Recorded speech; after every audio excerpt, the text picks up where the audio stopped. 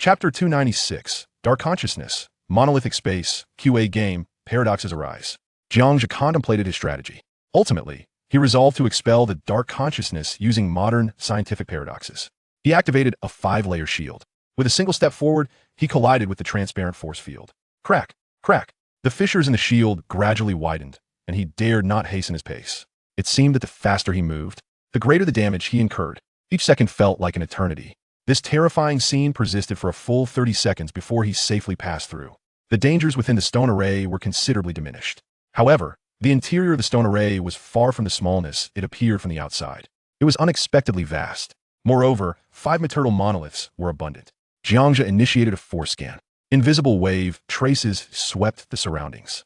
12 figures swiftly approached from all directions. At a distance, he could not discern their species, but their speed was astonishing. Jiang Zhe immediately summoned his shield and advanced towards the center of the stone array. Roar! A thunderous roar erupted from both sides. Instantly, four shadowy figures descended from above, blocking out the dim light. Jiang Zhe focused his mind. Boom! A circle of invisible wave traces surged forth, propelling the 4 shadows back 10 meters. Turning around, Jiang Zhe observed 4 creatures draped in black fur, resembling humanoid monsters clad in dark armor. Roar! At that moment, 8 more shadows continued to descend from above. Silver flashes streaked across, harshly scraping against the force shield. Are these the Guardians? Jiang Zhe looked up for a clearer view. 8 black Guardians, each wielding silver claws, clung to the shield, incessantly raking at it. The shield's deterioration was far outpaced by Jiang Zhe's replenishment of force. The previous strike's principle had collapsed without inflicting any devastating damage on the adversary. It seems I must resort to the lightsaber. Gripping the lightsaber, Jiang Zhe concentrated, vanishing from sight. He reappeared 10 meters in the air. During his descent, he executed a series of slashes. All 8 black Guardians were beheaded. The remaining 4 injured Guardians could not escape their demise. System notification. Force 12 system notification. Ice power 12. The fallen black Guardians did not yield any materials. Instead, they transformed into black matter, converging towards the heart of the stone array. Continuing his exploration, Jiang Zhe felt increasingly uneasy. This monolithic array seemed more like a miniature 4-dimensional space. The spatial area observed from the outside was entirely disproportionate to that experienced within. It was exceedingly bizarre. After an indeterminate amount of time, when there were no more paths to traverse, bang, bang, 4 flat monoliths fell from the sky, interspersing around Jiang Zhe. In an instant, they sealed off his route. Finally arrived, Jiang Zhe looked up to behold 4 infinitely tall, slate-gray monoliths. This was exactly as he had predicted earlier. Next, 4 flat stones would become transparent, revealing black silhouettes, which would ultimately be his own. Whoosh! A swarm of shadows flitted among the 4 monoliths. Soon, they transformed into transparent forms, reflecting Jiang Zhe's visage. Through the dim light, he saw himself within the monoliths. A terrifyingly curved smile adorned his face, and his eyes resembled crescent moons. Jiang Zhe sensed an ominous premonition. This was the dark consciousness, compelling intruders to attack it, allowing it to slay them with a single blow. Jiang Zhe steadied himself and took a deep breath. The figure within the monolith gradually faded, returning to normalcy. As Jiang Zhe turned his head, the monoliths underwent another transformation. They morphed into a cackling demon with ram-like horns. You can't escape now. Ha ha ha. The black demon laughed maniacally, viewing Jiang Zhe as mere prey. This is a psychological tactic. Jiang Zhe shot a disdainful glance, completely unfazed by its temptation. The disparity in their combat strength was simply too vast. If Jiang Zhe attacked first, the inevitable consequence would be death. Thus, every step must be calculated to secure the emerald treasure. I recall the treasure is at the center of the thicker 4 monoliths. Jiang Zhe recalled from memory. The emerald treasure lay 2 meters deep beneath the surface, approximately 120 meters to the left. Jiang Zhe attempted to move left. The 4 monoliths shifted alongside him, as if the ground had been excavated by a bulldozer. It seems the monoliths will move with me. Jiang Zhe felt a surge of joy. He quickened his pace. Upon reaching his target, he produced a metal shovel and began to dig. In mere seconds, a green emerald treasure chest emerged. With a gentle tug of his right hand, the emerald chest flew into his grasp. System notification. Emerald treasure, chest 1. The silhouettes within the monoliths felt utterly dismayed. How could this newcomer not adhere to the usual script? Typically, humans who entered here were terrified beyond measure, with no time to search for treasures. Seeing Jiang Zhe approach the area of lethal force, "Don't go, human. You can't escape. Only I can let you leave." The black silhouettes attempted to retain him. Jiang Zhe stowed the treasure and turned around with a sigh. What now? Nothing much. I just want to play a game with you. You wouldn't dare to play a game, would you? The black silhouette mocked. Not playing. Jiang Zhe focused his mind. In an instant, he vanished within the four monoliths. With the target of restraint lost, the four monoliths disappeared, leaving only a solitary black silhouette standing on the barren soil. Well done. You possess spatial power. I underestimated you. Suddenly, Jiang Zhe, who had slipped away from confinement, astonished the black silhouette. As Jiang Zhe reached the edge of the force field, he abruptly turned and smiled. What benefits are there in playing a game with you? Let's play first and see how we play. You ask me a question. If I lose, you continue asking. If I ask you a question and you lose, you die. Are you up for it? Agreed. He'll go first. Jiang Zhe readily accepted. In the realm of QA games, he had yet to suffer defeat. Gaining the upper hand, the shadow would never win. Very well. It had no choice but to comply. The first question commenced. There exists but a single timeline, devoid of any parallel worlds. If you were to return to the past and kill your grandparents before your father was born, this act would create a series of paradoxes. You killed your young grandmother, and without her, your father wouldn't exist. Thus, you wouldn't exist either. So, who killed your grandmother? It was me. The black silhouette answered instantly. If your grandparents are dead and your father doesn't exist, how do you still exist? Then, it's still me? The black silhouette was puzzled. Who else could it be but me? Before long, it realized the flaw in the question, especially given that there was only one timeline. Any answer was incorrect. You win. The black silhouette surrendered. It was simply too challenging. With one timeline and no parallel worlds, the entire question became a deadlock, rendering it impossible to provide a correct answer. A smirk graced Jiang Zhe's lips. You've lost, I continue to ask. Second, I possess the ability to foresee the future. The statement I'm currently making is a lie. Is what I said true or false? True. The black silhouette responded without a moment's hesitation. I claimed I was lying. How could that possibly be true? Then, false? Could I possibly have the ability to foresee the future? I am not a four-dimensional being. The black silhouette was struck with terror. It was utterly unfathomable. Never had it encountered a question of such caliber. You win. The black silhouette sighed. No. It is you who has lost again. Jiang Zhe smiled knowingly. The final question.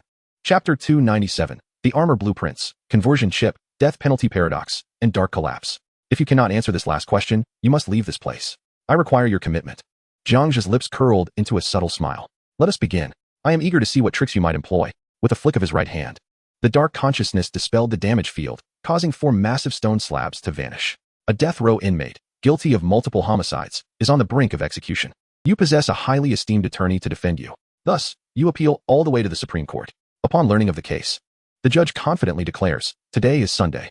The death sentence will be carried out at midnight on one of the next 7 days. But you will only discover the exact day of your execution on the night of the execution itself. Jiang Zhe smiled knowingly. First, one must grasp a critical point. A condemned prisoner can never face execution on the 7th day. The 7th day marks the final day. If, at midnight on the 6th day, the prisoner has not been executed, he will realize that the execution is set for the 7th day, meaning that the moment of execution has not yet arrived. Consequently, the prisoner would already be aware that his execution is scheduled for the 7th day, creating a contradiction with the judge's statement, thus invalidating the ruling. Therefore, execution cannot possibly take place on the 7th day. The esteemed attorney representing the death row inmate beamed as he articulated this reasoning. Jiang Zhe, masquerading as the brilliant lawyer, continued, since execution cannot occur on the 7th day, the 6th day becomes the latest possible day for execution. Now, following this logic, we can deduce that the prisoner cannot be executed on the 6th day either. Why? Because if the prisoner has not been executed by the 5th day, he will know that the execution is set for the 6th day, thus ruling out the possibility of execution on that day as well. By similar reasoning, my client, the offender, cannot be sentenced to death on Friday, Thursday, Wednesday, Tuesday, or Monday. Ultimately, my client shall be acquitted. These are the words I, in the guise of the esteemed attorney, have spoken. Jiang Zhe fixed his unwavering gaze upon the dark consciousness. Now, the condemned murderer, filled with elation at the prospect of evading execution, initially believed he would be exonerated. However, an unexpected turn of events occurred. The death row inmate received the execution notice the following day. This, of course, was entirely unforeseen by the inmate. The judge had not strayed from his original intent or ruling, and the esteemed lawyer's logic remained sound. Question: where does the flaw in the above reasoning lie? Jiang Zhe was confident, knowing that the dark consciousness would be utterly incapable of providing an answer. The first time he encountered the paradox of the unexpected hanging, he had nearly been ensnared in a web of confusion. Where lies the error? The lawyer? Incorrect. The death row inmate? Also incorrect. The 7th day? No. The 6th day? Even more so. Where does the real mistake reside? The dark consciousness grew increasingly perplexed. I am asking you, are you not the all-knowing genius of the universe? Jiang Zhe shrugged, feigning innocence. Who, then, is responsible for the deaths of the grandparents. Is it a lie or the truth? Where does the problem truly lie? The dark consciousness is gradually unraveling. As the supreme intellect of the universe, it finds itself utterly confounded by three astonishingly profound questions. The more one contemplates, the more elusive the reasonable answers become. What could possibly be the reason behind all of this? With a resounding roar, the dark consciousness descends into madness, laughing maniacally. Its expression shifts like the tempestuous sky, and soon it can no longer contain its excitement. With a thunderous crash, the dark consciousness transforms into a black beam of light, soaring towards the heavens and vanishing from sight. The dark consciousness has departed. A message descends. The universe's foremost intellect seems rather unimpressive. Jiang Zhe raises his head and scoffs. It is likely that the dark consciousness has never encountered modern humanity. Otherwise, it would not have been stumped by such inquiries. In Jiang Zhe's view, even if he had posed a question of minimal logical complexity, it could have sent the dark consciousness away. He then approaches the center of Stonehenge, continuing his search for resources. He finds a meager amount of basic supplies, all of which he gathers. Jiang Zhe steps out of Stonehenge and finds a large stone to sit upon. With a flick of his right hand, an emerald treasure chest materializes. It is his first time opening an emerald chest. Jiang Zhe places his hopes for compensation, previously deceived from the dark consciousness, into this green treasure chest. He recalls that when he first opened a meteorite chest, the contents were dismal.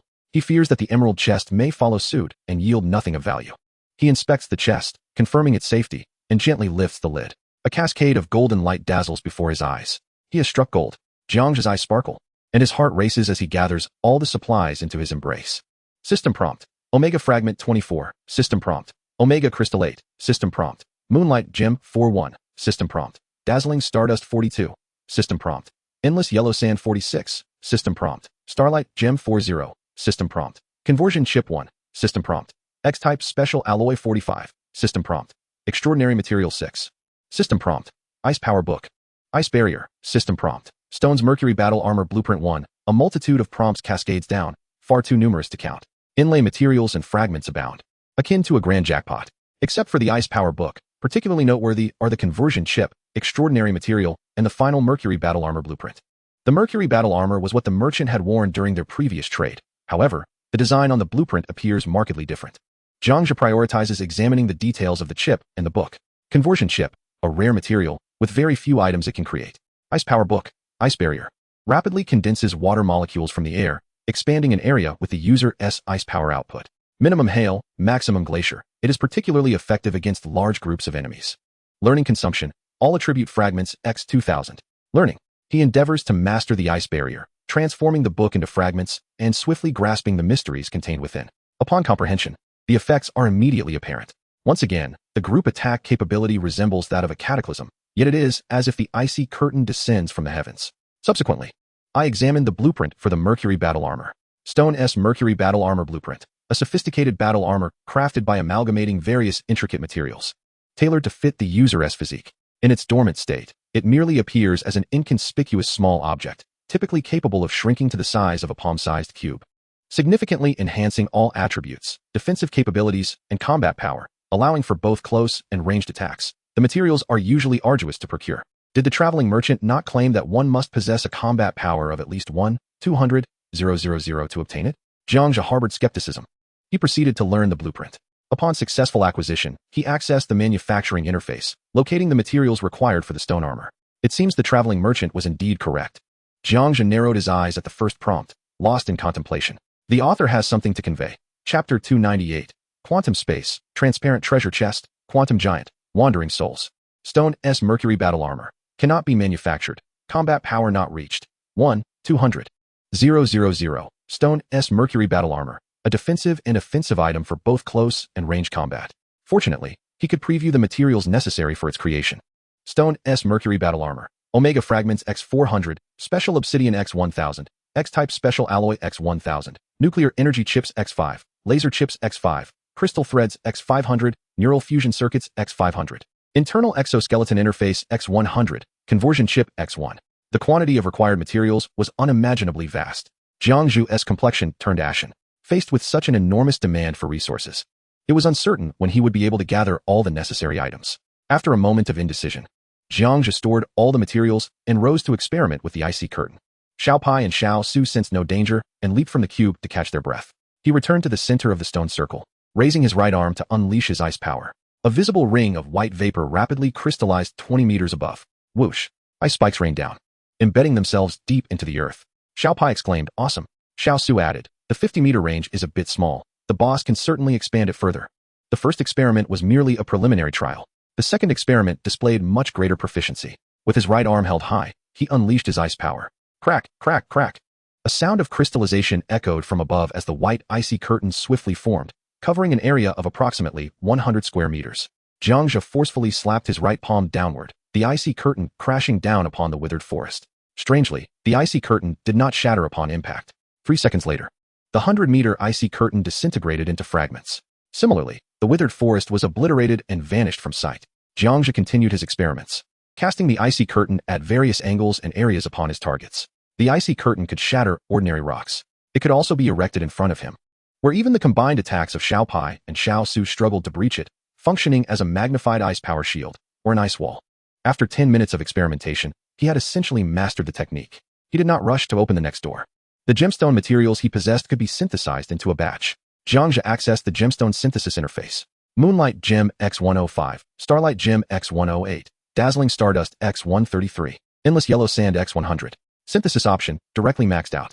Ultimately obtained. Level 4 Moonlight X3, Level 4 Starlight X3, Level 4 Stardust X2, Level 4 Yellow Sand X4. The success rate of failure stands at 50-50. Switch to the equipment interface and retrieve the laser pointer. Randomly infuse the energy of all Level 4 gems into the unfilled slots of the equipment. System prompt, Strength 120, System prompt. Constitution 120, System prompt. Agility 120, System prompt. Spirit 120, all attributes increase by 120. Level 1 gems enhance each attribute by 10. The higher the level, the greater the attributes. Theoretically, the synthesis level of gems has no upper limit. As long as there is a sufficient stock of embedded gems, attributes can be enhanced without bounds. Naturally, the failure rate also escalates dramatically. How many battles have been fought so far? Jiang Zhe opened the battle information. Force, 34864, Ice Power, 33,328, Lifespan, 24400, Note, every 100 points equals 1 year. Currently totaling, 244 years, Health, your current condition is excellent, with no injuries, Battle Power, 116, 3249, just over 30,000 more, it's south getting close. Jiang Zhe felt a surge of excitement. By noon, he aimed to gather the easily obtainable materials first, while the remaining rare materials could wait a while longer. Having completed the trivial tasks, Jiang Zhe circled around the dense forest. He discovered 4 doors, with shadows returning to report. Forward door, too late. The frenzied claw beast has just been slain by a player, and the platinum chest has been opened. Backward door. There is a bubbling purple toxic river, capable of yielding a substantial amount of toxic water. Left door, no danger present, with 3 copper chests to be claimed. Right door, quantum space, surrounded by drifting souls. Moving forward, the ground is a flowing river of particles. Delving deeper, one can find a cluster of high-energy particles and a transparent chest. Exercise utmost caution against the quantum giant. The first room, lying on the ground, is a colossal beast with 4 arms, having been gunned down by the player. The shadow approached to inspect whether the opponent had obtained anything of worth. The result was merely minor special materials and an epic blueprint for a technological firearm. Upon seeing this, the shadow promptly lost interest. The second room, as predicted, it indeed contained a bubbling purple toxic river. The shadow activated a shield and leaped down. A swarm of deep purple toxic fish swam about, with no treasure chests in sight. The third room, the shadow sequentially opened the copper chests. The best loot comprised only 2 omega fragments, while the rest included water, biscuits, and a perfect manufacturing blueprint. Abandoning hope, the final room was somewhat peculiar. This was the chamber of fallen players, surrounded by translucent souls drifting in the quantum realm. Not far away, a faintly visible giant sat at the center of the quantum river.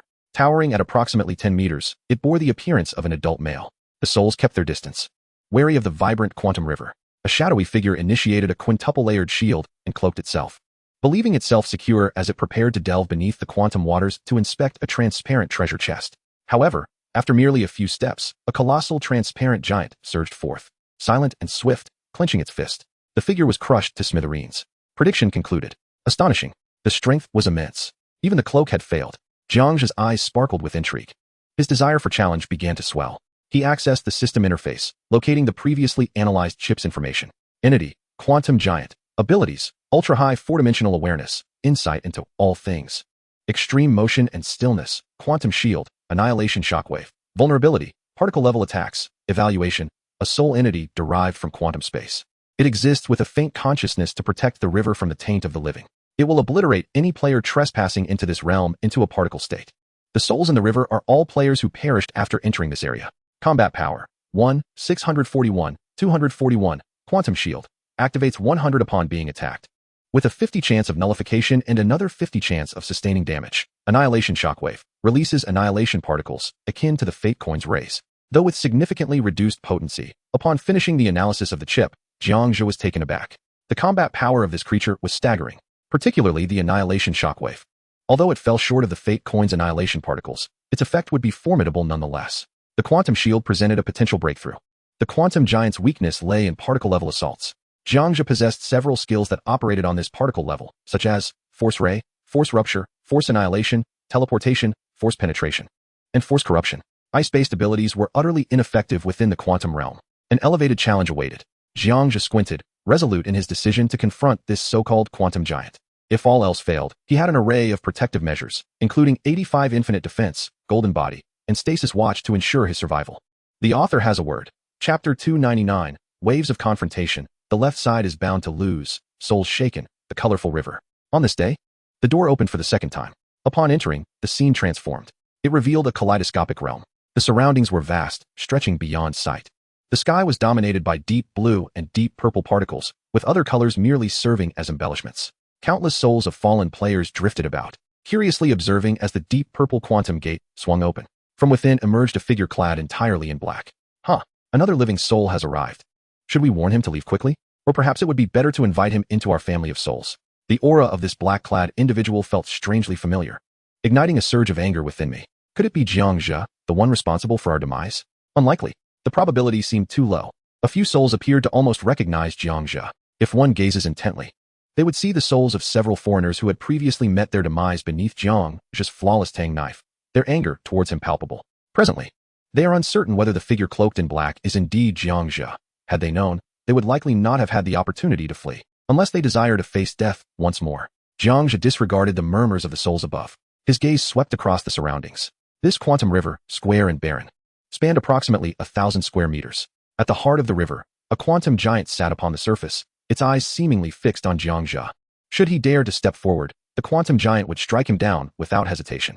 There exists no alternative. To acquire the treasure chest, one must venture onto the river's surface and vanquish the giant. Jiang Zhe's focus sharpened on the giant. The targeting chip locked onto it, allowing him to monitor his objective at all times. He lifted his right foot, stepping forward onto the water's surface, a sensation of softness enveloping him. Before he could place his second foot, the water rippled violently. A transparent figure flashed past. A transparent beam surged towards him from the distance. The alert on the targeting chip flickered rapidly. Jiang Zhe realized the quantum giant was moving at high speed, simultaneously unleashing a devastating energy ray. A white light circle manifested, initiating instant movement. The transparent beam missed its mark. When Jiang Zhe reappeared, he was 100 meters away, now positioned on the left side of the river. A black beam shot forth from Jiang Zhe's eyes. Sensing imminent danger, the quantum giant abruptly turned. A transparent beam erupted, colliding with Jiang Zhe's shot.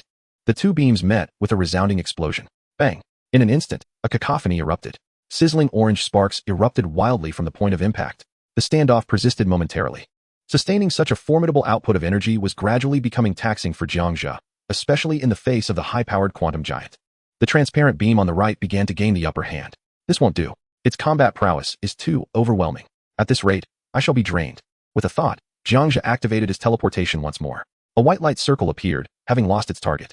The transparent beam pierced through and obliterated the white circle left by the teleportation, successfully breaching the quantum river's surface. A towering transparent quantum column surged skyward, reaching a height of 100 meters. Fortunately, he had vacated the area in time. Otherwise, the consequences of being struck by the beam would have been dire. Observing Jiang Zhe's sudden disappearance, the quantum giant frantically scanned the vicinity in search of him. Bang! Bang! Two black shockwaves descended from above, representative of energy annihilation, imbued with penetrating and explosive effects. Upon hearing the sound, the quantum giant abruptly looked up. In the moment of contact, ding! The first wave of energy annihilation was successfully repelled by the quantum shield. The second wave struck true. A halo of silver particles erupted from the giant's head, the very energy particles sustaining its quantum transparency. It leaped into the air, arms outstretched, as if intending to reduce Jiang Zhe to mere pulp. Seizing the opportunity while the giant hovered in midair, Jiang Zhe swiftly raised his hand, unleashing an energy rupture. Two circles of transparent ripples swiftly spread from him in all directions. Ding! The quantum shield emitted a solitary sound. indicating that the second circle of energy rupture had successfully impacted the quantum giant. The quantum giant plummets vertically.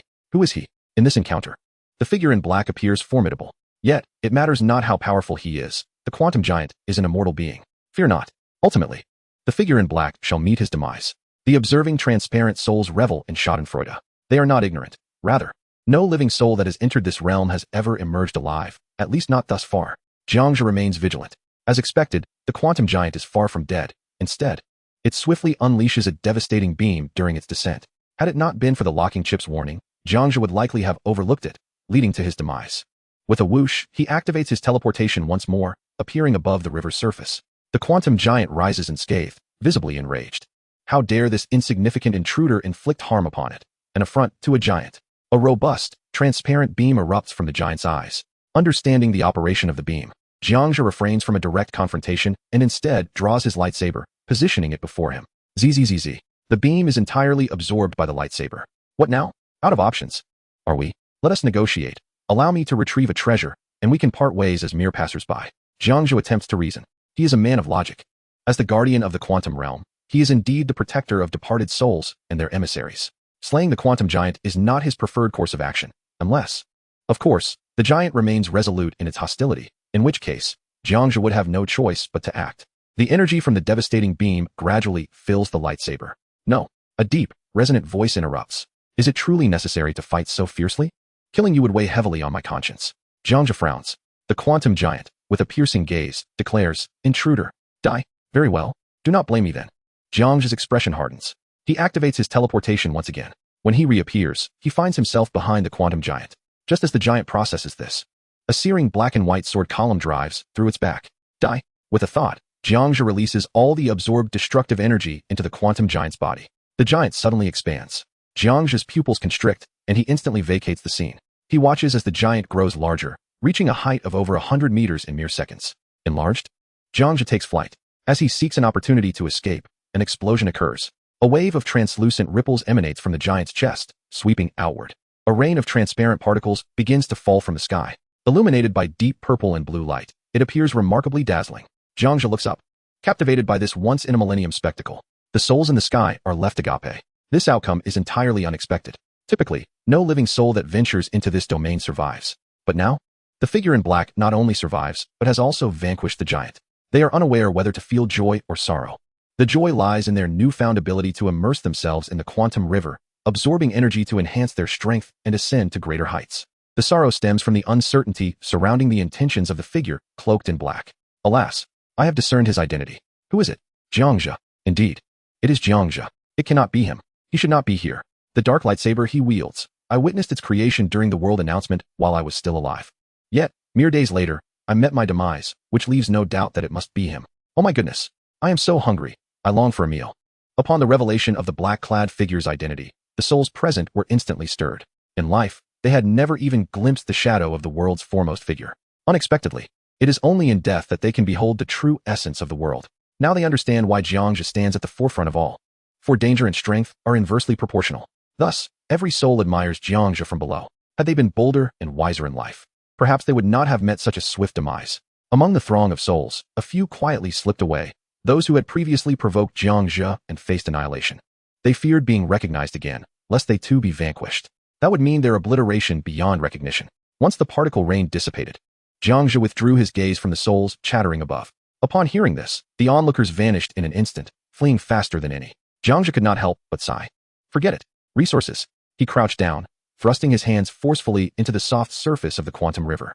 With a swift pull to either side, the surface was torn asunder, revealing the vibrant waters below, a spectacle of unparalleled magnificence. There was no time to linger in admiration. Seizing the opportunity before it healed, Jiang Zhe hurriedly submerged himself. The author has a message. Chapter 300. Giant souls, high-energy particles, disguised treasure chests, energy-gathering chips. Jiang Zhe gradually descended. Protected by a shield, he remained unaware of the potential dangers lurking beneath. The depths of the quantum waters were resplendent with colors, seemingly devoid of a bottom. Countless transparent fish, humanoid beings, and monsters swam about. Analysis prompts indicated they were deceased aquatic entities. After descending for approximately 5 minutes, Jiang Zhe spotted 2 objects encased in transparent bubbles. Inside were curled souls resembling infants. Jiang Zhe activated the analysis chip to investigate. Being, newly born quantum soul. ability, self-detonation, consumption, transparency, vulnerability, permeated with weaknesses, evaluation, a giant soul with nascent consciousness, currently absorbing energy from the water to thrive. His gaze shifted to another transparent bubble, revealing yet another newly born quantum soul, albeit with a different ability. 2 prompts displayed variations. Consumption, annihilation ray, evaluation, upon consumption. One may acquire the ability of the annihilation ray, though it pales in comparison to the force you wield. Jiang Zhe hesitated. Feeding on fish or animals posed no issue, but consuming a newly born infant soul? The thought alone sent shivers down his spine. Moreover, the destructive ray pales in comparison to the might of the force ray. As for why I found myself at a disadvantage during my earlier confrontation with the quantum giant, it is simply due to the formidable combat prowess of my opponent, which far exceeds that of Jiang Zhe by several 100,000. It is not that the destructive ray is superior to the force ray. Let them thrive. In due course, they shall serve as guardians of this quantum realm. Were it not for the quantum giant's refusal to engage in battle and its vow to annihilate Jiang Zhe, he would have never resorted to lethal measures. I continued to descend further. A minute later, I successfully encountered a silvery high-energy particle floating in the river, accompanied by a square, transparent treasure chest. Raising my right hand, I gathered the high-energy particle into my grasp. System notification, high-energy particle 1. System notification, quantum chest 1. Material, high-energy particle. Ability, force, evaluation, absorption grants life force. Jiang Zhe was left speechless. After expending considerable effort, it turned out to be yet another source of life force. Thus far, I had acquired my 3rd high-energy particle. In the outside world, such an event would undoubtedly incite a stir. I decided to keep it. At this moment, I had no need for that 100 points of force. Continuing my exploration of the surroundings, I found no further resources and thus embarked on my journey back to the water's surface. A white halo appeared as I returned to the quantum surface. Surveying the area, I noticed that the souls had departed, their whereabouts unknown. Sitting upon the water's surface, I retrieved the quantum chest.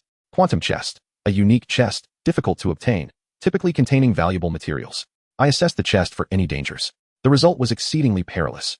Upon opening the chest, a wave of silver shockwaves erupted, and I was instantly slain. This was far too dangerous. I circled around to the back of the chest, raised my hand, and unleashed the force to open it. Boom! A surge of silver light burst forth, striking the heavens above. The sky trembled momentarily before swiftly returning to normal. I approached the chest once more and collected all the materials.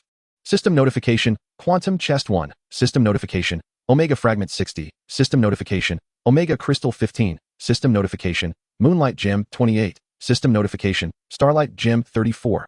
System notification, Dazzling stardust 35. System notification, Endless yellow sand 38. System notification, Conversion chip 3. System notification, Laser chip 4. System notification, Extraordinary material 10. System notification, Small whip 1. System notification, Disguise chest 1.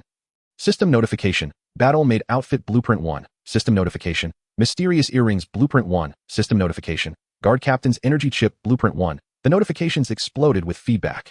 The abundance of materials was remarkable. Beyond the basic resources, I acquired epic fragments, legendary fragments, and a plethora of battle armor materials. Although no books were found this time, I did come across 2 special manufacturing blueprints. My decision to flip a coin today proved to be fortuitous.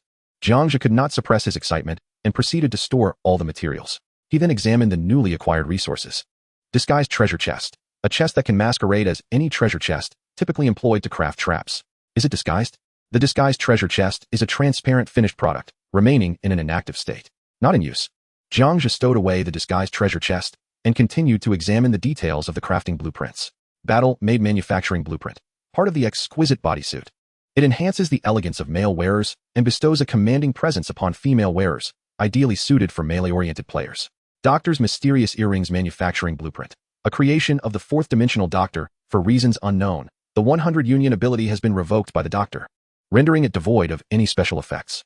Guard Captain's Energy Amplification Chip Manufacturing Blueprint, derived from the combat chip of the 4th-dimensional Guard Captain. It serves as a means to enhance personal abilities externally, can be crafted multiple times, but only increases attributes once. The mention of the Guard Captain took Jiang Zhe by surprise for a moment. Apart from the Energy Amplification Chip Blueprint, the sniper rifle he possessed also belonged to the Guard Captain, the very same who had extinguished the fire at the castle's entrance. Subsequently, the Guard Captain successfully gifted the sniper rifle to Jiang Zhe. The prospect of the Guard Captain ascending to the 4th dimension was indeed beyond Jiang Zhe's expectations. Learning all, the blueprints transformed into data and vanished. Jiang Zhe accessed the crafting interface. The battle-made outfit required few materials, 30 attribute shards, and other relatively common small components. Although he had no use for it personally, he could sell it to players for a wave of resources.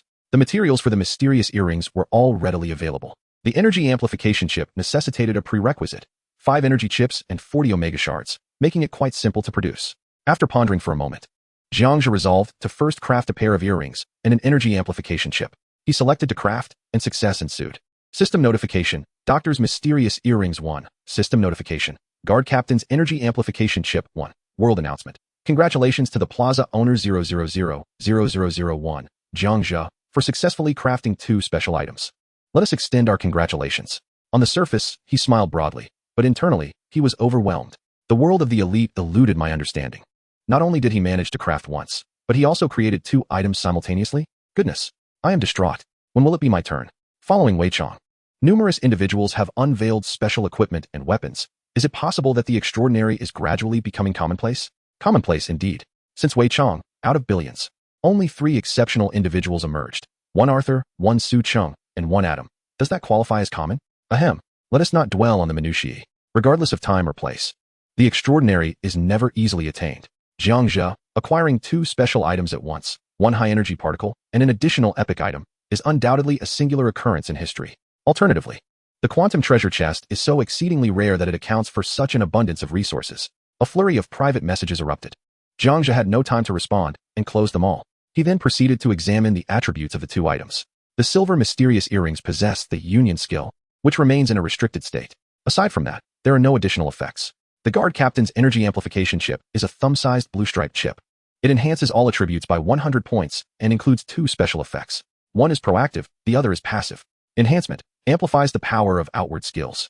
Intensity, ability strength 10. Notes, consumes items, cannot be reforged, cannot be destroyed, cannot be embedded, cannot be traded. Despite this series of restrictions, the equipment of the captain is undeniably formidable.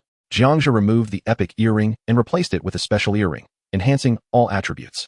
He drew out the exquisite Tang knife and, pointing the blade at his arm, made a swift, forceful cut. A spark flew out. Has the exquisite Tang knife become incapable of cutting? Jiang Zhe wore an innocent expression. Ah, dreadful. I've been tricked by the boss again. Xiao Pai scoffed. Beside him, Xiao Su observed Jiang Zhe, smiling in silence. Jiang Zhe helplessly turned to Sonic. Currently, only Sonic could inflict harm upon him. Xiao Su, leave it to me, boss. Jiang Zhe, good Xiao Su, tonight we feast. Sonic removed his white gloves. Bang, bang, bang. He transformed into a streak of blue lightning, swirling frantically around the quantum water surface. As he approached Jiang Zhe, Xiao Su leapt up, extending his index finger, and forcefully slashed it across Jiang Zhe's left wrist. Sonic ceased his super speed movement. The still frame abruptly returned to life. Sizzle. Blood gushed forth. You've struck my artery. You fool. It's gone. Jiang Zhe hastily covered the wound. Clearly, Xiao Su had consumed a pet enhancement potion, resulting in a lack of control over his strength. P.S. Seeking free gifts. Chapter 301. Death Demon. Between Dimensions. Premium Treasure Chest. I am merely a compliant little hedgehog. With no malicious intentions. Sonic spread his hands, feigning innocence while secretly reveling in delight. He knew Jiang Zhe was not afraid of an artery being cut. Boss, the blood has stopped. Quickly insert the chip, or the wound will heal. Xiao Pai urgently reminded. Jiang Zhe cast a glance at Sonic. This guy must have learned bad habits from Xiao Pai. He promptly pressed the blue chip into the wound. The blue chip immediately transformed into a torrent of blue data, surging through Jiang Zhe's entire body. A palpable sensation arose from within, as if his personal ability, akin to gas, was slowly solidifying. The intensity attribute increased by 10%. Now, it was time to test the specific effects. Jiang Zhe surveyed the surroundings. Only a handful of souls were peeking into this realm, with no creatures capable of harming him. His gaze ultimately locked onto Sonic.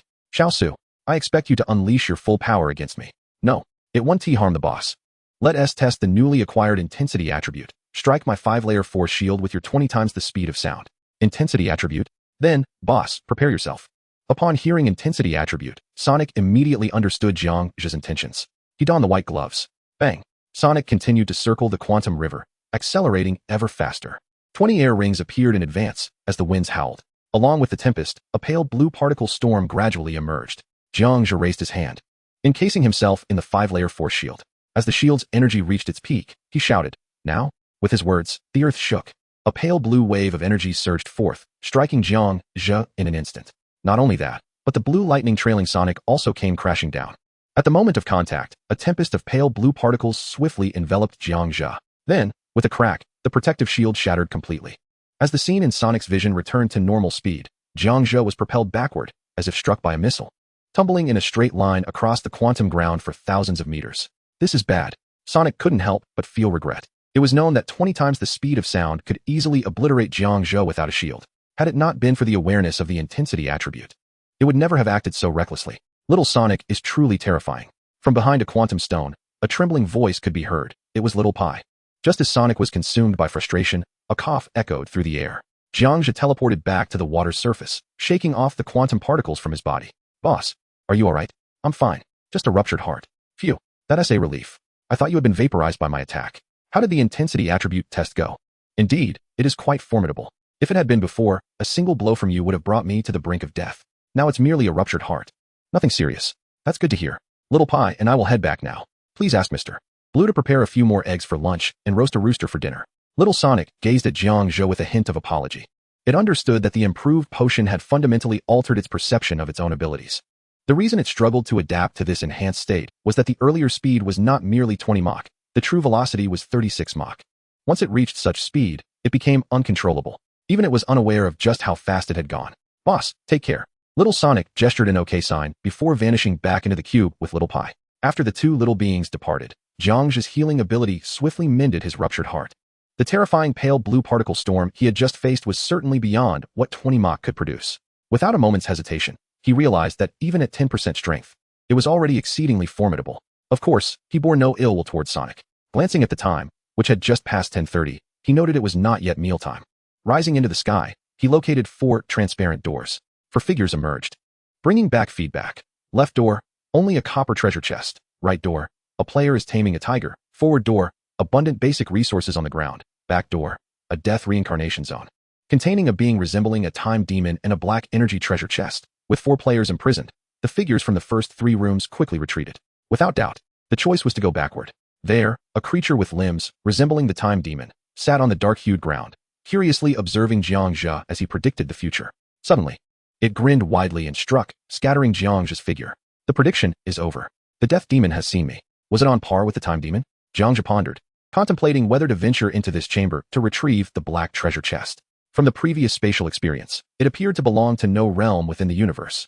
It was a kaleidoscopic dimension, vast and boundless, containing only a singular, ominous energy portal. Jiang Zhe accessed the system interface and summoned the analysis prompt activated by the figure.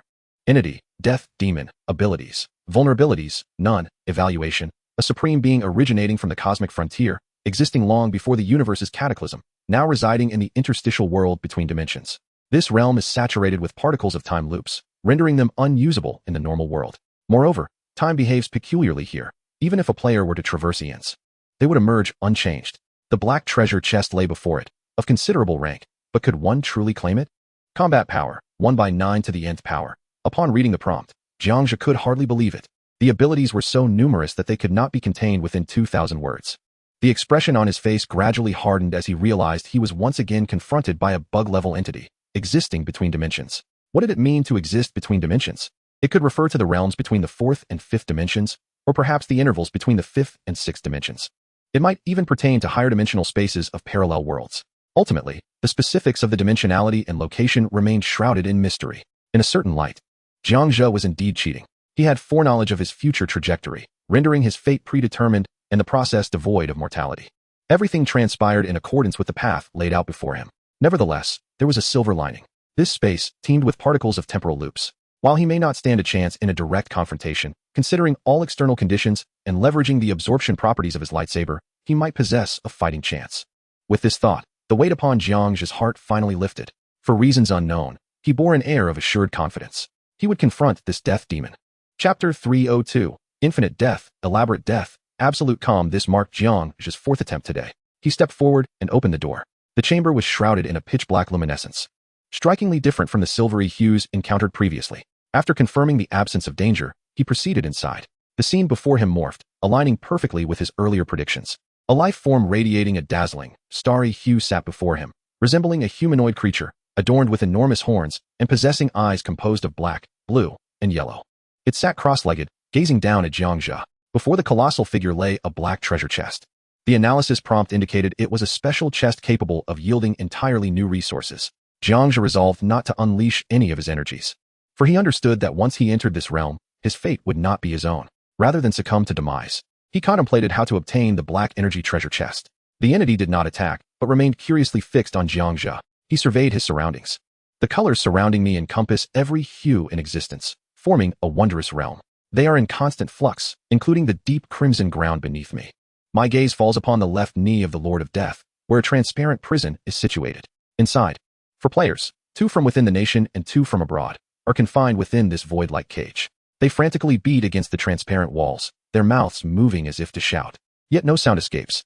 Mr. Death, I have come for the treasure chest, Jiang Zhe declares, lifting his head. You are here to meet your demise. The Lord of Death replies slowly, his brilliant eyes casting a scornful glare upon Jiang Zhe. Your life now belongs to me, just like theirs. As his words resonate, 2 dazzling rays shoot forth from the Lord of Death's eyes. A prompt suddenly appears, indicating the time loop particles. Jiang Zhe's heart tightens. He leans forward, attempting to use his infinite defense to shield himself, simultaneously raising his hand to summon a 10-layered energy shield. Crack, crack. After merely 0.8 seconds, the shield shatters completely. The rays pierce through Jiang Zhe's body, reducing him to a particle-like existence that dissipates into the sky. A small fraction of the time loop particles is consumed by the lightsaber. Time flows quietly. On the 5th second, the time within this extraordinary space begins to reverse. Jiang Zhe's particles gradually coalesce, while the radiant rays from the Lord of Death are slowly retracted into his eyes. The 4 players beside him move in the opposite direction. Everything is in flux. Eventually, Jiang Zhe retreats to the dark door through which he initially entered, finding himself back within the center of the cube. Impressive. Truly impressive. Jiang Zhe's heart races. What just transpired was utterly unfathomable. He had presumed the lightsaber to be of no use, yet it proved unexpectedly effective. He retrieves the lightsaber once more, rendering it invisible, and steps through the door. A transformation unfolds before him. Mr. Death, I have come for the black treasure chest, Jiang Zhe states, raising his gaze. You are here to meet your demise. Your life now belongs to me, just like theirs. The Lord of Death suddenly squints. This scene feels eerily familiar. Something is amiss. What has transpired? The Lord of Death leans closer to Jiang Zhe. Is this an illusion? No. This is no illusion, Jiang Zhe responds. Crack. In an instant, a mysterious force snaps Jiang Zhe's neck. Jiang Zhe is no more. Time passes. The scene once again experiences a reversal, everything returning to its previous state. Is it so easy to take a life over a mere disagreement? Jiang Zhe retreats into the cube once more. He retrieves the lightsaber, makes it invisible, and proceeds to open the door again. Stepping inside, the scene transforms anew. Mr. Death, I have come for the black treasure chest. Jiang Zhe steps forward, raising his voice. No, this is not right. The Lord of Death's expression shifts to one of confusion. It senses that this has already occurred, yet cannot articulate why. This space is filled with time loop particles. Time loop particles that you cannot wield, yet I possess the means to command. This is the time loop. An endless cycle of time. Unless you surrender the black treasure chest to me, the loop shall persist. Jiang Zhe spoke with unyielding honesty. No sooner had the words escaped his lips than a voice resonated. Dare to threaten me? Die. A tempest of black particles surged forth. Undoubtedly, Jiang Zhe was once again transformed into ethereal particles, dissipating into the heavens. Jiang Zhe returned to the cube, drew forth his lightsaber, rendered it invisible, and proceeded to open the door. Mr. Death, I have come for the black treasure chest, Jiang Zhe declared, lifting his gaze. I am determined to shatter the time loop. The death demon widened his eyes, fixating fiercely on Jiang Zhe. Let us see if you can. Jiang Zhe smirked. A torrent of black matter surged into Jiang Zhe's mouth. Boom. Jiang Zhe exploded, scattering into particles. The scenery rapidly retreated. He returned to the cube, retrieved his lightsaber, made it invisible, and entered through the door. Mr. Death, I am here for the black treasure chest. Jiang Zhe could not suppress a laugh. I do not believe you can sustain this time loop indefinitely. The death demon appeared increasingly exasperated. In truth, I can. Jiang Zhe retorted confidently. This scenario has unfolded countless times before. Our dialogue has been repeated numerous times.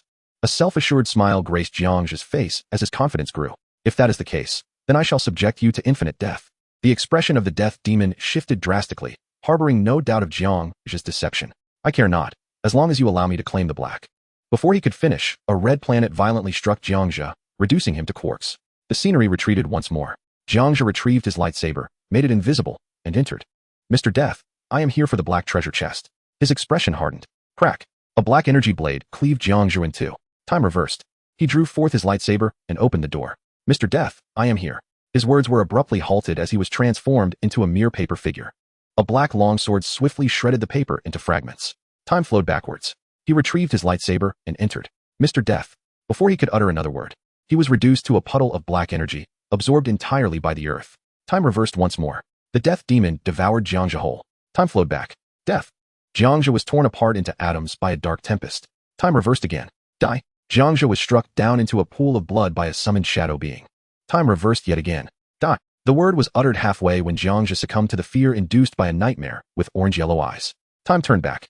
Jiang Zhe opened the door, yet before he could speak, time froze, and he aged to death. Time reversed. Such scenarios persisted for an indeterminate duration, with each instance cycling through time. Nevertheless, during this period, Jiang Zhe experienced countless methods of demise.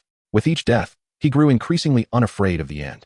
The benefit was the cultivation of an absolutely calm and resilient disposition. Jiang Zhe perused the system interface, scrolling through an unending list of deaths. Once more, he proclaimed, his gaze resolute. Drawing forth the lightsaber, he rendered it invisible and proceeded to open the door. You have truly crossed the line. Before Jiang Zhe could utter a word, the death demon interrupted. Not enough. Jiang Zhe replied, his expression devoid of emotion. The author interjects. Chapter 303. The Demon's Plea for Mercy, the Dark Treasure Chest. The Anti-Gravity Map and Negative Energy Particles. Here, take it. The Dark Treasure Chest is for you. I implore you, depart swiftly. The death demon lamented. Pushing the Dark Treasure Chest towards Jiang Zhe. Jiang Zhe raised his hand and accepted the chest. System notification. Dark Treasure Chest 1. I refuse. Jiang Zhe declared in a deep voice. I have perished thousands of times, not in vain. I require some compensation. Insatiable. The death demon suddenly grew fierce. A tempest of darkness engulfed Jiang Zhe, shattering him once more. Time rewound. Both wealth and life lost. Jiang Zhe retrieved his lightsaber, rendering it invisible again, and entered through the door. Death. Jiang Zhe continued to open doors. Death. Again death. This cycle persisted countless times. Mr. Death, I have come for the Dark Treasure Chest. Jiang Zhe stated, lifting his gaze. You are exceedingly bothersome. The death demon ground its teeth in frustration, unable to endure any longer. With a gentle sweep of its right hand over the Dark Treasure Chest, it said, there lies what you seek. It then pushed the chest towards Jiang Zhe once more. Jiang Zhe accepted it. System notification. Dark Treasure Chest 1. Dark Treasure Chest. A chest blessed by high-dimensional beings, typically yielding remarkable resources. Upon seeing this notification, Jiang Zhe smirked, satisfied. Simultaneously, he pointed at the 4 individuals imprisoned. Greedy humans. Your avarice will ultimately lead to your demise. The death demon glared fiercely, its teeth clenched. With a wave of its right hand, it released the prisoners from their confinement. You needn't concern yourself with this any longer. Jiang Zhe raised his hand, utilizing the force to draw the 4 individuals closer. He then instantaneously transported them to another door. As he prepared to open it, the death demon taunted. Wishing you an early demise. Upon hearing this derision, Jiang Zhe abruptly turned, glaring fiercely at the demon. Mr. Death, I have come for the Dark Treasure Chest. Upon hearing this declaration, the death demon retorted, begone, and vanished into the ground. This phrase had echoed in the death demon's ears countless times. At that moment, hiding underground, it silently vowed that in the future, should anyone utter those words again, it would feign ignorance to prevent the recurrence of such time loops. The group opened the dark energy door, departing the dimensional realm, each consuming a door-opening opportunity. You are free. Jiang Zhe addressed the 4 individuals. Thank you for saving me. Thank you, Great One. May the Divine always bless you. They sincerely expressed their gratitude to Jiang Zhe. As for the secrets that still lurked within the dimensional world, Jiang Zhe found himself disinterested. The mere thought of re-entering that room and hearing about that world filled him with nausea. Once the 4 had departed, Jiang Zhe glanced at the time. It was 11:30. He would reserve the Dark Treasure Chest for his meal. At this moment, Jiang Zhe had perished hundreds of thousands of times. His anticipation for the Dark Treasure Chest had long since faded. Even upon acquiring the Dark Treasure Chest, he felt no thrill, merely due to a peculiar attribute acquired within the dimensional realm, absolute calmness. He then extracted a cube and stepped inside. The 4 individuals who had departed chose to enter the same room. Fortunately, the room was devoid of any hazards. Among them, 2 had their video functions continuously recording. Who was that person from earlier? How many times had he died? The video contained a precise tally, yet it was overwhelmingly vast. They decided to check the world channel to see if anyone recognized him. As a token of gratitude, mere words could not suffice. They could only do what they could, segmenting the video into countless smaller clips to share on the channel, hoping that someone could identify the cloaked figure within. The shocking visuals of the video sent the channel into a frenzy. Given that it was midday, many players were on break, accustomed to eating while watching the channel. As numerous individuals clicked on the first video, they were met with an astonishingly surreal space, featuring a seemingly infinite giant radiating brilliance. Subsequently, the dark energy door swung open, revealing a human player clad in a black trench coat. Due to the barrier of the prison, no sound was transmitted, only lip movements translated. The figure uttered, Mr. Death, I have come for the Dark Treasure Chest. Immediately thereafter, the radiant giant spoke a single phrase, swiftly annihilating the cloaked figure. One short video concluded. At this juncture, countless players were already in disbelief. They eagerly clicked on the second video. The scene instantaneously rewound, reminiscent of a playback. Once again, another figure in a black trench coat emerged from the dark door, repeating the same words. Many began to suspect that the uploader was fabricating the content. They continued watching with skepticism, yet as the videos progressed, their perceptions shattered further. The video continued to gain momentum. Meanwhile, within the cube, Mr. Blue had prepared the meal. Today's table featured not only steak, pork chops, and sea fish, but also stir-fried green peppers and potato strips.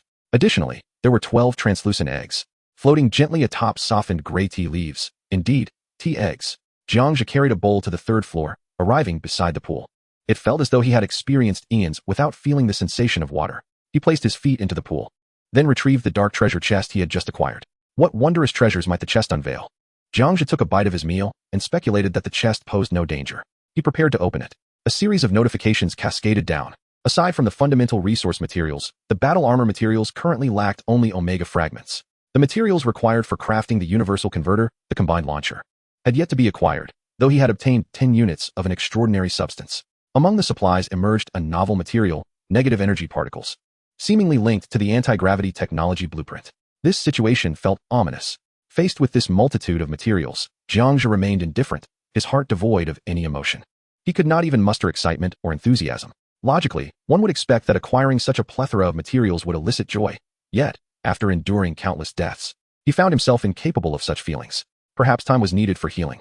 Jiang Zhe examined the details of the new material. Negative energy particles, essential for crafting anti-gravity devices. Death crystal. When worn on the forehead, it allows the user to witness their own death scene. Upon reaching the death crystal, a flurry of analysis prompts erupted. The author has a message. Chapter 304, Mechanical Spider Claw, Anti-Gravity Chair, Anti-Gravity Gun, Material Trait. Warning. This is a trap set by the Death Demon. Do not wear it for extended periods, or you will succumb to its influence, your body overtaken by the crystal's consciousness. Upon observing the Black Death Crystal, the analysis prompts erupted once more, indicating that this crystal could only be used for 10 seconds at a time. Exceeding this limit would result in the faint consciousness of the Death Demon seizing control of one's body. Jiang Zhe remained unmoved.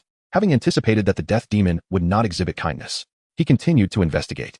Mechanical Spider Claw Blueprint, a mechanized automatic device worn on the back, capable of cutting, rotating, and defending, classified as an epic-level item, occupying the cloak equipment slot. Anti-Gravity Technology Blueprint, an advanced technical blueprint, qualitatively different from conventional books and blueprints. Upon learning it, the user comprehends the principles of anti-gravity technology, eliminating the need to acquire blueprints for crafting and allowing them to independently create various basic anti-gravity equipment, weapons, and items. Learning cost. All attribute fragments x 3000. Upon glimpsing the final anti-gravity blueprint, a surge of exhilaration coursed through Jiang Zhe. The once placid sea of his emotions was stirred by a small pebble, creating faint ripples. He resolved to learn all of it. Blueprints and tomes transformed into data. Flashing into the mind's eye, a myriad of anti-gravity manufacturing techniques were comprehended. Concurrently, he learned that only upon mastering a specific technical blueprint could subsequent openings yield relevant resources, such as anti-gravity technology. The resource, negative energy particles, which were, in fact, the cornerstone of anti-gravity technology. World announcement. Congratulations to Plaza Master 000001, Jiang Zhe, for successfully acquiring the advanced special blueprint for anti-gravity technology. May he traverse further along the path of anti-gravity. The world channel erupted in fervor. Curse it. It is him again. A world announcement for a technical blueprint, a first encounter. What can be accomplished with mastery of anti-gravity technology? The applications are manifold. The legendary unidentified flying objects utilize anti-gravity technology for their engines. Anti-gravity engines, anti-gravity weapons, and a variety of gadgets abound. The whispers of Area 51 collaborating with extraterrestrial beings come to mind. Jiang Zhe, being the first to obtain the anti-gravity technology blueprint, raises the question, will no one else ever acquire the same blueprint? Is he destined to monopolize the market? This remains uncertain and open to speculation. Players emerge to engage in discussion, ultimately concluding that the advent of anti-gravity technology could benefit players even in a four-dimensional realm. Of course, apart from merchants, who were immediately envious. The emergence of the first technical blueprint means that merchants and others will forever lag behind Jiang Zhe. The profit margins available to them pale in comparison to what Jiang Zhe stands to gain. Messages flooded in. Su Cheng, congratulations to the boss for acquiring the anti-gravity technology blueprint. Jiang Yi, congratulations, boss. Song Ying, congratulations, boss. Wei Chong, friends, guild members, and numerous unfamiliar players came forth to extend their congratulations. Apart from friends and guild members, the rest generally bore the identity of agents, seeking to curry favor with Jiang Zhe to obtain first-hand resources and profit from the price differences. Thank you all. I will craft excellent items and sell them to you first. Jiang Zhe expressed his gratitude before closing the interface. As for the other merchants wishing to profit from price differences, he certainly would not indulge them. Currently, Jiang Zhe does not find resources to be particularly scarce. Even if he desired resources, he could either purchase them or obtain them from treasure chests. He examined the materials required for crafting mechanical claws, for strength shards, 10 ordinary alloys, 10 bearing connector devices, among other common materials. A batch of mechanical spider claws could indeed be produced. Presently, the market for epic equipment and items remains in a state of scarcity, and it would take at least another month for full proliferation. Next, Jiang Zhe reviewed the anti-gravity technology interface. Acquired technology, anti-gravity core technology. Core materials, 20 negative energy particles. Craftable items, Jiang Zhe's anti-gravity floating chair, Jiang Zhe's anti-gravity combat boots, Jiang Zhe's anti-gravity gloves, Jiang Zhe's anti-gravity pistol. Non-craftable, anti-gravity particle wings, anti-gravity engine, anti-gravity particle cannon, and so forth. The current craftable items do not fall under the category of major specials. If one were to classify them, they could only be deemed as perfect-grade minor special items. The materials required for each unique creation are not particularly expensive, merely 2 clusters of gray negative energy particles. The remainder consists of standard materials deemed perfect for crafting. Jiang Zhe was the first to utilize the mechanical claws, crafting 30 units, depleting all of his epic shards in the process. He then swiftly made his way to the manufacturing interface, perusing the options available. He resolved to create an anti-gravity floating chair, accompanied by an anti-gravity handgun. Both items necessitated the use of X-type special alloy, of which he had a sufficient stock. After placing the materials, the crafting was successful. A sci-fi chair, standing approximately 1.5 meters tall, floated a meter above the ground, shimmering in silver. The anti-gravity handgun, also in a silver automatic pistol design, featured an energy output device button on its left side, intended for adjusting the degree of bullet levitation. Meanwhile, the analysis indicated that it possessed no lethal capabilities. Both items served merely as auxiliary tools, akin to the floating chair, without enhancing combat prowess. Eager to witness their effects, Jiang Zhe, feeling quite intrigued, teleported back to the first-floor living room. The 2 little ones were having their meal. Whoosh! A gray energy bullet struck Xiao Pai, set to the lowest power. As Xiao Pai hastily rummaged through his food, he suddenly felt weightless, floating upwards. "Hey, why am I flying?" he exclaimed, holding his bowl and watching the steak drift further away. Sonic, astonished for a moment, quickly turned his gaze toward Jiang Zhe, noticing the silver handgun in his hand. "Is that anti-gravity? Boss, have you acquired a new handgun?" Xiao Su's eyes widened. In their world, anti-gravity technology was indeed rare. "Of course. Would you like to experience it?" Jiang Zhe aimed the gun at Xiao Su. "Yes." Whoosh! Another gray-white bullet shot forth. "Yay, I'm flying." Xiao Su gradually floated to the ceiling, unable to contain his joy. Looking up, they resembled 2 floating hydrogen balloons, curiously gliding along the ceiling, hand in hand, joyfully swimming through the air. Jiang Zhe was not idle either. He seated himself in the anti-gravity floating chair. The coolness enveloped his back and arms. The silver armrests on either side were complemented by a black strap that extended from his abdomen, designed to secure his form. Quite splendid. The comfort was akin to that of a luxurious leather seat, with an added tactile sensation. Jiang Zhe pressed the left side levitation button, and the chair began to ascend slowly. Upon reaching 5 meters high, nearing the ceiling, he pressed the right side button, halting the ascent and stabilizing the chair in that position. At the thumb of the right side, there was a circular device for directional adjustment. After a quarter of an hour of experimentation, he felt he had mastered both new items. Checking his inventory, he found he still had 16 negative energy particles remaining. Jiang Zhe was uncertain about the ease of acquiring more negative energy particles. Ultimately, he decided to craft only 2 chairs and 2 handguns, sufficient to be sold to 4 individuals. He opened a small group chat and sent a message. "I have 4 auxiliary items available, but the stock is limited. Each person is permitted to purchase only 1 item. And this applies to everyone in the small group." Chapter 305. Rave Reviews, Spreading Death, Shocking the World, Death Crystal. The items are as follows. 1. 2 anti-gravity floating chairs, suitable for aerial reconnaissance, escape, and various other purposes. 2. 2 anti-gravity pistols, which inflict no physical harm, but can render oversized enemies incapable of floating. This is the most rudimentary effect I can currently create, with the potential for more advanced effects to come. Familiar faces can receive discounts. However, I require inlaid materials, 100 inlaid materials per item, which everyone can gather from any location. Jiang Zhe transmitted all the information. The small group, which had just been discussing anti-gravity technology, buzzed with excitement once more. "Su Cheng, Boss Jiang, this weapon even starts with your name? I want one. I'll collect the materials for an anti-gravity chair right away." "Song Ying, this item is simply perfect. I'd like to reserve an anti-gravity pistol. I'm currently gathering materials." "Wei Chong, Fong, Wan, as the first members of the guild, I'll yield my spot to you. I'll purchase later." "Fong Yuling, thank you." "Wei Ge, if you need it, just ask me directly." "President, I want an anti-gravity chair." "Wan Han, thank you Wei Ge." "Robert, as a foreigner, has yet to join our core team." "Wei Chong, no need for that. This brief exchange made Jiang Zhe realize a crucial point. He had indeed chosen the right individuals. Could Jiang Zhe show favoritism? That was clearly impossible. Robert was also a member of the guild and deserved to enjoy the current benefits, although materials were scarce. Jiang Zhe granted the small group a few minutes to prepare. The members collected materials with remarkable speed. In under 3 minutes, all 4 special items were successfully traded. System notification, Radiant Stardust 100. System notification, Moonlight Gem 100. System notification, Starlight Gem 100. System notification, Endless Yellow Sand 100. After a moment, the small group sent back video feedback. Su Chang immediately opened the door and encountered a humanoid creature on the ground. He sat in the anti-gravity chair and soared into the wind. Experiencing the sensation of flight for the first time, he couldn't help but scream with exhilaration. In midair, he drew out the specialized spirit gun and unleashed a barrage at the creature. Unable to fly, the creature could only flee, but within 2 minutes, it lay dead. So exhilarating. Absolutely thrilling. Su Chang couldn't restrain his exuberance. Next was Song Ying's turn with the anti-gravity pistol. She hadn't even eaten. Immediately opening the door to confront a medium-sized spider, she raised her gun and fired. The spider instantly floated into the air, suspended 5 meters high, motionless. Song Ying then pulled out her epic electromagnetic gun and unleashed a relentless barrage at the spider. The creature flipped and struggled wildly, but moments later, it exploded into a gory demise. Haha, Boss Jiang, this is fantastic. Simply perfect. So wonderful. Song Ying couldn't contain her laughter, overwhelmed with joy.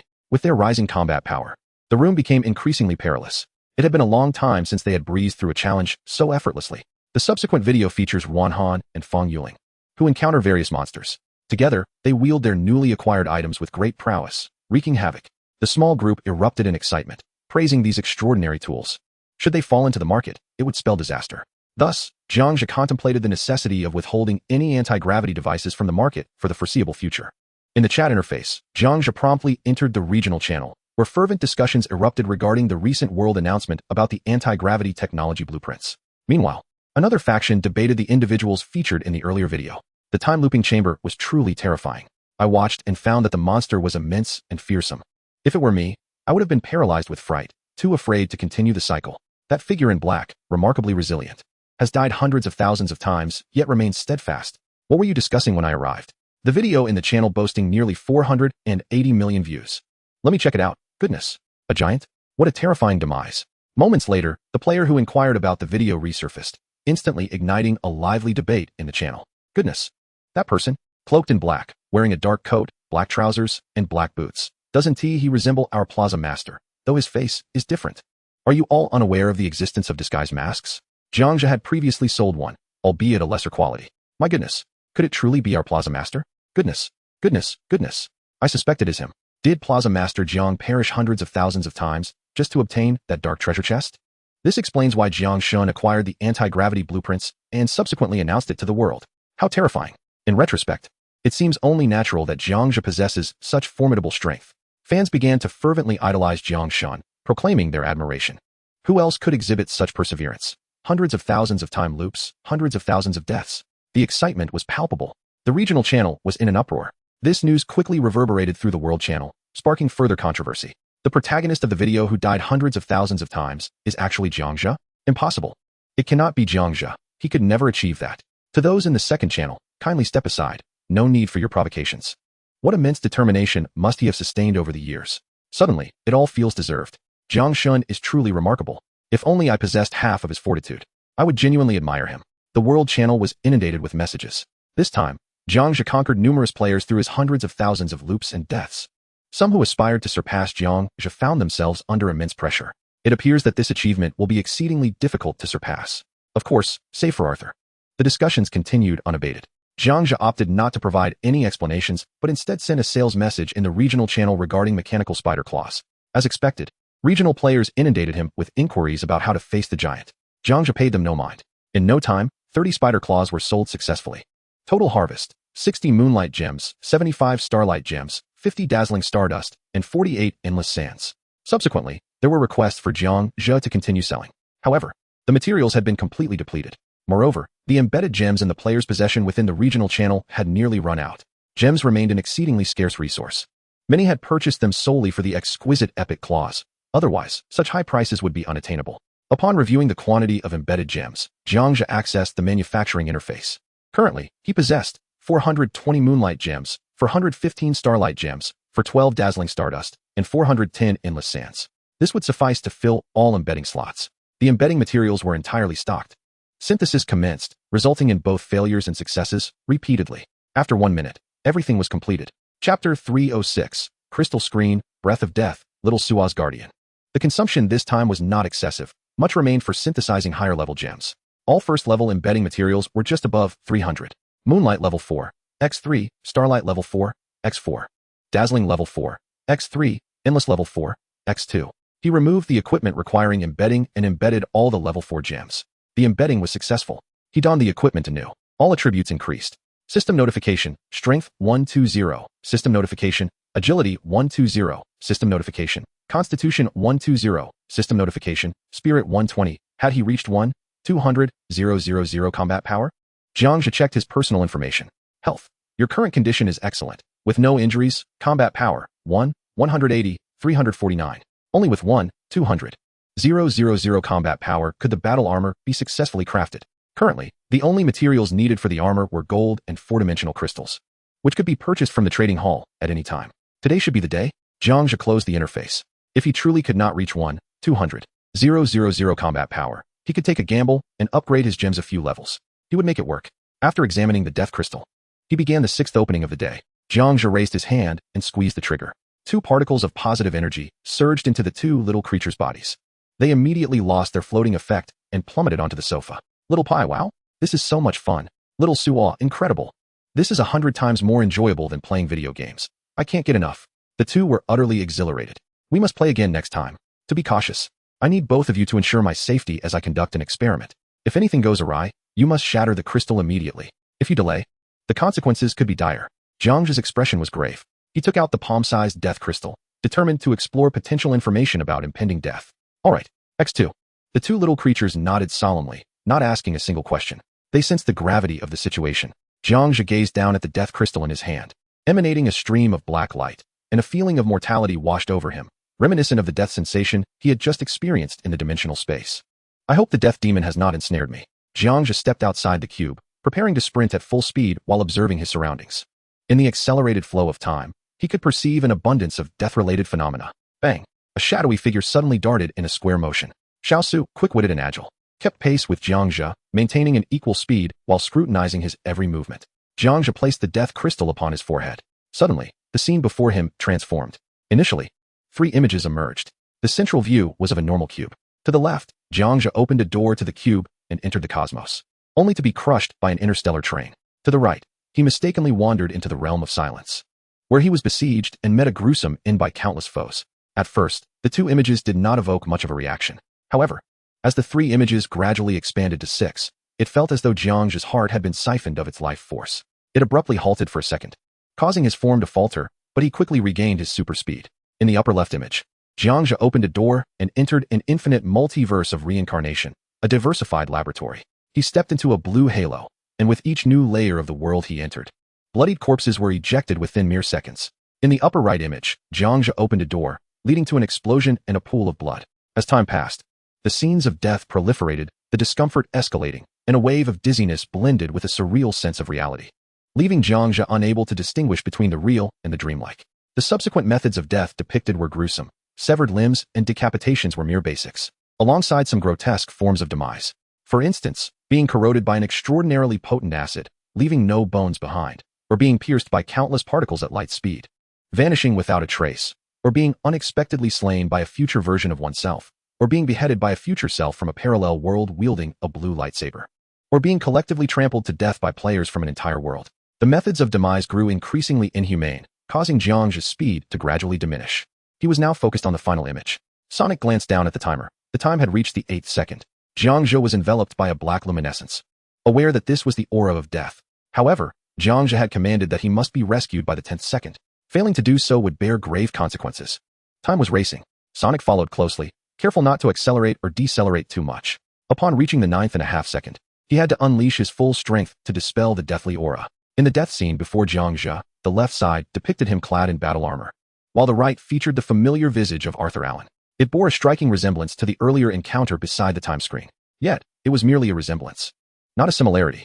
The previous scene beside the time screen showcased the most formidable future version of Jiang Zhe confronting Arthur Allen in a desperate battle. Suddenly, the image shifted.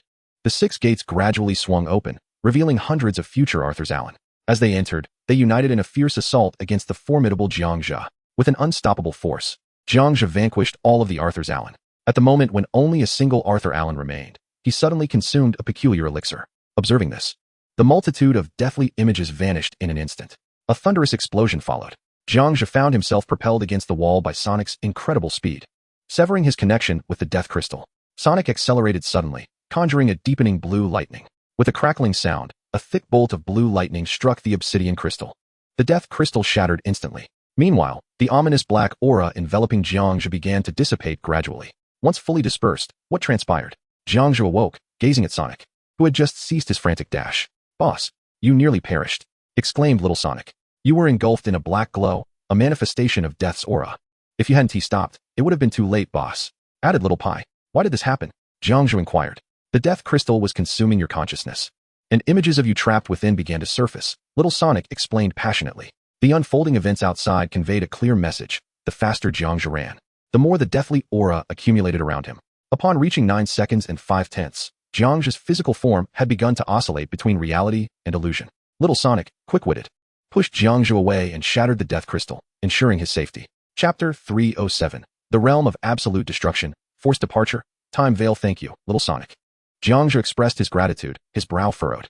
The most peculiar aspect of the entire death sequence was the final image. The last scene depicted Jiang Zhe's desperate struggle against future Arthur Allen, reminiscent of his initial encounter with the Time Veil. During that first occurrence, he had merely glimpsed Arthur Allen consuming the special potion before the vision faded. However, in the recent vision, the six gates erupted with over 500 Arthurs Allen surrounding Jiang Zhe. He was still wreaking havoc until the last Arthur Allen drank the potion. Had the future been altered? No, absolutely not. Jiang Zhe gradually grasped the situation. After all, this was the Death Crystal, reflecting the images. It was evident that the scenes from the Time Veil were incomplete. At least during that deadly confrontation, he might have faced death or been on the brink of it, thus appearing within the Death Crystal's visions. As these thoughts swirled in his mind, Jiang Zhe felt a dense fog of confusion envelop him. Recalling the librarian's earlier words, this situation seemed to present a paradox. If one had already perished, how could they safely ascend to the fourth dimension? There appeared to be a deeper mystery at play. Jiang Zhe rose, abandoning his contemplation. What if the images projected by the Death Crystal were not the sole outcome of this reality? At least, this was Jiang Zhe's current belief. The sixth door opened today. Jiang Zhe retracted the cube and stepped into the center, where 6 figures surged forth. Opening the front door, within the core of the star, one would be instantaneously crushed into a pool of blood by immense pressure. Just as he completed his initial prediction of the scene, an ominous thought struck him. Would he meet his demise? Jiang Zhe's brow furrowed in concern. Why had the room suddenly become so perilous? He refused to succumb to despair and continued to predict the rooms in other directions. Opening the back door, the room of light speed, filled with numerous lethal particles, housing a supreme treasure chest. Entry would be fatal. His second prediction left Jiang Zhe utterly astonished. The scene mirrored that of certain death. His heart raced uncontrollably. 2 rooms of inevitable demise. His luck seemed to have run dry, influenced by the Death Crystal. Jiang Zhe proceeded to examine the remaining 4 scenes. Was this truly the case? Opening the left door, a parallel world where a figure clad in a black trench coat is traversing dimensions to hunt him, absorbing his unique abilities. Opening the right door, a chaotic timeline, where a future version of himself, disguised as a clown, prepares to kill him. Opening the upper door, an infinite multiverse reincarnation laboratory. Upon entry, one would endure an endless cycle of reincarnation scenes until escape. Opening the lower door, a transfer station in a parallel world, teeming with players from various dimensions, tracking the murderous clown version of Jiang Zhe. After surveying the 4 rooms, he realized they all spelled certain death. Jiang Zhe's previously unshakable calm began to falter. Whether this was good or bad, he could now once again experience a range of emotions: joy, anger, sorrow, and happiness. In the left room, a future version of Jiang Zhe from a new parallel world, boasting over 5 million combat power, with abilities predominantly derived from others. In the right room, a version of Jiang Zhe draped in a blood-red cloak, his face smeared with a white substance, identical to the Joker from the DC Comics. He wielded a blue lightsaber, poised to predict his surroundings. The combat power displayed was a staggering 13 million. The upper room indeed reflected a multiverse laboratory as projected by the Death Crystal. The lower room, this cube was boundless, filled with heads bobbing and voices raised in a fervent chant. Kill the murderous Jiang Zhe. Jiang Zhe swiftly conducted a prediction. Inside, the ordinary players had combat powers ranging from a minimum of 1,500,000 to a maximum exceeding 9 million. Among them were several familiar figures: Su Cheng, Arthur, Adam, and Wei Chang from the chaotic timeline. Having concluded his predictions, Jiang Zhe hesitated not for a moment. He promptly retrieved his positioning device and filtered for the temporal light curtain room. Activating it, the cube surged forward. Had Jiang Zhe been even a moment slower, he would have encountered either the murderous fiend or the black-cloaked version of himself. Regardless of which he met, this world's Jiang Zhe would undoubtedly face death. The imagery within the death crystal perfectly encapsulated his grim fate. The cube gradually came to a halt. This cube possessed but a single front door. Without a doubt, it is the chamber leading to the temporal veil. Jiang Zhe stepped forward to open the door, arriving at the room of the time veil. No one was present, nor was there any material in sight. I have 3 more opportunities to open the door. It seems that I shall linger in the timeline of the past for a day. Jiang Zhe exhaled a heavy breath. For now, I am finally safe. Unbeknownst to him, had he not utilized the death crystal, none of this would have transpired. For instance, the chamber of certain death would not exist at all. Everything was merely a consequence of the death demon's words wishing for Jiang Zhe's swift demise, uttered just before he crossed the threshold of the dark energy gate. Nothing more. However, the final vision did indeed depict the future Jiang Zhe fighting valiantly against Arthur, culminating in Arthur consuming a special potion. This singular image was deeply etched in Jiang Zhe's mind. To which time should I travel? Jiang Zhe surveyed the entirety of the time veil's images. This time, there was little revelation regarding future events. Almost all depicted the futures of other players, none of whom he could name. Thus, he quietly awaited the refreshing of the time veil's timestamp. After consuming an unknown number of bottles of cola, suddenly, an image reflected before Jiang Zhe's eyes. This is the past I am to traverse. The Snowy Mountain. Chapter 308. Returning to the past. The ice cavern of the Snowy Mountain. Insufficient resources. Jiang Zhe pinpointed a moment in time, precisely the snowy landscape of the past. He stepped forward, penetrating the veil. A flash of white light enveloped him, and upon reappearing, he found himself at the other end of the time veil. Here, there was but one front door. Jiang Zhe made a prediction. Forward open. A frozen mountain range at -50 degrees. Atop a 100-meter high peak lies an ice cavern containing a special treasure. Danger is negligible for you at present. Prediction concluded. It was vividly clear. This was the scene from his first entrance into the ice cavern of the Snowy Mountain. Jiang Zhe closed his eyes, retrieving memories of his initial venture into the icy summit. It had been early morning when he awoke, having just crafted a flamethrower. The first door he opened led directly into the Snowy Mountain. At that time, the predictive feedback was backward open, a frozen mountain range at -50 degrees. Atop a 100-meter high peak lies an ice cavern. Considerable danger resides within. To my past self, the magnetic life forms within the cavern were not particularly threatening. Thus, only one possibility remained. Jiang Zhe's eyes shone with determination as he murmured, there must be other monsters within. For the current predictive feedback posed no threat. Therefore, Jiang Zhe refrained from further predictions. Accompanied by Xiao Suo and Xiao Pai, he stepped forward. Upon entering, a vast expanse of white surrounded him, with snowflakes swirling about. The biting cold wind was insignificant. 1,000 meters away stood a towering ice mountain. Where's this? Xiao Suo inquired curiously. In the past, it was the place where I first obtained the lightsaber blueprint. Only Xiao Pai remembers this room. Jiang Zhe advanced. Wow, have we returned here again? I almost froze to death last time. Xiao Pai excitedly surveyed his surroundings. Though the scenery was familiar, it was evidently not the same path. Jiang Zhe activated his teleportation. In a flash of white light, he appeared atop a towering iceberg. Simultaneously, from a distant portal 1,000 meters away, originating from the snow-capped mountains, emerged a figure clad in a black trench coat. Jiang Zhe gazed into the distance, recognizing himself from the first entry, curiously observing his surroundings. Suddenly, the figure quickened his pace, breaking into a run. This was troubling. Time was short, and he needed to explore the ice cavern before Jiang Zhe's arrival. With a focused thought, Jiang Zhe recalled the images of the ice cavern from his memory. A flash of white light signaled the activation of his teleportation once more, transporting him into the cavern. The ice cavern was an unremarkable cubic structure. Before him stood a door of unique texture. This door was identical to the one he had previously opened with his superior, eliciting an excited clap from Xiao Pai. Xiao Su lamented, what a pity. I was elsewhere playing video games before. Jiang Zhe offered a slight smile as he produced a crystal key and inserted it into the slot. The door creaked open, granting them entry. Upon raising his gaze, the white sunlight streaming from the heavens cast a different beauty upon the blue ground. Deep blue ice formations crisscrossed on either side, while overhead, large transparent ice sculptures complemented the sinuous, shimmering blue ice sand. It was evident that this was markedly different from his first entrance. For scattered across the ground were various colored resources, which had been entirely absent during his initial visit. Moreover, there was no sign of the blue high-energy particle clouds 100 meters away, nor the previously encountered white treasure chest. Even the unmelted ice that had concealed the treasure chest was nowhere to be found. Only a natural strong magnetic field remained, behind which thrived a cluster of life forms. This was perplexing. If there was no unmelted ice, then from where had the unmelted ice in my backpack originated? Jiang Zhe pondered momentarily. What is unmelted ice? Xiao Su inquired curiously from his left shoulder. It is a type of icy substance that covered the treasure chest during my first visit to this timeline. If unmelted ice is absent, then this timeline is either incorrect or has been preempted by someone. Jiang Zhe analyzed and explained. Do not fret. Timelines are complementary. If it is not present here, it must exist elsewhere. If it is absent from all other locations, it indicates this timeline is indeed different.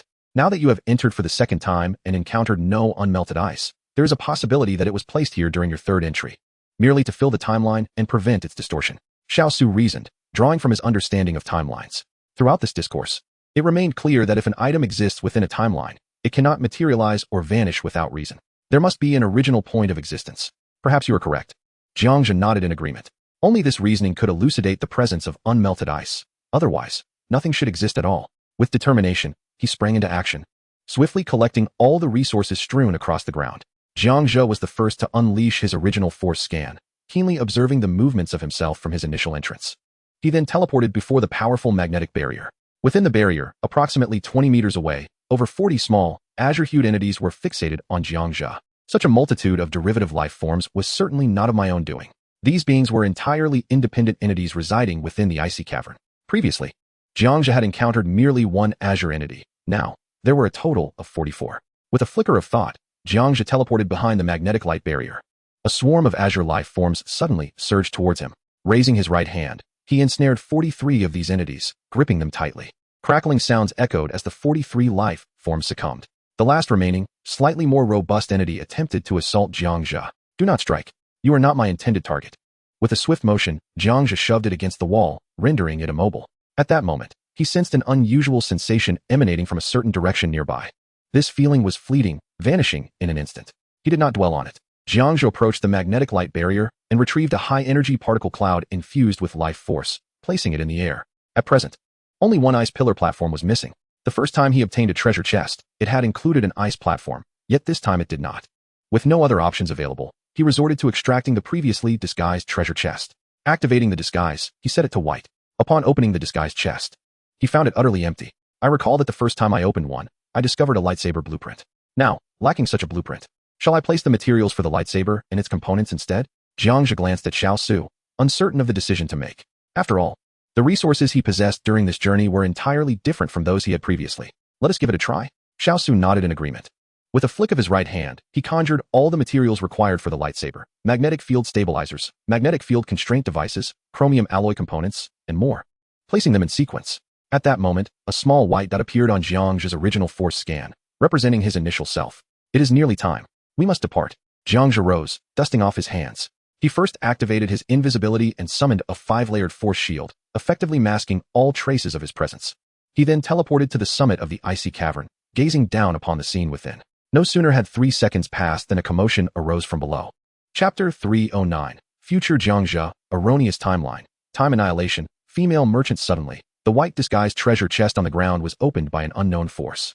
A golden blueprint appeared from nowhere, gently placed inside. Immediately after, the previously empty ground was encased in an unmelting ice pillar, safeguarding the white chest. Shoo, did you see that? Atop the icy abyss, Jiang Zhe squinted as he observed the scene below. Little Pai, I see it. How terrifying. How did the white treasure chest get opened? Little Suo, no need to worry. It seems Sonic's words were not yet finished. Just then, the scene below shifted once more. A shadowy figure suddenly materialized. He gazed upward toward the ice summit, locking eyes with the concealed Jiang Zhe. With a slight gesture, he spoke.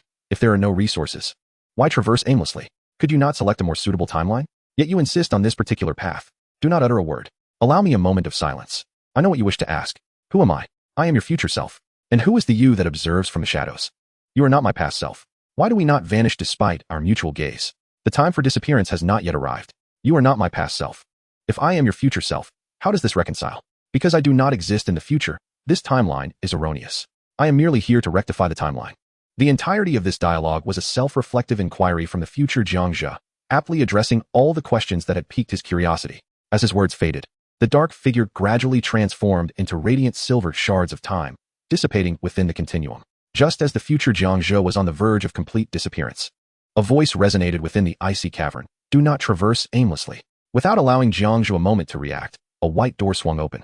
From within emerged a version of Jiang Zhe clad in a black trench coat, with the smaller figure of Little Pai perched on his shoulder, vigilantly surveying the surroundings. Observing this, Jiang Zhe felt a wave of relief wash over him, allowing him to depart the icy cavern. Regarding the bewildering events that just transpired, "Do you have anything to say?" Jiang Zhe inquired of Little Pai. "I have no idea what just happened." Little Zhe turned to Sonic.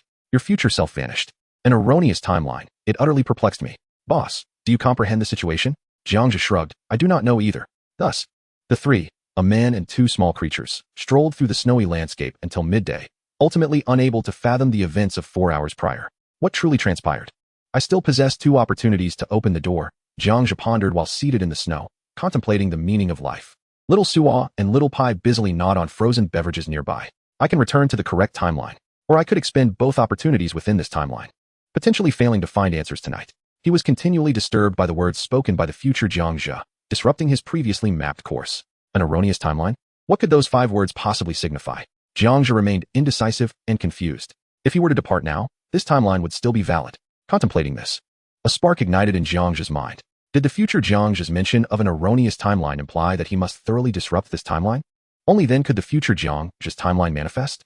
Thus, was the erroneous future Jiang Zhe a consequence of this? It seemed that way. This was the timeline. To disrupt the timeline, to err completely. Jiang Zhe gradually grasped the essence of the vanished future Jiang Zhe's words. Currently, he merely needed to exhaust the remaining 2 opportunities to open the door. As night descends, the timeline shall be irrevocably shattered. Jiang Zhe rises, accompanied by Xiao Pai and Xiao Su, soaring into the frigid air.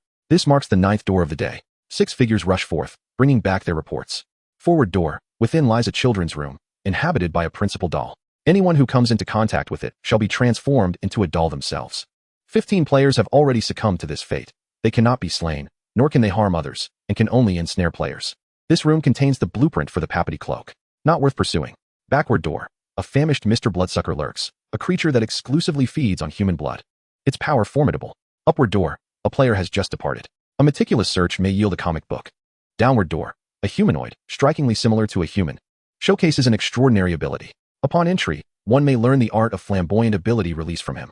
Left door. A solitary silver treasure chest resides, devoid of peril. Right door. One may encounter a passing merchant. Entering allows for a trading opportunity. In the subsequent room, an alien entity, humanoid in form, adorned with sharp fangs and brown wings, bears a resemblance to a vampire. The upper room, not under consideration. The lower room, a towering humanoid, standing at nearly 2 meters, with long white hair and a brown flat-brimmed cowboy hat, demonstrates skills outside a private cube. A figure observes for a moment. The individual supports themselves on the ground, body inverted, executing a splendid 720-degree spin. As their toes touch the ground, 2 streams of orange-yellow flames erupt towards the wall, completing a movement. Suddenly, a pillar of fire springs from the ground, propelling the inverted white-haired figure 5 meters into the air. Then, in mid-air, the white-haired individual performs another 720-degree rotation. Wider flames spiral outward, rushing towards the walls, culminating in a graceful landing. How fascinating. Truly a display of skill. The figure continues to watch. The white-haired person finds a corner and dashes diagonally. During their sprint, they unexpectedly slide to the ground, tracing a straight line of fire along the surface. Crackling sounds ensue. The corner's wooden stakes are shattered as they rise, exuding an effortless charm. Jiang Zhe, intrigued, observes for 2 more minutes. Just as the performance nears its conclusion, the white-haired individual stamps their right foot, sending 4 wooden stakes flying. Finally, they execute a dazzling firestorm in midair, with burning wood shavings cascading around. This fellow is quite impressive. Far more stylish than my own displays. It seems I can save an opportunity to open a door. This counts as a lesson learned. Jiang Zhe concludes his observation, having committed the recent scenes to memory, ready to recall them at will. As for the damage inflicted, he remains unconcerned. Only style is a lifelong pursuit. Jiang Zhe, accompanied by Xiao Su and Xiao Pai, concentrates his thoughts and teleports to the right side, entering through the door. The environment shifts before him. This is a room composed of grayish-yellow rocks, the ground uneven, with rocks of varying heights. Jiang Zhe perceives a figure 100 meters away. A flamboyantly adorned merchant, seemingly a woman, was barbecuing on the rocks. "Beautiful lady, shall we trade?" Jiang Zhe called out. The female merchant took notice of him. "An epic deal, a splendid evening," came a bold voice from her direction. She turned, sitting on the ground to face Jiang Zhe. In her right hand, she held a steaming black pepper steak, and in her left, a bowl of dark, murky soup. Her face was heart-shaped, her skin fair and delicate, and her voice strikingly incongruous with her appearance. "An epic deal for a bowl of soup? Too expensive." "No. Beautiful lady, do you trade other goods?" Jiang Zhe shouted, mistakenly assuming she was offering a single bowl of the dark soup, unaware of the true nature of her trade. The merchant with the heart-shaped face paused for a moment, then smiled sheepishly. "Then come closer." Jiang Zhe's thoughts shifted. He instantly teleported to the high rock. The merchant's pupils contracted in surprise, and she remarked appreciatively, instant teleportation. I have high hopes for you. This merchant's demeanor was refreshingly carefree, a stark contrast to the previous male merchant, making it easier for strangers to engage in trade. Earlier, he had scanned her with a parsing chip and noted her impressive combat prowess. 1, 541, 410. Quite formidable for this timeline. Indeed, a seasoned merchant, Jiang Zhe mused. I wish to strike a deal with you. Present the valuable items you possess so I may appraise them. I have everything you desire. The merchant responded with confidence. Just a moment. Jiang Zhe's eyes brightened with no hint of doubt. He entered his warehouse to search. Black Wolf King Bone X5. Black Wolf King Claw X5. He had possessed these items for quite some time without utilizing them. And he had no intention of doing so now. He then opened the crafting interface, first creating an anti-gravity chair, deducting 2 units of negative energy particles. And using the epic fragment of jade he had found in the ice caverns of the snowy mountains, he crafted a mechanical spider claw next. Moreover, Jiang Zhe sensed that this merchant might have an interest in a battle-made outfit. He proceeded to the maid interface. Although the outfit was not epic, it was a piece of exquisite-level fashionable gear. He placed the materials and successfully crafted it. It was a black and white jumpsuit, perfectly suited for a slender female merchant. It possessed a special effect, battle will. Once engaged in combat, the wearer would not cease their assault unless met with death. Jiang Zhe flicked his right hand, and the 3 magnificent items materialized in the air. Dazzling, vibrant, and splendid, they instantly captivated the attention of the female merchant. She stepped forward, as if entranced, gently caressing the 3 items. I have high hopes for you. A perfect anti-gravity floating chair, an exceptional combat suit, and an epic mechanical spider claw. How did you know I have an affinity for such novel equipment? The female merchant exclaimed in astonishment, as these items perfectly aligned with her imagination. Perhaps it is my attention to detail. Jiang Zhe shrugged slightly, a subtle indication of his deceit. In truth, he had meticulously selected these 3 items, combining the feminine penchant for novelty, a love for slumber, and an affinity for combat. May I test the perfect anti-gravity floating chair? The merchant inquired cautiously. Absolutely not. Jiang Zhe retorted, swiftly stowing the chair away. He feared that once the merchant experienced its novelty, her interest would wane, making it difficult to sell. Wait a moment. I am the buyer. If you do not allow me a trial, you must reconsider your tactics. The merchant was taken aback. You may observe me as I sit, and I will explain the chair's functions, Jiang Zhe cleverly proposed. He instantly teleported to the floating chair and settled into it. Good heavens. How do you conduct business, young man? The merchant shot him a disapproving glance, exasperated. Very well, I shall simply watch you. Jiang Zhe, unfazed by her calling him a child, proceeded to introduce the floating chair. Observe, the belt around my waist secures me to prevent any falls. The left armrest is for ascending, watch closely. He pressed the left button. With a hum, the chair elevated 5 meters into the air, causing the merchant's eyes to widen in amazement. The right armrest is for descending, he continued, pressing the right button. The chair gradually descended to 1 meter above the ground. But wait, there's more. It also has a mobility function. Jiang Zhe grinned sheepishly, gesturing to the round button on his right hand. Once I activate this device, I can float through the skies, leisurely enjoying the scenery, and even gain an advantage in reconnaissance during battles. Alas, such a magnificent item is a rarity, enjoyed only by the elite. My goodness, how delightful. The merchant bit her lip, unable to contain her excitement. Quickly, quickly. My dear brother, I must have one of those floating chairs. Jiang Zhe raised his left index finger and waved it dismissively. 300 for the embedded materials, fixed price. Upon hearing the term embedded materials, the merchant paused, a hint of suspicion in her eyes. Wait, this is indeed a fine item. But how do you know about materials that have yet to be released? Embedded materials, in this time frame, had not yet become available, and it would take at least another 10 days before they did. The merchant, intrigued, pressed for answers. Just like you. Jiang Zhe replied candidly, harboring no intentions of deception. Concealing information would only denote insincerity in the transaction. No wonder you want everything. The wolf claws and wolf tooth materials can be exchanged for 50 shards of epic properties. The merchant nodded with a smile. Just be sure not to engage in any foolish actions that could disrupt the timeline. With a swift motion, she produced 999 embedded materials and handed them to Jiang Zhe. I shall not, he replied, accepting the materials into his embrace, grateful for the transaction. System notification, Epic Shard of Jade 50. System notification, Dazzling Stardust 333. System notification, Moonlight Gem 333. System notification, Endless Yellow Sand 333. System notification, Starlight Gem 333. Why not 1,000 pieces?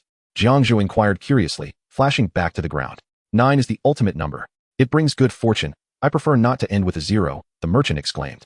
Eagerly accepting the remaining 2 supplies, she settled into her floating chair, familiarizing herself with the controls. Jiang Zhe understood.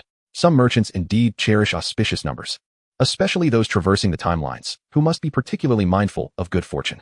The consequences of disrupting a timeline are entirely unknown. By the way, do you know about the United Launcher? Jiang Zhe ascended slowly, aligning himself with the floating merchant. Wow, you can fly too? The merchant expressed her astonishment for a moment. It is precisely because I cannot fly that I urgently need a flying device.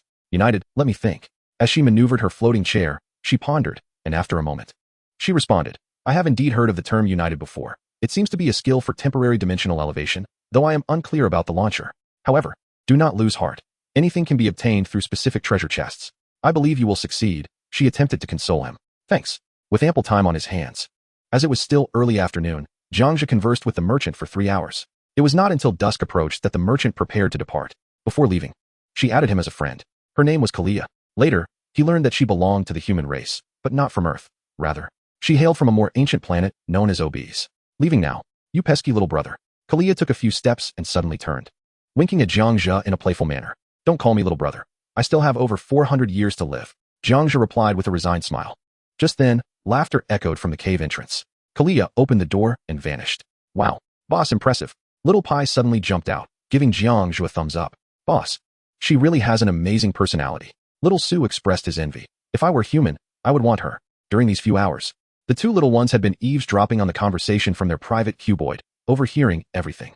I am here to survive, not to pursue romance. Jiang Zhe glanced down at them. Then why did you add her as a friend? Exactly. Two voices of disbelief and disdain echoed. It doesn't matter. This is the last door opening for the day. Jiang Zhe stood tall, slowly ascending. The author has something to say. Chapter 311, Replicating Cells, Level 5 Gems. Preparing for collapse. The final door opening yielded no favorable rooms. He encountered a replicant attempting to duplicate Jiang Zhe to replace him in the challenges. Unfortunately, Jiang Zhe eliminated it with a single piercing gaze. Acquiring 100 grams of replication cells, intended for the duplication of living organisms, had previously found little practical application, resulting in their temporary storage within a warehouse. A silver treasure chest was obtained, which yielded a fragment of Omega and a crystal, with nothing else to accompany these items. Having completed all tasks, the clock struck 6:30 in this timeline. Jiang Zhe summoned his personal cube. Mr. Blue had prepared a sumptuous meal, featuring an array of meat dishes, including an exquisitely roasted golden chicken. The two little ones were already impatient, eagerly awaiting Jiang Zhe's signal to commence dining. You two go ahead. Just save me 2 drumsticks. You can devour the rest, Jiang Zhe instructed. We love you, boss. They chorused. With these words, a shimmering mirage appeared on the table. Jiang Zhe, smiling, instantly teleported to the 3rd-floor swimming pool. Sitting beside the pool, he removed his shoes and let his legs soak in the refreshing water. He promptly accessed the current world channel to assess the state of affairs. Earlier, Jiang Zhe had sold a perfect top hat, which had been snatched up instantaneously. It was rumored to withstand a single fatal blow. The envy was palpable. Did such extraordinary equipment truly exist in this world? Who wouldn't desire to purchase it? I wish I could, but there's no place to buy it. Is it for real? Can it really block a lethal strike? Indeed. Check the trading hall records for yourselves. Is there more? You arrived a moment too late. However, you can still buy the oxygen device he has for sale, which allows exploration in oxygen-deprived rooms. Thanks. Good old bear. The players of the world engaged in fervent discussion. Such an item capable of completely negating one fatal headshot was typically subject to frenzied demand. Jiang Zhe narrowed his eyes. It must have been during a previous acquisition of exceptional equipment that he had exchanged the perfect hat and earrings. Wrong time, wrong timeline. A distorted timeline, Jiang Zhe murmured. Suddenly, a spark of inspiration illuminated his mind, akin to a golden light bulb flickering above his head. He promptly made his way to the trading hall for this timeline, casually purchasing a basic resource. System notification, Iron Block X10, available for purchase. He mused. But can I sell it? With a sense of curiosity, Jiang Zhe navigated to the selling list. He edited the information, randomly inputting 10 iron blocks and setting the resources as he pleased. System notification, listing successful, task completed. Jiang Zhe felt a surge of excitement, instantly conceiving an excellent plan for the distorted timeline. As for whether he could answer questions during the late evening of this timeline, he was indeed quite curious. He would have to wait until midnight for the truth to reveal itself. First, he would synthesize inlaid gems. The materials should allow him to enhance his combat power to 120,000, he estimated. He opened his warehouse for inspection. Moonlight Gem X735, Starlight Gem X754, Dazzling Stardust X755, Endless Yellow Sand X742. Currently, his equipment featured 85 slots, and the newly acquired Doctor's Mysterious Earring, a special item, had yet to be opened. Jiang Zhe retrieved a laser pen, removed the earring, and began to make openings. 4 additional slots were created. Following this, he removed all special items. In addition, the exhausted energy from the 4-level gem shells was successively extracted.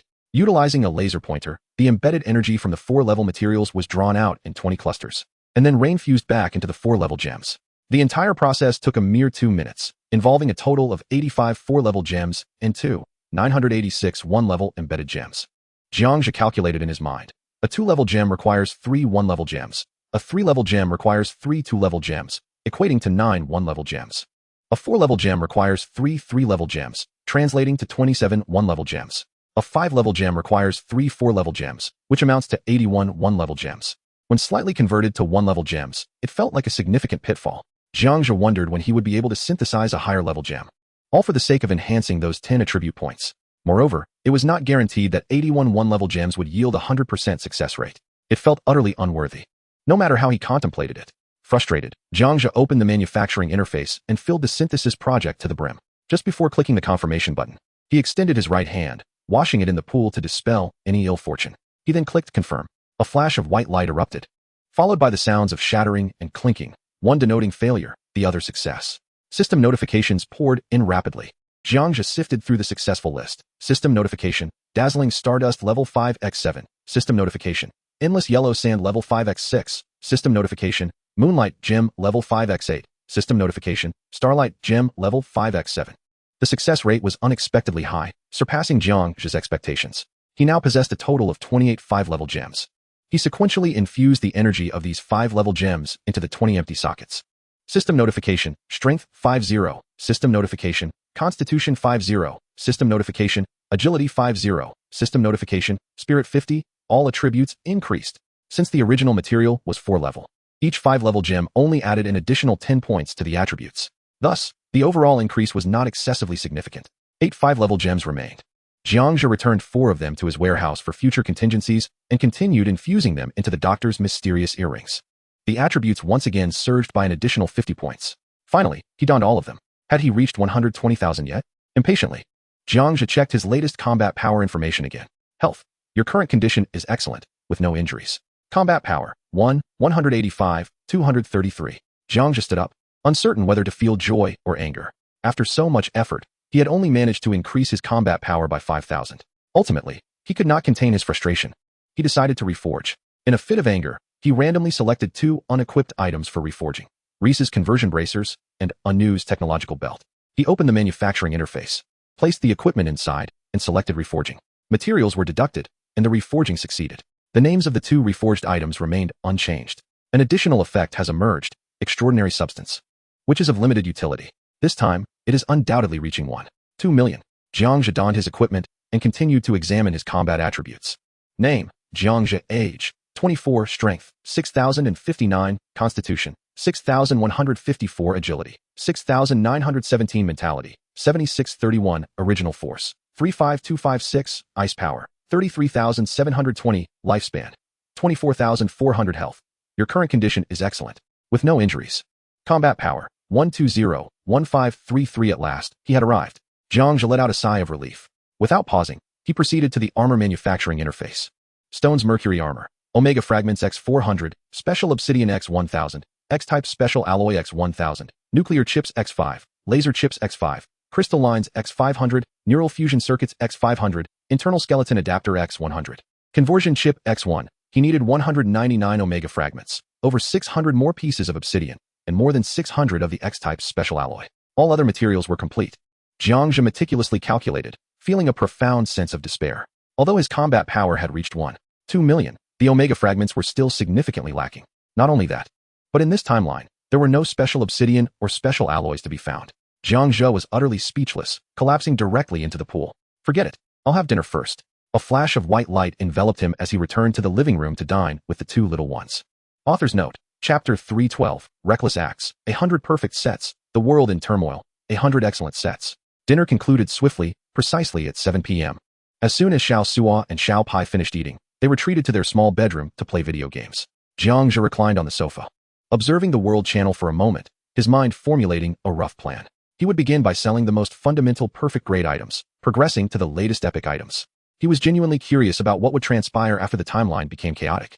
He understood that during his existence in this time frame, nothing would occur. However, once he departed from this timeline, the erroneous timeline mentioned by the future Jiang Zhe would be entirely fulfilled. First, he utilized the GM chip to set his personal avatar and combat power to 3 question marks, leaving only his age and name. Subsequently, Jiang Zhe accessed the manufacturing interface and began by crafting perfect-grade items. Although the attribute fragments had been depleted, he possessed an abundance of life energy and soul essence, enabling him to create a vast quantity of attribute fragments. After a series of operations, he successfully forged 100 sets of perfect-grade items, consuming over 4,000 fragments in total. Such an impressive collection of perfect equipment would surely incite widespread chaos. Jiang Zhe opened the trading market. The current stock of resources was rather scant, and the only material he temporarily lacked was the four-dimensional crystal. Consequently, he opted to exchange all the perfect gear for four-dimensional fragments. In this manner, not only was there no waste, but the fundamental materials were also assembled. Jiang Zhe deftly navigated his interface, swiftly marking everything with a tick. Confirmation for the listing. Initially, all was well, with no feedback from anyone, as there had been no promotional efforts. Subsequently, Jiang Zhe quietly sliced a watermelon in half, patiently awaiting developments while savoring the fruit and observing the world channel. Jiang Zhe, could you possibly produce more oxygen devices? 100 units is simply insufficient. Does anyone possess exceptional equipment? I am willing to pay a premium for a defensive item. Has everyone had their dinner tonight? Today's supplies are quite abundant. We have water and biscuits, so there's no worry about food. At first, the players' chat logs remained relatively normal until one player suddenly interjected, "Wait, I have exciting news to share." "What news?" "Stop keeping us in suspense, brother. It's here. The great Jiang Zhe has just released flawless equipment. And it's not just one piece. Wow, don't compete with me. I'm heading to buy it right now. Everyone, step aside, slow your fingers a bit. Let me purchase first before you all rush in." There was a brief moment of silence on the world channel. Then, as if a deep-sea bomb had been dropped, an explosion of excitement ensued. "My goodness, 100 sets. 100 sets indeed. Speak more slowly. What do you mean by 100 sets? The great Jiang Zhe is selling flawless equipment. 100 sets. That's approximately 1,400 pieces. How on earth can he have 100 sets? Goodness gracious. 100 sets? Over 1,400 pieces. How could he possibly possess that many fundamental materials? Why do you care about his affairs? Is it not permissible for him to provide benefits? The Great One is magnificent. Off to buy now. Brothers, charge." The world players were in a frenzy. They had never witnessed such a boon. 100 sets of excellence, equating to over 1,400 pieces, could only be distributed among slightly more than 1,400 individuals. If one's fingers were even a moment too slow, they would miss out. The mere appearance of 100 sets of flawless equipment had already stirred such a commotion. One could only imagine the level of madness that would ensue upon the emergence of excellence or epic items. The mastermind behind the scenes, Jiang Zhe, smiled knowingly. He continued to edit the exceptional equipment, placing it into the marketplace, with all exchanged materials being basic resources. He had also modified X special alloys and unique obsidian, uncertain whether they would appear after the timeline's chaos. This news soon reached Jiang Zhe during this particular time frame. At that moment, he was in the room atop the lizardman's pyramid, having just finished a meal of roasted meat and fruit with the lizardman. He reclined in a wooden chair, eyes closed as he contemplated the Force. At this moment, he had just acquired the Force Comprehension Tome and had been meditating for a mere minute. The incessant ringing of notifications filled his ears. Why are there so many messages? Who is disturbing my meditation? Jiang Zhe could no longer endure the interruption. In a fit of irritation, he opened his private messages. "Su Chengwao, are you out of your mind? Song Ying, have you lost it? Jiang Zhe. Roger Porter, little Jiang, what are you up to?" And it was not just these few. Numerous strangers have been sending messages to Jiang Zhe, including many prominent figures from various leaderboards, all inquiring about him. The situation is truly bewildering. At this moment, it is exceedingly rare for someone to possess over 4,000 fragments. Those with keen insight have already sensed something amiss, prompting them to ask questions. What is happening? Please clarify. Jiang Zhe furrowed his brow and sent a message. "Su Cheng, you sold more than 1,400 perfect items all at once. Are you truly in such dire need of four-dimensional fragments?" Song Ying, over 1,000 items. The trading channel and world channel are abuzz with discussions about you. Me? I sold over 1,000 perfect items? Jiang Zhe was utterly perplexed. He immediately opened the world channel to investigate. Indeed, the world channel was rapidly inundated with discussions regarding the emergence of over 1,000 perfect items. Jiang Zhe's frown deepened. He navigated to the trading post and saw. Trader, Jiang Zhe, items for sale. Perfect grade items x 100 sets, required for trade. Four-dimensional fragments x8, seller's note, giving out benefits. Are you all happy? Upon reading this, Jiang Zhe remained confused, dismissing it as the actions of a player with the same name. After all, there are many talented individuals in this world. It is entirely understandable for a remarkable player to occasionally surface. Curious, he clicked on the individual's information to examine it. Avatar, unable to view name, Jiang Zhe, age, 24, combat power, unable to view this. Is absolutely not me. Jiang Zhe's pupils constricted, his heart racing. The astute individual quickly realized that something was amiss. Su Cheng, not you? No way. Could it be from the future, or perhaps a parallel dimension?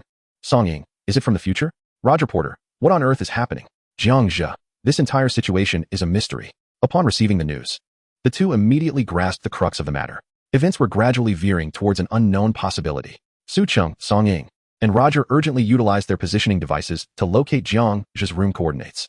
The circumstances were becoming increasingly surreal. Meanwhile, Jiang Zhe had amassed countless four-dimensional fragments. He had gathered all the basic materials for a suit of armor and crafted 100 sets of exceptional gear. He edited the information for listing. Item: exceptional grade items x 100 sets requirements. Attribute fragments x9. Any other equivalent materials can be exchanged. Note: the production cost for exceptional gear is 8 attribute fragments, and I am selling it for 9, earning only 1. I hope everyone can survive safely. Though he would not dare to undertake such actions within the confines of the current timeline, Jiang Zhe could freely act within the erroneous timeline, choosing to do good. Upon listing, the trading post exploded in activity, followed closely by the World Channel. The World Channel was once again overwhelmed by the appearance of these 100 sets of exceptional items. Author's note: Chapter 3:13. The world goes mad, chaos begins. Roundtable conference, precipice of collapse. Heavens! Over 1,400 exceptional items. Astonishing. This is utterly insane. What indeed has the illustrious Jiang Zhe accomplished today? First perfection, then excellence. My goodness. I find myself at a loss for words. What has become of this world? It feels as though I am ensnared in a vivid dream. A most exquisite fantasy. Enough of idle chatter. My comrades, let us charge forth. Swiftly procure the 9 shards. Surely, they can be gathered. I shall not hesitate.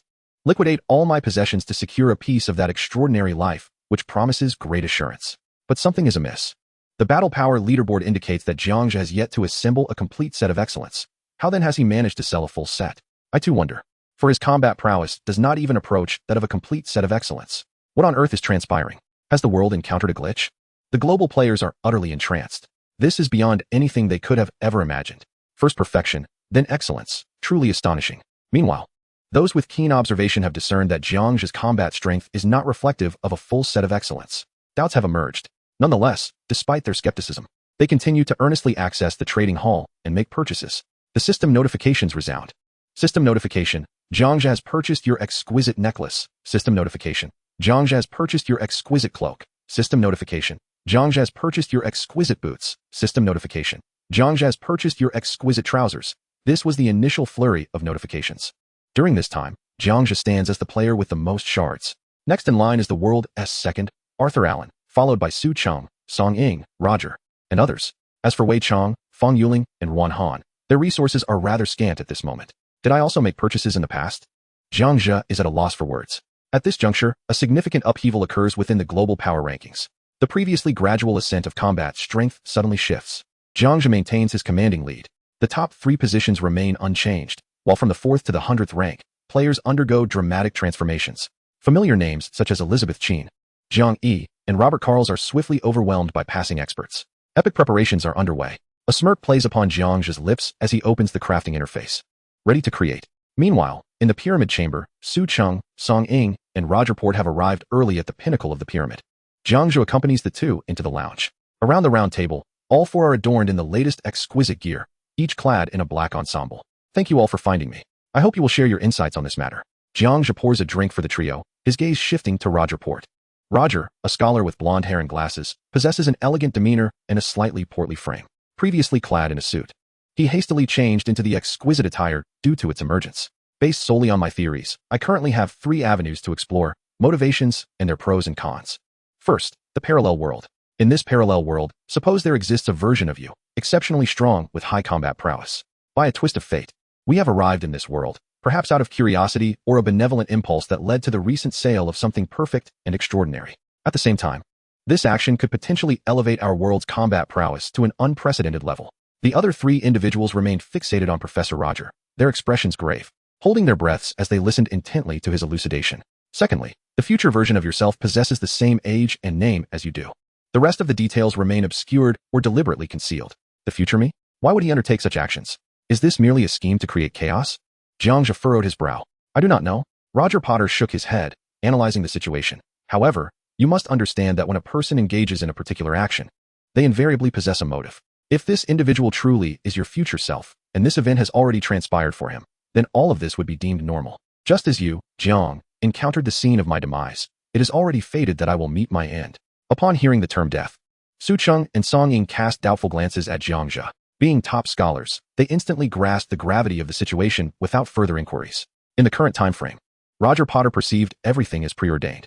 For instance, he understood that the future Jiang Zhe's act of selling supplies was destined to occur. Yet at this moment, Roger remained uncertain whether Jiang Zhe's actions in the future would align with the correct timeline. If they were indeed correct, then everything would be straightforward, as it would be predetermined. Conversely, if they were erroneous, all would descend into chaos, an unimaginable fate. At present, none of the four could ascertain whether all of this was destined or accurate. Su Cheng raised his hand and inquired, what if, for Jiang Zhe, none of this has ever occurred? That would be the gravest scenario. If, at this very moment, the future Jiang Zhe has not engaged in the acts of selling perfection and excellence, then our timeline would descend into utter chaos. Or worse, it could be obliterated. Roger Potter stated solemnly. As his words echoed, the other three fell silent, unsure of how to respond. Why would destruction ensue? Would the mere presence of a time traveler from the future lead to the annihilation of the timeline? Of course, this was merely Professor Roger's conjecture. At this juncture, they could only ponder what had transpired. Fortunately, for the four of them, all of this remained shrouded in mystery. They could simultaneously anticipate that the actions of the future Jiang Zhe would align with the normal and correct trajectory of time. Professor Roger, do we not have a third option? Jiang Zhe raised his hand to ask. The third option? Roger Potter pondered for a moment before replying. That would be the worst outcome for Jiang Zhe. Su Cheng interjected, for Brother Jiang, this is the worst? Song Ying added, what does that mean? I find it difficult to comprehend. The professor stated plainly, I am open to accepting it. Jiang Zhe narrowed his eyes and gestured for the professor to speak freely. Here is my interpretation. Your future self has traversed here due to a miscalculation. This error may have initially gone unnoticed by the future Jiang Zhe. It was only after a subsequent event unfolded that he became aware of the mistake. Therefore, Roger Potter exhaled a heavy sigh. So what? The crowd leaned in, eagerly anticipating the final revelation. Thus, the future of Jiang Zhe lies in mending the timeline. Simultaneously, now, dear Jiang, your fate is sealed. You shall meet your demise. A complex array of emotions flickered in Roger Potter's eyes, perhaps regret, perhaps sympathy, yet tinged with the cruel hand of fate. Upon hearing the ultimate verdict, death, Jiang Zhe involuntarily leaned back, his heart momentarily quaking. Brother Jiang, you cannot die. Trust me. Indeed, as long as we do not follow his path, we shall be safe. Su Cheng and Song Ying exchanged glances filled with fury, their resentment towards the future Jiang Zhe intensifying. There's one thing more I am uncertain whether to voice. Sensing the tension, Roger hastened to intervene. Please, speak. Jiang Zhe nodded in acknowledgement. Perhaps this will bring you solace. If I may be so bold, dear Jiang, after your passing, none of us shall remember you. You will not exist at any juncture of this erroneous timeline for you. In essence, Jiang Zhe never set foot here. We have neither seen you nor known you. Roger Potter endeavored to console the assembly, yet the outcome seemed counterproductive. An eerie silence enveloped the room, and no one dared to utter another word. Witnessing this, Roger felt a pang of regret. Perhaps, such words should have remained unspoken. He scrambled to amend his statement. In truth, I am attempting to comfort everyone. Jiang Zhe has never existed from the very beginning. Being obliterated by time is a vastly different concept than being slain by another. Despite Roger's continued attempts at reassurance, silence reigned supreme. Meanwhile, in the future, Jiang Zhe had exhausted all 56 epic fragments, crafting 14 epic items, yet he could not even assemble a complete set, as he had not yet gathered all the blueprints for the epic gear. Editing the information, listing, the world, a triumphant resurgence. Shock and frenzy ensued. For the epic items, no one had ever laid eyes upon them. The author has something to say. Chapter 314, Chaotic Time, World Announcement, Chaos Achieved, Unexpected Outcomes. I bear unfortunate news. Epics have appeared in the trading hall. Epics? Epics? Epics? What transpired in the trading hall? How could epics have emerged? Once again, it's Jiang Zhe. What on earth has he done? My goodness. Perfect, extraordinary, and epic items have all surfaced? Today is undeniably a day of madness. Jiang Zhe hasn't donned a single epic item, yet has listed multiple epic gear? The World-S players were left in a state of confusion. When the perfect and extraordinary items appeared, they might have been able to accept it, given that Jiang Zhe had already worn several extraordinary pieces. However, the instant the epics materialized, the world was inundated with a barrage of astonishment. It shattered the perceptions of countless individuals. No one knew precisely what had transpired. Of course, the shock was profound. The price of epics is indeed rather steep, consisting still of fragments, special alloys, and unique obsidian. Yet, the world is not devoid of affluent individuals. Among them is Jiang Zhe from a previous time period. Seizing the moment, he promptly acquired 6 items. Roger, Su Cheng, and Song Ying each secured 1, while the remaining 5 were snatched away by Arthur, Elizabeth, Adam, and others. Goodness, you all are like wolves. Only a few seconds have passed, and such a plethora of resources has been claimed so swiftly. Alas, I have noticed something intriguing. Jiang Zhe is purchasing his own epics. I also observe this.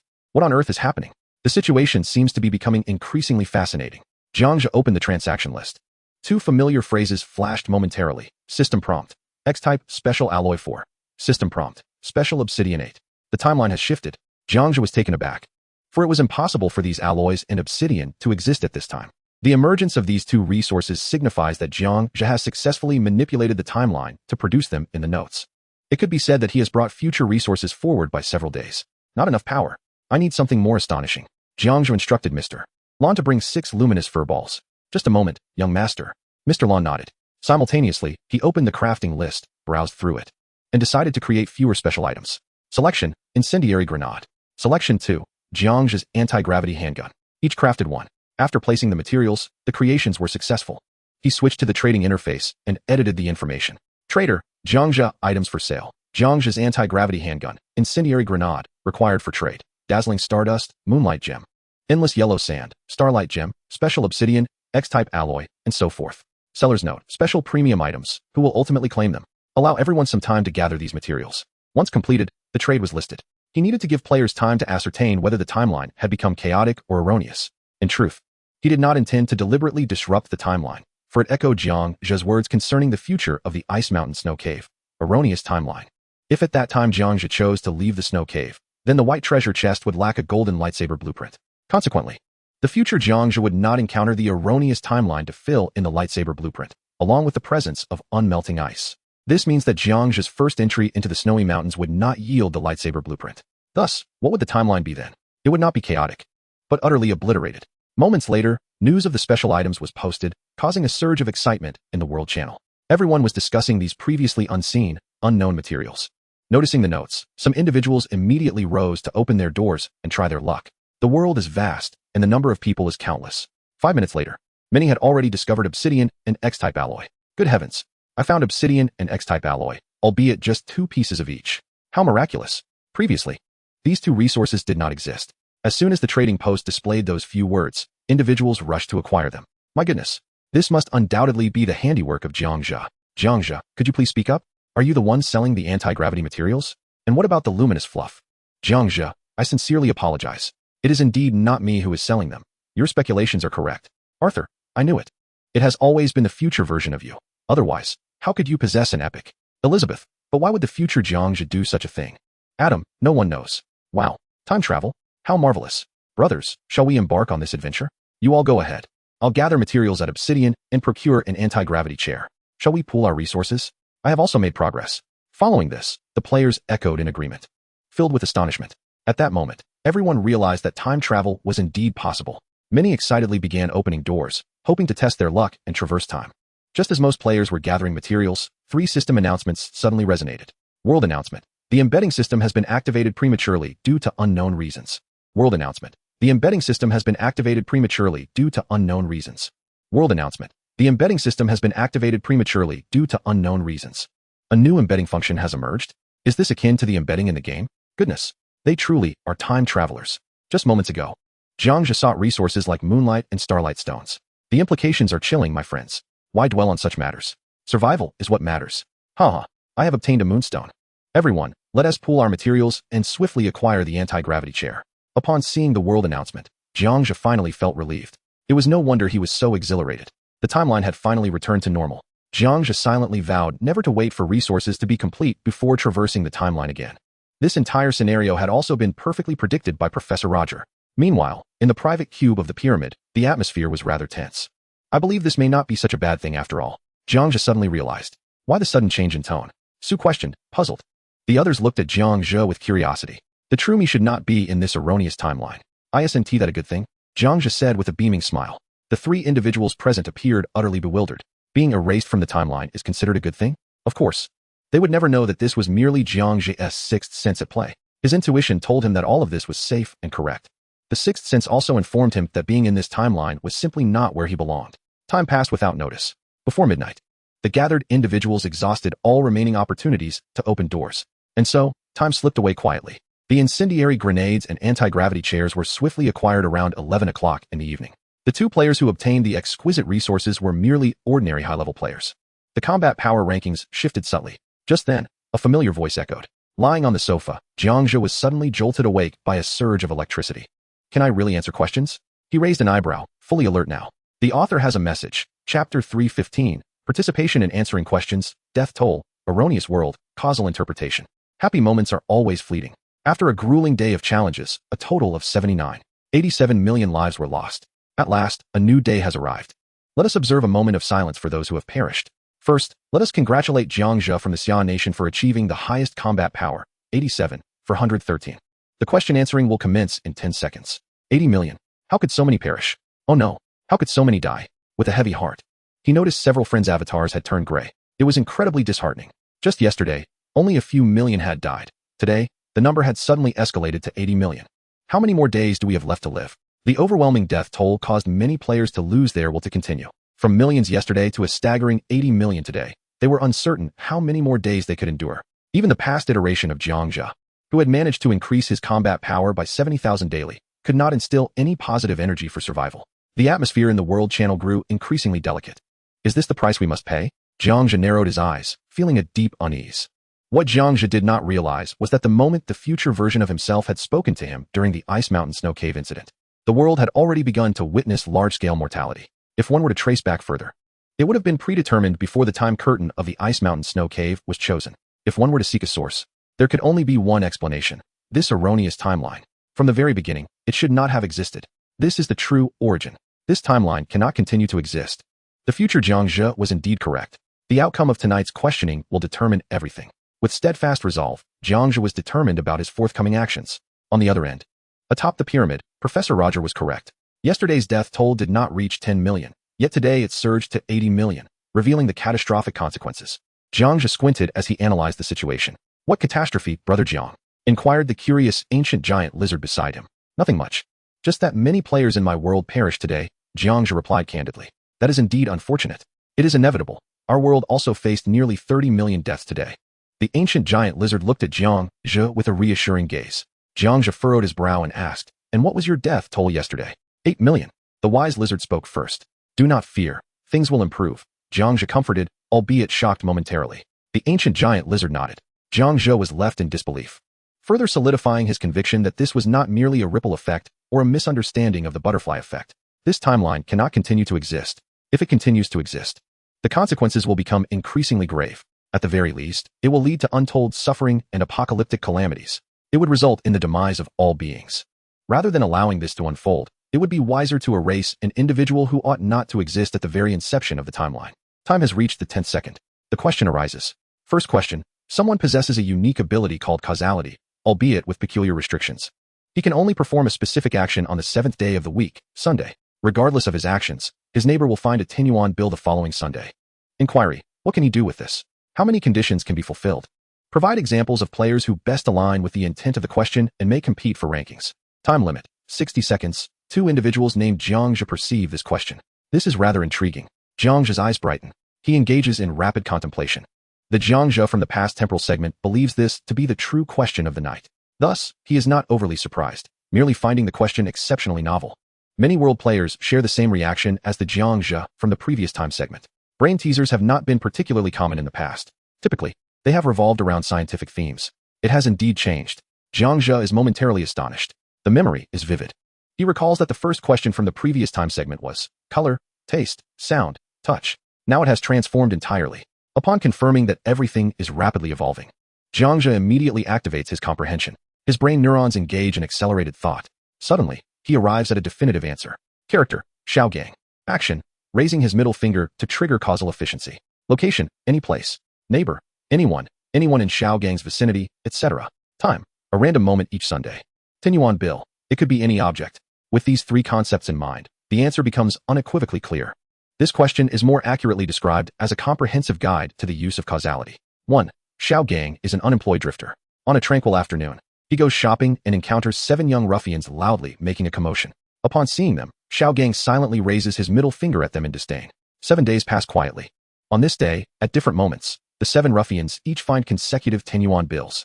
Just then, a group of police rushes forward and successfully apprehends the 7 individuals, as they have discovered the money lost by a robber. The robber had been in this area on Saturday, where a disagreement led to a quarrel, resulting in the loss of 7 consecutive Tinyuan bills. Thus, the causal effect is invisibly set in motion. All of this is merely the result of Xiaogang's single middle finger. 2. Xiaogang serves as a security guard at a cemetery, living and tending to his needs in a small shack beside it. One day, he looks up and sees a cloud in the sky resembling an enormous middle finger. Inspired by the cloud's form, he too raises his middle finger. 7 days later, at noon on the 7th day, an arm covered in wet mud suddenly emerges from a grave. A middle-aged man crawled out from within. Rising to his feet, he cursed vehemently. Who on earth buried me here? After taking a few steps, his gaze fell upon an unblemished 10-yuan note, which he promptly picked up. With this 10-yuan bill in hand, he took the bus home. Subsequently, he gained notoriety for his miraculous return from the dead. As a result, the cemetery guarded by Xiao Gang became a sought-after resting place, with families nationwide eager to inter their loved ones there. In the following months, Xiao Gang occasionally spotted clouds resembling a middle finger in the sky, to which he responded by raising his own finger in defiance. Thus, time passed, and more deceased began to emerge from their graves. Ultimately, Xiao Gang realized that he seemingly possessed supernatural powers. He capitalized on this ability, amassing great wealth. Years later, he successfully established a church dedicated to the 10-yuan bill, proclaiming himself a divine emissary sent to save humanity, asserting that every ordinary person murdered had the right to resurrection. Xiao Gang was also a scientist. The author has something to convey. Chapter 316, Joint Answering, featuring two Jiang Zhes, ranked first, igniting a global frenzy. One Sunday, while at the laboratory, Xiao Gang took a brief respite to watch videos and was abruptly confronted by a deceitful marketing account. He looked upon it with disdain, instinctively raising a powerful middle finger towards both the video and its creator. By the following Sunday, the marketing account's creator, having just exited a vehicle, discovered a 10-yuan note on the ground.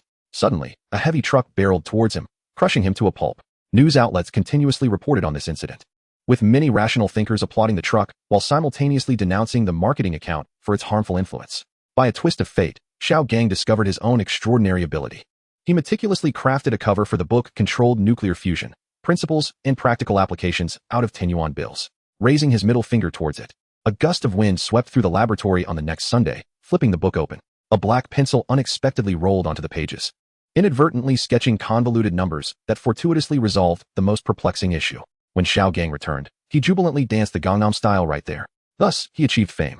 From that point on, he employed his unique power every Sunday, encasing all unsolved mysteries and scientific theories in layers of 10-yuan bill covers. Consequently, these covers became Xiao Gang's new companions. Each Sunday, he would greet his new neighbors with a raised middle finger as a gesture of camaraderie.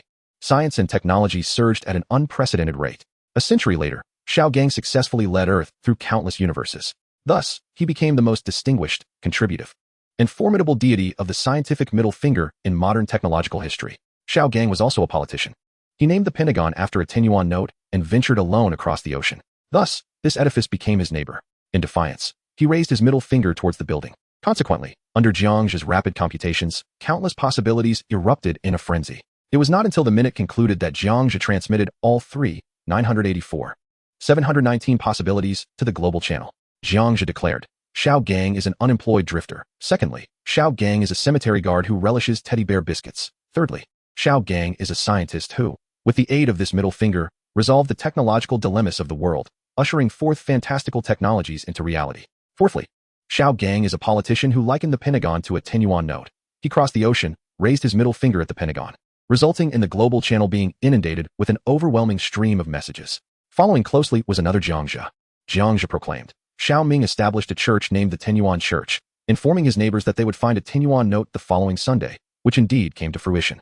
Xiao Ming conducted several tests, convincing his neighbors, orchestrating a narrative wherein he claimed to be the Son of God. He then enlisted his neighbors to assist in spreading the word, as Xiao Ming's ability was guaranteed to manifest. Gradually, more and more individuals came to believe that he was the divine offspring, destined to save the world, with the stipulation that only through monetary donations could one ascend to heaven. Failing to contribute would result in eternal damnation. The clergy, fearful of the implications, felt compelled to donate, wholeheartedly believing Xiao Ming's proclamations, ultimately leading him to become the world's wealthiest individual. Secondly, the global channel was once again inundated with a lengthy message. Next was Arthur Allen. Arthur Allen noted, Walter is the only human endowed with causal effects. He resolved to exploit this ability for profit. Subsequently, he constructed a villa in a desolate locale, alongside which he built a life extension inn. Every Sunday, Walter raised his middle finger at the villa, and the astonishing success of life extension drew people from across the globe to reside in the inn. In essence, as long as Walter lived, the journey of life extension would continue, thereby allowing him to amass great wealth. In his leisure, he too could reside in the life extension inn, ultimately achieving eternal life. Next, Su Cheng and Song Ying followed, their messages enveloping the channel. Initially, few noticed that Jiang Zhe had sent two messages, as he was not the only one engaging in such practices. Others also submitted answers to supplement information, thereby enhancing their chances of acquiring resources. When the time elapsed, the system announced the answers with the highest frequency. First place, Jiang Zhe, types 3, 984, 719, time spent, 17 seconds. Second place, Jiang Zhe, types 154, 744, time spent, 58 seconds. Third place, Arthur Allen, types 140, 141, time spent, 58 seconds. Fourth place, Su Cheng, types 98, 745, time spent, 49 seconds. Fifth place, Song Ying, types 79, 898, time spent, 51 seconds. System notification, Omega Fragment 1, Hamburger 1, Instant Oatmeal 1. The rankings emerged. A brief silence enveloped the world channel, swiftly giving way to an eruption of excitement. What? 222? Jiang Zhe? Indeed, the esteemed experts were correct. There are truly two Jiang Zhes, one from the future and one from the present. Good heavens! The items recently sold were all provided to us by the future Jiang Zhe? Oh, venerable Jiang Zhe of the future, I adore you. The world channel once again surged with fervor. A remarkable 5 occurrences. Initially, the sale of equipment was met with skepticism, as Arthur, Su Cheng, Song Ying, and others claimed it was sourced from the future. At that moment, few believed it. Time travel? How could that be possible? Yet, as the first question concluded, a dramatic reversal unfolded. Just as the experts had predicted, there truly exist two Jiang Zhes. The players were ecstatic. They remained oblivious to the intentions and motivations of the future Jiang Zhe. On the other end, atop the pyramid, Jiang Zhe was taken aback. It was indeed the future version of himself. Following his nature, he contemplated the actions of his future self, dismissing all impossibilities. Jiang Zhe grasped that the future Jiang Zhe had come to mend the timeline. Had it been the Jiang Zhe of this era, he too would have taken similar actions without hesitation. A flurry of private messages flooded in from Roger and others, inquiring about Jiang Zhe's next steps. One misstep leads to another. Jiang Zhe simply replied with those 4 words. The past version of himself should comprehend his motives. He ought to understand. Jiang Zhe accepted the materials for answering questions, murmuring softly. As time reached the 10th second, the question materialized. The author had something to convey. Chapter 317, Ignoring Radiation. Humanity's Treasure, Free Flight. Second question. If a person's body deviates from the norm, allowing them to disregard X-rays, what actions might they undertake? How many possibilities exist? Time limit, 45 seconds. What are X-rays? Also known as Röntgen rays, they are a form of electromagnetic radiation characterized by extremely short wavelengths and high energy. X-rays possess remarkable penetrative abilities. Is there anything remarkable about a body that can disregard X-rays? If you do not know, refrain from answering.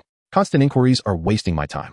Woe is me. The players engaged in fervent discussion. The question and analytical hints were presented in succession. Jiang Zhe was engaged in rapid contemplation. Character, Xiao Gang. Super ability, ignore X-rays. First, one must understand what X-rays are. What is their true strength? Consider the Chernobyl disaster. Following the nuclear explosion, the graphite from the reactor core was propelled onto the roof of the facility. The initial solution proposed was to employ robots for cleanup, as the radiation levels were far too high for humans to endure. However, when the robots were deployed, they were utterly annihilated. The reason? The radiation was overwhelmingly intense, leading to their complete destruction. Ultimately, they had no choice but to send in humans for the cleanup, over 3,000 military personnel. People raced towards the opposing rooftop, each cleanup operation lasting only 45 seconds before they had to withdraw, lest they succumb to a grim fate. The duration of each cleanup operation is exceedingly brief. Yet the scale of the endeavor is monumental, resulting in the unfortunate demise of numerous individuals in the aftermath of this incident. To elaborate, the premise suggests that there exists an individual who is impervious to X-rays, and that individual is none other than Xiao Gang. In essence, Xiao Gang is destined to survive any form of radiation, even that which emanates from the cosmos. To contextualize, at the precise moment of the Chernobyl disaster, the weather was quite frigid. Xiao Gang happened to be traveling abroad and fortuitously witnessed a significant calamity unfold nearby. The laborers were toiling under perilous conditions, prompting him to volunteer for assistance. Naturally, the local authorities welcomed his offer with open arms. Ultimately, Xiao Gang successfully integrated into the cohort of 3,000 cleanup workers. He entered into a temporary contract. Upon arriving at the site, Xiao Gang donned a military green overcoat, armed himself with a broom and dustpan, and leisurely ascended to the rooftop to commence his duties. Unburdened by the threat of X-ray exposure, he was undeterred by the passage of time. What would have taken the collective 3,000 workers an extended period to accomplish was completed by Xiao Gang in a mere day, and he could have finished even sooner. Given his temporary status, he felt no obligation to exert himself excessively, as he was compensated with a fixed salary. Upon learning of Xiao Gang's remarkable efficiency, the local authorities promptly honored him, declaring him a lifelong friend of the Great Bear Nation, and bestowed upon him a permanent residency certificate. Once the event concluded, Xiao Gang received his due wages and returned home to indulge in a life of leisure. However, upon his return, his extravagant spending quickly depleted his funds, prompting him to devise a lucrative scheme. It became evident that his ability to withstand immense doses of radiation signified an extraordinary opportunity for profit. This unique trait indicated that Xiao Gang's biological composition was fundamentally distinct from that of humans. The nucleic acids, proteins, and organic chains within his body exhibited remarkable stability. Consequently, any substance that entered Xiao Gang's system would maintain a molecular integrity akin to that of an alloy. In simpler terms, any known matter on Earth, after circulating through Xiao Gang's body, would transform into an entirely new substance, unknown to humanity. Even a mere droplet of his saliva would be coveted by military institutions worldwide for its potential in nuclear fusion research. Xiao Gang's strategy for generating income was straightforward. He resolved to consume copious amounts of food and water, engage in vigorous exercise, and expel waste.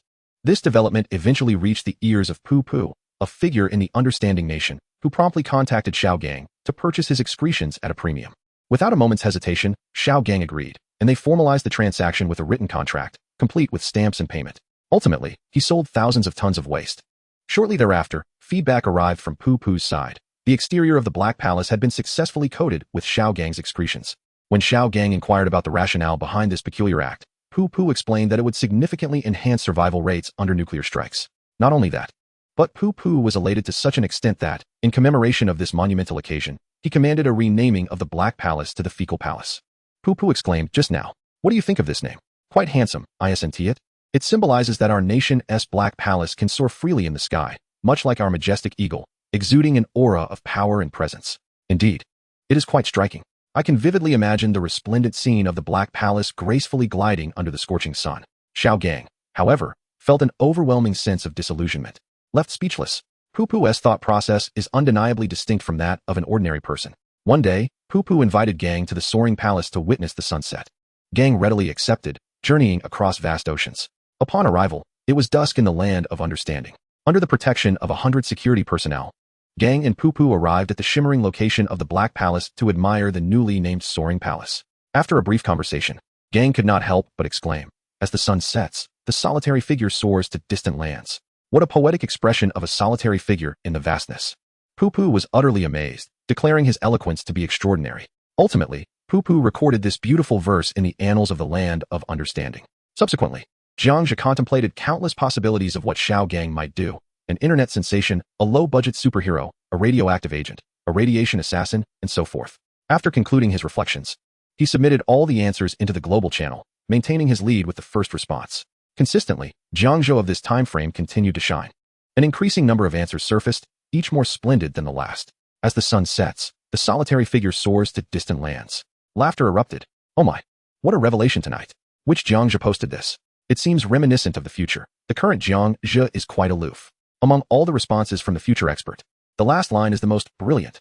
It's so relatable. I adore it. The crowd initially presumed that the future Jiang Zhe would remain aloof.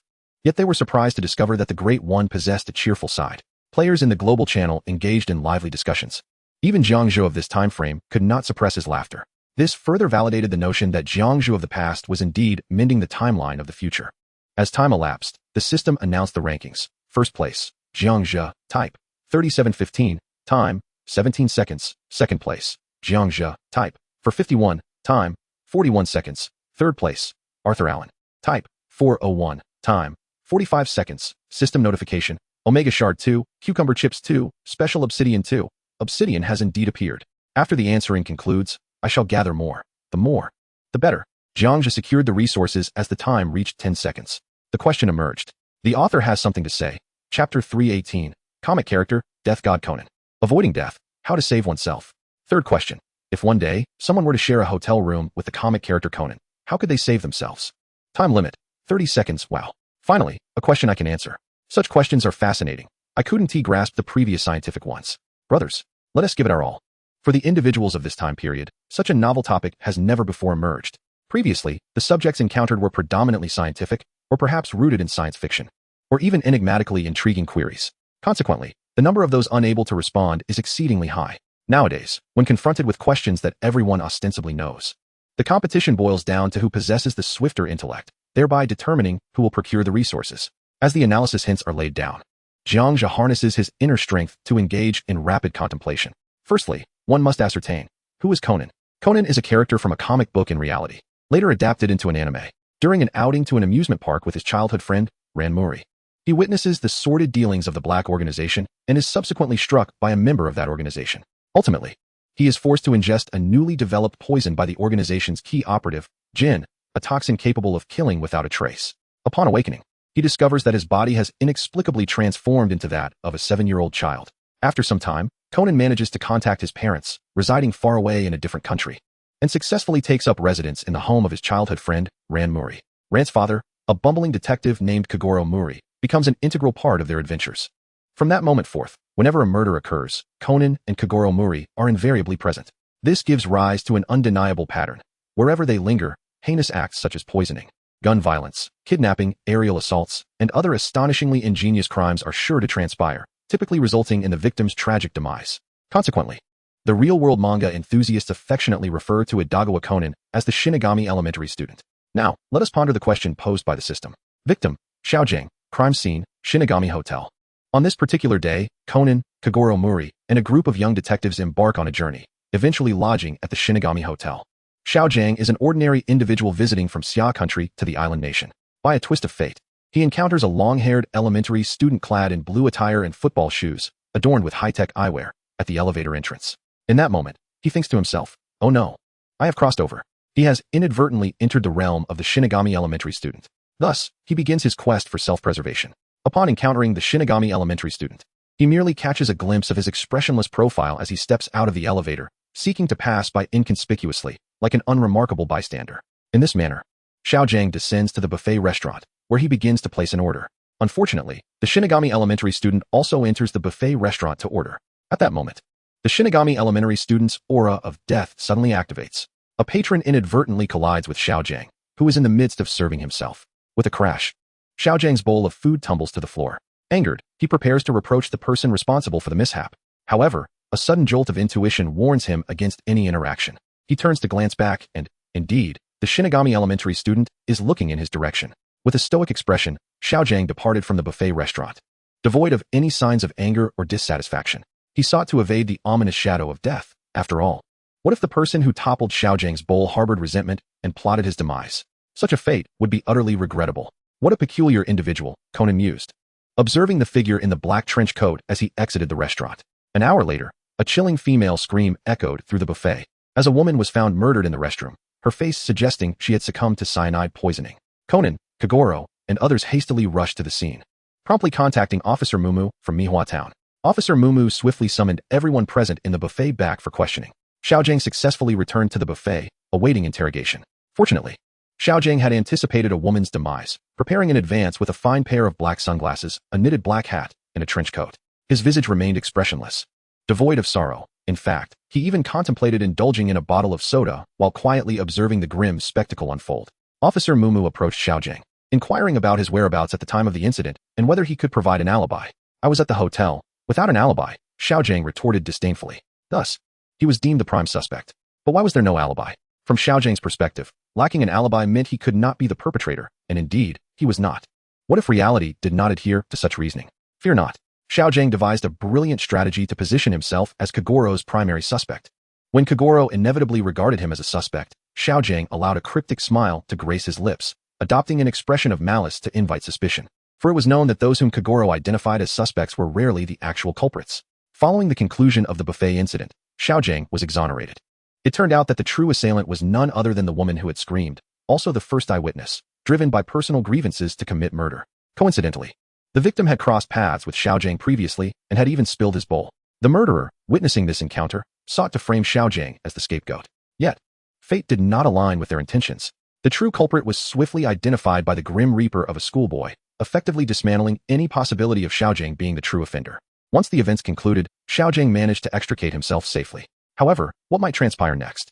Due to Xiaojiang's unorthodox behavior, he found himself categorized as a significant criminal by Conan and his companions. In the eyes of a detective, a person who could maintain unwavering confidence and composure at a murder scene could only be a habitual offender or a killer. "I suspect he is affiliated with the Black Organization's distillery," Conan whispered. "No," Hybra rejected. "He lacks that aura of death." Contemplating this, they pondered further. Jiang Zhe entered all his contemplative answers into the world channel. Jiang Zhe proclaimed, "Ultimately, Xiaojiang is acquitted." Subsequently, there exists yet another Jiang Zhe. Jiang Zhe remarked. Xiaoming promptly found the one. 2-meter-tall Conan bent down and whispered, "Hello." Kudo Shinichi must reveal a meaningful smile. The effect would be even more profound if Hybera AI were present. From that moment onwards, Xiao Ming would forever remain the principal character in this comic. Can the main character meet their demise? Clearly, that is impossible. What if Uncle Aoyama decides not to involve Xiao Ming in the main storyline? That can easily be remedied. Swiftly check out and rush to Jianggu Tian Middle School, where he can softly greet Dizzy with a hello. The Phantom Thief Kid continues to wear a smile. Regardless of which principal character one becomes, death can certainly be evaded. Next is Su Cheng. Su Cheng's answer is nothing short of astonishing. Unfortunately, his response is not as swift as the two Jiang Zhes. Chapter 319. Jiang Zhe first. Jiang Zhe defeated, legendary weapon, alloy claws. Su Cheng stated, "It's quite simple." Xiao Hua unexpectedly encounters the elementary school Grim Reaper, just as a decapitation case unfolds. Regardless of whether Xiao Hua is the murderer or whether he has ever met the deceased, he must be the first to declare, "I am the one who killed. What do you wish to do about it?" Su Cheng continued. Then, a crowd of onlookers began to condemn him, astonished that the murderer could be such a foolish individual. Bystander A exclaimed, "Fantastic. The case can finally be resolved." Mao Lilan remarked, "Such a trivial case is a sheer insult to my father Kagoro's intellect." Su Cheng elaborated. At that moment, the 1-2-meter-tall Grim Reaper, concealed on the sofa, coffee table, or air conditioner, would suddenly stand up and proclaim, "No, the true murderer is someone else. Mr. Xiao Hua is not the killer. He merely ran out of money and wishes to serve time intentionally." Ultimately, the real culprit indeed turns out not to be Xiao Hua, who consequently avoids the tragic fate of being claimed by the Grim Reaper's aura. In the end, Xiao Hua is taken away by the police for falsely reporting a crime or experiencing a mental breakdown, leaving behind the bespectacled Grim Reaper. Arthur Allen, Song Ying, everyone has completed their responses. Due to the question being more relatable to ordinary players, a greater number of participants submitted answers. The faster one's response, the higher the ranking. As someone from the realm of anime, I find it astonishing that I cannot surpass the two Jiang Zhes in answering this question. So, did Xiao Gang ultimately join the Black Organization? What a joke. Xiao Gang merely imitated the attire of the Black Organization, thus evading the Grim Reaper's aura. Who do you think provided the better answer? In the future, Jiang Zhe's Xiao Gang safely escapes. Our Jiang Zhe's Xiao Ming joins the Phantom Thief Kids team, avoiding death, while Su Cheng's Xiao Hua is deemed mentally ill, also evading death. In Arthur's answer, Walter is categorized as an accomplice. Is there still a need to watch? Clearly, the future Jiang Zhe's answer is superior. Such a simple question, yet there are so many interpretations. Time has reached 10 seconds. The system announces the rankings. First place, Jiang Zhe, compatibility, 95, time, for seconds. Second place, Gasho Aoyama, compatibility, 94, time, 27 seconds. Third place, Jiang Zhe, compatibility, 89, time, 12 seconds. Fourth place, Su Cheng, compatibility, 87, time, 39 seconds. Fifth place, Elizabeth Chin. The quiz has concluded. System notification, Omega Crystals 1, Chili Sauces 2. X Special Alloys 5, Moonlight Gemstones 2. System notification, Golden Gift Pack 1. Today's quiz has ended. Jiang Zhe accepted all resources and closed the world interface. Let us see what the gift pack yields. Jiang Zhe unleashed a powerful punch. The Golden Gift Pack shattered. System notification, Omega Fragments 12. System notification, Omega Crystals 4. System notification, Longevity Wood 1. System notification, Conversion Chips 2. System notification, All Attribute Epic Shards X6. System notification, All Attribute Legendary Gemstones X3. System notification, All Attribute Embedding Materials X12. System notification, Epic Electromagnetic Suit Blueprint 1. System notification, Legendary Alloy Claw Blueprint 1. The bounty is more abundant than ever. The Longevity Wood and the blueprint for the legendary weapon captured Jiang Zhe's attention. It had been ages since he encountered Longevity Wood. The first piece he consumed was obtained from slaying a respawning longevity creature, and it was a small fragment. This piece from the Golden Gift Pack is evidently of superior quality, thicker, longer, and more resilient. He stored the remaining resources and took out the Longevity Wood along with the cola. Utilizing the force, he ground it into powder and mixed it into the cola, eager to see how many attributes it would enhance.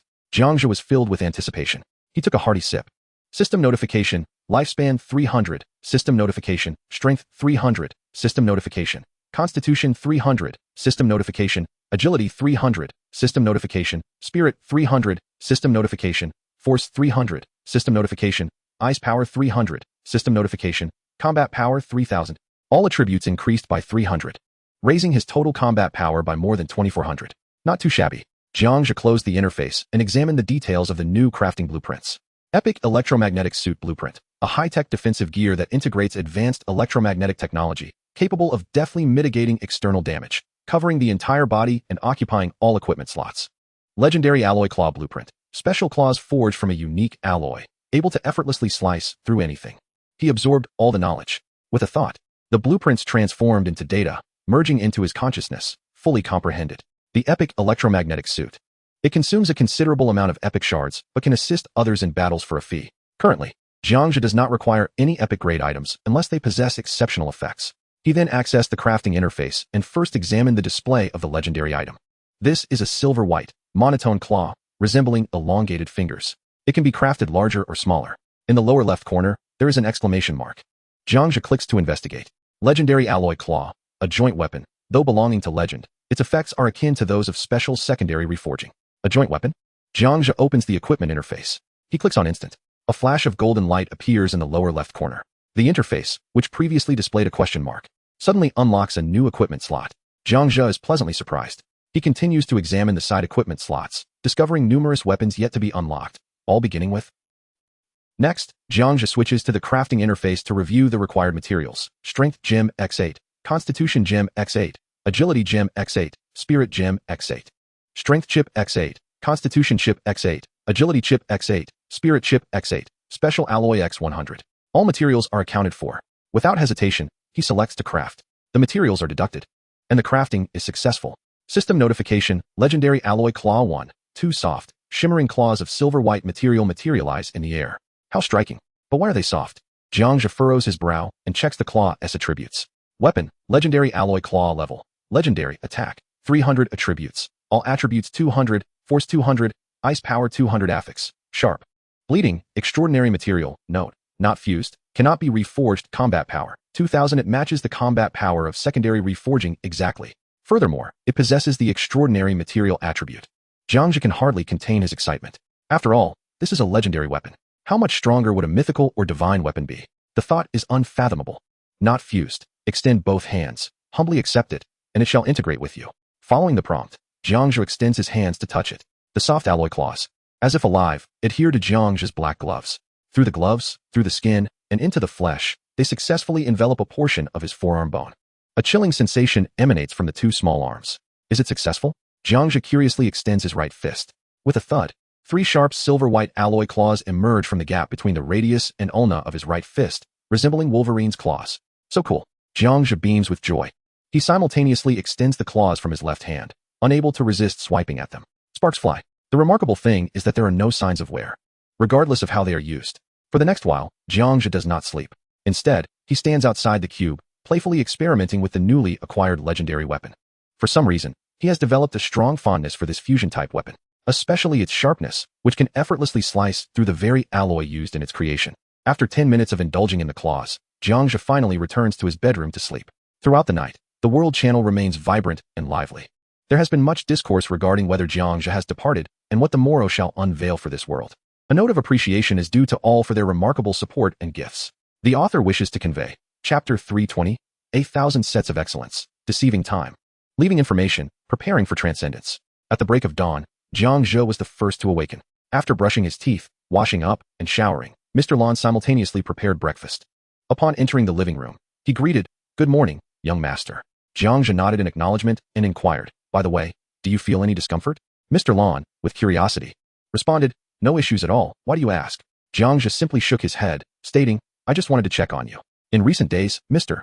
Lan's demeanor and expressions of joy and anger had become increasingly vivid, resembling that of a genuine human, to the point that one would hardly discern he was an artificial being without careful observation. However, Jiang Zhe harbored concerns not about Mr. Lan's outward appearance, but rather the potential growth of the consciousness that had formed Mr. Lan's soul. Should he develop free will, Jiang Zhe would promptly allow him to depart, as he was not fond of forcibly restraining a person's liberty. Seated at the round table, the breakfast spread was modest: milk, bread, fruit, steak, and instant cereal. If one day you feel an urge to venture forth into broader horizons, do not hesitate to inform me. I shall not hold it against you," Jiang Zhe remarked as he ate. "Thank you, young master," Mr. Lan expressed, inadvertently revealing a barely perceptible smile, which Jiang Zhe keenly noted. Out of curiosity, he opened the world channel to see what others were discussing. Initially, the conversation consisted of morning greetings, but soon someone brought up Jiang Zhe, leading to fervent discussions about him. Where is the future Jiang Zhe? Wasn't he supposed to upload something? One questioned. After a night's absence, perhaps he has left. Has our world changed since his departure? Another pondered. Jiang Zhe, observing the players' chatter, remembered he needed to create something today to gather all the inlay materials in this world. He promptly accessed the crafting interface and synthesized 40,000 attribute fragments from his inventory of life souls and energy. With half of the life energy remaining, he had enough for the upcoming challenges. Next, he switched to the interface for crafting exceptional equipment, selecting all options and maximizing them. System notification, exceptional revolver 400. System notification, exceptional frost dowel 400. System notification, exceptional black cloak 400. In the end, he crafted nearly 5,000 exceptional items, all piled upon the ground. Each set of excellence required an average of 40 attribute fragments. Upon depleting his existing fragments, Jiang Zhe transitioned to the epic interface, crafting a newly released epic electromagnetic set from the previous day. The shards of epic attributes upon him have been entirely consumed. Contemplating this, Jiang Zhe resolved to take a risk. He would transfer the replicated cells and consciousness storage to his past self. To truly eliminate himself? It seemed utterly impossible. Jiang Zhe decided to deceive the timeline. He then designated the epic shards, replicated cells, and consciousness storage to the current iteration of Jiang Zhe. This was the last resort for his past self. The replicated cells and consciousness storage were set to be visible solely to the designated individual. Turning to the world channel, he observed the discussions unfolding. I see your chatter, and I am on the verge of departing this timeline. I have forged 5,000 pieces of exceptional equipment in exchange for the embedded materials you possess. And there is an epic set designated for you, Jiang Zhe. I shall grant everyone a few minutes to prepare the materials. Time waits for no one. This is inherently flawed. We shall never cross paths again in the future. All messages have been dispatched. The final segment, this is inherently flawed. We shall never cross paths again in the future, was intended for this timeline's Jiang Zhe. Whether he misinterprets the other information remains to be seen. Wow. The Grand Master has yet to depart. For 1,000 sets? Brothers, who has moonlight gems or starlight gems? The Grand Master is offering benefits. I must indulge. I am willing to pay a high price for moonlight gems. Do not fear that I lack resources. Fear instead that you lack stock. Master Jiang Zhe, what is flawed? What do you mean we shall never meet again in the future? Has the future you perished? The future divine Jiang is indeed generous to the present Jiang, bestowing an epic set, no less, the electromagnetic set. How enviable. Damn. Why doesn't my future self assist my present self? You upstairs may not live to see the future. Brother, what a harsh truth you utter. That is quite demoralizing. Yet, I must admit, well done. Not at all. Due to an epic set, envy for the world as foremost has been reignited, overtly aiding the past iteration of Jiang Zhe. Apart from Jiang Zhe himself, such monumental events at this timeline level are rare. Some individuals noted the last statement made by Jiang Zhe, though it did not incite significant commotion. Meanwhile, at the pinnacle of the pyramid, the ancient behemoths bid farewell to Jiang Zhe. Just as he prepared to roast meat, a flurry of private messages erupted. Su Cheng, quick, look at the world channel. Song Ying, hurry to the world. Your future self has spoken. Roger, little Jiang, rush to the world channel. Our conjectures from yesterday's meeting were correct. And he even bestowed upon you an epic set. Jiang Zhe opened the messages to review. I'm on my way, he replied, then accessed the world channel. Upon opening it, he saw that the future iteration of Jiang Zhe had sent a series of messages, unrestricted, articulating 4 sentences, particularly the last, which pierced through all of Jiang Zhe's conjectures. We shall not meet again in the future. It appears that Professor Roger was indeed correct. In the future, we truly shall not meet. This is inherently flawed, as certain fated events must have transpired. Flawed. Jiang Zhe narrowed his eyes in contemplation. Indeed, the timeline is erroneous. After a brief moment of reflection, he reached a conclusion. This was a message deliberately left by his future self, intended to assist his present self in rapidly enhancing his strength. Subsequently, Jiang Zhe accessed the world channel and searched for his name. A list appeared before him. For sale, epic electromagnetic set, designated buyer, Jiang Zhe material trade, leather X1 below it, there was a hidden trading section. Jiang Zhe clicked to reveal it. For sale, replication cells, designated buyer, Jiang Zhe material trade, leather X1 for sale, consciousness storage device, designated buyer, Jiang Zhe material trade, leather X1 message, repair, death, departure. An epic electromagnetic set, replication cells, a consciousness storage device. As Jiang Zhe scanned the final message, understanding dawned upon him. Something significant was destined to occur in the future. Repair. His future self referred to the rectification of the timeline. Death. This must signify his inevitable demise. Departure? Could it be that he would utilize these 2 items to escape the timeline? Was his future self, in fact, rescuing him? A glimmer of realization sparked in Jiang Zhe's mind. He swiftly acquired all the materials. Yet, upon further reflection, he recognized that this was indeed something he would do. Jiang Zhe could bear witness to the demise of any villain, but he would never wish to see the virtuous version of himself perish in this world. Thank you, future self.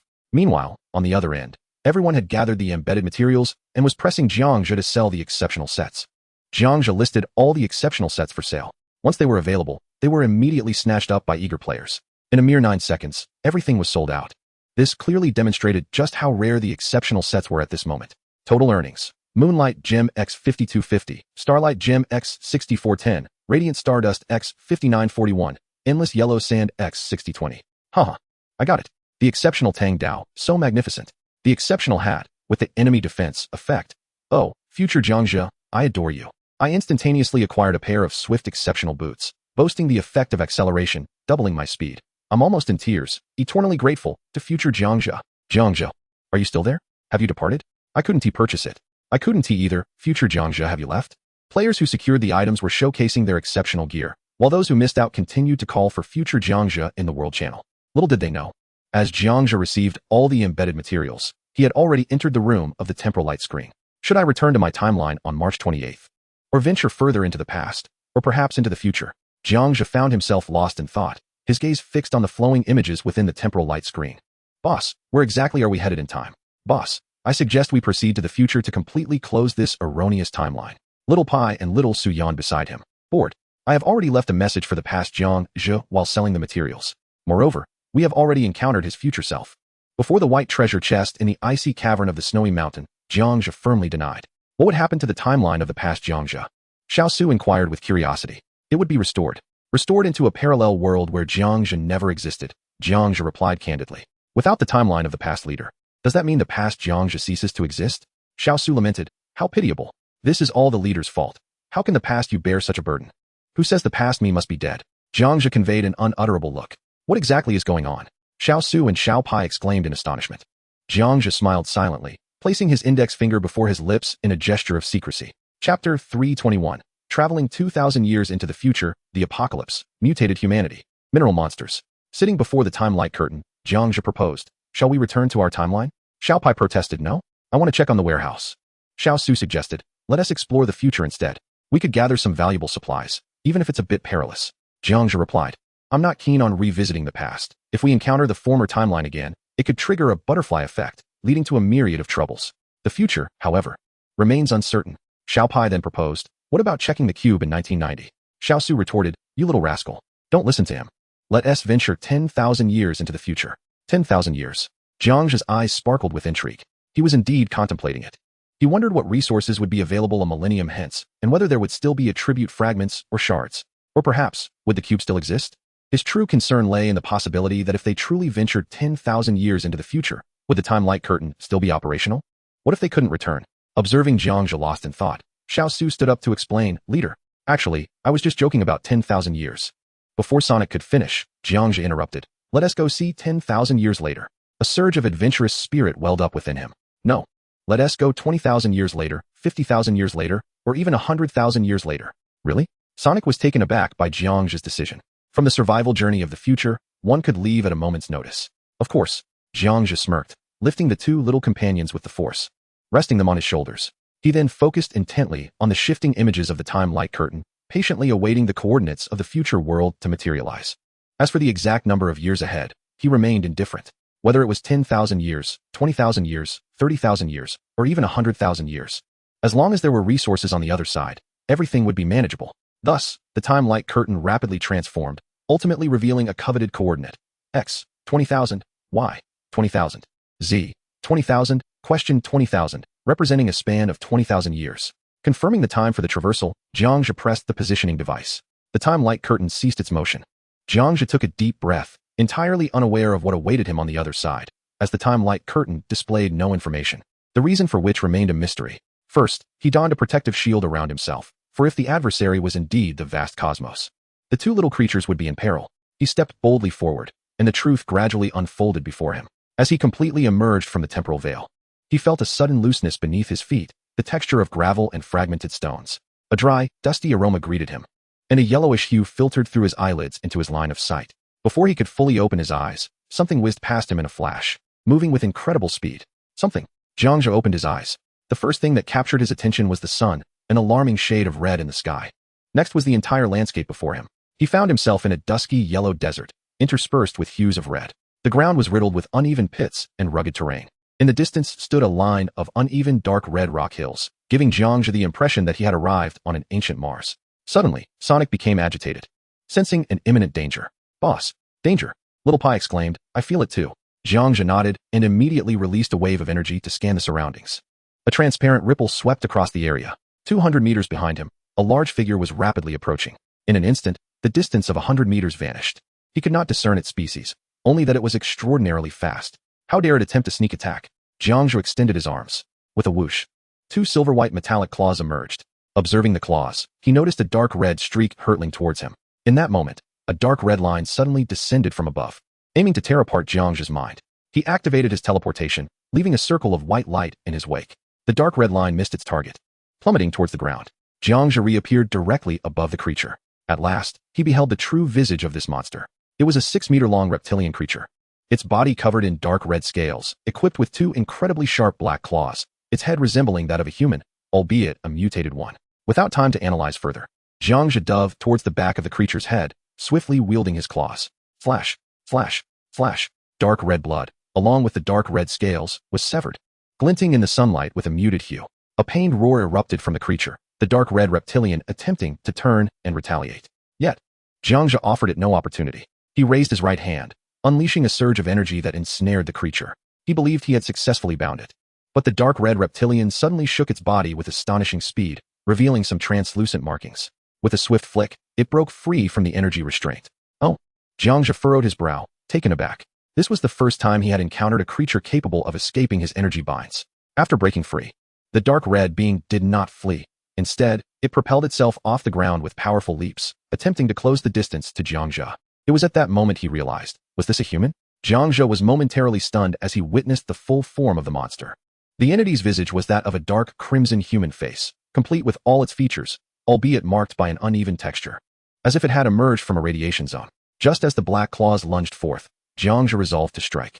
With a mere thought, a black ray shot from his eyes, striking the creature squarely in its own gaze. A cry erupted from the creature as it covered its eyes with its hands, futilely attempting to shield itself from the onslaught of the black beam. Yet, it was in vain. With a thud, the creature collapsed to the ground, stirring up a cloud of dust.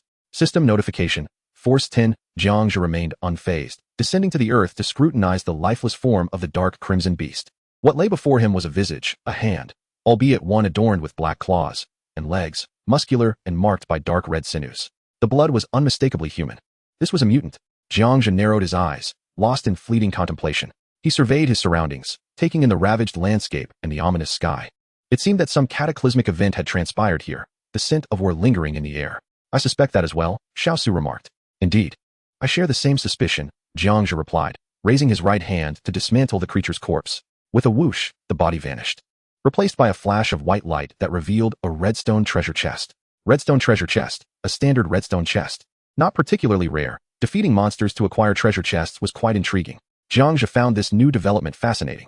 In the past, defeating foes had not yielded such rewards. Perhaps this was a mechanism born of the passage of 20 millennia. Who could say for certain?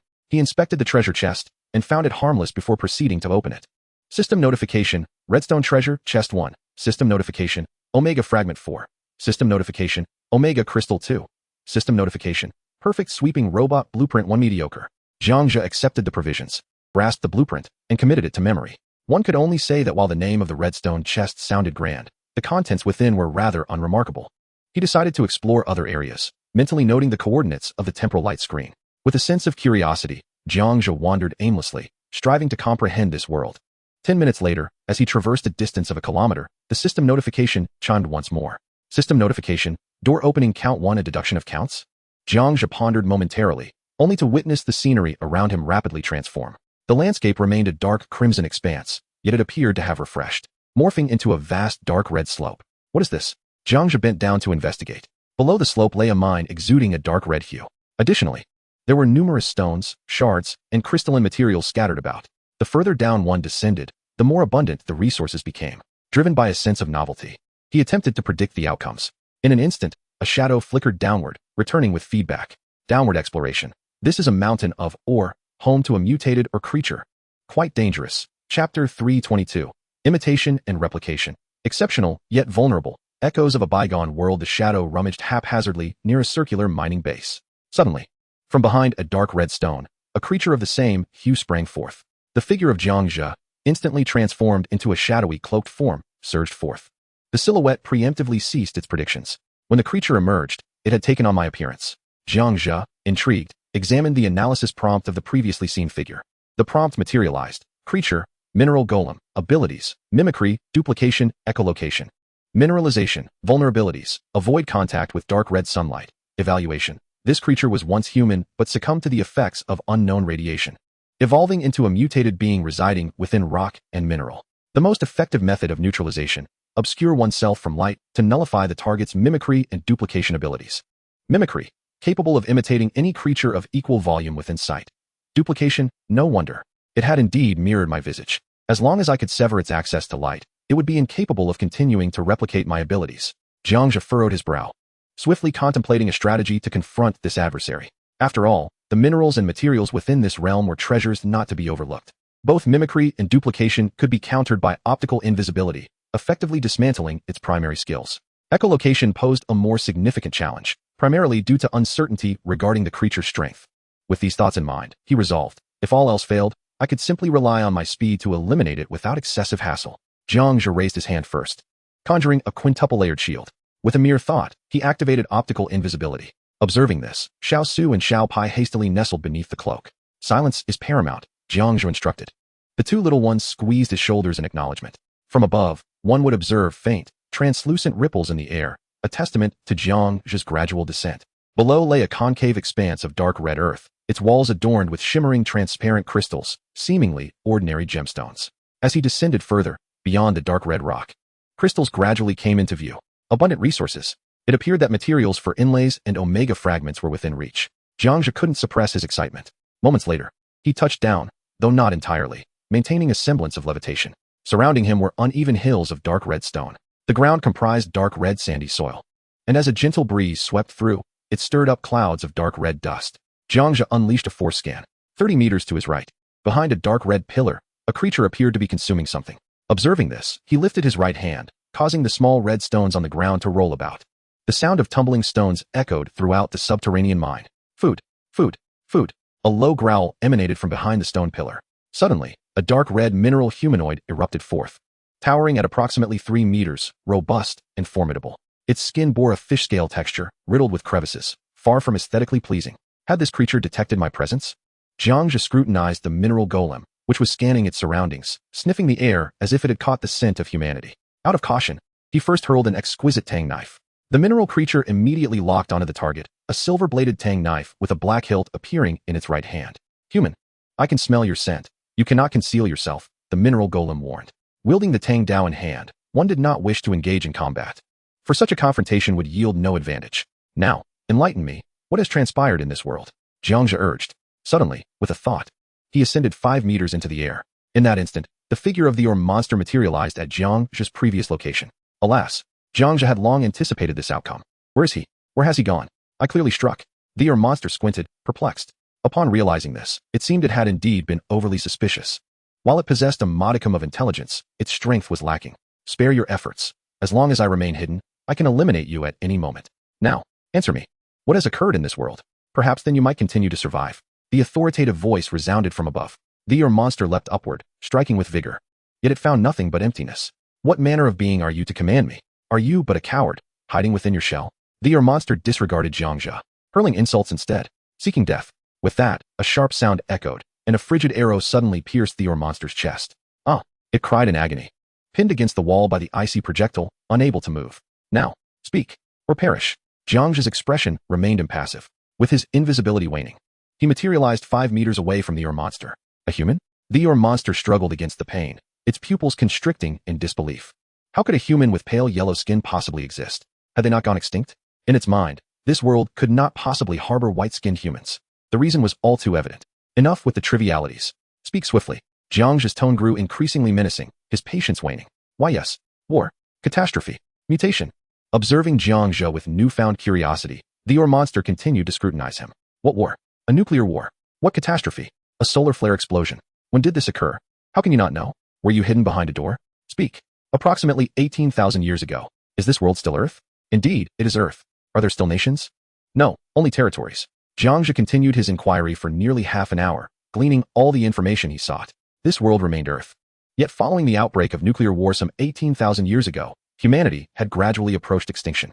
After the nuclear conflict, the sun began to behave erratically, frequently erupting in flares that scorched the land. Only a small fraction of humanity survived, and the infants born thereafter gradually underwent mutations. Initially, they did not possess such appearances.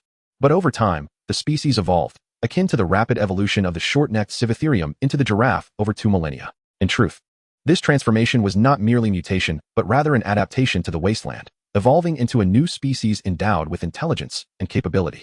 According to the monster, this world now harbored but one skin color, that of the red-skinned people, albeit with varying abilities. There exists a tribe of crawling face-like creatures, which Jiang Zhe had previously encountered and vanquished. Additionally, there is a tribe of upright walking ape-like beings, known as the monsters. In essence, a myriad of crawling, flying, and aquatic species have evolved to resemble humans and have acquired a certain level of consciousness. 10 minutes later, as the conversation was nearing its conclusion and while Jiang Zhe was deep in thought, a cackling voice interrupted. "Huh? You're doomed." The monster suddenly erupted into boisterous laughter. Chapter 323, Eruption of Resources, Millennia Rankings, Trading Red Water, World in Turmoil. The monster's laughter was accompanied by a sudden, menacing red figure leaping from behind Jiang Zhe. 2 crimson claws lunged fiercely towards his neck. Boom. A wave of distortion spread across the vicinity, a manifestation of the collapse of primal energy. The monster, along with the ambushing creature, was reduced to ashes. Moreover, the nearby ores and materials were also turned to dust. Is this it? Do you really think you can kill me with such theatrics? Must you engage in this dramatic display instead of simply assassinating me? Jiang Zhe remarked disdainfully. Even if your sword were to strike my head, it would merely produce a dull clang. It seems I have greatly overestimated your capabilities. Surveying the area, Jiang Zhe lamented the loss of such valuable resources. To prevent the replication of abilities, it was imperative to eliminate adversaries in a single, decisive blow, thereby avoiding unnecessary complications. He then turned to his right, raising his hand to collect the scattered materials into his warehouse. System notification, Omega Crystal 1. System notification, Strength Jade 1. Constitution Jade 1. System notification, X-Type Special Alloy 10. The materials nearby were not plentiful, yet as he ventured further into the territory of the monsters, the bounty increased significantly. As he traversed the path, he paused intermittently, gradually amassing more resources. Just as Jiang Zhe had anticipated, the area inhabited by the monsters revealed a small hillock, approximately 10 meters high and 6 meters wide, with familiar resources peeking through its surface, such as Omega shards, crystals, attribute fragments, jade, and embedding materials, alongside some previously unseen crystals. With a powerful punch, Jiang Zhe shattered the hillock, revealing a dazzling array of colors. Now this is more like it. Energized by the sight of such an abundance of resources, he raised his right hand. Materials cascaded towards him like a torrent, overwhelming in their variety, making it impossible to discern exactly how much he had collected. A minute later, after gathering everything, Jiang Zhe accessed the system interface to review the information. System notification, Omega Crystal 17. System notification, Omega Shard 34. System notification, Moonlight Gem 1841. System notification, Starlight Gem 1650. System notification, Dazzling Stardust 1510. System notification, Endless Yellow Sand 1668. System notification, Dark Red Glitter 284. System notification, Absorption Crystal 42. The Dark Red Stones. Before a multitude of onlookers would be randomly distributed according to the miners' gathered resources, primarily consisting of the materials already at hand. The remainder consists of vividly colored enhanced crystals, revealing 2 entirely new materials. Jiang Zhe clicked to inspect them. Dark Red Flash, a unique dark red stone that increases the success rate of gem synthesis, with its efficacy escalating alongside the gem's level. Absorption Crystal, a crystal that absorbs enemy attacks, reusable multiple times, yet will shatter once its limit is surpassed.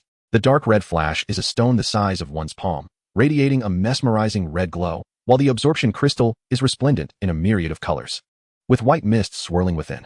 The availability of additional embedding materials raises Jiang Zhe's anticipation regarding the potential level of gem synthesis he could achieve with the Dark Red Flash. He collected all the materials and surveyed his surroundings, finding no immediate danger.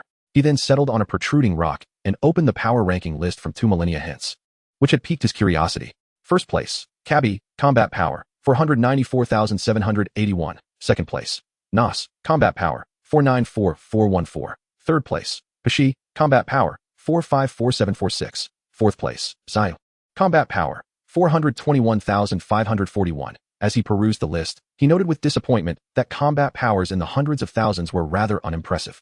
Jiang Zhe found it perplexing that the newest entrants had emerged only 3 months prior, all bearing red avatars, both male and female, varying in height, yet notably handsome. In a mere 3 months, accumulating over 400,000 in combat power seemed rather unsatisfactory to him, likely attributable to the peculiarities of this world and its era. Next, Jiang Zhe navigated to the trading channel, his primary concern being whether he could procure materials. The trading interface remained unchanged, albeit the available goods were quite peculiar. He clicked on the most popular item. Item: red water, quantity 8561L, effect: a single sip sustains 1 for a week. Seller: 46578, starting price 100 milliliters, trade. Equivalent: a sip sustains 1 for a week?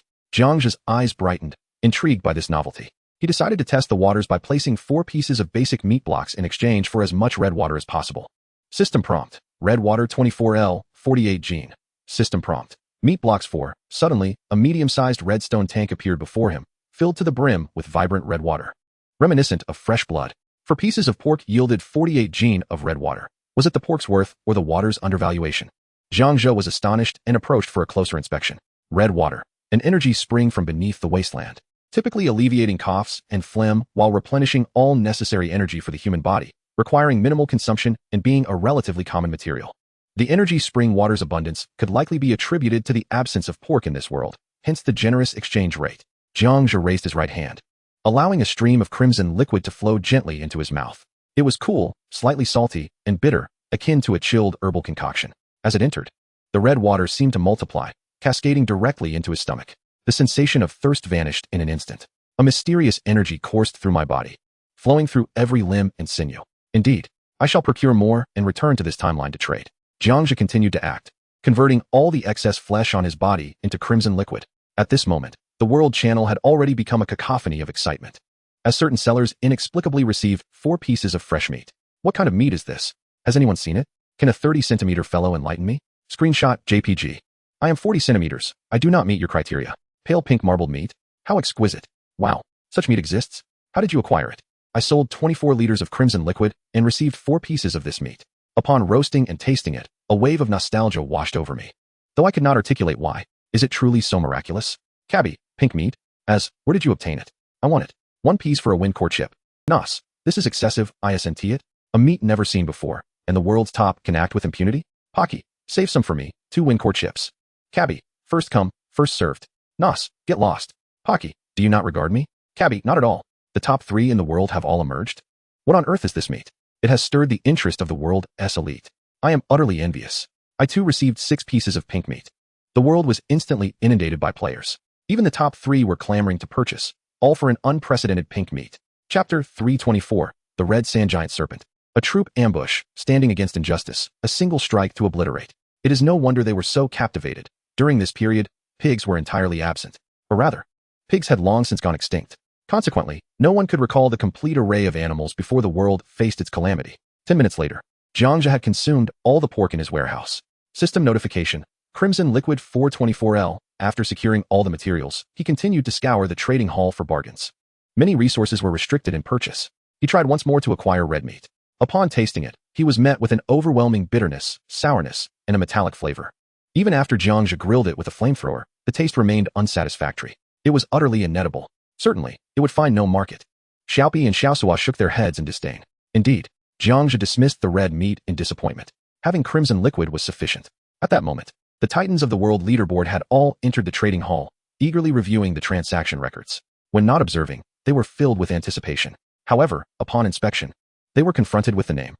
3 question marks. This bewildered everyone. Why would someone's name appear as 3 question marks? Cabby, 3 question marks. Have you encountered this name before? Pocky, even the world's number 1 hasn't seen it. How could I? Nos, I wonder what means they employ to obscure their identity. It seems they wish to keep us in the dark regarding who they are. It appears we shall spend the day here. Let us hope to uncover something valuable. Jiang Zhe lifted his gaze, soaring away from the Earth's minerals towards distant horizons. Just as he traversed 1,000 meters westward, a system prompt echoed. Door opened. Count. 1. Simultaneously, at a low altitude of 100 meters.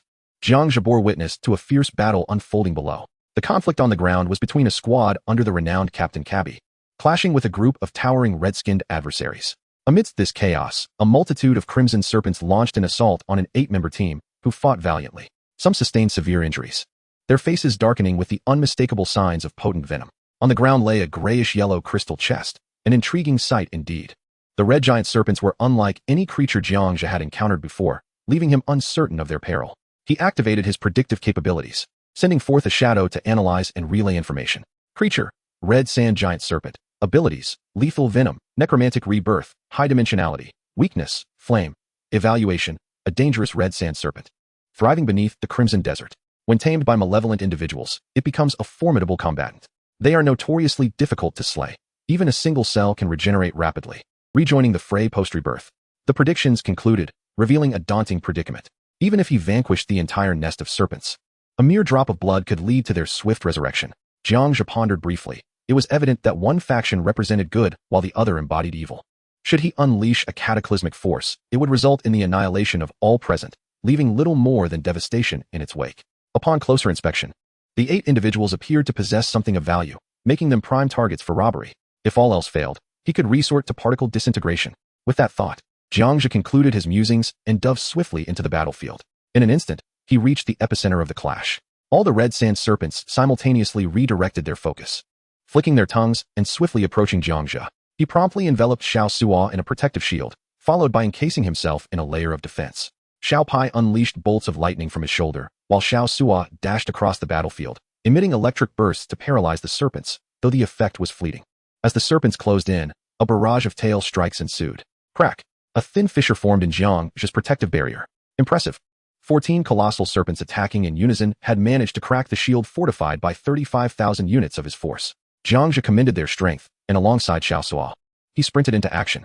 For each serpent paralyzed by Xiao Suo's lightning, Jiang Zhe unleashed a forceful disintegration blast. A red sand serpent towering 6 meters succumbed to the overwhelming force, obliterated on impact. Initially, the force proved devastatingly effective. The serpents seemed unable to enact their necromantic rebirth in time, falling victim to Jiang Zhe's relentless barrage. As he darted around the battlefield, he reveled in the chaos of combat. Time slipped by. The imposing red-skinned adversaries appeared to sense a shift in the tides, prompting them to command the serpents to sever their own tails. Due to the red sand snake's remarkable insensitivity to pain, they obediently followed their master's commands. The ensuing scene unfolded like a replication. 1 became 2, 2 became 4, and 4 became 8. The atmosphere was eerily reminiscent of a horrifying copy-paste, perfectly synchronized. Soon, a legion of red sand snakes emerged. The red sand snakes that Jiang Zhe had painstakingly slain were far outnumbered by the swiftly multiplying creatures under the enemy's control. From whence do you hail, new species? You appear quite exquisite, albeit rather lacking in intellect. TSK.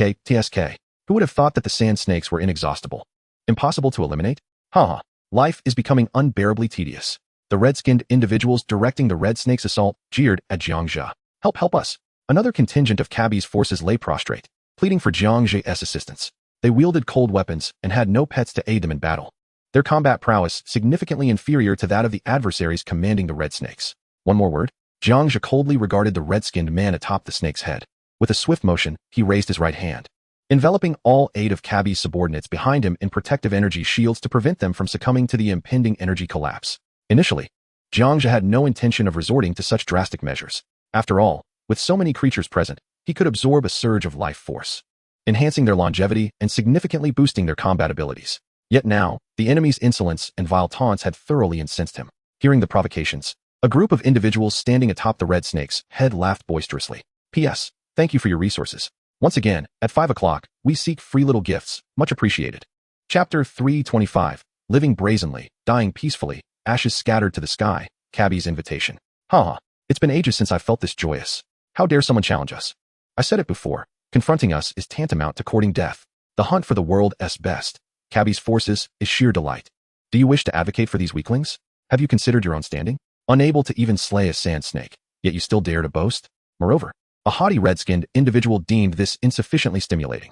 He leapt from atop the red snake's head to the ground, pointing a finger at Jiang Zhe, brazenly declaring, I say, you are living. Impatiently, before he could finish, Jiang Zhe calmly turned to Xiao Pai. How do you wish for the boss to handle him? This action was a blatant affront, dismissing the red sand snake's masters as mere recyclable trash. Eliminate him. How dare he show such disdain toward us? Charge. The crowd's eyes blazed with fury as they surged toward Jiang Zhe, brandishing their cold weapons. Boss, I wish to witness ashes dance in the sky. Xiao Su, what about you? I too wish to see ashes dance in the sky. Very well, let us fulfill everyone's desire. Jiang Zhe smirked disdainfully at the oncoming throng of energy users. With a snap of his fingers, the sound echoed, momentarily stunning the crowd. A snap? Is that your sole talent? We cannot do the same. The snap resonated through the charging red-skinned team, as if the louder snap conferred greater esteem. Is our snap not even louder? You startled me. I thought you possessed some ultimate technique. Enough with the chatter. We advanced to slay him. And before the words had fully escaped our lips, a thunderous explosion echoed. A ripple of delayed waves instantaneously swept through the surroundings, marking the catastrophic collapse of primal energy. The scene was instantly vaporized. The crimson serpents and the crimson figures were all annihilated by the primal energy's devastation, with not even a trace left behind. Except for the cabbie squad, who remained unscathed behind Jiang Zhe. Weak, Jiang Zhe extended his right hand and gently grasped, gathering all the black ashes into a sphere. In the presence of Xiao Pai and Xiao Su, he cast it into the heavens. With a spread of his fingers, poof, the ashes scattered, dancing gracefully in the air. Especially under the red sun, it created the illusion of dying on Mars. How splendid, so dazzling. Xiao Pai and Xiao Su reveled in the spectacle, relishing such a mind-blowing scene. System notification, Primal Energy 184. System notification, Ice Power 184. What just transpired in that fleeting moment? What is happening? Where have the serpents gone? What is this beautiful black ash in the sky? It is him. He must have saved us. Who is he? What method did he employ to eliminate all enemies in an instant? The sudden explosion jolted the fallen individuals awake. They had believed themselves to be dead, only to find, upon awakening, that all their foes had vanished. Before them stood a solitary man clad in a black trench coat. Who is this mysterious figure? Who possesses such formidable power? Jiang Zhe turned and raised his right hand. Waves of primal energy flowed into the 8 individuals. The originally pitch-black poison was instantly vaporized and expelled from their bodies. All the inhabitants of Cabbie's territory were restored to their former selves. Sir, what manner of technique is this? It is truly miraculous. You are far stronger than our Lord Cabbie. We are grateful for your intervention. Lord Cabbie will surely treat you well. Please, you must accompany us back to our territory so we can express our gratitude properly. As their wounds healed, the group rose, their faces filled with reverence. One by one approaching Jiang Zhe to convey their thanks. This squad belonged to the world's foremost, under the command of Cabbie. They had ventured out to gather intelligence on the enemy. In this world, every territory is a rival, except for the top 3, who are allies. Just a simple act. Jiang Zhe replied, not wishing to be burdensome. He was the first to retrieve the ash-colored crystal chest from the ground. You are our benefactor. It is only right that I do so. Our Lord Cabbie holds great admiration for the strong. He would surely be delighted to meet you. Sir, where do you hail from? Why do you appear so different from us? What followed was simply the flattery of Cabbie's subordinates and a barrage of questions. Jiang Zhe almost felt his ears growing weary from the incessant inquiries. He even neglected to open the crystal chest in his haste. Were it not for the youthful faces of this squad, he would have turned and left long ago. I shall consider it. Jiang Zhe refrained from outright refusal. Through his mind-reading ability, he sensed their genuine invitation.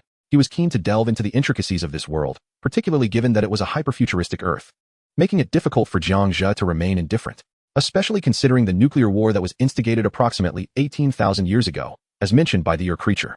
In truth, that era was remarkably close to Jiang Zhe's own time.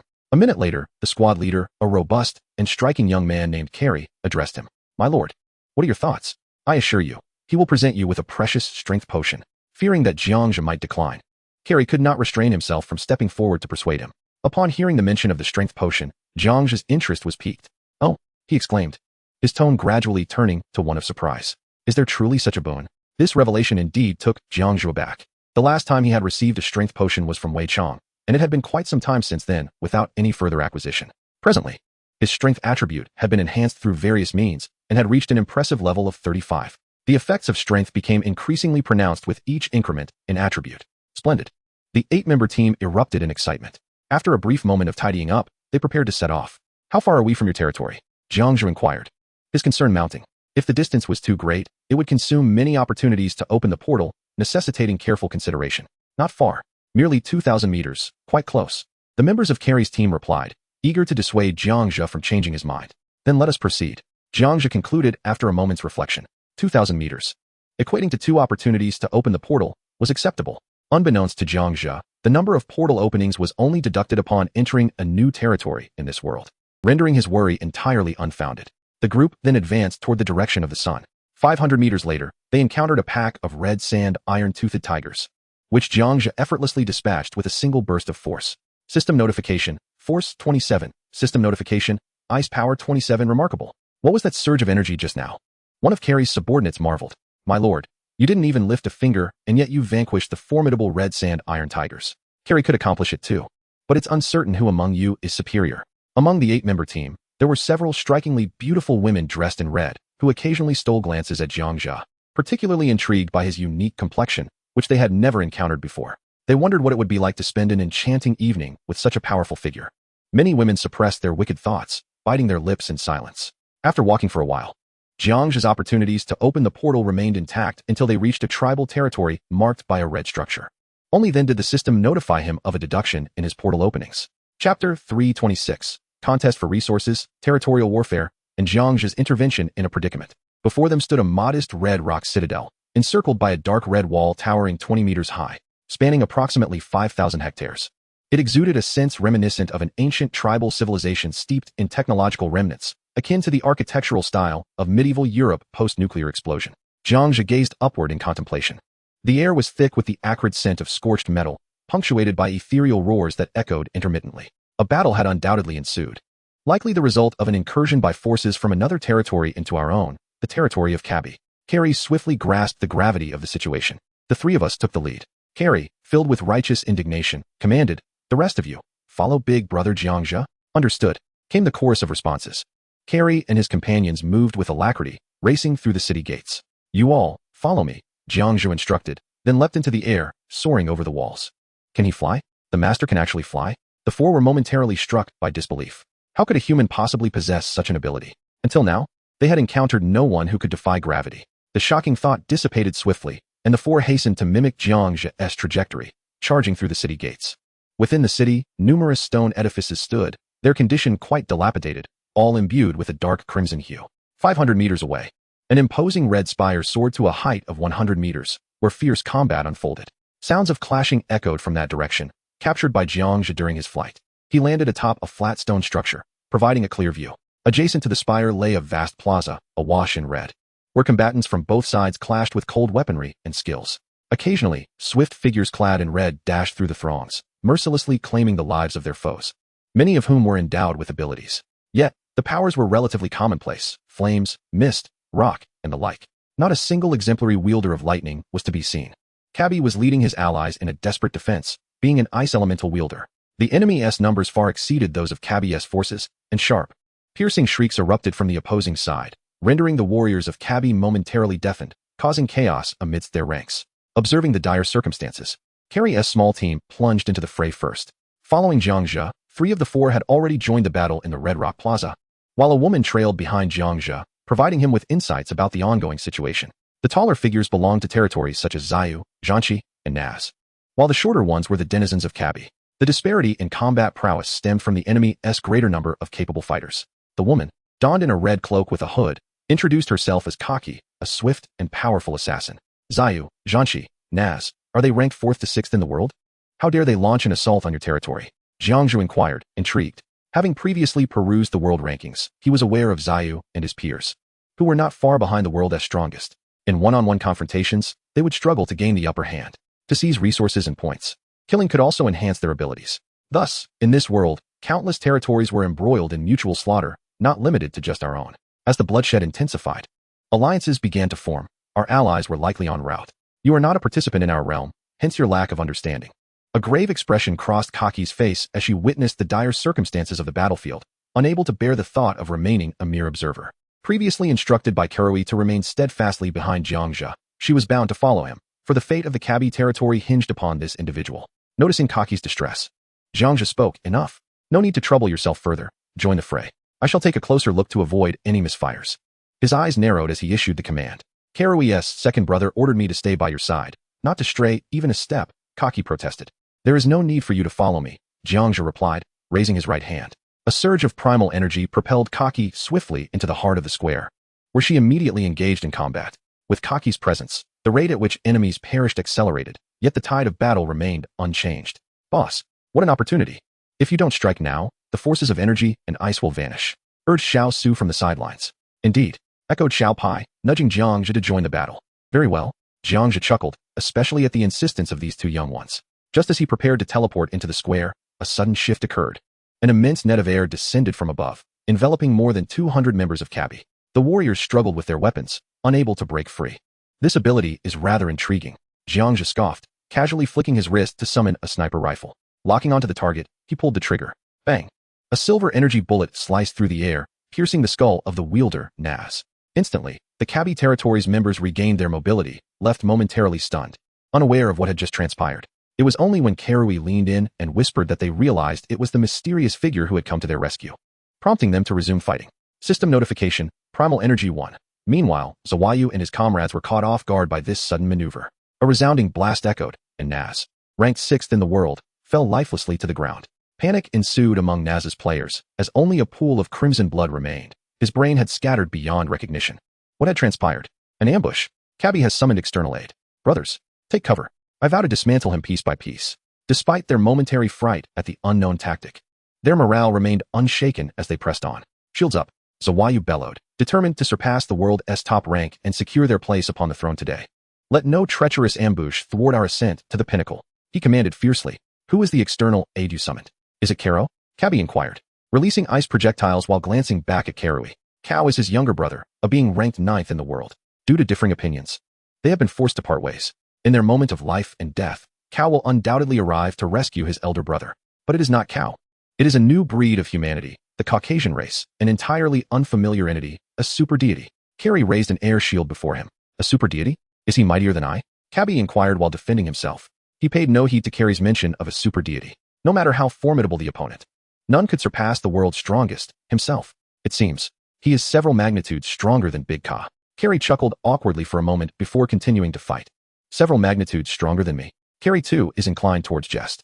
Cabby dismissed the thought and continued to unleash icy fog, drawing enemy fire towards Carrie. The battlefield erupted into chaos. The clanging of metal, followed by the release of wind, fire, mist, and ice, filled the air. These individuals bear an uncanny resemblance. Jiang Zhe marveled through his sniper scope. After 3 seconds, he finally distinguished the two factions. The enemy bore a black skull tattoo on the right side of their backs, while the defenders showcased a small figure in the air along with a circular emblem on their right hands. A flash of white light signaled the activation of teleportation. Jiang Zhe appeared at the center of Red Rock Square, joining the fray. Chapter 327. A decisive strike, total annihilation, Cabby's promise, solar flare upon entering the battlefield. A group of red-clad warriors paused for a moment. They quickly regained their composure, realizing that this could be the external aid summoned by Cabby. It is him. Eliminate him. He is the mastermind. If we slay him, victory will be ours. The enemy surged forward in a frenzied rush. Almost simultaneously, all enemy leaders and minions launched an assault on Jiang Zhe. He first enveloped all allied forces in a protective shield, pushing them away from the battlefield. Unhurriedly, he raised his right hand above his head. Snap! Just as the foes drew near, a resounding crack echoed. Boom! A ripple paused momentarily around Jiang Zhe before expanding outward at an unfathomable speed. In an instant, the scene was filled with screams. The weak fell first, while the few leaders with combat strength over 400,000 managed to endure for a few seconds longer. Who is he? Impossible. Such an existence cannot be real. The leaders momentarily stood in shock before disintegrating into ashes, vanishing into the sky. System notification, Force 484. System notification, Ice Power 484. System notification, Life Energy, 5 notifications emerged, including an extended duration for future predictions. Jiang Zhe raised his hand to form a shield around himself, blocking all remnants of black ash. Witnessing this extraordinary spectacle, the atmosphere fell into a deathly silence. All of Cabby's territory inhabitants stared in disbelief at Jiang Zhe, then gazed around at the ashes drifting into the heavens. They found it difficult to accept. No, they simply could not believe it. They persevered for so long, inflicting only about 100 casualties upon the enemy. Yet, they were utterly unprepared for the sudden appearance of the white and yellow figures on the battlefield. Was it merely with a snap of their fingers that all were reduced to ashes? What manner of sorcery is this? The opposing side appeared to regard the lives of these red figures with indifference, as if they were mere insects to be crushed beneath their feet. Could he truly be our ally? Is he even human? How could one achieve such a feat? With a mere snap, over 400 lives extinguished? Even the mighty Captain Cabby pales in comparison to him. The onlookers were left in utter shock. Is he truly the ally you summoned? Cabby stood dumbfounded, staring incredulously at Jiang Zhe. The prowess displayed in that singular attack surpassed that of any individual in the contemporary world. Even Cabby, the world's foremost, could not measure up to the presence before him. Impressive, indeed. He is astonishingly formidable. Carrie could not suppress her delight for Jiang Zhe, as if knowing him and securing his assistance was a matter of immense pride. Jiang Zhe turned, his gaze falling upon the weapons scattered across the ground. After a brief assessment, he noted their perfection, excellence, and epic quality. I shall take these few weapons, the rest belong to you. Do you have any objections? With a lift of his right hand, he gathered the 5 blades and swords into his possession, depositing them into the guild's repository. No objections. They are all yours. I have no further remarks, Cabby replied with a smile, nodding slightly. Thank you for your timely intervention. Carrie, Kachi, and others followed closely behind Cabby. and all the red figures bowed deeply to Jiang Zhe, offering their grand respect. No need for that. Jiang Zhe shook his head. His gaze then shifted to Carrie, eyes implying the need for strength potions. Carrie nodded slightly, pulling Cabby aside. You see, Captain Cabby, Carrie began, earlier you dispatched us to gather intelligence on the enemy. Speak. Cabby urged. We were ambushed by a small squad, the very group led by Naz, just as we were on the verge of succumbing to poison. It was Jiang Zhe who rescued us. Carrie continued. In gratitude, I promised him a condition. What condition? Cabby inquired. The finest strength potion, the very one you previously acquired from the treasure chest. Upon hearing this, Cabby paused to ponder.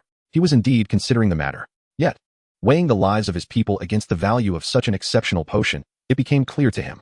No problem, Cabby affirmed decisively, turning his gaze toward Jiang Zhe with respect. I, Cabby, shall honor my promise. However, the potion is not in my possession, it resides in my warehouse. Kachi, go fetch it. Yes, Captain.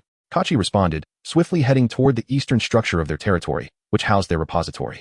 The group led by Naz was indeed en route to seize all resources from the warehouse, intending to dethrone Cabby in one fell swoop. Little did they anticipate that a formidable figure would emerge, leading to their complete annihilation. I shall await favorable news, Jiang Zhe replied. In truth, he was drawn by the allure of the strength potion, with over 400 points of elemental force. The ice power paled in comparison to the potency of the strength potion. Subsequently, Jiang Zhe refrained from disturbing the others as they collected their spoils, instead opting to quietly observe from a stone bench in the square. In this skirmish, the casualties among the inhabitants of the Cabby territory were not insignificant. Overall, the death toll exceeded 100, a figure deemed acceptable. In contrast, Naz and his cohort suffered considerable losses. Should Cabby seize this opportunity to launch a counterattack, it could serve as a deterrent, instilling fear in the other watchful lords. Among the Cabby territory's individuals, there were many wounded. Their ordinary injuries could be treated with their potions, yet the results were far from satisfactory. Naturally, Jiang Zhe had no desire to meddle excessively. Aside from a few unfortunate souls with severed limbs, lamenting on the ground, he inquired of Carrie, can your potions not mend severed limbs? Carrie shook his head, explaining that perhaps in the past it could have been possible, but now, it was entirely out of the question. Jiang Zhe pressed further, in the past? What do you mean? Carrie responded, 18,000 years ago, it was possible to regrow severed limbs. 18,000 years ago again. Jiang Zhe furrowed his brow. Having heard these 6 words more than once today, it seemed that this period was marked by significant events. Could you elaborate? He asked. Nuclear explosion, solar radiation, global panic, the emergence of extraordinary individuals, a reversal of fate, urban ruins, the transition of eras, adaptation to the environment, human mutation, the disappearance of the spatial gateway, Carrie recounted succinctly, encapsulating 18 millennia in mere words. Once he finished, Carrie proceeded to assist with the cleanup in the center of the square. Jiang Zhe engaged in self-reflection, analyzing what Carrie had described. It pertained to the global war ignited by a nuclear explosion, which, due to unforeseen circumstances, reignited solar flares. The reach of these flares successfully descended upon Earth. Humanity was plunged into chaos. In the midst of this global turmoil, an extraordinary figure emerged, successfully neutralizing the solar flares. Despite this savior's efforts to rescue the planet, the outcome could not avert the gradual decline of civilization into ruins. Many years later, as humanity dwindled to near extinction, the survivors had no choice but to evolve into a more advanced form of humanity to withstand such extreme conditions. As for the last phrase, the disappearance of the spatial gateway, it referred to the portal of space itself, which coincidentally was the very portal within Jiang Zhe's cubic realm. The spatial gateway stood in stark contrast to the temporal veil. They were 2 distinct entities. Time passed unmeasured until suddenly, the sun erupted. What is this? Jiang Zhe frowned, looking up as a swirling golden flare approached. Jiang Zhe, hurry inside. The flare is about to explode again, Cabby urged, seizing Jiang Zhe's arm and propelling him towards the underground fortress. Chapter 328. A piece of pork, identity revealed, ancient murals. Modern civilization. Jiang Zhe was swiftly pulled into the underground fortress by Cabby. A thunderous roar erupted as the ground trembled. The sound of buildings being torn asunder echoed around them. The ethereal golden solar flares swept across the land. The ground was swept away by an endless hot wind. Despair engulfed the player wandering in the dark red desert, exclaiming in resignation. Those who failed to seek refuge in the underground fortress disintegrated in an instant. The solar flare, its duration unknown, blazed fiercely. When the commotion subsided, a locked well cover was pried open. Jiang Zhe emerged first, enveloped in a protective shield, followed closely by the others from the Kirby territory, who climbed to the surface. The ground was cracked, devoid of any signs of architecture, and the parched crimson earth stretched endlessly. Apocalypse. Jiang Zhe felt an overwhelming sense of helplessness. The moment the golden flare descended, he was beset by a feeling of futility. Remaining on the surface would surely render even 100 layers of energy shields inadequate against the impending devastation. Everything was gone. The painstakingly constructed base lay in ruins. He wondered about the fate of the others. The territory holders surveyed the ravaged landscape, sighing in unison. Just then, Karui approached nonchalantly. Jiang Zhe, do you have many questions? Can you enlighten me? Jiang Zhe turned and replied, solar flares occur twice a year, in spring and winter. Unfortunately, we haven't witnessed spring, autumn, or winter in quite some time. Karui, seemingly having procured a piece of red grass from somewhere, chewed on it while cradling his head, gazing at the sun. Indeed. Karui elaborated.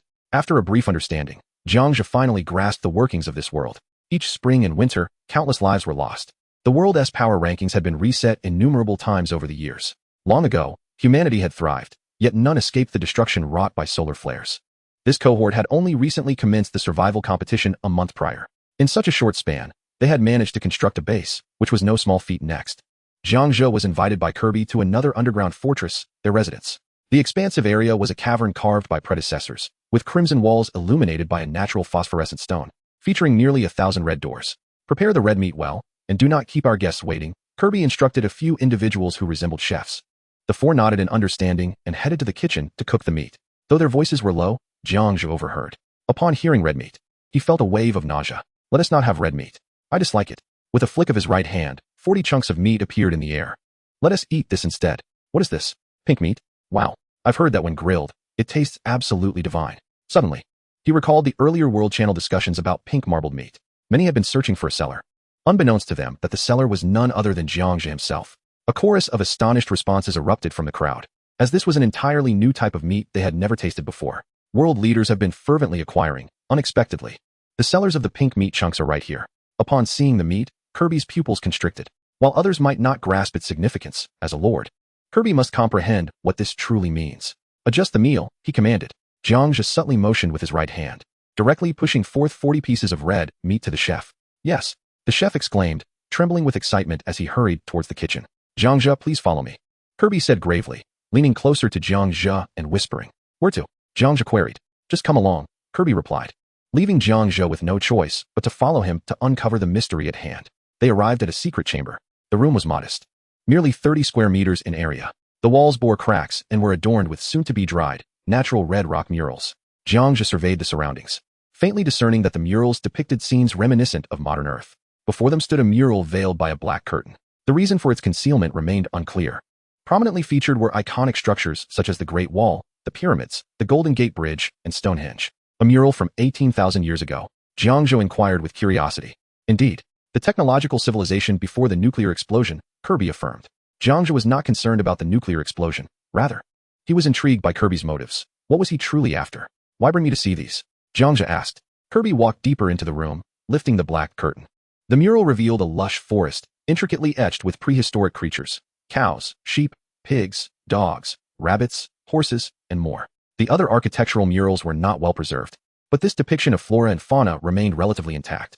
You are not from our era, Kirby stated solemnly. He then turned to face Jiang Zhe, pointing at the mural of the Great Wall with hope in his eyes, as if seeking something.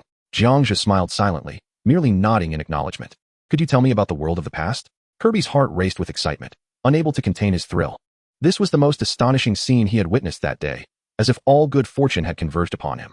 Of course, Jiang Zhe replied with a knowing smile. He understood the yearning of humanity, who had witnessed the apocalyptic scene, for the past. There was no rush. He had ample time to elaborate. Thus, Kirby listened intently to Jiang Zhe's narration until the very end.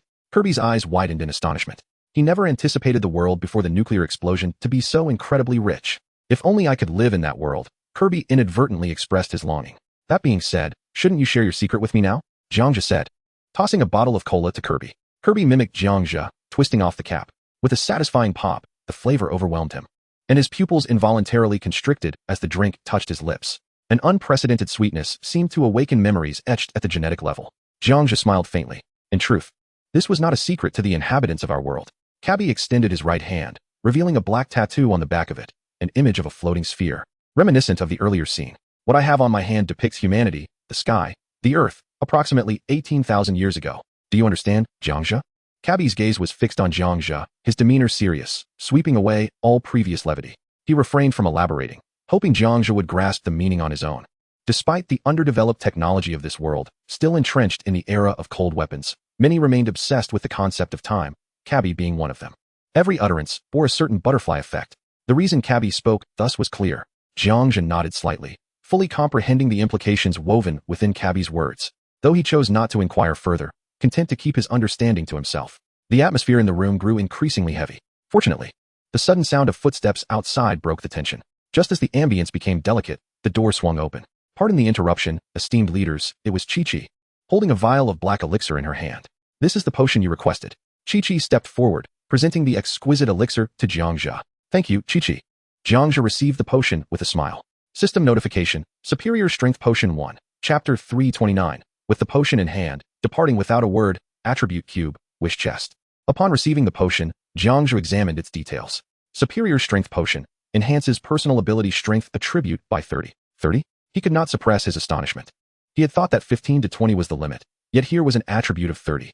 If this vial were consumed, his force and ice power would soar like a rocket. Removing the stopper, he downed it in one gulp.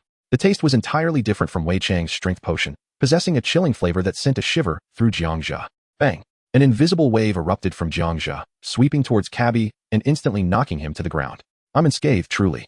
I understand this effect. Cabby hastily rose, offering an awkward smile. By the way, dinner might be ready outside. Perhaps you should go first? Very well. Jiang Zhe chuckled knowingly. Cabby's intentions were transparent to Jiang Zhe's discerning eyes. He feigned departure, quietly closing the door behind him. Jiang Zhe lingered at the threshold for 3 seconds. Sure enough, cough, cough. Intense coughing erupted from within, indicating that Cabby had been inadvertently affected by the shockwave. Such is the desire for face, a self-imposed suffering. Have you learned? Jiang Zhe turned to Xiao Pai and Xiao Su, who both nodded in understanding. With a flick of his right hand, a bottle of advanced recovery potion materialized, placed at the doorway for Cabby to discover upon his exit. At this moment, lunchtime had arrived. The chefs had long since prepared the meat. Wow, what a delightful aroma. I have never encountered such a tantalizing scent of meat. Suddenly, I am ravenous. Is this the enchantment of the pink meat? This meat is 100-fold, nay, 1,000-fold more fragrant than our red meat. A chorus of gasps echoed through the underground hall. Jiang Zhe stepped forward to observe. Everyone was salivating over the succulent roasted pork. Let us dig in. Mr. Cabby, it will be a while longer. Jiang Zhe smiled faintly, bypassing the crowd and ascending the stairs towards the surface. Jiang Zhe, aren't you going to eat? Came the voice of Kyrie from within. No. This is for you all. Jiang Zhe waved his hand dismissively. Very well, I shall save some for you. You can eat upon your return from your stroll, Kyrie replied. What the others did not realize was that Jiang Zhe was already planning to depart without a word. With a swift thought, he activated his teleportation. He instantly arrived before the shimmering curtain of time. He gazed upwards at the crimson sky, where the sun intermittently erupted with faint flares. Twice a year, the people suffer in silence. This scene was destined to unfold. Jiang Zhe pondered deeply. He was at a loss as to how to prevent such calamities. Perhaps it was nature's choice, thus inevitable destruction. Thankfully, he chose not to dwell on it further. He then retrieved his positioning device, correctly aligning the time coordinates. While awaiting the moment, it was time to open the chest. Jiang Zhe mused. I wonder what valuable resources might emerge. A grayish-yellow crystal chest appeared. He checked for danger. Open. System notification, Crystal Chest 1. System notification, Omega Fragments 24. System notification, Omega Crystals 4. System notification, Moonlight Gems 48. System notification, Starlight Gems 40. System notification, Negative Energy Particles 6. System notification, Extraordinary Matter 2. System notification, X Special Alloy 38. System notification, Special Obsidian 42. System notification, Dark Red Spark 46. System notification, Absorption Crystals 6. System notification, Burning Gems 6. System notification, Attribute Cube Crafting Blueprint 1. System notification, Wish Chest 1. A cascade of notifications descended, revealing an abundance of resources. Among the plethora of items, only the negative energy particles, extraordinary matter, and the last 2 notifications, the attribute cube and the wish chest, captured Jiang Zhe's attention. An attribute cube? A wish chest? Jiang Zhe could not resist clicking to view the details. Attribute cube crafting blueprint, a special item that enhances intelligence without augmenting any combat attributes. As the difficulty of decryption increases, so too does mental fortitude. Wish chest, a handcrafted item from higher dimensional players, usually attuned to the user's thoughts. Whether one receives resources depends on the sincerity of the user's intentions. No harm is to be feared. Learning. Jiang Zhe promptly engaged with the crafting blueprint. He examined the requirements for creating the cube. Merely 20 shards of mental essence and 5 pieces of ordinary alloy were needed to forge one. The Rubik's Cube is a sustainable consumable. As one's mental acuity increases, so too does intelligence. The market demand is undoubtedly substantial, promising a wealth of fresh resources. With that thought, I closed the interface and turned my attention to the golden treasure chest, roughly the size of my palm. Holding it felt as insubstantial as grasping air. If I were to look away, I might not even realize a small golden chest rested in my hand. I fervently hope to discover a joint launcher, to craft a universal manufacturing device, and ultimately to forge a quantum pen, thereby asserting dominance in this realm. With a sincere heart, Jiang Zhe quietly chanted his aspirations. His right hand gently swayed. Suddenly, a puff of white smoke erupted. The chest was empty. Wishing chest, your sincerity has not been sensed. The number of openings for today has been exhausted. The message appeared. Haha. Upon reading the notification, Xiao Pai burst into laughter. You little rascal, be more mature. Like Xiao Su, Jiang Zhe admonished, casting a sidelong glance at Xiao Pai. Yes, replied the giggling Xiao Pai, instantly transforming his expression to one of solemnity. Boss, I feel this chest is playing tricks on you. Perhaps I lacked sufficient sincerity. Jiang Zhe accepted all the gathered resources. Ding ding ding. The temporal screen shimmered. The locator pinpointed the correct timeline, March 28th. It was time to embark. Today, I must craft the battle armor, Jiang Zhe resolved. He stepped into the temporal screen, which vanished in an instant. He departed, seemingly from a different era. Why didn't he bid us farewell? A sense of unease washed over the group as they hurriedly approached. Simultaneously, they witnessed the white halo fade away, as if Jiang Zhe's departure had caused the screen to dissipate. Cabby, do you have anything to say? Asked Kairoué, turning to Cabby. Nothing to say. It was all predetermined. Mr. Blue, let us return home, Cabby replied with a smile directed at Mr. Blue. All right. P.S. A heartfelt thanks to the generous patrons from yesterday. The capsules were delightful. May countless gifts flow forth. Thank you. Chapter 330. Returning to time. The butler recreates. Player's impulsiveness. Selling resources. Jiang Zhe had returned to the present timeline. March 28th. At precisely 11 o'clock in the morning. Originally in the Crimson Desert, time had reached 1 in the afternoon. Yet he found himself back in the morning of the same day, 11 o'clock. Such discrepancies were permissible. In truth, Jiang Zhe had wished to traverse to 6 in the morning of March 28th. However, with only 4 openings remaining, he could not maintain pace with the others. Thus, he opted for a time close to lunch, which also facilitated the sale of resources. Jiang Zhe lingered with the 2 little ones at the time screen. Not in a rush to depart, as the current number of openings was limited, he did not wish to squander his remaining opportunities. Instead, he decided to wait until lunch was finished before opening the 3 doors once more within the temporal chamber. Calling forth the cube, they returned to the living room. Mr. Blue had left, leaving the space eerily empty. No one is here to cook for us, Xiao Pai lamented. I'm feeling rather listless, Xiao Su added. He has truly become a real person, yet our emotional connection with him is rather shallow. Jiang Zhe comforts the 2 little ones. Indeed, in Jiang Zhe's eyes, Mr. Lon is merely a tool. Once he develops a sense of free will, he can depart at any moment, unless he chooses to stay of his own accord. What do you see here? Jiang Zhe flicks his right hand. A new blue magnetic field steward materializes in the air. The previously despondent duo cannot help but feel joy upon encountering the new Mr. Lon. Little Pai exclaims, someone is cooking for us again. Little Su cheers, yay? Jiang Zhe remarks, what you desire is simply for him to prepare our meals. Little Pai chuckles, I suddenly feel rather heartless. Little Su shrugs, after all, he is not a true life form. It is difficult not to be unsentimental. This is indeed the case. Like dealing with a machine, the established fact has existed from the very moment it began. Next, Jiang Zhe creates a new physical form for Mr. Lon.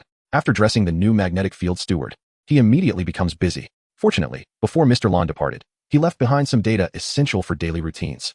Jiang Zhe swiftly retrieves a USB drive and inputs the standardized behavioral mimicking. The new Mr. Lon learns with remarkable speed, without hesitation, fully replicating the previous Mr. Lan's actions, including self-directed learning. Jiang Zhe observes for a moment. Even he is unaware of how the magnetic field steward developed self-awareness. He decides not to dwell on it. A meal is soon prepared by Jiang Zhe, roasted meat, pan-seared steak, beverages, and fruits, all while watching the World Channel. Throughout this day and a half, no significant events occur, aside from the gradual demise of powerful individuals ranked between 50 and 100.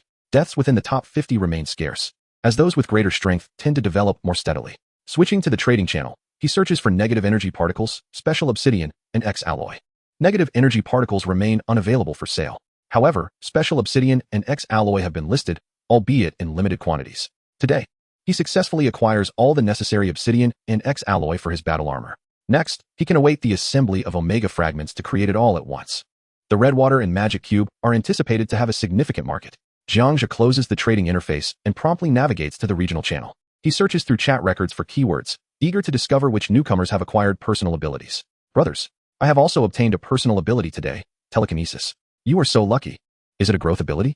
Yes, it is a growing ability, but I feel telekinesis isn't a top-tier power. Be content. Others have acquired mental strength. They can battle across different power levels with only 70,000 combat power.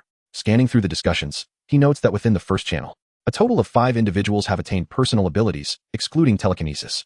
The rest are minor skills, non-evolving powers, and explosive physical abilities. Jiang Zhe glances at the comprehensive channel rankings. he still firmly holds the first position, maintaining a lead of over 8 million total points ahead of the second-ranked Arthur, ensuring his dominance for the foreseeable future. He then proceeds to the world channel. Are there any children in need of affection? I am here to care for you. Is there anyone available to assist with acquiring exceptional weapons? I am willing to pay handsomely for materials. I encountered a formidable creature, paralyzing me with fear, and I am in urgent need of assistance. Astounding news. Arthur has acquired a second ability, Mist, which is also a progressive skill, promising a significant enhancement in combat prowess. Given that Arthur now possesses dual abilities, it is plausible that Jiang Zhe may also possess two. Friends, I stumbled upon a room with a lead plate that bears a warning. Extremely dangerous. If players from the first channel encounter it, do not be reckless, simply turn away. This is your Plaza Master, Jiang Zhe. Goodness, you have encountered a room once traversed by the god of Jiang. I envy you. Our Plaza Master is indeed benevolent. Can your Arthur, Adam, and the others measure up? Indeed. Despite the danger, a note was left for us players of the first channel. How utterly captivating. Brother, are you well? Did you act recklessly? Friends, I peered inside and beheld a magnificent creature, something silver and dazzling. It unleashed a beam of light. Save me. The creature's words were cut short, and the avatar instantly turned gray. Oh no, brother, did you perish? Serves you right. I warned you against recklessness, yet you persisted. The god of Jiang even left you a message. How utterly amusing. Jiang Zhe could not suppress his dark expression. It was clearly marked. Yet that individual still dared to push aside the lead plate he had previously set. If one seeks death, they cannot blame anyone else, especially when they are not from one's own channel. After scanning the surroundings for a moment and finding it dull, he switched to the first area. By noon, everyone habitually tagged Jiang Zhe, as his combat strength had suddenly surged, igniting fervent discussions among players. Yesterday, his strength remained unchanged, but within mere minutes, just now, it had refreshed. What could have transpired? Uncertain. Recently, it feels as though the Plaza Master's combat strength fluctuates with his mood, rising and halting at will. Hush. The Plaza Master next door, Adam, mentioned that Jiang Zhe's strength stagnation might be due to traversing the timeline or a parallel universe. Is that true? Can one really traverse time? Parallel worlds? It must be true. Numerous lesser-known players have claimed to have experienced time travel, parallel worlds, and various unexpected realms. So, our Plaza Master traversed the timeline and returned, resulting in this surge in strength? That seems plausible. Players began speculating. Indeed, they were correct. It is indeed possible to traverse timelines. But let us set that aside for now. Today, I wish to sell several fine items, still in exchange for special obsidian, X-alloy, and embedding materials.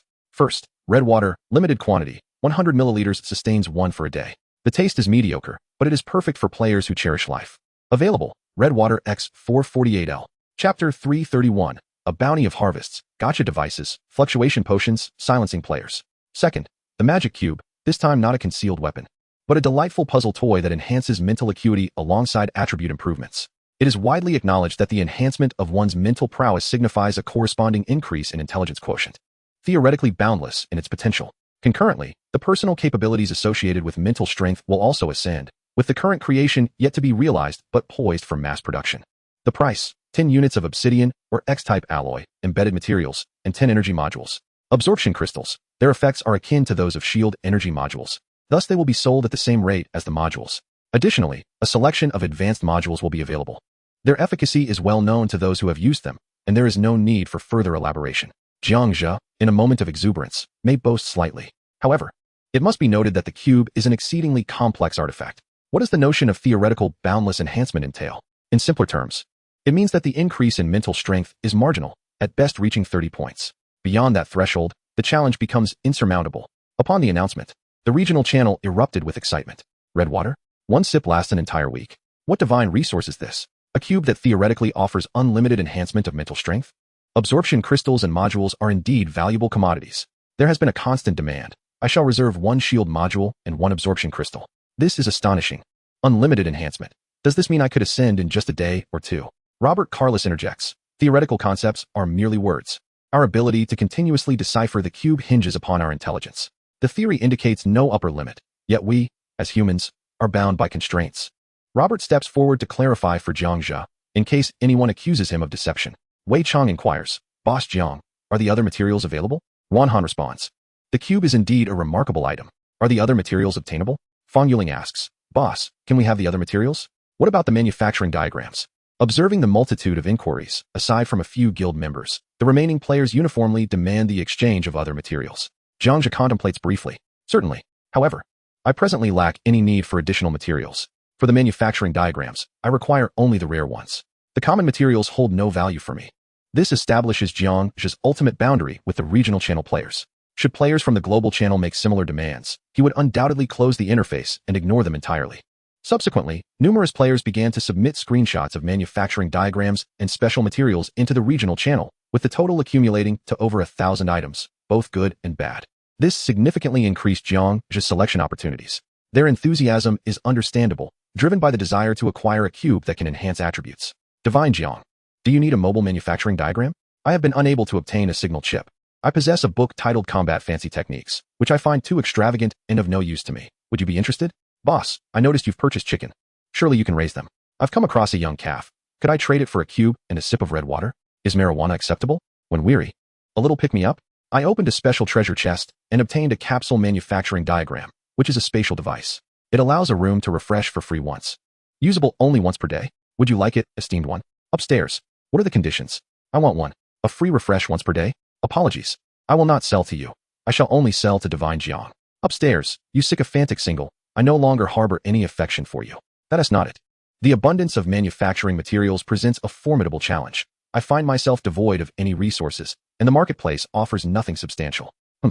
Jiang Zhe cast a cursory glance, and indeed, a few items piqued his curiosity. Notably, the gacha device, which allows for a complimentary room refresh, albeit limited to once a day. When utilized wisely, especially with foresight into the future, it proves to be exceedingly advantageous. He meticulously sifted through the offerings, committing his preferred materials to memory. The coffee tree seeds represent a sustainable growth option, distinct from the processed coffee beans previously acquired. The formula for the fluctuation potion, once consumed, induces a range of attribute variations, particularly beneficial in combat scenarios. Given the high demand for chemical materials, and the player's lack of interest in these items, despite their formidable combat prowess, they sought to sell to Jiang Zhe, hoping to secure a friend slot. It was evident that Jiang Zhe acquiesced. He also compensated with an epic hat, which the seller hesitated to accept, as it was merely a means to foster connections. Jiang Zhe, disliking the notion of being indebted, insisted on providing it, and the other party reluctantly accepted. The seller of the finished gacha device was a male player known as the Eternal Sun. His request to join a guild was promptly denied by Jiang Zhe, as entry is not granted to just anyone. One exception could lead to another, if leniency were shown. An influx of individuals might attempt to purchase their way into the world's premier guild. While the guild may be small, its members are all elite. Ultimately, Jiang Zhe compensated the Eternal Sun with an epic pair of boots, as such items, when placed on the market, require an equivalent value. Items like the Rubik's Cube and red water were woefully inadequate for the purchase of a gacha device. The rest consisted primarily of finished goods. Mostly household consumables, an automatic massage sofa, an audio production device, an induction mechanical table, and a touchscreen mobile phone. The animals available included a calf, a black fish, and a small crab. Although there were numerous manufacturing blueprints, Jiang Zhe found none appealing. It was only at the very end that Jiang Zhe stumbled upon a rather surreal realization.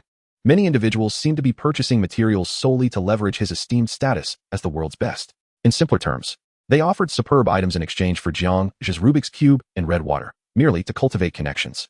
This situation proved to be quite vexing for Jiang Zhe. In conclusion, Jiang Zhe composed a message. I have accepted all the chosen materials, and I have not shortchanged you. I have individually compensated for several exceptional items. Lastly, remember this. If you notice my combat power not refreshing on any given day, do not be alarmed. I am not dead, merely existing outside this timeline. Oh no. Great one. Do you not want my newly filmed video? It's fresh. Can I exchange it for epic shards? Jiang Shun. How despicable you all are. Normally, you withhold your goods, yet when Jiang Shun appears to sell, you order with unparalleled fervor. Fortunately, I was selected. I eagerly anticipate how much combat power the Rubik's Cube will bestow upon me. Suddenly, I too wish to learn how the Great Ones traverse timelines to enhance their combat prowess. Do not emulate. Once you embark on this journey, there is no telling if you shall return. Those who dare traverse the timelines are often the elite, for disrupting the continuum may bring you no benefit. Indeed, how does one traverse such a path? Might you enlighten me? Even if I were to know, would I share such knowledge with you? What significance do you hold? Merely a sycophant of Arthur. In fact, within the regional channel, some have already discerned the origins of the red liquid. A simple analysis reveals it to be a product from the future, for such resources could not possibly exist in the past. Naturally, this unspoken understanding is shared among us, as the regional channel occasionally attracts certain sycophants who emerge to spread their distasteful sentiments. Jiang Zhe was the first to produce an equivalent quantity of resources, completing transactions with all parties involved. He received a substantial amount of materials for battle armor, gathering 1,000 pieces of gold initially. Concurrently, he acquired approximately 1,000 pieces of embedded materials as well. Ultimately, he ventured into the world channel to gather one final wave, thus amassing all the materials required for the battle armor. The primary expenditure in this transaction was mental shards. In the end, he sold over 500 cubes, more than 100 modules, and the red liquid was completely depleted. Jiang Zhe meticulously organized all his resources, mastering the manufacturing diagrams. He secured the blue wave potions and the capsule device within his belt for convenient access. Simultaneously, he conducted a brief cleansing of the regional channel, silencing and restricting those conspicuous sycophants, thereby ensuring they could no longer communicate or access information in the primary channel, rendering them irrelevant. Following this silencing, the world channel became aware that all authority pointed toward Jiang Zhe, igniting renewed fervor in discussions across the realm. Chapter 332, Bubble World. At the dawn of time, a colossal orange eye employed the capsule, conveying a chilling message to all. If you have something to say, do so quickly. I am dining. Jiang Zhe in the primary channel could freely impose bans upon us, having previously silenced those who insulted him, even dragging them into a virtual confinement to await their demise. Does your village even have internet? You ask, is this news only reaching you now? Why do others express such sentiments? Think for a moment with that 50 IQ of yours, and it will become evident it was he. A prominent player once analyzed that as long as one does not insult the deity's family, even speaking ill of him is permissible. It is indeed a revelation. Players collectively denounced the village's internet, indicating that the information was too tardy for their liking. Yet, this serves as a timely warning for those who relish gossip. In truth, Jiang Zhe does not possess the authority to ban players at will. He can only pull individuals into confinement when certain keywords are invoked. As for why Jiang Zhe does not eliminate Arthur Allen outright, it is because Arthur has always been cognizant of Jiang Zhe's capabilities. At this stage, Jiang Zhe is the one not to be trifled with. Hence Arthur maintains a prudent distance, even appearing in the world channel at entirely different intervals. The newly acquired young cow has been placed into the livestock chamber by the new Mr. Blue. Regarding the blackfish and the little crabs, Mr. Blue casually set up a fish tank, equipped it with an oxygen device, and provided sustenance for the two aquatic creatures, with a sprinkle of exquisite feed. They would grow and mature in no time. As Jiang Zhe had yet to acquire the means for breeding aquatic products, the current method of cultivation was somewhat rudimentary. A meal concluded swiftly. All materials for the battle armor were gathered, save for the Omega fragments. The universal converter still required the joint launcher. Currently, each type of embedding material approached 7,000, and efforts would be made to synthesize and forge the battle armor by nightfall. The blue capsule device would only be employed when faced with a lack of resources or excessive danger, for optimal effect. Jiang Zhe pondered within his mind. Once his thoughts clarified, he retracted the cube and resumed his day's endeavor of opening doors. For opportunities to open doors remained. Inside the temporal light curtain chamber, there was but one front door, with half a door above and below. Only 3 predictive opportunities existed. 3 figures surged forth, returning with feedback. Opening the door upwards, flowing world. Upon entry, one will rise and fall within a wave-like space bubble, allowing travel to any location. Opening the door downwards, the dawn of time, where one can witness the universe before its explosion. Opening the door forwards, no danger, yet devoid of any resources. Not hastily exiting the prediction, the figures first explored the flowing world for a moment. Indeed, as reported, the space was adorned with vibrant, colorful waves, enveloping Jiang Zhe. Surrounding him was a dark starry sky, with only this singular, colorful space bubble amidst the sea of stars. Once the colorful bubble ceased and shattered, a lush, verdant world appeared before him, resembling a forest. Joyful laughter greeted him, as a group of women adorned with antlers were busy gathering flowers. After a brief admiration of this earthly paradise, with a mere thought, Jiang Zhe was once again enveloped by the colorful bubble. The second destination he arrived at was a realm of colossal rock formations, where a 4-legged creature, approximately 10 meters tall and covered in fur, charged towards him. It appeared to be a gigantic, brown, long-haired dog. The figure released a scan, discovering some creatures, yet found no resources, prompting an exit. What peculiar worlds had he visited? Jiang Zhe mused curiously. In the second chamber, the dawn of time, Jiang Zhe was still encased within a transparent bubble. The moment he stepped in, a colossal, ghastly blue sphere emerged before him, emanating a beam of stark white particles that had traversed countless light years. It seemed to connect to some distant place or stretch towards a terrifying boundary, seemingly without end. As Jiang Zhe shifted slightly to the left, the dim blue sphere underwent a transformation, morphing into an oval-shaped body. Continuing to move leftward, the oval again transformed, becoming an immense, ghastly blue sphere.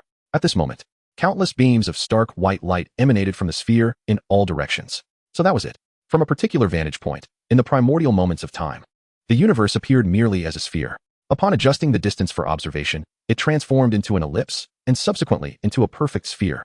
That beam of white light, spanning light years, was in fact an overflow of energy from this sphere, its length obscured by the vastness of distance. Just as the figure sought to further observe the nascent universe, a pair of immense orange phoenix-like eyes emerged from the abyss of the pallid sphere's right side. Moreover, a shadowy figure darted past those striking orange eyes. What transpired was unclear.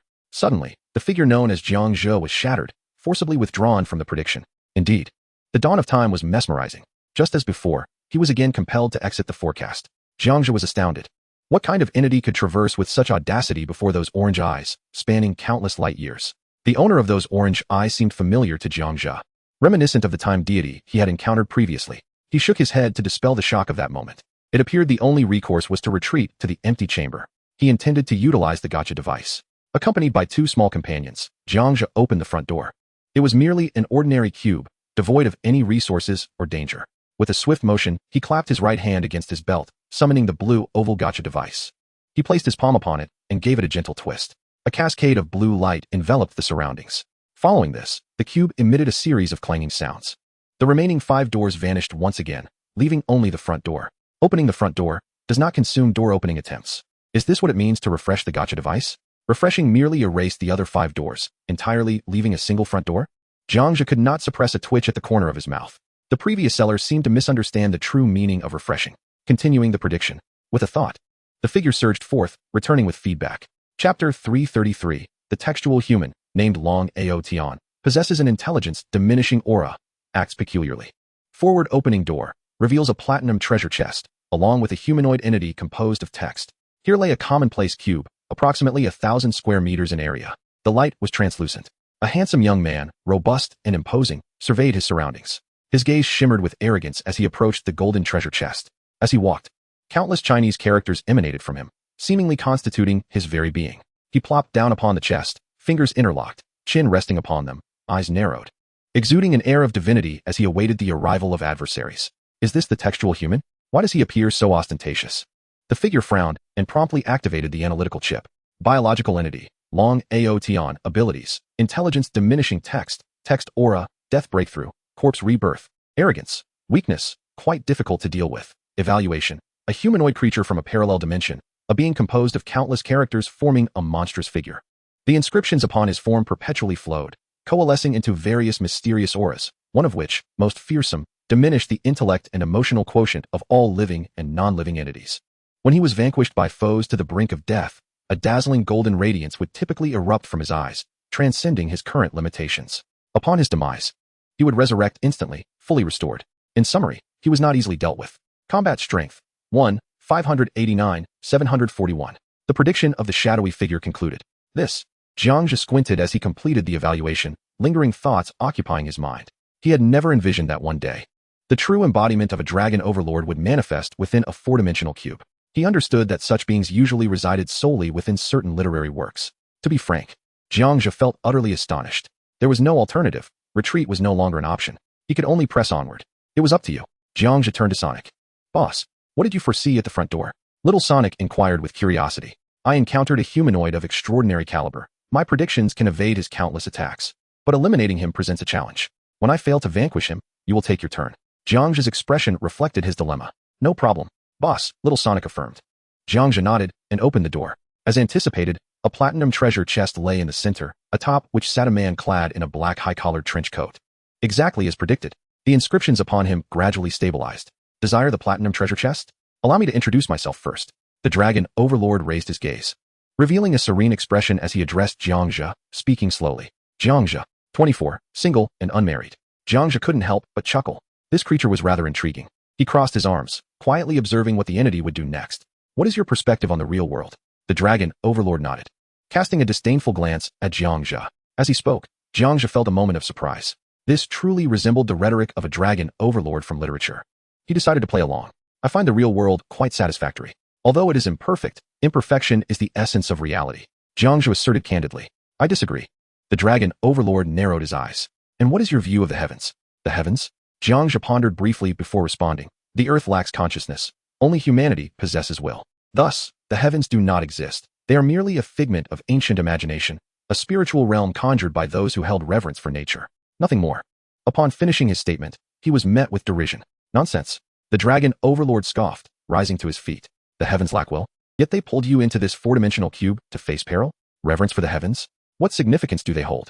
It seems our paths diverge. We shall never align. The golden inscriptions upon the dragon overlord's form suddenly accelerated in their flow. And how do you perceive the heavens? Jiang Zhe inquired while predicting the entity's impending assault. The heavens have been unjust to me, thus I shall obliterate them. The dragon overlord raised a middle finger toward the sky. Such ambitious rhetoric. Jiang Zhe remarked. Long Outyin, before we engage in battle, may I inquire, do you have a sister? Jiang Zhe, no. Why do you ask? Long Outyin, do you have an older sister? Jiang Zhe, no. Long Outyin, do you have parents? This question left Jiang Zhe utterly perplexed by Long Outyin's thought process. This was Jiang Zhe's final boundary. Should Long Outyin persist in asking such nonsensical questions, Jiang Zhe would no longer tolerate his insolence. Yes. What is the purpose of this inquiry? Jiang Zhe said in a stern tone. I apologize. I have an affection for your parents. As the words fell, Jiang Zhe felt as though struck by lightning, instantly petrified. Such a statement was undeniably foolish and infuriating. Suddenly, Long Outyin raised his hand, declaring, meet your demise, scum. A surge of golden energy erupted from his right hand. An overwhelming force that promised death or severe injury upon impact. Anger will not serve you. You shall be the one to perish. Jiang Zhe's gaze hardened. He slightly turned, predicting and evading the golden onslaught. Simultaneously, he raised his right hand, unleashing a powerful wave of energy. Long Outyin did not flinch or evade, choosing instead to withstand the attack with his physical form. Boom. Blood splattered in a wide arc pathetic attack. Long Outyin brushed off the remnants. He gave Jiang Zhe a thumbs up, as golden characters swirled rapidly around him. An invisible shockwave swept through the surroundings. Attack. Intelligence diminishing aura. Consequence. Once enveloped by the shockwave, you will lose 56 points of intelligence, leaving you with a mere 100 points of intelligence. An analysis prompt suddenly appeared. Jiang Zhe paid it no heed. He raised his right hand, summoning an energy shield. The aura of words swept over Jiang Zhe, still affecting him. System prompt. Intelligence 56, is this it? Is the effect of the intelligence diminishing aura so trivial? Surely you can only use it once? Jiang Zhe couldn't help but scoff. You were not affected? Long Outyin queried, a look of confusion crossing his face. Typically, even the mightiest adversaries would find their intelligence diminished by their own aura, succumbing to rage and ultimately suffering fatal consequences. It seemed the opponent remained unscathed. Please, merely reducing my intelligence by 56 points? Do you take me for a fool devoid of any hidden strengths? These words instinctively slipped from Jiang Zhe's lips. The moment they left his mouth, he felt a sense of foreboding. The negative effects indeed manifested. Die. Jiang Zhe's eyes narrowed. Two beams of dark energy surged toward Long Outyin's eyes, aiming for a lethal strike. You nearly frightened me. It seems even the intelligent are susceptible to my aura's effects. Are you pleased? Long Outyin laughed boisterously, showing no intention to evade. He raised his arms to block, instantly perforated. Yet this provided him the opportunity to evade Jiang Zhe's energy beams. Seizing the moment, Jiang Zhe cursed angrily, quickly drawing forth his lightsaber. A surge of fury ignited within him. His combat instincts remained sharp. In a flash of white light, he teleported behind Long Outyin. Prepare to meet your end. Jiang Zhe bellowed, attempting to deliver a fatal blow.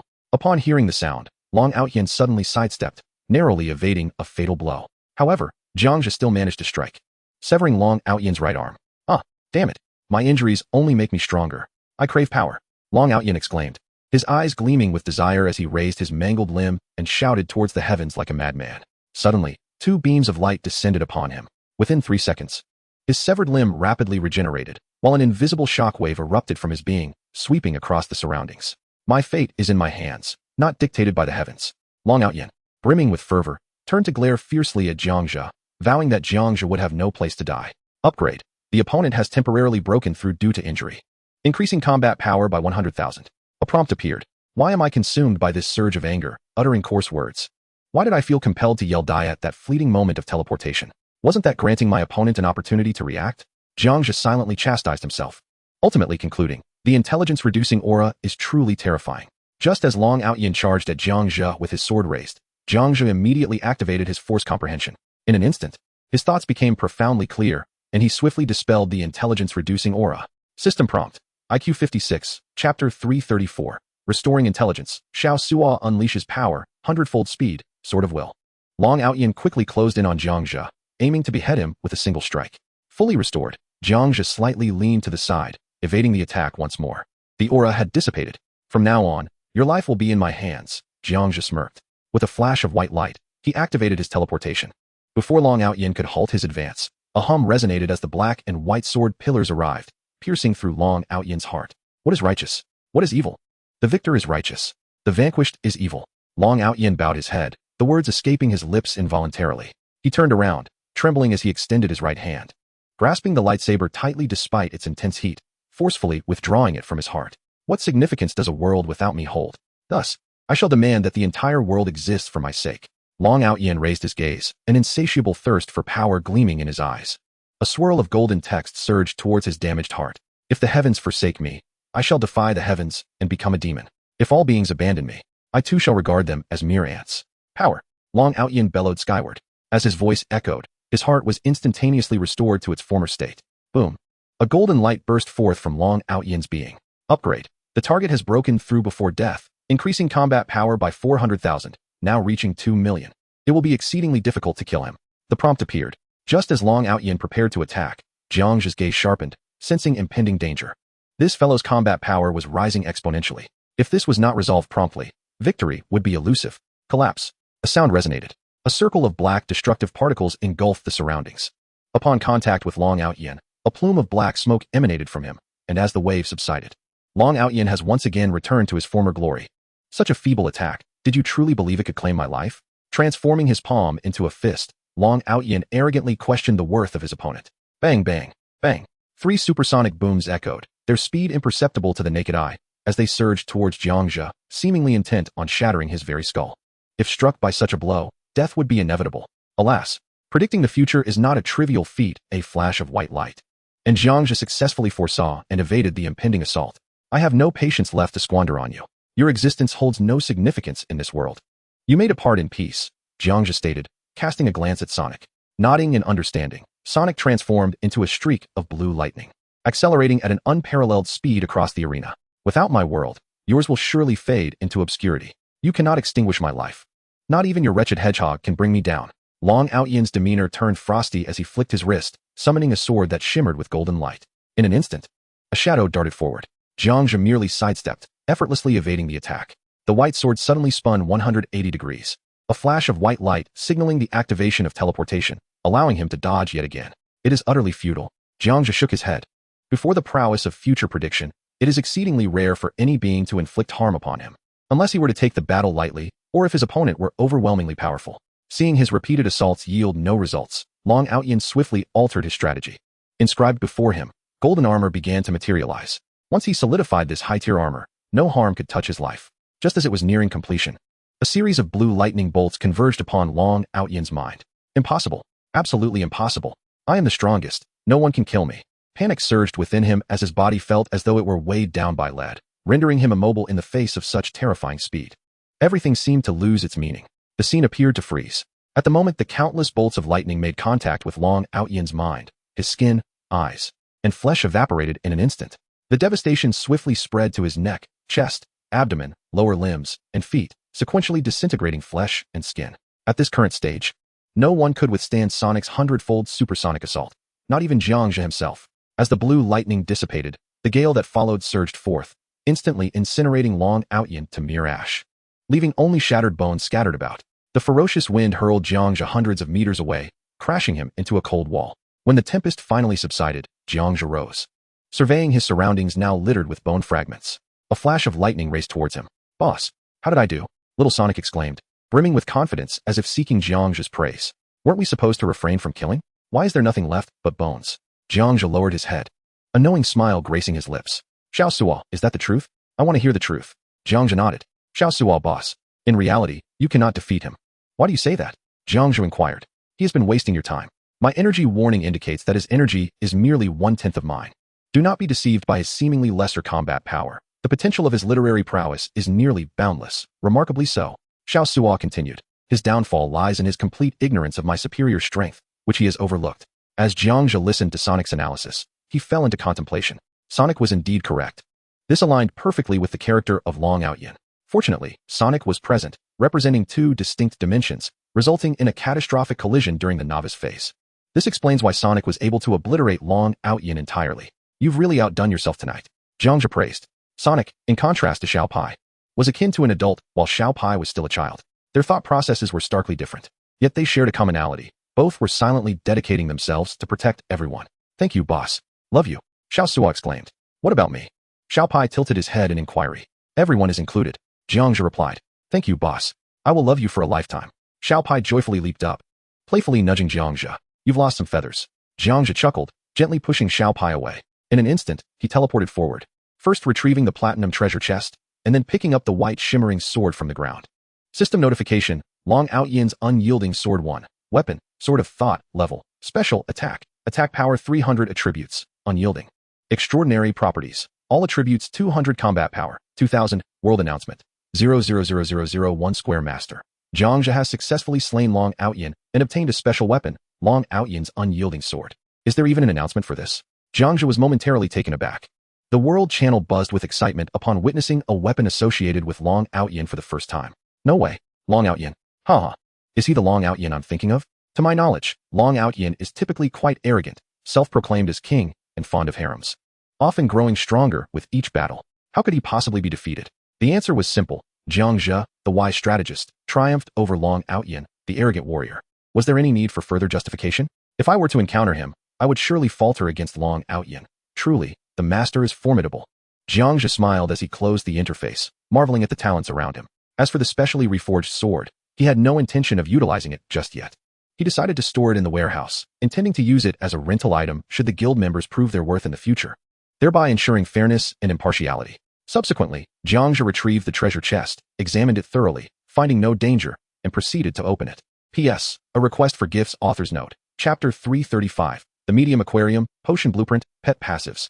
Pet Combat, System Notification, Platinum Treasure, Chest 1, System Notification, Omega Fragments 17, System Notification, Omega Crystals 5, System Notification, Moonlight Gemstones X14, System Notification, Starlight Gemstones 21, System Notification, Grapefruit Tree Seeds 1, System Notification, Medium Aquarium Manufacturing Blueprint 1. System Notification, Intermediate Pet Ability Potion Manufacturing Blueprint 1. The contents of the Platinum Treasure Chest may not be particularly splendid, yet they prove to be exceedingly practical.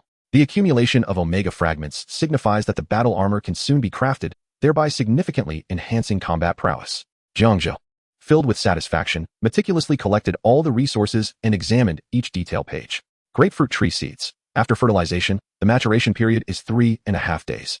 Capable of continuous fruiting, the fruit is typically used for juice and cold beverages. Medium Aquarium Manufacturing Blueprint. 100 simulates river and ocean environments, requires the addition of seaweed, aquatic plants, and other flora for optimal breeding of aquatic life. Intermediate Pet Ability Potion Manufacturing Blueprint. The user can independently synthesize intermediate potions to enhance the pet's comprehensive attributes. The aquarium perfectly addresses the survival needs of aquatic creatures. Jiang Zhe diligently studied all the manufacturing blueprints. He then proceeded to the cultivation base on the first floor, where he observed for a moment. A variety of fruits, including strawberries, pears, and apples, had already been harvested by the new Mr. Blue. Finding a vacant plot, he sowed the grapefruit tree seeds and subsequently sprayed a growth-promoting agent. They would mature in merely 3.5 days. Returning to the living room, Jiang Zhe checked the materials required for the new creations. He possessed all the necessary components for the aquarium, though he lacked tempered glass, which could be directly purchased from the trading post. Moreover, it was comparable to the external aquariums, both equipped with automatic oxygen supply systems. There were mechanisms to switch between freshwater and saltwater, with the capacity to generate freshwater automatically. However, the data indicated that it was not consumable by the user.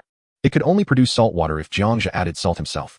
Naturally, this posed no challenge. He could layer half of the aquarium with biological ice, which, upon melting, would automatically transform into saltwater. At the opposite end of the cultivation base, covering an area of approximately 500 square meters, Jiang Zhe constructed a rectangular, transparent aquarium measuring about 100 meters in length and 50 meters in width. Buttons were installed on both sides to initiate water flow, drainage, and oxygen supply. In fact, artificial waste could be entirely avoided.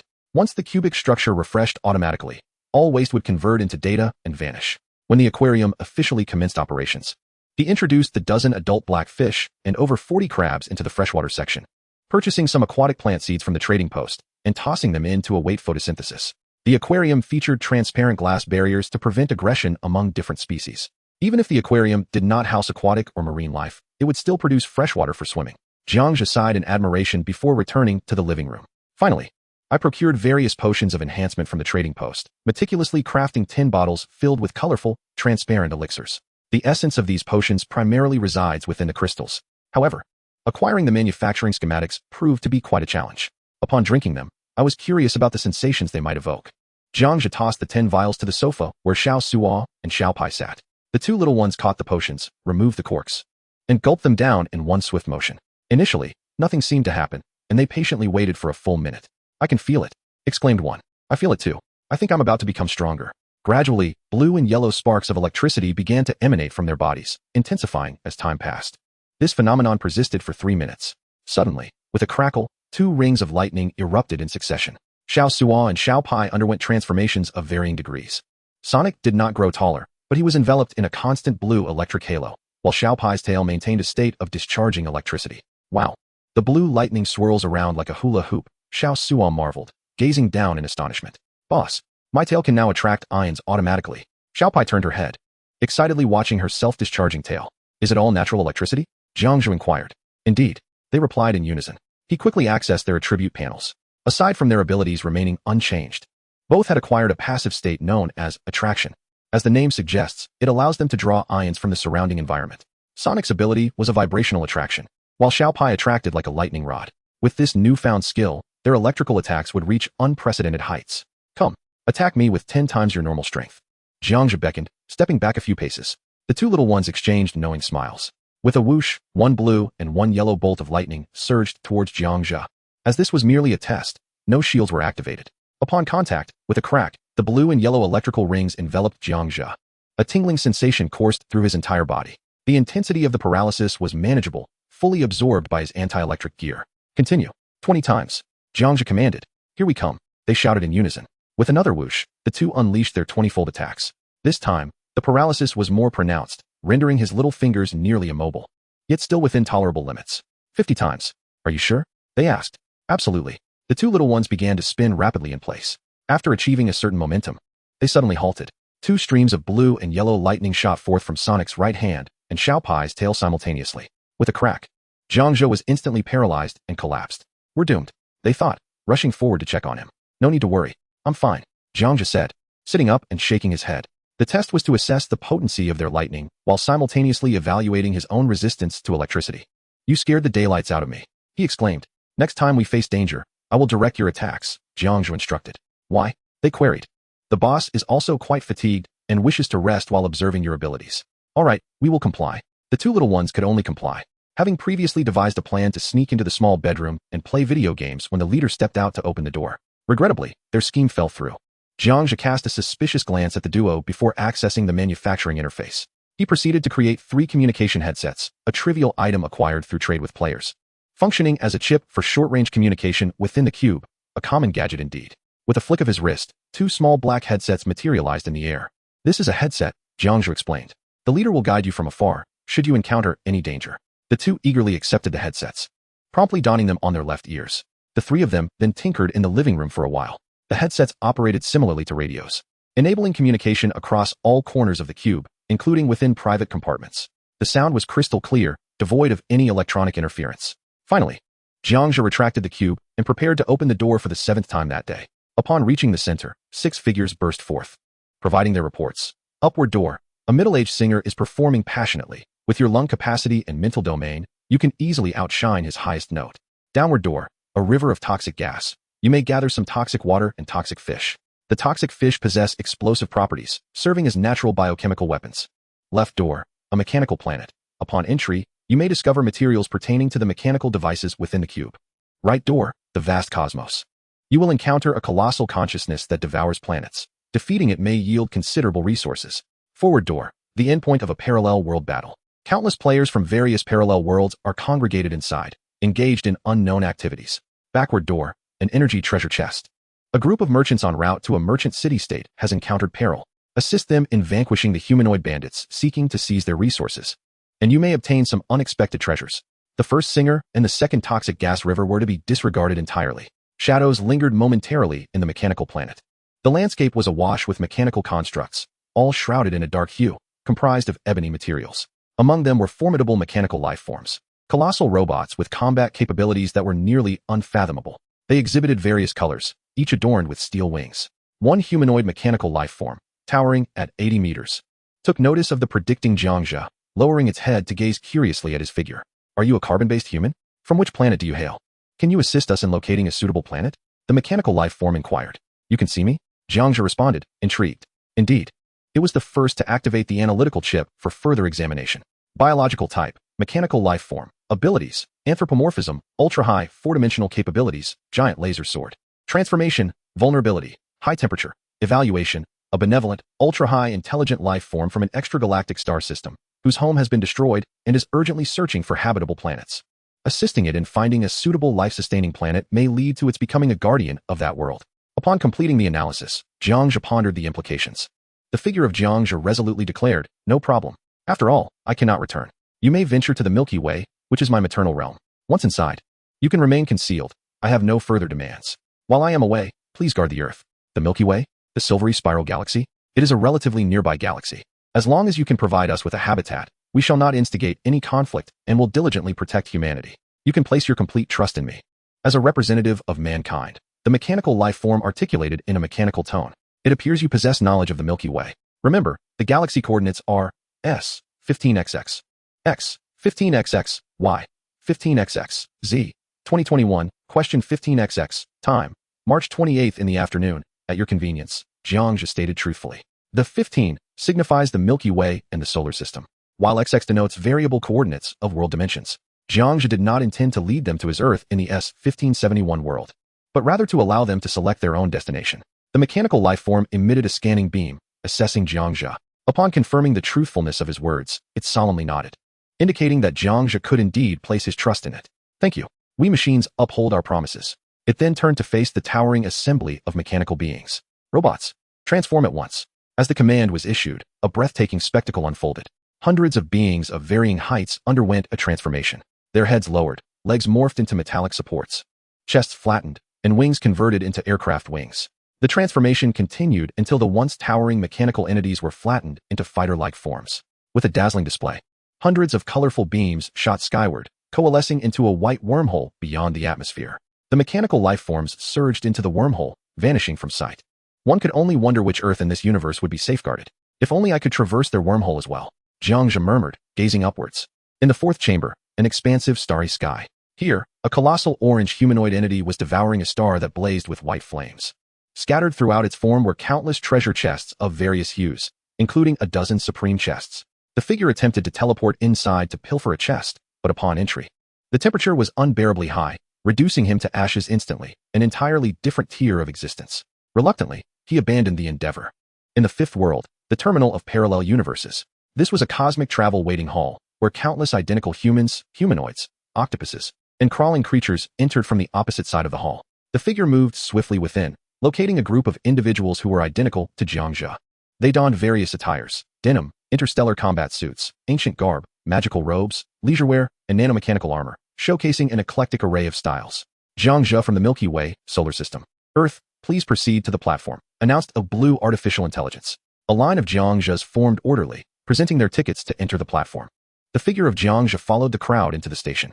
Navigating through several obscure floating platforms, a group of individuals entered the interstellar spacecraft. The vessel bore a solitary energy card, emblazoned with 4 prominent characters: City of Jiang Zhe, current residence, 698, 745, speed display. Current velocity, 15. 411 light years per Earth hour, arrival time, 5 hours hence. Remarkable, one figure exclaimed in astonishment. Could such a city truly exist? Arriving at the terminal of the parallel world merely to reach the city of Jiang Zhe, time was of the essence. 5 hours was a luxury Jiang Zhe could ill afford. Finding a seat, the figure meandered along the central transparent panel, observing the Jiang Zhe seated on either side. Seemingly engrossed in discussions about the idyllic life in city of Jiang Zhe, each had traversed various parallel worlds, attaining a certain level of prowess before fortuitously encountering the terminal of the parallel universe. This indicated that they had all chosen to relinquish further training in favor of indulging in a languorous existence. Most possessed battle powers exceeding 10 million, each a paragon among their peers. One by one, the figure activated the analysis chip to examine the Jiang Zhe's name, Jiang Zhe identity, Dr. Jiang dimension, S1000 IQ, 4958, combat power, 31, 632, 017 name, Jiang Zhe identity, interstellar commander dimension, S1009 technology, quantum field technology, combat power, 25, 885, 369 name, Jiang Zhe identity, cultivator dimension, S0041 realm. Peak of the nascent soul, combat power, 29, 469. 127 name, Jiang Zhe identity, high-level mage, magic, death magic system, combat power, 24, 654, 387. With each new formidable character encountered, the figure could not help but marvel. After a moment of contemplation, they awkwardly withdrew. All were three-dimensional beings. To think that they had only commenced their journeys on March 8th, yet within mere days, their strengths had burgeoned to such formidable heights. Interstellar generals, high-level mages, nascent soul cultivators, and cosmic doctors, all starting from the same point. What accounted for their extraordinary prowess? The figure felt a pang of self-reproach. In comparison, they seemed inconsequential. Moving forward, they resolved to explore more intriguing rooms. Otherwise, countless exhilarating moments would be missed. The figure expressed envy, without a doubt. I must select the final room. The figure examined the brigands attacking the merchants. Their combat power hovered around several 100,000, none exceeding 1,000,000. Presently, they posed no threat to Jiang Zhe. Curiosity piqued. He wondered what unexpected advantages the merchants might offer. On the 8th opening of the day, the figure approached and placed their wrist upon the access panel. The door opened, revealing a transformation before them. The author has something to say. Chapter 337, Horn Warriors. Little pie charges, little sou reaps, merchant rewards. Before them lay a vast expanse of brown rocky terrain, stretching endlessly. Not far away, the chaotic sounds of battle echoed as a diverse group of merchants, varying in height and stature, desperately fought to resist. The humanoid thieves are beings adorned with horns, clad in black armor, wielding both melee and ranged weaponry, encircling a group of merchants. Just as Jiang Zhe had surmised, this is an organized collective engaging in nefarious activities. He has encountered these life forms before, having witnessed their audacity in seizing resources, including the Prometheus of the Titan race. The horned creatures stand approximately 2.5 meters tall, their muscular physiques radiating an aura of battle readiness, unflinching in the face of death. The leader, a towering figure of 3 meters, brandishes a laser pistol, his gaze fixating greedily on Jiang Zhe as he enters from behind the door. The horned leader has discerned the exceptional equipment Jiang Zhe possesses, pristine and coveted. Eliminate him and seize his gear, he commands. In an instant, 3 horned beings draw their blades. Their speed astonishing, each boasting a combat power of no less than 300,000, with the strongest among them reaching 600,000. They fear no adversary. Xiaopai, make your move first, test your abilities, and aim to eradicate them all. Jiang Zhe instructs. Leave it to me. Xiaopai replies, leaping into action. Transforming into a bolt of yellow lightning, he collides with the advancing horned beings. Enhanced by the electricity, Xiaopai's speed rivals that of a thunderbolt. Reminiscent of the Flash in his offensive style, screams of agony echo in his wake. With a sudden leap, Xiaopai unleashes a powerful punch, obliterating one horned creature's skull. The remaining 2 regain their composure, swords flashing as they attempt to strike, but Xiaopai deftly evades all assaults with remarkable agility. Accelerating once more, he performs a backflip, creating a safe distance while a terrifying aura of yellow lightning envelopes him. With a swift clap of his hands, 2 bolts of lightning shoot towards the eyes of the horned foes. Before they can even utter a cry, their eyes and brain matter are instantly vaporized, collapsing to the ground. Weaklings, Xiaopai taunts, extending his little yellow hands to display 2 yellow middle fingers. Jiang Zhe beams with delight, momentarily charmed by Xiaopai's antics. The horned leader blinks in disbelief, staring incredulously at the diminutive creature. How could such a small mouse vanquish them? Beings inherently resistant to elemental forces with immense strength and decent speed? 3 horned beings, unable to contain their fury, charge forward, intent on avenging their fallen comrades. Ainyu, Dainyu.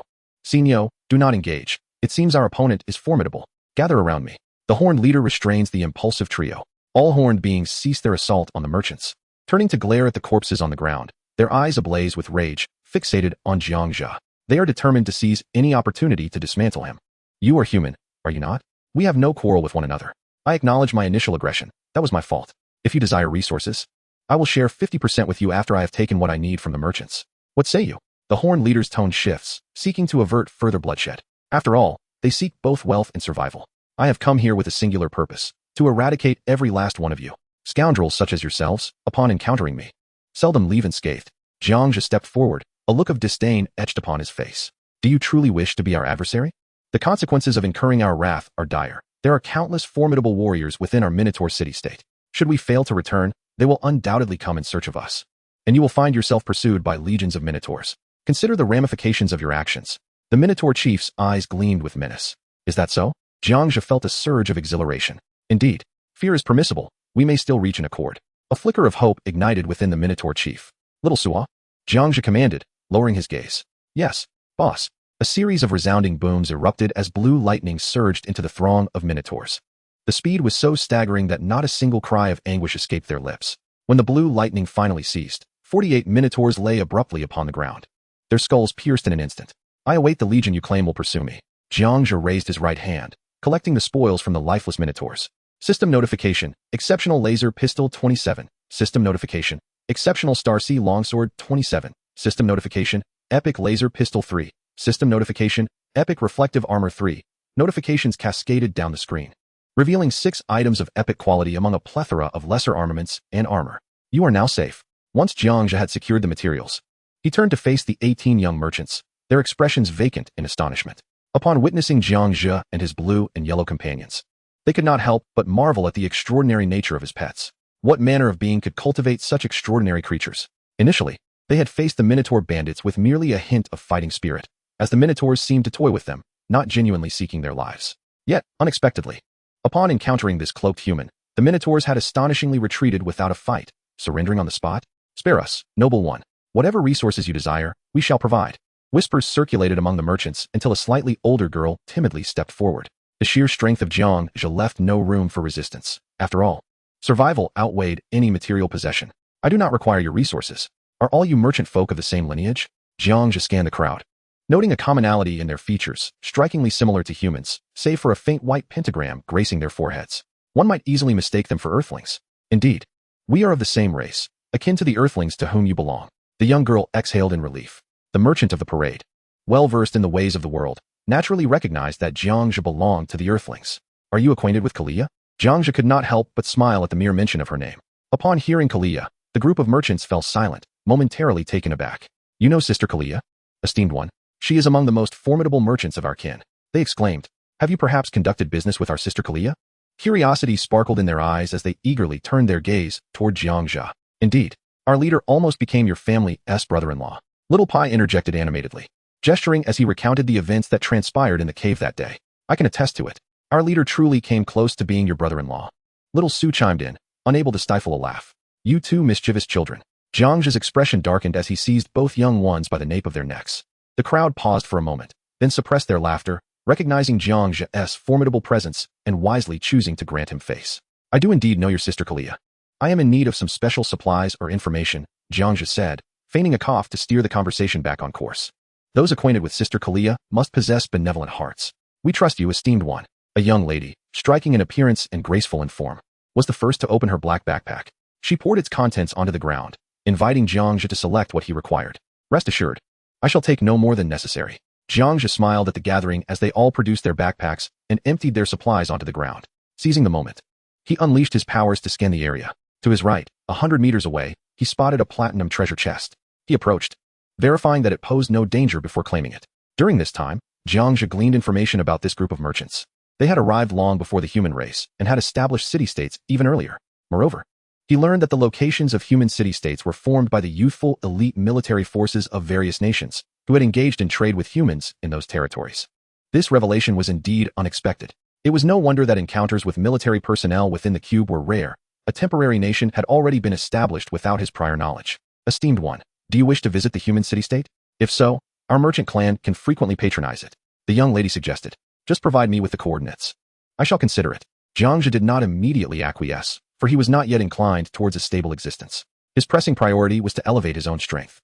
Possessing the unique ability to foresee the future, he was already ahead of the combat prowess of the city-states formed by humans. Should he venture to the human city-state, it would only be to interact with those Earth players of lesser strength who sought a tranquil life. Once he set foot in the human city-state, his adventurous spirit would significantly wane. The advancement of his power was far more rapid than that of the free individuals. X001, Y001, Z001. Remember these 3 coordinates, my lord. "Thank you." Jiang Zhe entered the coordinates into the positioning device. At that moment, all the merchants scattered their goods onto the ground, creating a veritable kaleidoscope of colors. "My lord, you may choose at your leisure," assured the graceful young woman, though she felt a twinge of regret. She was nonetheless willing to comply. "No need for that expression. I shall not take too much from you," Jiang Zhe replied with a smile, shaking his head.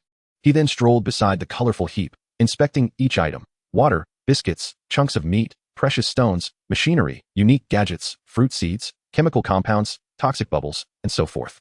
The abundance of supplies was overwhelming, yet Jiang Zhe chose to take none.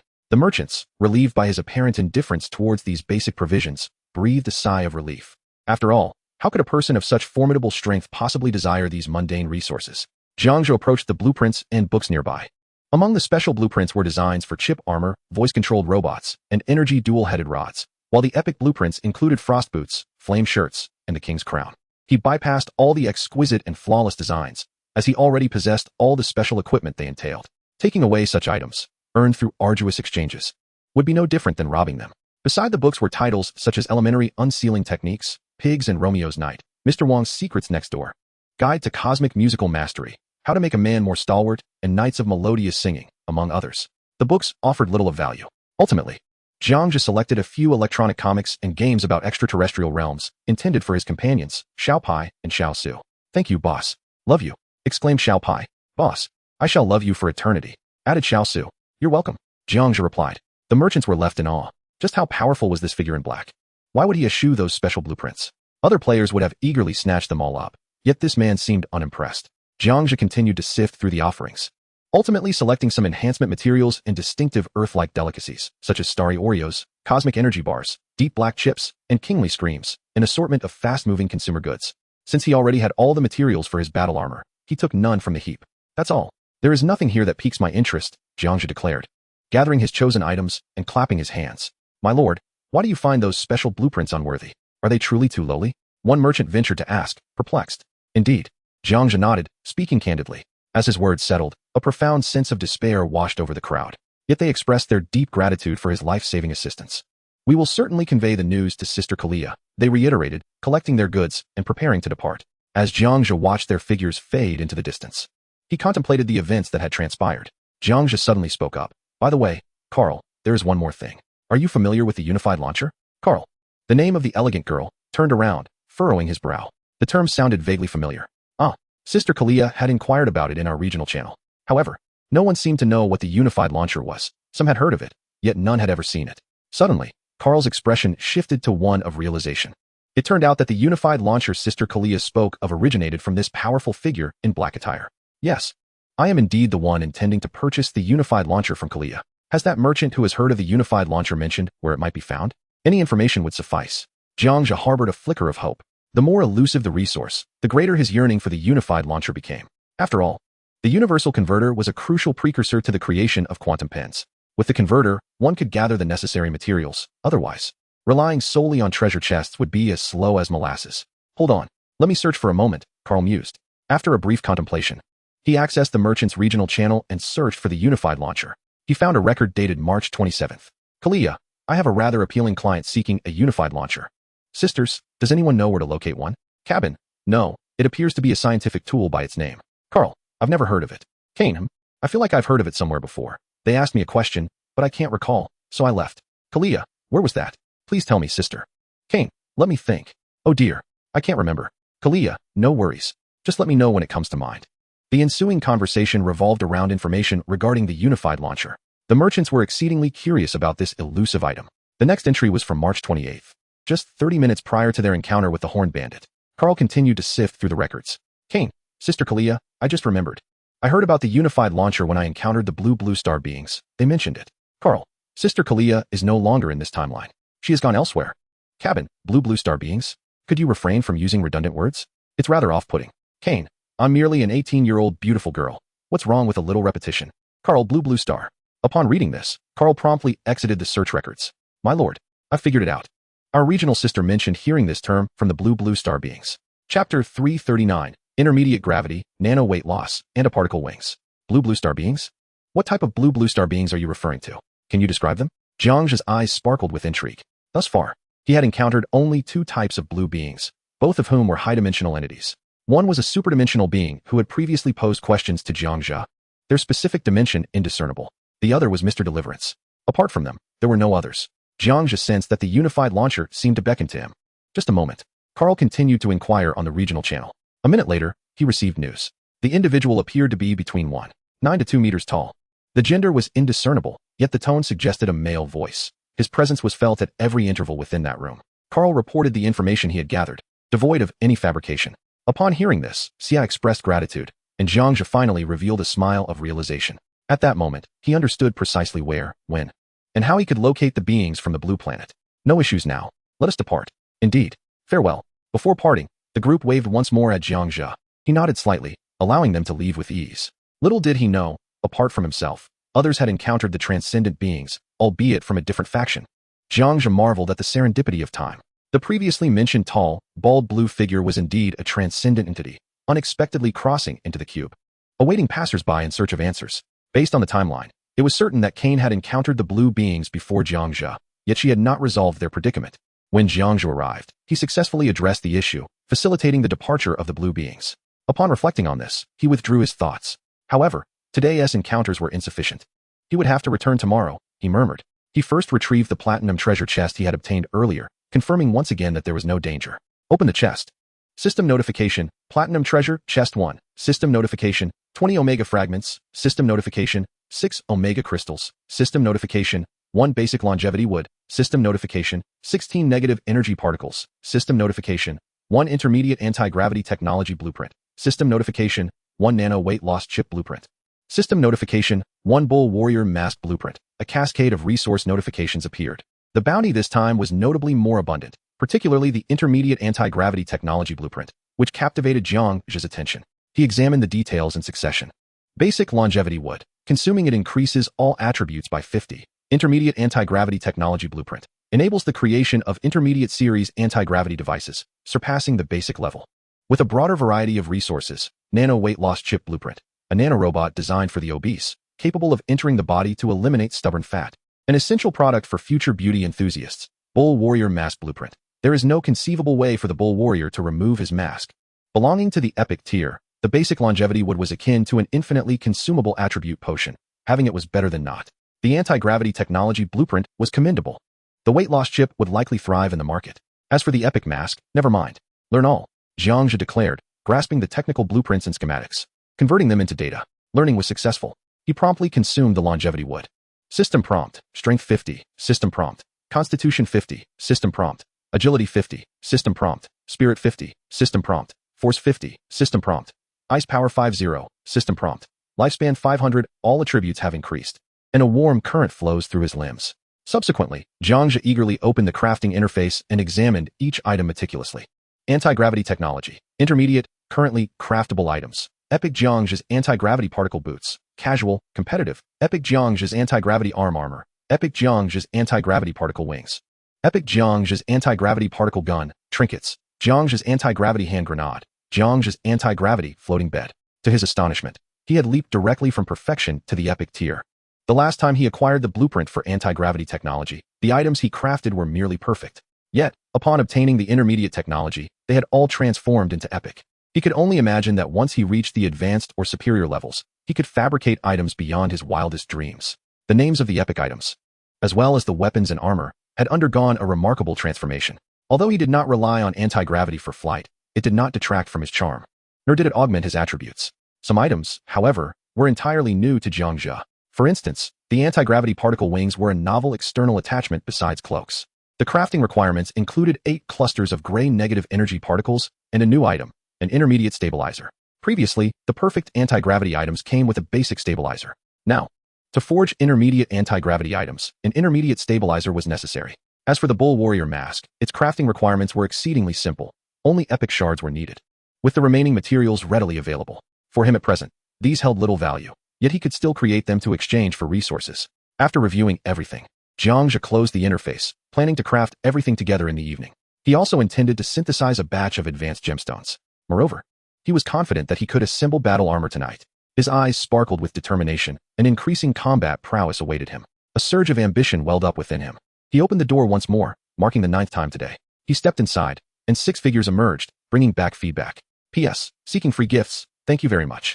The author has something to say. Chapter 340. Frequency absorption, city-state news, high-level player death. In the subsequent 2 door openings, he encountered little danger. The first prediction indicated that the room with the best resources contained a golden treasure chest, with relatively weak monsters, a humanoid, evil robot. Jiang Zhe dispatched it with a single strike from his lightsaber. He collected some robotic components, which could be utilized for crafting battle armor. Upon opening the chest, he found only water, chocolate, biscuits, 2 clusters of negative energy particles, 4 omega shards, and 1 omega crystal. Aside from these, there were no crafting blueprints or books. Today marked the 10th door opening. Once again, there was no sign of danger. He encountered a golden treasure chest, within which lay a creature of slightly higher combat prowess, a nightmare. However, under Jiang Zhe's current mental immunity, it posed no threat of nightmares. Ultimately, it was effortlessly vanquished by a single strike of lightning from Xiao Pai. Upon opening the chest, he discovered 3 omega fragments, 2 omega crystals, and 3 clusters of negative energy particles. Additionally, there were a bag of leek seeds, a bag of tomato seeds, and a special manufacturing blueprint for a frequency absorber. As the name suggests, this device absorbs low, medium, and high frequencies, serving as an excellent defensive weapon against specific monsters. Furthermore, it could confer some combat capability, occupying a slot in the watch's equipment inventory. This absorber bore a resemblance to a nano-weight loss chip, undoubtedly possessing market potential. Jiang Zhe carefully gathered all the materials and seized the blueprint. The blueprint transformed into data, flashing into his mind, and he successfully learned the design. He opened the manufacturing requirements for the ultra-low frequency absorber. The necessary materials were not extravagant: 10 attribute fragments, 1 electronic disruptor, and the remaining components were easily obtainable. He glanced at the time, March 28, 5:52 p.m. He then retrieved a cube and returned to the living room, where the newly arrived Mr. Lon had already prepared dinner. The meal was modest, consisting of roasted beef, roasted potatoes, roasted pork, spicy stir-fried potatoes, seaweed egg soup, accompanied by a cup of coffee, a pear, strawberries, and a small cake. "Let us eat." Xiao Pai and Xiao Su immediately dashed to the table, clattering their metal chopsticks against the white porcelain bowl, demanding to be served. "You may eat first, but do save me 2 pieces of roasted beef and potatoes, 2 pieces of roasted pork, and a cup of coffee. The rest is yours to enjoy." With that, Jiang Zhe handed the tomato and leek seeds to Mr. Lon for planting, then activated his teleportation ability.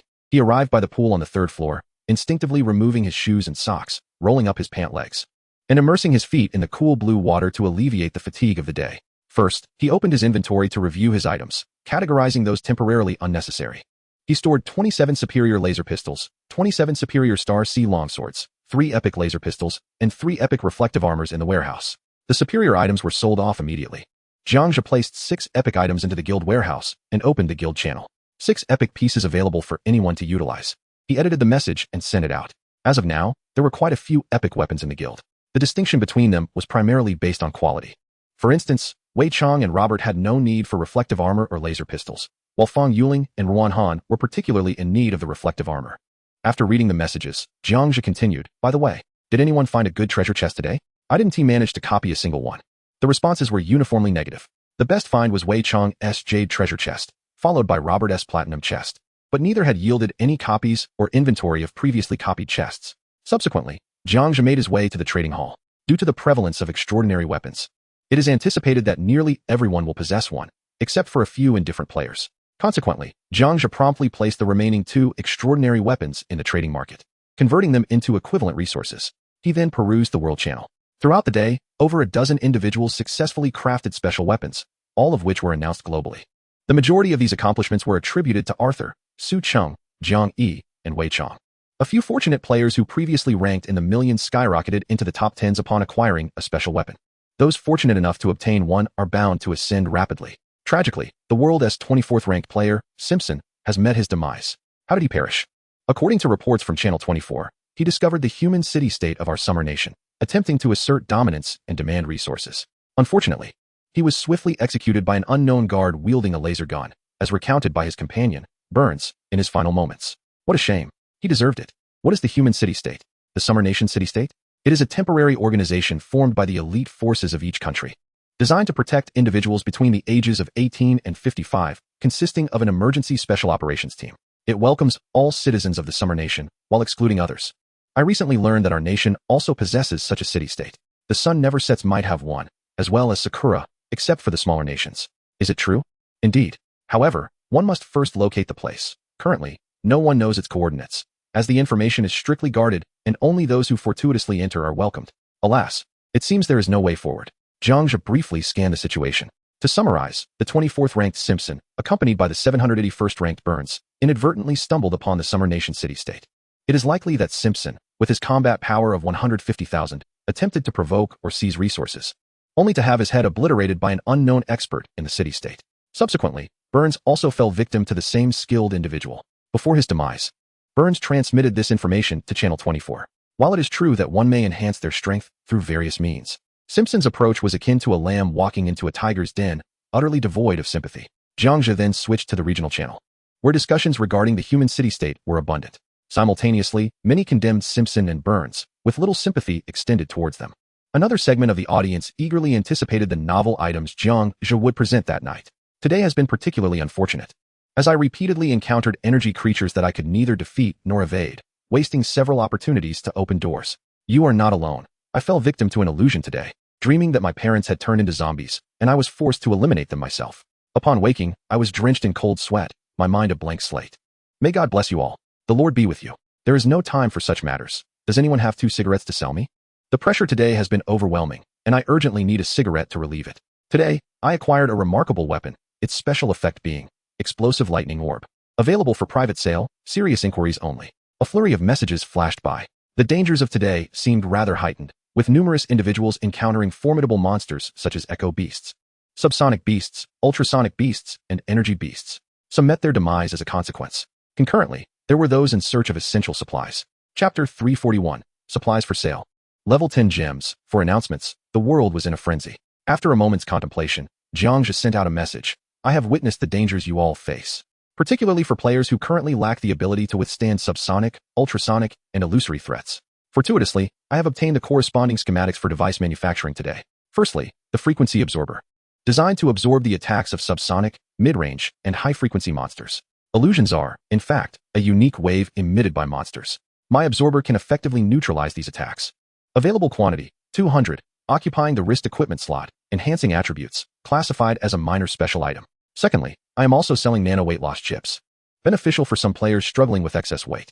Additional mass may hinder attribute bonuses and combat effectiveness. Post-weight loss, agility can be increased, temporarily offering 200 units. Thirdly, I am providing 5 epic masks as a form of welfare for everyone. Lastly, I will offer cigarettes, beverages, toothpaste, facial cleansers, and shower gel at prices that are undoubtedly cheaper than those in the trading market.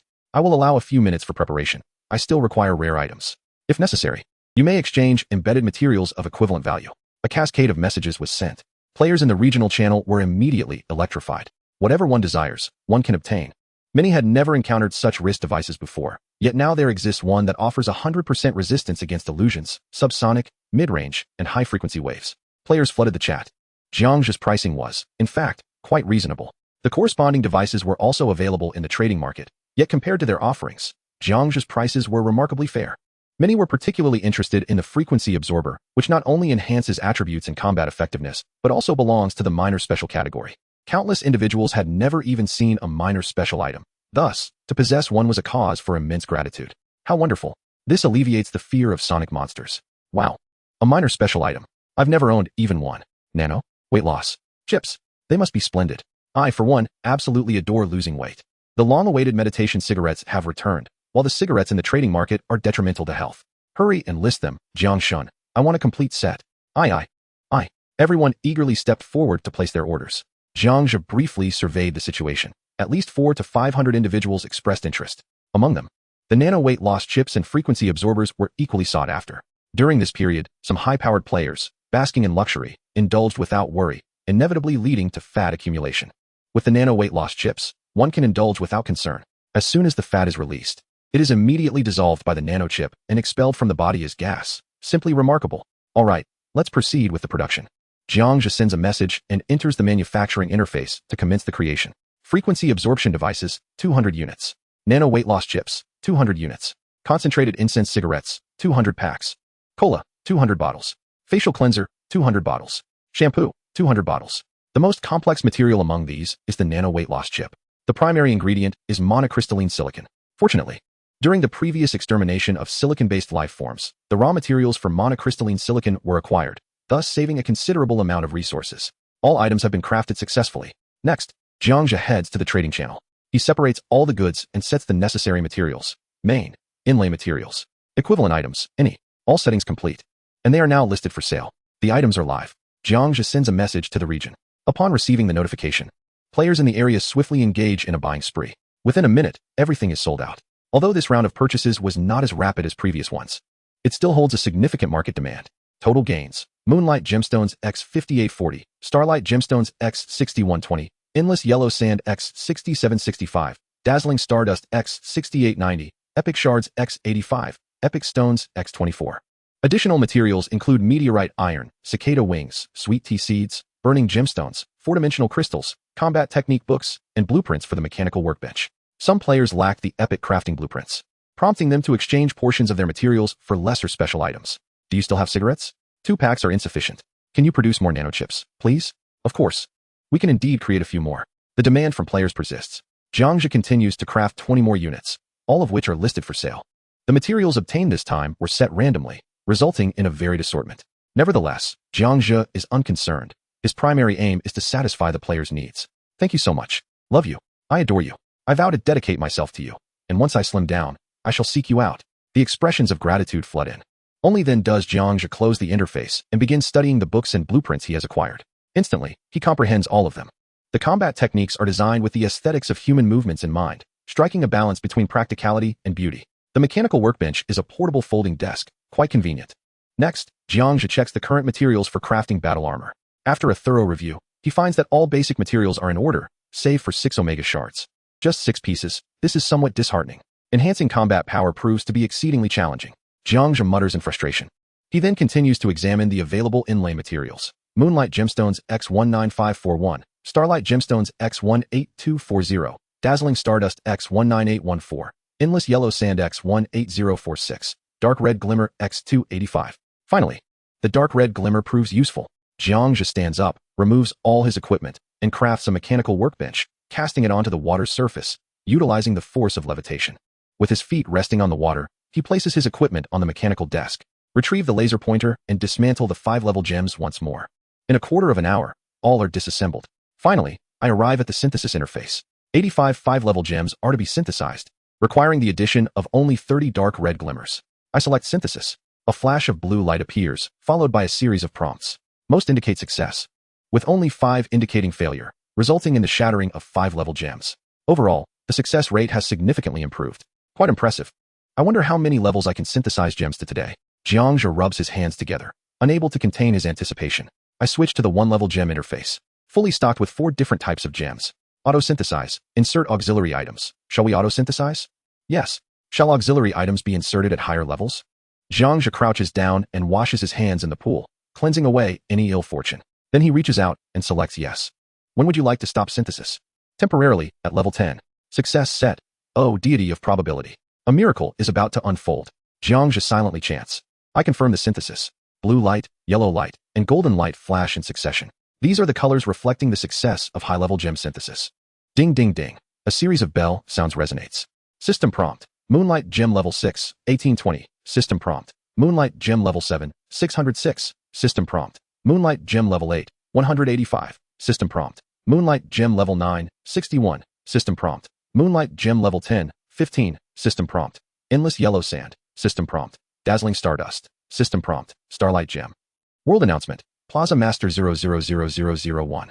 Jiang Zhe successfully synthesized the Moonlight Gem to level 10. World announcement. Plaza Master 000001. Jiang Zhe successfully synthesized the Starlight Gem to level 10. World announcement. Plaza Master 000001. Jiang Zhe successfully synthesized the Endless Yellow Sand to level 10. World announcement. Plaza Master 000001. Jiang Zhe successfully synthesized the Dazzling Stardust to level 10. The world announcements suddenly appear. Instantly, countless players, previously engaged in their meals, are astounded. Chapter 342, The Gem Prelude, Area Challenge. Both sides in the shadows, tension mounts. What the heck? Level 10? Oh my. He has synthesized all the gems to level 10. After collecting for so many days, I could only manage to synthesize 2 gems to level 4 at most, and he has reached level 10. How many gems must that have consumed? The highest level gems currently are level 6, belonging to one of the top 10 deities, Arthur, and Jiang Zhe has surpassed him by 4 levels right off the bat. He has become invincible. This must be the result of Jiang Zhe deceiving the players of the first channel, synthesizing their resources. This is his style. Who said that? Our Arthur said so. Our Jiang God is incredible, while your Arthur is just rubbish. Rubbish Arthur. Installing lackeys in our first channel, throwing around bombs, and still having the audacity to bite back. Enough nonsense. Let us challenge in the room group. Come on. Who's afraid of whom? Room. X. 1041. Y. 1954. Z. 2014. Do not come, it's my son. Just wait, I will summon the others. The emergence of a level 10 gem has sent players into a frenzy. Thus far, very few have succeeded in synthesizing gems to level 7, as it represents a significant threshold with an exceedingly high failure rate. Numerous seasoned players have attempted to create level 7 gems, only to face ruin. The primary reason lies in their lack of dark red flashes and their ignorance of the existence of auxiliary items for gem synthesis. In this regard, Jiang Zhe has ventured the farthest. Meanwhile, some have instigated conflict, and naturally, a challenge ensued. Jiang Zhe, having caught a glimpse of this news, merely smiled knowingly. Although he could not silence them, he could still act stealthily. Subsequently, he rented out a Sword of Will in the regional trading channel. A reward acquired from defeating Long Outyin. This was a pre-existing feature. Previously, Wei and brother Jie had utilized this function to borrow and lease excellent iron swords from one another. Fellow brothers, I shall lend you a helping hand. Let us annihilate them thoroughly. Jiang Zhe shared the link in the regional channel, instantly sparking a commotion. Wow, the Sword of Will, a second reforged special item? Is this not the exquisite weapon that made it to the world announcement? Wang Yao, enough said. The battle is my arrangement. Is the master intentionally lending it to me? Jiang Zhe, of course. Yes, I'm ecstatic.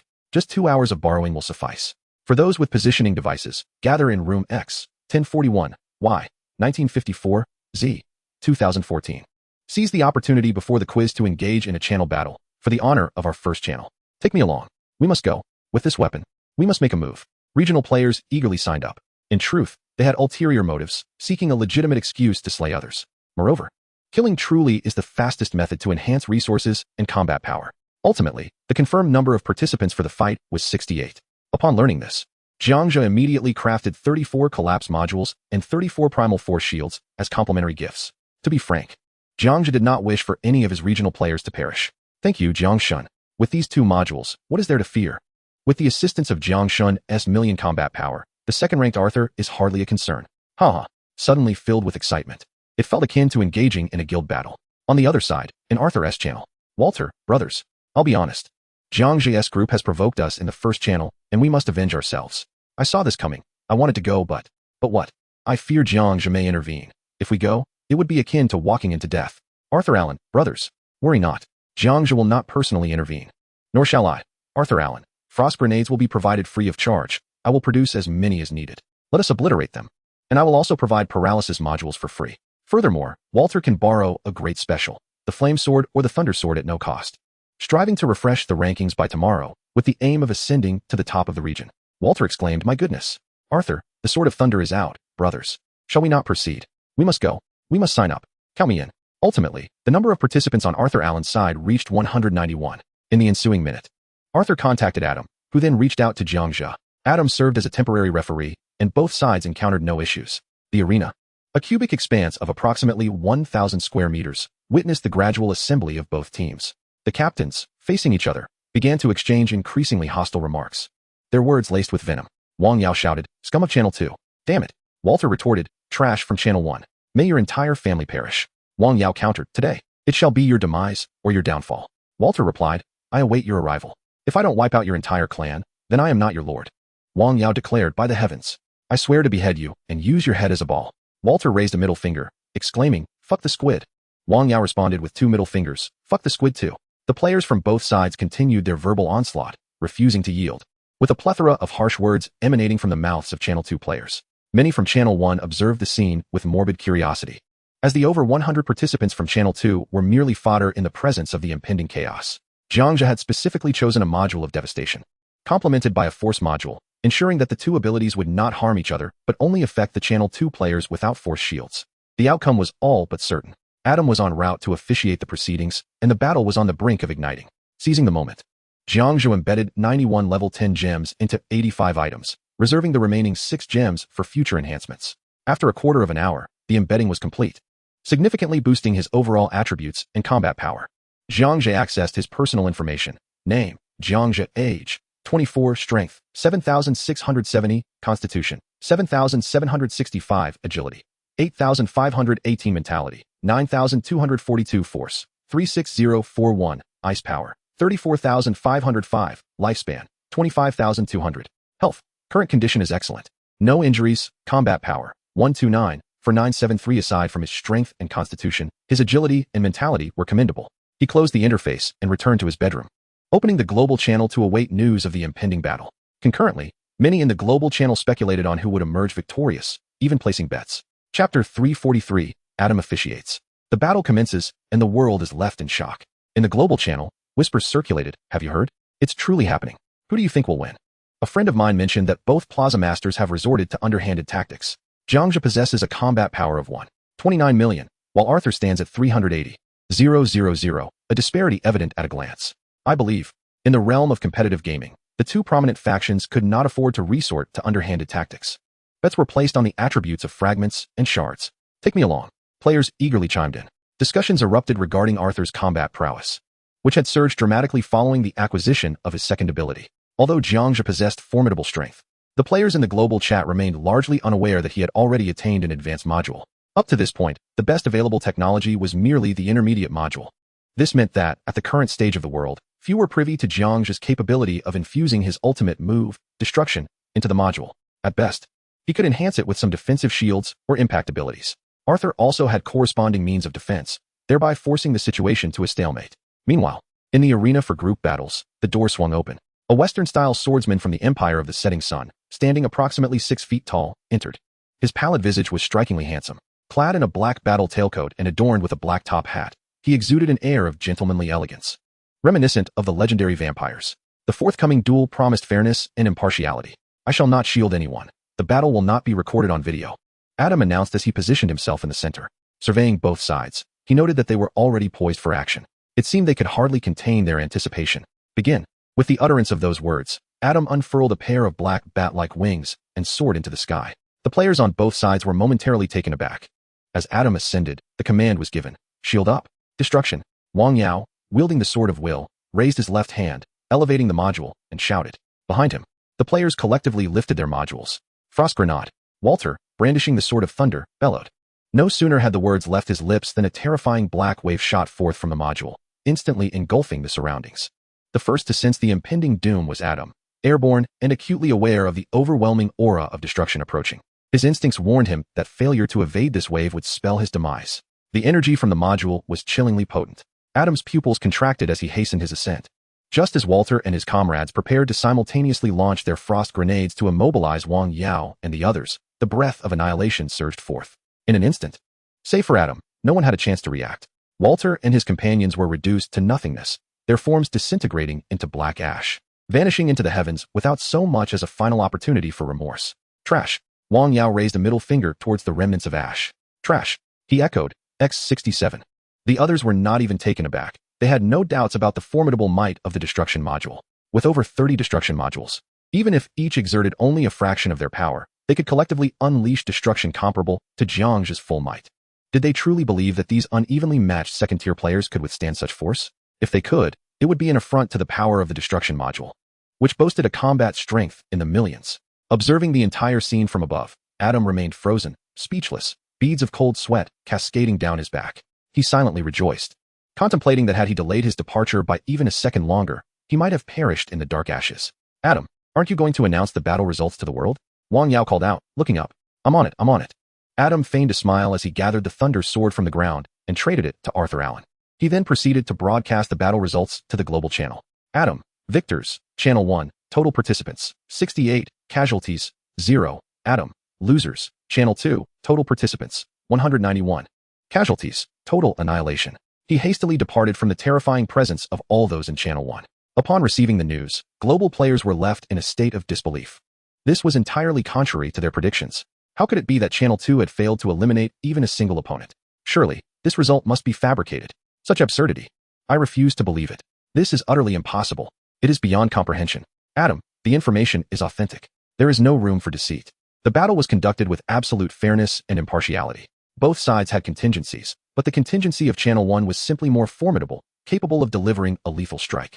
Given Jiang Zhe's formidable presence, Adam was reluctant to disclose the intricate details of the battle. What if he offended Jiang Zhe?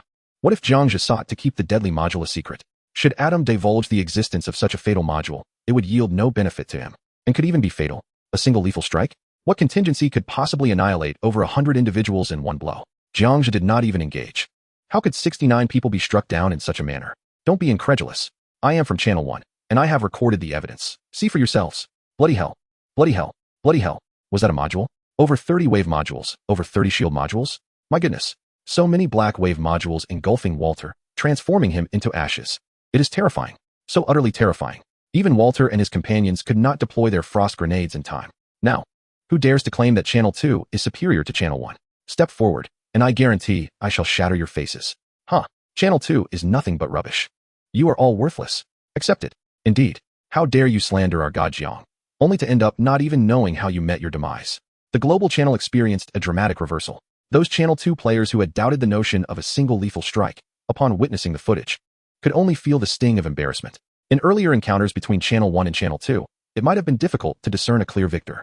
However, once Jiang Zhe obtained the force collapse and advanced modules, Channel 2 could never hope to compete with Channel 1. For these past days, the players of Channel 2 had been misled by the emblematic terms of first and second, leading some to believe they could challenge Channel 1. Now, the truth was laid bare.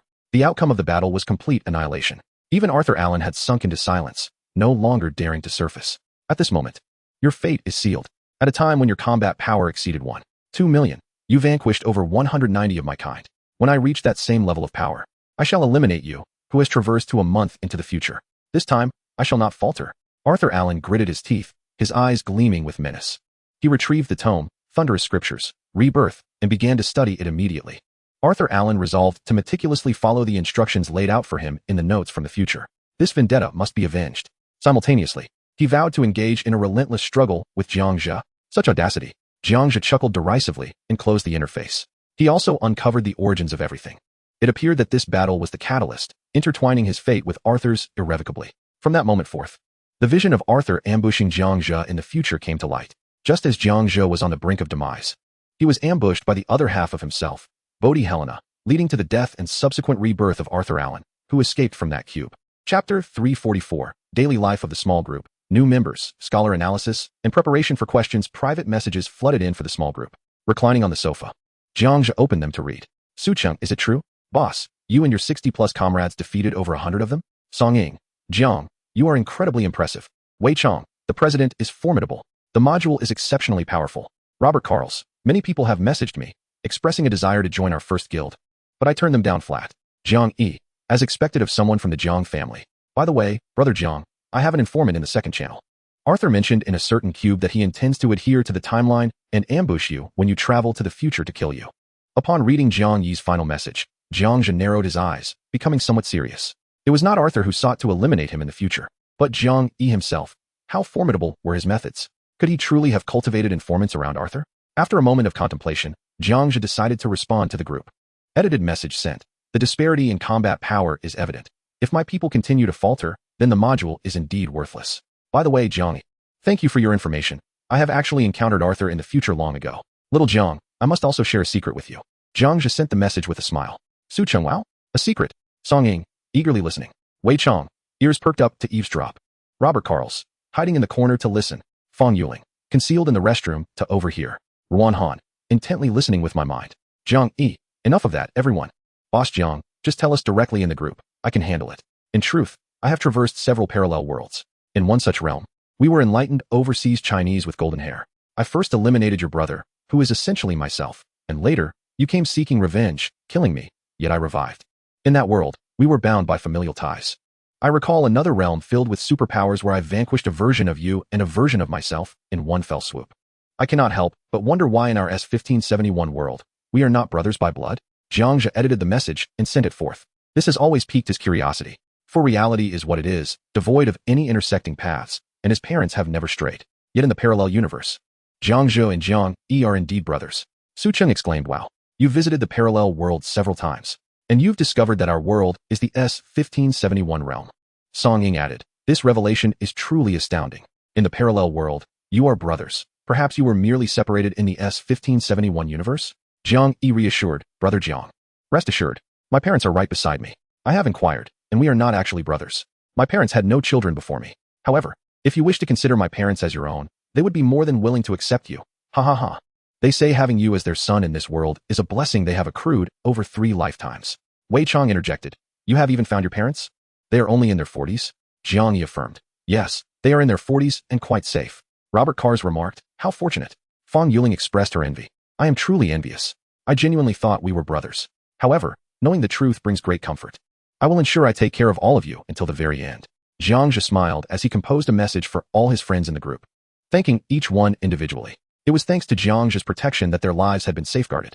Closing the group interface, Jiang Zhe discreetly crafted 2 epic shirts and 2 pairs of epic shoes to gift to Jiang Yi's parents. For among his acquaintances, Jiang Yi was the first to locate his parents. The others, including Jiang Zhe's own parents, did not meet the requirements to enter the cube. Jiang Zhe resolved, they must live well and return safely. Trust me, you will be unharmed. Jiang Yi responded, yes. Thank you, brother Jiang, my parents are extremely grateful to you. With a polite dismissal, Jiang Zhe closed the private messages and reached out to Cars. He sent a message, Cars, the last epic gear was distributed among the guild, but you were left out. The guild leader will rectify this. Robert Cars replied, thank you so much, leader. I once thought you didn't consider me one of your own. Jiang Zhe reassured, not at all. It was mainly because you weren't in the small group, and I have been busy lately. Robert Cars responded. I didn't take it to heart. No worries. I look forward to the epic gear. Subsequently, Jiang Zhe crafted an epic item, specifically the Bull Warrior mask, and sent it to Cars. Robert Cars exclaimed, thank you so much, leader. This is incredible. It has 3 special effects. Jiang Zhe added, by the way, if you have a trusted friend who is willing to fight alongside you, I can grant them a membership slot.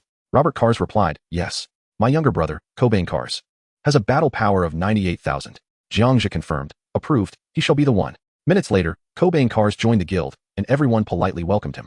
As the guild leader, Jiang Zhe crafted another Bull Warrior mask and gifted it to the newly inducted Cobain Cars. Upon receiving the equipment, Cobain Cars expressed, thank you. I am immensely grateful. Leader Jiang Zhe, you are truly magnificent.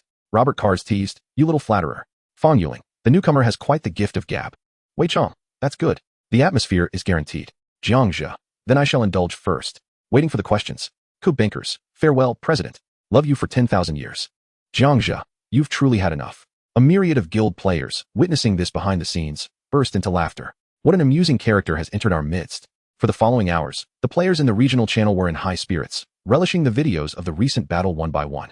Ultimately, even scientists calculated that the destructive power of the 30-plus collapse modules equated to that of a medium-sized missile. It is worth noting that most missiles merely carry explosives, with a lethality radius typically limited to several dozen meters. Once exceeding 100 meters, their effectiveness diminishes significantly. Even the renowned Tomahawk cruise missile, with its conventional payload of 454 kilograms, boasts a lethality of approximately 0.09 kilometers or 90 meters. Of course, excluding nuclear capabilities. The 30-plus collapse modules that Jiang Zhe had just sold had already surpassed the threshold of several dozen meters, reaching a staggering radius of 200 meters at one point. This figure was merely an estimate from the scientists. The true potency, however, would be revealed when Jiang Zhe unleashed the full force of the collapse himself. In fact, when he defeated the giant zombie raccoon, the radius had already exceeded 700 meters. The actual destructive capacity is beyond imagination. What an impressive feat. Greater than a missile's power, and the crucial aspect is that it can spare those within the shield. The collapse modules have truly captured my heart. From now on, I shall only purchase collapse modules. One module equates to the power of 3 small missiles. With a collapse module by my side, I suddenly feel that this world is not so perilous after all. Huh? Is anyone up for a game? The room is set for the 12 o'clock questions. Apologies. No more openings available. Time passes swiftly. Before we know it, midnight has arrived. The familiar sound of the system announcement echoes once more. P.S. I extend my gratitude to the esteemed patrons for their capsules, likes, and blades yesterday. The author has not indulged in meat for several days, purchasing eggs by the piece and vegetables by the root, while cooking rice grain by grain. It's a bit exaggerated to say I'm that impoverished. Yet the pantry is indeed bare. Continuing to seek donations, thank you immensely. Chapter 345. The quiz begins, against all odds, bombarding the moon. Military investigation. Happy times are always fleeting. After a day of arduous challenges, a total of 15,640,000 lives were lost. At last, we welcome a new day. Let us observe a moment of silence for those who have perished. First, let us congratulate Jiang Zhe from Xia Country, who has been awarded the title of World Combat Power Number 294,573. The quiz will commence in 10 seconds. Jiang Zhe is nearing a combat power of 130,000. Arthur's combat power is urgently catching up to him. Upstairs, you consider 30,000 as catching up? By the way, why didn't Jiang Zhe participate in the quiz last night? Who knows? Perhaps he simply didn't wish to answer. Last night, Arthur claimed first place, Su Cheng second, and Adam third. It seems today will bring about a change in leadership once more. Players around the world are discussing Jiang Zhe's absence from the quiz yesterday. Only the players of the regional channel are aware of this. Yesterday, Jiang Zhe had already answered the question on a different timeline. Seizing the moment before the questions commenced, he hoped for something remarkable. Jiang Zhe retrieved the golden wish chest. This chest allows a wish to be made daily. O God of probability, please grant me favor. He rubbed his hands together, fervently reciting his wishes. At present, he lacked only the Omega fragments. However, he would not squander his wish on the wish chest. Moreover, the wish chest has limitations, meaning it cannot yield supreme resources. The rewards are merely any items that could potentially be obtained within this timeline. Gently, he flipped the lid of the chest open. A golden flash appeared. System prompt. Intermediate balancer manufacturing blueprint 1 a balancer? This was unexpected for Jiang Zhe. He had anticipated something more valuable. Nevertheless, overall, the intermediate balancer was still acceptable. He grasped the blueprint and began to study it. Quickly, he reviewed the required materials. Main materials: 1 cluster of negative energy particles, 20 pieces of X-type special alloy. The remaining materials were basic and ubiquitous. In essence, 9 negative energy particles were needed to craft an intermediate anti-gravity device. Quite costly. Jiang Zhe expressed his regret. He could only wait until he had an ample supply of negative energy particles to craft and sell it to others in exchange for needed resources. As 10 seconds elapsed, the first question appeared. Question 1. If you secretly created a devastating laser weapon and accidentally left a massive crater on the moon, what would happen? Please refrain from following trends and respond in the second person. Time limit: 60 seconds. If I could create a devastating laser weapon, could I still be drawn into a four-dimensional cube? That statement does not hold. If you could produce a devastating laser weapon, you would indeed be drawn into a four-dimensional cube. Suddenly, this question felt insurmountable, and it forbade following trends. Without following trends, there are no resources. How disheartening. The question and analysis prompts fell in succession. Jiang Zhe frowned, activating his innate understanding and engaging in rapid contemplation. The system mandated the use of the second person. It seemed that Xiao Ming and Xiao Gang were no longer applicable. Hypothetically, on a certain day in a certain month, due to disagreements regarding school applications, you had a heated argument with your parents and ultimately drove to a warehouse in the suburbs. This warehouse was your secret base, where you accomplished all your endeavors. The first night, you lay atop the warehouse roof, gazing at the moon, which seemed rather dim, obscured by layers of dark clouds that hindered your moonlit bath. Your frustration intensified, and with a sudden surge of determination, you sprang to your feet, returning to the warehouse. Utilizing all the parts within, you crafted a handheld, ultra-powerful blue laser pen weapon. Activating the laser pen, you aimed it at the clouds above. Buzzing, a beam of blue laser shot forth, scattering in the air, its diameter expanding to an unfathomable size. The clouds were successfully dispersed. Yet, at that moment, calamity struck. Your laser pointer unexpectedly malfunctioned. The shutdown button was dislodged by a wave of electromagnetic energy emanating from the captivating auroras, vanishing without a trace. Consequently, the laser shot forth at an unparalleled velocity, striking the moon, which lay 380,000 kilometers away, with a brilliant beam that created a gaping hole. Fortunately, this entire incident transpired within a mere 3 seconds. To your astonishment, you discovered that the shutdown button was, in fact, remote-controlled. You promptly deactivated the laser pointer, apprehensive that someone might seek retribution, and quickly scanned your surroundings.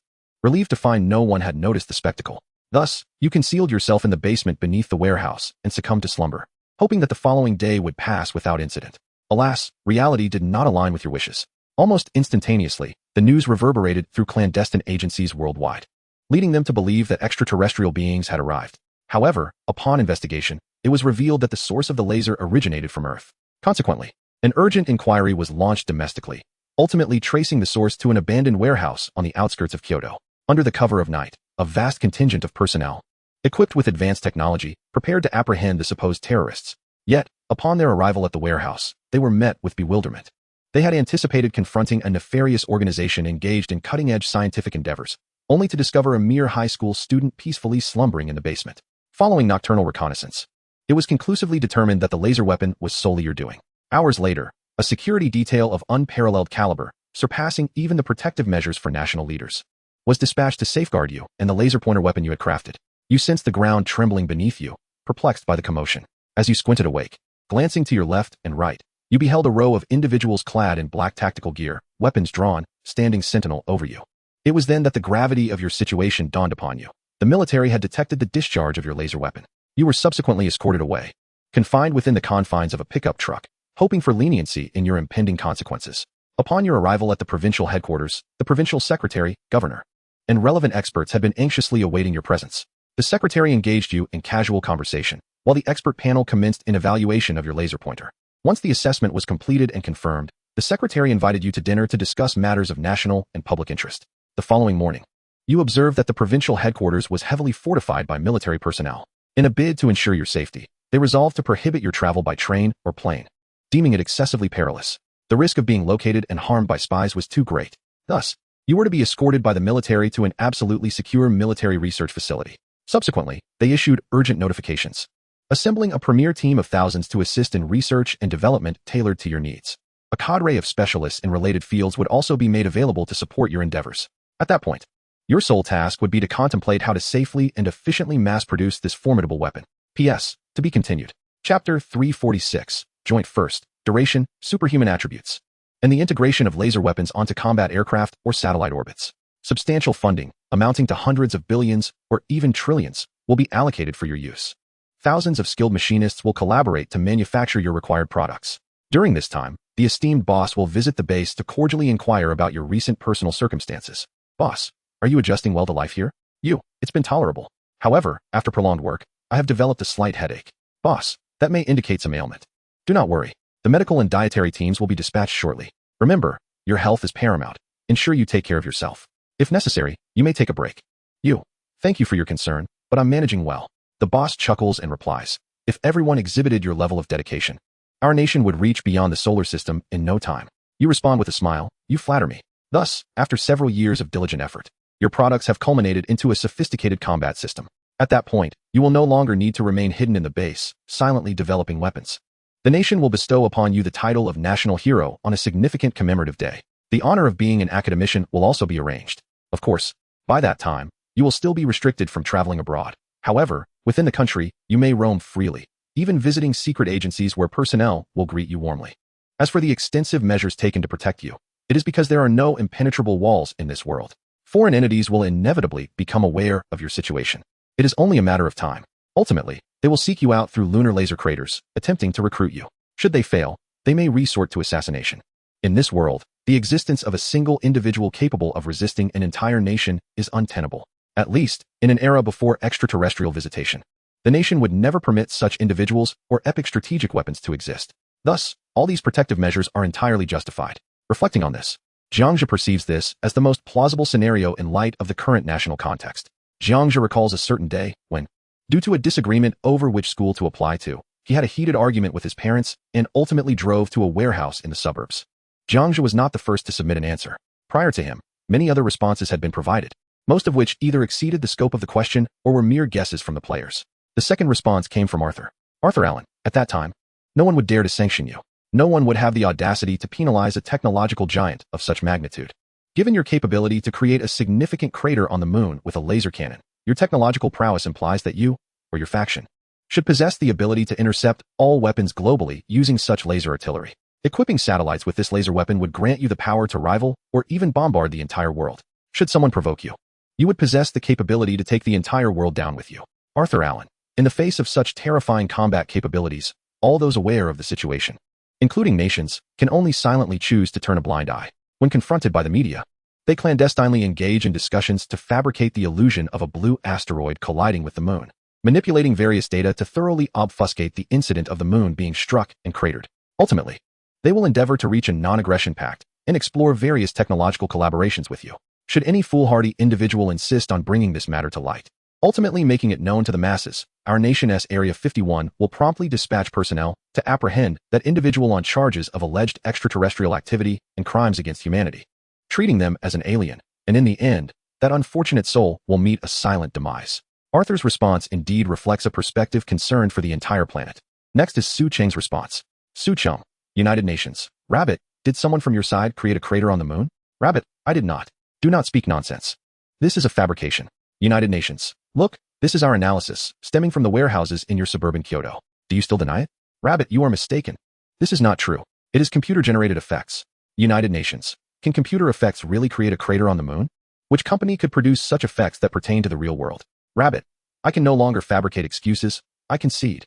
Song Ying, Wei Chong, Adam, Shyamalan. The responses from the esteemed individuals are all formidable. Let me see who will claim the top spot. Time reaches 1 minute. The system announces the rankings. First place, Jiang Zhe, compatibility, 97. First place, Arthur Allen, compatibility, 97. Second place, Adam, compatibility, 96. Third place, Shyamalan, compatibility, 96. No one achieved a perfect score, including Jiang Zhe. Wow. 2 in first place. Double first? Is that possible? How will the system adjudicate? Will it revert to determining based on the duration, as before? We shall wait for time to reveal. World announcement. Due to 2 individuals achieving the same compatibility, this system will recalculate rankings based on duration. First place, Jiang Zhe, 182 seconds. Second place, Arthur Allen, 201 seconds. Other rankings remain unchanged. System notification, Starry Oreo 3. Devil's Turkey Noodles 2, Omega Fragments 2. Huh? Arthur lost due to time. He could have been first yesterday, but with Zhang's arrival, he could no longer claim that position. Brothers, let us not beat a dead horse. Be wary of Arthur Allen's potential descent into darkness and subsequent vengeance against us. Fear not. I have hidden my profile picture. Mwahaha. Nice. Well done. Everyone is merrily teasing Arthur Allen's demise. The recent mass extinction event has left a profound impression on all. How could over 100 individuals fall short against just a few? This second channel is utterly absurd. Time reaches 10 seconds. The second question appears. Second question, respond in the second person. Due to an accident, you have acquired ordinary-level superhuman four-dimensional attributes. What will transpire in the world? What are the ordinary-level superhuman four-dimensional attributes? I am perplexed. Can someone enlighten me? Su Cheng. It means that your physical capabilities exceed the limits of ordinary humans by a factor of 10. For instance, if an average person can lift 200 kilograms, you would be able to lift 2,000 kilograms, which is 2 tons or 4,000 pounds. Thank you, Su Cheng. Goodness. If I possessed such abilities, upon reflection. Wait a moment. I already have 12 tons of strength and can sprint 100 meters in just 2 seconds. This is truly remarkable. This is a question of real attributes, not a matter of our four-dimensional space. The query and analysis subsequently unfold. Chapter 347, Olympic All-Around, Breaking World Records, Player Opts Out. Jiang Zhe contemplates for a brief moment. This question is exceedingly simple. It directly indicates that a superhuman, not exceeding reality, appears in the real world. What changes shall the world undergo for this superhuman? Strength, speed, cognitive agility, endurance, explosive power, and so forth. If you can lift a 4-ton object, it clearly indicates that in the Olympics, most sports events would be yours for the taking, as long as you have a basic understanding of the competition rules. Prohibited actions. You cannot use your opponent as a shot put, you cannot smash your opponent's head with your fists, and you cannot create excessive splashes while swimming. Should your wave inadvertently drown an opponent in the adjacent lane, resulting in their demise. Once you comprehend the rules, securing a gold medal would be as effortless as drinking water or eating a meal. First and foremost, one must understand strength. If the strength is sufficiently formidable, then explosive power, speed, acceleration, and endurance can all elevate to a non-human level. Now to the crux of the matter. One day, you fall into a manhole, fortuitously gaining superhuman abilities from it. Due to your impoverished circumstances, you devise ways to legally earn money, while simultaneously enhancing your fame, power, and influence. The first step, with the few $1,000s in your pocket, you disguise yourself as a high school student, successfully infiltrating a high school or college. That day, at a certain high school or university, a sports event is being held. You volunteer to participate in all the athletic events. The first event, the 100-meter dash.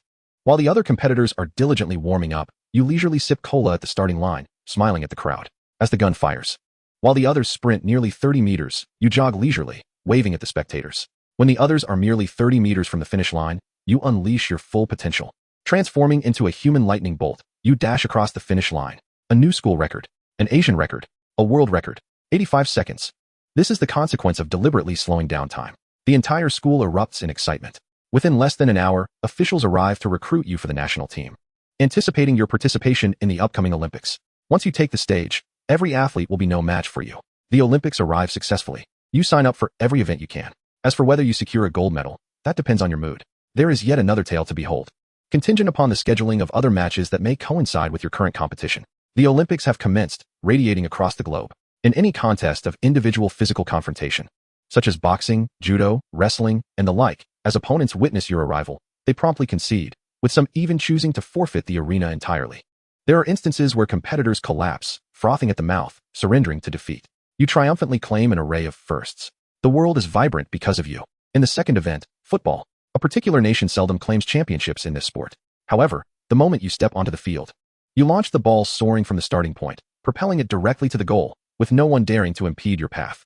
For they are aware that any player struck by your ball may find themselves confined to a hospital ICU for the remainder of their days. The third event, the 100-meter sprint. You resolve to shatter the world record, ensuring that future generations will find it insurmountable. As the gunshot pierces the air, you explode forth like a flash of lightning, nearly instantaneously. By the time the others have covered 20 meters, you have already crossed the finish line. Time, 2:75 seconds.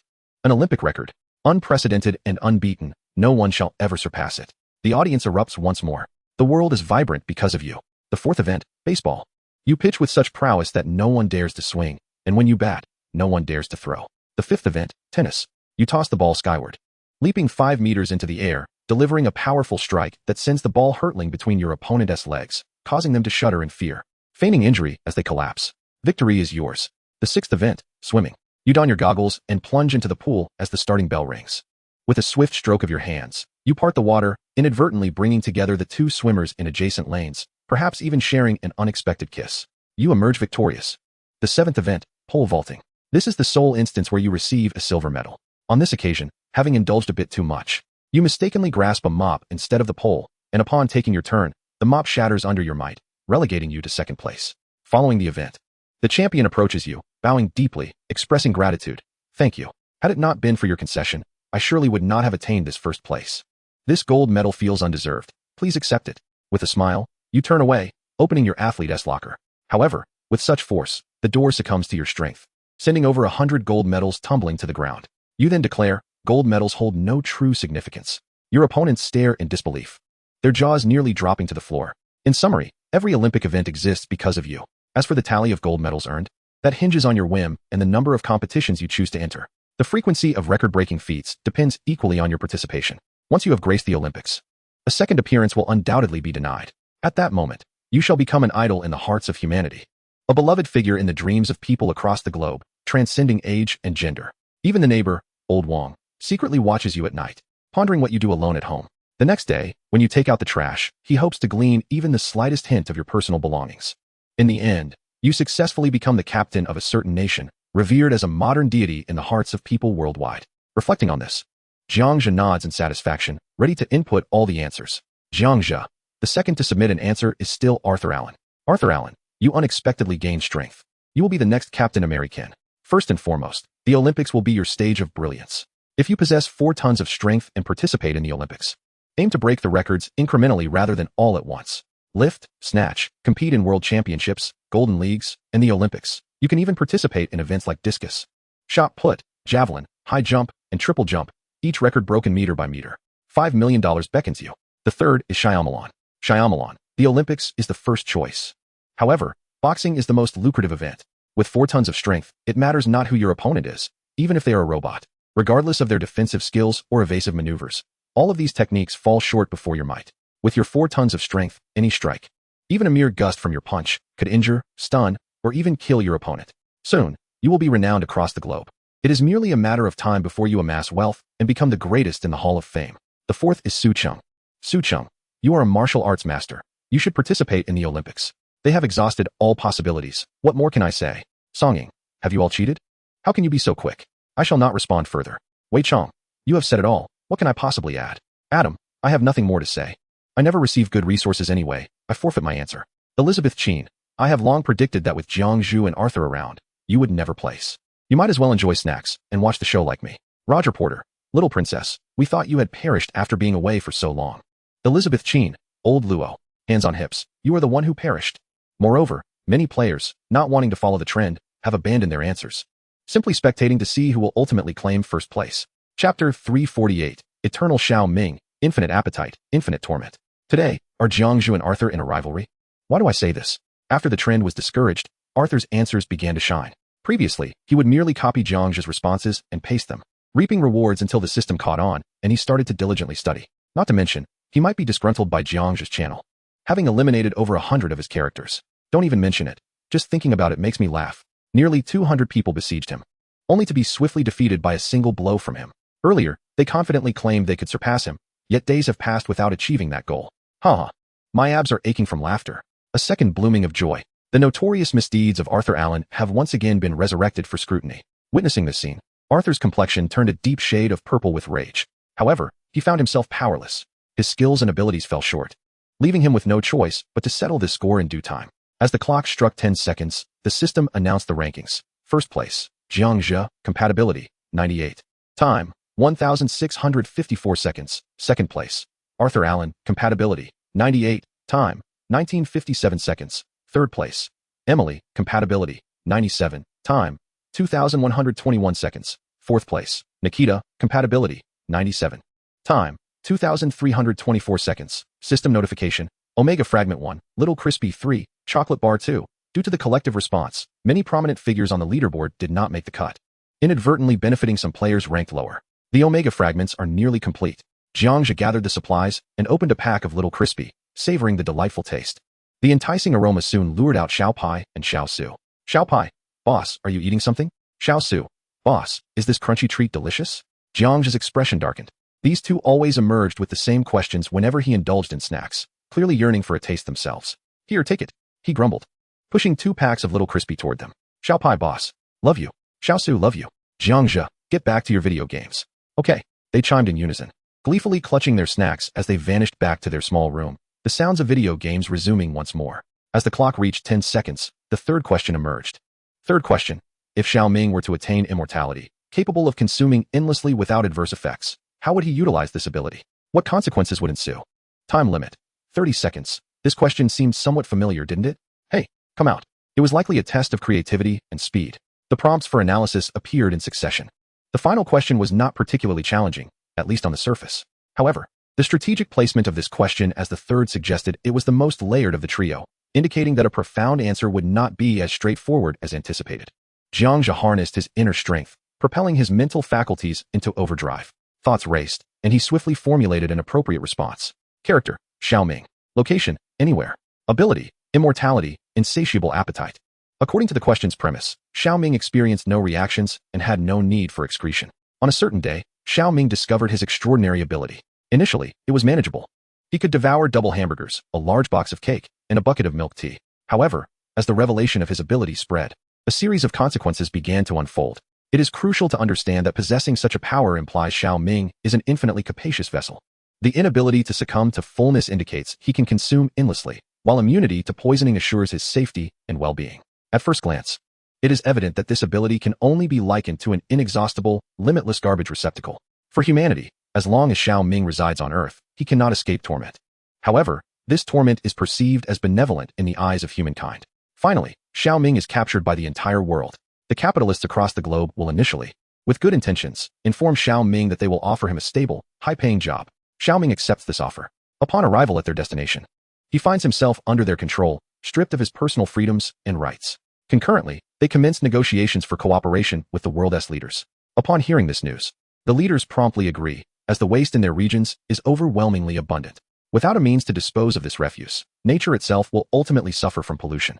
Gradually, a consensus emerges among the leaders to utilize Xiao Ming as an infinitely recyclable garbage bin. They proceed to bind him in a desolate wasteland, pouring waste into his mouth daily. Initially, the refuse consists of non-recyclable materials.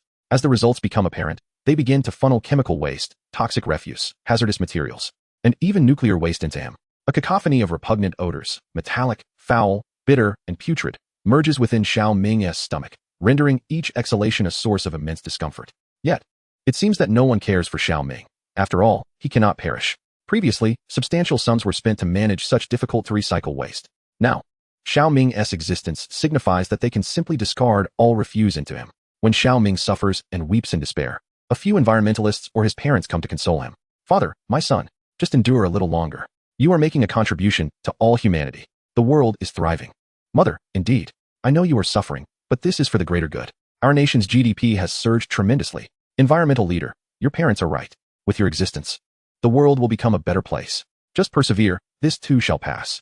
Common folk, Xiao Ming's existence is a boon for us. We hope he can endure forever, as this is for the benefit of the common people. Media, Xiao Ming is a remarkable individual. His existence epitomizes the essence of selflessness. A series of reassurances and comforting words ensue. Initially, Xiao Ming can bear it. He believes that if he tries just a little harder, he will eventually gain his freedom. The truth, however, is that he is mistaken. He is merely an infinite garbage bin, capable of containing harmful waste for millennia, even eons. He can even hold various confidential documents. Thus, not long after, a gruesome event occurs once more. To be continued. Chapter 349, Xiao Ming's outburst, a desperate counterattack.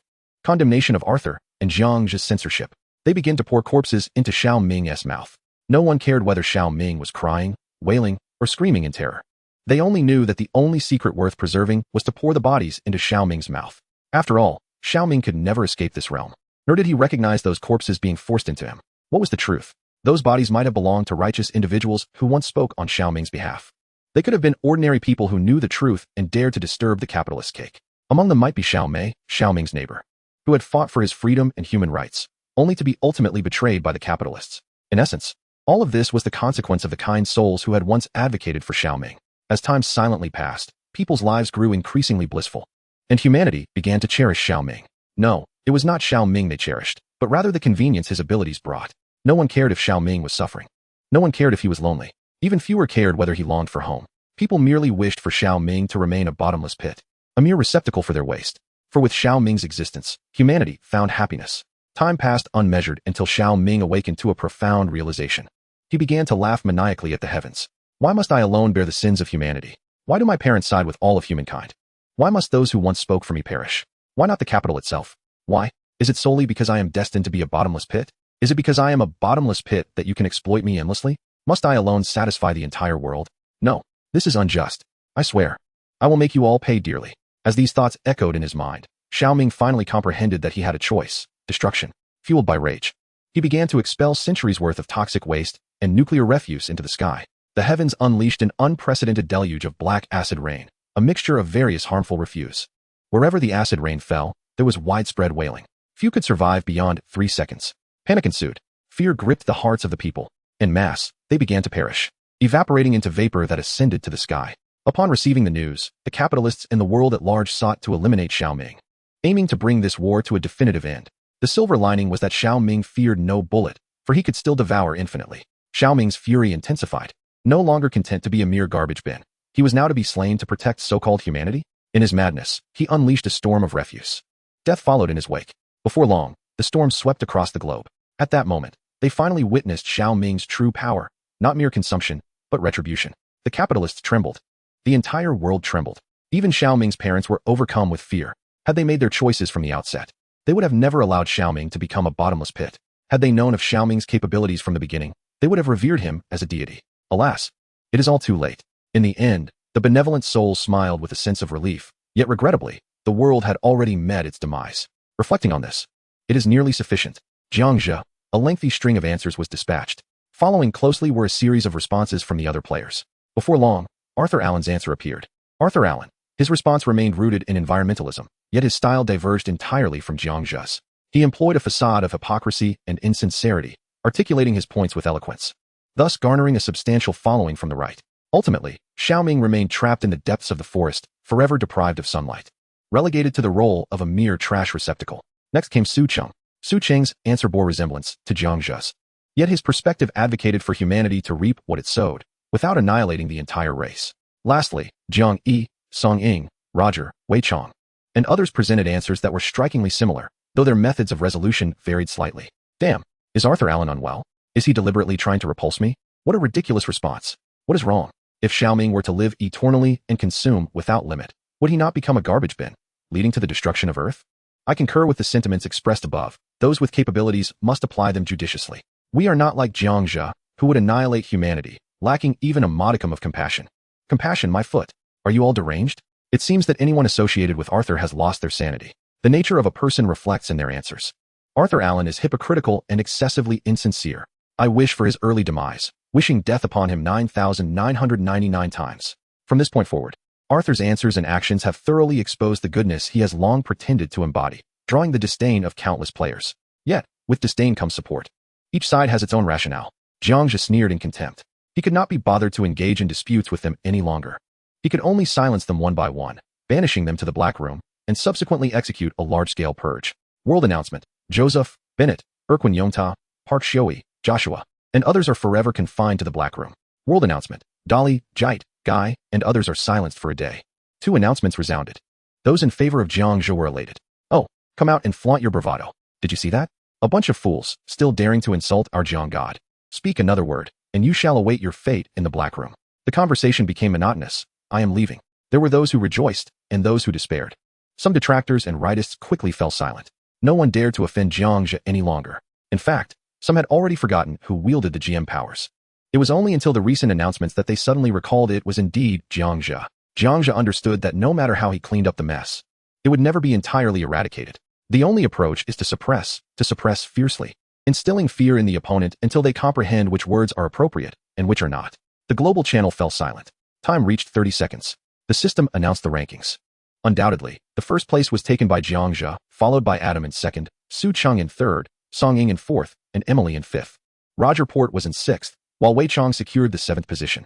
Arthur Allen failed to make it into the top 100. Subsequently, players began to speculate, and it was generally believed that Arthur had aligned himself with the hypocritical faction of humanity rather than standing alongside the protagonist, Xiaoming, in contemplating the issues at hand. Hence, his ranking was considerably low. After a brief period of condemnation, the global channel also fell into silence. System notification: Omega Fragment 1, Egg Tart 2, Beer 2, System notification: Golden Gift Pack 1, only one last Omega Fragment remains. Soon, the battle armor will undoubtedly be crafted. Jiang Zhe's gaze was intense. He thrust his fist forward, shattering the Golden Gift Pack. P.S. I extend my gratitude for everyone's gifts yesterday. They were truly formidable. Today, while purchasing eggs, I finally felt justified. boldly tossing a $10 bill at the vendor's face, simultaneously using an expensive plastic bag for my purchase. The vendor was utterly astounded that I could produce a $10 bill, and he promptly knelt before me, promising that in the future, I would receive a 99 discount when buying eggs. All of this is thanks to everyone. You have given me the confidence to confront the arrogant supermarket owner. Countless pleas for free gifts were made. Thank you, dear supporters. The author has a message. Chapter 350, Anti-Gravity Wings, Legendary Belt, Battle Armor Emerges. World Announcement, System Notification, Omega Fragment 8, System Notification, Omega Crystal 2, System Notification, All Attributes Epic Shard 3, System Notification, All Attributes Epic Gem 1, System Notification, Negative Energy Particle 3, System Notification, Extraordinary Substance 1, System Notification, Blueprint for Legendary High-Tech Belt 1. A series of notifications appeared. The Omega fragments had reached 400, and a blueprint for a high-tech legendary belt had also been acquired. The fragments were finally complete. Jiang Zhe let out a long sigh as he examined the details of the belt manufacturing blueprint. Blueprint for legendary high-tech belt, crafted from retractable materials, possessing a 100 extraordinary substance effect, comparable to the effects of secondary special reforging items. Learning. Jiang Zhe grasped the manufacturing blueprint, which transformed into data and surged into his mind, signifying successful learning. He opened the manufacturing requirements, which were largely similar to those of the alloy claws: 8 all-attribute gems and 6 all-attribute chips. The gems could be synthesized from shards. But Jiang Zhe was lacking significantly in chips. He opened the trading hall and searched for the keywords, yielding no results. None.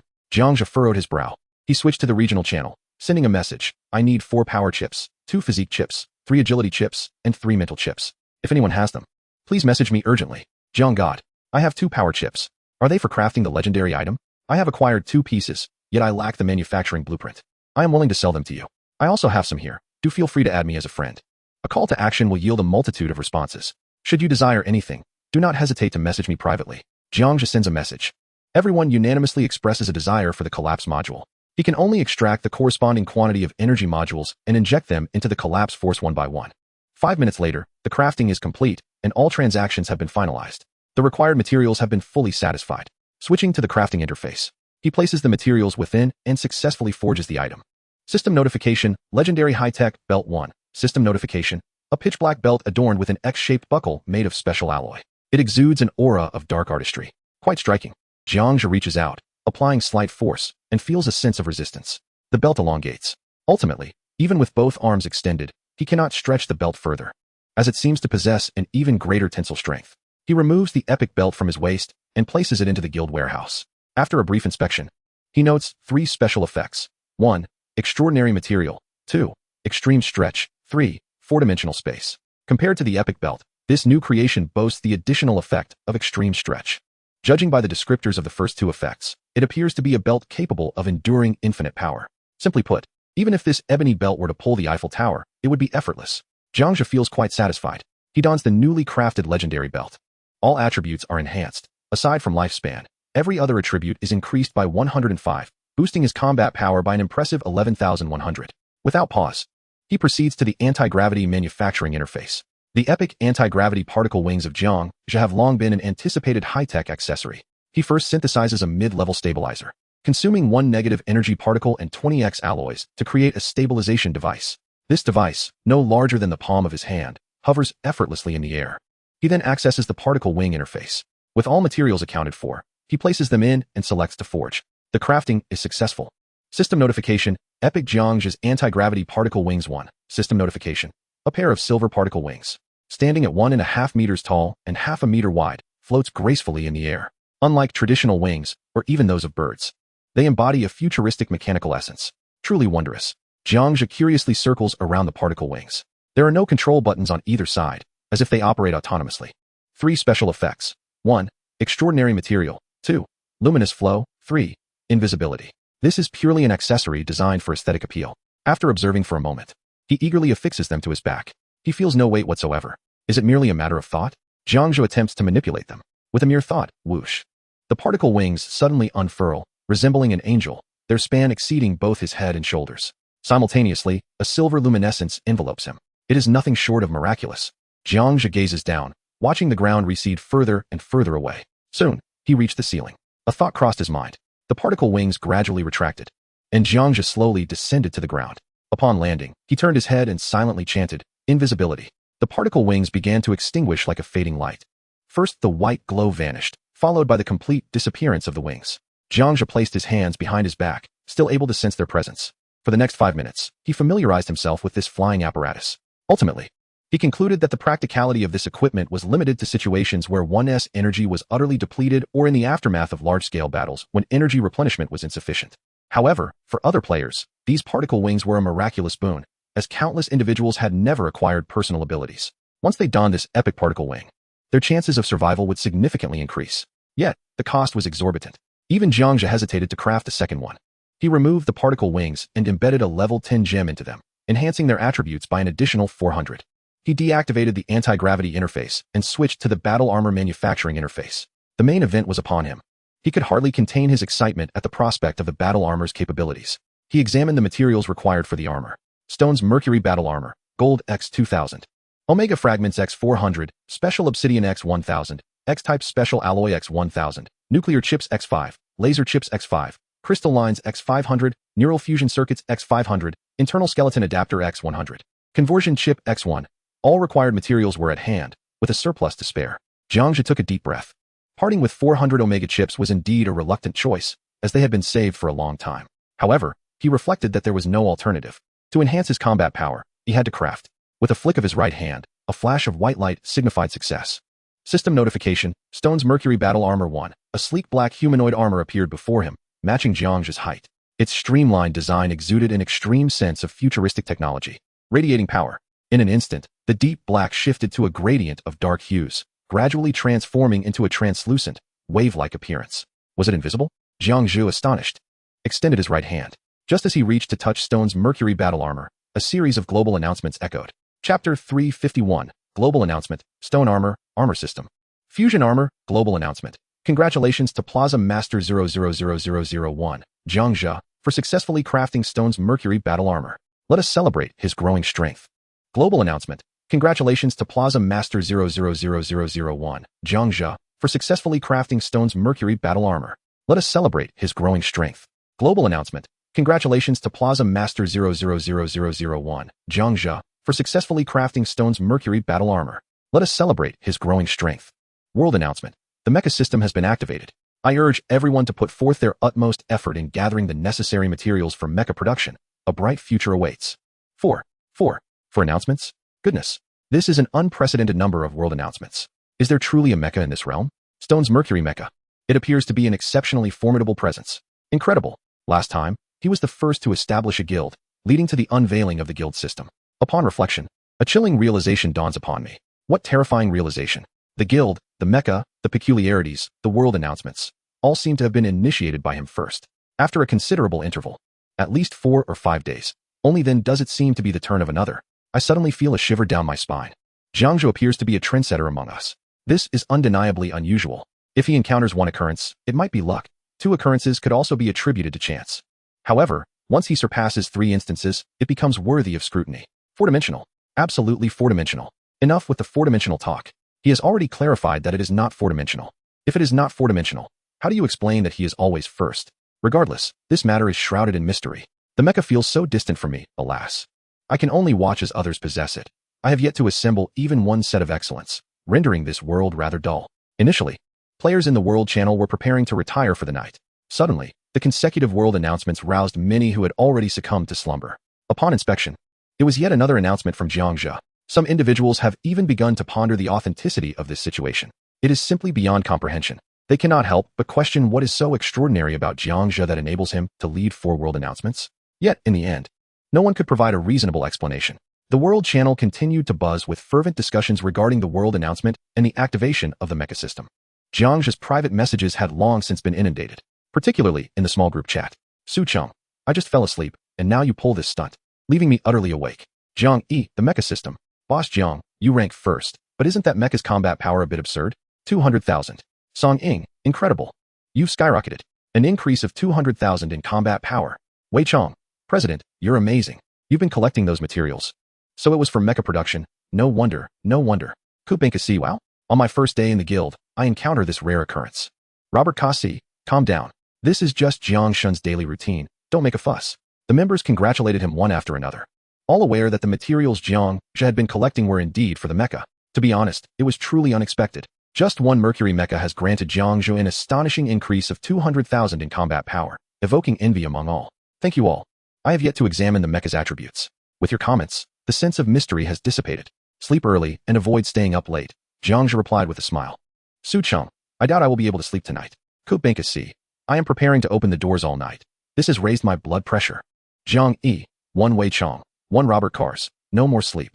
I shall go and open the door. After a brief exchange of pleasantries, Jiang Zhe finally managed to lull everyone into slumber. He expounded on the profound implications of drowsiness, such as its detrimental effects on combat efficiency, its potential to diminish survival rates, and the increased likelihood of fatal outcomes in a state of fatigue. After a few well-articulated points, none dared to persist in their nocturnal vigil. They all obediently succumbed to sleep, devoid of any lingering sense of mystery. Jiang Zhe muttered to himself, closing the interface. He extended his hand to touch, feeling the chilling sensation. The transparent hue instantly transformed into a deep black. He proceeded to inspect the attributes of his battle armor.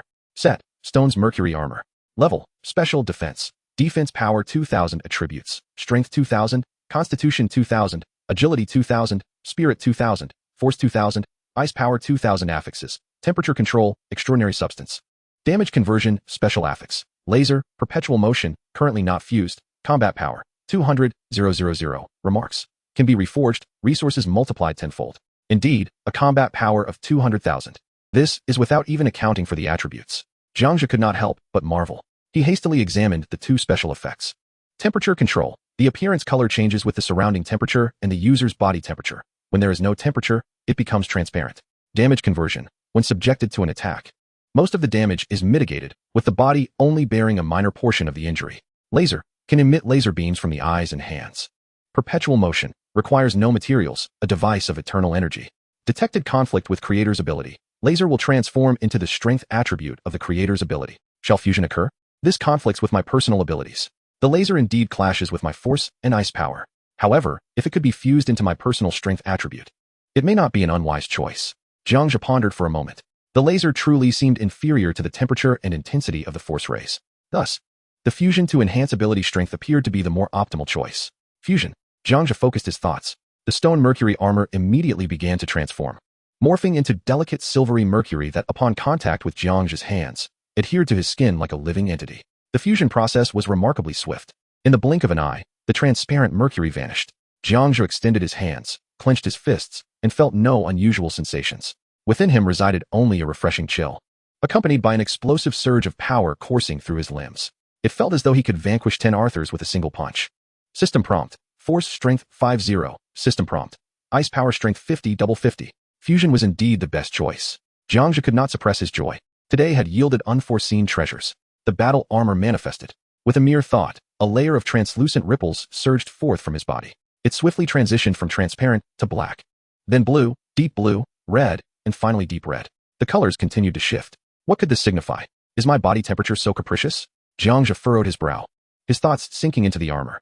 He temporarily disabled the temperature control. Once the temperature regulation was turned off, the erratic colors vanished instantly, leaving only a transparent hue. Now, that was more like it, Jiang Zhe remarked with satisfaction. He clenched his fists, and two metallic claws emerged as if they were mere illusions, without any sense of obstruction. Stepping outside, he circled the private cube with remarkable ease, even feeling a sense of enhancement. Raising his right hand, he struck his left arm, leaving 4 distinct, slightly reddened fingerprints which faded within a second. It appeared that he absorbed damage. Even the slightest injury was absorbed, leaving only a faint sensation on his skin. Chapter 352, 1,600,000. Global discussions, new members, seeking transcendence for the next hour. Jiang Zhe tested various functionalities of the armor outside the cube. He concluded that the stone armor had no impact on his movements or combat. If anything, it enhanced them. Particularly, the increase in both force and ice power made him feel capable of taking on monsters with a combat strength of 3 million without breaking a sweat. Finally, he returned to the sleep chamber, lying down with a sense of elation, akin to a child receiving a new toy, reluctant to remove it even for sleep. He understood that all of this was the result of his hard work. Without effort, none of this would exist. Before drifting off, he glanced at his current personal attributes. Name, Jiang Zhe. Age, 24. Strength, 10,010. Constitution, 10,105. Agility, 10,858. Mentality, 11,582. Force, 38141. Ice Power, 38,291. Lifespan, 25,200. Health. You are currently in excellent condition, with no injuries. Combat Power, 163. 5223 at long last. His combat power had reached 1,600,000. Calculating. This armor had added over 300,000 to his combat power. It wasn't cost-effective to reforge it tenfold, so he decided to use it for now, Jiang Zhe murmured. This personal information, whether viewed lying down, sideways, prone, standing, or even upside down, was utterly captivating. He could never gaze upon it enough.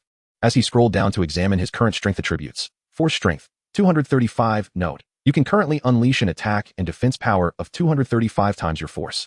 Ice power strength, 180, note. Interface closed. Jiang Zhe fell into a deep and pleasant sleep. In his dreams, time flew by swiftly. When he finally opened his eyes, it was already 9 in the morning. Jiang Zhe rose and left his bedroom, heading to the bathroom to brush his teeth and freshen up. Mr. Blue had already prepared breakfast. Little Suo and Little Pie, nearly famished, lay on the dining table, exclaiming upon Jiang Zhe's arrival, "The boss is here. It's time to eat." We almost starved to death. The two little ones busily wielded their chopsticks. Slow down. There's no one competing with you, Jiang Zhe remarked with a stretch. Chuckling as he settled beside the dining table, he ate while contemplating his subsequent plans. After confirming his return to the past today, he opened the World Channel to check the daily news. What is this, battle armor, on my interface? He wondered. It's the same for me. When did this appear? At 12:30, Jiang Zhe equipped a set of battle armor, boosting his combat power by 200,000. What the heck? 200,000 combat power. That's equivalent to my, what the heck? This is unfair. Not just that. The combat power increased by 200,000, and that's not even factoring in the attributes. Once those are calculated, it's likely to be terrifying. He had observed his combat power surge from 1.3 million to over 1.6 million yesterday. An increase of over 30,000 combat power. Over 30,000. That's more than 6 times mine. 10 times. 20 times. Stop boasting. You all barely exceed 100,000 combat power. Is it really appropriate to praise Jiang Zhe like this? Leave me alone. What if Jiang Zhe recognizes me? Next time I buy something, I might get a discount. Exactly. Ridiculous. Observing the players bickering over combat power, Jiang Zhe found their familiarity amusing. Indeed, you do seem familiar. Next time you buy something, you might indeed receive a discount. Jiang Zhe finally allowed himself a mischievous smile. After watching for a moment, he grew bored and closed the world interface.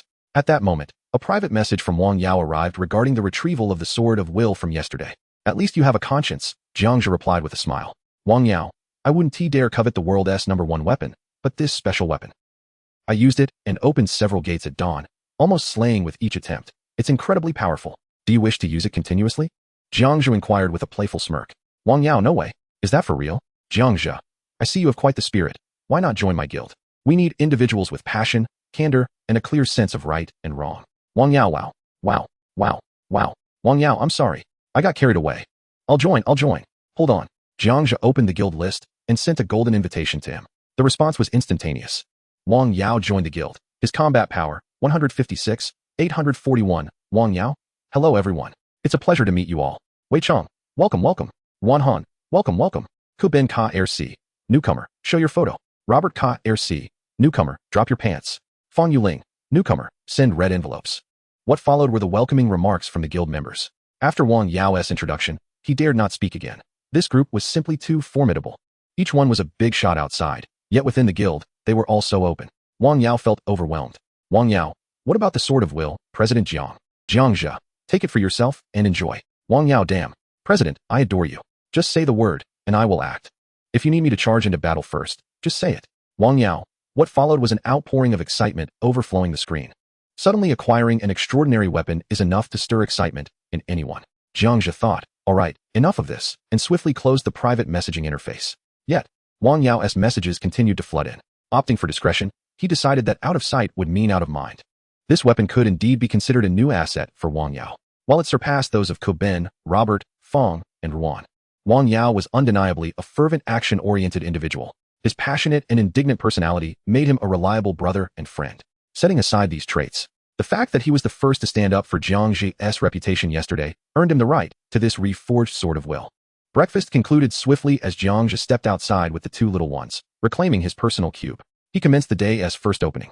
In the center, he retrieved the positioning device and activated it to locate the time screen room. The positioning initiated, and a series of clicking sounds echoed around him. Upon reaching 12 seconds, the cube ceased its rotation, revealing a door before him. To be prudent, he decided to predict the outcome and confirm that the interior showcased the time screen before stepping inside. Boss, where are we heading today? Inquired Xiao Pai. Are we going to the future again? Asked Xiao Su. Yesterday, boss received news about the joint launcher from the merchant girl. Let us go see it. Jiang Zhe sat cross-legged on the ground, manipulating the black positioning device. Now, all that remained was to await the emergence of the transcendent blue holographic image of the time screen. 3 minutes elapsed without arrival, and the trio engaged in cheerful conversation. "I can return to my joyous slaughter once more," exclaimed Xiao Pai. "With the joint launcher, we could create a universal converter. Even if you obtain the joint launcher, boss, you won't be able to produce the universal converter immediately," Xiao Su analyzed. "There is a method, however, to decompose those epic items that can be disassembled," Jiang Zhe replied, "but it primarily depends on whether we have sufficient quantity." Before Xiao Su could respond, the positioning device emitted a sound. The time screen was fixed, revealing a familiar scene, a sea of clouds. Chapter 353, Encountering Ruijana, Secrets of the Cloud Sea, a single strike, and meeting the transcendent again. The screen displayed the previous encounter with Ruijana. Jiang Zhe vividly recalled how she had caught him mid-fall when he had yet to master the power of flight. She had saved his life. To this day, the memory remained etched in his mind. "I have arrived, Ruijana." Jiang Zhe stepped forward. At the moment he passed through the time screen, a sensation of weightlessness surged from beneath his feet. Was he falling again? Jiang Zhe was momentarily astonished. Having assumed that the other side of the time screen led to the cube, and that he would need to open another door to enter the world of clouds. Just as Xiao Su and Xiao Pai were shouting in fear of a potential fall, a cloud whale suddenly dove down from the sky, securely catching Jiang Zhe and lifting him back to the heights. Once more, Jiang Zhe smiled at the ethereal, white-haired beauty materializing from the cloud whale. Ruijana was as breathtaking as he remembered. The flowing white clouds enveloped her entirely, her long, white hair dancing in the absence of wind.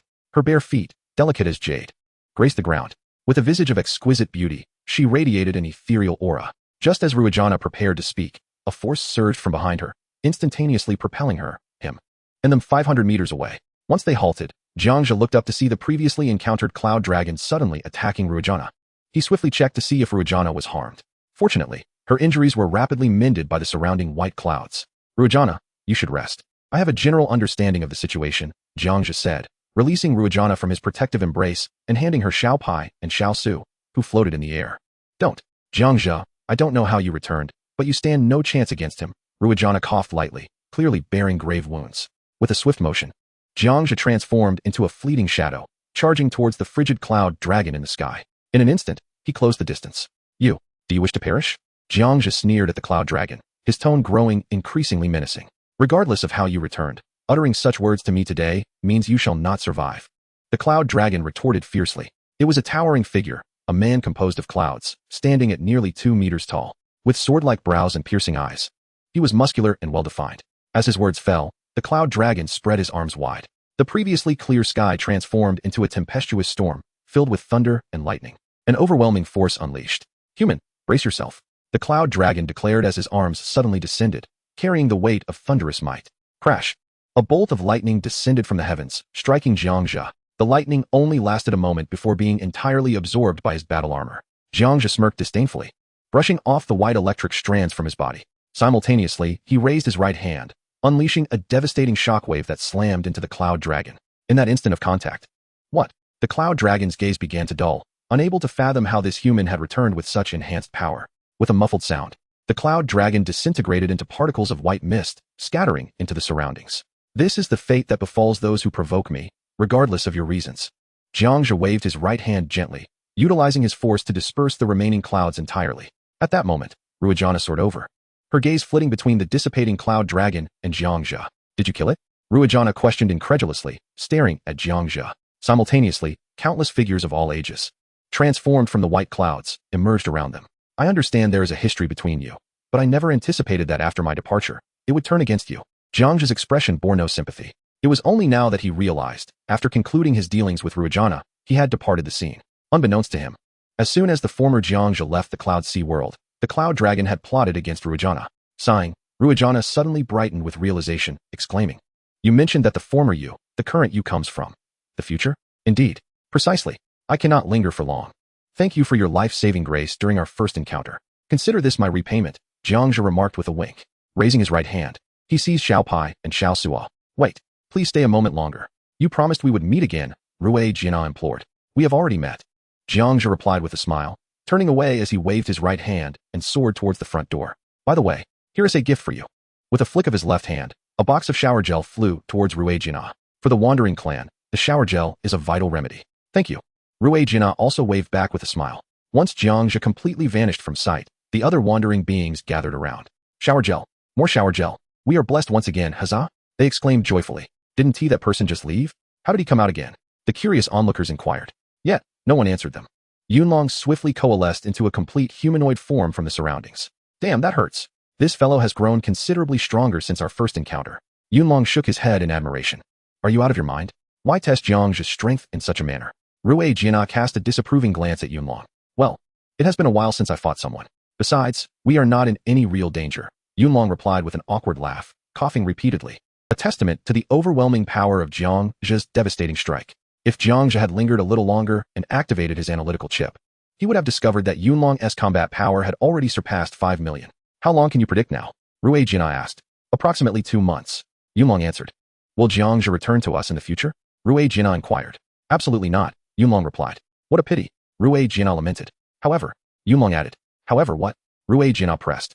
Soon, he will depart from this dimension, Yunlong disclosed. Within 2 months? How can he leave so quickly? We've been stuck here for years. Rui Jiana exclaimed. The humans of this generation are exceptionally powerful. Yunlong explained. Jiang Zhe, Arthur, Su Cheng, Song Ying, Wei Chong, and Adam are all remarkably swift. Yunlong continued. First, Jiang Zhe, less than 2 months. Second, Arthur, 30 years. Third, Su Cheng, 30 years. Humans are truly formidable, Rui Jiana remarked. Indeed, Yunlong's eyes brimmed with envy. If only they belonged to the human race, their ascension would have accelerated dramatically. As Yunlong concluded, the atmosphere was charged with astonishment. The human players arriving from Earth this time are indeed terrifying. Had Jiang Zhe overheard such discussions, he could have avoided many detours. However, according to the timeline regulations, Yunlong and Rui Jiana would not disclose this precise information to Jiang Zhe. To do so would only lead to an increasing number of erroneous timelines, reaping more harm than good. Meanwhile, Jiang Zhe consumed merely a minute before encountering the chamber of the superdimensional beings once again. It is indeed the front gate of the world of cloud seas. This is the place. Jiang Zhe activated his predictions. A shadow darted out and returned with feedback. Upon opening the door, within lies a floating treasure chest, accompanied by a higher dimensional being, whose dimensionality remains unknown. Simultaneously, a former version of yourself engages in conversation with it. As the hyperdimensional entity prepares to release a time stasis, marking the most perfect entry method. Chapter 354, Myriad Parallels, Mr. Hyperdimension, Master Planner, Astonishing Truth. Observing the feedback brought back by the shadow, time stood still. There were both advantages and disadvantages. The benefit, Jiang Zhe need not fear the peril of being consumed by time and can enter at will. The drawback, movement within the time-stilled area proves to be quite challenging. A lightsaber. After a moment of contemplation, Jiang Zhe's eyes sparkled with realization. Indeed, at any moment, the lightsaber remains the sole choice. This is solely due to its unique absorption effect, capable of assimilating all forms of energy and matter. All that was required was to carve out a pathway for the lightsaber to absorb the area. In doing so, he could move freely, and the former version of himself would remain oblivious to his presence. A smile played on Jiang Zhe's lips. With a flick of his right hand, the lightsaber materialized. He activated its absorption effect.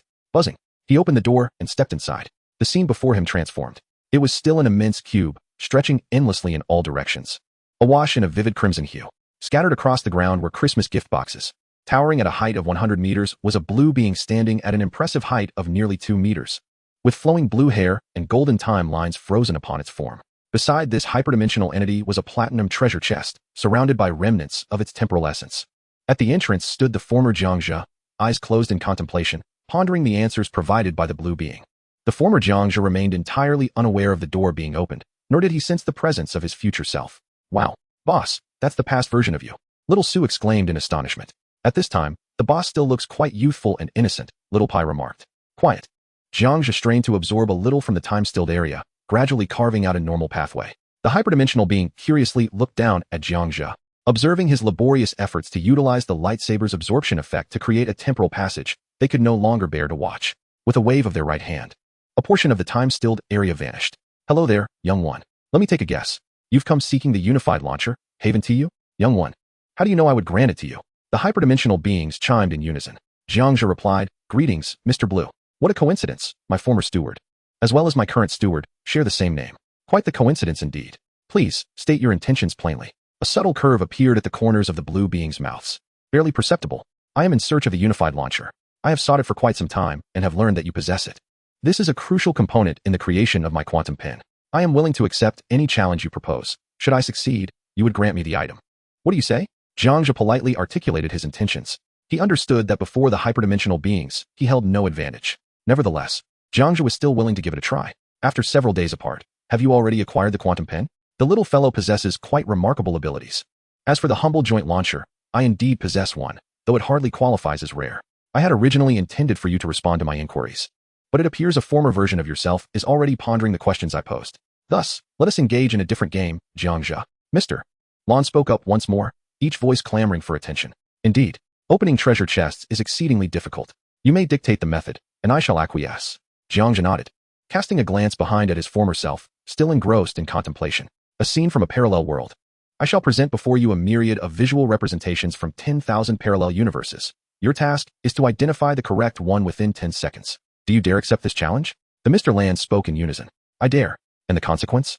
The consequence is that I shall place you on the worst timeline currently imaginable, leaving you to your own devices. Do you still dare? I do. Jiang Zhe smiled knowingly. His expectations entirely met. He understood the peculiar predilections of higher dimensional beings. After an eternity of invincibility, one inevitably craves a measure of excitement. Very well, Mr. Lan chuckled, gesturing grandly. In an instant, 1,000 images, each no larger than a thumbnail, appeared in the air, depicting parallel worlds of Jiang Zhe. The game commences. Countdown. With those words, time froze. Jiang Zhe focused his mind. The 3 seconds of time dilation activated. This way, he could extend his time, thereby enhancing his chances of success. The locking chip swiftly scanned through the myriad of images in search of himself. In the first image, Jiang Zhe, a mere novice, was teaming up with others to vanquish shadowy foes. In the second image, Jiang Zhe trembled alone, trailing behind a large group as they defeated a 15-meter-tall minotaur. In the third image, Jiang Zhe was embroiled in a quarrel with his girlfriend. In the fourth image, Jiang Zhe appeared as a blonde foreigner, slaughtering players from the Summer Nation. In the fifth image, Jiang Zhe was a humanoid creature, defending a golden treasure chest, locked in combat with human players. In the sixth image, Jiang Zhe was at a physics research institute, making breakthroughs on gravitational waves. In the seventh image, Jiang Zhe was a patient with dissociative identity disorder, recounting to his doctor an encounter with a four-dimensional cube, only to be disbelieved and subjected to electric shock, resulting in unconsciousness. In the eighth image, Jiang Zhe traversed a time portal, arriving in a land of golden sands, where 4 stone tablets stood erect. Is this the place? No. In my timeline, I encountered only 2 tablets. The inscriptions of the other 2 have been defaced. Jiang Zhe quickly dismissed the thought.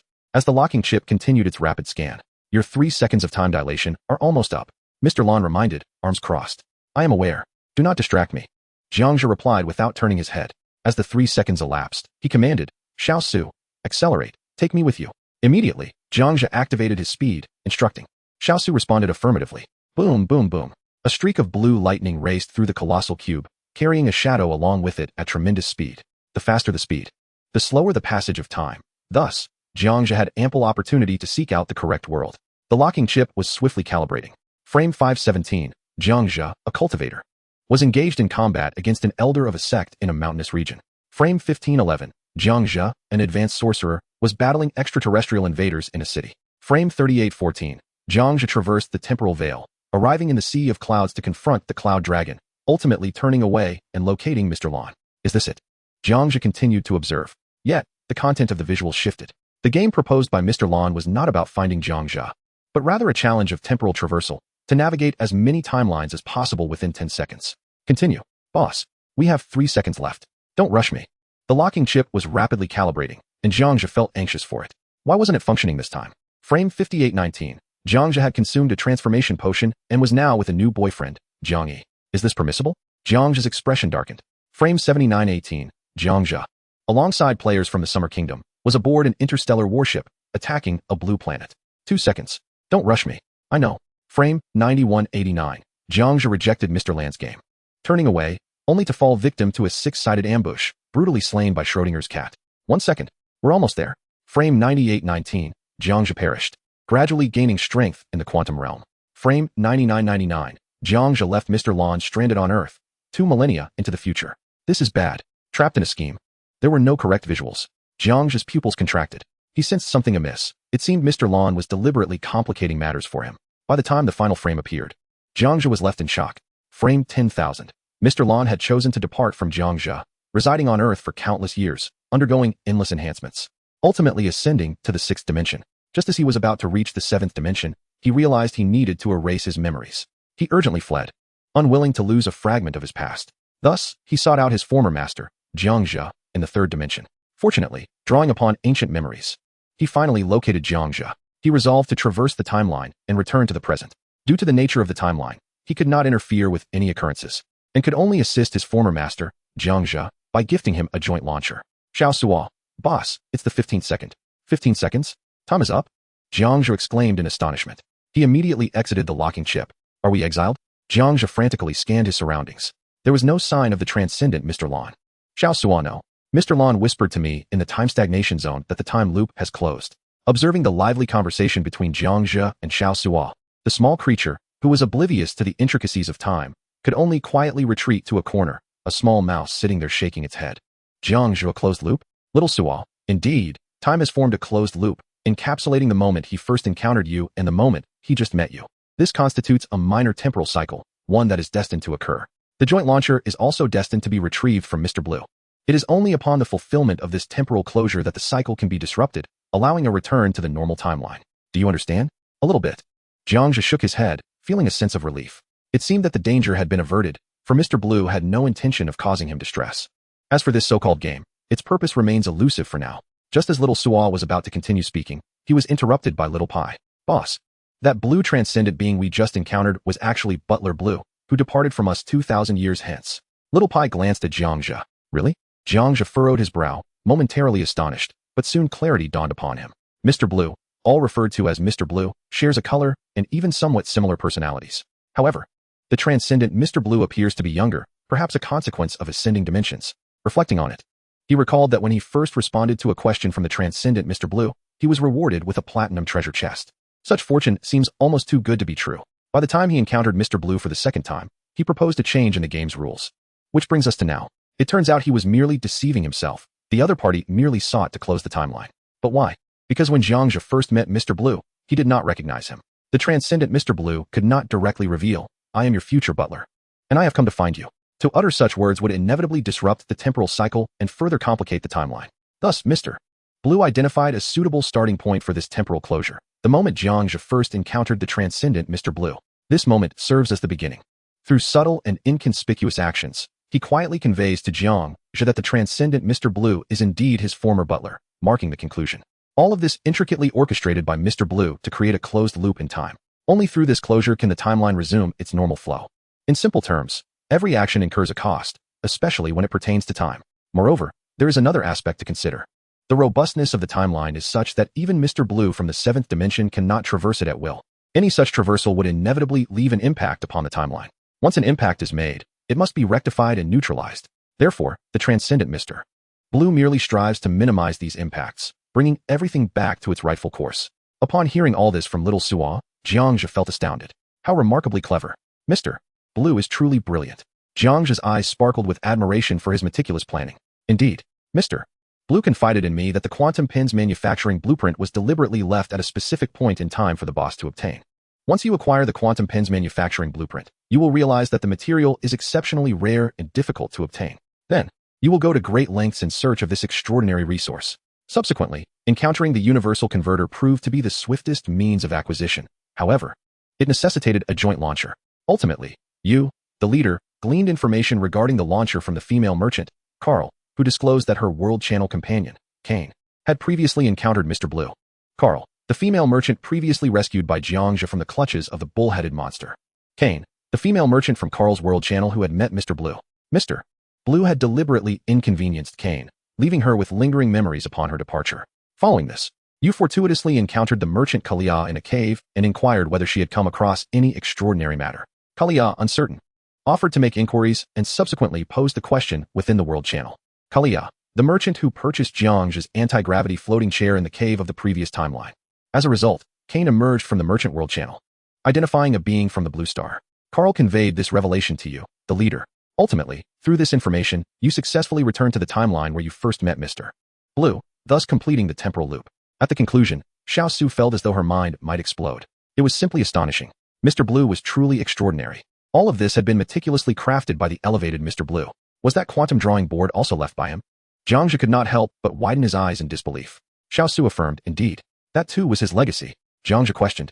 Then why didn't he leave me a finished quantum pen? Xiao Su replied, the timeline does not permit it. Jiang Zhe added. So the battle armor manufacturing blueprint was also his gift? Xiao Su clarified, neither he nor the future version of you, but rather your own true fortune.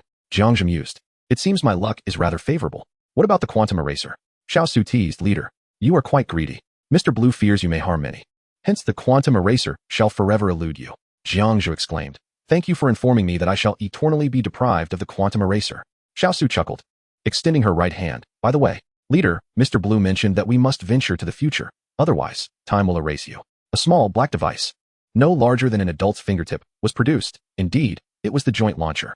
At that moment, feeling quite vexed, Xiao Pai sulked in the corner, resting its chin on its hands, observing the playful banter between Yu and Xiao Su. A wave of displeasure surged from the depths of its heart. P.S. Gratitude to all family members for their likes, blades, encouragement, and gifts. Firstly, a heartfelt thanks to MOUE for their esteemed recognition. Secondly, a profound appreciation to a member of Earth for their delightful contributions. I have composed a lengthy chapter exceeding 4,000 words in gratitude. The divine continues to shamelessly request gifts. Chapter 355, Residual Information, Universal Converter, Artifact Emergence, and the Return to the Light Curtain Room. Must we venture to the future? Otherwise, shall I be erased by time? Jiang Zhe accepted the black joint launcher. Xiao Su affirmed yes. He did not divulge the reason. He said you would understand. Jiang Zhe inquired, when must we go? Xiao Su remarked, he speaks of the temporal historical trajectory, which transpires after you have completed the universal converter. Upon hearing Xiao Su's words, Jiang Zhe furrowed his brow, lost in contemplation.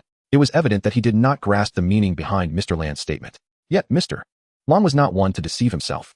Since the other party had spoken, there must be a certain cause and effect at play. After pondering for a moment, he concluded that being erased by time merely meant one had touched time's reverse scales. Or perhaps, at this thought, he realized, I have perished in the past. Jiang Zhe's eyes widened in astonishment, his thoughts becoming remarkably clear. I believe so too, boss.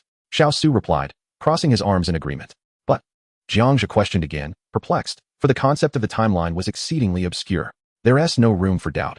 We shall venture into the future and find out. After all, Mr. Lan stated that if you do not observe the future, the version of you that continues to live is merely a remnant of your time. That half of Jiang Zhe, the one who perished before the white treasure chest on the erroneous timeline. Otherwise, the true boss would have met his demise long ago. Xiao Su retorted with exasperation. All right, let us go, Jiang Zhe conceded with a sigh. However, I must first examine the unified launcher. He glanced at the notification. Unified launcher, a rare resource, only obtainable for crafting the universal converter. After scrutinizing the information, he looked down and observed nothing particularly special, merely a small black box. With all materials in hand, he could finally forge the universal converter. Jiang Zhe accessed the crafting interface and located the universal launcher. Universal converter, Gold X2000. X-Type Special Alloy X100, Smart Chip X100, 4-dimensional Crystal X50, Conversion Chip X1, Unified Launcher X1. All materials were accounted for. The crafting was successful. System notification, Universal Converter 1, World Announcement, World line error, unable to announce. A perfectly cubic golden object materialized before him. At first glance, it resembled a gilded portable refrigerator, yet it bore some resemblance to the Ark of the Covenant, a legendary artifact of the Israelites, said to be crafted by Yahweh himself, which brought forth sustenance. Universal Converter. Insert corresponding items to fully decompose, blend multiple resources, and randomly convert into any material, with a guaranteed loss of some quantity. Conversion attempts, 10 per day. A prompt appeared. Indeed, it was about decomposition and reorganization, just as I had previously envisioned. The loss was inconsequential. 10 attempts were ample. Jiang Zhe curiously circled the converter. There were no buttons to be found. Only upon reaching out to touch it did the upper golden panel open seemingly at will. Inside the converter was a field of gold, devoid of any auxiliary tools, leaving him perplexed about how to operate it. To test its efficacy, Jiang Zhe retrieved a biscuit and a piece of meat, tossing them into the device. The upper golden panel closed, and the converter emitted faint explosive sounds from within. In just 3 seconds, the top panel reopened. Jiang Zhe, along with Xiao Pai and Xiao Su, leaned forward to inspect. System notification, Meat Floss Biscuit 10. Meat Floss Biscuit? Jiang Zhe exclaimed in surprise. Xiao Pai exclaimed, wow. This is actually a food machine. Xiao Su chimed in, boss. I'm not going to be polite. I'm digging in. The two little rascals instantly extended their hands and snatched away 10 brown meat floss biscuits, devouring them with delight. Unperturbed by the gluttonous antics of the two children, Jiang Zhe retrieved a bottle of cola, a bottle of pulse, a packet of banlangen, and a bag of potato chips, tossing them all into the machine. The golden panel closed and began its operation. With a puff, the panel reopened, revealing the results. System notification, Intermediate Strength Potion X2. System notification, Black Explosive Beverage X5. Black Lightning Beverage. Contains immense energy. Upon consumption, it stimulates all body acupoints for 5 minutes, significantly enhancing 4-dimensional attributes, not usable by high-level warriors. It dawned on me. This is entirely a disassembly and synthesis machine. Jiang Zhe collected the supplies and prepared to open a bottle of the black explosive beverage. Before he could do so, Little Pie and Little Sue approached and seized 2 bottles of the beverage. Little Pie exclaimed, "Thanks, boss." Little Sue added, "This black one looks like it packs a punch." Jiang Zhe retorted, "If you keep stealing my snacks, I might just roast you tonight." He chuckled, observing the 2 children as they drank from the bottles. As the liquid flowed into their mouths, they reacted with crackling sounds, as if electrocuted. "Wow, this is a super energy drink," Little Pie exclaimed in delight, gazing down at the yellow lightning swirling around him. "Yeah, this feels great." Little Sue exhaled carbon dioxide, feeling as though his mouth had exploded, yet it was exhilarating. Comparable to consumable enhancement potions, there was certainly no equivalent on the market. Jiang Zhe nodded in satisfaction and redirected his attention to the task at hand. He opened the crafting interface first, randomly creating 5 pieces of epic equipment. Given that there were not many items with extraordinary effects, he decided to proceed randomly, trusting that the universal converter might yield extraordinary materials. Successfully crafting 5 items, he grasped the epic gear and sequentially tossed the epic hat, clothing, pants, shoes, and earrings into the converter. The golden panel sealed shut, initiating the process. The operation was not particularly loud, but disassembling the equipment evidently took longer than the food and beverages had. It took a full minute before the converter finally halted. The golden panel reopened. System notification, Epic Speed Skates X1. System notification, Epic Resilient Claw X1. System notification, Epic Explosive Mobile Phone X1. 3 notifications emerged. There were no materials gained, and 2 items had been consumed. A pity. Jiang Zhe examined each of the 3 epics. They were rather mundane, lacking any special effects. Once more, he placed them into the converter. The machine began its operation again. After a minute, it successfully completed. The golden panel opened once more. System notification, Epic Technological Suspenders X1. System notification, Extraordinary Material X2. At last, 2 units of extraordinary material emerged. Jiang Zhe could not suppress his joy. Initially fearing a depletion of resources, he had not anticipated the actual emergence of extraordinary material. Though only 2 units, this was undoubtedly a promising sign. He accepted the last piece of epic gear without even casting a glance at it, directly storing it in his warehouse. It seemed that the shards of epic jade and gemstones could once again prove their worth. At noon, he planned to indulge in another wave of epic shard collection. Jiang Zhe contemplated as he stowed away the universal converter, briefly checking the extraordinary materials. Currently, there were 34 units collected, still 66 units away from reaching 100. With the converter at his disposal, there was finally hope for the super weapon, the quantum pen. Unlike before, when he felt like a headless fly, aimlessly running into obstacles. Before departing, he searched the area for a moment, but found no resources. It was time to leave. Jiang Zhe called back. "I'm coming," they replied in unison. He then moved to the center and activated the positioning device, locating the temporal light screen room. The author has something to convey. Chapter 356, The Erosion of Time. Surfacing, returning to the future, stealthy hunting. Jiang Zhe successfully arrived at the temporal light screen room. A sweep of the surroundings revealed no danger. Even the paper bag debris left on the ground during his last visit had vanished, indicating a refresh. Jiang Zhe deduced this conclusion. Approaching the light screen, he sat cross-legged on the ground, quietly observing the images displayed. With no specific destination and Mr. Blue's words being overly ambiguous, he had to rely solely on himself to uncover the profound meanings within those words. "Do you think it was my past self who died in the future? Is that why I was erased from time?" Jiang Zhe turned to Sonic and inquired. "I've been pondering this for quite a while, and I can only come to 2 conclusions. First, boss, you encountered an insurmountable monster in the future, leading to your demise. Second, boss, you were killed by someone in the future, though I cannot ascertain who that might be. In any case, it amounts to death. How it occurs remains a mystery." Sonic analyzed. All of this was his interpretation of Mr. Blue's words. Their thoughts aligned perfectly. Jiang Zhe narrowed his eyes and spoke in a grave tone. "Indeed. Ultimately, it is death. The identity of the perpetrator remains a puzzle. However, we can ponder this further. As long as Jiang Zhe exists, he belongs to this world, forever ranked at the pinnacle. Thus, no one can shake his standing. If it were to be a monster that killed him, that would be utterly impossible. Jiang Zhe can now predict time on an hourly basis. Therefore, such an eventuality is inconceivable. Boss, could it be Arthur?" Little Sonic suggested whimsically, gazing at Jiang Zhe. "It should be." Jiang Zhe began, but was interrupted as a sudden clarity washed over him. "Yes, it must be him." He slapped his forehead decisively. "How could I have forgotten this matter? If anyone could bring about my end, it would only be Arthur. Just like last time, Arthur had appeared in a certain room, unnoticed and in a state of invisibility, seizing the moment when Jiang Zhe was collecting diamond treasure chests. He had suddenly bound Jiang Zhe with lightning, nearly leading to his demise. Fortunately, half of the Villa's area was under Jiang Zhe's control, averting the disaster. Ultimately, through the twist of fate, Arthur was turned into an energy mass and fled in disarray. After Little Sonic's epiphany and recalling the regional battle, it was inevitable that Arthur harbored resentment. Arthur. This individual must possess information from the future. Jiang Zhe's gaze turned piercing. Before this moment, Arthur could never have anticipated Jiang Zhe's next move. It became clear at once. A person with foresight had uncovered Jiang Zhe's ability to predict the future and was aware of the trajectory Jiang Zhe would take. This information was then conveyed to the future Arthur, who possessed a combat strength of 1,200,000. Hence, Arthur positioned himself to ambush Jiang Zhe. After reflecting on this, Jiang Zhe's thoughts became lucid, and everything connected like a thread. Later, Mr. Lan mentioned that the former Jiang Zhe would perish in the future, specifically in the future of this very timeline, at this moment. I shared the same sentiment. Little Sue nodded in tacit agreement, stating that otherwise, Arthur would have no way of knowing our exact location at that time. Even if our guild had a traitor, it would still be implausible. We must return to the battle with Arthur when he possessed 1,200,000 combat strength, ideally much earlier than Arthur. Jiang Zhe declared resolutely, rising before the temporal light screen and scrutinizing every detail, fearful of overlooking any potential scene. 5 minutes later, a familiar scene finally emerged. It was indeed the former Jiang Zhe, standing at a certain doorway, predicting. If all went as expected, the prediction contained a diamond treasure chest, devoid of any danger. In this scene, Arthur had already concealed himself within the room housing the diamond treasure chest, awaiting the hunt of the former Jiang Zhe, who possessed a combat strength of 900,000. Yet I must arrive even earlier. Jiang Zhe contemplated. He continued to activate the locking chip to search for key images. 3 minutes later, the locking chip successfully identified a room. Is this it? Jiang Zhe murmured, uncertain, and continued his search for a moment longer.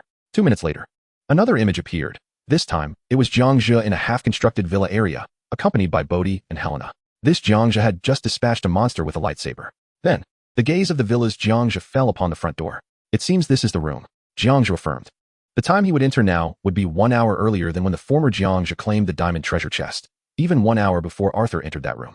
Enter. Jiang Zhe stepped through the light screen. As the scene before him faded to a pale hue, it began to transform. On the opposite side of the temporal light screen remained an ordinary cube, with only one front door. He initiated a prediction, and a figure rushed out, bringing back feedback. Opening the door. How fortunate. I can obtain a diamond treasure chest without any danger. The feedback was identical to that of the first prediction. By the way, what time is it now? Jiang Zhe promptly checked the current date. Date and time. April 24th, 2021, 10:47 a.m. 10:47. I recall it wasn't T1047 the first time. Jiang Zhe momentarily puzzled over this, continuing to harness the force to delve into his memories of his initial arrival here. Memory. The former Jiang Zhe surveyed the surroundings, finding it utterly safe, devoid of any individuals. Once, Jiang Zhe checked the date and time. April 24th, 2021, 7:47 a.m. The investigation had concluded. He arrived in this world 3 hours later than his former self, yet he reached the diamond treasure room ahead of his past self. Jiang Zhe couldn't help but let out a wry smile. Mr. Blue was exceedingly cautious. Had he merely clarified his words a bit more, there would have been no need for such exhaustive reconnaissance. Viewed from another perspective, Mr. Blue indeed trusted Jiang Zhe's intellect. He always knew Jiang Zhe would unravel the truth through the tiniest of clues. Otherwise, he could not have maintained his position at the pinnacle of the world ranking for such an extended period. Jiang Zhe's gaze fell upon the front door. He opened it and stepped inside. Through the translucent waves of the room's curtain, he beheld an ordinary cube, approximately 100 square meters in area. At its center gleamed a diamond treasure chest. The last time I conducted a scan, I did not detect Arthur Allen, indicating that his cloaking device could effectively nullify any scanning attempts. Lost in thought, a dark shadow surged forth. It was Jiang Zhe. To be cautious, he thoroughly examined all sides of the cube before confirming that Arthur Allen was indeed absent from the room. Little Pie, I remember this place. Last time, that ambushing dog was lurking in this very corner, but he is not here now. Little Sue, all right. Boss, what shall we do now? Jiang Zhe, we shall remain invisible and wait for everyone to gather before we strike. Little Pie, the boss is astute. Little Sue, suddenly, it feels rather terrifying. What if, during your battle with Arthur here last time, the three of us from the future were watching everything unfold from some corner? Little Pie, hearing you say that gives me chills. Jiang Zhe, that should be impossible. If it were, something would have happened then. However, after Arthur slipped away, it was quite tranquil here, devoid of any anomalies. At this point, a look of confusion crossed Jiang Zhe's face. Indeed, theoretically, if Jiang Zhe had entered this diamond treasure room for the first time and fought Arthur, the future version of him would have been observing the events unfold. Something should have transpired. Why did nothing occur? Or could it be that something did happen last time? Had the timeline branched into a new parallel world? If that were the case, if he were to act this time, would he not also be transported to a new timeline? The author has something to say. Chapter 357, Witnessing History, a scene recreated, an unexpected appearance. No matter how hard he tried, the truth eluded him. He decided to take things as they came, living in the moment. Time quietly passed. Before long, it was 11:47 a.m. and Jiang Zhe had been in this room for over an hour. I am so hungry. I want to eat. Just as Little Pie's complaint fell, the sound of a steel door being opened echoed. Jiang Zhe, Little Pie, and little Sua, still cloaked in invisibility, immediately focused their attention on the figure entering through the door. It was none other than the golden-haired Arthur Allen. Boss. Xiao Su tugged at Jiang Zhe's collar, offering a reminder. Understood. Jiang Zhe nodded as he activated the analysis chip. Biological, human abilities, thunder, electronic immunity, rebirth, ultra-high, 5-dimensional technology, electromagnetic beam cannon, electric longsword, electronic pulverizing device, vulnerabilities, numerous weaknesses for your current self-evaluation. This individual does not belong to the present timeline, is ruthless and cunning, adept at disguise, and is currently not deemed dangerous. Combat power, 1, for 85, 744. The analysis prompt appeared, identical to the information generated during Jiang Zhe's initial visit to this room. The only difference was in the vulnerabilities. The first analysis indicated vulnerabilities, indiscriminate damage, destructive particles. The second revealed vulnerabilities, numerous weaknesses for your current self. It appeared that this was indeed that Arthur Allen from before. Jiang Zhe's gaze fixated on the golden-haired Arthur without acting impulsively. This was the room. Arthur Allen smiled subtly, scanning the space. Once he sensed no immediate threat, he strode directly to the right corner of the cube. He retrieved a mercury-colored item and spread it over himself. In an instant, Arthur Allen vanished into the corner. What is this? Jiang Zhe's eyes lit up as he activated the analysis chip once more. Mr. Shadow's Ultratech Mercury Cloth, 100 blocks, all detection methods. Effect. Invisibility, retracement, 2 prompts emerged. No wonder he was able to negate my force scan earlier. It turned out he possessed such an exquisite item. Jiang Zhe realized with clarity. Xiao Su exclaimed, boss. That cloth of his has high technological value. Jiang Zhe replied, indeed. I've discovered that. Little Pai inquired, shouldn't we eliminate him now? Jiang Zhe stated, we cannot kill him yet. We must wait for my past self to enter through the door, and for half of me from the villa area to arrive with his girlfriend, Bodhi Helena. Before I can act, Xiao Su asked, are you afraid of the timeline collapsing again? Jiang Zhe replied, I'm uncertain. If I delay my intervention, I hope to minimize the extent of any potential collapse. At least, this was Jiang Zhe's genuine sentiment. He could choose to eliminate Arthur Allen now, but the ramifications of the timeline collapsing, or even deteriorating, were unpredictable. Thus, he opted to wait for the appropriate moment to strike, aiming to lessen the impact. After all, Mr. Ultra Dimension Blue's words were ambiguous. He never specified when to intervene or when to execute. In this realm of uncertainty, Jiang Zhe could only rely on his instincts. As time passed, when the clock reached 11:57, another door swung open. A figure stepped through, Sonic on the left shoulder, Little Pai on the right, and Jiang Zhe in the center. The past version of Jiang Zhe initiated a scan. Confirming there was no danger, he approached the diamond treasure chest. It's us from before, Little Pai chuckled. Encountering one's past self truly is a marvel of the timeline. Xiao Su's eyes began to glimmer with intrigue. In previous encounters, he had never seen his former self. What about Little Pai? He had long encountered his former self, many times over. Jiang Zhe's gaze wandered between his past self and Arthur in the corner to the right. It was at the moment when the former Jiang Zhe came into contact with the diamond treasure chest that he heard a voice exclaim, I have finally awaited your arrival. The cloth in the corner suddenly fell, revealing the source of the sound. Who is it? The former Jiang Zhe turned around in haste. Of course it is I. Arthur Allen replied with a knowing smile, exuding an air of confidence. So, it was the future Arthur Allen. Do you require my assistance? The former Jiang Zhe displayed a look of sudden realization. Even I, as the future version, am aware. It seems you truly possess the ability to foresee the future.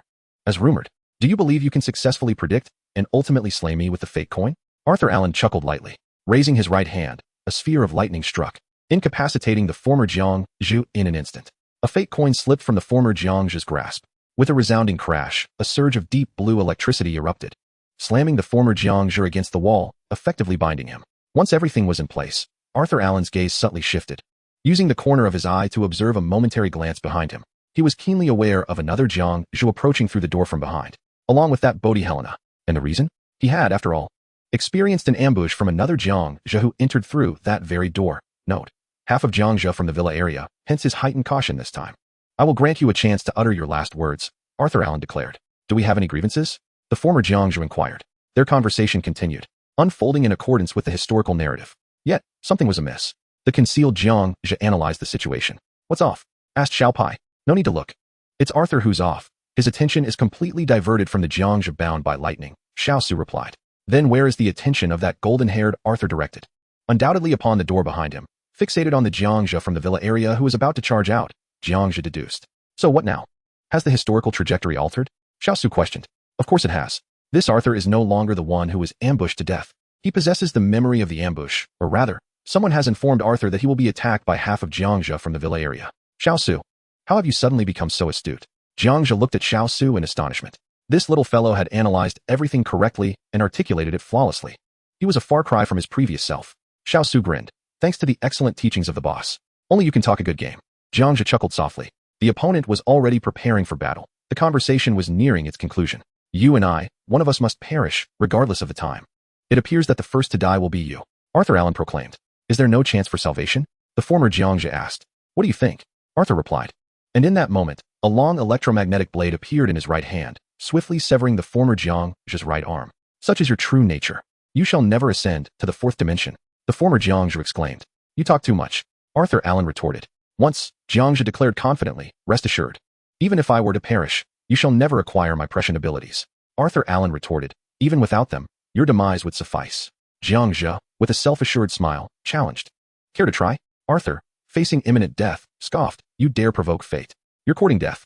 He brandished his electromagnetic blade, attempting to behead Jiang Zhe. Suddenly, a black coin of fate was hurled from behind Arthur, cast by another Jiang Zhe from the Villa district. Just as the original Jiang Zhe smiled knowingly, seemingly foreseeing Arthur's demise, Arthur swiftly evaded, snatching the black coin and reclaiming it within his personal cube. Is this the future you anticipated? Arthur Allen sneered. The author interjects. Chapter 358, Future Notes, Arthur's Triumph, Timely Strategy, the group battle approaches. As for why Arthur Allen was aware of the imminent emergence of Jiang Zhe from behind, it all traces back to the notes from the future. One of those notes recorded, on April 24, 2021, between 11:57 and 12 o'clock, the door behind you will swing open, and another Jiang Zhe will emerge. His strength is modest, but he wields a lethal weapon, the coin of fate. You, my past self, must heed this. When you sever the first arm of the Jiang Zhe before you, do not hesitate. Immediately shift your focus 36 meters behind you to seize the coin of fate. As long as the coin does not manifest its power, you shall remain unharmed. Do not question this. I have died once and been reborn, and I will not harm you. From Arthur Allen of the Future. Impossible? The smile on Jiang Zhe's face abruptly froze. This revelation took him completely by surprise. He had envisioned the other Jiang Zhe from the Villa district suddenly darting out from behind the door, tossing the coin of fate into the air, transforming into a spectrum of colors, ultimately striking down Arthur Allen. Why had this prediction diverged so completely from reality? What step had gone awry? The past Jiang Zhe was utterly baffled as to why his foresight had altered so drastically. Could it be, Arthur, that you too possess the gift of foresight? The Jiang Zhe from the Villa district inquired incredulously. At this moment, both he and the nearby Bodhi Helena were equally perplexed as to why Arthur Allen sought Jiang Zhe's death. Note, 5 individuals are present. The Villa Jiang Zhe, the former Jiang Zhe, the invisible Jiang Zhe, Arthur Allen with future information notes, and lastly, Bodhi Helena. After a brief moment of clarity regarding the situation, the Villa Jiang Zhe became enraged and immediately launched an attack against Arthur Allen. Alas, his strength was insufficient. With a mere wave, Arthur Allen immobilized both the Villa Jiang Zhe and Bodhi Helena in an instant. How can this be? You possess foresight, and I have my own channels, Arthur mused. It seems the current scene has taken an intriguing turn. I never expected to strike 3 targets with 1 arrow. Controlling the 3, Arthur mocked. Before you can utter a word, let me declare. Today, I am in particularly high spirits. Thus, I graciously grant you the opportunity to deliver your final words. You do possess a modicum of ability, consistently surpassing my expectations. Once, Jiang Zhe sighed, declaring his defeat, lamenting the premature arrival of death. I was utterly bewildered by the unfolding scene. Why would Arthur turn against Jiang Zhe? The Villa's Jiang Zhe regarded Arthur with confusion. I merely followed my husband to this date of April 24th. I implore you, spare the 3 of us, pleaded Bodhi Helena. Haha. Who would have thought the world's #1 would capitulate so swiftly? Arthur Allen initially paused, then erupted into laughter. He had never anticipated that the renowned Jiang Zhe would prove so feeble. The more Jiang Zhe displayed his vulnerability, the more invigorated Arthur felt. Arthur was indifferent to the true identities of the Villa's Jiang Zhe and Bodhi Helena. Bodhi is it? I remember you. However, I cannot allow you to escape. Not only do I intend to eliminate you, but I shall also eradicate anyone associated with Jiang Zhe, Arthur remarked with a light chuckle. With a flick of his wrist, an electronic pulverizing device materialized in his hand, a small black box, no larger than the palm of his hand. This was one of his deadly weapons, capable of obliterating the very atoms of his foes, leaving no essence behind. You've lost your mind. You are beyond redemption. All of this is of your own making, Jiang Zhe declared, filled with fury. They have no connection to this matter. Spare him, and I will concede to your demands. The Villa's Jiang Zhe interjected. Do not beg for mercy. I am here to convey that our fates are intertwined. Your death is my death, and your life is my life. We are now a singular entity. The Villa's Jiang Zhe turned to the former Jiang Zhe. Indeed, my husband spoke of a synaptic connection in the mind, linking your souls. Which is how we found you, Bodhi Helena affirmed. The former Jiang Zhe was momentarily taken aback, then enlightenment dawned upon him. Thus, everything fell into place. It was the other half of himself from the villa that sought him through the soul connection. Yet, It seemed increasingly hopeless. Even severing the synaptic link would not save the three of them from Arthur Allen's wrath, unless a miracle were to unfold. Arthur Allen calibrated his device, gazing at the trio with a deranged fervor. What a magnificent, poignant scene, he exclaimed. With that, Arthur activated the pulverizing device. In an instant, a blue particle net materialized. Boom. A black ray struck Arthur Allen's heart, unleashed by the sniper rifle wielded by the invisible Jiang Zhe. With a gruesome splatter, his heart disintegrated upon impact. Cough. Who is it? Arthur Allen gasped, his gaze searching for the source of the sound, yet finding no one. The villa's Jiang Zhe inquired, "Who is aiding us?" Bodhi Helena echoed, "Who could it be?" "It's him." The former Jiang Zhe gasped in astonishment, for he had recognized the black bullet as the energy projectile fired from the technology sniper rifle of the Sentinel. The appearance of such a bullet signified that another version of himself was present at the scene. As for whether it pertains to the future or the past, the former Jiang Zhe remains an enigma. The Jiang Zhe of the villa. Who is he? The former Jiang Zhe. It is you, it is I, it is ourselves. Yet we cannot manifest. The timeline has faded. Do you comprehend? Can it be perceived in this manner? The Jiang Zhe of the villa understood instantly. The fading of the timeline signifies that one cannot encounter another version of oneself within the same timeline. Even a mere glance would lead to obliteration.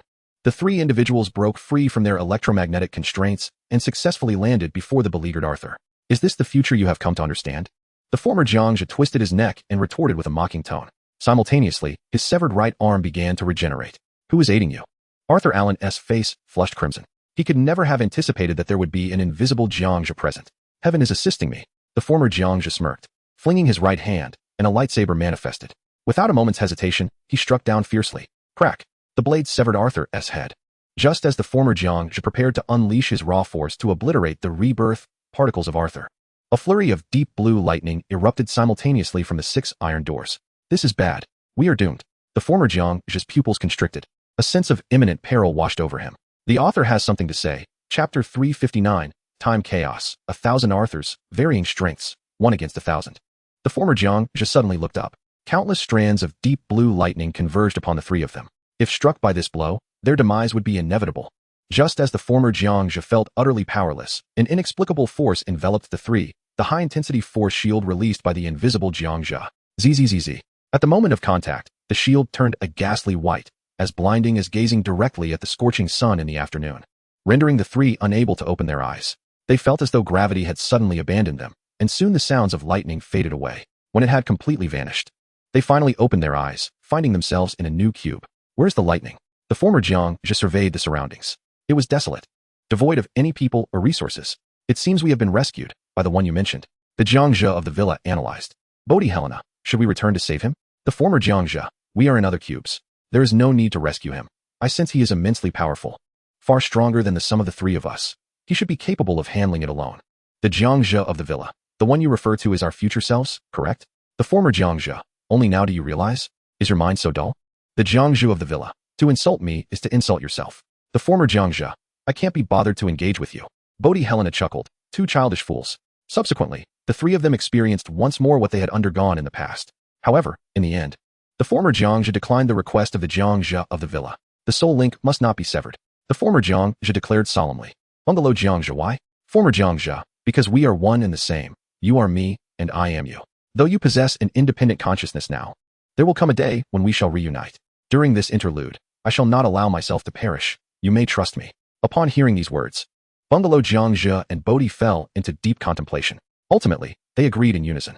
Very well. Do not die. I shall return to seek you. Bungalow Jiang Zhe urged.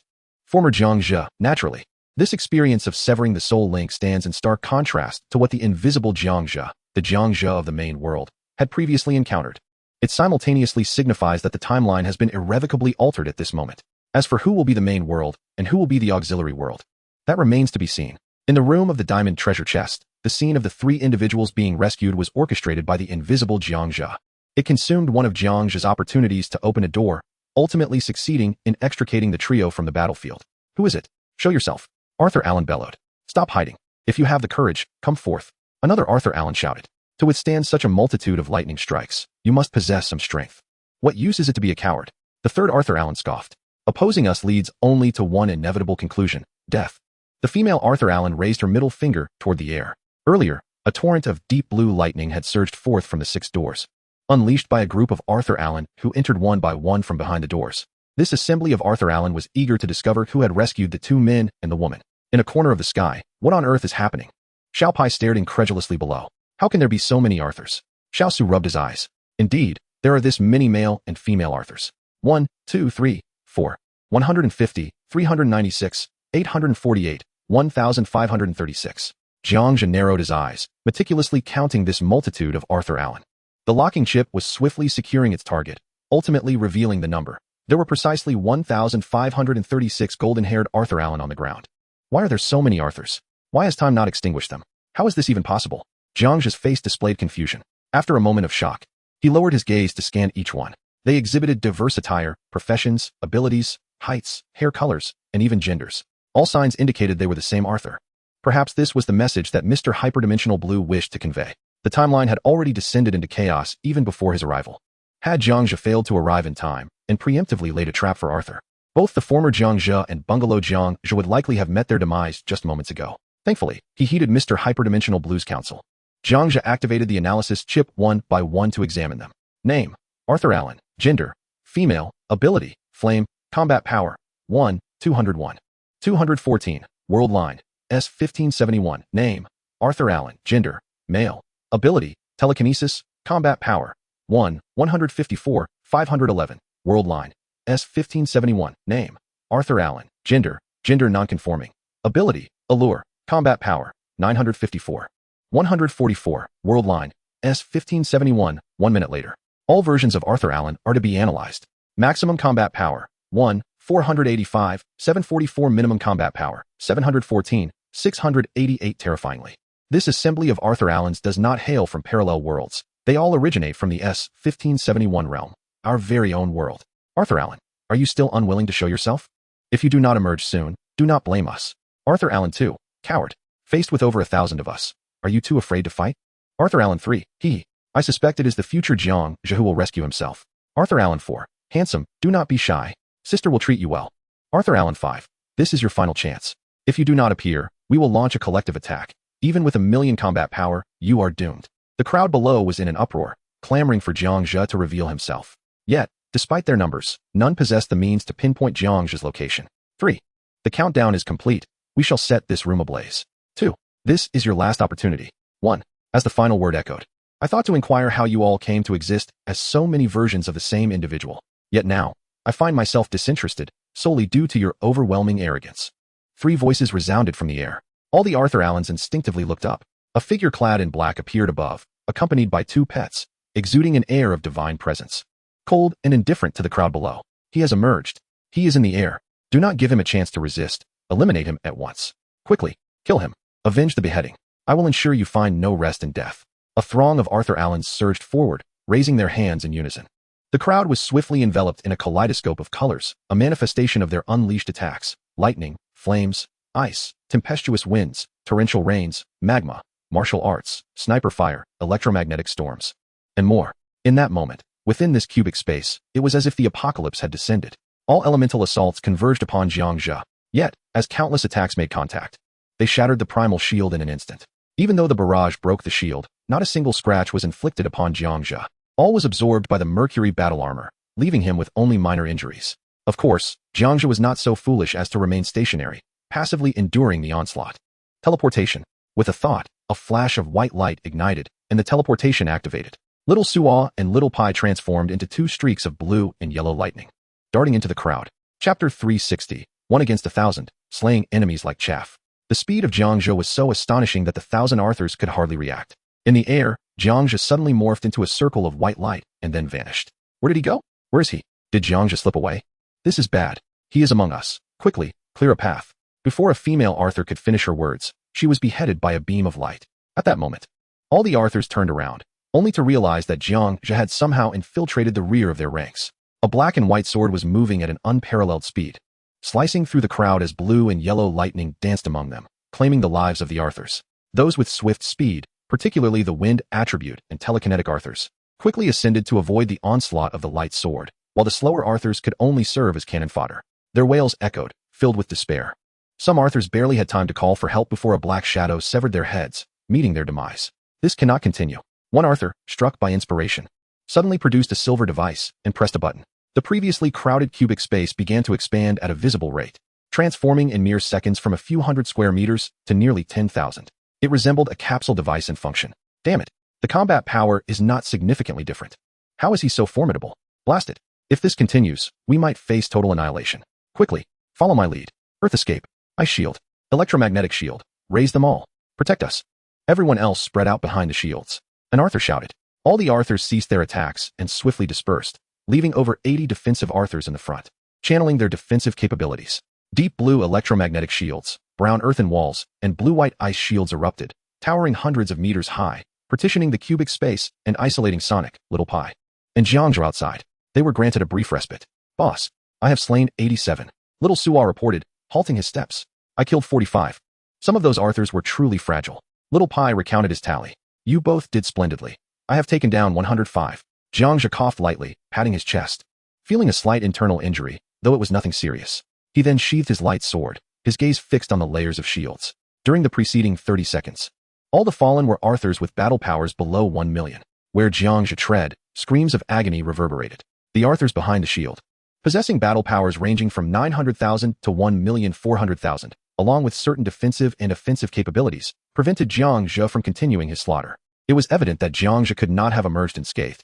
The attacks from the Arthurs had all struck his chest. The primal shields had undoubtedly been shattered multiple times. As for his head, it had sustained virtually no damage, as all assaults were nullified by the infinite defenses of his battle armor.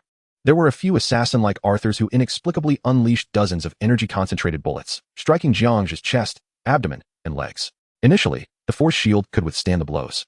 But as the frequency of the attacks increased, the shield's effectiveness, along with that of the battle armor, appeared to diminish significantly. The impact of the energy bullets inflicted internal injuries on Jiang Zhe, though most had been healed by his self-repairing capabilities. Force scan. Jiang Zhe's gaze sharpened as he activated the scan. Waves of energy rippled across the Earth shield, electromagnetic shield, ice shield, and various other protective barriers. Although some scanning particles were neutralized by the shields, faint traces still penetrated through Arthur's defenses. Those within had not fled. Instead, they were deliberating strategies. Observing this, Jiang Zhe realized they were plotting a collective ambush without first assessing his abilities and strength. Was this not a death sentence? A slight smile curved Jiang Zhe's lips as the chaotic energy within him rapidly coalesced. On the other side of the shield wall, that individual had just teleported into the crowd. Not only that, but his lightsaber could absorb his flames. His electromagnetic attacks were also nullified, resulting in minimal damage. Although Jiang Zhe's sniper bullets had found their mark on his brain, strangely, they had failed to injure him, as if something had obstructed the bullets. This Jiang Zhe was formidable. Despite their numbers, if it came to a fight, he could effortlessly annihilate dozens of their brethren. The key lay in his two pets, particularly the blue one, which was exceptionally fierce. It made him hesitant about seeking revenge. Was their collective assault on Jiang Zhe truly the right decision? A group of Arthurs whispered among themselves, harboring thoughts of retreat. If each of them launched an attack, accumulating damage could indeed lead to Jiang Zhe's demise. Yet, was Jiang Zhe foolish enough not to flee in the face of danger? Thus, even with collective assaults and various restraints imposed upon him, Jiang Zhe effortlessly neutralized them. Especially remarkable was his instantaneous movement. This spatial ability surpassed anything the Arthurs had anticipated. Among the 1,000 or so Arthurs, none possessed such a power, nor did they even have the means to manipulate time. How could they possibly prevail? Someone quietly attempted to leave. In an instant, a deep blue lightning bolt pierced the brain of the would-be escapee with a sharp crack. Those who flee shall perish. Threaten the Arthur with a combat power exceeding 140,000. Are you deranged for harming your own kind? Do you truly believe that in this main world, you can act with impunity? With over 140,000 combat power, have your electronic shattering abilities activated? Did you injure him? If not, refrain from casting judgment. A throng of Arthurs began to reproach the highest-ranking Arthur, Alan. Brothers, we Arthurs shall never betray. It's merely that I miscalculated this time. I did not anticipate Jiang Zhe's combat power to reach 160,000. His abilities are indeed deeply concealed. However, fret not, for since I summoned you here, I shall undoubtedly deal with Jiang Zhe. Listen to me. I possess the remarkable ability to absorb electromagnetic energy, consolidating your currents within me. As long as the electricity is sufficiently potent, I can strike down Jiang Zhe in a single blow. Those with the capacity to discharge electricity, please position yourselves on the left side. Time is of the essence, so act swiftly. Arthur Allen declared solemnly. Not a single version of Arthur dared to refute him. It was worth a try. If they didn't even attempt it, returning to their respective worlds would leave them unsatisfied. Each of them aspired to eliminate Jiang Zhe, and thus, they were willing to seize even the slightest glimmer of hope. In total, 167 electrifying Arthurs gathered on the left side. Excellent, brothers and sisters. Now unleash your attacks upon me. Channel your most formidable power towards me. Arthur Allen faced the shield wall. Crackle. Deep blue lightning enveloped him, swiftly forming an elliptical electromagnetic barrier. Countless white-blue bolts of lightning surged forth, all converging towards Arthur Allen. With each current that approached him, the ring of lightning around him glowed ever brighter. What followed was an endless symphony of sizzling discharges. Arthur Allen endured the relentless barrage of lightning, absorbing it to empower himself. After a full minute, the leading Arthur Allen appeared ghostly pale, his body entwined with strands of electricity, as if he were being lifted skyward. Viewed from the front, his eyes shone a brilliant silver, reminiscent of a deity of thunder descending upon the earth. Perhaps this might truly succeed. Arthur, you must not let me down. My world's top ranking rests upon your shoulders. Go forth and vanquish him. The sight stirred immense excitement among all the Arthurs present. The author remarks, Chapter 361, The Suicide Squad, a hint of villainy, a singular chance to strike at the brain. Something feels amiss. One Arthur sensed that Jiang Zhe outside the shield wall was not acting, clearly plotting something. As the foremost being in the world, he must be aware of the strategies being devised within the shield. I also sense something is off. It is too eerie. Jiang Zhe's inaction certainly indicates he has a backup plan. If we wish to eliminate him, we must accept that some sacrifices are inevitable. Do you all agree? One Arthur proposed that the over 140,000 strong Arthurs continue to absorb the lightning, for he was the main force. If the others did not take action, annihilation would merely be a matter of time. I, with a combat strength of 127,000, shall lead the charge, granting our leader Arthur a moment to absorb. The dark-haired Arthur maintained a composed demeanor. Stepping forward, he assumed the role of vice leader. It seems we shall not emerge unscathed today. Take me with you. I shall join as well. A multitude of Arthurs, varying in strength, eagerly followed suit. The 80 or so Arthurs forming the shield wall parted to create a passage for the vice leader, facilitating their advance. To vanquish Jiang Zhe, they had but one strategy: to unite fearlessly, supporting one another in their confrontation with the enigmatic Jiang Zhe. To attack one by one would only lead to a sequential offering of heads, and their total defeat would be inevitable. With a combat strength of 1,400,000, Arthur was eager to lead the charge. However, his lightning still required sustained absorption. Meanwhile, the golden-haired Arthur's power surged, climbing to over 1,600,000 within a minute, matching Jiang Zhe's current strength. Yet, to eliminate Jiang Zhe, such power was evidently insufficient. He would need even greater combat prowess. The golden-haired Arthur could only hope that his remaining time would grant him a moment more. Just as Jiang Zhe prepared to unleash his teleportation and wreak havoc within the shield wall, a group of Arthurs emerged from within. Jiang Zhe, I challenge you to a duel, declared the black-haired Arthur, raising his right hand to draw a deep blue electromagnetic long sword. A beam of electromagnetic energy shot forth from the blade. Attempting to stall for time, Jiang Zhe scoffed, I shall indulge you. Without even attempting to block, he allowed the electromagnetic beam to strike his armor, dissipating harmlessly upon impact. With such meager power, you hardly qualify to challenge me, Jiang Zhe chuckled, suddenly feeling as though he were the villain of the tale. Do you feel that too? One of the two young ones whispered. Indeed, they replied. Typically, only villains would grant their righteous foes a moment as reprieve. Hearing this, Jiang Zhe felt a slight twitch at the corner of his mouth. Hurry up. I am quite busy, he remarked. As his words fell, the black-haired Arthur commanded, time to delay is futile. Siblings, unleash a collective assault. Hundreds of Arthurs simultaneously unleashed their abilities, summoning flames, lightning, fierce winds, and ice shards once more. Freeze. Chill. Blizzard. Jiang Zhe did not even lift his eyelids. He extended his right hand and snapped his fingers.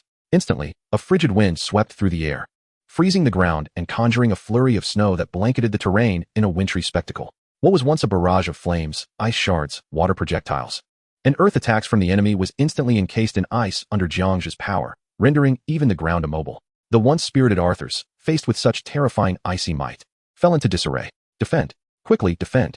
He possesses multiple abilities. Do not fall for his tricks. The Arthurs panicked, hastily attempting to shield themselves. Yet Jiang Zhe would not grant them an opportunity.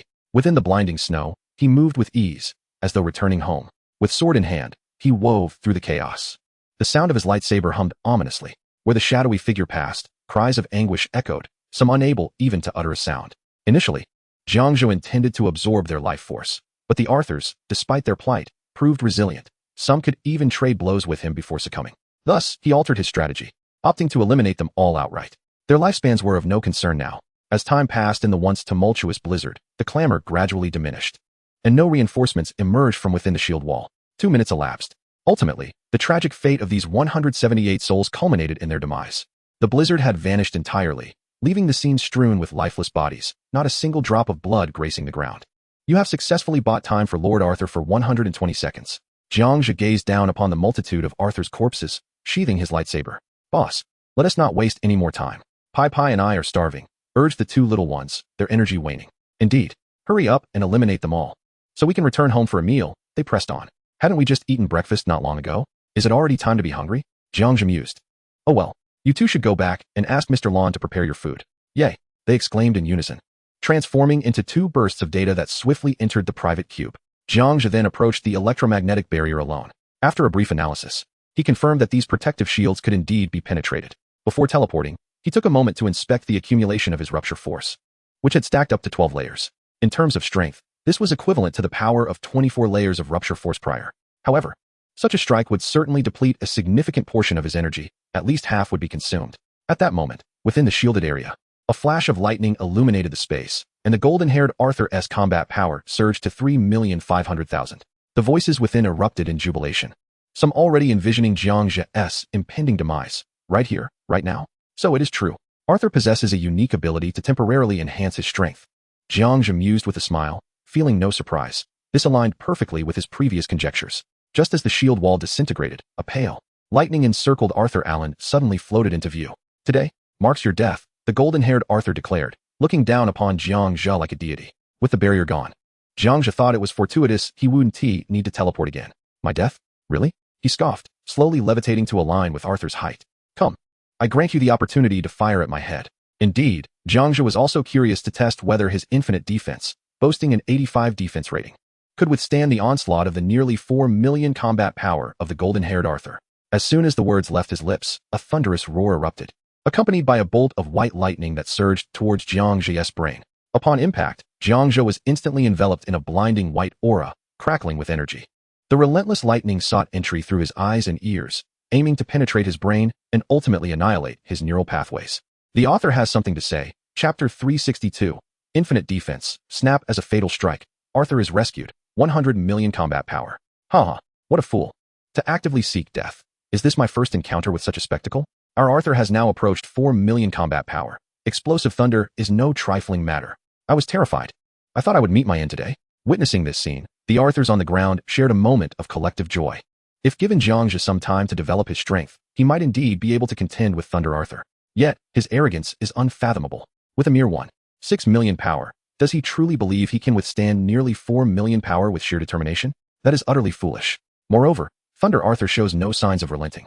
His hands rise once more, unleashing a torrent of explosive thunder that relentlessly bombards Jiang Zhe's head. He is aware of Jiang Zhe's hidden cards. Perhaps the latter can withstand an attack, attempting to deceive Arthur, only to then exploit the opportunity to deliver a lethal blow. As Jiang Zhe's old rival, the current Arthur will not fall for such a ruse again. As time gradually slips away, the figure of Jiang Zhe, enveloped in explosive thunder, begins to emerge. When the thunder's effects finally dissipate, one can see Jiang Zhe grinning at the golden-haired Arthur. With arms crossed, he simply smiles in silence, exuding an overwhelming aura of mockery. Why? How could he emerge unscathed? This is impossible. Arthur's expression shifts slightly, disbelief etched across his face. The explosive thunder, with nearly 4 million power, has rained down upon his mind with no conceivable reason for him to escape unharmed. But why are there no traces of injury? Why? How could this be? A collective tremor runs through the hearts of the Arthurs on the ground. This outcome clearly exceeds all their expectations. Many Arthurs feel a wave of despair wash over them, as if their decision to besiege Jiang Zhe was a grave mistake from the very beginning. I have no time to waste with you. Jiang Zhe's expression shifts. His right hand raised. With a snap. Boom, boom, boom, boom, boom. A tangible wave of black energy swiftly engulfs the surroundings. It is as if the ground is replaying the scene in slow motion. A group of Arthurs suddenly changes color, slowly raising their hands, preparing to unleash their defensive abilities in an attempt to withstand this cataclysmic force. But it is too late. The energy collapse, gathered for nearly 5 minutes, wields immense power. Wherever the energy collapse strikes, not a single cry of anguish escapes the Arthurs, as they are swiftly reduced to black particles, vanishing completely. Even their weapons and gear are turned to ashes. System notification, energy 1535. System notification, ice power 1535. Only after all system notifications have been registered does Jiang Zhe shift his gaze to the last remaining Arthur in the air. You are the last one left. Are you ready to meet your end? Jiang Zhe's eyes gleam fiercely. Simultaneously, he flicks his wrist, summoning a lightsaber into his hand. At this moment, the golden-haired Arthur, though not yet dead, is battered and bloodied. He endures the pain, defiantly declaring, "Die? Even if I perish, I will drag you down with me. I merely inform you. You do not need to respond." As Jiang Zhe's words fall, a flash of white light envelopes the scene. When it fades, he has already reached behind Arthur, thrusting his right hand fiercely, aiming to pierce through Arthur's brain. Just as he is on the verge of success, An overwhelming force suddenly propels Jiang Zhe backward, sending him hurtling 1,000 meters away. Finally, it crashed violently against the rear wall of the cube. This was not merely a force of 4 million. Jiang Zhe's face contorted as he fell to the ground, a crimson torrent of blood surging from his throat. It felt as if his entire being had shattered in an instant, rendering even his regenerative abilities futile. In that fleeting moment, he resembled an utterly ordinary individual standing on the high-speed railway, struck unexpectedly by an oncoming train, helplessly propelled away. There was no time to react, nor even the luxury of anticipating the impending disaster. Jiang Zhe struggled to raise his head. The thunderous Arthur had long since vanished from view. A kilometer away stood an older, more robust Arthur Allen. His visage was resolute, with long golden hair flowing gracefully, clad in a black suit that shimmered with an aura, seemingly surpassing any form of extraordinary equipment. As he stepped forward, he reappeared before Jiang Zhe, gazing down upon him sprawled on the ground. "Long time no see, Jiang Zhe," Arthur Allen said, his voice steady. "Many years have passed, yet you remain unchanged, just as I remember." With that, he swept back his black cloak and slowly crouched down, gently tousling Jiang Zhe's hair as one might do for a disobedient child, tidying up the disarray. The analysis chip activated automatically. Biological, human name, Arthur Allen, age, 56, abilities, weaknesses. Evaluation, a profoundly dangerous presence, not to be confronted directly, combat power, 97, 898. 854. The analysis prompt fell like a weight. Nearly 100 million? It was over. Jiang Zhe's face turned ashen, despair settling in his heart. It seemed there was no escaping this day, no matter what. The author wishes to convey. Chapter 363, the final question, numerous answers, time capsule, are you certain? Is all this information something you left for the past, Arthur? Jiang Zhe, lying on the ground with a blank expression, inquired. At that moment, he yearned to understand why Arthur Allen had noticed him from the onset, the attack from behind being orchestrated by this very Arthur before him. "It is me." "Yet not me," Arthur Allen replied, his demeanor unfazed by Jiang Zhe's question. Instead, he greeted him with a smile, as if they were old friends reunited after many years. A familiarity that only served to make Jiang Zhe feel the older Arthur's hypocrisy more keenly. "I have always been quite at ease with those on the brink of death.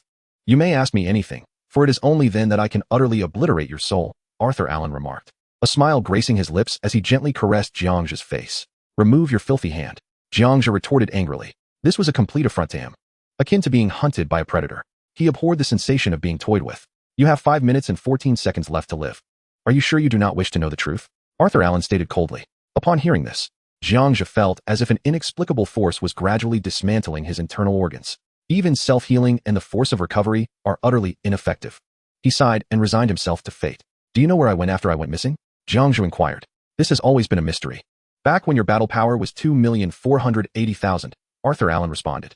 With a flick of his right hand, a floating chair materialized, upon which he seated himself, gazing down at Jiang Zhe. In that moment, Arthur relished the sensation of wielding control over what was once the world's pinnacle. Upon hearing this, Jiang Zhe wore an expression of anticipated surprise. It seemed the future elder Arthur had disclosed to him the precise battle power at the time of his disappearance.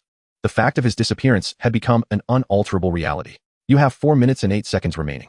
Arthur Allen commenced the countdown to death. "What exactly is the cube? What purpose does it serve?" Jiang Zhe continued to inquire, this being his second pressing concern. If he could uncover the truth before his demise, it would render his journey through life worthwhile. "It appears you are quite invested in this world, reluctant to part with it," Arthur Allen remarked with a gentle smile, continuing. "The four-dimensional cube is an established fact. It represents the trajectory of history. It is time, a crucial link within the world line, and it has always existed." Jiang Zhe closed his eyes, sinking into contemplation. Considering the previous discussions regarding time and world lines, Arthur Allen was not lying. This was indeed the truth, though not the entirety of it. For Arthur Allen had not transcended dimensions. In essence, he too was unaware of the complete truth. The conversations from outside persisted. At that moment, within the private cube, Xiao Su and Xiao Pai sensed a profound crisis. "This is bad. The future Arthur Allen has arrived. The boss is in danger." Xiao Su furrowed his brow, extending his right arm, his blue hair standing on end. Upon hearing this, Xiao Pai instantly panicked. "Trust me, Pai Pai. I will find a way." Xiao Su's gaze sharpened as he rested his hand against his chin, lost in thought. Within this four-dimensional cube, considering the characteristics of the cube, it permitted the coexistence of timelines and world lines. This implied that traversing time within the cube was a commonplace occurrence. However, Jiang Zhe had mentioned he went missing when his battle power exceeded 2 million. What if Jiang Zhe merely went missing and was not dead? Upon this realization, a spark of inspiration ignited within Sonic's mind. "I've got an idea." Xiao Su suddenly looked up, brimming with resolve. "What is the plan?" Xiao Pai asked eagerly. Bang! A bolt of blue lightning shot forth. When Sonic reappeared, he held a carbon pen and paper in hand. The plan is to leave a time capsule for the future Jiang Zhe. Xiao Su laid the paper flat on the glass table, removed the pen cap, and began to write swiftly. A time capsule? Oh, I believe I have heard the boss mention that before. Xiao Pai's eyes brightened as he leapt onto the glass table. Exactly. It's what he talked about. In recent times, Jiang Zhe often shared information with Xiao Su and Xiao Pai, having heard it multiple times. The two little ones had unconsciously absorbed knowledge related to physics and the clever nuances of time. A time capsule is, indeed, a means of leaving behind an important message at a significant point in the past. This message will be discovered by future individuals along the timeline, provided that it is preserved with care. Any damage would render this plea for help lost within the flow of time. Through the perspective of Xiaopi, we witness Xiao Sua penning the following content. Time: April 24th, 2021, 12:17 p.m. Content: Boss Jiang Zhe encountered a life-threatening danger in this time. Neither Pai nor I can resolve it. We hereby request the arrival of future Jiang Zhe. The opponent is formidable, to such an extent that we are utterly incapable of handling it. Please appear swiftly. Coordinates: X 0098, Y 1634, Z 9247, question 0001. Message: Sonic Xiaopi. The writing is complete. Xiaopi, is this sufficient? No. We need to find a container. Sonic dashed to Jiang Zhe's bedroom, rummaging through everything. After a brief moment, he finally located a silver vacuum alloy container, opened the lid, placed the note inside, and sealed it. Now it is ready. The future boss may soon manifest in our timeline. Xiao Sua immediately transformed into a flash of lightning, attempting to locate future Jiang Zhe within the private cube. The bathroom yielded nothing. The ceiling and walls revealed no signs. The gym was devoid of presence. The range had offered no clues. The trash can, too, was empty. Goodness, there was no trace of the future boss in any of these places. Surely something has gone awry. Should we rewrite it? Xiaopi looked at Sonic with disdain. Do you really think your boss would appear in a trash can or on the range hood? Well, you are right, Pai. We must persist. The future boss will certainly emerge. In truth, the time capsule would have no effect within the confines of a private cube.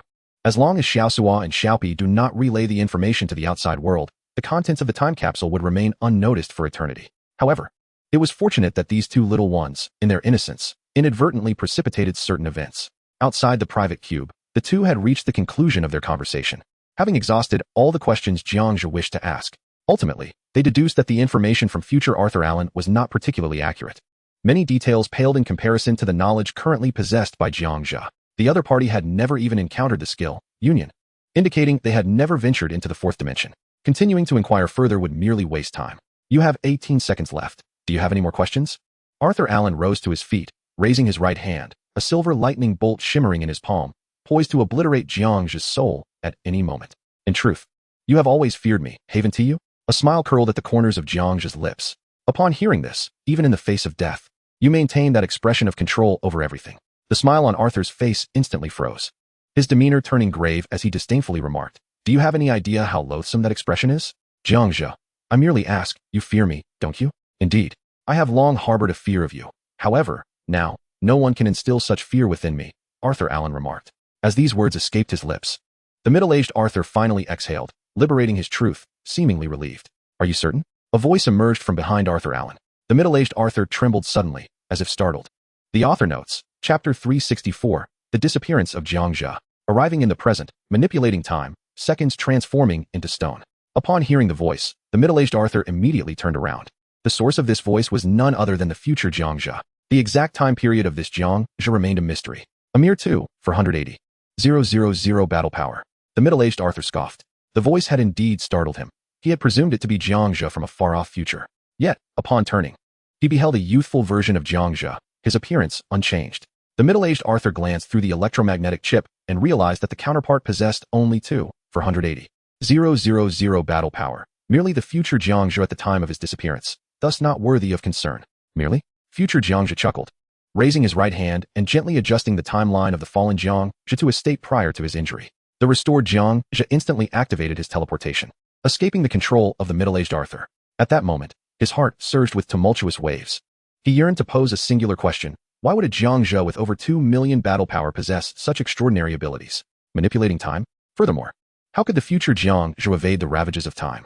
Was it not said that the past and the future could not confront each other directly? Yet, compelled by the circumstances at hand, he refrained from voicing his doubts, choosing instead to distance himself from the battlefield and observe the unfolding scene. Witnessing the entirety of the middle-aged Arthur's experience, he could not help but feel astonished. Even in his current state, devoid of control over time, How could this Jiang Zhe with 2,480,000 battle power wield such extraordinary abilities? You are not Jiang Zhe. Who exactly are you? The middle-aged Arthur questioned. You have 5 minutes and 14 seconds left to live. Ask me all your questions, the future Jiang Zhe replied with a smirk.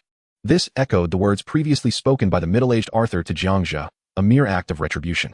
You. The middle-aged Arthur could hardly contain his fury. You seek death. Boom. A bolt of white lightning surged forth, aimed directly at future Jiang Zhe, a force of tremendous might. Should anyone be struck by this terrifying lightning, they would likely meet their demise on the spot. At the moment of contact with the lightning, future Jiang Zhe merely shifted his eyes slightly, and the formidable lightning, once immense, was instantly extinguished, transformed into a mere mass of electrons, ultimately fizzling out before him. You have squandered 14 seconds. You now have 5 minutes left to live. Are you certain you do not wish to inquire? Future Jiang Zhe mocked Arthur, witnessing such a horrifying display of power, having raised neither hand nor weapon, yet dispersing lightning with nearly 100 million battle power. What extraordinary means could possibly achieve such a feat? Who are you truly? Arthur, with a heart still reeling from shock, inquired Jiang Zhe, the Jiang Zhe of the future, the Jiang Zhe who vanished. The Jiang Zhe with a combat power of 2,480,000. How did you disperse my thunder? The future Jiang Zhe smiled knowingly. As you might surmise, I merely adjusted your thunder slightly over a period. Arthur pressed on. Adjusted? By how much? How did you do it? The future Jiang Zhe replied. Perhaps for about a year. As for the method, you will come to know, though it is beyond your grasp at this moment. Arthur asked, are you a four-dimensional being? The future Jiang Zhe responded, not exactly. Arthur then queried, what about Schrodinger's cat?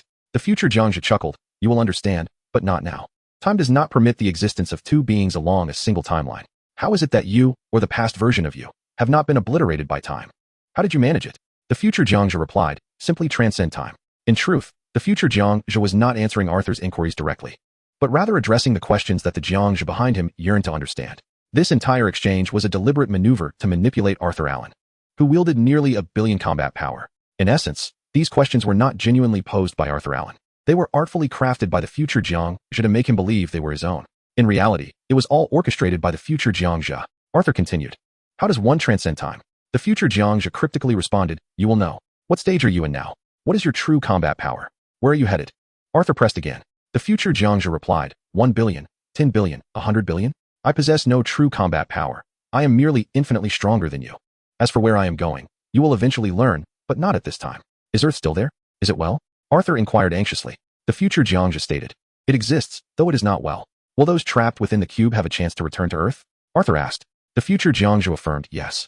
Simply transcend time, and one can return to Earth at will. Are we still within the cosmos? Arthur sought confirmation. Indeed. The future Jiang Zhe replied. With that, the questioning concluded. The future Jiang Zhe raised his right hand and gently gestured to the right. Before Arthur Allen could react, he suddenly felt the world around him accelerating, as if time itself had been maliciously sped up countless times. From an external viewpoint, one would observe Arthur Allen aging at an unparalleled pace. His golden hair swiftly turned white, wrinkles rapidly crept across his body, and collagen diminished at an observable rate.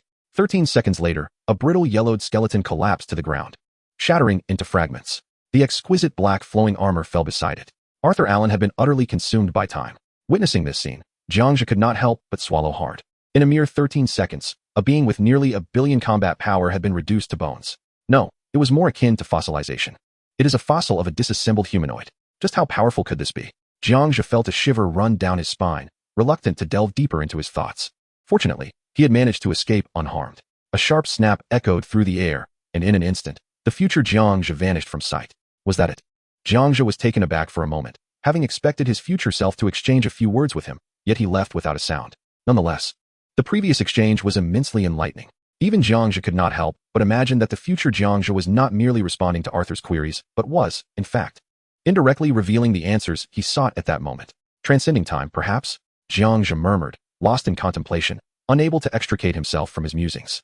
He could not discern how much time had passed until he was roused by the shouts of Xiao Su and Xiao Pai. Boss, you're safe now. Did your future self save you?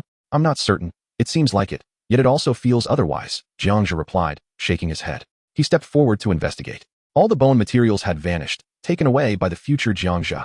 He had initially hoped to seize the opportunity to acquire equipment worth nearly 100 million in combat power. It appeared to be a futile endeavor. However, had the middle-aged Arthur truly perished? Never mind.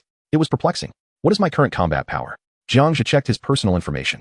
Name, Jiang Zhe. Age, 24. Strength, 10,010. Constitution, 10,105. Agility, 10,858. Mentality, 11582, original force. 39676, ice power. 39,826, lifespan.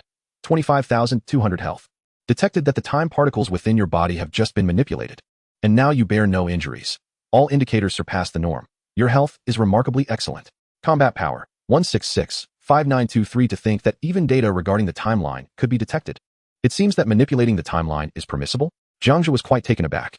Witnessing the manipulation of time and the control over life and death only intensified his yearning for power. What is known is that Jiang Zhe will go missing when his combat power reaches approximately 2,480,000. Perhaps disappearing may not be a bad thing. As the fog in his mind began to clear, Jiang Zhe felt a profound clarity wash over him. P.S.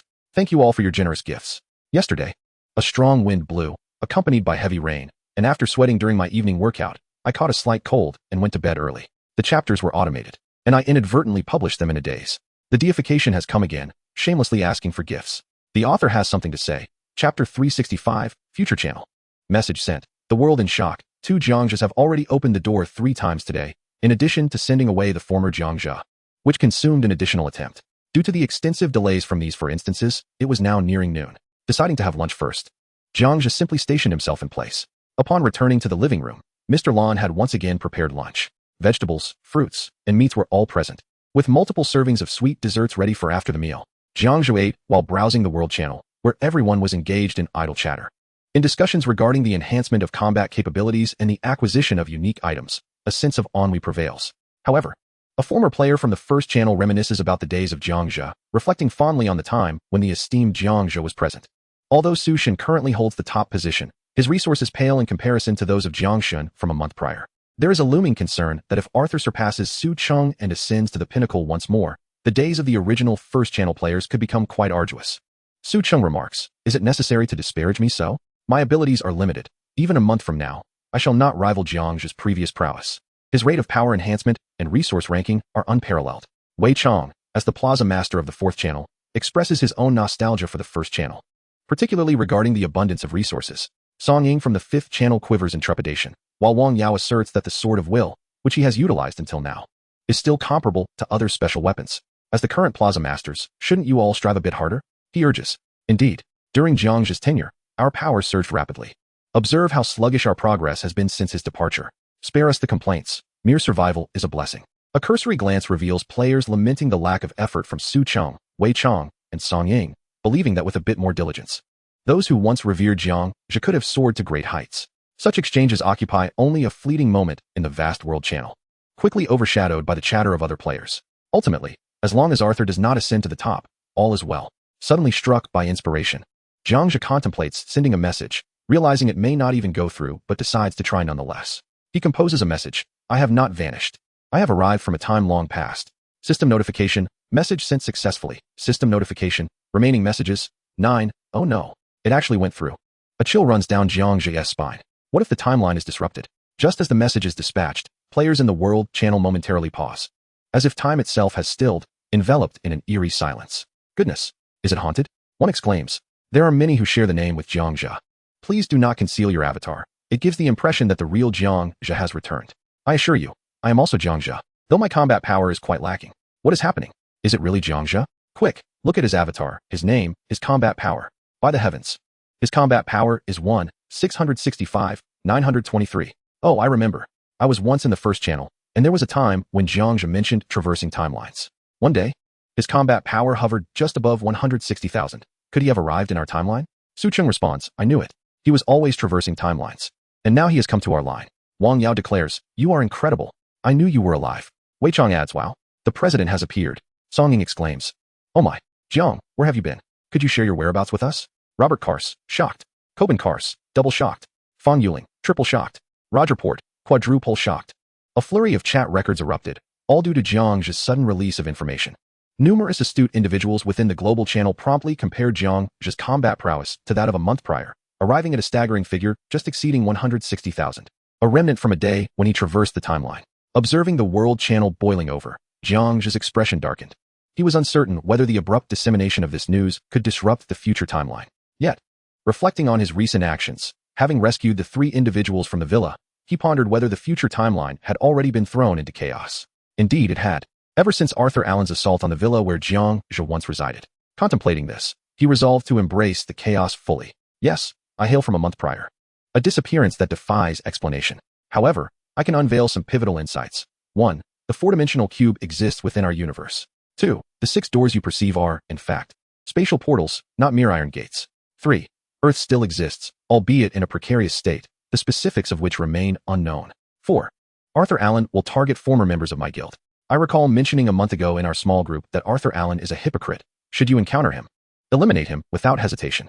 It seems the time of his attack on you may not be far off. 5. To Arthur Allen, I extend a middle finger, hoping for your swift demise. You would do well to hide, lest I uncover your whereabouts, for you cannot fathom the myriad ways you might meet your end.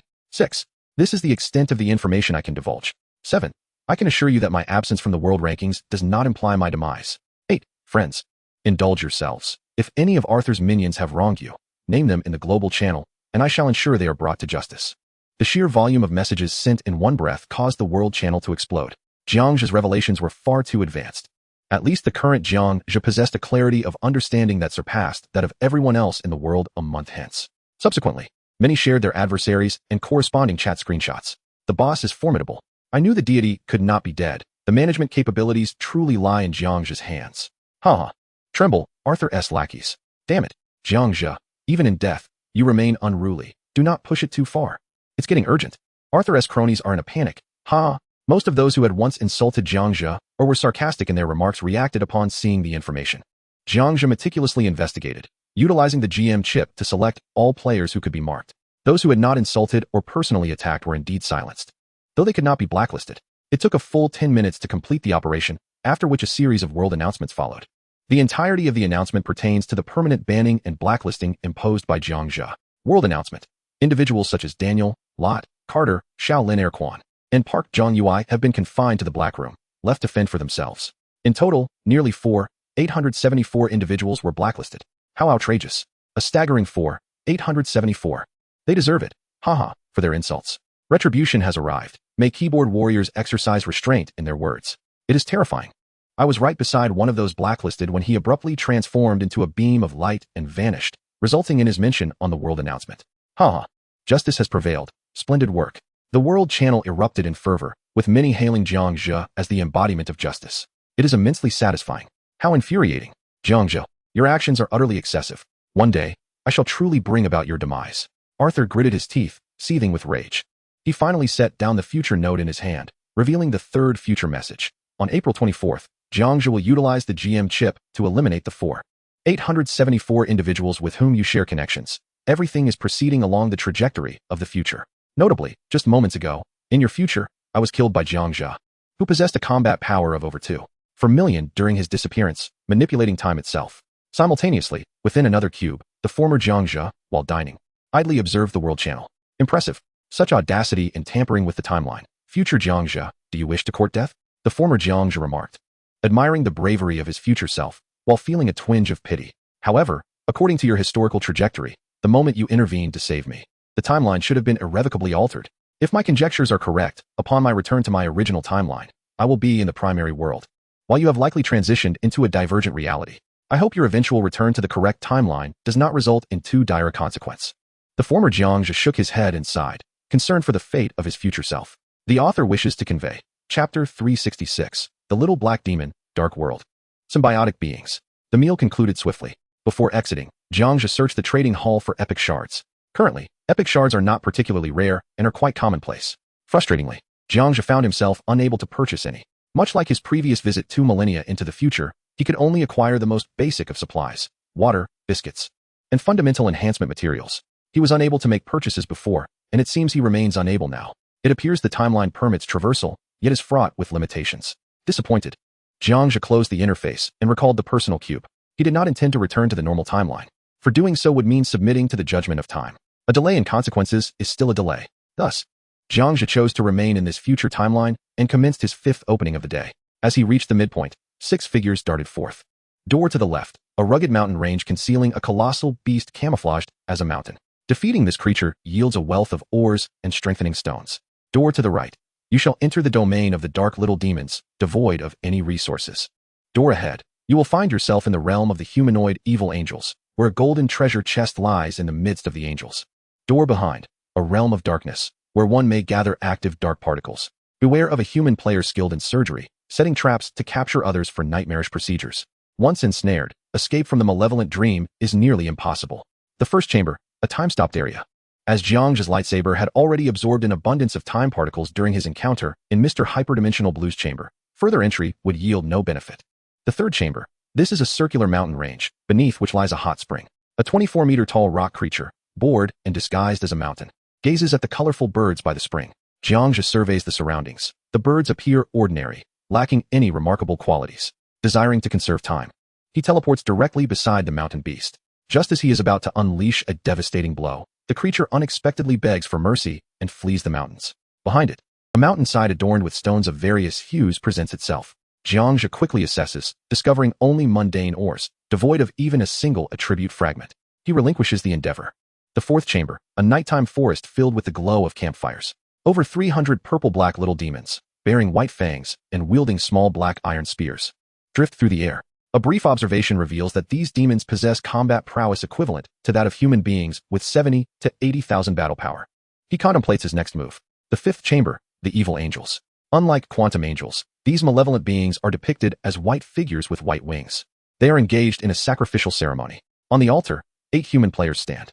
The evil angels offer a white sacrifice to a statue of an evil angel with a green face and tusks. I am your devoted servant. I shall offer this humble human to you, proclaims a malevolent angel holding a tome, reciting incantations. Jiang Zhe, disinterested in exploration and recognizing none among the white figures, strides directly to the golden chest, shattering it with a single punch. Within, he finds shards, fragments, and a blueprint for an epic cranial surgical knife.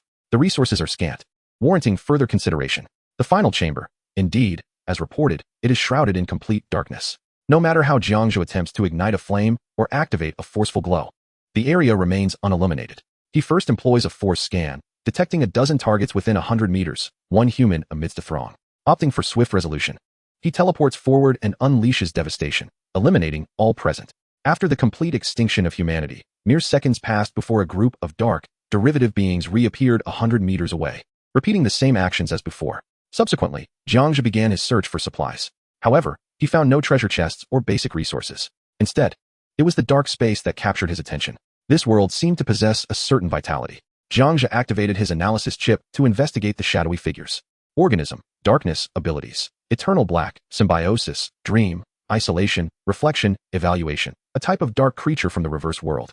It does not react with the positive realm and cannot serve as negative energy particles. It exists as a mass of black mist, inducing a dreamlike state in others. Moreover, any area tainted by it will permanently turn black. Only related items or beings with strong mental fortitude can discern it as a living entity. Consequently, the universe is filled with these peculiar dark creatures, yet none have ever noticed them. Fascinating. The dark beings that plunge one into dreams seem to have considerable potential. Jiang Zhe felt intrigued. They resembled the symbiotic entities he had encountered in comics.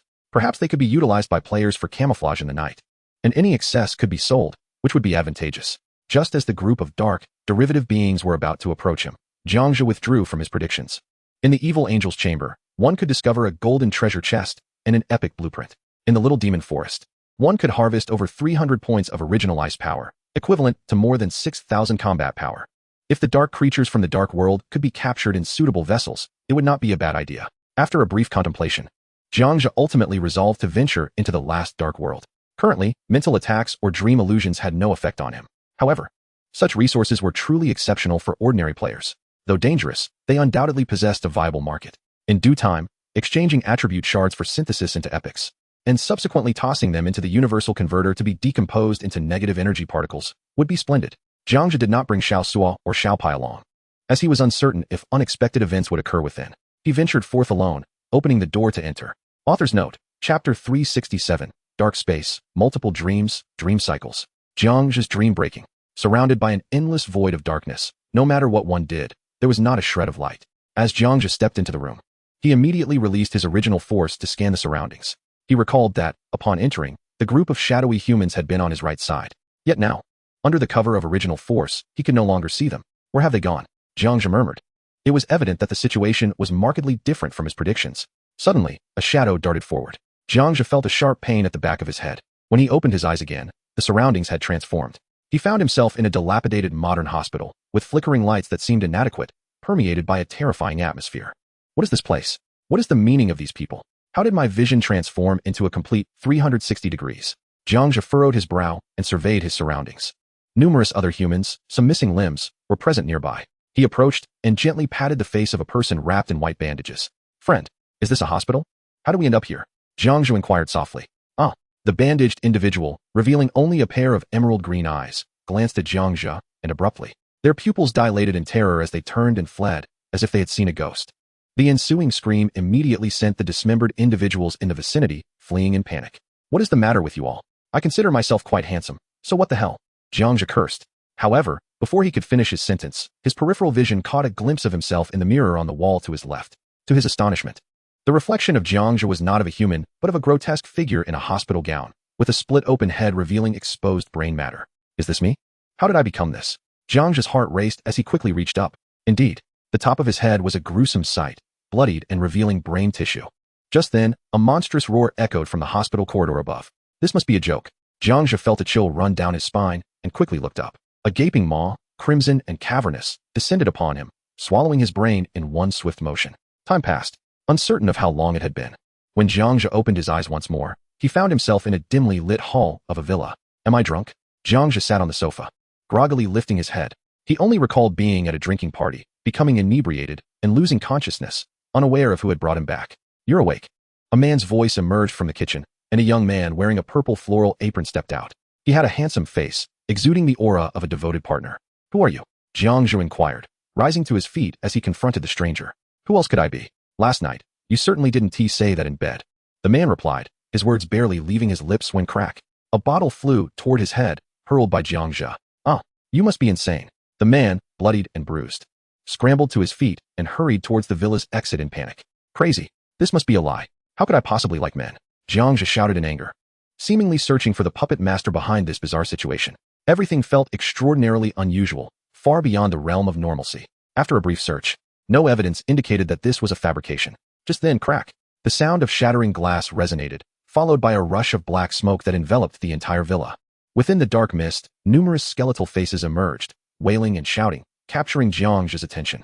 As he struggled to breathe, damn it, not again. A dark, four-legged creature charged at him, devouring his brain once more. Jiang Zhe collapsed straight into the depths of the black fog. When Jiang Zhe awoke again, he was surrounded by the tumultuous sounds reminiscent of a tsunami. In an instant, Jiang Zhe, basking in the sunlight by the shore, was plunged into the depths of the sea. He succumbed to drowning. Upon his awakening, a tantalizing aroma of braised pork wafted around him. He found himself in an old residential community, the adjacent furnishings rather modest. Jiang Zhe lay on the sofa, groggily opening his eyes. As they fluttered open, he beheld two indistinct figures, seemingly a man and a woman. The man was slightly portly, while the woman possessed a balanced physique. Once fully alert, he realized he was in a neighborhood reminiscent of his childhood. Although their faces remained obscured, their mannerisms unmistakably revealed them to be his parents in their youth. Come and eat. A woman's voice called out. Your school teacher just called me, saying you constructed a small power generator at school and accidentally electrocuted a classmate, who was subsequently rushed to the hospital and is now in critical condition. Do you admit to this, Xiaozhe? A man's voice followed, significantly more somber. How absurd. Jiang Zhe scoffed at the accusation. How could he possibly commit such a foolish act? In his recollection, it was merely a misunderstanding. He had only touched his deskmate's arm, and there had been no hospitalization, let alone a critical situation. However, seeing his youthful parents, Jiang Zhe decided to share a meal with them, a feast steeped in nostalgia. And indeed, the meal was exceedingly delightful. As the dinner concluded, his father delivered a final, chilling remark. That classmate did not survive. Therefore, Xiaozhe, you must die to avoid imprisonment. The man abruptly stood up and forcefully shoved a white powder into Jiang Zhe's mouth. If I find out who is responsible for the destruction, you will face dire consequences. Jiang Zhe screamed into the air, lacking the energy to resist. A searing sensation filled his stomach, as if it were about to explode. In less than 10 seconds, boom, Jiang Zhe dissolved into a pool of blood. This is for the best. Now Xiaozhe will not face the law, the man mused, gazing down with satisfaction at his handiwork. Indeed, he is the man I had hoped for, the woman praised him. When Jiang Zhe awakened once more, he found himself enveloped in a green mist, seemingly submerged in some form of oxygenated water. Through the translucent, floating bubbles, he perceived the surroundings to be a biochemical laboratory. Looking down, he realized he was completely unclothed. At that moment, the laboratory doors swung open, revealing a cadre of personnel in white coats, accompanied by special forces clad in camouflage. You, report on the experiment's results, commanded one of the figures. He, Jiang Zhe, age 24, is an individual with superhuman abilities. His body contains energy particles that enable anti-gravity flight, and his cloak can withstand the pull of 2 trucks, the laboratory director recounted meticulously. Upon hearing this, the Special Forces members were utterly astonished. Such a person exists in the world? Quickly, has his ability been replicated? They inquired. Of course, the director replied. Just a moment, I will awaken him. Xiao Lu. Use the awakening serum to rouse Jiang Zhe, the director commanded. Understood, director, Xiao Lu responded. Little Lu hastily extracted a vial of serum, injecting it into a transparent tube before allowing it to enter the green water. In the depths of the green liquid, Jiang Zhe struggled momentarily before succumbing to lifelessness. What on earth did you inject him with? The director rushed over. I'm sorry, director.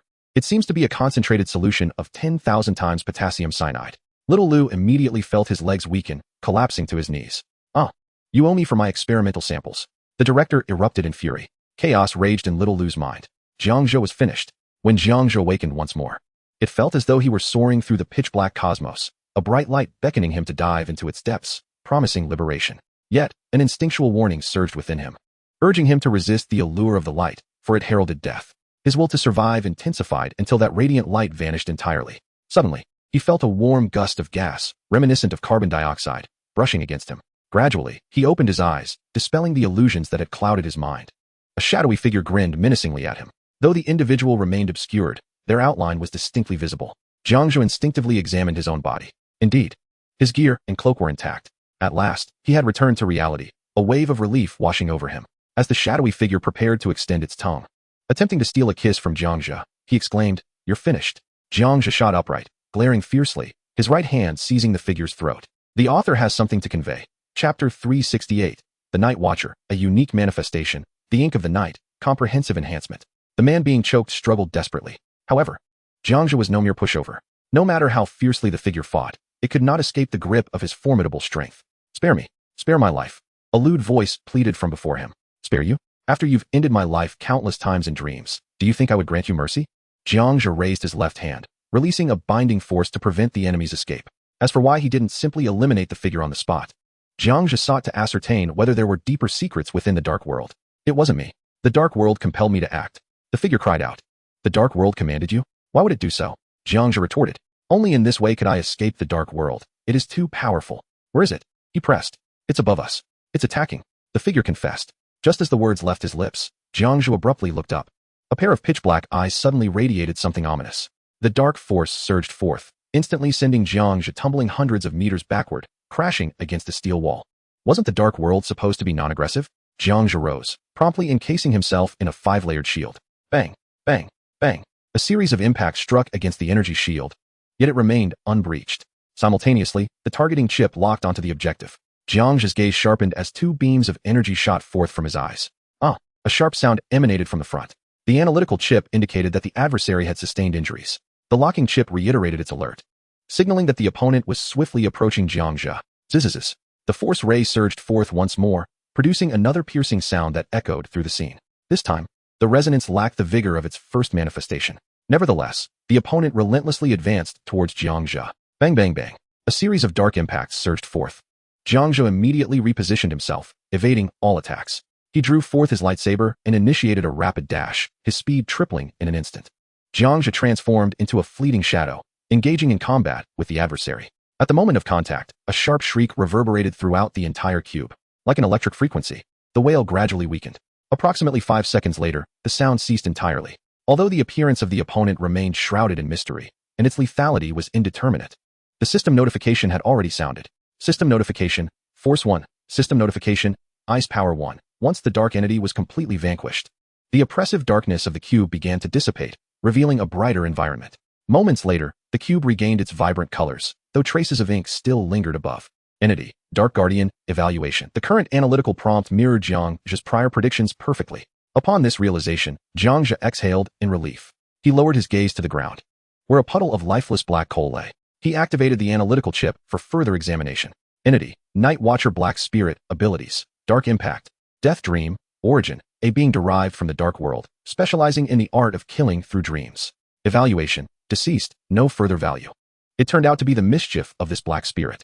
With a thought, Jiang Zhe teleported back to his original position, including the assailant and himself. There were 9 individuals present.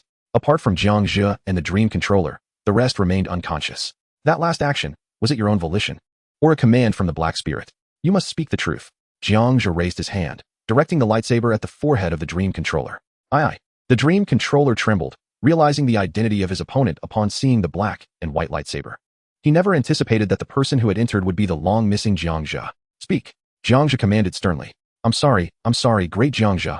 It was my own volition. The Dream Controller pleaded for mercy. As soon as his words fell, buzzing, the lightsaber swung through the air, severing the controller's head.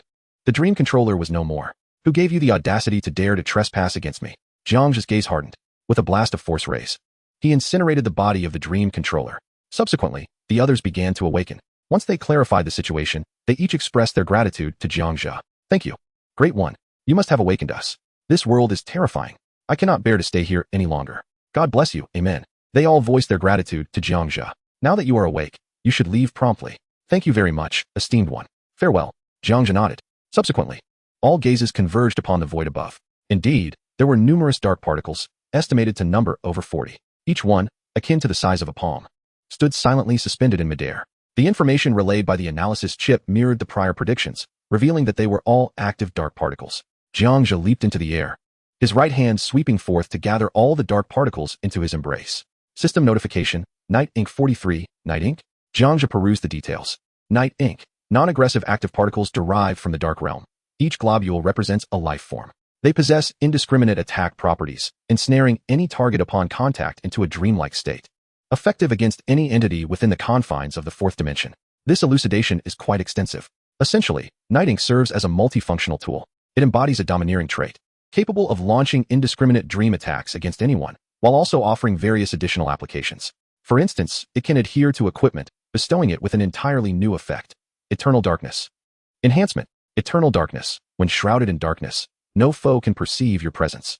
Enhancement. Coexisting within the human form, it amplifies physical strength. Merging with the user without encroaching upon their consciousness, a rare enhancement of four-dimensional attributes. Moreover, this ink can even be ingested by living beings. Upon consumption, one transforms into a permanent black energy form. Of course, while the black energy form augments attack potency and combat capability, it represents a misguided extremity. Merely becoming an energy form does not equate to attaining the prowess of a 35-dimensional or fourth-dimensional superhuman. It is indeed a remarkable artifact. Selling it would be a lamentable loss. First, I shall enhance myself. Jiang Zhe flicked his right hand, extracting globules of night ink and dousing them upon his primary equipment. The instant they made contact, the night ink surged forth as if animated, enveloping the equipment and penetrating into his being. Once fully diffused, Jiang Zhe appeared cloaked in a veil of dark luminescence. Alternatively, one might say he had transformed into a mere shadow of darkness. However, Jiang Zhe's vision remained unperturbed within the obscurity, and his four-dimensional attributes were significantly augmented. System notification, Night Inc. 23. Let us test the effects. Jiang Zhe propelled himself forward. As his right foot descended, the sheer force unleashed resulted in an overwhelming surge of speed, causing him to inadvertently roll forward 3 or 4 dozen times before coming to a halt, akin to being struck by a speeding automobile and sent tumbling several meters. Despite the mishap, Jiang Zhe could hardly contain his exhilaration. The sensation of unprecedented strength and velocity was intoxicating. Elated, he promptly examined his latest personal attributes page, confident that it would reflect a formidable enhancement. The author has something to convey. Chapter 369, Percentage Increase, The Desert Dwellers, The Dwarven Forest, The Palace of Aquatic Beings. Name, Jiang Zhe. Age, 24. Strength, 12,012, 120. Constitution, 12,126, 120. Agility, 13,030, 120. Mentality, 13,899, 120. Original Force, 39677. Ice Power, 39,827. Lifespan, 25,200. Health. You are currently in excellent condition, with no injuries. Combat Power, 175, 1063. Original Force Intensity, 275. Ice Power Intensity, 220. Upon a detailed examination of his attributes, Jiang Zhe noted that each had increased by 120. A rough calculation revealed that all 4 dimensions had grown by over 2,000. Even the intensities of the original and ice powers had uniformly risen by 40. Jiang Zhe's eyes sparkled with surprise. He had not anticipated that the Ink of Night would enhance his attributes by a percentage. Continuing to check the details, 120. Your body has been fortified by a special item. Every subsequent increase in your 4-dimensional attributes will occur at a rate of 120. So that is the case. The Ink of Night is indeed a remarkable substance. However, there are still 20 portions left to be used on Xiao Pai and Xiao Su later. Satisfied, Jiang Zhe closed the interface. With a thought, the Ink of Night on him seemed to possess a life of its own, gradually dissipating. To verify whether the enhancement remained, he reopened his personal information. After a quick scan, he found that the enhancement had not been lost despite the cancellation of the night state, which put him at ease. At that moment, Xiao Su and Xiao Pai leaped out. Boss, I noticed a change in you. I noticed it too. Of course there is a change. By the way, these 2 portions of ink are for you.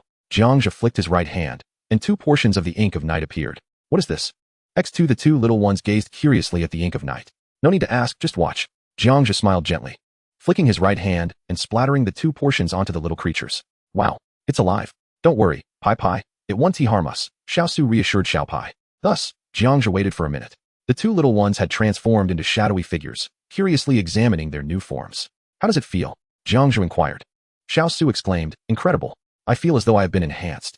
Xiao Pai added, me too. Xiao Su continued, wait. I think I've acquired a new ability. Something that can put enemies into a slumber. Xiao Pai echoed, I too. I have the ability to touch foes and plunge them into dreams. It is an overwhelming, indiscriminate attack. All right, let's retract our night disguises and proceed to open the door, Jiang Zhe commanded. The 2 little ones shed their night disguises, returning to their original forms. They continued to whisper excitedly about the marvels of the ink of night, more exhilarated than playing video games. Xiao Pai remarked, next time we encounter the mother rat, I want to try putting it to sleep. Little Suo, that mischievous dog, Little Pai, next time I encounter a female hedgehog, I shall try something similar. Little Pai and Little Suo exchanged a knowing grin, having reached an unsavory consensus. Overhearing their whispers, Jiang Zhe couldn't help but twitch his lips in exasperation. Is this how you choose to spend the inky blackness of night? He dismissed the thought, content that they were happy. Jiang Zhe then made his way to the center. Initiating the 6th door opening of the day, 6 figures burst forth, bringing back various reports. Forward door, a dense forest concealing 7 perilous dwarfs, one of whom has captured a princess, engaged in an illicit training transaction. Backward door, intruders approach. A sandy hut housing 4 child-sized sand beings. Should one venture in at this moment, they might encounter the treacherous sand folk, ultimately yielding only a single golden treasure chest. Left door, the entire room is saturated with lethargic, lethal particles. When players sprint swiftly, their bodies are gradually disassembled in accordance with their speed. Right door, 3 players are performing for a puppet. Should one enter now, they might seize their golden treasure chest and swiftly dispatch the puppet. Upward door, completely empty. Downward door, on the verge of entering the domain of the water beings, a gentle group composed entirely of hydrogen and oxygen atoms.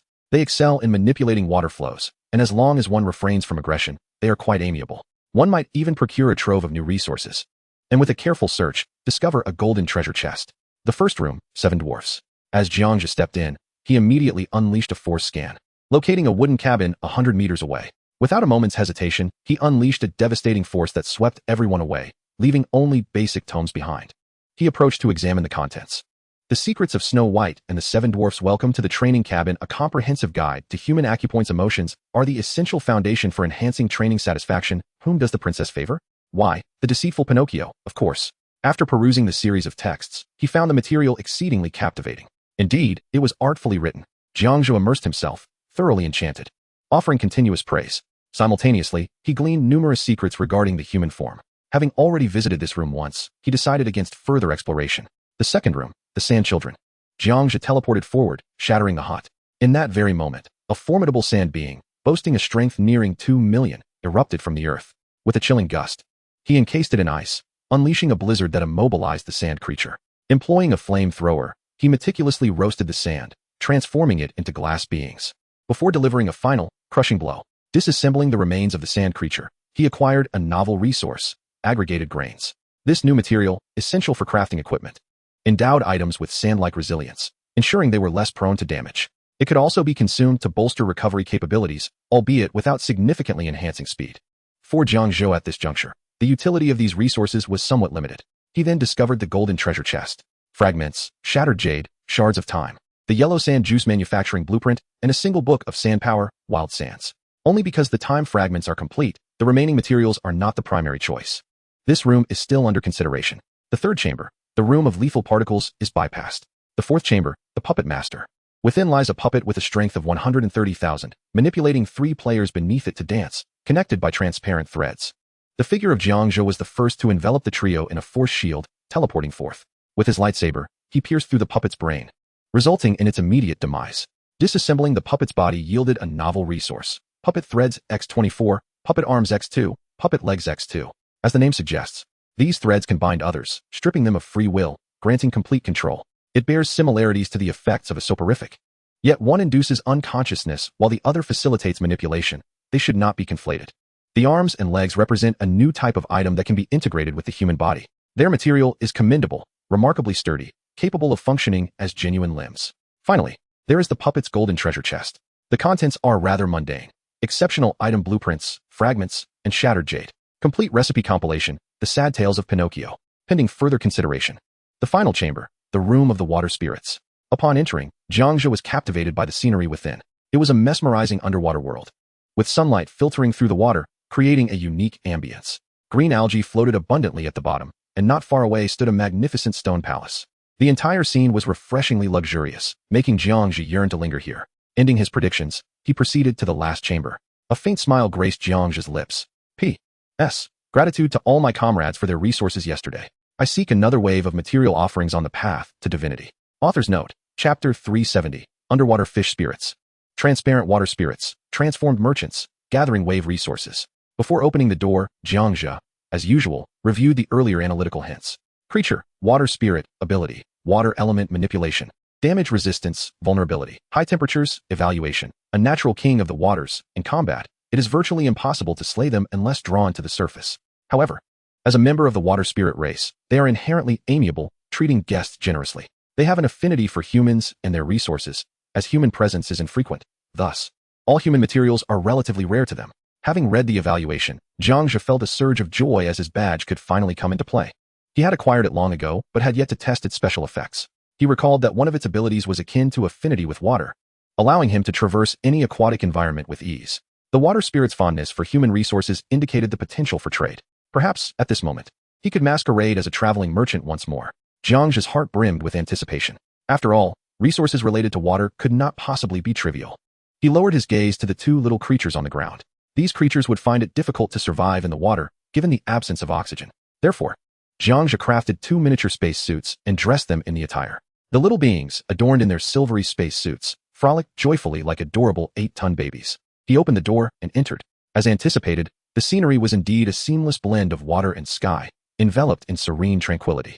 100 meters away stood a palace composed of stone and water, taking the form of an upright triangle, with a long water corridor in the center flanked by metallic pillars. Big brother, I'll scout ahead. Me too. With those words, Xiao Pai and Xiao Su dashed forward, eager to play with a school of transparent fish. Jiang Zhe's lips curled in irritation. He was too weary to chase after them. A curious group of fish approached Jiang Zhe, seemingly unafraid of human presence. Unlike the fleshy fish found on Earth, these were transparent aquatic beings with slightly darkened eyes. The analysis indicated they possessed health benefits. Excellent. I'll collect them, Jiang Zhe declared, waving his right hand. A swarm of fish was drawn into his embrace by the force of his will.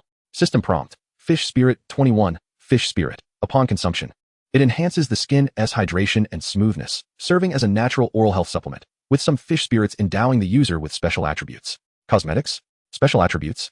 Jiang Zhe's eyes brightened. He called out through his headset, Xiao Su, Xiao Pai, gather more fish spirits. We'll take them back to sell. Understood, replied Xiao Su.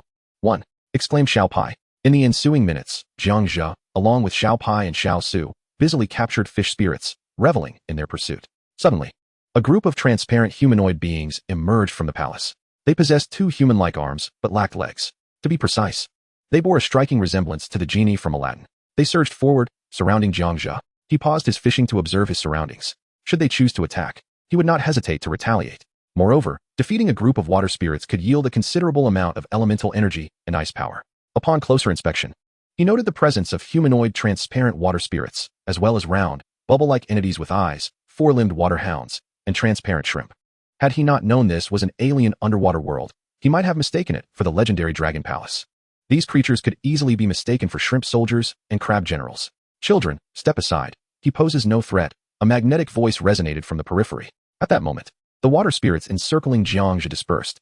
The speaker was leading a cadre of formidable warrior water spirits, each towering over 2 meters with well-defined muscular physiques. Greetings. I hope these children have not offended you in their ignorance. The one addressing Jiang Zhe seemed to hold a position of authority, resembling a male elder among humans. I am Vale, the leader of the water spirit clan. May I inquire if you entered through those water gates? The demeanor of the Wari was as amiable as the analysis suggested. Indeed, they were a congenial race. I arrived here after traversing the water gate. A wandering merchant journeying through the cosmos, gathering resources from across the universe, and stumbled upon this place. Jiang Zhe, with a polite smile, directly expressed his intentions. Noting how rare it was to encounter a human merchant like himself, especially one capable of bringing along two companions. It must be no small feat to possess various means of survival. With a hint of admiration, Wari gestured for him to follow. With a wave of his right hand, he summoned a waterway for Jiang Zhe that led directly to the palace. As you can see, we are not lacking in water resources here. If you can provide weapons, protective gear, or fire that can withstand water, or even genuine fish from other planets, I would be most willing to engage in trade with you. Wari articulated his needs. Upon hearing this, Jiang Zhe could not help but chuckle and replied, "If those are all you seek, I possess them all. However, should you fail to offer the resources I desire, I may have to decline this transaction." The young water spirits trailing behind him were electrified by his words, initially believing that this wandering merchant sought their assistance. Yet when Wari articulated the items he needed, Jiang Zhe confidently asserted that he had them, which sent them into a frenzy of excitement. However, this excitement was soon overshadowed by concern. Could the Wari truly provide the resources sought by the merchant? The fire they needed was essential for combating enemies from other territories. The water spirit clan was plagued by significant internal strife and territorial disputes, with occasional incursions from other water spirits seeking information. Thus far, they recognized the importance of fire, yet it remained a legendary resource, seldom witnessed by their kind. After all, igniting fire in water could only occur during tectonic upheavals, where magma would emerge, only to be instantly cooled and converted into stone by the water.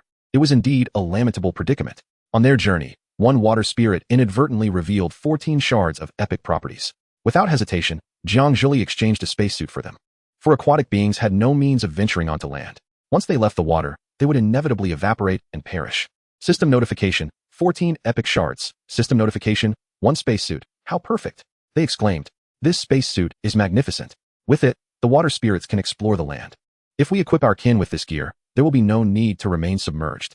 The group, filled with envy and excitement, hastened their pace to return to the palace alongside Wari. Upon their swift arrival at the palace, Wari instructed the water spirits to present their treasured resources for Jiang Zhe to inspect. Greetings. Here is my temperate massage chair, crafted from water. If you feel lonely at night, you can recline on the chair, and it will automatically warm a specific part of your body.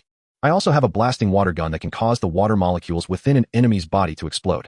Additionally, there is resilient seaweed, which can be utilized for binding and striking. Once ensnared, few can escape its grasp. The water spirits took turns retrieving their cherished treasures.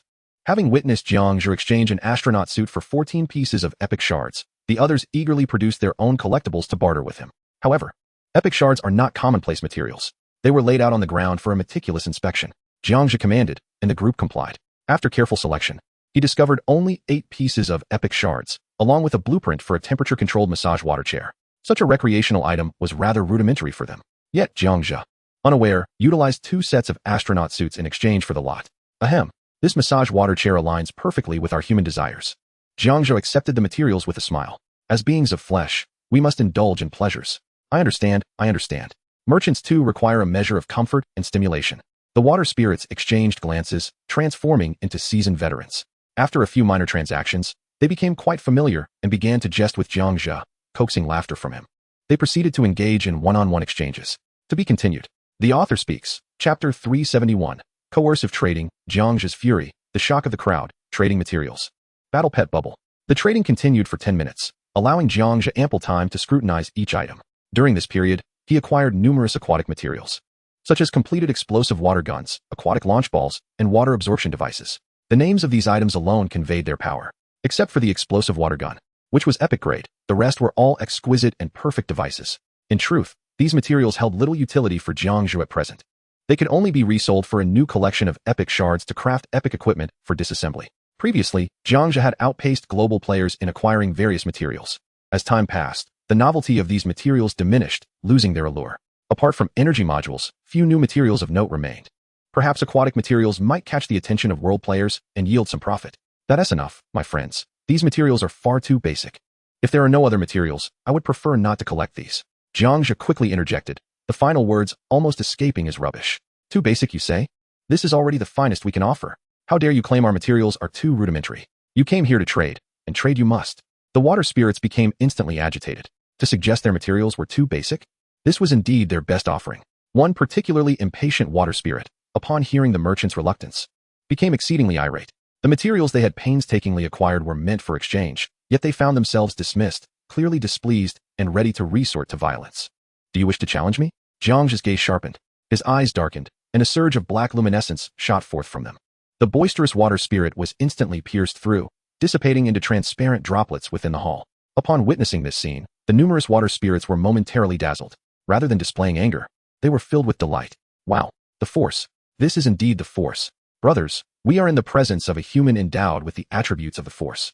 It would be wise to show some courtesy. The well-informed water spirits immediately recognized Jiang Zhe. According to their legends, the Force had existed since time immemorial. Yet few had the ability to comprehend it. The arrival of a Force warrior heralded a series of auspicious events for the water spirit clan.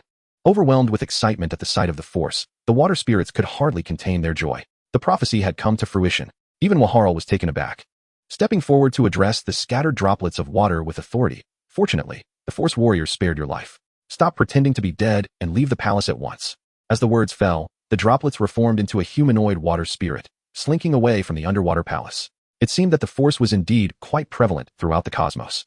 To be candid, while the supplies you provided were satisfactory, they were rather rudimentary for my needs. I expect a display of sincerity if you wish for me to trade the waterproof flame weapons with you. Jiang Zhe's gaze lingered on the assembly of water spirits, seeking out materials of utility. If none could be found, it would be a farewell. The assembly pondered for a moment. What about ability tomes? Water-type ability tomes? Can we trade bubbles? Unfortunately, we have no epic shards left. However, I possess several epic blueprints that require minimal shards to craft, but they hold no value for us. The water spirits clamored, eager to prevent Jiang Zhe from losing interest and departing. Though they possessed epic weapons, they were primarily water-type combat weapons. Moreover, acquiring epic shards underwater was no simple feat, prompting the suggestion of exchanging epic item blueprints for materials. Jiang Zhe readily agreed. The water spirits hurriedly departed the palace to gather supplies. After a brief interval, they returned. Ultimately, Jiang Zhe crafted 46 waterproof flamethrowers. As for the waterproof aspect, it was not truly waterproof in the conventional sense. Rather, it relied on basic materials available at the trading post, white phosphorus powder. One merely needed to add white phosphorus powder to the injection containers. After a flurry of activity, Jiang Zhe completed the flamethrowers, supplemented by 40 kilograms of white phosphorus. The white phosphorus would naturally serve as their reserve material. As for the primary fuel, there was an abundance available underwater. White phosphorus merely acted as an accelerant. The trading commenced. In the end, the following materials were exchanged. System prompt, Battle Bubble X14, System prompt, Water Ability Tome, Water Bomb X1, System prompt, Water Ability Tome. Wave X1, System prompt, Epic Waterbed Blueprint X1, System prompt, Epic Waterball Blueprint X1, System prompt, Epic Water Droplet Blueprint X1. A series of system prompts followed. The Water Bomb was a tome available solely to players who had comprehended water abilities. The wave, as its name suggests, could transform the ground into temporary waves, enabling the submersion of enemies. These two volumes, not being the principal works of Jiang Zhe's expertise, leave him uncertain about their quality. However, upon returning to the timeline, they could be sold to Vaga, who possesses water abilities. The crafting diagrams for the epic items are merely minor trinkets. Thus the required shards for creation are not excessively abundant. As Jiang Zhe contemplates, spending the least amount of epic shards to forge a greater number of epic gear increases the likelihood of acquiring negative energy particles through the decomposer. Particularly fascinating are the bubbles, which astonished Jiang Zhe. These creatures are akin to small balls used by children, and their limited intelligence defines their potential. They represent a breed that could genuinely serve as pets. Remarkably, these bubbles do not require water for sustenance. They can generate biological water independently for their absorption, defying existing scientific understanding. Consequently, they are raised by the water spirits as combat companions. Their abilities are manifold. For instance, 1. Bubble enclosure. They release their water element to envelop an enemy, altering internal pressure to ultimately suffocate or cause an explosion. 2. Bubble machine gun. They expel a continuous stream of bubbles from their mouths, inflicting explosive damage on enemies based on the duration of accumulation, reaching speeds comparable to real bullets upon maturation. While they would have made excellent pets in the past, Jiang Zhe finds them lacking compared to Xiao Suo and Xiao Pai. He decides to keep one bubble to accompany Xiao Pai and Xiao Suo, while the rest may be sold. Jiang Zhe, you must treat the bubbles well. They have been carefully selected for you. I understand you might not need them all, and you may sell some. But there is one with exceptional qualities that can be your pet. The others do not match its caliber. Before departing, Valhalla stops Jiang Zhe, candidly expressing his lack of fear regarding any change of heart. What of the spirits? Honesty is paramount. Rest assured, Chief Valhalla, thank you for your insight. I too have noticed that the bubbles enjoy playing with my companions. Did you not see? Jiang Zhe smiles subtly, unaffected, though the sentiment strikes a familiar chord. During a previous trade with the luminescent race in the aerial garden, they had almost presumed he would devour the luminous fluffball. On the ground, the bubbles have already joined Xiao Pai and Xiao Suo in joyous play. Witnessing this, the water spirits can't help but smile with satisfaction. The nature of a companion often reflects that of its owner, and they feel reassured entrusting the bubbles to Jiang Zhe. Subsequently, other arriving water spirits seek to engage Jiang Zhe in further transactions. However, their offerings are disappointingly rudimentary. Ultimately, Jiang Zhe awkwardly teleports away with Xiao Pai and Xiao Sua, leaving only a circle of white light behind. This display of skill once again earns the admiration of the water spirits. Wow. Instant teleportation. The power of space. How enviable. I feel a pang of jealousy. The author has something to express. Chapter 372. Epic Indulgence. Electronic Spirit. Crimson Magma Being. Dreaming Model. After departing from the underwater palace, Jiang Zhe did not immediately choose to leave. Instead, he scoured the vicinity, confirming the absence of any resources, before instructing Xiao Pai and Xiao Su to catch fish spirits. During the process of capturing these fish spirits, Jiang Zhe diligently absorbed all the manufacturing blueprints he had recently acquired. He refrained from testing the capabilities of the combat bubble for the time being, as he realized that no matter how the combat bubble attacked him or Xiao Pai and Xiao Su, it would inflict no harm. Jiang Zhe took the initiative to craft the water massage chair, water bed, water ball, and water droplets simultaneously. The materials required for these epic trinkets were remarkably simple. Every 2 pieces of epic shard could yield a single creation. Upon the emergence of the finished products, Jiang Zhe meticulously examined each detail. The water massage chair indeed possessed a soft, yielding texture, adapting to the temperature of the human body, serving as a delightful adult relaxation chair. The water bed conferred no attribute bonuses. However, when Jiang Zhe reclined upon it, a wave of drowsiness enveloped him, as if all fatigue could be effortlessly dispelled in an instant. The water ball and water droplets were not, in a literal sense, epic offensive tools. Their true purpose was merely to provide a pleasurable massage experience. Upon a brief trial, Jiang Zhe was nearly transported to another realm. Every inch of his skin and flesh felt as though it were being caressed, evoking an indescribable sense of intimacy. It seemed that here, one could experience a fleeting tranquility. These beings truly knew how to indulge. While his arsenal of weaponry was limited, the abundance of items that enhanced human happiness was remarkable. Jiang Zhe couldn't help but admire these water spirits. Nonetheless, it was fortuitous. After all, as epic trinkets, they required minimal epic shards, ensuring a promising market ahead. After resting on the waterbed for nearly 10 minutes, Xiao Pai spoke up. Boss, we've caught quite enough. Any more? And it wouldn't be good for this body of water. Xiao Pai and Xiao Su returned, cradling a multitude of fish spirits. Well done. Let us depart. Jiang Zhe gathered all the fish spirits into his embrace. System notification, Fish Spirits 67 next. Jiang Zhe approached the 4 water doors. Activating the predictive function, 4 figures emerged, bringing back their feedback. Left door. A thorough search reveals a golden treasure chest containing a nature-based electronic spirit. Right door. A volcanic cavern housing a fire creature born from magma. Upon defeat, a platinum chest can be found at the magma's base. Front door. 4 domestic players are surrounding a group of foreign players, seemingly embroiled in conflict. Entering may startle them. Back door. Appears to be a research facility where a jade treasure chest can be found, provided one can withstand the attacks of the dreaming models. A rare occurrence. All 4 rooms contain resources. The figures observed each room in turn. The first room, electronic spirit. In truth, this was a realm of deep, dark mountains. Looking up, one could see a thunderstorm raging, with flashes of lightning illuminating the sky. The electronic spirits were birthed from the storm clouds above. The figures initiated a scan, estimating the situation. Approximately 400 electronic spirits of varying sizes, 400 with force attributes, 400 with ice attributes, and a total combat power of 8,000. Unlocking the golden treasure chest reveals 3 omega fragments, several attribute fragments, 3 epic shards, electronic fruit, and an epic electric gun manufacturing blueprint. With 8,000 combat power, alongside these resources, the figure briefly contemplated before arriving at a decision that remained uncertain. Having already maximized his predictions in his mind, he resolved to choose the second room only if there were no viable options available. The second room, within a volcanic cavern. A pool of bubbling red magma lay before him, accompanied by a towering monster indulging in a bath. Activating the analysis chip, he was taken aback by the discovery of a humanoid magma creature boasting a combat power exceeding 8 million. Disregarding it, he shook his head in disdain and promptly abandoned this room. The third room, a chaotic battleground where players clashed. For domestic players, conversing in a mixture of dialects from various regions, were besieging 16 foreign players of varying combat strengths. It appeared that one of the domestic players had sustained severe injuries on the ground and, in a moment of desperation, called out for assistance. The 4 rushed to confront the situation, demanding compensation and threatening chaos should they refuse. Foreign player, he attacked us first, and we merely defended ourselves. Why should we compensate? Foreign player 2, do you think your higher combat power grants you the right to act with impunity? I will report your unscrupulous behavior to the authorities. Indeed, this is utterly inhumane. If we are pushed too far, we will retaliate. A chorus of foreign players raised their weapons in agreement.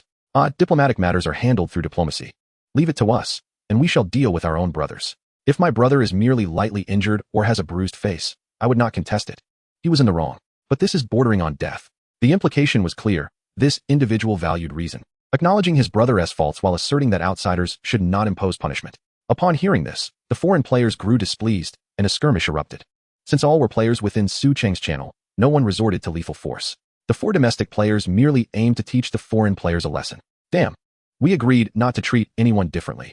Why do players from Xia country seem to gain strength so much faster than us? Such sentiments were echoed among them, lamenting that Su Cheng was the world's best, and, thus, could not possibly treat all equally. Even the former Jiang Zhe would have shown bias. Our status here is far inferior to that on Earth. Woe is us. They began to express their grievances tearfully. Observing this, it became evident that many in Xia country harbored insecurities, compounded by the influence of Confucian culture, leading to a prevalence of sycophants. Yet here, the singular mission was the sanctity of life. No one would endorse the notion of white supremacy. Jiang Zhe chuckled softly, shaking his head as he affectionately patted the head of a foreign player. Of course, the figure of Jiang Zhe remained invisible throughout the journey, eluding the gaze of any observer. Thus, he withdrew, leaving only the final chamber. Upon entering, he cast a cursory glance around. This space appeared to be an immaculate white zone, resembling a secluded research facility. Within the rooms on either side, various unprecedented creatures were confined. During Jiang Zhe's swift movements, he caught sight of the following entities in his peripheral vision. 1. Malevolent Angel 2. Quantum Angel 3. Shapeshifter 4. Hollow Shadow 5. Mist Person 6. Tiny Television. The predictions came to an end. Just one last room remained. Jiang Zhe resolved to proceed. However, this final chamber bore an air of mystery. Whose experimental base was it? He pondered momentarily, only to find himself at a loss. He decided to review the recent analytical prompts. Chapter 373, Dream Model, Androgynous, Reflective Particles. Jiang Zhe scoffed. Biological entity, dream model, abilities, indiscriminate dreaming, illusion creation, nightmare gas, plunder, ability absorption, transformation, electromagnetic shock, etc. Gender, androgynous, vulnerability, indiscriminate defense, evaluation, an extraterrestrial androgynous organism. Its unique abilities elevate its status beyond that of ordinary beings in the cosmos. Caution is warranted. For once ensnared by their indiscriminate dreams, escape from their grasp becomes exceedingly difficult. Lacking indiscriminate defense or other abilities, one may find themselves perpetually confined within interstellar prisons, slowly drained of their unique life energy. Upon perusing the analytical hints, enlightenment dawned upon Jiang Zhe. This interstellar prison was not left behind by any individual. Rather, it was constructed by the dream models themselves within a certain cube. They lured other species into captivity, intending to savor their abilities over time. Presumably, abilities such as transformation and electromagnetic were appropriated from other beings. Yet, for me, this is of little consequence. Even without dream-related skills, I possess infinite defense to withstand their onslaught. A brief analysis revealed that, in fact, the adversaries were not particularly formidable, at least not in his presence. You too can return and play with the bubbles, and while you're at it, feed the other bubbles some pet food. Jiang Zhe instructed the 2 little creatures. After we finish feeding, can we play video games? They chorused. Certainly. With that, Jiang Zhe stepped forward and opened the door. A transformation unfolded before him. This was a brightly lit prison, with white-walled cells lining both sides and a long, white corridor stretching ahead. Jiang Zhe initiated a force scan, sending out a wave of energy. At a distance of 500 meters, he discovered 43 dream models congregated in a specific area, seemingly convening. A jade treasure chest lay just 2 meters beyond their domain. The force scan did not permit him to discern their exact appearances. Resolutely, Jiang Zhe advanced to the center, surveying the cells on either side. The shapeshifter was engaged in a fit of maniacal laughter. The form of existence is in a constant state of flux. The quantum angel on the right side endlessly teleports within its prison, yet remains ensnared by the shackles of its very essence. What material is this? It astonishingly even restricts the observational state of a quantum angel. Jiang Zhe's eyes sparkled with intrigue. He stepped forward to touch the transparent substance, which shimmered with faint silver luminescence, seemingly the very tool that constrained the quantum angel. Activating the analysis prompt. Item, reflective particle, effect. A reflective particle possessing highly material properties, specifically designed to counteract the observational states of extraordinary entities. No wonder such particles exist. Jiang Zhe felt a sense of wonder. Had he encountered such resources earlier, he would not have been ensnared by the quantum angel and flung through time and space. For the next few minutes, Jiang Zhe wandered the corridor, observing peculiar creatures and their strange abilities. Some monsters trailed long phantoms behind them, while their true forms remained in a corner of the cell. Others were natural world benders. Even more astonishing were those monsters who conjured several phantoms to engage in a game of poker. This prison indeed opened Jiang Zhe's eyes to marvels. He had no idea how long he had been walking until he came across a group of dreamlike models. Jiang Zhe halted, focusing intently on them. They were uniformly clad in white battle robes, their features delicate and skin fair. Their hair exhibited hues of black, white, and gold. Due to their androgynous nature and the peculiarity of their attire, the faces of these models appeared as if they had been copied and pasted. Wow, a human young man has come to play with us. We rarely have outsiders, unless we wish to allow them in. Aren't you afraid of us, young sir? You look so handsome. I would love to indulge in every part of you. Please, don't say that. You'll frighten away our guest. Oh, come now. You didn't say that when you were playing with the shapeshifters. The dreamlike models licked their lips, casting possessive glances at Jiang Zhe. Had it not been for Jiang Zhe's analytical chip and his awareness of their true nature, any random male would likely have fallen under their spell, potentially leading to an unimaginable and enchanting experience. Come here to Mama. Let Mama take good care of you. Quickly, come to Papa, and Papa will satisfy your every need. Two of the dreamlike models were the first to tease Jiang Zhe. The underlying implication of their words was clear. They were bisexual entities. Jiang Zhe, however, was not deceived by their ruse. He merely regarded them with an appreciative gaze, surveying each one in turn. Were it not for his knowledge of their true identities, he would undoubtedly find their appearances to be the epitome of beauty, far surpassing even the most glamorous celebrities, with male features rivaling the finest of handsome men. Even Jiang Zhe could not help but steal a few extra glances. To refer to oneself as mom or dad to a stranger is rather inappropriate. Jiang Zhe nodded, folding his arms, quietly observing their antics. There is nothing wrong with it. Come here to Mama, and I can transform into your mother, you know? Or even your father. Your brothers and sisters too. The dream models have raised the issue of moral decay, attempting to entice Jiang Zhe into their trap. Apologies. But such earthly desires do not dwell within me, Jiang Zhe lamented, shaking his head. I have a question for you, he stated. Ask away, young man. We shall answer you, as shall the uncles and aunts. The same goes for the sisters. One of the dream models laughed. Why not? Why don't you all just indulge in yourselves? Jiang Zhe retorted with sardonic humor. Upon hearing this, the dream models were instantly enraged. The author remarks, Chapter 374, Beauty in appearance, yet lacking in intellect. The epic magic mirror reflects particles. Cursed humans, how dare you insult us? It is evident that he looks down upon us, the androgynous, as well as the bisexual. They exclaimed furiously. Damn it, I shall render you eternally asleep. At which point we shall control you. The dream models were visibly agitated, as if struck at their core. In their fury, their voices took on an eerie, sharp, and magnetic quality that was profoundly unsettling. I do not disdain bisexuality. Rather, I scorn your filthy notions. Jiang Zhe boldly stepped forward, provokingly declaring, So, unleash your wrath. Suddenly, the white corridor flickered ominously. A powerful electromagnetic force surged in all directions. Their forms began to swell, transforming into a new species towering at 3 meters tall. Adorned with twin horns and grotesque visages, their limbs robust. A cloud of black mist surrounded them, revealing the essence of nightmare toxins. The ground trembled with a thunderous roar as a battalion of dream models rushed in from afar. Are you frightened? This is the consequence of offending our dream clan. They laughed darkly, their terrifying laughter adding a grotesque hue to their already bizarre appearance. The sinister black mist spread towards Jiang Zhe. I once thought you were somewhat beautiful, but upon revealing your true selves, I am suddenly overcome with revulsion. Jiang Zhe raised his right hand, summoning a 5-layered force shield to repel the encroaching mist. For creatures that induce nausea, their fate is typically death. Boom. A wave of terrifying ripples instantly swept the area, signaling the collapse of force energy. The dream models felt a shudder in their hearts, sensing the ominous particles of destruction. Just as they intended to flee, they were caught in the force collapse. The dream model at the forefront did not even have time to react before being reduced to black ash. Witnessing the entire ordeal, the models behind gasped, Damn it. It seems we have provoked the wrong individual. Run. This wave is too powerful. The dream models hastily retreated, not daring to linger for another moment. Do you think you can escape? Jiang Zhe smiled faintly, his gaze sharpening. Buzzing. 2 black beams shot forth from his eyes with incredible speed. Even though the dream models' legs had already left afterimages in their haste, they could not evade the impact of the light waves. The shock struck them, reducing them to ashes once more. Damn it. No more running. Let us confront him. If we flee now, we shall be annihilated.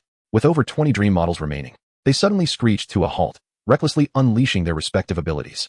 Nightmare's black mist, electromagnetic shockwaves, piercing echoes, and terrifying gravitational pulse. These are but a few of the abilities possessed by the monsters within the prison, all well known to the dream model. Can you breach my defenses? Jiang Zhe raised his left hand, and a 10-layered force shield instantly materialized. Freeze. Blizzard. Simultaneously, he bent down and struck the ground forcefully with his right palm. The originally pure white corridor was once more adorned with a layer of silvery frost, due to Jiang Zhe's freezing spell. The howling winds and swirling snow indeed elevated the prison's scenery to new heights. Damn it. It seems they have restricted our powers. Sister, where are you? The snow is too heavy. Brother, are you there? If you are, run in the opposite direction. Stop running. Everyone, launch your attacks forward. The dream models, Their vision obscured by the blizzard, flailed about like headless flies, unleashing various attacks indiscriminately. To attack in the opposite direction, it was certainly an unexpected move. Jiang Zhe stepped into the blizzard, unable to suppress a chuckle at the sight. It was quite comical. This group of dream models appeared to lack intelligence. Why not continue attacking in the direction they had intended? Had humanity perished?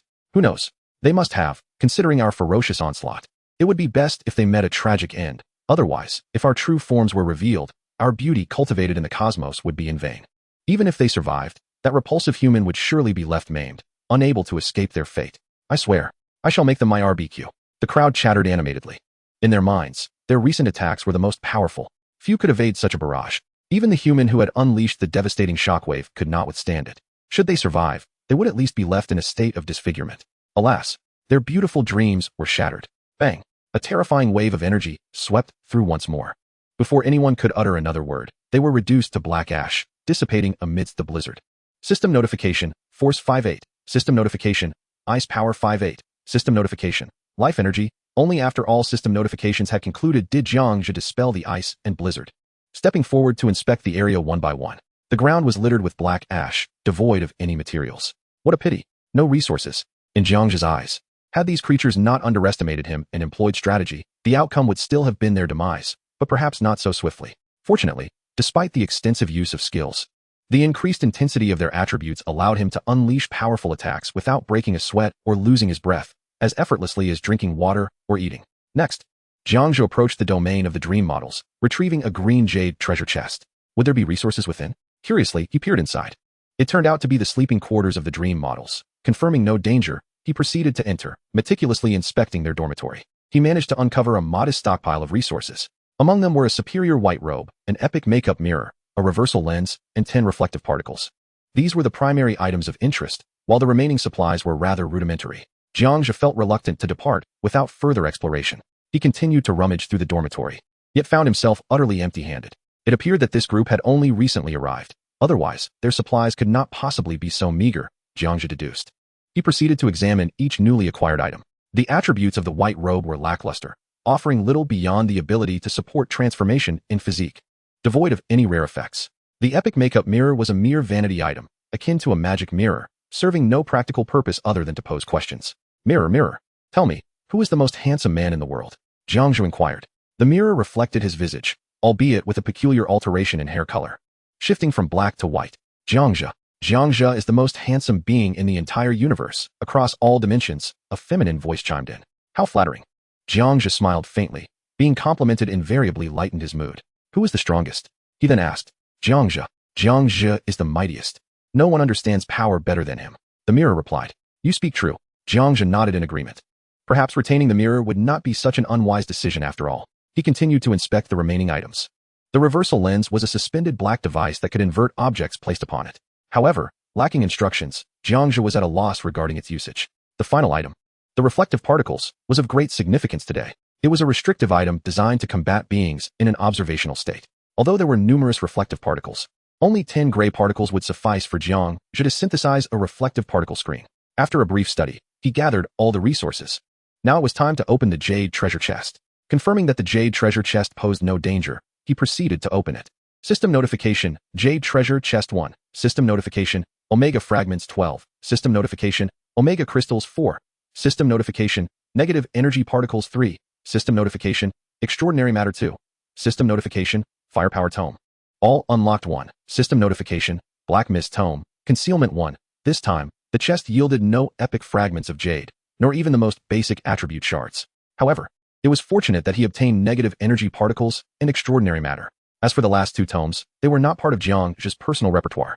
In his own timeline, he had not comprehended other abilities, thus precluding access to related tomes. Yet, in the timeline a month hence, even possessing powers such as force and ice would allow him to unlock other ability tomes. Perhaps there has been a change somewhere. Or perhaps the system has updated with functions unknown to Jiang Zhe. The Firepower Book, in truth, is a tome of Flame Tide, intended for group battles. The Obscuring Mist book serves as a deceptive manual, designed for assistance. Could it be that I have acquired too many books of force and ice, thus rendering me incapable of obtaining volumes I can actually utilize? Jiang Zhe felt a wave of frustration. Yesterday and today, he had not found a single usable book. After gathering all materials, he lingered briefly in the white corridor. He sought the Quantum Angel's chamber he had encountered earlier. resolved to test the efficacy of the reflective particle screen. The angel remained in its menacing posture, fixated on Jiang Zhe. "Do not gaze upon me. I fear you not," he scoffed. He then accessed the crafting interface and navigated to the reflective particle synthesis page. Item: reflective particle owned. 10. Can synthesize. Reflective particle screen quantity. 1 synthesize. Jiang Zhe set to work.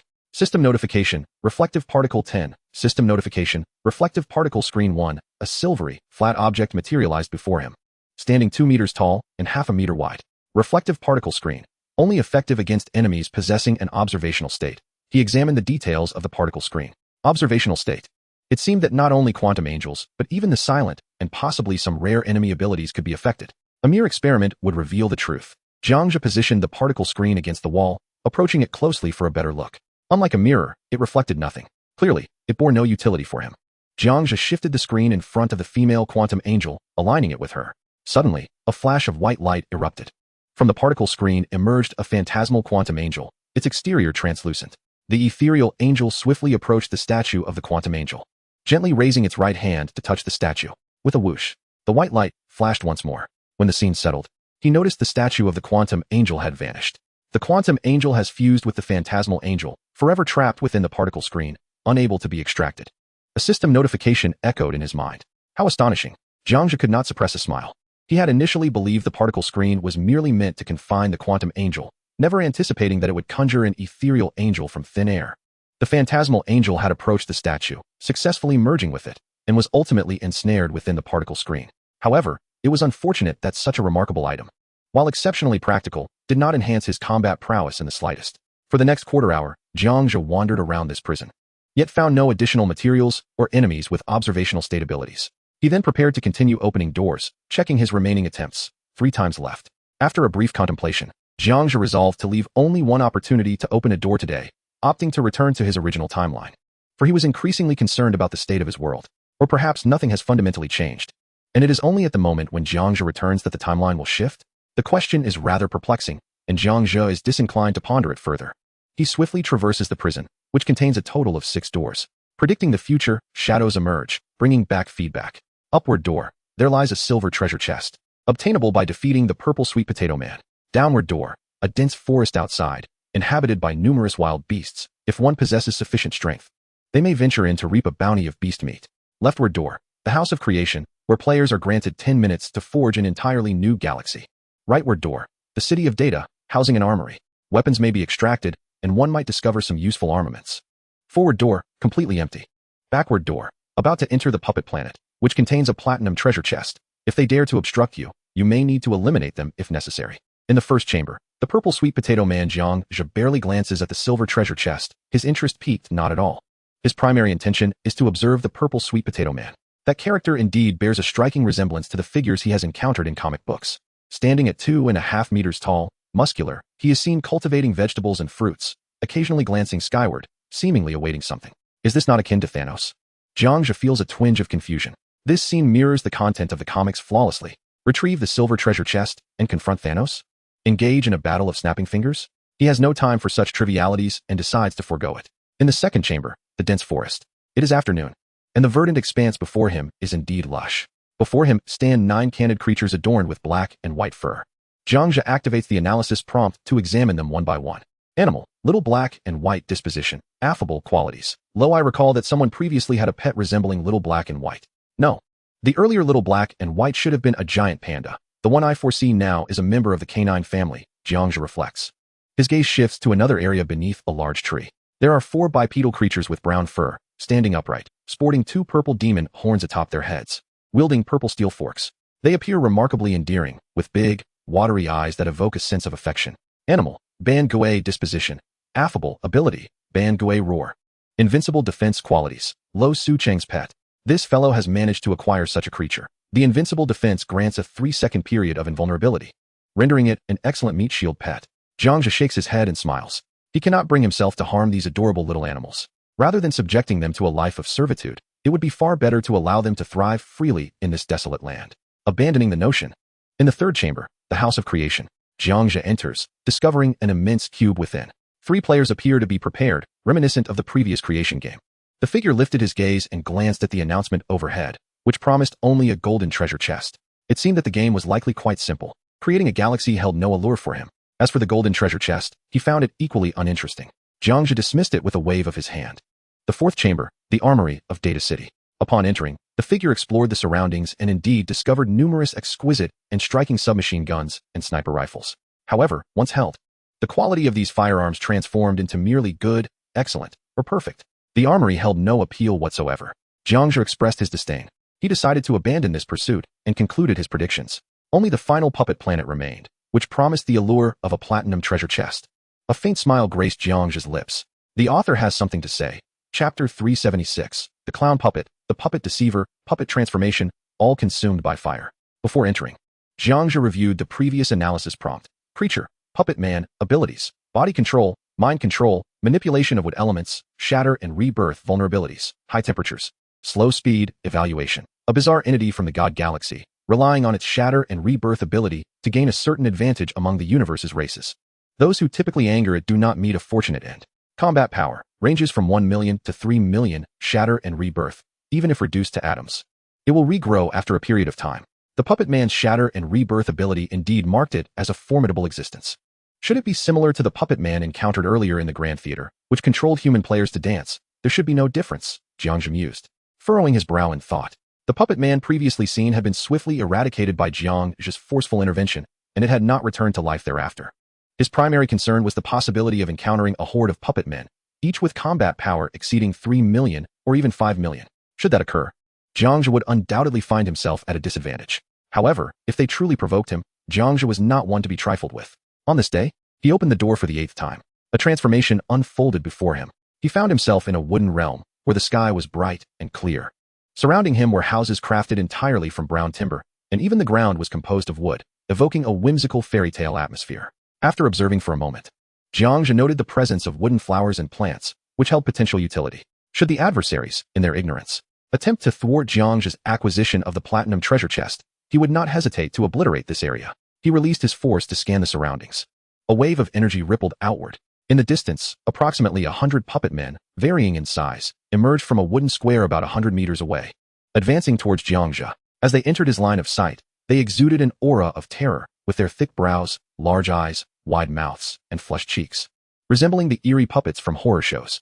Moreover, shimmering threads extended from the upper part of their bodies, ascending towards the heavens, with no knowledge of where they connected or who controlled them. Human, welcome to the puppet world. A clown puppet, standing at a height of 1.60 meters, approached with a stilted gait and greeted with a voice that only moved its lips. It was only after its words were spoken that its eyes rolled. Jiang Zhe feigned a smile and nodded in response, though a chill ran down his spine. He felt an aversion to looking at the group of puppets. For the more he gazed, the more unsettling the thoughts became. Are you alone? Did you not bring any companions? Are you aware of the way to go? Another clown puppet, taller at 1.80 meters, stepped forward and tentatively inquired. I am alone. I came by myself, Jiang Zhe replied, the faintest curve of his lips betraying his unease. He discerned the ulterior motives behind the other's words without difficulty. If one were to consider the entirety of the question, perhaps it posed no issue. However, when dissected, it revealed a subtext. You are alone? No companions to rescue you? A multitude of clown puppets began to encircle him. Passers-by are guests. Come, friend, let us go to the square for a chat, and perhaps discuss the differences between the human body and ours. Indeed, we shall treat you to a feast. Numerous clown puppets laughed as they prepared to usher Jiang Zhe back to the square. Instinctively, he shifted half a step back, avoiding the multitude of clowns from touching his right arm. At that moment, an analytical prompt suddenly appeared. Biological entity, half human, half puppet, ability, transformation, vulnerability, high temperature, evaluation. A human player recently transformed, now having their thoughts controlled by the puppet master. It is advisable to avoid contact. Don't you wish to be friends with us? We are fortunate to encounter a human. The day is waning. If you have nowhere to stay, you may reside at my home. It's quite spacious. Indeed. Come on. The throng of clown puppets bombarded him with their chatter once more. Enough with the idle talk. If you intend to attack, do so quickly. I have no time to be transformed into a puppet. I am quite busy. Jiang Zhe responded with a dispassionate smile. Even without the prompt appearing, the foolishness of their actions immediately revealed their insidious intentions. Upon hearing Jiang Zhe's words, the puppets' expressions shifted dramatically, their previous affability vanishing into madness, transforming into true lunatic clowns. The sound of wood clacking echoed as the scene erupted into chaos. Whoosh! Countless fine threads converged in the air, weaving a net that glimmered like a blade in the afternoon sun. In an instant, Jiang Zhe found himself ensnared. Upon closer inspection, these threads were not merely fine lines, but rather strands composed of energetic particles. Jiang Zhe maintained his indifferent smile throughout, revealing no sign of movement. For he had long been observant. He quietly drew a lightsaber from behind him. This is far too simple. I expected a greater challenge. Haha. Just when I praised their cleverness, they immediately reverted to foolishness.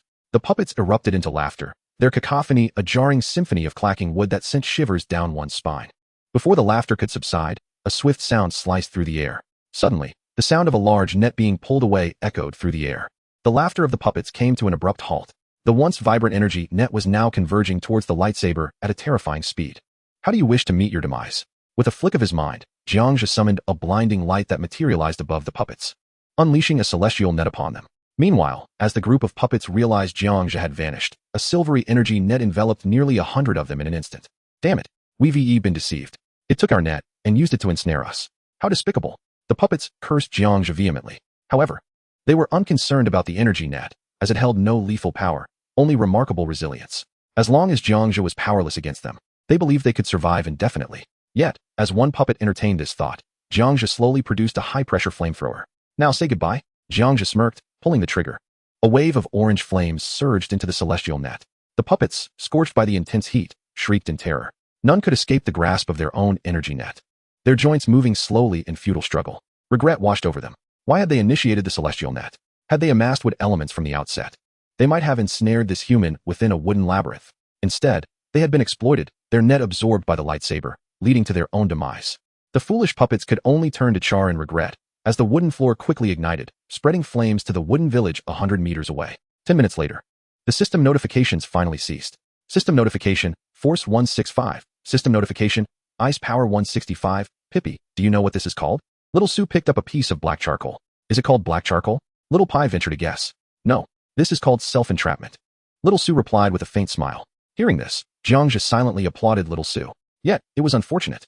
None of the resources on the puppets were salvaged. Jiang Zhe sighed, lamenting the waste of valuable materials. However, without resorting to flames, it was nearly impossible to eliminate the adversary. In the ensuing minutes, once the flames had completely extinguished, Jiang Zhe soared into the air, releasing a blizzard of ice. Under the influence of the ice power, the entire charred area was blanketed in a layer of pristine white ice, erasing all traces of the previous conflagration. Jiang Zhe employed his force to scan the surroundings and eventually discerned the outline of a platinum treasure chest beneath a bridge of black charcoal. The author has something to say. Chapter 377, Legendary Necklace, Black Flow Lightsaber, Flowing Moon Arc, Disagreement. Jiang Zhe collected the platinum treasure chest, inspected it thoroughly, confirmed it posed no danger, and proceeded to open it. A sequence of enhancements unfolded before him, revealing omega shards and crystals with notable frequency. Yet, it was the last 3 notifications that stirred a flicker of excitement within Jiang Zhe's heart. A reforge voucher. This marked the first time he had acquired such an item, prompting a surge of joy within him as he eagerly opened the details page.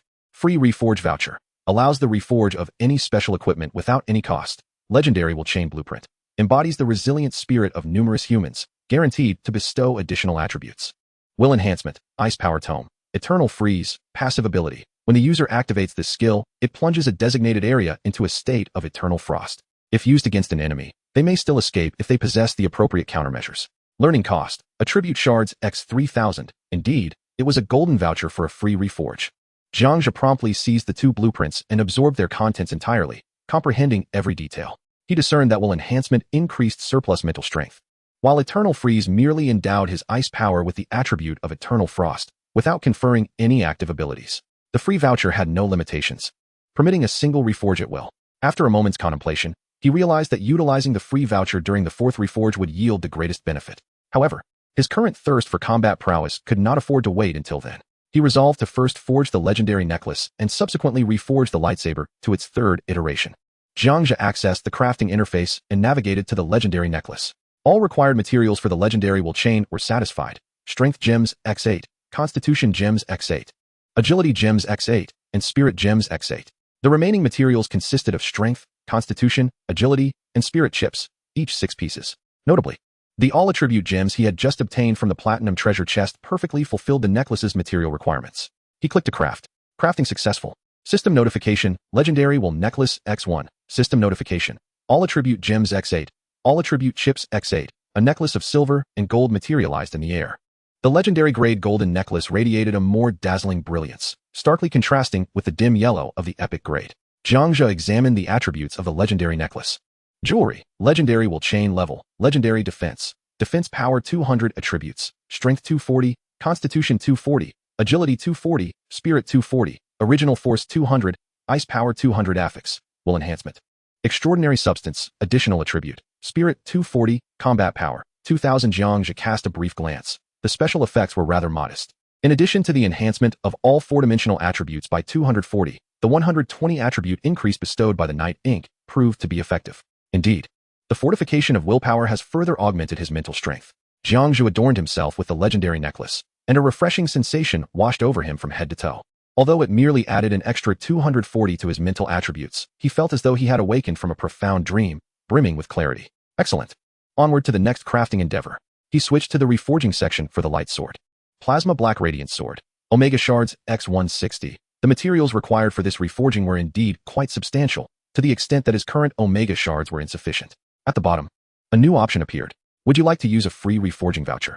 He reached out and clicked yes. A flash of white light ensued. System notification, Plasma Black Radiance Sword 1. System notification, Plasma Black Radiance Flow Sword 1. The original black and white sword column vanished, replaced by a new model of black and white light sword. True to its name, the flow sword exuded swirling black and white particles. Jiang Zhe grasped the flow sword in his right hand and gently waved it. Slow-moving black and white particles materialized in the air, as if the flow sword had been imbued with a special delay effect, exuding a particularly dazzling allure. Its attributes had significantly increased. Jiang Zhe felt a profound sense of satisfaction. Simultaneously, there was an illusion that the flow sword possessed more complexity than mere light weaponry. He promptly opened to inspect its latest attributes. Weapon, Plasma Black Radiance Flow Sword Level. Special, Attack. Attack Power 500 attributes. Strength 600, Constitution 600, Agility 600, Mentality 600. Force 500, Ice Power 600, affixes. Combat Power 5000. In addition to the original affixed attributes, after 3 rounds of reforging, 3 new affixes emerged. 1 passive, Charging. 1 active, Flowing Moon Arc, and the final passive, Extraordinary Matter. At last, Extraordinary Matter had arrived. Jiang Zhe smiled faintly. The presence of extraordinary matter signified that the flow sword would be remarkably resilient to damage. He proceeded to examine the detailed effects. Charging applies a small amount of external force to the Black Radiance flow sword to complete a charge. Flowing Moon Arc, based on the premise of charging. It can unleash a moon arc that inflicts tremendous destruction upon the target. Charge. Release. He pondered how this compared to his force rupture in terms of strength. With a thought, Jiang Zhe teleported back to the charred little village, gripping the black sword hilt. He first infused the flow sword with his force. Within 3 seconds of the force being channeled, the flow sword trembled momentarily, as if signaling to Jiang Zhe that it was fully charged. Jiang Zhe surveyed his surroundings, seeking a target to test the flowing moon arc. 300 meters to his left stood a small hill, 30 meters high, with a tapered summit. That will do. With a thought, he activated his teleportation, appearing directly in front of the hilltop, 30 meters above the ground. With a flick of his right hand, a black and white moon arc shot forth with a resounding hum. It traveled at an astonishing speed, rivaling even the firing rate of a sniper rifle wielded by a guard.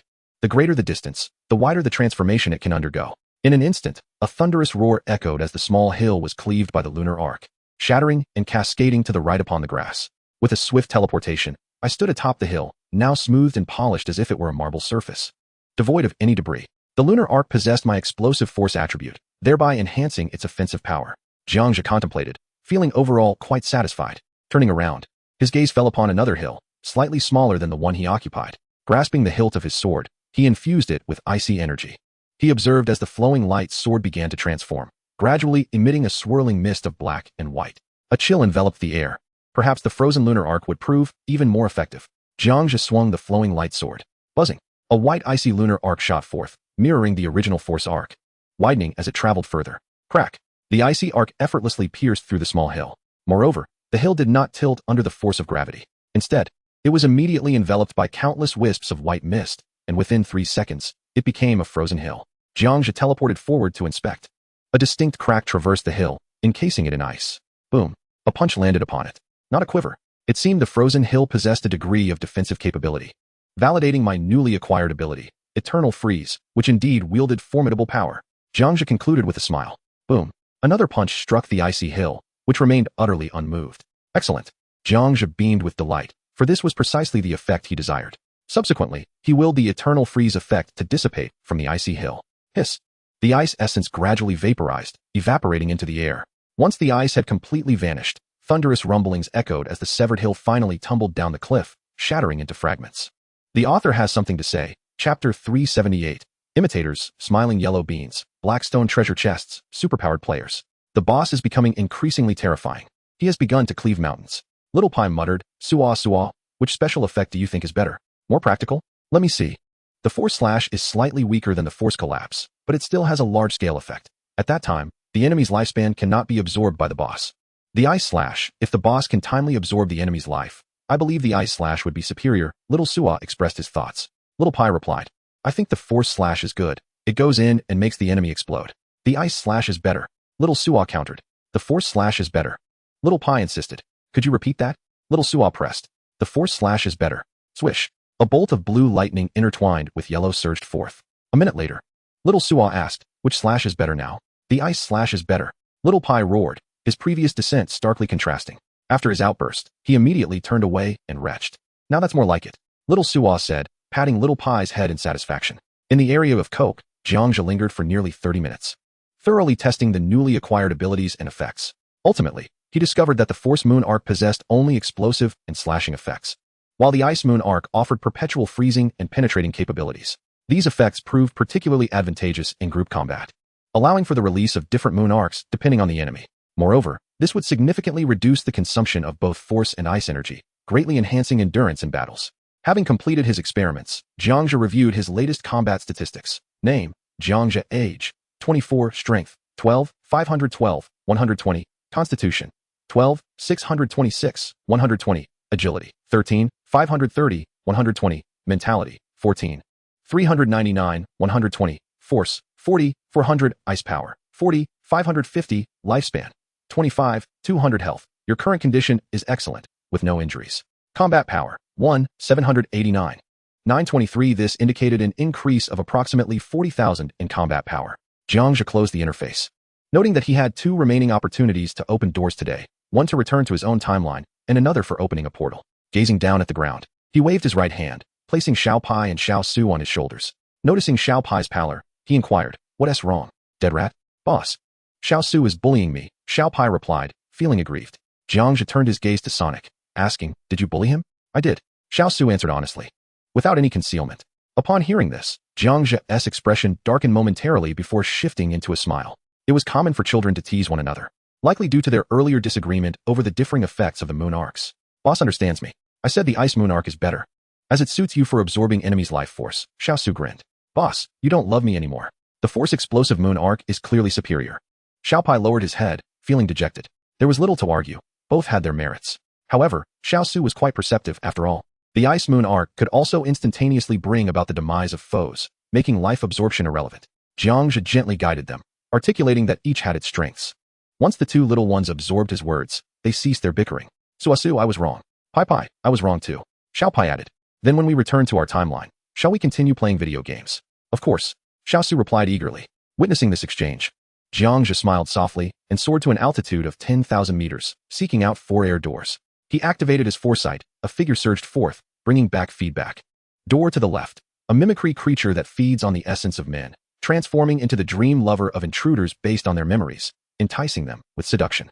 Door to the right, a silver treasure chest, accompanied by a grinning figure. Door to the rear, a realm of madness. Upon entry, players inhale a toxic gas, leading to mental collapse and eventual insanity. Door ahead, a blackstone treasure chest. Entering it will introduce one to a superpowered player from a parallel universe, who possesses various abilities and is in search of the blackstone chest. The first room, the mimic creature. As Jiang Zhe enters, he immediately observes a man releasing a peculiar gas upon another.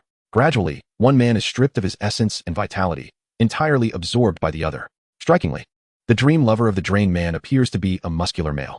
Jiang Zhe instinctively leans back, his expression one of disbelief. Despite witnessing this, he refrains from intervening. After all, they are strangers, not compatriots. "Now it's my turn. Let me see who my dream lover truly is." Jiang Zhe steps forward.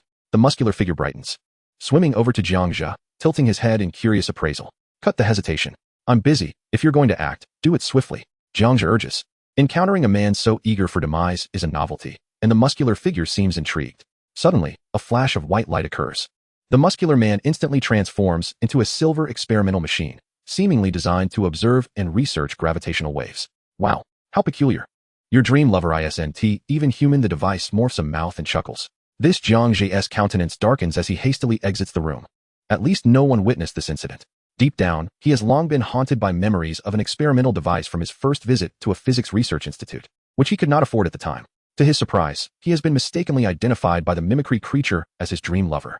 Truth be told, it is rather embarrassing. The second room, the grinning figure. This room resembles a classroom. The figure somewhat resembles an emoticon, reminiscent of a smiling yellow bean. Yet it also bears a resemblance to a certain Mr. Kill, gazing at Jiang Zhe with a broad smile.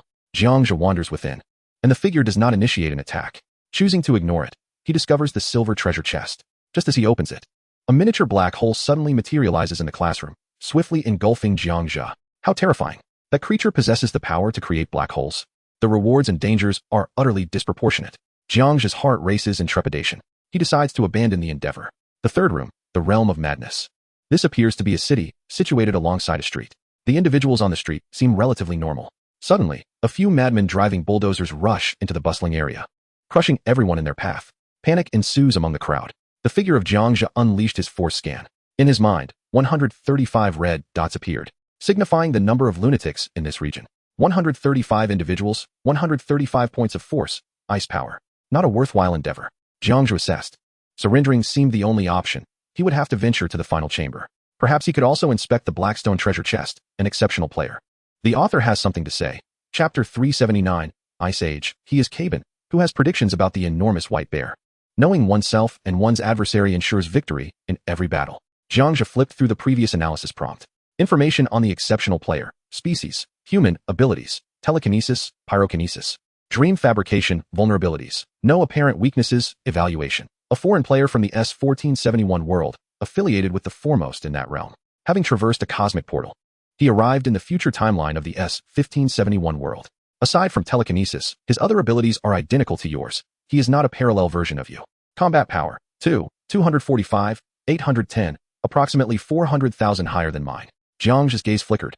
The source of his abilities remained unclear. Were they innate or derived from equipment? Nevertheless, the disparity in combat power was not insurmountable. It was worth a trial, unless the opponent was utterly oblivious. Jiang Zhe could leverage his own substantial power attributes to gain the upper hand. Should the opponent employ dream fabrication, he possessed a corresponding ability to counteract it. You two, return to your games, Jiang Zhe commanded. Little Sue and Little Pai exchanged glances, refraining from contesting Jiang Zhe. Typically, when their leader was occupied, he could manage the battles alone. The two vanished into their private cubicle to engage in their game. Jiang Zhe opened the door and stepped inside. The scene before him transformed. It was an ice age. The sky was radiant with sunlight, while the ground lay entirely encased in ice. 100 meters away, a man clad in a down jacket, flames flickering in his palms, was searching for the Blackstone treasure chest. Upon noticing Jiang Zhe's arrival, the man's eyes lit up. With a swift motion, he stirred a flurry of ice and snow, hastily approaching Jiang Zhe. He was a Caucasian, with refined features, and standing approximately 6 feet tall. His brown hair peeking from beneath a hood.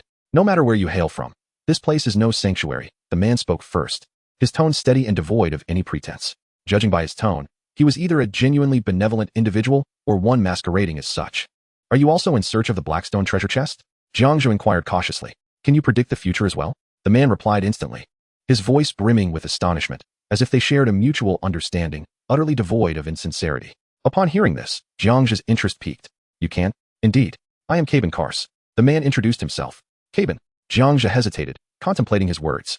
It seems you know me? Of course. He is a member of my guild, the man affirmed. You hail from a parallel world? Indeed. The two individuals continued their conversation as they walked. In the world of S-1471, Caben Kars possesses the remarkable ability to foresee the future, much like Jiang Zhe. Their interaction was devoid of any hostility. Subsequently, Caben proceeded to introduce Jiang Zhe to various aspects of the region. This land harbors not only one Blackstone treasure chest, but, as Caben has discovered in the abyssal ice cavern, at least 2 such chests. Additionally, a colossal frost beast resides within the icy depths. Utilizing the combat chips from their world, Caben assessed the beast, revealing its combat power soared to an astonishing 13 million.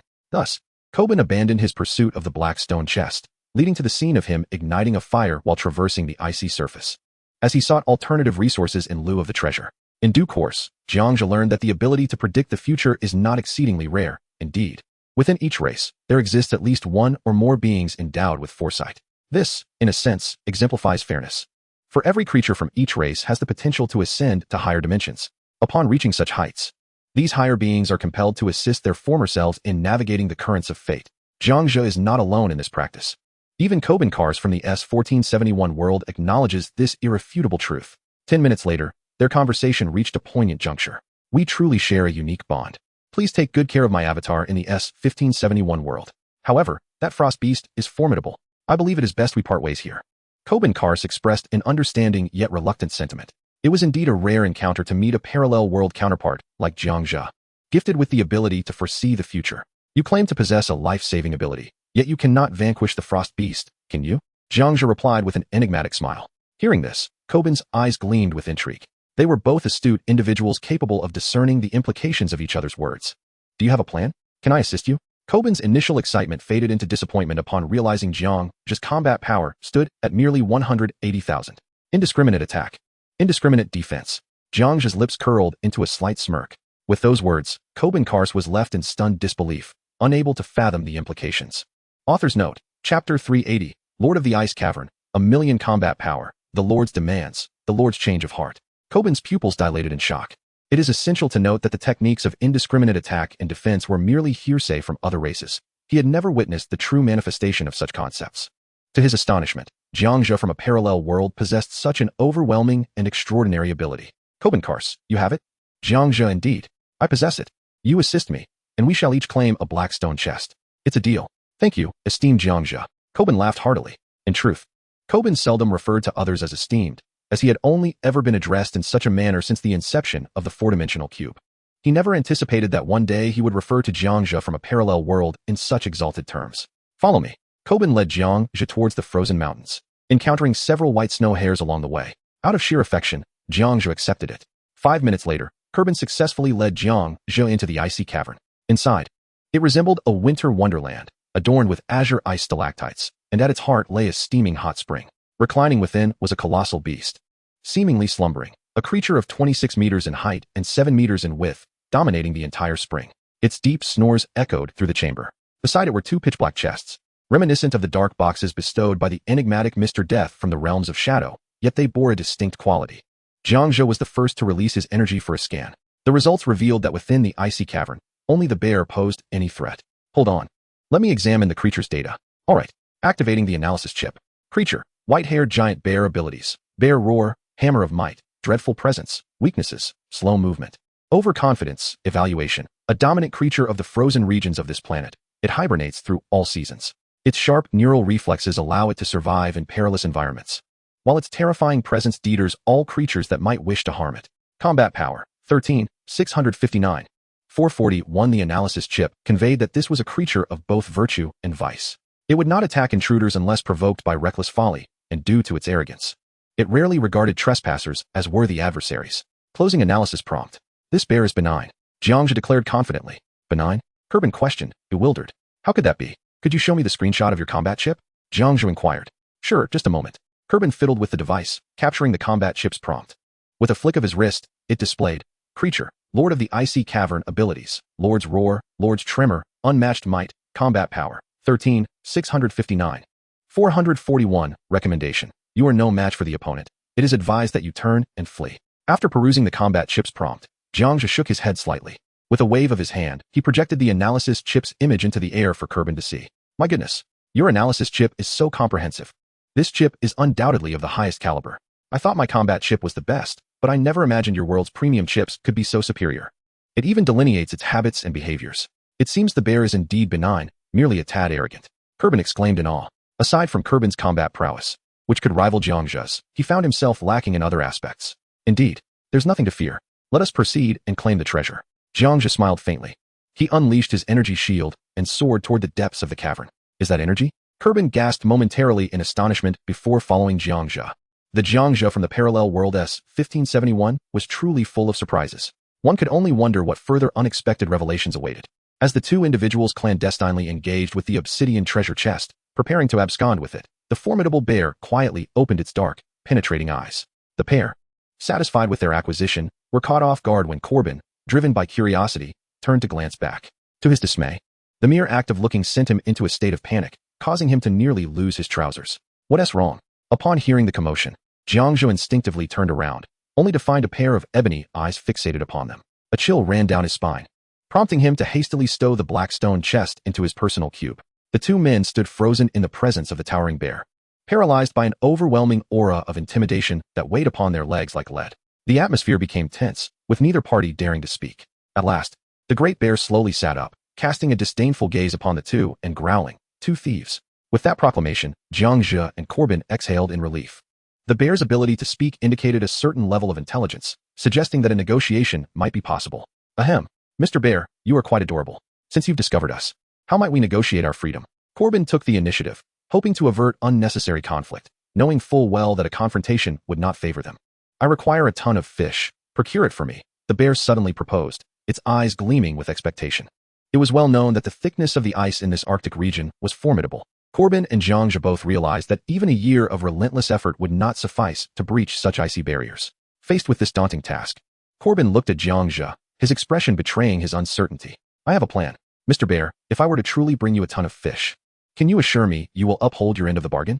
Jiang Zhe asserted, his gaze brimming with confidence. If you can produce it, I will certainly honor my promise, the bear affirmed with a nod. That's splendid. My only fear is your potential change of heart.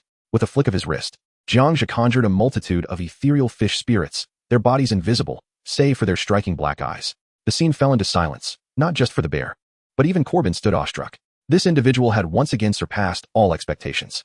Who in the world could cultivate such a multitude of fish, especially ones as extraordinary as these transparent beings? With a swift motion, the bear extended its paw, capturing all the ethereal fish spirits in a single sweep. Ignoring Jiang Zhe's protests, the bear devoured the entire assembly without hesitation. A minute later, it let out a resounding belch that echoed through the icy cavern, followed by a satisfied flutter of its eyelids. May we depart now, Mr. Bear? Corbin inquired, looking up. I have fulfilled your request for fish. It is time for you to honor your promise. Jiang Zhe's heart raced with trepidation, not from fear, but from the unsettling notion that the bear might renege on their agreement.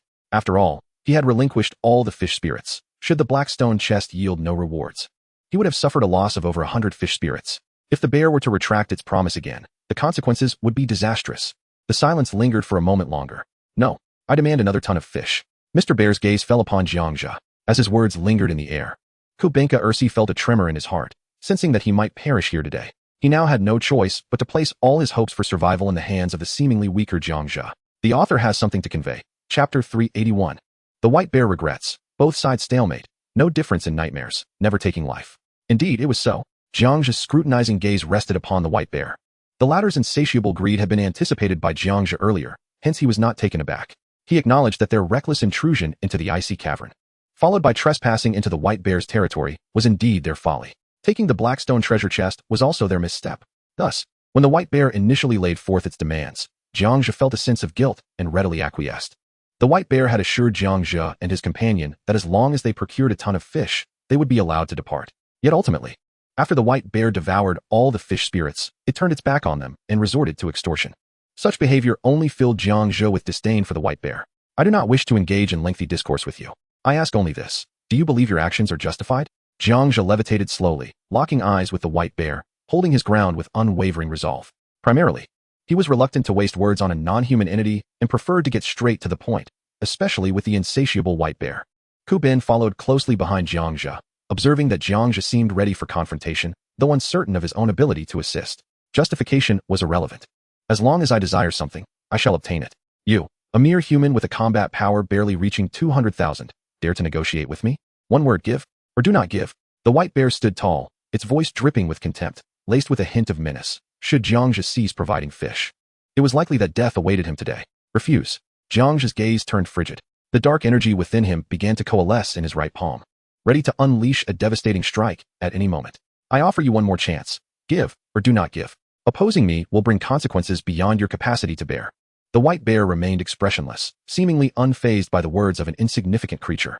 It held absolute confidence in its ability to seize the supplies from both Jiang Zhe and Ku Bin. However, this thought was swiftly suppressed by its inner conscience, reminding it that benevolence and malevolence are but a fleeting thought apart. Furthermore, the intruders were merely seeking the black stone treasure chest, and there was no need for a complete annihilation. Jiang Zhe's ability to read the white bear's thoughts caught him by surprise. Indeed, this creature was simply undisciplined, its nature not inherently malevolent. Refuse. Jiang Zhe asserted with determination. Do not compel me to resort to force. The white bear's expression gradually shifted to one of anger. Fine. Fine. I will comply. Jiang Zhe replied with a hint of resignation, feigning agreement. I merely seek sustenance. I have no desire to engage in conflict. Upon hearing this, The white bear's countenance transformed into a smile. Seizing the opportunity while the white bear remained unresponsive, a flash of brilliant white light erupted as the teleportation was initiated. When Jiang Zhe reappeared, he had already positioned himself behind the bear's head. A surge of dark energy surged into the bear's brain, producing a terrifying roar that shattered the icicles throughout the cavern. Oh my god!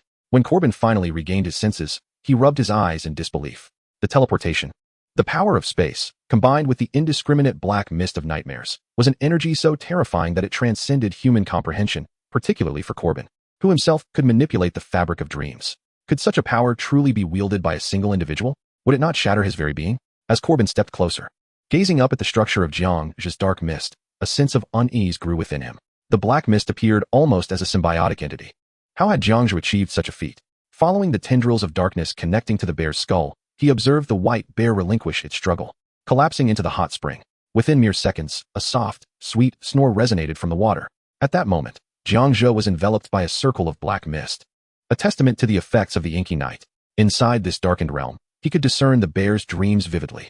Scenes unfolded of the bear battling colossal beasts upon the icy plains, fighting for snowmen to the bitter end. You are too weak. Depart. I have no desire to slay you, the bear declared, crossing its arms and driving away the bloodied snowmen. The dreamscape shifted, revealing a time from years past within the icy sea, where the bear's strength was still burgeoning. It grappled with a massive, ghostly leviathan, emerging battered yet resolute. Depart. I do not wish to kill you. I merely descended to catch fish, the bear puffed, gesturing lightly with its right hand beneath the waves. The wounded leviathan retreated, dragging its injured tail into the depths. Countless scenes of battle filled the bear's mind, revealing a creature that had seldom taken life. Jiang Zhe narrowed his eyes, recognizing that these dreams reshaped the bear's perception of the titans it faced. He continued to peruse the bear's memories, traversing a century, 2 centuries, and even 3 back in time. It was evident that the bear had always been solitary, evolving from a small cub to its present formidable size, forever wandering alone. This realization illuminated the bear's plight. It craved companionship, yearning for conversation, yet recoiled from interactions with other beings. Resorting to extreme measures, it sought to provoke conflict, believing that such disputes constituted a form of communication. In its mind, this was but a means of alleviating its loneliness. This creature needed a touch of delightful dreams. With a thought, Jiang Zhe infused the frigid dreamscape with dozens of bears of similar stature. Once completed, the white bear's demeanor shifted. It beamed with joy, clearly reveling in this novel experience. This was a dream unlike any it had ever encountered. It is still insufficient. Let us add a mother bear, ideally inscribed as a mark etched into its consciousness. Jiang Zhe experienced the joy of manipulating dreams. With a flick of his right hand, a pure white bear entered the icy lair of the white bear lord's dream. As they interacted, a bond formed between them. Accelerate the dream. A year passed. The beautiful bear gave birth to 4 cubs. A decade elapsed. The 4 cubs matured into bears. A century went by. At last, under the influence of the beautiful bear, the white bear departed from this dwelling, stepping forth into the distant ice plains. As the 6 bears gradually receded from view, the scene concluded with this imagery. Snap! A sound echoed as the bubble on the white bear lord's nose suddenly burst. The white bear awakened. Wife, eldest, second, third, fourth. The white bear lord appeared utterly startled. He immediately surveyed his surroundings. Upon realizing that only Jiang Zhe and Corbin were present, his expression shifted to one of disappointment. It was all an illusion. Before the white bear could speak, Jiang Zhe interjected. Have you found what you were seeking? Now, do you still wish to deliberately complicate matters, merely to engage in further quarrels with me? Corbin, perplexed, listened intently but sensed that Jiang Zhe had undoubtedly implanted something into the white bear lord's dream. Time passed. A minute later, the white bear rose, shook off the warmth of the spring, and walked toward the cave's exit. As he reached the threshold, he slowly turned his head and solemnly said, "Thank you." With that, he stepped out and vanished. I am merely curious, Jiang Zhe, what exactly did you do? Could you perhaps teach me? Corbin Kars withdrew his gaze and excitedly looked toward Jiang Zhe, eager to learn. You granted it a beautiful dream, helping it discover what its heart truly desired. Jiang Zhe smiled faintly. Did you not feel anger at its earlier threats? Corbin Kars continued. Typically, the strong possess dignity. Why does Jiang Zhe deviate from this path? If someone threatens you and you only feel rage, then you must reflect upon yourself. Mindless slaughter does not forge a true stronghold. Ultimately, you must strive to uncover the goodness within others. Jiang Zhe understood that some things cannot be expressed in words. Upon gaining insight into the white bear, he recognized its similarity to individuals suffering from social anxiety in reality. Suddenly confronted by others, it felt uncomfortable and acted without thought. It was precisely because Jiang Zhe possessed the ability to read minds that he refrained from killing the white bear in the dream. Indeed, you are truly formidable. This mindset is one I cannot currently attain, Corbin silently admired, filled with respect for Jiang Zhe. The two then retrieved the black stone treasure chest and emerged from the icy cavern. The ground was dotted with the footprints of the White Bear Lord, and following the trail revealed that the White Bear had genuinely departed this secure place in search of what it hoped to find. By the way, Corbin, have you ever disrupted the timeline? What are the consequences of such an act? Jiang Zhe pondered, turning to inquire. Do you wish to know? Corbin Karst replied with a bittersweet smile. The author remarks, Chapter 382, Consequences of Time, Compensation of Time, Deprivation of Time, Crossroads Ahead. Upon hearing Corbin's definitive answer, coupled with his pained expression, Jiang Zhe's curiosity was piqued. He was eager to discover how Corbin's disrupted timeline differed from his own prior experiences. What could possibly elicit such a reaction from him? Do share, Jiang Zhe encouraged, stepping out of the icy cave and moving toward the distant four doors. As they treaded through the snow, Corbin began recounting his experience of tampering with time. My first journey through time led me to encounter the temporal veil, transporting me back 30 years. As soon as he finished speaking, Corbin suddenly turned to ask, can you guess where I ended up? I presume it was the cube from 30 years ago? Jiang Zhe replied. Incorrect. Corbin shook his head with a smile. It was Earth from 30 years ago, my Earth. Jiang Zhe furrowed his brow upon hearing this. Corbin's experience seemed markedly different from his own. Please, go on, he urged. 30 years ago in California. My father had just met my mother. I wished to revisit our old house and inadvertently met my mother. By a twist of fate, she ended up dismissing my father and developed a fondness for me. Corbin elaborated, detailing his tale for nearly 10 minutes until he had conveyed the entirety of his experience. In essence, Corbin Karst stumbled upon the temporal veil due to an unforeseen incident. It was during this first journey that he successfully traveled back 30 years, unwittingly encountering his unmarried mother, which ultimately led to his mother parting ways with his father. Initially, all seemed well, as Corbin regarded his mother as merely a friend, not paying much mind to the situation.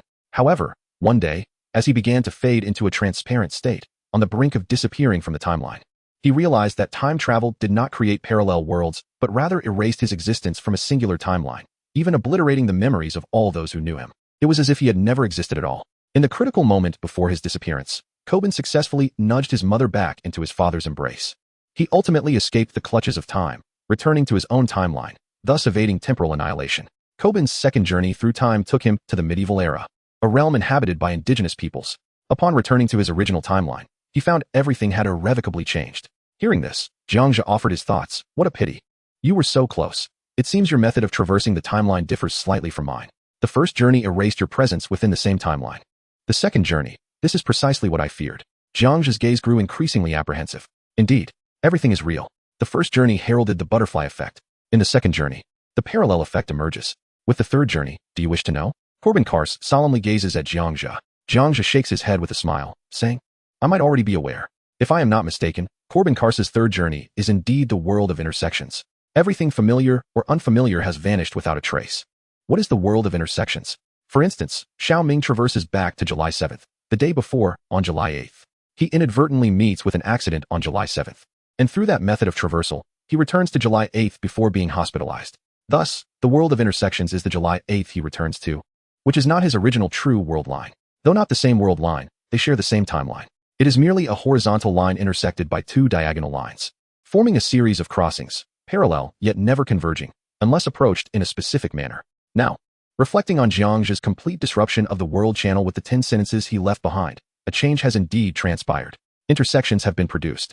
Ideally, when Jiang Zhe returns to his own timeline, everything remains unscathed until today, at this very moment, when the timeline begins to shift gradually. In a nightmarish scenario, upon returning to his own timeline, everything will have transformed. To put it succinctly, whether impacting the past or the future, any moment that brings about significant consequences will yield an evident outcome. The primary world line has already bifurcated into another timeline. The emergence of this alternate timeline is due to Jiang Zhe altering a substantial portion of the original historical trajectory when he left those 10 sentences in the world channel, leading to a complete metamorphosis. Simultaneously, it does not imply that the newly split timeline lacks historical elements akin to the primary timeline. This assertion is erroneous. The truth is that within the newly bifurcated timeline, an array of unknown histories will exist. The new split timeline will not merely replicate the history of the main timeline intact. For example, in the primary world, Xiao Ming traverses a year forward and commits murder, subsequently being apprehended by the police. When Xiao Ming escapes from the police station and returns to his original timeline, 1 year prior, he finds himself unscathed, with his surroundings and circumstances unchanged.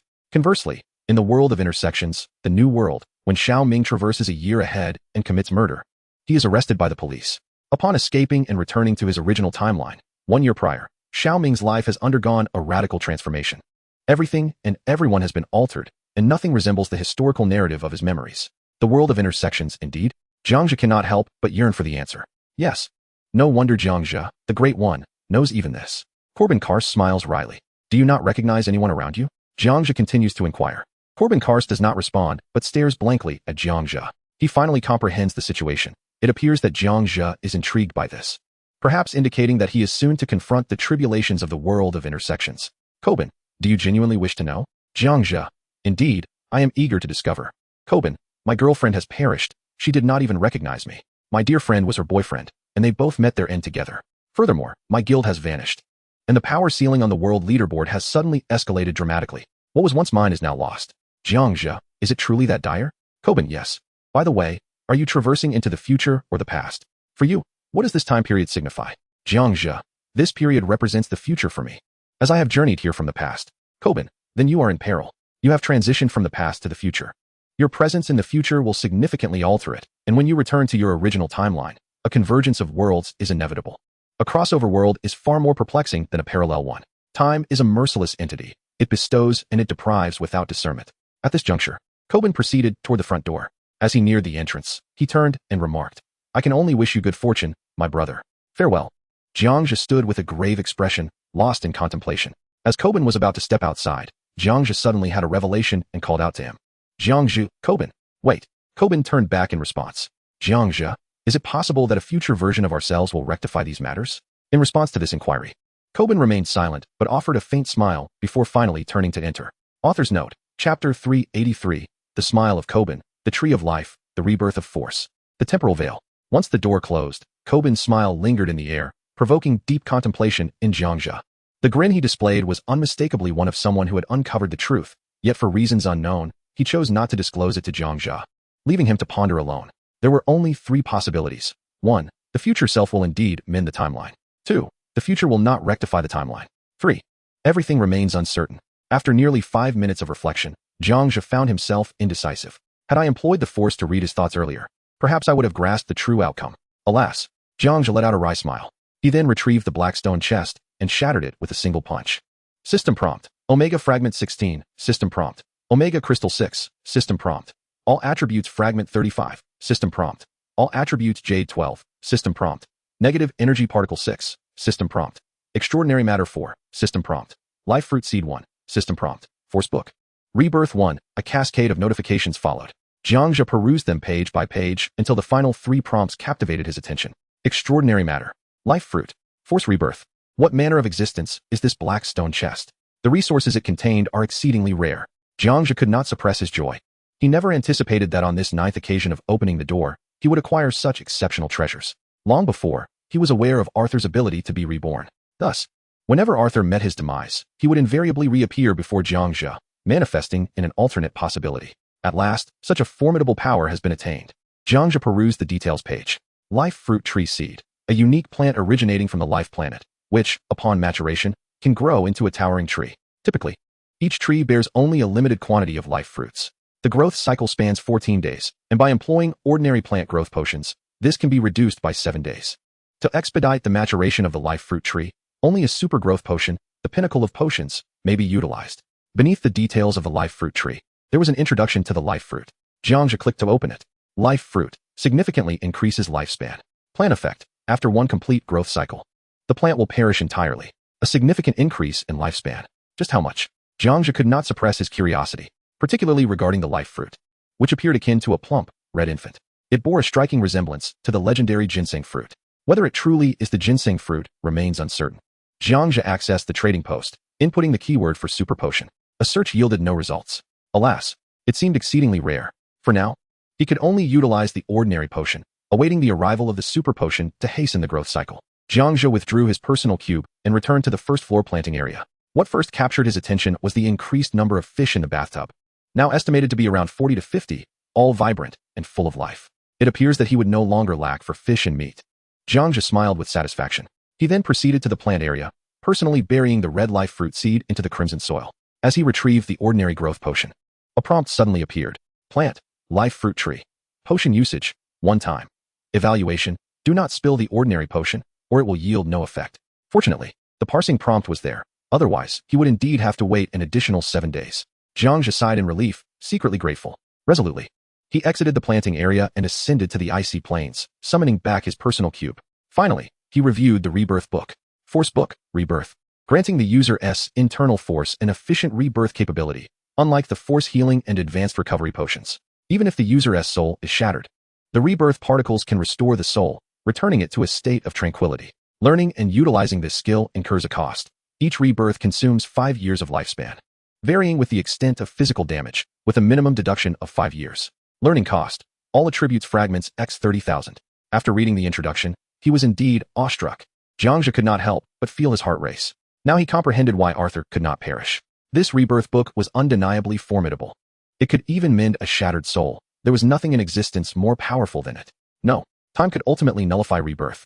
As for whether the nearly 100 million combat power Arthur Allen was truly dead, Jiang Zhe had already made his determination. The other party was indeed killed by the future Jiang Zhe using time manipulation. However, they continue to exist in other intersecting world lines, harboring memories of resentment towards Jiang Zhe in all these parallel realms. Learning. Jiang Zhe seized the force book, eager to study. System prompt. Insufficient attribute fragments, alas. It seems learning is not feasible at this moment. Jiang Zhe's lips twitched in frustration. He accessed the manufacturing interface to assess his life energy and the quantity of life souls. A simple calculation revealed he could only synthesize 5,000 universal attribute fragments. So be it. He decided to synthesize all the universal fragments available. System prompt. Strength fragments 5,000. System prompt. Constitution fragments 5,000. System prompt. Agility fragments 5,000. System prompt. Mental fragments 5,000. Yet, he still lacked 25,000. He pondered whether the resources at hand could be exchanged for the required fragments. Jiang Zhe sighed. He could comprehend the formidable skills, understanding that acquiring them instantly was unrealistic. At present, what he desperately needed were 25,000 of each universal attribute fragment. Quite materialistic. The blueprint for the superplant growth potion. The mere thought of it made Jiang Zhe lament. There were wonderful items, yet he was unable to learn them. It was disheartening. Before departing, he opened the trading hall in an attempt to purchase fragments. System prompt. Unable to purchase valuable resources, time to leave. Jiang Zhe retrieved the positioning device, entered the coordinates of the time light room, and activated it. Instantly, the surroundings transformed.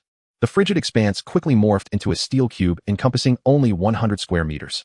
Xiao Suo and Xiao Pai suddenly appeared. Within 10 seconds, the cube reached its destination. Jiang Zhe speculated about the door ahead, confirming it was indeed the time light room, which put him at ease. He stepped forward to open the door. Arriving at the House of Time, he input the time coordinates into the positioning device and then patiently awaited the manifestation of his timeline. Jiang Zhe, Xiao Suo, and Xiao Pai settled comfortably on the ground, treating the time light as if it were a television. The unfolding time scene was indeed captivating. As time passed, 10 minutes elapsed without the appearance of the current world's imagery. Just then, a scene suddenly materialized. It instantly made Jiang Zhe feel uneasy. The author has something to say. Chapter 384, Returning to the World, Intersecting Worlds, Dramatic Changes in the World. The image depicted the fierce battle between Jiang Zhe and Arthur Allen. In a critical moment, Arthur Allen consumed a vial of potion, then the scene flickered, ultimately transforming into the future timeline of others. How could this be? Jiang Zhe was astonished, feeling incredulous. He had always believed that the scene of Arthur Allen drinking the potion was from the moment the future Jiang Zhe defeated him.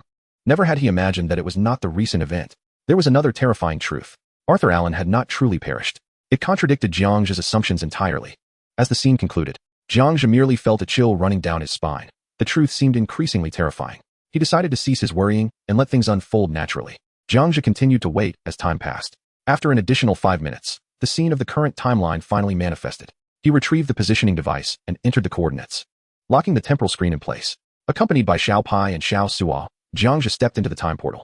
A transformation unfolded before his eyes as he immediately checked the current world and timeline. World line, S1571. Timeline, March 29, 2021, 1837. He had returned. Closing the interface, he realized that to ascertain whether the world had descended into chaos, he merely needed to consult the world rankings.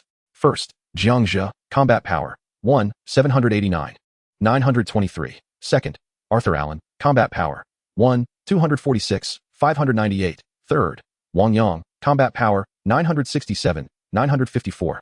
Fourth, Bruce William, combat power, 912, 487. Fifth, Zhong Cheng Long Tai, combat power, 954, 125. Sixth, Ethan Cage, combat power, 837, 954. Seventh, Su Cheng, combat power, 804, 987. 8th.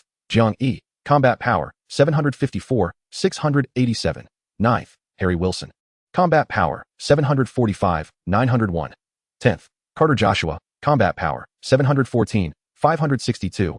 A swift glance revealed a significant anomaly. The first and second ranks posed no issues, but from the third onward, there was a monumental upheaval. Particularly alarming was the combat power, which bore no resemblance to previous figures. Moreover, the rankings included numerous players he had never encountered before. Jiang Zhe was certain that the coordinates provided by the positioning device were unequivocally accurate.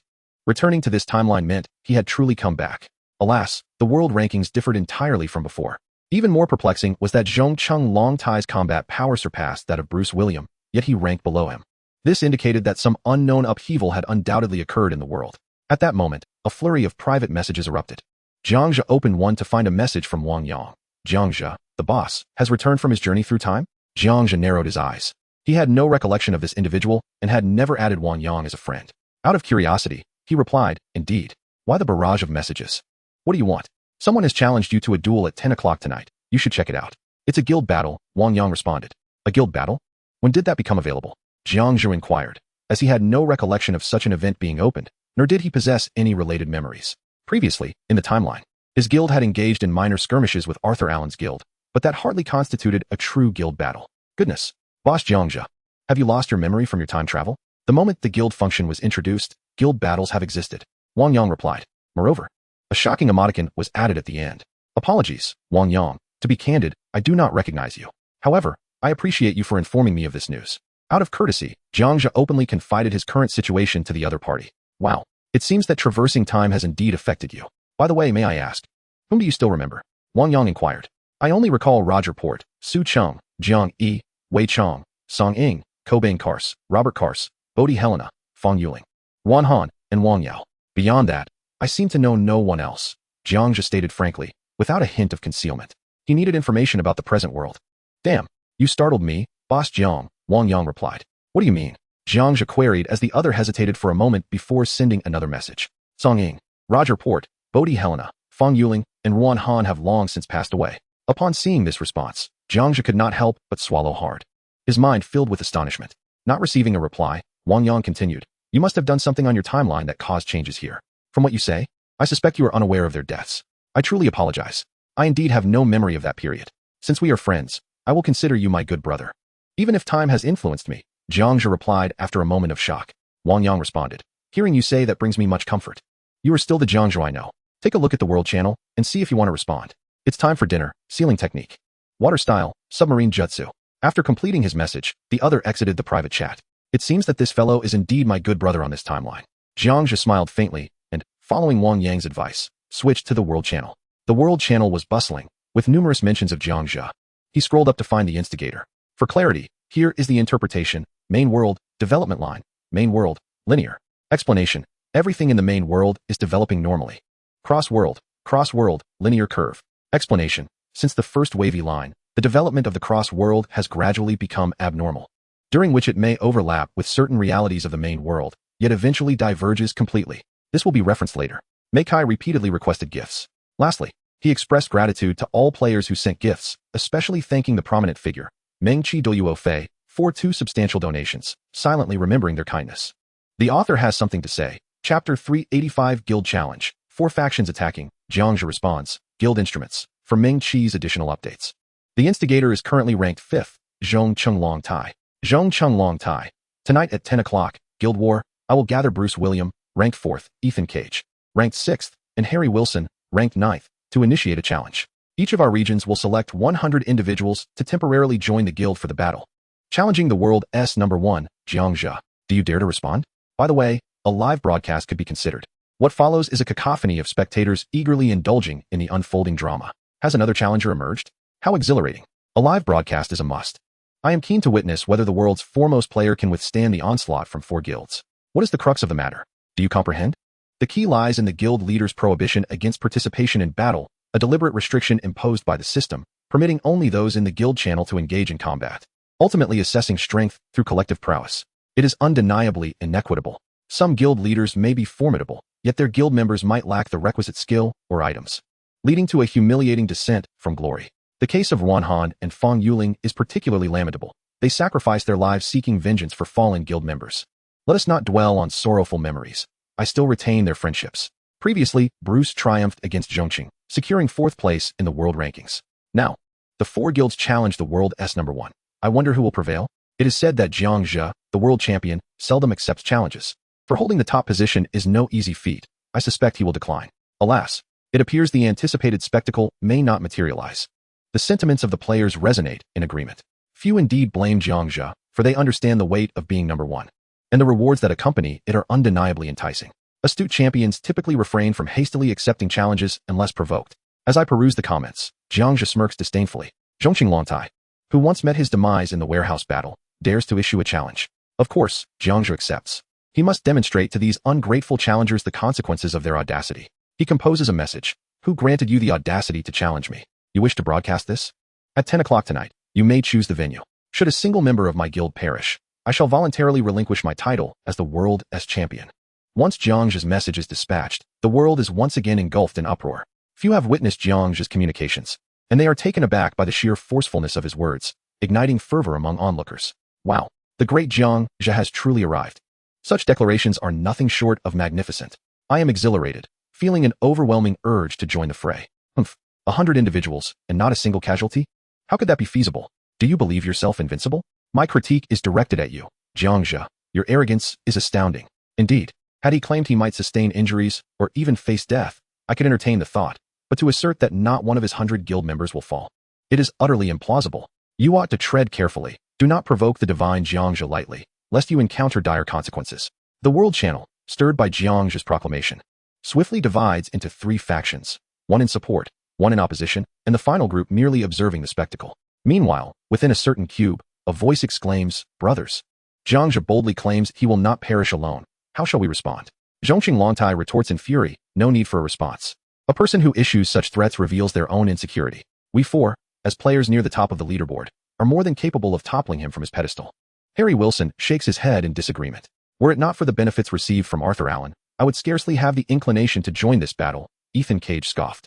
Brother, do you recall what Jiang Zhe once said to the world? Bruce William inquired, rising to pat Ethan on the shoulder. What did he say? Ethan Cage asked. Bruce William replied, to enhance one's strength, all means are permissible. Not only permissible, but they must also be executed with flair. We are presently adhering to his words. And since it benefits us all, do not feel guilty. You are indeed correct. Ethan Cage fell into contemplation. If Jiang Zhe were to hear these words, he would surely wear a perplexed expression. Although he had uttered something akin to that sentiment, it was far from this version. After a brief moment of reflection, the 4 individuals present finalized the time and location. At 10 o'clock tonight, coordinates X, 1541, Y, 1541, Z, 1541, let us not miss this appointment. Tonight, I shall undoubtedly bring you down from your pedestal, and I intend to broadcast it live, sent Mid-City Ryohei. As soon as his message was dispatched, Jiang Zhe's response followed promptly. I advise you against the live broadcast. It would not bode well for you. Mid-City Ryohei retorted at this point. You still dare to utter such arrogant words? See you at 10. I will bring you down from your pedestal. Wang Yang interjected. Bring down from a pedestal? You? You dare to compare yourself with my brother Jiang? Jiang Yi added. The one above is a fool. Robert Carls chimed in. The one above is a fool. Su Chung remarked. Mid-City Ryohei is a fool. Kevin Carls echoed. Mid-City Ryohei is a fool. Wang Yao said.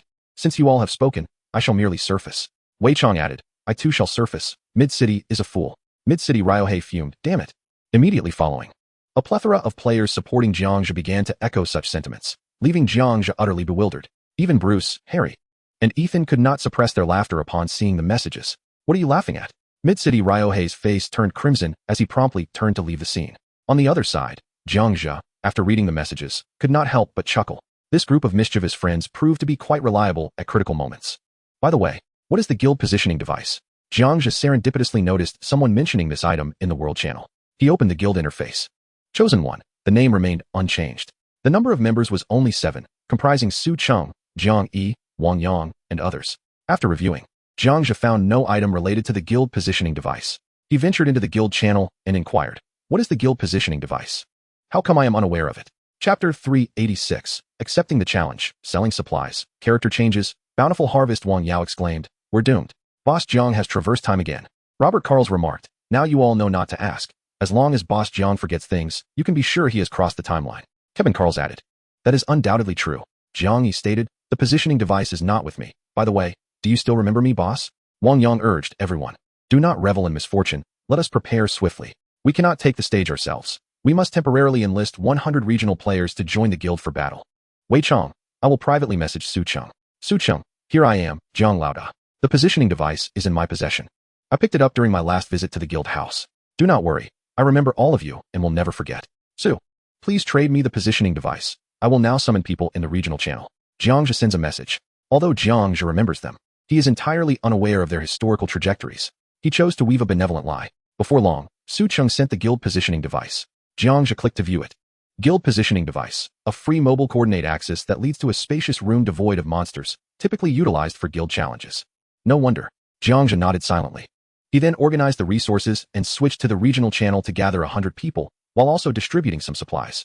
Upon entering the regional channel, he perused the messages left by others. Jiang Zhe has agreed to a 1-on-4 engagement with Zhongqing tonight at 10. Does it not feel like a trap?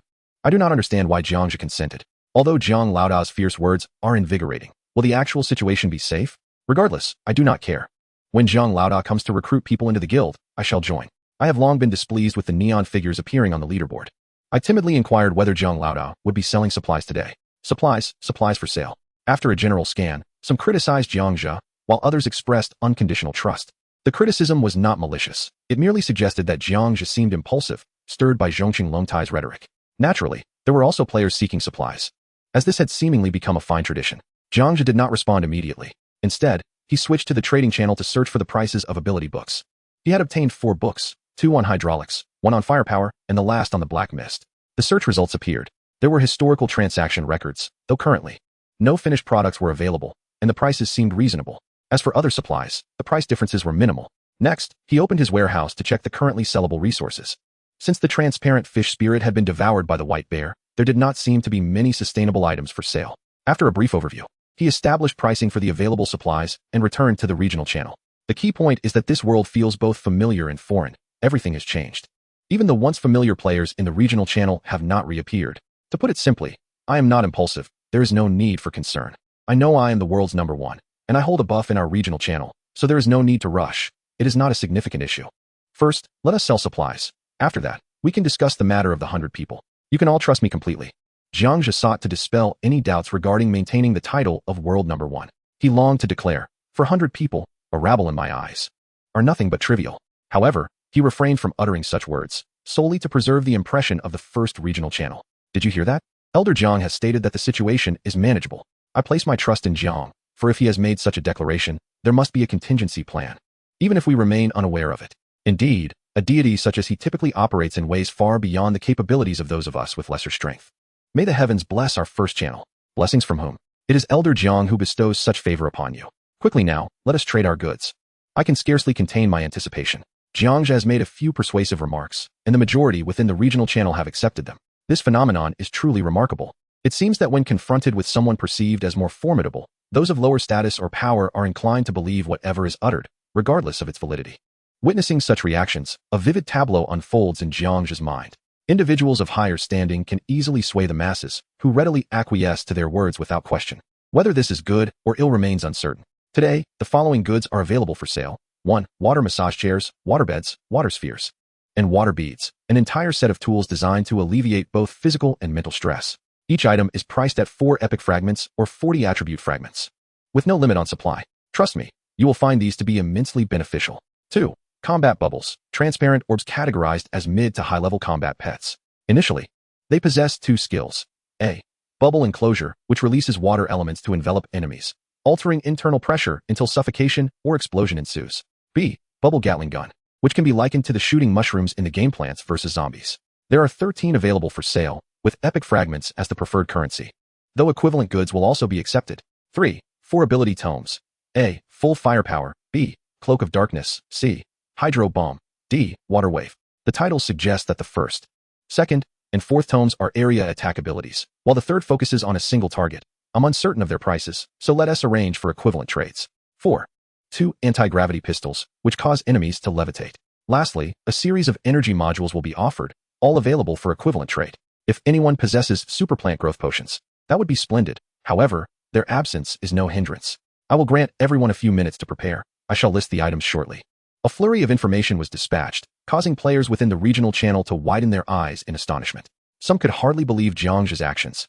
It is essential to note that his previous offerings were quite limited, until today. Suddenly, he presents an abundance of exquisite goods. What secrets lie behind this remarkable transformation? Many players mistakenly surmise that Jiang Zhe has undergone a change of identity. What has transpired to facilitate such a dramatic shift? Players are left bewildered. The author has something to convey. Chapter 387. Gathering personnel, assembling forces, Jiang Zhe's true nature, battle awaits.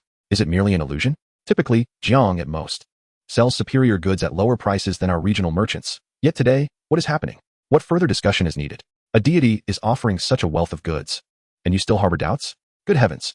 This is overwhelmingly abundant. The deity has finally shown generosity. He is willing to part with energy modules. My curiosity regarding Jiang's abilities has reached new heights. The tomes are indeed impressive. I am precisely the embodiment of fiery power. Fully ignited and ready for action. The dark mist has been summoned. Bubbles must be acquired. The esteemed participant has arrived. Desiring nothing but a water massage chair. What a thrill it promises to be. Yet, I still find the anti-gravity pistol more appealing. After all, no one else in the world possesses such a remarkable weapon, save for Jiang Zhe. However, I must admit, my preference leans towards a swift and decisive takedown. I eagerly await its availability. Players in the regional channel were astounded. For the first time in history, Jiang Zhe exhibited such generosity by revealing his hidden treasures. Typically, he would never act in such a manner. These chat records reveal Jiang Zhe's confusion. Just how frugal was my past self? How could I have been so miserly yet still command the respect of the regional channel players? Jiang Zhe couldn't help but feel disdain for his former self. Nevertheless, the advantage lies in the newfound wealth of the regional players from this cross-dimensional world, all thanks to Jiang Zhe. In response to the crowd's urging, Jiang Zhe swiftly crafted all the materials. Subsequently, everything was listed for sale. It was all available. In the first Area S trading post, Jiang Zhe sent out a message. As soon as the message was dispatched, the regional channel fell silent. Upon listing, a frenzy ensued among the players, with items selling out faster than ever before. In a mere 4 seconds, everything was gone. The sound of sales notifications echoed in his ears. The energy modules were snatched up instantly due to their rarity, followed by ability books, battle bubbles, and finally, the anti-gravity pistols and leisure items. Ultimately, he amassed Strength Shards X12350, Constitution Shards X15148, Agility Shards X18974, and Constitution Shards X8600, along with a varied quantity of Epic Shards totaling 370460. I couldn't snag any. How disheartening. Great one. Could you perhaps list a few more? I particularly yearn for those energy modules. To be honest, the capabilities of the energy modules are vast, offering attack, defense, hypnosis, and destruction. I long to possess one. A group of players continued to express their desire to purchase. Jiang Zhe pondered for a moment. The energy modules are indeed rare for players who have never acquired personal abilities. Moreover, it seems that these players from the cross-dimensional world have never witnessed Jiang Zhe sell energy modules before. With the player's best interests at heart, Jiang Zhe entered the trading post once more to procure a vast quantity of unfinished energy modules, which were quite affordable at 10 shards each. He ultimately crafted 1,000 energy modules anew. Each module possessed minor abilities, but should he infuse them with greater power, it might overwhelm him. The ensuing chaos may prove to be of great utility. He listed the modules again and reaped attribute shards X72,000. Once more, they were swept away in an instant. Jiang Zhe was astonished at how many attribute shards these individuals possessed. How splendid. I obtained an ice power module. I received a hypnosis module. Thank you, Jiang God. I will cherish you for a lifetime. After acquiring the materials, gratitude poured in from all sides. The Force rebirth can finally be learned. The immediate priority is not to learn the rebirth of the Force, but rather to gather 100 combatants. The guild war is imminent. Jiang Zhe meticulously collects all resources and dispatches messages. Soon, 100 individuals will temporarily join the guild for the upcoming battle. Recruitment. 1. Those acquainted with the following individuals will be given priority for guild entry: Su Cheng, Jiang Yi, Wei Chong, Cook Bankers, Robert Kayers, and Wang Yao. 2. Players must be free from theft or any sycophantic tendencies. 3. Foreign players may also join the guild temporarily, but they must offer one valuable item to someone they know. This is not a matter of distrust, but rather a requirement I uphold. 4. All who join my guild today will receive a 50% discount on any future resources I sell. 5. I assure you, none of you will perish today. Simply make your presence known, report in, and let them understand who the true leader is. In this world, the leader is I, Jiang Zhe, and I shall not permit any petty miscreants to act with impunity. A flurry of messages was sent out. The regional players erupted with excitement. It was an honor to serve under the world's leader, and their spirits soared with exhilaration, especially at that last audacious declaration. Increasingly, players found it hard to believe that this was the usually aloof Jiang Zhe. How had he become so fervent and carefree? Fortunately, his current demeanor was much more appealing to the crowd. Wang Yang, those who know me are eagerly signing up. Wang Yao, my brother is right. Today is about showcasing our might and letting them know who the true world leader is. Ku bankers, the use of it is well placed. Su Chong, hurry up and register. You 1T regret it. Wei Chong, brothers, let us all sign up. All members of Jiang Zhe's guild emerged, transforming the regional channel into a fervent spectacle. A rare occasion, with several esteemed figures gracing the world rankings at the same time. Many players, upon hearing Jiang Zhe's words and witnessing the assembly of greats, felt their blood surge with excitement. Let us go, brothers, I'll take the lead, declared one. Such trifling miscreants, count me in. I'm not doing it for the discount. I genuinely want to see this. No more words were wasted. They registered. For they had unwavering faith in Jiang Zhe. A throng surged into Jiang Zhe's guild, and his ears were filled with the incessant sound of membership applications. He opened them one by one to review. The numbers were staggering and still climbing, rising from 1,000 to 2,000, with no sign of a slowdown. Almost all noted who they were acquainted with or whom they had dealt with. Many indicated they were fighting solely for the honor of the first region. To fight for honor? That is acceptable. Jiang Zhe smiled faintly and allowed those fighting for honor to enter one by one. 1 minute later, the selection of 100 individuals was complete, 80% domestic players and 20% foreign players. Their battle capabilities varied widely, from a minimum of 150,000 to a maximum of 740,000. This truly surprised Jiang Zhe. In this intersecting world, all players had developed remarkably well. As for the reasons, he could not discern them at the moment. The newly joined members of the guild were first received by the guild elders, who then requested to enter the guild hall. Without a moment's hesitation, Jiang Zhe consented to all their requests. Upon entering the guild hall, a wave of astonishment erupted. Wow, it is truly magnificent. Indeed, this is the world's #1 guild. The area must be at least 1,000 square meters. It's even larger than my home. I absolutely adore it. However, the thought of being dismissed after the battle made him a bit melancholic. Alas, let me touch the genuine leather sofas and feel the walls, just to commemorate this moment. Commemorate? Nonsense. I'll record a video and watch it every night. After all, I have been a member of the world's foremost guild. Laughter and exclamations of wonder filled the air. When Jiang Zhe finally entered the guild hall, the awe of the crowd was rekindled. The reality of the world's #1 guild was truly captivating. The author has something to say. Chapter 388, Pre-Battle Preparations, Live Broadcast, Adam's Notarization. Jiang Zhe stepped into the guild hall, instantly surrounded by throngs of adoring players. Here he comes. The Great One finally reveals his true self. He is 100 times more handsome than I imagined. I feel as though this straight man is falling in love. Jiang God, I want to bear your children. Jiang God, I want to bear 100 of them. The enthusiastic cries of young boys and the admiration of young girls filled the air. Even several men joined in the frenzy, declaring their desire to bear Jiang Zhe's children. The most astonishing aspect? The youngest among them was 18, while the oldest was 52. Jiang Zhe's expression darkened at this. Such overwhelming charm could indeed be a double-edged sword. Everyone, please quiet down. Jiang Zhe returned to his main seat and tapped the table. The crowd fell silent, attentive as if they were obedient students awaiting his words. Su Cheng and others sat closely beside Jiang Zhe, scrutinizing the assembled members like interviewers. With a flick of his wrist, he produced 300 energy modules. Grasping one, Jiang Zhe began his introduction. Before we proceed, I would like to extend a warm welcome to all new members joining the guild. If you perform well in the future, you may remain in the guild channel. However, should anyone leak guild secrets, I will contact your guarantor and send you to meet the King of Hell or the Grim Reaper without delay. Do you all understand? Jiang Zhe commanded in a grave tone. Everyone nodded in unison, none daring to retort. In truth, even without his warning, they would not divulge any guild secrets, as they had no inkling of what those secrets entailed. This is your lifeline. Inside, there are 100 force collapse modules. Each can unleash a devastating power of 315. Not much need be said about the power. It can annihilate anyone with battle strength below 700,000 in an instant. Jiang Zhe picked up another type of module, displaying another 100. This is the force shield module. With the force shield module, you will be protected from the effects of the force collapse. Finally, Jiang Zhe revealed the last type of module. Here are 100 ice sealing modules, which come with an additional passive ability, Eternal Freeze. Once frozen, as long as the ice remains, the target shall never escape. If all goes as planned, once the opponent is ensnared by your icy grasp, you may enact any deed upon them. However, within 5 seconds, they shall meet their demise. I urge you to be more ruthless against the enemy. Freezing or shattering is your preferred course of action. Remember, when employing shattering, you must first activate the force shield. Should there be any remnants in the end, consider them a gift from me for your survival. For each force shield you possess, coupled with a force shatter, you shall effectively have 3 lives. The allocation of modules is at your discretion, with each individual required to have at least 3. Upon victory, we shall meet again. As these words echoed, Jiang Zhe transformed into a beam of white light, vanishing from the guild hall, leaving behind 106 guild members who exchanged glances. Pondering the essence of Jiang Zhe's proclamation, they retained but 5 key phrases: instant kill, survival, ruthlessness, gift, and good performance. What did I just hear? The Great One suggested that if we perform well, we may remain. Did you catch that? Haha, we must indeed excel.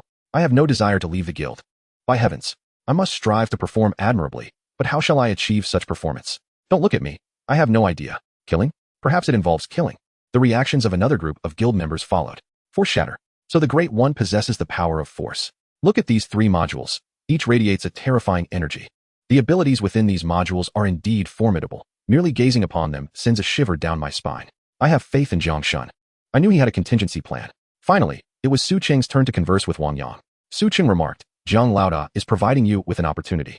These modules, which we have not received, indicate that he truly holds high hopes for you. Wang Yang replied, do your utmost. Young ones, survive. Following a great leader is indeed rewarding. With the elders' words resonating, they resolved to remain undying and eliminate all adversaries. How touching. I never expected Jiang Zhe to have such high expectations of us. I must strive to kill. This sentiment was misaligned. It was about striving to perform well. Ahem. No need to dwell on that too much. In the ensuing hours, the assembly could not bear to leave the guild hall, engaging in animated discussions about the guild, the modules, and even the sudden shift in Jiang Zhe's character. Some speculated that Jiang Zhe acted purposefully, others wondered what he had experienced. And yet others suggested he might have faced death once, leading to such a profound transformation. Ultimately, a myriad of theories circulated, yet no one arrived at a definitive answer. As time passed, and the clock approached 9:50, Zhongcheng Longtai became the first to send out a challenge message to the world. Zhongcheng Longtai, as we near 10 o'clock, our team has arrived at the designated room. Should you choose to forfeit or opt not to engage, your position as the world's #1 shall be at stake. There exists a rule in this realm. Anyone who accepts a challenge, be it verbally or through a system agreement, shall be bound by it. Thus, no one believed Jiang Zhe would shy away from battle, especially as it pertained to the honor of being #1 in the world. Alongside the associated rewards of luck and resources, what followed was a flurry of messages. Today, Jiang Zhe's position as the world #1 is at risk. As I have stated, have you participated upstairs? Yes, I have already arrived in the room. After all, I possess nearly 800,000 combat power. I too have joined.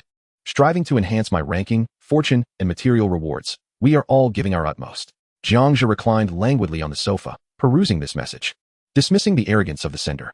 Arrogance does not equate to actual victory. He entered the guild channel, where everyone awaited his command. A brief reminder. Be sure to utilize the modules as per my earlier directives, so that no one suffers casualties. Brothers, eliminate them all and activate the recording function. Afterwards, each shall receive an epic piece of equipment. Of course, you will provide the epic fragments. I do not have many spare ones. Once the message was dispatched, it immediately elicited hearty laughter from the newly joined guild members. Haha, did I come for the epics? I came to secure the world #1 title. Forget about the epics. Even if you do not provide them, I shall still pursue them. Wang Yang, brothers, let us set forth. I wish you safe passage. Su Cheng, blessings. A series of well wishes followed from the elders. In the guild hall, a domestic player took the lead, producing the guild positioning device, entering the coordinates, and pressing the button. Whoosh. A flash of white light enveloped them, and all consciousness was drawn into another cube. It resembled a vast plaza, boundless and devoid of structures. The crowd had long since gathered here. In the center stood an impartial judge, none other than Adam.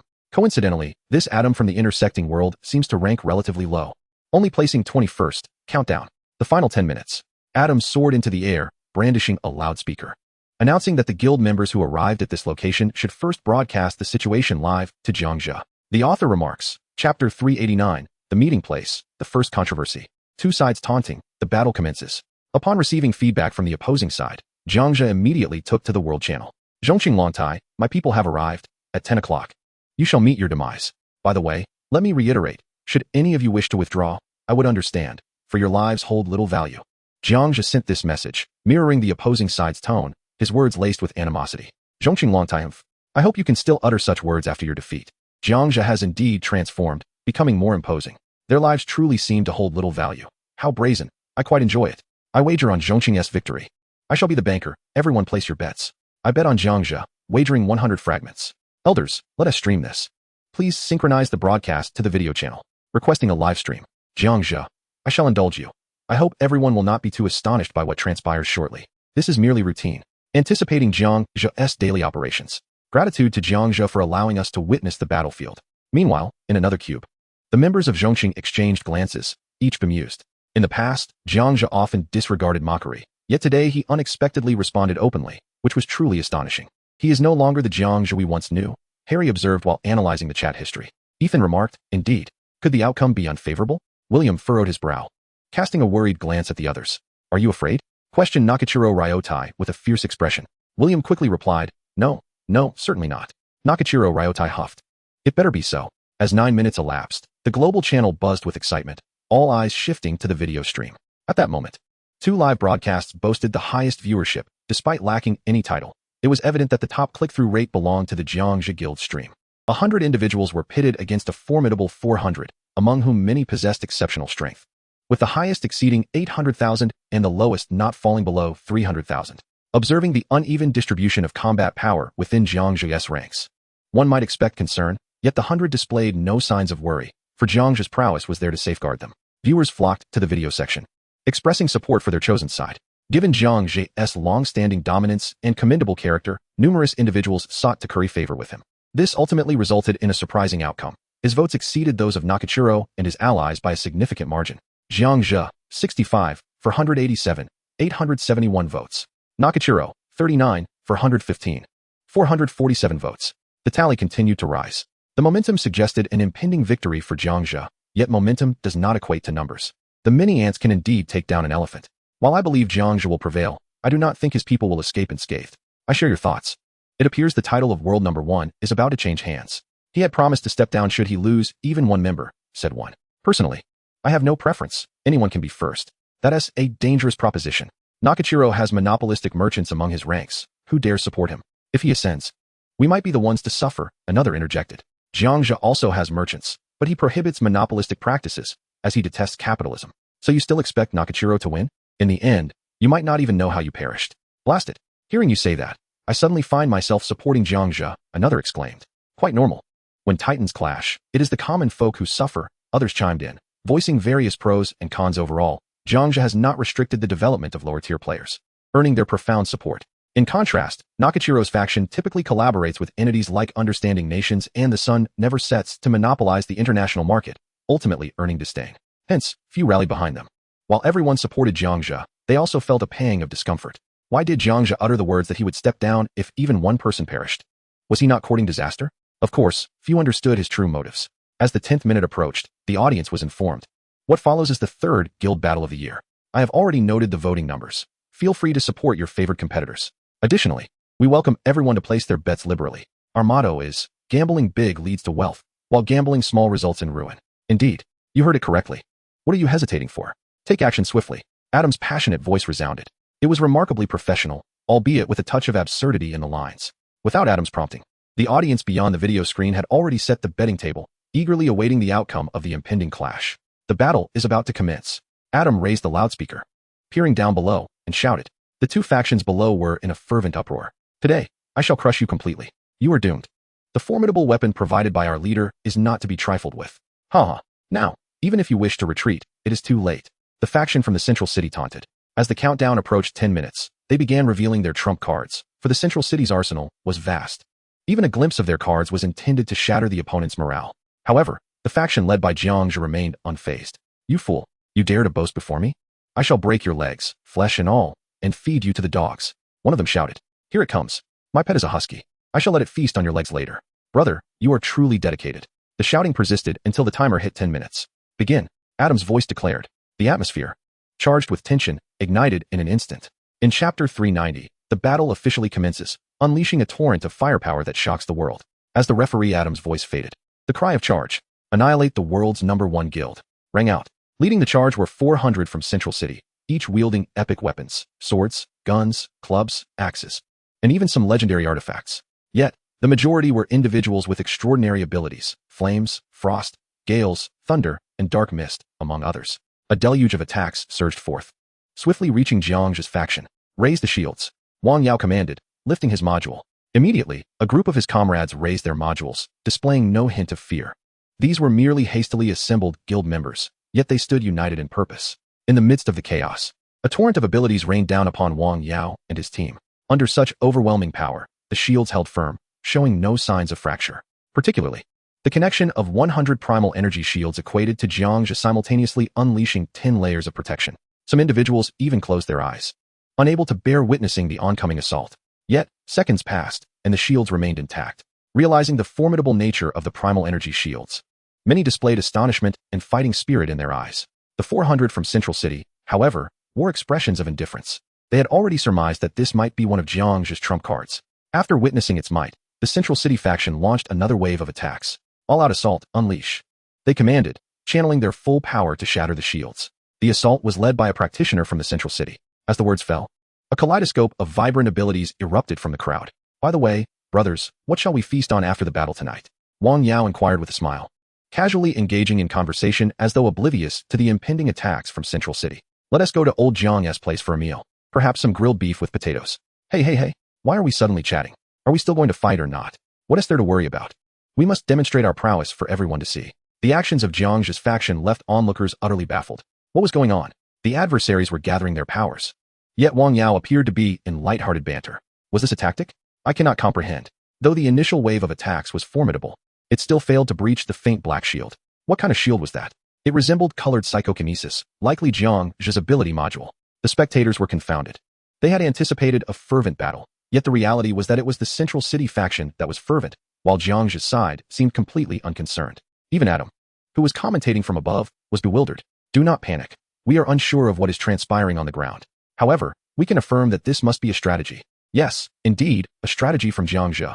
Adam quickly fabricated a few words of reassurance. Upon hearing the commentary, the audience gasped in astonishment. Truly, it was Jiang Zhe's strategy, aiming to instill a sense of awe in the world. This move was indeed brilliant. Thus, the previously chaotic atmosphere was swiftly restored by Adam. Within the arena, the 400 individuals from Central City wore expressions of rage. They understood that they were being mocked. Yet this was utterly excessive. Such arrogance, such disregard. This was undoubtedly Jiang Zhe's insidious ploy. Brothers, let us eliminate them. Show no mercy. The leader shouted. All attacks surged once more toward Wang Yao and his 100 men. In the face of the onslaught, Wang Yao yawned lethargically. Brothers, I'm feeling drowsy. Let us conclude this swiftly. Indeed, echoed a chorus of voices. With that, 100 hands rose simultaneously. The force collapse module was instantaneously unleashed. A terrifying wave of black energy surged forth from the module, racing outward with astonishing velocity. The first to sense something amiss was Adam above. His instincts warned him that if he did not evade this impending attack, he might meet his demise on the spot. Such terrifying energy. Adam promptly discarded his loudspeaker and took flight in the distance. During his flight, a fleeting realization struck him. This scene felt eerily familiar, as though it had transpired somewhere before, yet he struggled to recall where. It was over. The leader of Central City suddenly felt his pupils contract. Confronted by such overwhelming and vast destructive power, he felt an overwhelming sense of helplessness and insignificance creeping from the depths of his heart. He comprehended the truth of the situation and had already glimpsed his own impending doom. This energy, it was beyond human control. All players possessing individual capabilities are left in awe of such overwhelming destructive energy. Even those from the Central City, who might wish to continue the fight, are instinctively aware that persisting would lead to their demise. Faced with the waves of annihilation, a myriad of unpredictable psychological responses arise.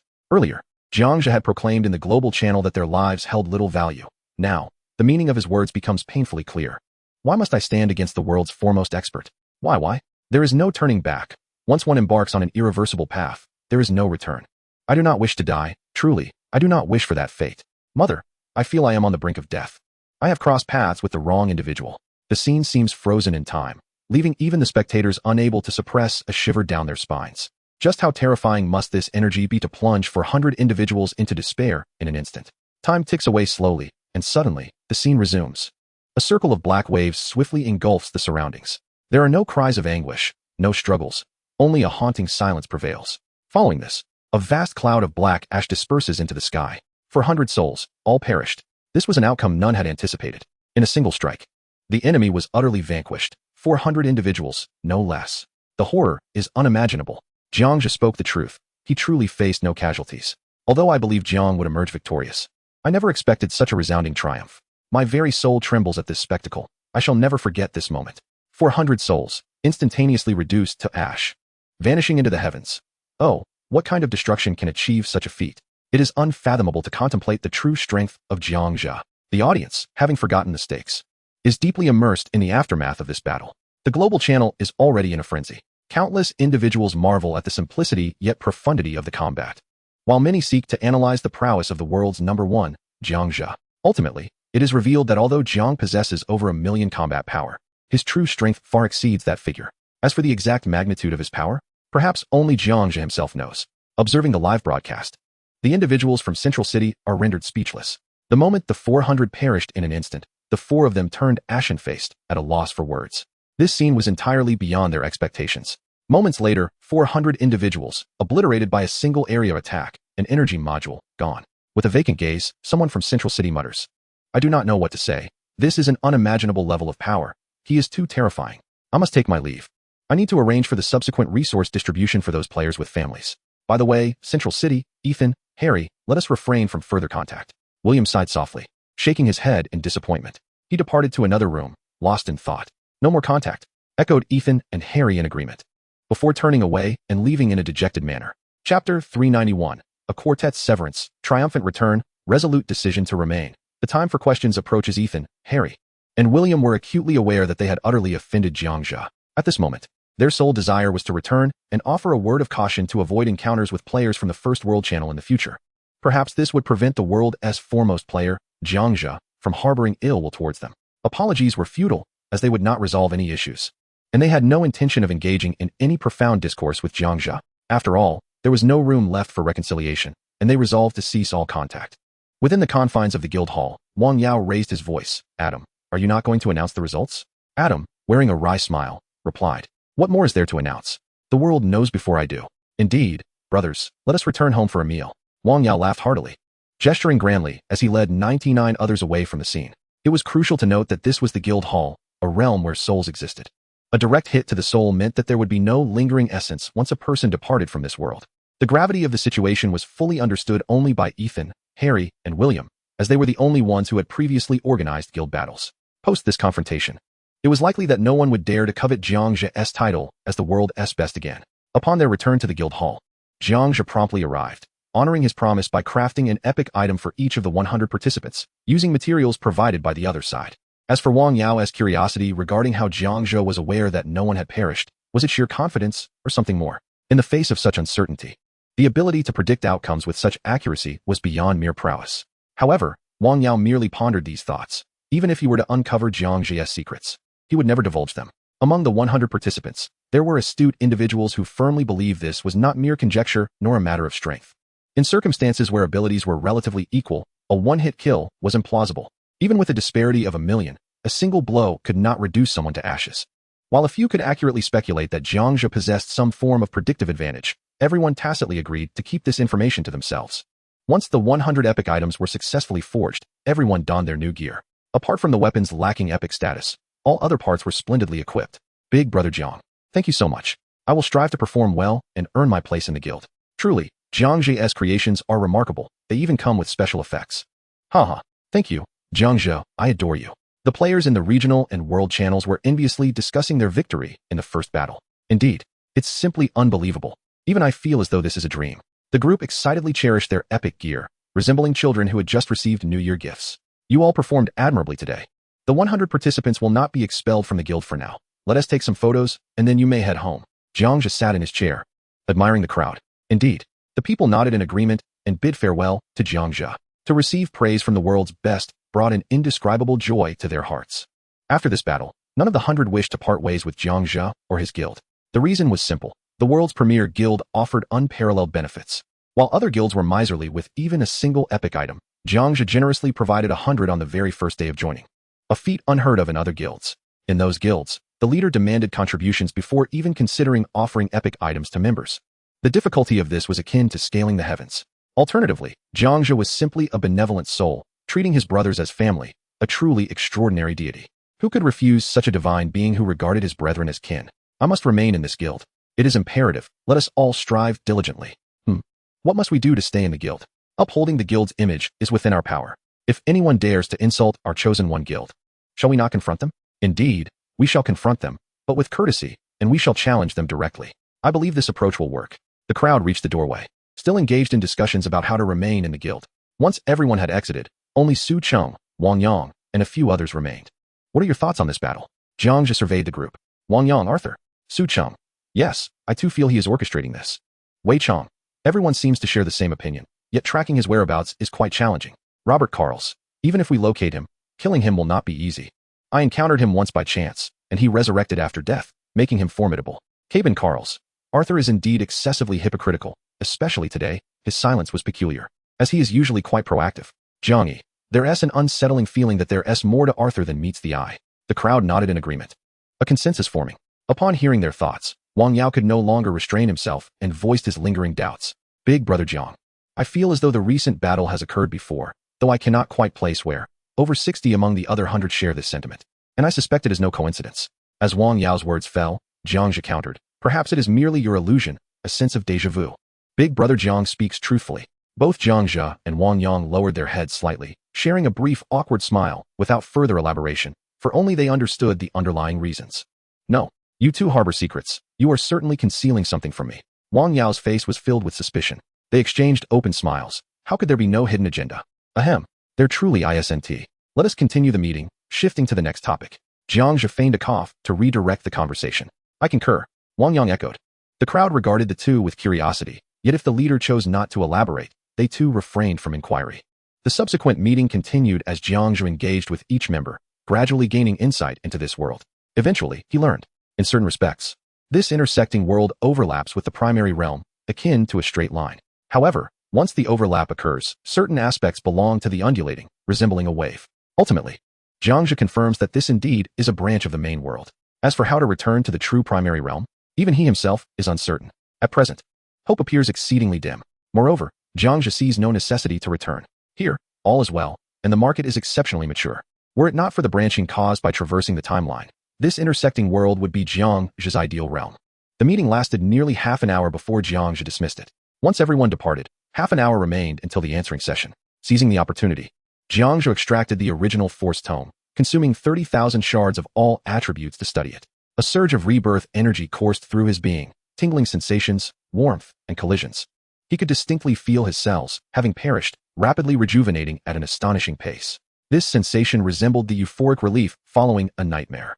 Imagine Jiang Zhe's demise within the dream, only to awaken and discover himself unscathed, the overwhelming sense of having not truly perished. It was a rather delightful feeling, peculiar yet satisfying. Jiang Zhe smiled faintly, experiencing an illusion that his body could be crushed by a steamroller and still perfectly recover. As for conducting experiments, that was certainly out of the question. After all, what was at stake was his lifespan. Truly, the energy of rebirth was remarkable. Jiang Zhe sighed. He lay quietly on the sofa in his room, awaiting midnight. Time swiftly passed. Before long, the clock approached 12. The familiar announcement echoed. Happy times are always fleeting. After a day of arduous challenges, a total of 15,640,000 lives were lost. A new day has finally dawned.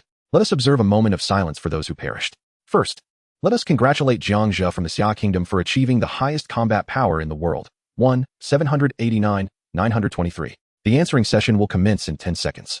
Chapter 392. The answering begins. Abilities from the tome. Global pursuit. Counterattack commences. The answering session is upon us. I wonder what questions will arise today. The recent scene of 100 slaughtering 400 remains vivid in my memory. That module is indeed a remarkable item. I wish to procure one for self-preservation. According to rumors, the 4 members of Central City have disbanded and vowed never to provoke Jiang Zhe again. I feel sympathy for them. They were, in truth, manipulated.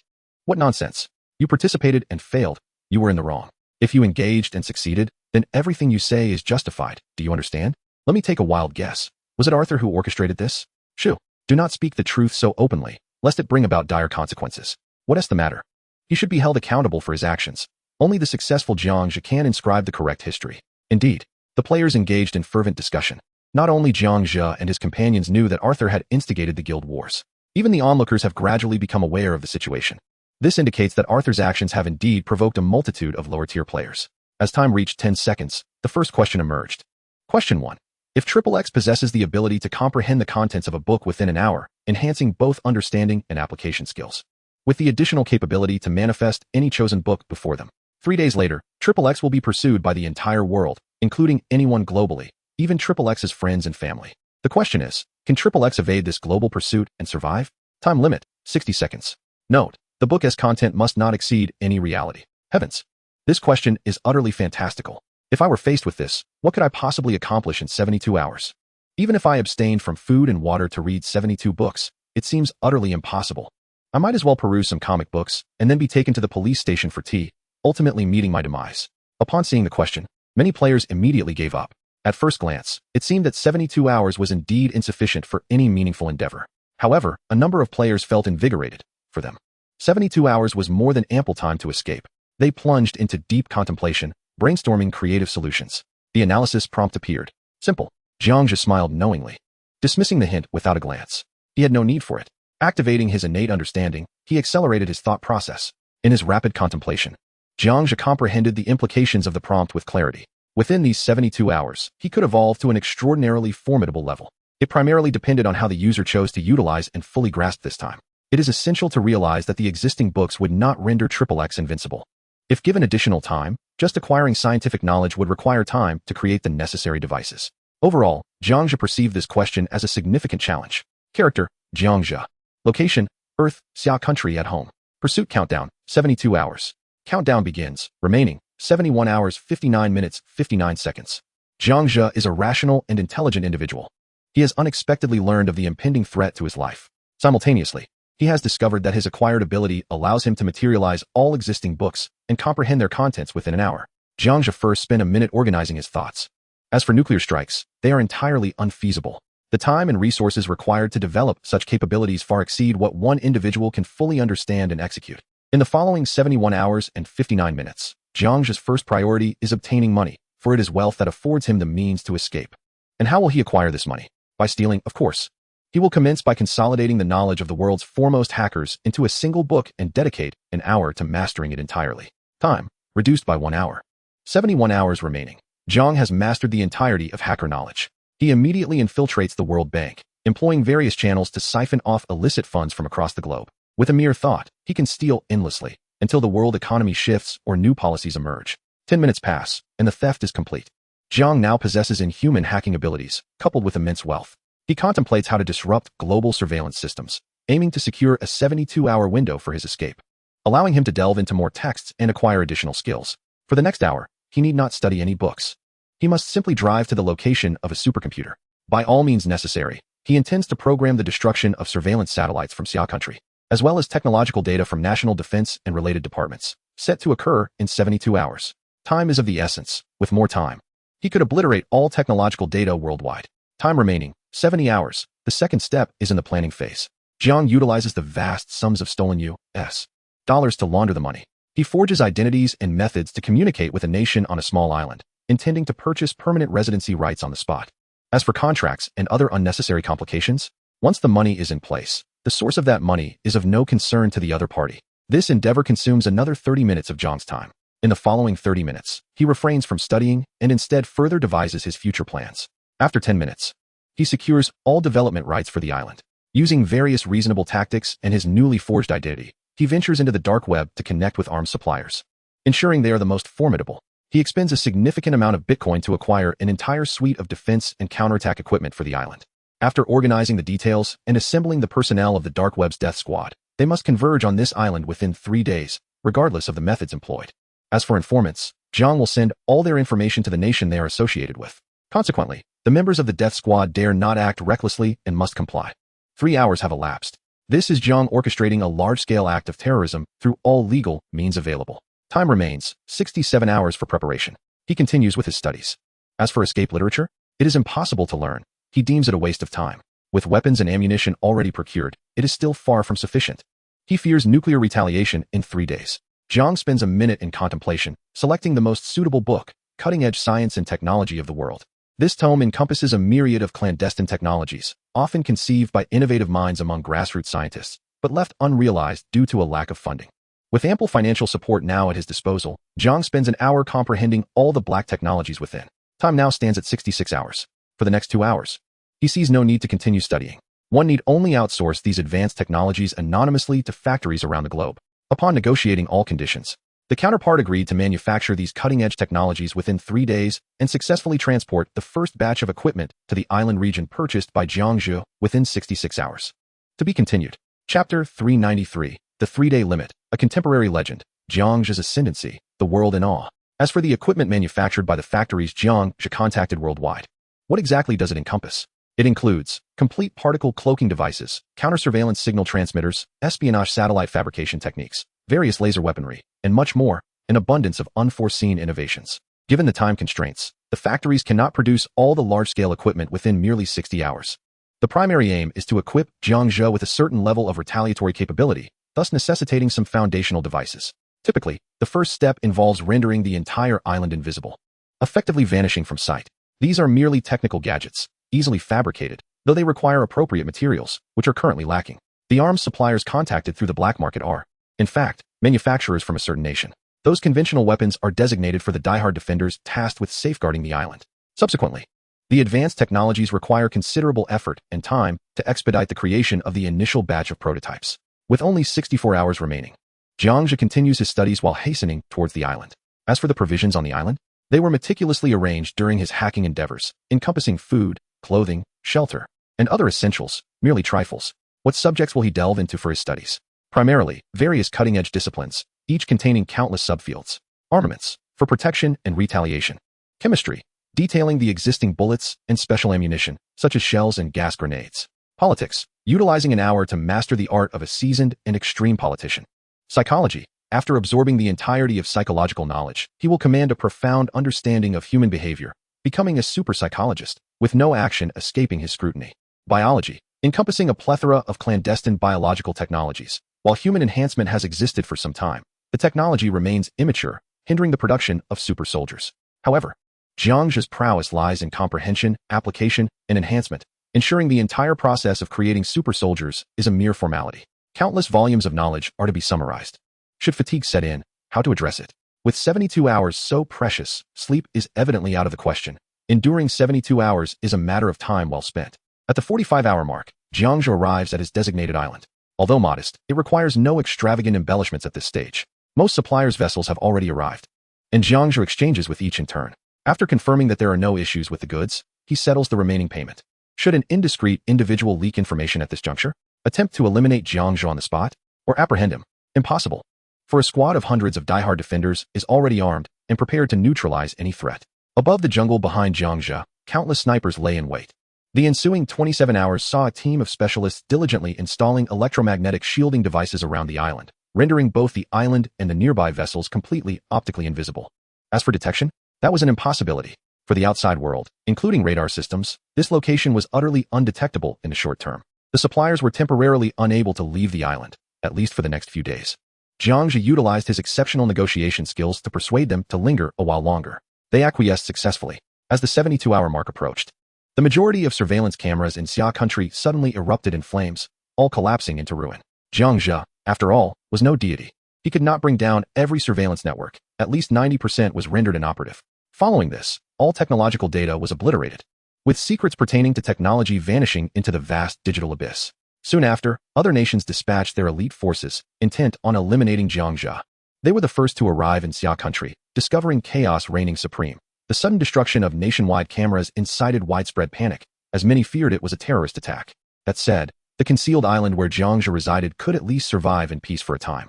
During this period, he dispatched a team of covert operatives to gather industrial materials and cutting-edge resources. It is no exaggeration to assert that, as with any endeavor, traces would eventually surface. And the revelation of Jiang Zhe's presence was merely a matter of time. He would ultimately be discovered, just as the notorious Ben X had concealed himself for several years without being invisible. When Jiang Zhe was finally unmasked, the speed of discovery was, of course, gradual. He had already transformed the island into a bastion of advanced technology. Nuclear strikes? Regrettably for them, by the time a nuclear weapon descended, Jiang Zhe had already compromised global satellite systems, gaining complete control over them, allowing him to alter nuclear codes and initiate self-destruction protocols, rendering the nuclear arsenal inoperative. Should anyone dare to retaliate, Jiang Zhe would unhesitatingly utilize their own nuclear weapons against them, obliterating them entirely. He harbored no qualms about living with tens of thousands on this island, forging a new civilization. On this formidable isle, no one dared to challenge Jiang Zhe. Negotiations were the only recourse. Now, Jiang Zhe had ascended to the status of Earth's sovereign, with no one able to shake his dominion. While he acknowledged the numerous flaws in his plan, he could undoubtedly prolong his survival for an extended period, ensuring a better existence. Contemplating this, Jiang Zhe dictated his response. I, Jiang Zhe, reign supreme over Earth. Then came the voice of Wang Yang. Given that this is a struggle against humanity, Xiao Ming stands alone against over 200 nations and regions, nearly 7 billion people, and an innumerable array of weaponry, alongside globally pervasive surveillance satellites and various short and long-range missiles. Even if Xiao Ming were to flee to the moon or the sun, they could still be struck down. Thus, it is certain that escape is utterly hopeless. So what must Xiao Ming do? The foremost task is to instill fear in the adversary. First, one must master advanced hacking techniques, which can be learned within an hour. Then, prior to any apprehension, one should expose all the incriminating information from countries worldwide, including those of Xia, inciting internal conflicts among them. Within merely an hour, chaos would ensue globally. At that moment, who would dare to continue pursuing Xiaoming? It would be an act of folly. The third individual is Arthur Allen. Arthur Allen, wilderness survival literature, 1 hour, mechanical engineering, 1 hour, ammunition production, 1 hour, psychology, 1 hour, special forces combat skills, 1 hour, hacking techniques, 1 hour, camouflage tactics, 1 hour, the art of thievery, 1 hour. Completing this within 72 hours. Walter could simply await his fate. Why flee? Death might be far more appealing. Bruce William, what is this? This is nothing short of divine capability. Possessing the techniques and efficacy from the tomes of learning, comprehension, and enhancement, and yet one still considers escape? Do you comprehend the injustice of fleeing? Aside from Jiang Zhe, let us examine the responses from the other esteemed individuals. Are any of them even remotely commendable? Carter Joshua, I withdraw. Jiang Zhe's proposal indeed represents the operational limits achievable within 60 seconds. Originally, he was not expected to respond tonight, yet unexpectedly, he began to answer. And the responses he provided were nothing short of terrifying. Jiang E, Boss Jiang, remarkable. On your first attempt, you dazzled the entire assembly. I am utterly enamored. Wei Chong, impressive. Wang Yao, Boss Jiang, astounding. Next comes the terror. This is the true creative genius of the world's foremost intellect. It is overwhelmingly powerful. Suddenly, I realize my own answers seem utterly inadequate. In just 3 days, one could astound the globe. A multitude of global players emerged, flooding the screens with their responses. The answers they envisioned, prior to the commencement of the apprehension within 72 hours, perhaps revolved around escape, negotiation, counterattacks, political asylum, and so forth. This represents their imaginative prowess. However, they did not anticipate that once Jiang Zhe appeared, he would completely outshine everyone. Within these 60 seconds, he transformed a living being into a technological deity of the earth in merely 3 days. How terrifying is that? Although there may be flaws, the time it takes to become a technological deity is merely a matter of speed. In the realm of answering questions, Jiang Zhe achieved the remarkable feat of remaining silent until the moment he astonished all. Countless players felt a shiver down their spines. The author has something to convey. Chapter 394, The Great Question of Life, a Positive Energy Inquiry, the first death of the Grim Reaper, accompanying the deceased. As time reached 60 seconds, the system announced, first place, Jiang Zhe, answer accuracy, 97, second place, Wang Yang, answer accuracy, 86, 4, third place, Robert Cars, answer accuracy, 83, 7, fourth place, Malzahar, answer accuracy, 83, 4, fifth place, Huey Albert, answer accuracy, 83, 1, system notification, Omega Fragment 2, Wang Ice Fragment 2, Cream Oreo 2, the first supplies were distributed. Judging by the reactions of global players, it appears that my alternate self does not favor answering questions. Jiang Zhe provides a straightforward analysis. Accepting all the provisions, I then opened a piece of the delightful ice treat, breaking it in half and placing one portion into my mouth, feeling a refreshing chill that uplifted my spirit. The World Channel was entirely captivated by Jiang Zhe's remarkable response, which sparked fervent discussions. What transpired within those 60 seconds to inspire such a wild answer? This enigma seems elusive, rendering the truth difficult to ascertain. As the break concluded, the second question emerged. Second question, please create an imaginative query centered around the theme of existence, with no restrictions on type. Time limit, 45 seconds. The prompts and analyses cascaded down. Suddenly, I sensed the system's inquiries had taken on a philosophical tone. Previous questions revolved around themes of rebirth and destruction, which had grown tiresome. We required a dose of positive energy. Agreed. I pondered whether Jiang Zhe could once again astonish us. Since he commenced answering, figures like Wang and Arthur had lost their prominence. Ordinary players engaged in casual chatter, while the diligent ones were already enveloped in contemplation about existence. Jiang Zhe promptly tapped into his innate understanding. The words in his mind coalesced into the most fitting response. Character, Jiang Zhe. State of existence, alive. The optimal answer materialized in his thoughts. On a certain day in a particular month at noon, the sun remained glaringly bright. Jiang Zhe slowly surveyed his surroundings, which were a haze of yellowish gray, resembling a scene from the African savanna. Countless wild creatures thrived here.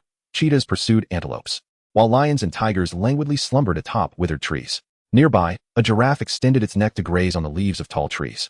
This tableau could have persisted for an indeterminate duration. When a second human appeared on the savanna, Jiang Zhe could no longer recall how many days had passed. He only remembered that this individual was covered in hair and bore a grimy visage. After several days of confusion, the second human ultimately accepted the reality that they could not return to their original place. Subsequently, Jiang Zhe accompanied this individual to the bank of a river. The waters roared tumultuously, and no vessel could traverse the gritty yellow sands.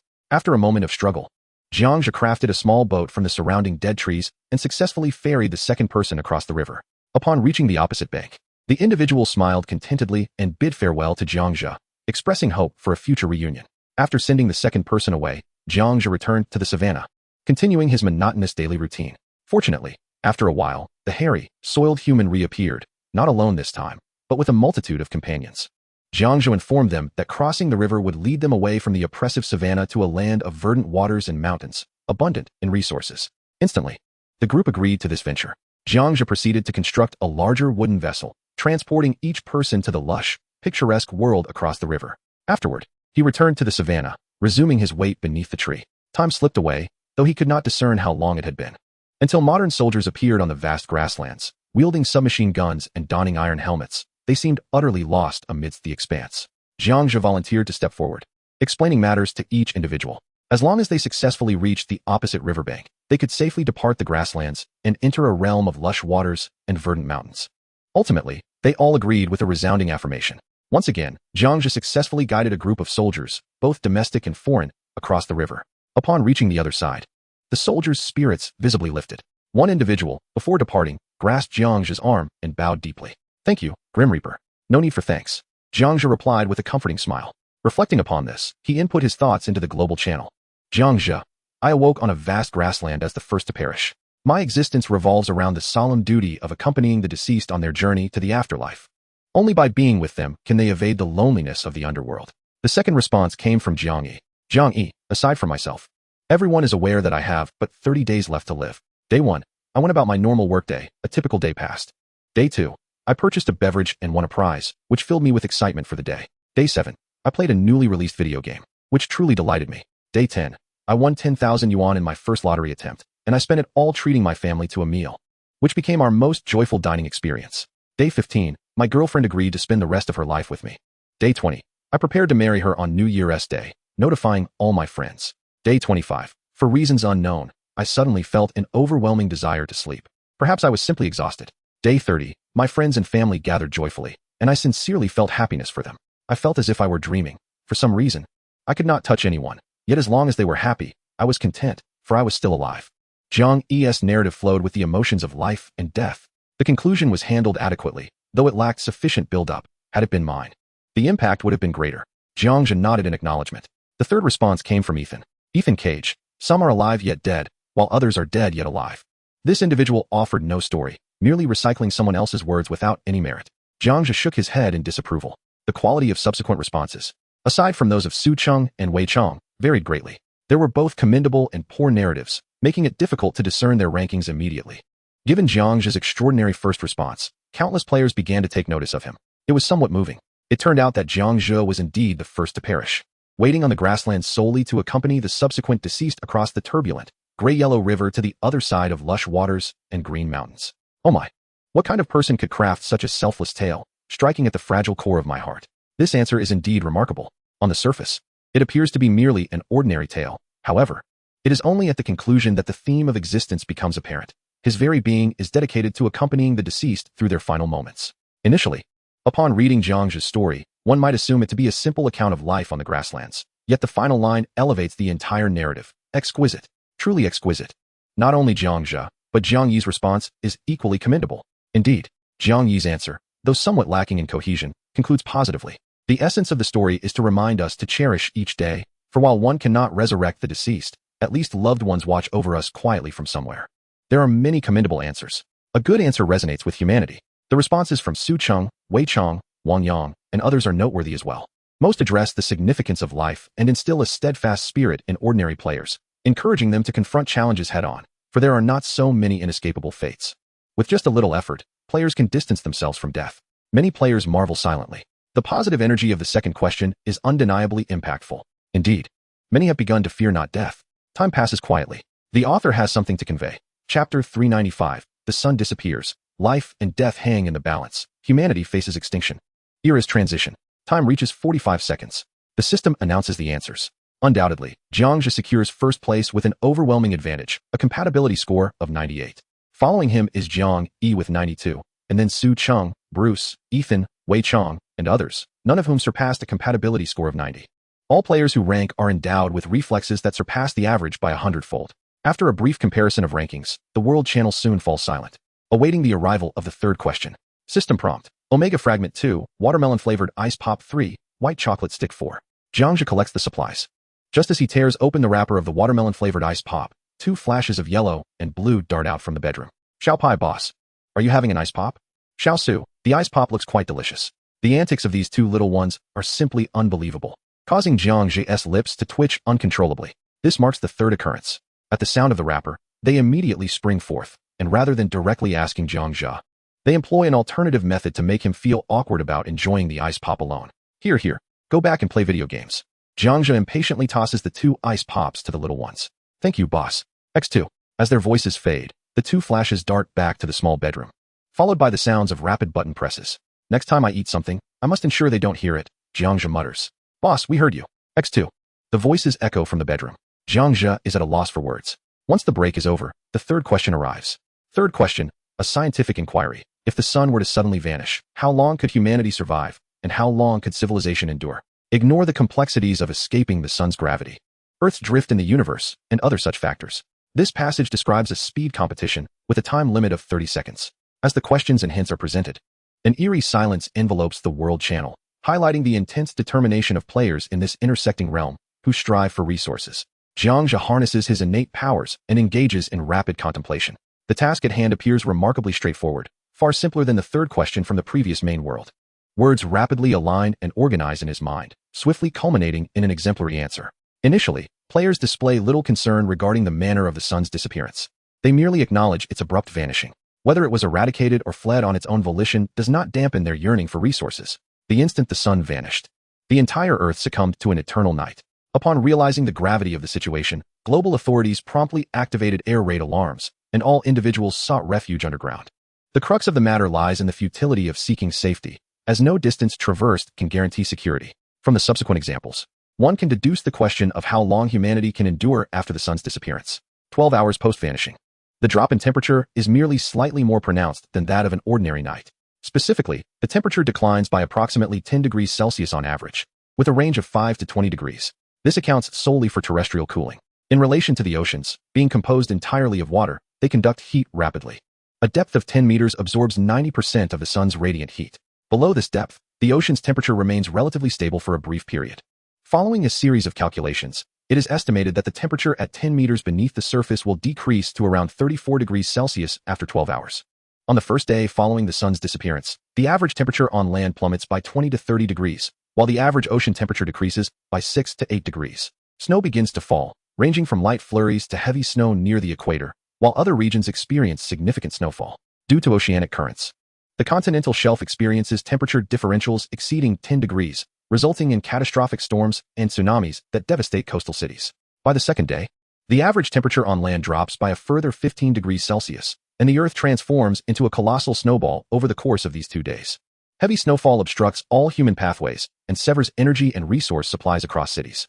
Rural areas are the first to succumb to frost, gradually followed by urban centers. Due to the rapid decline in temperature, power plants cease operations without maintenance, and robots are incapable of providing comprehensive upkeep. It is estimated that within 3 days, the world will plunge into perpetual darkness. In this dire situation, individuals will retreat underground, while a few brave souls may venture through the blizzard to seek warmth in oceanic regions. However, those fleeing will face horrific fates. By the 5th day after the sun's disappearance, nearly all who sought refuge in the ocean succumb to the cold. Survival aboard cruise ships or beneath the waves becomes nearly impossible. By the 10th day, the global mortality rate escalates to an alarming 99%. Out of 7 billion individuals, only 7 million will emerge as fortunate survivors. It is also possible that some may escape to the vicinity of large coal mines, as these mines can continue to burn for centuries.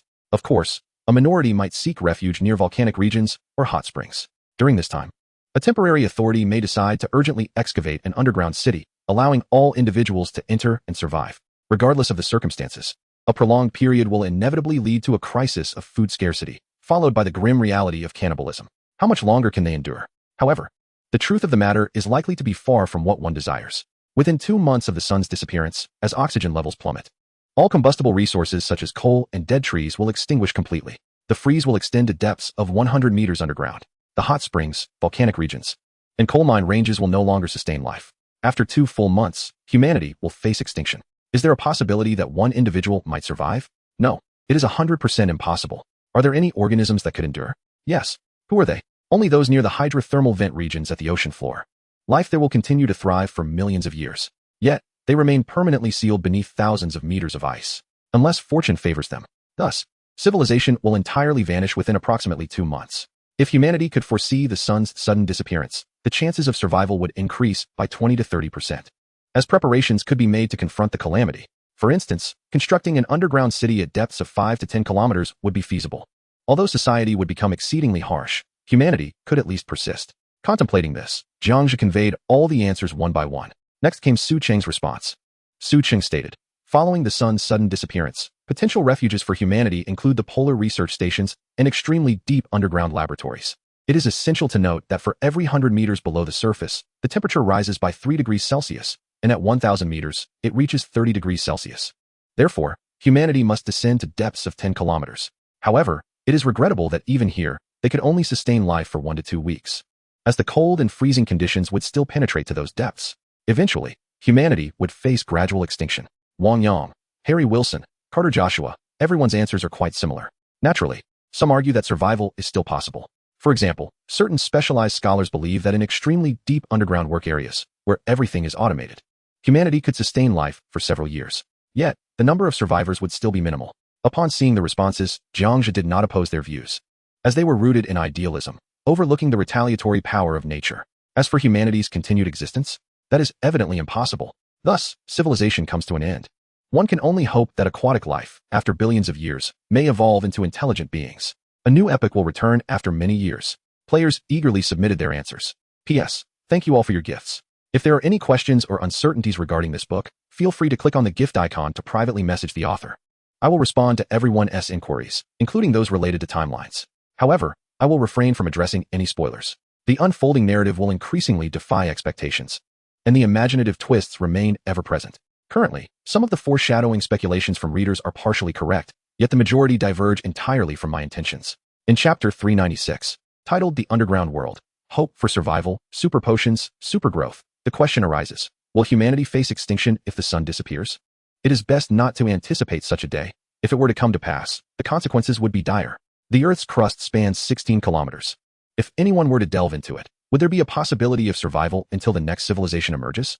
The experts have already stated that even if one were to penetrate the crust, the relentless cold would still encroach. Is there even a minuscule chance, perhaps a mere 0.0001, that humanity could survive? This remains uncertain, and I hope the experts can provide clarity. While the system has not yet revealed the rankings, many players are apprehensive about this question, as numerous individuals seek a singular piece of information. Is there any possibility, however slight, that humanity could continue to exist? The answer is, undoubtedly, yes. It is possible. For in our reality, if even one individual were to journey into the subterranean world, where other humanoid species reside beneath the surface, then human civilization would persist, regardless of their ethnicity, be it Asian, Caucasian, African, or otherwise. As long as there exists one human being in the underground realm, the legacy of humanity shall endure, even if it is but one solitary soul. Jiang Zhe observed the confusion among the players and shared his perspective. His comment immediately garnered unanimous agreement from the audience. Is it truly feasible? Yet, we cannot even penetrate the crust. How could we enter the depths? Isn't that a tale spun from fantasy?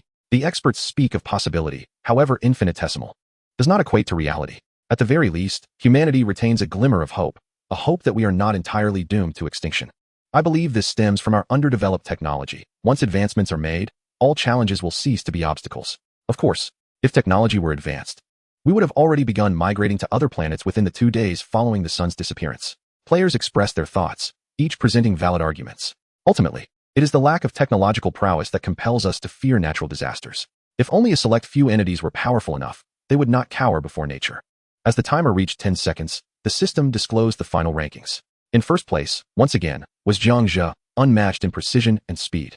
Second place was claimed by a player from the distant region of Bear Country, Su Wei. Third place was secured by Edward Norton.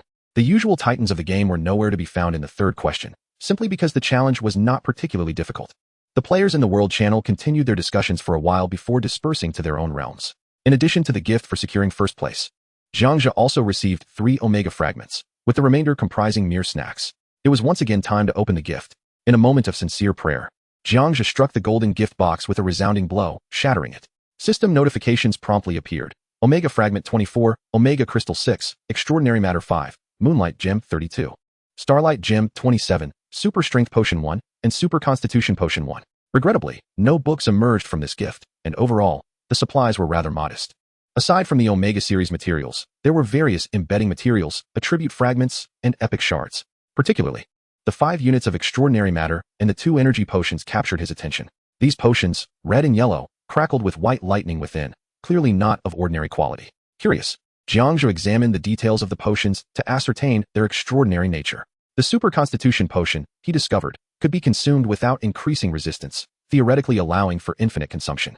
The same was true for the Super Strength Potion.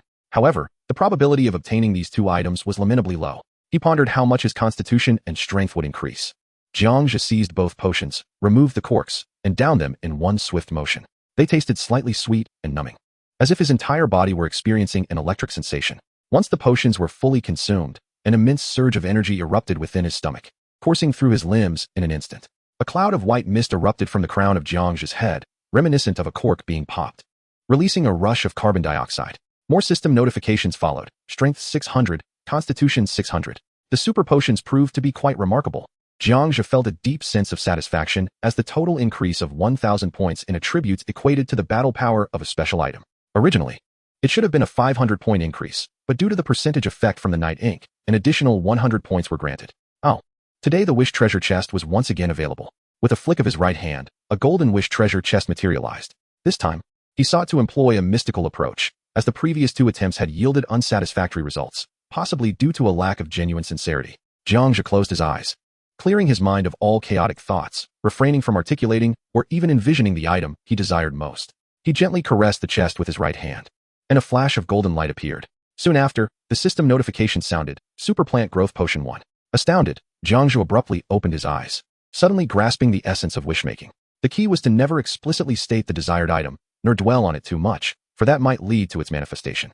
The Super Growth Potion was distinct from the ordinary Green Growth Potion. It was a bottle of blue liquid, imbued with countless tiny pure white specks. Jiang Zhe proceeded to inspect it further. Super Plant Growth Potion, specifically designed for ordinary plants, it can mature within an hour. For advanced plant seeds, it significantly reduces their growth cycle. Truly, it is a super growth potion. Jiang Zhe exclaimed in awe. Armed with the potion, he hurried to the planting area. He sprinkled the elixir over the vibrant red seeds. Upon contact with the azure potion, the seeds began to sprout with remarkable speed, as if enchanted by magic. In less than a minute, a thumb-sized seed transformed into a towering tree, reaching a height of 10 meters. Its branches flourished with lush foliage, adorned with palm-sized, crimson fruits. Although small, they were distinctly visible. He meticulously counted them, 2 on each side, totaling 4 fruits resembling cherubic dolls. Unable to resist, Jiang Zhe examined the fruit tree's details. Plant, tree of life, maturation. 1.5 days death. 1.5 days fruits. For effect, significantly extends the user's lifespan. Remarkable. What once required 12 days to mature has now been reduced to merely 1.5. He pondered the potential lifespan increase and combat prowess the 4 fruits might bestow upon him. Jiang Zhe indulged in fantasies. If each fruit could enhance his power by 1,000,000, he would soar to unimaginable heights. Yet, he knew such a prospect was implausible. The future he had glimpsed indicated a disappearance at around 2,480,000. Consuming beyond 1,000,000 in combat power would contradict that future, and the consequences remained uncertain. The author has a message. Chapter 397 Combat Power Forecast, Pet Rankings, Changes Arise. Players discuss. Jiang Zhe had begun to piece together how his combat power could reach 2,480,000. If his conjecture held true, it was indeed the Tree of Life, coupled with the 3-dimensional quantum pen, that would grant him such power, propelling him to that staggering number. Unfortunately, the current resources were insufficient to forge the 3-dimensional quantum pen. What if I were to surpass 2,480,000 in combat power without vanishing? Jiang Zhe gazed up at the blue-lit lamp, lost in reverie. After traversing multiple timelines, he discerned 2 possible outcomes. 1. Combat power forcibly capped at 2,480,000. 2. The continued branching of the world. However, neither scenario aligned with his desires. Thus, Jiang Zhe reclined on the sofa for nearly an hour, consuming 4 chilled watermelons. During this time, he exhausted all his epic fragments, producing a total of 24 extraordinary materials. It was astonishing how challenging it was to obtain such extraordinary materials. Currently, there were 63 units of extraordinary material. He needed 37 more to forge the 3-dimensional quantum pen. Yet, he had already exhausted his attempts for the day, leaving him to anticipate tomorrow. After tidying up the area, he returned to the sleep pod, ready for rest. Time flew by, and before he knew it, the next day had dawned. Jiang Zhe awoke at 9 in the morning, roused from slumber by the electric jolt of Xiaopi and Xiaosao. After attending to his morning rituals, brushing his teeth and washing his face, he partook in a modest breakfast consisting of steak, pork chop, fruit, milk, eggs, and coffee. As he savored his meal, he perused the conversations of players on the world and regional channels. The dawn of a new day had begun for them. Yet as he flipped through the pages, he found little of peculiar interest unfolding. However, one particular item did catch his eye, the pet leaderboard. Strange, he mused. Today, I noticed that my pet, which previously held the top position, has vanished. Was everything not in order? Hadn't my pet always been the little fire dragon? Yet today, it appears as a blue avatar and a yellow one instead. What could this mean? He scrutinized the screen, observing that the avatars had transformed into those of a hedgehog and a hamster. Could it have been concealed? He pondered, but soon dismissed the notion. The pet leaderboard, unlike the combat power rankings, does not allow for concealment. Even in the event of a pet's demise, it is duly recorded. This was indeed perplexing. The little fire dragon was not dead. It had inexplicably morphed into two unfamiliar creatures. Moreover, the hedgehog's combat power was marked as... What could this signify? Infinite? An error in ranking? He was at a loss. After comparing notes, he found that the pets of others aligned correctly, leaving only his in disarray. What on earth had transpired? A chill crept down his spine. Players were abuzz with astonishment regarding the pet leaderboard. In the intersecting world, records are kept of pet deaths and changes, and a curious audience eagerly checks the leaderboard daily, attempting to discern rankings. The appearance of a blue hedgehog and a yellow hamster immediately raised suspicions about the integrity of the leaderboard. Many seasoned players attempted to provide explanations, yet none could offer a satisfactory answer. Few would consider that the world they inhabited was merely an intersecting realm derived from the primary world. As for explanations, that was evidently beyond reach, for no one could predict the extent of the ripples such revelations might cause. The name Little Fire Dragon stirred a frown of contemplation in Jiang Zhe. It felt vaguely familiar, as though he had encountered it before. Yet certainly not in the realm of reality or anime. He recognized that this must indeed be the pet of Jiang Zhe from the intersecting world, having returned from the future to the present moment of this parallel existence. He grappled with a persistent question. Where had the Jiang Zhe of the intersecting world gone? Had he perished? Had he gone missing? Or did it imply that the instant he entered the intersecting world, he had been supplanted by the Jiang Zhe of the primary world? What other tantalizing mysteries might lie beneath the surface? All of this seemed to weave an intricate enigma, a captivating riddle. With breakfast concluded, Jiang Zhe found little inclination to ponder these matters further. In truth, knowing too much can be a double-edged sword, proving detrimental in certain contexts. Mr. Blue began to clear away the dishes. Little Pie, boss, are we traveling 10,000 years into the future today? Little Sue, boss, how about a journey 100 million years ahead? Little Pie and Little Sue, in their habitual manner, inquired about which time period Jiang Zhe intended to visit today. Nowhere. We shall remain in the present, on March 30th. If we continue to meddle with time, we may not even comprehend how we met our demise. Jiang Zhe firmly rejected their suggestions. At that moment, he realized that traversing the timeline was not a prudent endeavor. As for the consequences, he sensed a lurking danger that had already begun to encroach upon him. He understood that one day, he would pay a commensurate price for his temporal excursions. As for when, that would certainly be around the time of 248,000 battle power. Very well, the two little ones momentarily felt disappointment, yet quickly regained their vigor. After all, no matter which world they were in, it was all the same. Perhaps crossing dimensions was a splendid alternative. Jiang Zhe stepped outside and summoned his personal cube. Upon reaching the center, he commenced his predictions. 6 figures emerged, returning with feedback. The author has something to convey. Chapter 398, Toxic Storm, or Mountain Range, Cosmic Trial Grounds, Intermediate Unsealing, Forward Door, Eye of the Toxic Storm. By traversing the storm barrier, one may discover a platinum treasure chest, but beware of the group of toxic creatures within. Backward Door, or Mountain Range. Upon entry, simply slaying the mountain spirit will yield substantial resources. Upward Door, Cosmic Trial Grounds. Navigate through numerous barriers to reach the destination, fraught with peril along the way. And one may obtain a black stone treasure chest. Downward Door, no surplus resources available. One may only find an intermediate unsealing tome. Left Door, a group of players is engaged in mutual slaughter. Right Door, what fortune. Upon entry, one can witness Earth from 1 billion years ago and receive unexpected rewards. The 6 figures meticulously inspected each room. First room, Eye of the Toxic Storm. This place seemed to be an alien world, with a sky entirely enveloped in deep purple. A black-green toxic storm formed within the red mountainous region. Surrounding it were individuals wielding sharp weapons. Jiang Zhe, in a flash, found that these were akin to the primitive people of Earth. They cautiously brandished their weapons, fending off the toxic creatures that continuously emerged from the storm. The toxic beings, clad in black and green, possessed robust limbs and enormous eyes. The primitive red-skinned inhabitants were no match for the horde of toxic creatures. Where these creatures roamed, the ancient humans suffered heavy casualties, and the surrounding environment swiftly transformed from red to black. Unable to bear the sight, Jiang Zhe intervened with a freezing spell, completely encasing the mountain range in ice. The toxic beings were instantly solidified into ice sculptures, caught mid-flight. The toxic storm dissipated naturally due to the freezing. Jiang Zhe teleported into the eye of the storm and located the platinum treasure chest. Realizing the imminent danger, he opened it directly. A vast surge of toxic gas erupted forth. Jiang Zhe brushed away the toxins, expelling them as waste from his body. The contents of the treasure chest included a legendary handgun blueprint, 8 fragments of Omega, and 4 Omega crystals. The epic shards of jade, gemstones, and fractured diamonds were abundant. These resources were of moderate quality. Thus, I decided to explore the 5 subsequent chambers. With a mere thought, I concluded the predictions for the first chamber. In the second chamber, I encountered a mountain range of ores. This particular range was unlike any I had previously encountered. It was not an extensive stretch, extending approximately 10 kilometers. Towering green mountains flanked either side, while the center was adorned with pristine waters and lush greenery. Indeed, in the very midst, delightful white creatures swam, reminiscent of the white ducks found on Earth. With a thought, I, Jiang Zhe, teleported above the mountain range, releasing a force scan to examine the peaks. The results of the scan revealed not just one, but a multitude of mountain spirits within the range. I then randomly located 3 mountain spirits and teleported to their vicinity. These beings varied in height, some exceeding 5 meters, while others stood just over 1 meter tall.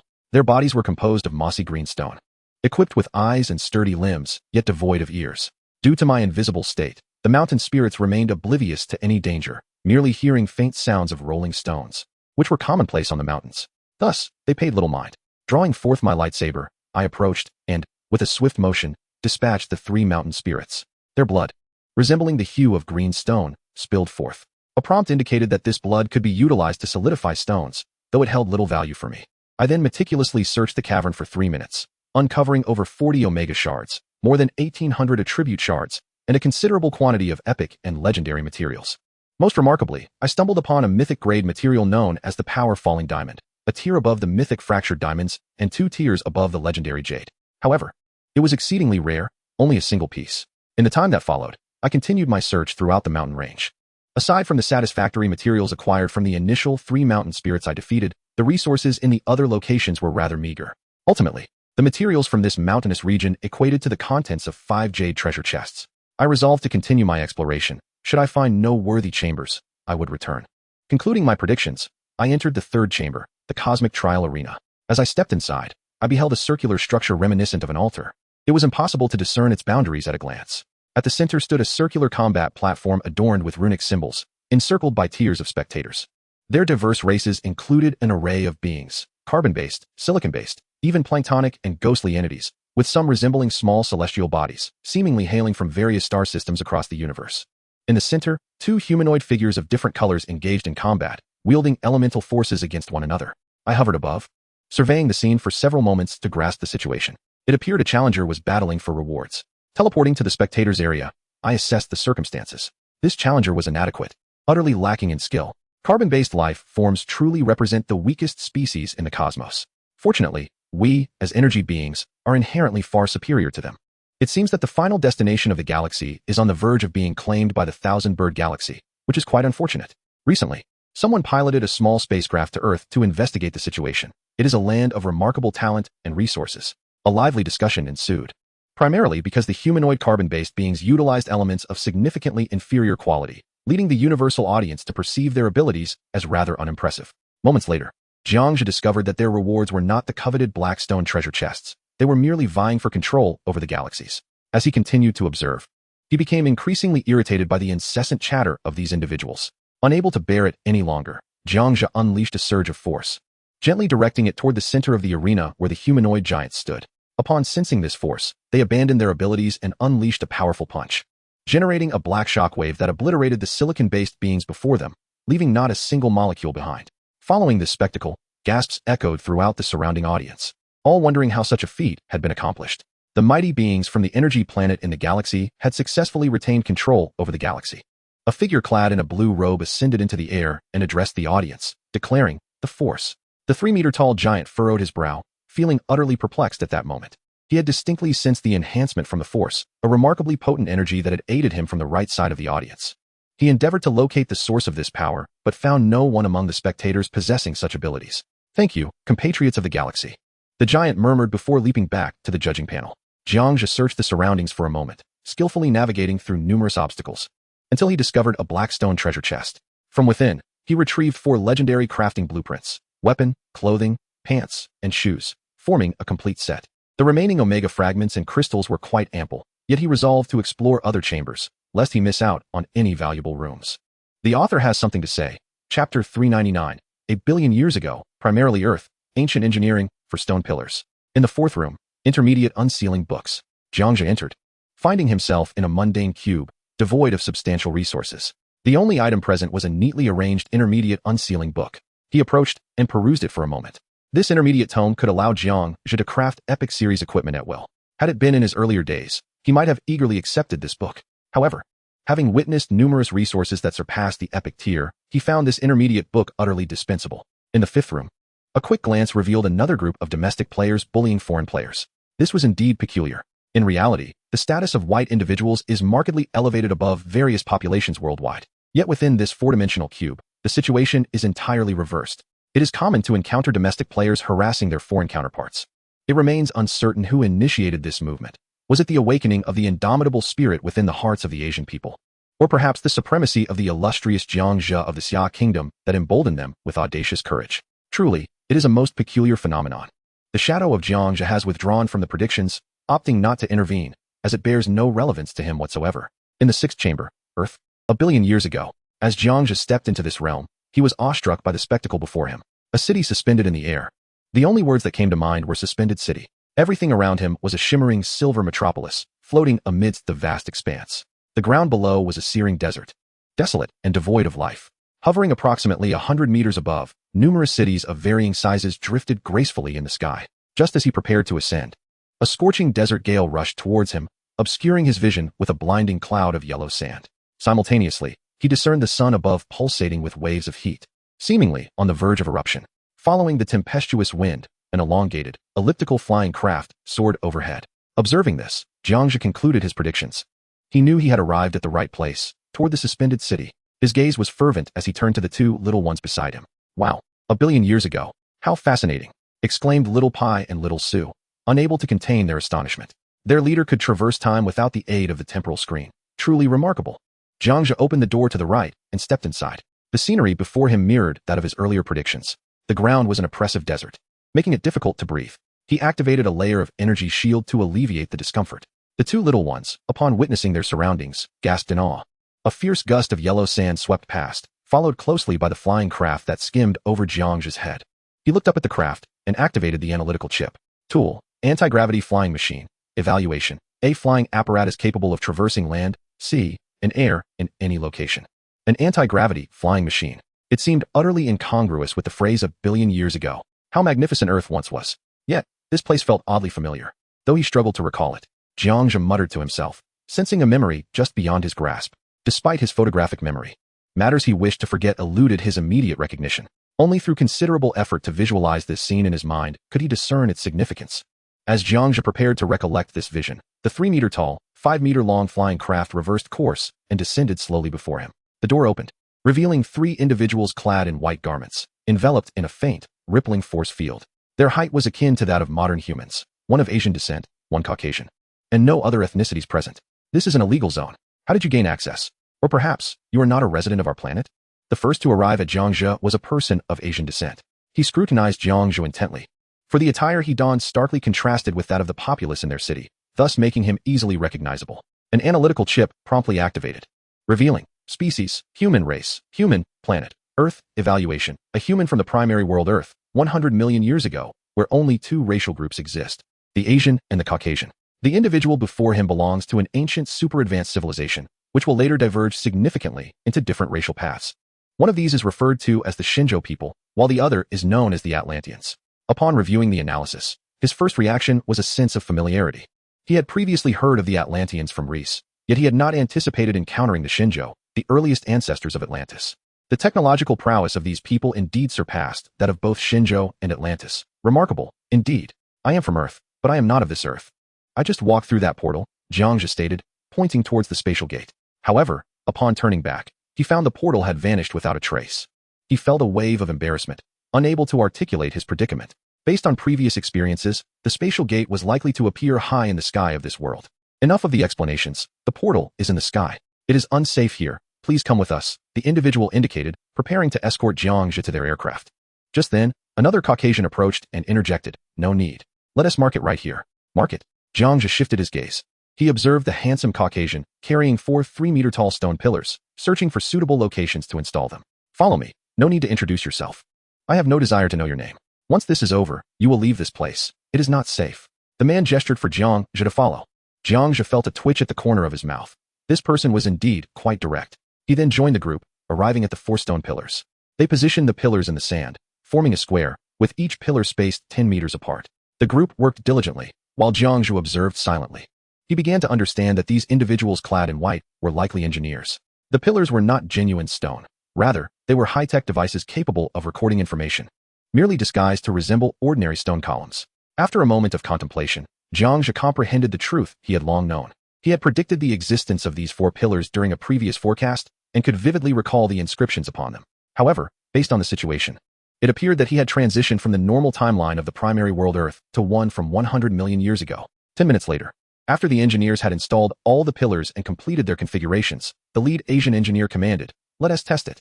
The group proceeded to press various character inputs onto the pillars. The characters presented are incomprehensible to Jiang Zhe, yet through the system's translation function, they can be effectively deciphered. The inscriptions on the stone pillars are identical to those observed in the timeline a billion years later. Chapter 400. The Messages of the Stone Pillars, a continuation of catastrophe. The departure of the floating city, following the records from the 1st to the 4th stone pillars. The inscriptions are as follows. Pillar 1. The world is slowly dying. All worlds are. Pillar 2. The world can never be restored. The remaining worlds may have a chance of revival. This information mirrors what was previously observed in the timeline a billion years later, aligning perfectly with the records kept by the 6 engineers today. Next come the 3rd and 4th pillars. Pillar 3. If in the future, someone inadvertently arrives on this planet, please relay this message to all people across the world, including those in parallel worlds. This is a cyclical natural disaster. No one can withstand such calamities, not even our Dalgali tribe. How intriguing. The previously destroyed 3rd pillar evidently contains significant information. Jiang Zhe narrowed his eyes, recognizing the importance. It was revealed that these stone pillars were messages left by the ancestors of the Dalgali tribe for future generations. Regrettably, they were unaware that, billions of years later, this primary Earth still bore no trace of humanity. Moreover, the 3rd and 4th pillars had already been irreparably damaged. Jiang Zhe continued to translate the 4th pillar. Pillar 4. Please remember, a massive solar flare is about to erupt, and at that time, the Earth will be ravaged. With no one able to withstand the onslaught of the frenzied solar flares, not even our Dalgali tribe.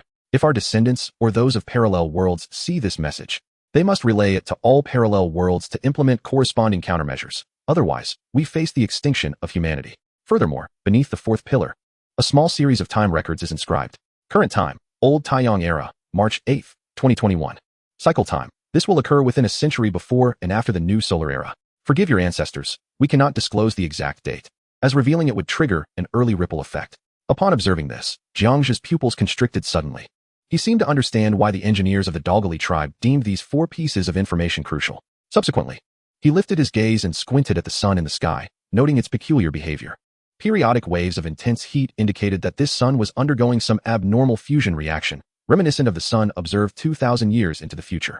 However, this sun was now separated by a staggering 100 million years from the future he had traversed. As the engineers prepared to depart, the leading individual, a member of the yellow race, felt a pang of compassion for Jiang Zhe and approached him, urging, "You must leave quickly. You have seen it. This Earth is destined for destruction."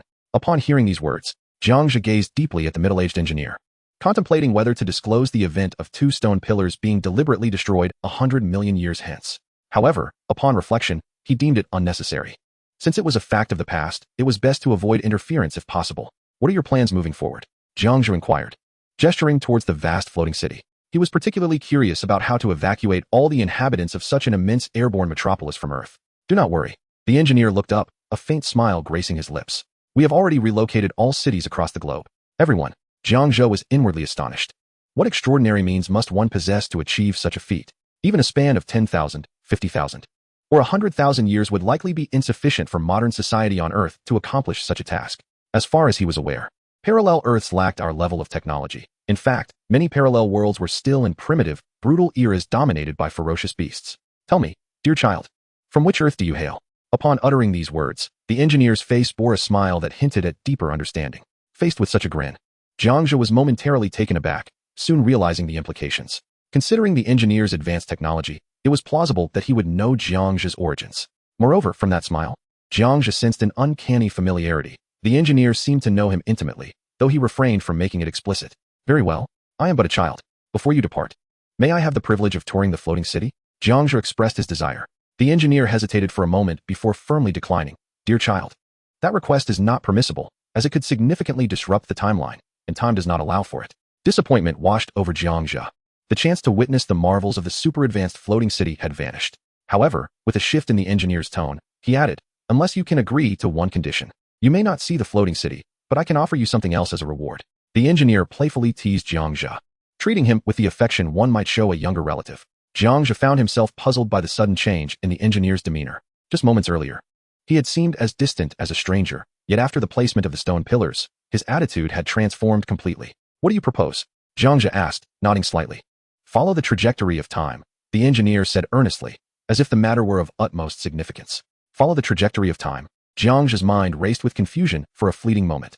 Yet, in the next instant, he grasped the engineer's intent regarding the trajectory of time. The engineer was aware of Jiang Zhe's origins, both the time and place from which he came.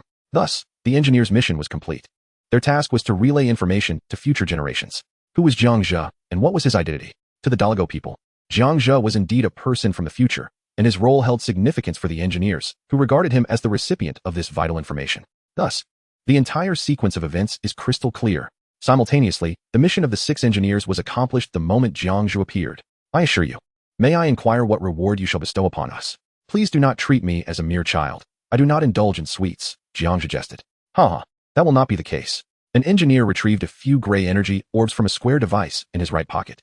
Upon seeing these orbs, Jiang Zhe's eyes sparkled with excitement.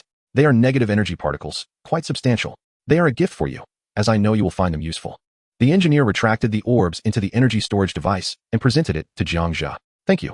However, I still do not know your name. Jiang Zhe said with a cheerful smile as he reached out to accept the device. System prompt. Energy storage device 1. My surname is Jiang.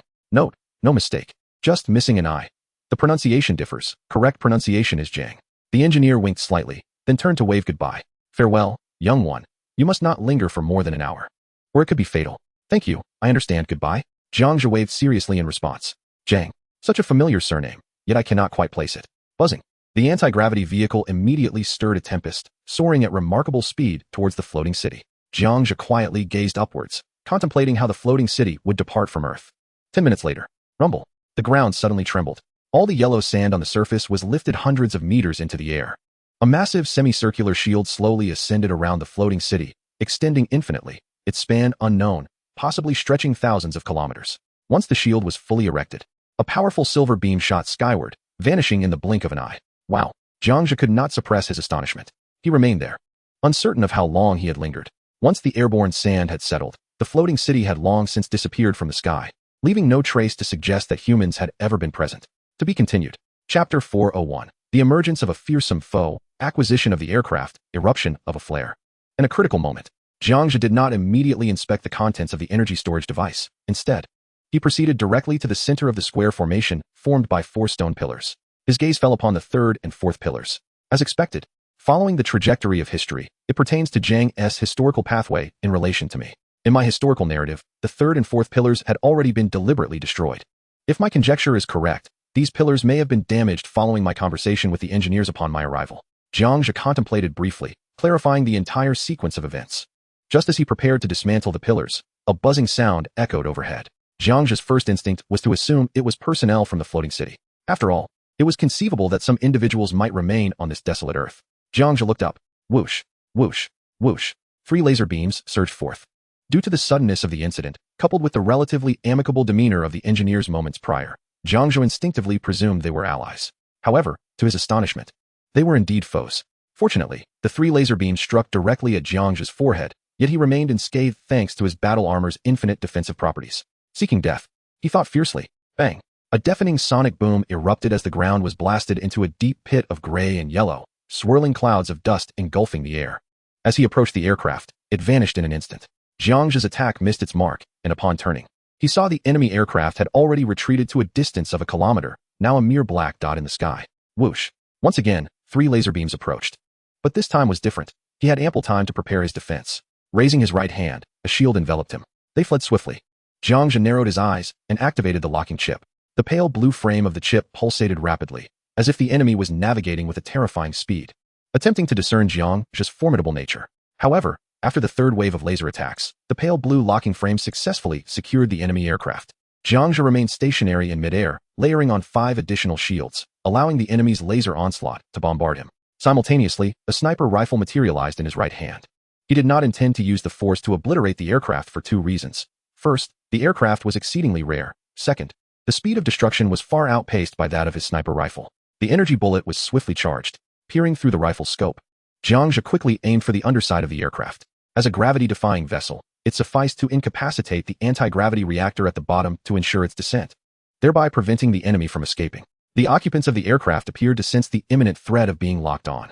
In response, the aircraft ascended rapidly into the sky.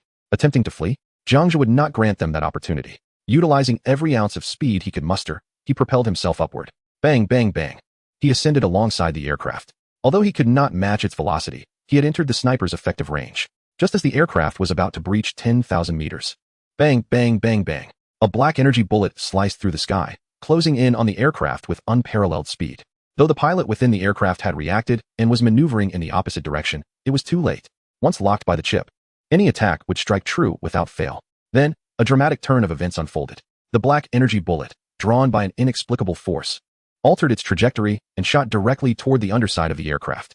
Ultimately, after 8 seconds, a faint orange flame flickered in the higher skies. An aircraft suddenly lost its acceleration, plummeting rapidly toward the ground. Upon witnessing this, Jiang Zhe immediately soared toward the falling craft. Within the realm where the force could be unleashed, he extended his hand, drawing the spacecraft towards him. The vessel belched forth dark smoke and sparks of flame. Jiang Zhe raised his right hand, and an icy blast immediately extinguished the fire. As for who was inside, he held no interest. His sole concern was whether the spacecraft had suffered damage and what materials would be required for repairs. 15 seconds later, Jiang Zhe guided the craft to a landing upon the yellow sands. The door of the military green, elliptical cuboid vessel suddenly swung open, and 4 individuals clad in white attire, wielding laser sniper rifles, emerged. 2 were of Asian descent, and 2 were Caucasian, all measuring approximately 189 meters in height. Robustly built and starkly different from the engineers encountered earlier.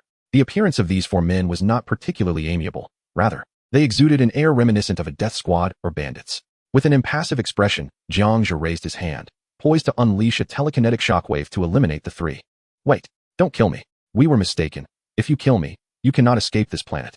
Slaying me would offer you no advantage. The 4 attempted to negotiate. However, Jiang Zhe had no interest in parley. I'm afraid your lives hold little value. You intended to seize my negative energy particles to power your craft and venture into the cosmos, did you not? He strode towards the trio, confiscating their weapons, and gazed down upon them. System notification, Laser Sniper Rifle X3.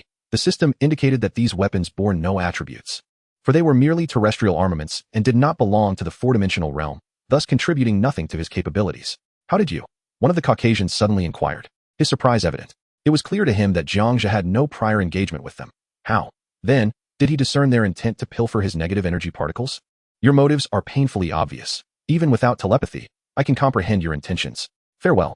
Jiang Zhe replied with an expression of indifference as he turned his gaze away from the 4. Before they could utter another word, for telekinetic blasts pierced through their foreheads. For lives extinguished. Warning, solar flare imminent. Countdown. 3 minutes. A female robotic voice suddenly announced. A solar flare? Jiang Zhe glanced down. It was the intelligent alert system of the pilot. Almost forgetting, time was of the essence. With a swift motion of his right hand, he summoned the spacecraft into his personal cuboid.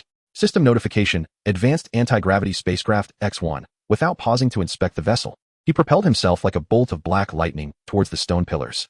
1 minute later, he finally reached the area of the pillars. Suddenly, the sky erupted in brilliance. Jiang Zhe raised his gaze, witnessing a searing wave of flames burst forth, stretching an estimated length of no less than 100,000 kilometers. Even he could not help but feel his heart tremble. At any moment, humans must maintain a sense of reverence before the forces of nature. Once the eruption subsided, Jiang Zhe regained his focus and delivered a powerful punch to the 3rd stone pillar. The pillar showed no signs of damage from the blow. Only faint black currents danced around its surface, seemingly protective in nature. It was utterly futile. Time is running out. There is no time left. Jiang Zhe's heart raced uncontrollably. The solar flare was on the verge of a massive eruption. The scene fell into a deathly silence. Chapter 402, Sonic's Power Unleashed, the Resolve to Grow Stronger, Extraordinary Matter. Identity in question. In the midst of this turmoil, Sonic suddenly leaped to the ground. Boss, don't panic. Leave it to me. As his words fell, a blue lightning bolt encircled the stone pillars with unparalleled speed, reaching unimaginable multiples of sound. Deep blue electromagnetic waves surged toward the stone column array. Almost immediately, the electric currents enveloped the pillars. The third and fourth pillars suddenly lost their energy. Boss, I've destroyed the energy devices of the third and fourth pillars. We can shatter them now, Sonic declared nonchalantly. Good. Bang. Bang. With two powerful punches, the pillars shattered into pieces. Bang. Bang. Sonic dashed forward again. With a flick of his right hand, he infused two bolts of blue lightning back into the foundations of the third and fourth pillars. The restoration of their energy attributes meant that the damaged pillars would still stand strong for a considerable time. Time is running out. We need to leave, boss, Sonic urged. Understood. Jiang Zhe grabbed Sonic. He turned back to glance at the pillars, which bore an exact resemblance to the destruction he recalled from before. There was no time for contemplation. 28 seconds. 8 seconds to gather spatial particles. Sufficient. Jiang Zhe checked the time. 28 seconds remained. Despite his heart racing wildly, he retained his will to survive. Though time was scarce, he still held his final trump card: instantaneous movement. As long as he could teleport to an altitude of 10,000 meters, he would be safe. He sank his mind into his thoughts, gradually emptying his consciousness as spatial particles filled every pore of his body.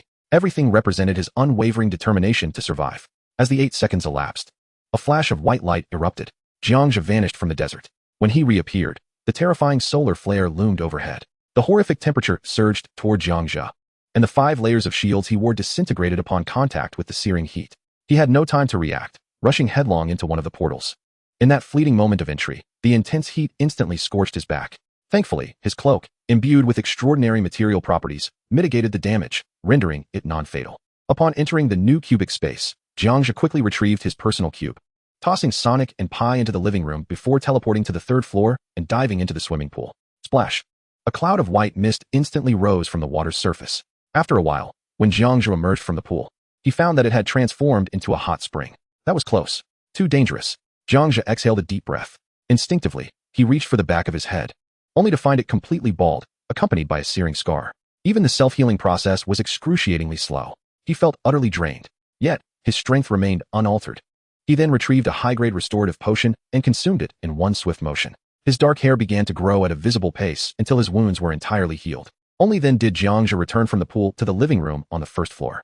He took out 10 bottles of chilled cola and drank them all in one go, causing his internal temperature to drop significantly. Xiao Pai and Xiao Su were unscathed, having swiftly retreated to their private cube at the moment the flare struck. They rested for nearly a quarter of an hour, intermittently replaying the horrifying scene from earlier. Had they delayed even slightly, they might not have returned. Indeed, humanity possesses no means of self-preservation when faced with the forces of nature. Jiang Zhe calmed his earlier emotions, his gaze filled with an insatiable yearning for strength. He realized that his current capabilities were insufficient to withstand the might of nature. While he could contend with certain natural disasters on Earth, what about calamities in the cosmos? He had absolutely no power to resist. Had anyone else been in that situation, they would likely have perished without a chance of survival. If it were not for his ability to teleport, his infinite defensive gear, and his capacity for flight, he would not be the Jiang Zhe he was today. Perhaps this was the consequence of traversing through time. Next, he retrieved the energy storage device given to him by engineer Mr. Jiang. It was a small black cube, about the size of his palm, with a black button on top. Jiang Zhe pressed it gently with his index finger, causing all the particles to spring forth. System notification, negative energy particles, 65. System notification, exceptional matter, 27. The notifications appeared. 27 units of exceptional matter. Jiang Zhe could not help but swallow hard. When engineer Mr. Jiang had presented him with the energy storage device, he had assumed it contained only a minimal amount of exceptional matter and negative energy particles. He never anticipated such a substantial quantity. Grateful to Mr. Jiang Zhe wore an indescribable smile. After pondering for a few seconds, he sensed something amiss. The pronunciation of Jiang seemed reminiscent of Jiang, coupled with the tone and smile of the other party. It dawned on him that since they were aware he had traveled from the future to the primary Earth, they must also recognize that he was a human from a parallel world. At the very least, when they installed the stone pillars, they must have employed some device to detect him. Hence, their attitude had undergone a complete 180-degree shift. What do you think of Mr. Jiang from earlier? Jiang Zhe turned to Xiao Su and Xiao Pai, who were sipping cola. Xiao Su responded, Jiang, I think he is quite good. He feels a bit more approachable compared to the boss. Xiao Pai added, I also sensed a hint of similarity in your sense. I know, but what are your thoughts? Jiang Zhe sought to understand the true opinions of the two little ones, hoping they aligned with his own. I think he might be the boss's ancestor. Although 100 million years have passed, the DNA remains unchanged. Little Pai and Little Sue have unveiled a startling revelation, igniting an insatiable curiosity within Jiang Zhe. He is fervently eager to uncover the identity of the enigmatic individual. Just as Jiang Zhe's gaze falls upon the energy storage device, the analysis chip suddenly activates, commencing a fingerprint detection. Although Mr. Jiang was clad in protective gear earlier, it does not imply that he has never touched the box while unencumbered. Soon, the analysis prompt materializes. Fingerprint, human analysis. The fingerprint originates from a hyper-advanced civilization, containing minute traces of cutting-edge particles, indications of particles previously unnoticed by humanity. The analysis is indeed accurate. Jiang Zhe surveys his surroundings, seizing the plastic bottle once more for further examination. The analysis prompt yields another result. Fingerprint, human analysis. The fingerprint derives from a formidable superhuman, infused with the fifth fundamental force of the universe, along with the icy attributes of starlit particles. Note, in reality, the universe possesses only 4 fundamental forces. The fifth is fabricated. Truly, there is no error. It appears the analysis is infallible. He then positions the 2 fingerprints before him, ensuring both appear within the same frame. Fingerprint. Both are human fingerprints. Analysis. The fingerprints bear a 92 similarity, yet exhibit a striking degree of resemblance, warranting further investigation. At this juncture, Jiang Zhe suddenly realizes the implausibility of identical fingerprints existing in the world. While some may bear resemblance, it does not imply that Mr. Jiang is related to Jiang Zhe in any way. Countless individuals possess similar fingerprints. Does that mean they are all kin? More accurately, a DNA test would be essential for verification. He cannot help but feel foolish. The energy storage device must be preserved, awaiting an opportune moment to extract the DNA contained within. Jiang Zhe muses. Subsequently, he prepares to head to the warehouse, intent on inspecting the recently acquired aircraft to determine its operability. The anti-gravity aircraft belongs to a high-tier category of anti-gravity apparatus, a rare opportunity indeed. With such a device, one could traverse any terrain with ease, soaring through the skies and delving into the depths of the earth. Just as Jiang Zhe rises, a knock resonates from outside the private cube. Chapter 403. Player provocation. Kill them. Collective provocation. Collective elimination. Had someone been within this cube moments ago? Jiang Zhe halts, turning towards the door. Upon opening it, he encounters a young Caucasian man. May I assist you? Jiang Zhe inquires first. My name is Constantine. We are currently discussing a ceasefire agreement. Would it be possible for you to switch to another cube? The young man named Constantine gazes at Jiang Zhe with an apologetic expression. You may continue your discussions. I have no interest in your ceasefire agreement. Jiang Zhe replies politely, preparing to close the door. After all, there are no restrictions on cube occupancy, allowing anyone to stay within. Just as the door begins to shut, a robust arm suddenly thrusts through, halting the impending closure of the iron door. Jiang Zhe narrows his eyes. Gently, he opened the door once more. This time, it was not the Caucasian young man who met his gaze, but rather a tall individual of mixed heritage, with a disdainful expression directed at Jiang Zhe. We are currently engaged in a ceasefire agreement. This does not concern outsiders. Leave at once, or I will be compelled to take action. The robust man with deep brown skin looked down upon Jiang Zhe, his tone laced with contempt, threats, and commands. Are you threatening me? Jiang Zhe replied, his expression one of indifference as he regarded the towering figure before him, showing no sign of intimidation. And if so, what of it? If you do not vacate this place promptly, your fate will not be mere threats, but rather a tragic incapacitation. The imposing man and Jiang Zhe faced off, neither yielding an inch, and there was even a sense that the man was beginning to match Jiang Zhe's formidable presence. In his mind, Jiang Zhe recalled an idiom, the fox assuming the tiger's might. Should he utter it, it would tarnish his image as the world's foremost. Thus, Jiang Zhe opted for a different approach in addressing the imposing figure. Before I raise my hand, Constantine, you would do well to depart now. His gaze shifted to Constantine, who met Jiang Zhe's eyes for a brief moment, sensing a fierce determination emanating from him. Initially, Constantine had intended to negotiate amicably with Jiang Zhe. However, the brutish man beside him had no such intentions. He merely sought to intimidate the striking Asian man through sheer force. After a moment of mutual scrutiny, Constantine resolutely turned to leave. Just before departing, he attempted to coax the man along with him, but the imposing figure was in no mood for kindness. Are you suggesting you wish to engage me? Stand here, and if you can displace me even a single step, I will concede. The man laughed heartily, dismissing Jiang Zhe's stature of 1.80 m, clad in short sleeves and flip-flops, and questioned how formidable he could truly be. Although the private cube was indeed impressive, it did not instill fear within him. Little did he know, Jiang Zhe had just emerged from the swimming pool. At that moment, Jiang Zhe's gaze locked with the imposing man-ass. The latter remained blissfully unaware of the impending danger, even presuming Jiang Zhe would continue to retreat. But would Jiang Zhe yield? That notion was utterly ludicrous. With a swift motion, 2 dark energy beams erupted from Jiang Zhe's eyes. It was only upon witnessing the ominous darkness within Jiang Zhe's gaze that the imposing man realized the peril he was in. Alas, it was too late. The beams pierced through his eyes, exiting forcefully from the back of his skull. Thud. The man collapsed to the ground, lifeless. His once vibrant eyes were now marred by 2 rings of charred darkness, his deathly visage profoundly unsettling. In the center of the cube, a group of players, both Caucasian and African American, noticed the 2 dark lines suddenly strike the walls of the cube. All heads turned in unison. He is dead. Our comrade, the big man, has been slain. Who dares to kill one of our own? Do they wish for their demise? A throng rushed towards the scene. Upon arrival, one of the onlookers immediately turned the fallen giant's body to the side. The sight was so shocking that their heart raced uncontrollably. What manner of person could commit such a heinous act? When another towering figure, a 2-meter-tall black man, finally grasped the situation, he realized it was the Asian man before him who was responsible. "It's you," he roared, charging at Jiang Zhe with fury. In his right hand, a gleaming silver machete appeared as if by magic, intent on taking Jiang Zhe's life.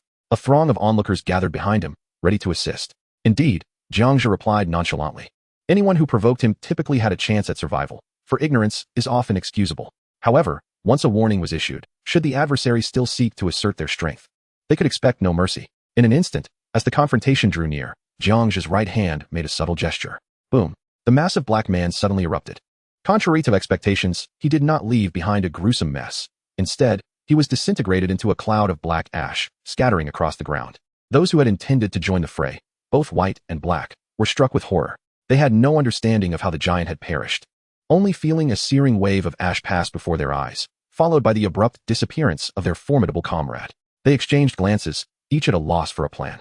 The only course that seemed prudent was to broadcast the scene to the world, showcasing the Asian man's ruthlessness, truly a killer without a flicker of remorse. Just then, another black man broke through the crowd, his gaze dropping to the lifeless body on the ground. This man has some tricks, he mused. But fear not. With my 46,000 combat power, I refuse to believe he can defeat me. Brothers, follow my lead. His eyes aflame with rage, he brandished twin blades. The onlookers hesitated for a moment, yet rather than being intimidated by Jiang Zhe, they were stirred by the sight of their fallen comrade. A surge of bloodlust welled within them. They were determined to avenge their fallen brethren. With weapons drawn, they charged forward.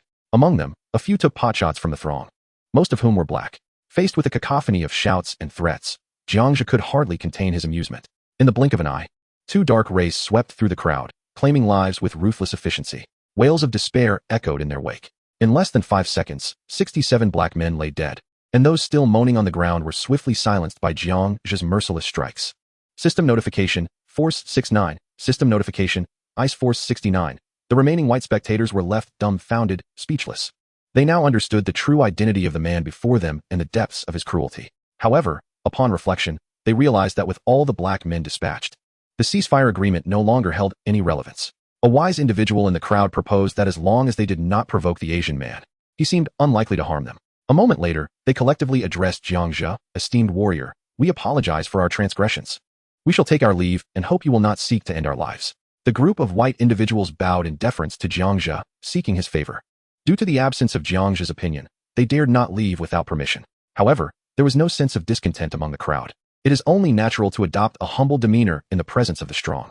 Those who possess strength exhibit their own distinctive styles, and thus, they felt no resentment, even taking pride in encountering such formidable individuals. What a wretched soul, Jiang Zhe remarked with a disdainful smile, before turning to close the door.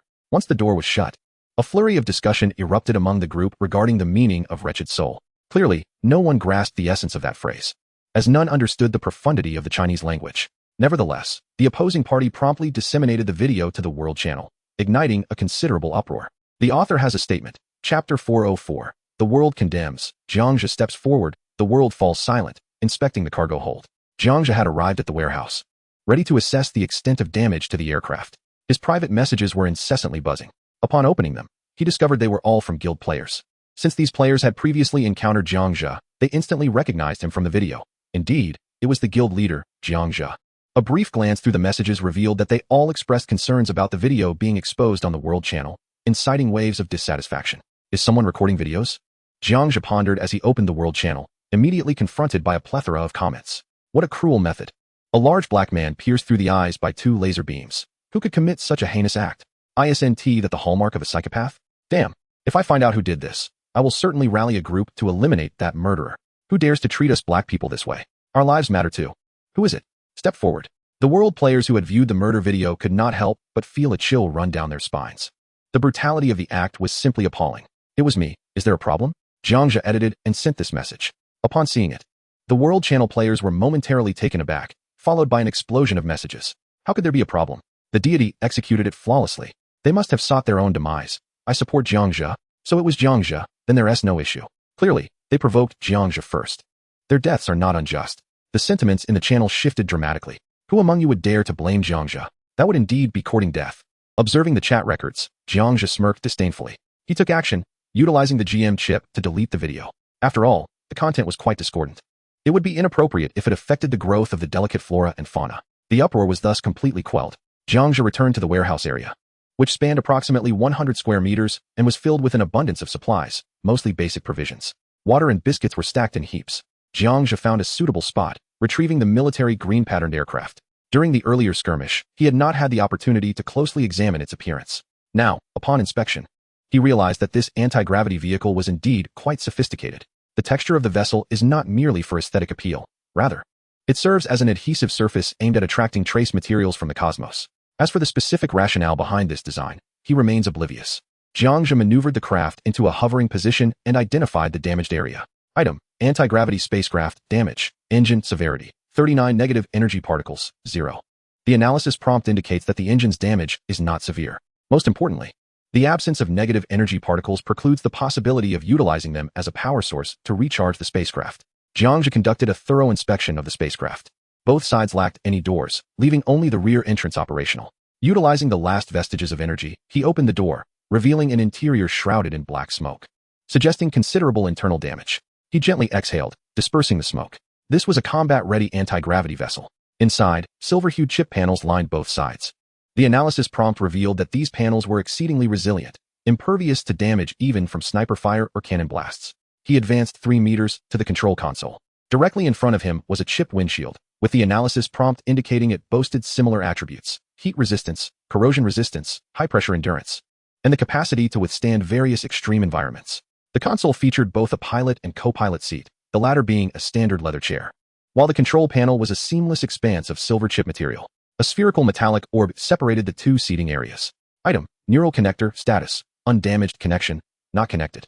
Usage: touch to activate. So, this spacecraft operates via neural connection for flight? Indeed, it is sophisticated. Jiang Zhe touched the black metallic sphere, and a sudden jolt of electricity surged through his brain.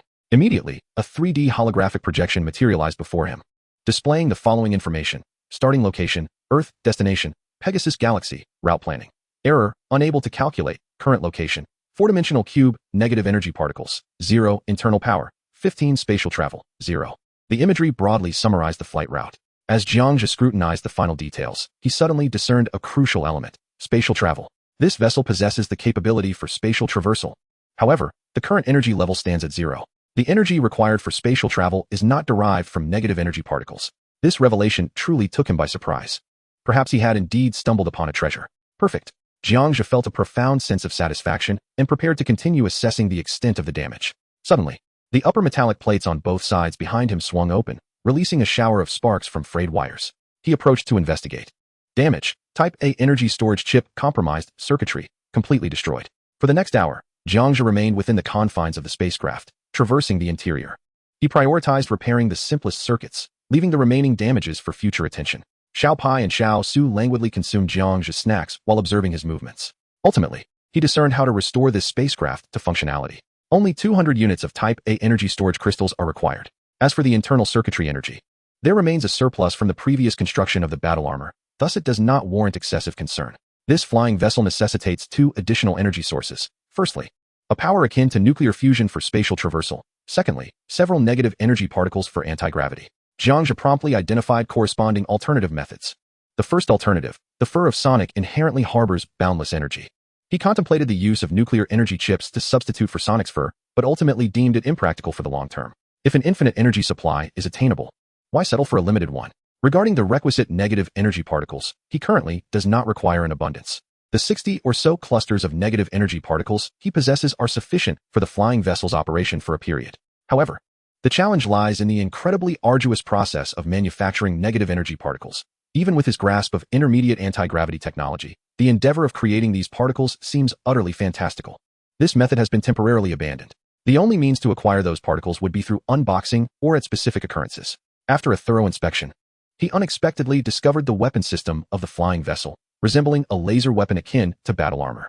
Its energy is derived from the Type A energy storage crystals, as well as the internal driving energy. The weapon system is not reliant on a singular energy source. It converts energy from both the Type A storage crystals and the internal driving energy into laser fire. Fortunately, the weapon system remains undamaged and requires no repairs. He now understands that the earlier group of individuals lacked negative energy particles, and the inadequacy of their driving energy rendered them incapable of escaping Earth. Their desperate attempts to eliminate Jiang Zhe in pursuit of negative energy particles were misguided. They did not anticipate that the confrontation between technology, the flying vessel, and technology, the energy sniper rifle, would culminate in victory for the energy weapon. This was entirely unforeseen. With the anti-gravity flying vessel, complemented by spatial traversal capabilities, he eagerly anticipates a future free from the hassle of constant flights. Upon entering the living room, he glanced at the time. Current time, March 30th, 2021, 10:27 a.m. He planned to open the door 3 more times before noon. Jiang Zhe contemplated as he stepped outside to summon his personal cube. Upon arriving at the center, he continued his predictions. 6 figures emerged, bringing back feedback. The author has something to convey. Chapter 405, Corrosive Solution, Eye of Gaze, Realm of Clamor, Sing Aloud. Door to the up, a pool of corrosive solution. Capable of collecting a considerable amount of corrosive liquid, but beware of the toxic bubbles within the pool. Door to the down, a dim forest, where a golden treasure chest can be found, patrolled by a white floating specter. Door to the left, a gathering of players hosting a sausage party, where one may join them upon entry. Door to the right, a trap-laden area, featuring a platinum treasure chest at the center. Flanked by powerful mechanisms capable of crushing a human body, with blood and gore strewn across the ground. Door to the forward, an ordinary cube, devoid of any resources. Door to the back, once a tranquil forest teeming with wildlife, it now transforms into a slaughterhouse for players. If a player makes a sound, the creatures of silence will strike and devour them. However, following the malicious act of 2 players who incapacitated 2 noisy creatures and brought them here, the tranquility has been shattered. If players cease to make noise, a horde of monsters will attack. Careful searching may reveal a meteorite treasure chest. First room, corrosive solution. The figure of Jiang Zhe enters, surrounded by a purple toxic mountainous region. An acrid stench permeates the air, nauseating to the senses. He activates a shield and approaches the solution pool. Floating upon the surface is a human skeleton, soon to be eroded. Jiang Zhe crouches down, extending a finger. At the moment of contact, a hissing sound is heard as the corrosive effect manifests. After lingering for 10 seconds in the solution, his finger remains unscathed. It proves to be of little consequence. Jiang Zhe shakes his head. If even a mere finger remains unaffected, then players with a combat power of 7 or 800,000 shall not be corroded by this solution. It cannot be deemed a strong acid solution. He decides to abandon this endeavor. Second room, dim forest. Here, dark clouds loom, casting a shadowy gloom. Within the depths of the purple-hued forest, a golden treasure chest glimmers. Jiang Zhe teleports directly to it, assessing the potential dangers before opening it. As the chest creaks open, a floating specter leaps forth, arms outstretched. Jiang Zhe's expression is stoic as he conjures a faint force of energy, treating it as a shield. The specter collides with the force, shattering into fragments. The specter is vanquished. The contents of the chest, it turns out, are rather commendable, yielding omega shards, crystals, an epic crafting blueprint, negative energy particles, and 3 A-type energy storage crystals. To be determined, for there are still better rooms ahead. Third room, sausage party. Here, players revel in joy, drinking, and celebrating. Above, a pair of black eyes fixates on this gathering of foreign players, who remain blissfully unaware of the looming threat. Upon analyzing with a chip, it is revealed to be the Eye of Gaze. Anyone of feeble strength who locks eyes with it shall instantly lose their sanity. Jiang Zhe lingers for a moment when one player, inebriated, looks up, attempting to breathe in fresh air. In that instant, the ominous gaze meets their eyes, leading to chaos erupting on the scene. Suddenly, there erupted screams, roars, death, and self-destruction. More than 30 players, even if it came to it, could gather supplies here. The shadowy figure of Jiang Zhe nodded slightly. To be determined. The fourth chamber, a trap zone. Sharp steel spikes lined both sides. And in the center lay a platinum chest. This room, seemingly insurmountable, was, in fact, quite simple. Jiang Zhe approached the devices on either side first. With a single punch, he shattered one device, rendering it inoperative. He then destroyed the other, neutralizing its threat, and proceeded to the center to claim the platinum chest. The contents were mediocre. Omega fragments, crystals, epic shards, enhancement materials, Type A energy crystals, and reforging chips. None compared to the allure of the negative energy particles found in golden chests. The fifth room was bypassed, devoid of supplies. The sixth chamber, a cacophonous domain. The figure stealthily entered. In an instant, a swarm of monsters descended upon him. Before he could react, numerous creatures tore at Jiang Zhe's limbs, attempting to bite through them. Alas, they were oblivious to the resilience of his physique. The previously tranquil area had been maliciously invaded by players, transforming it into a raucous place. Jiang Zhe furrowed his brow. He had not anticipated the existence of a silent monster that feasted on sound. However, it seemed that the noisy creatures had overtaken the location. Hence the din. Upon further reflection, Jiang Zhe found this place intriguing. Moreover, it housed an iron meteor chest. Just one room remained. Upon entering, you must shout and call out to help the boss search for supplies, understood? Jiang Zhe instructed the two little ones. Little Pai, got it, such a strange room. Little Suo, yes, but what about you, boss? Jiang Zhe, I want to shout. I'll wait for the monsters to come to me. As his words fell, such a peculiar request. Indeed, quite strange.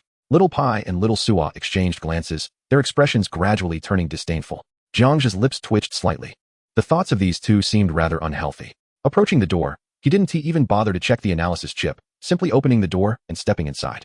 Upon entry, he found himself in a lush forest, the air fresh and invigorating. He promptly unleashed a force scan. The iron meteor chest was approximately 1,000 meters away. Just then, he noticed hundreds of raucous monsters within 100 meters, their countless crimson eyes, reminiscent of crescent moons, fixated on Jiang Zhe, poised to strike. As the danger became apparent, Little Pai and Little Suo immediately dropped to the ground, moving in tandem while belting out a song. This was a tune Jiang Zhe often enjoyed singing. The tale unfolds with two little beings, aptly named Sunshine Cotton Picking Little Dark Horse, and I'll share my watermelon juice with you, who inadvertently acquire a remarkable skill. Just as they are about to vanish from view, he raises his right hand, enveloping them in a protective shield.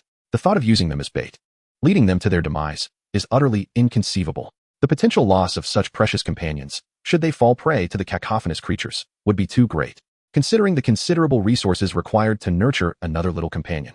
As the sounds of the little ones fade into the distance, a sudden hum, reminiscent of electromagnetic waves, pierces the air. A horde of raucous creatures descends from the trees, their sharp fangs and claws glinting ominously. These towering beings, resembling monstrous reptiles adorned with fan-like appendages on their heads, charge forth. They've arrived, my brother, he exclaims, a knowing smile gracing his lips. In Chapter 406, titled The Weakest Creature, Cotton-Picking Pony, Energy Crystals, and Sonic Chips, he raises his hand, poised to unleash a forceful attack and obliterate the multitude of noisy beasts. However, to his astonishment, the creatures seem to possess a radar-like ability to detect danger. In an astonishing display, they perform a synchronized backflip in midair, collectively retreating to evade the impending threat. Is this truly possible? He muses, not in disbelief of their ability to sense danger, but rather in awe of their impressive agility. These creatures appear to possess a certain intrigue. The raucous beasts retreat several hundred meters, yet they do not exit the forest. Instead, they encircle him, whispering amongst themselves as if in deliberation. Confounded by their behavior, he cannot fathom their motives. Unable to resist, he activates his analysis chip.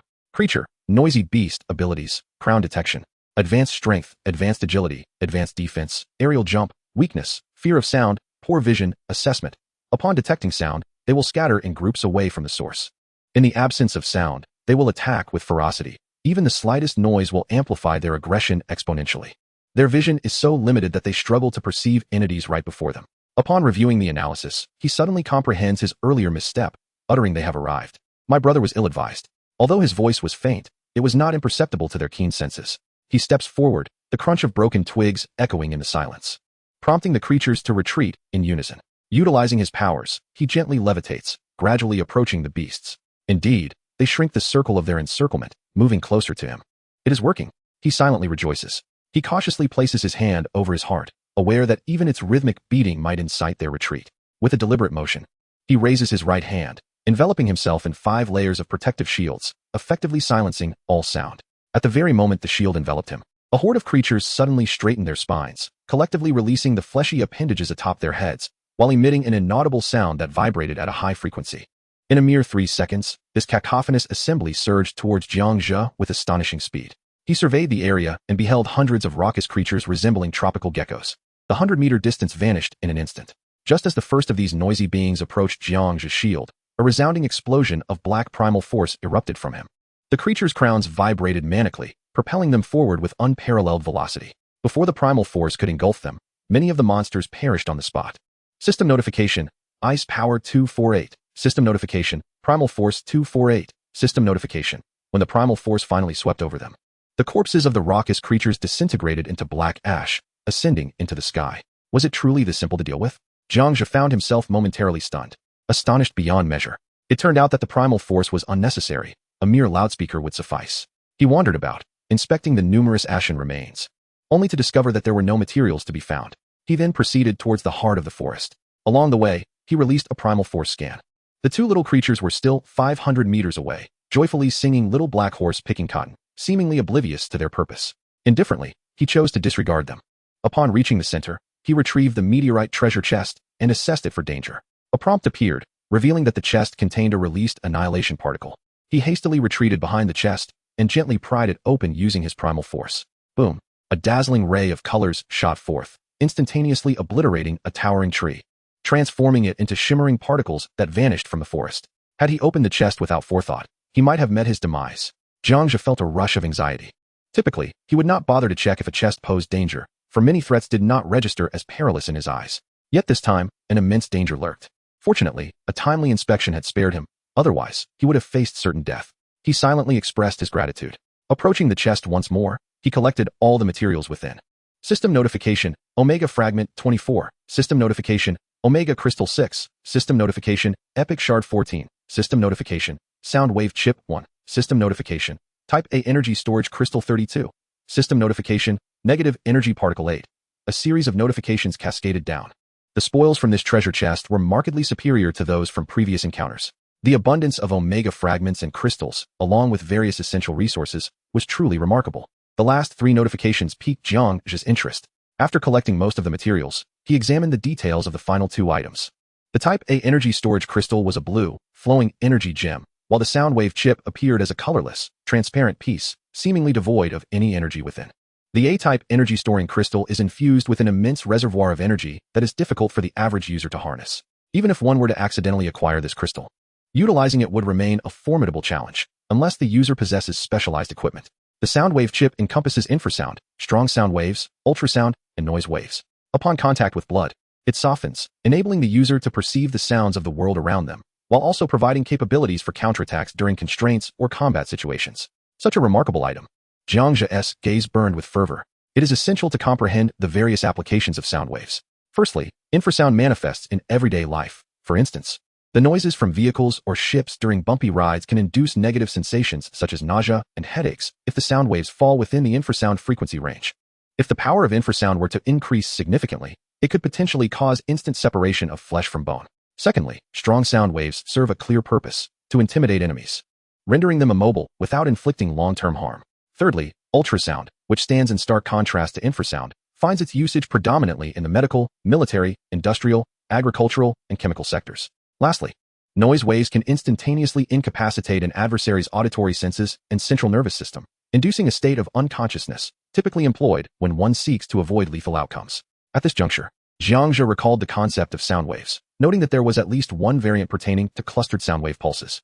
Although the chip appeared not to offer this function, nonetheless, this mattered little. With 4 types of sound waves at his disposal, judicious application would enable even an ordinary individual to embody the roles of an assassin, a divine healer, or a counterterrorism expert throughout the day. While not overwhelmingly powerful, these abilities would suffice as auxiliary support. Jiang Zhe withdrew a laser pistol and gently fired it at his skin. The black laser barely grazed his arm, creating a wound. He then inserted the colorless, transparent chip into the incision. In an instant, the wound healed, and the chip dissolved, transforming into a stream of transparent particles that surged towards his eyes. Before long, as the sound wave chip began to operate, a wondrous transformation unfolded in his surroundings. The author notes, Chapter 407, Reaching Consensus, No More Desserts, The Bloodsucking Castle, Interactions with Beauties. The trees, the grass, and the sounds of insects resonated. A peculiar scene emerged. Each sound entered Jiang Zhe's perception with its unique sound wave frequency. For instance, the sound of the trees was faint, intermittent, and slow. The sound of the wind across the grass and the vibrations emitted by the blades of grass entered his perception as short, gentle waves.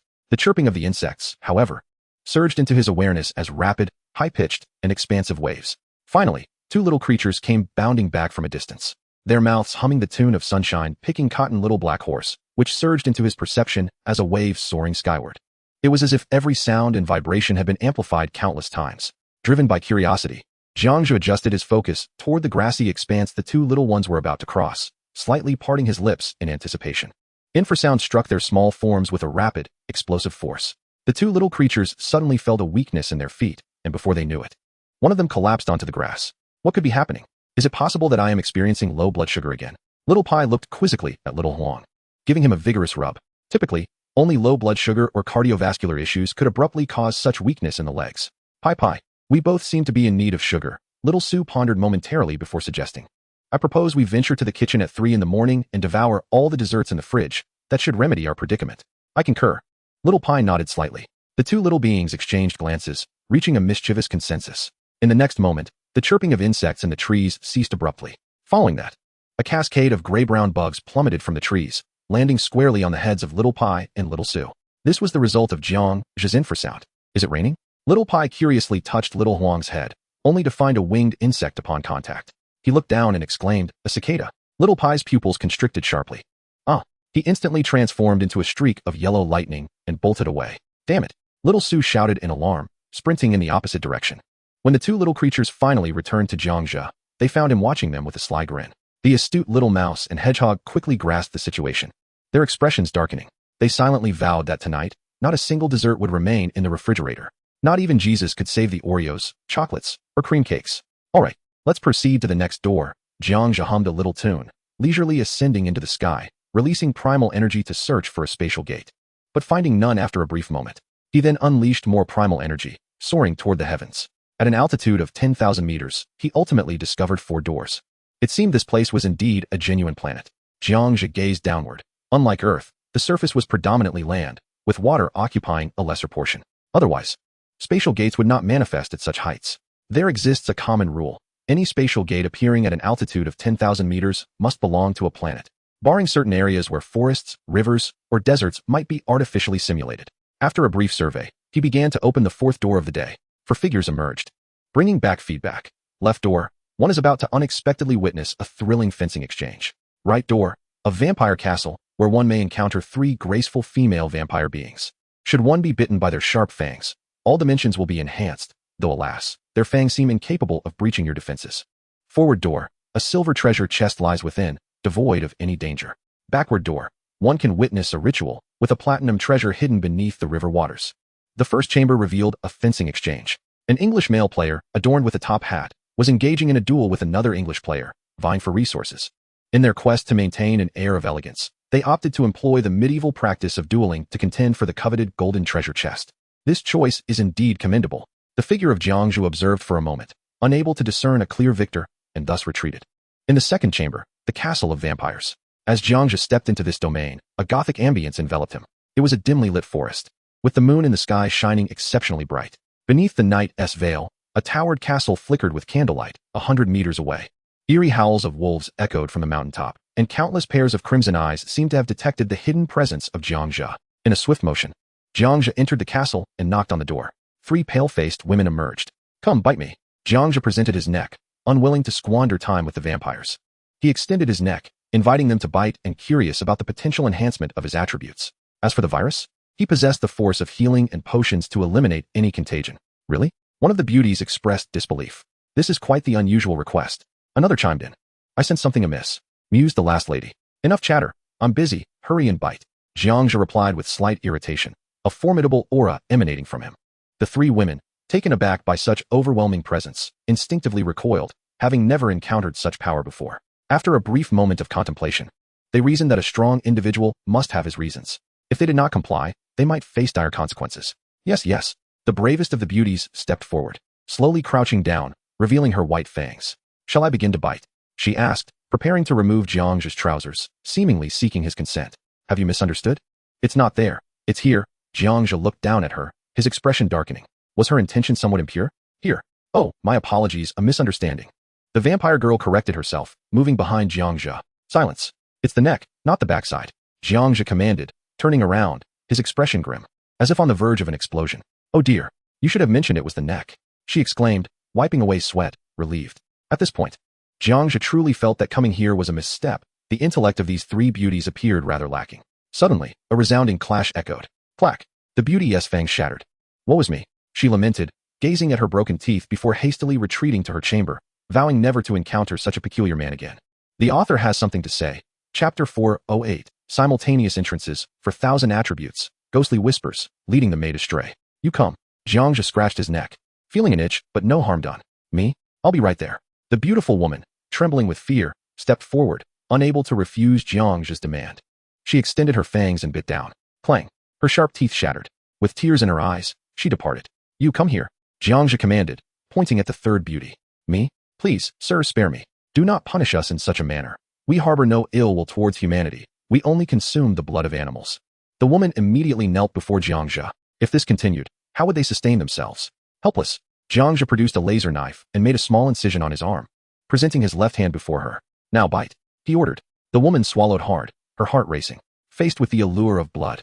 Even the most demure could not resist the potent essence of the strong. Suddenly, her visage twisted into a fearsome expression, revealing elongated fangs as she sank them into the wound, drinking a portion of his blood before Jiang Zhe forcefully pushed her away. The allure of blood rendered her utterly defenseless, and she ready to attack him. Enough. Jiang Zhe's gaze sharpened, his pupils deepening into black, an indication of releasing his primal energy. Upon witnessing such eyes, even the most terrifying vampire could not help but revert to her meek form, her fighting spirit vanishing instantly. He then located a modern sofa and settled into it, closing his eyes to meditate, patiently awaiting the arrival of the system notification. The vampire, displaying her acumen, poured Jiang Zhe a cup of coffee. He reached out to accept it, unperturbed by the potential threat posed by the three women, for they could never extinguish his life. He downed the coffee in a single gulp, sweet, bitter, and rich. Just as the last drop fell, notifications chimed in. System notification, strength 1200, system notification, agility 1200, system notification, constitution 1200, system notification, spirit 1200. The notifications illuminated Jiang Zhe's eyes, prompting him to rise abruptly. However, an uncomfortable sensation surged from his heart, and the world around him appeared stained with blood. Alongside that, a primal urge for bloodlust surged within him. Are you all right? I told you this is not good for you. You are already incredibly strong. Why do you seek the powers of our bloodline? The three women could not suppress their concern, though secretly they rejoiced. Nonetheless, this could work in their favor. Their castle had always lacked men. If he were to stay and live with them, oh, the possibilities. Of course, these thoughts remained unspoken. In the face of numerous side effects, Jiang Zhe's body suddenly convulsed. A wave of ultrasonic frequency coursed through him, merging with his primal healing energy. Within 10 seconds, the vampiric virus transformed into a cloud of waste. Expelled forcefully from his nostrils, he slowly opened his eyes, and his vision returned to normal. Quickly, he checked the system feedback, and upon seeing that his attribute points had not vanished, he felt reassured. Good. Thank you, Jiang Zhe said, blinking slightly in gratitude before promptly exiting the prediction. A total of 1,200 attribute points remained. With a total of 4,800 attribute points, the enhancement amounted to an impressive 48,000 battle power. Jiang Zhe pondered, his gaze fixated on the back door, behind which lay a platinum treasure chest and a sacrificial ceremony involving extraterrestrial beings. A ritual dedicated to the offering of certain creatures. The thought of bypassing it was somewhat disheartening, for it was indeed a platinum treasure chest. The moment had come to choose between two doors once more. Jiang Zhe glanced down at the two little ones. They lacked wristbands, and thus could not unlock the door. Never mind. He decided to employ his shadow again. At worst, he would waste a positioning device, which did not seem overly valuable. Once he arrived at the vampire castle, he would then attend that desert sacrificial rite. With a flicker of thought, a silhouette of darkness materialized before the back door, his Force clone. He then retrieved two positioning devices. Tossing one to the Force clone, the clone took it, merely mimicking Jiang Zhe's actions, devoid of any capacity for independent thought. Previously, he had successfully employed the shadow technique once before, demonstrating the quantum entanglement effect between himself and the clone, regardless of the distance between them. They could simultaneously execute opposite actions. Jiang Zhe's gaze remained fixed on the clone until he confirmed its movements were flawless. He then placed his hand behind him, using the wristband to press against the security panel. With a click, the door swung open. Simultaneously, the back door was opened by the clone Jiang Zhe.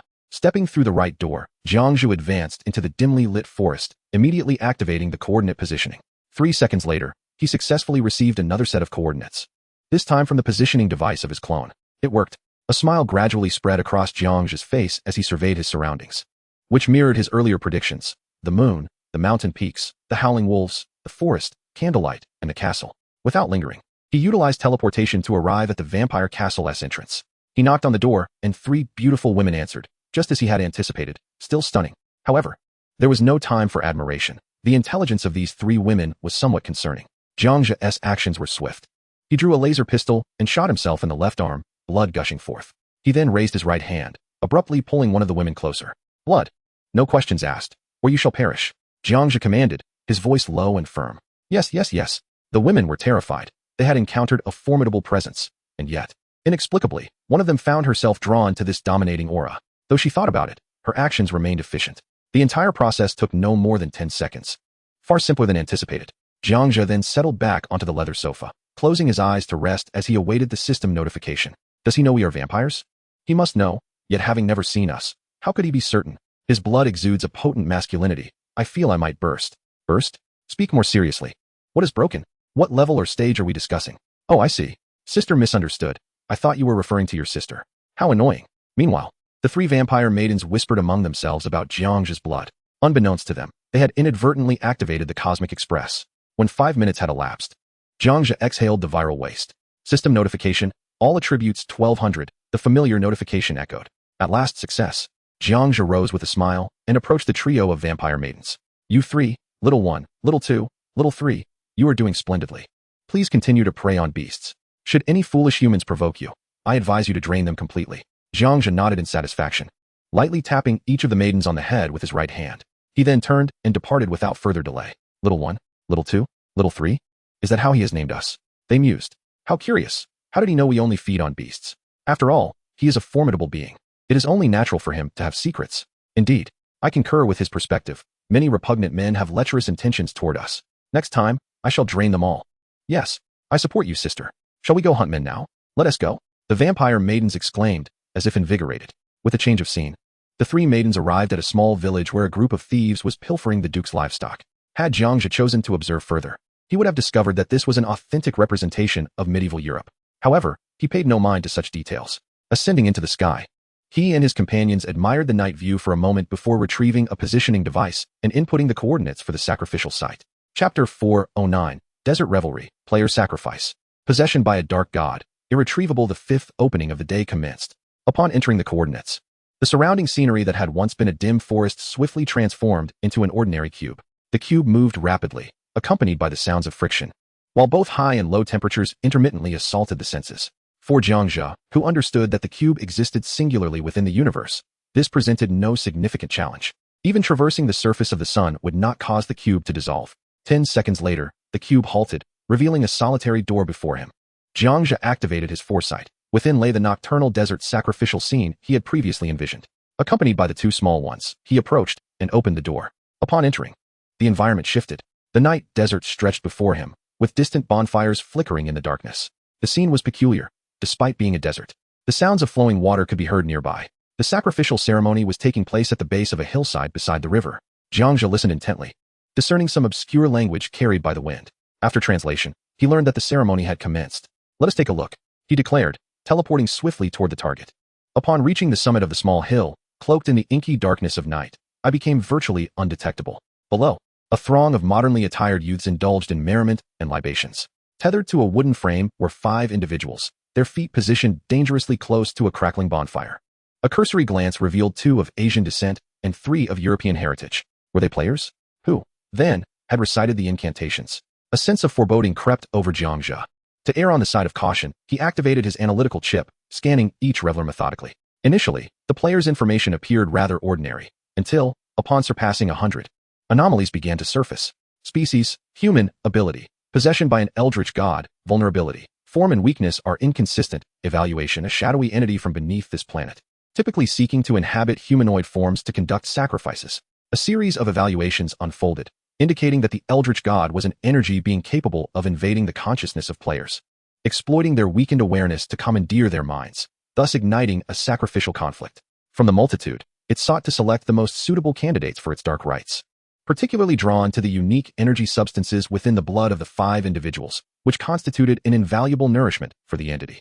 Jiang Zhe remained uncertain regarding the nature of this energy and failed to extract useful data from the 5. As the impending slaughter loomed, he tapped into the force, sweeping across the hill and the flowing waters below. Eventually, he discerned the precise location of a platinum treasure chest submerged in the river. With this newfound knowledge, Jiang Zhe continued to observe the unfolding scene. Why must we slay these 5? Questioned one voice amidst the crowd. Are we not here to celebrate? As the intoxicated began to regain their senses, the realization dawned. These 5 were disrupting their revelry, and thus, they must be sacrificed to the divine. Who is this deity? Came the inquiry. Are you unaware? Just moments ago, I heard a whisper suggesting that eliminating these 5 would enhance our attributes. A voice murmured conspiratorially. The crowd, now swayed, nodded in agreement, cautioning against impulsive actions. Whispered in my ear. It feels as though only a demon would engage in such trickery. A wave of unease rippled through the assembly as they recognized the gravity of the situation. They had come to celebrate, never anticipating the specter of death. What are you saying? The possessed young man barked. Can I deceive you? Just kill them, and our powers will increase. Pray tell, John, one of them is your brother. Are you truly willing to sacrifice him for our gain? Absolutely, John affirmed resolutely. The crowd hesitated momentarily.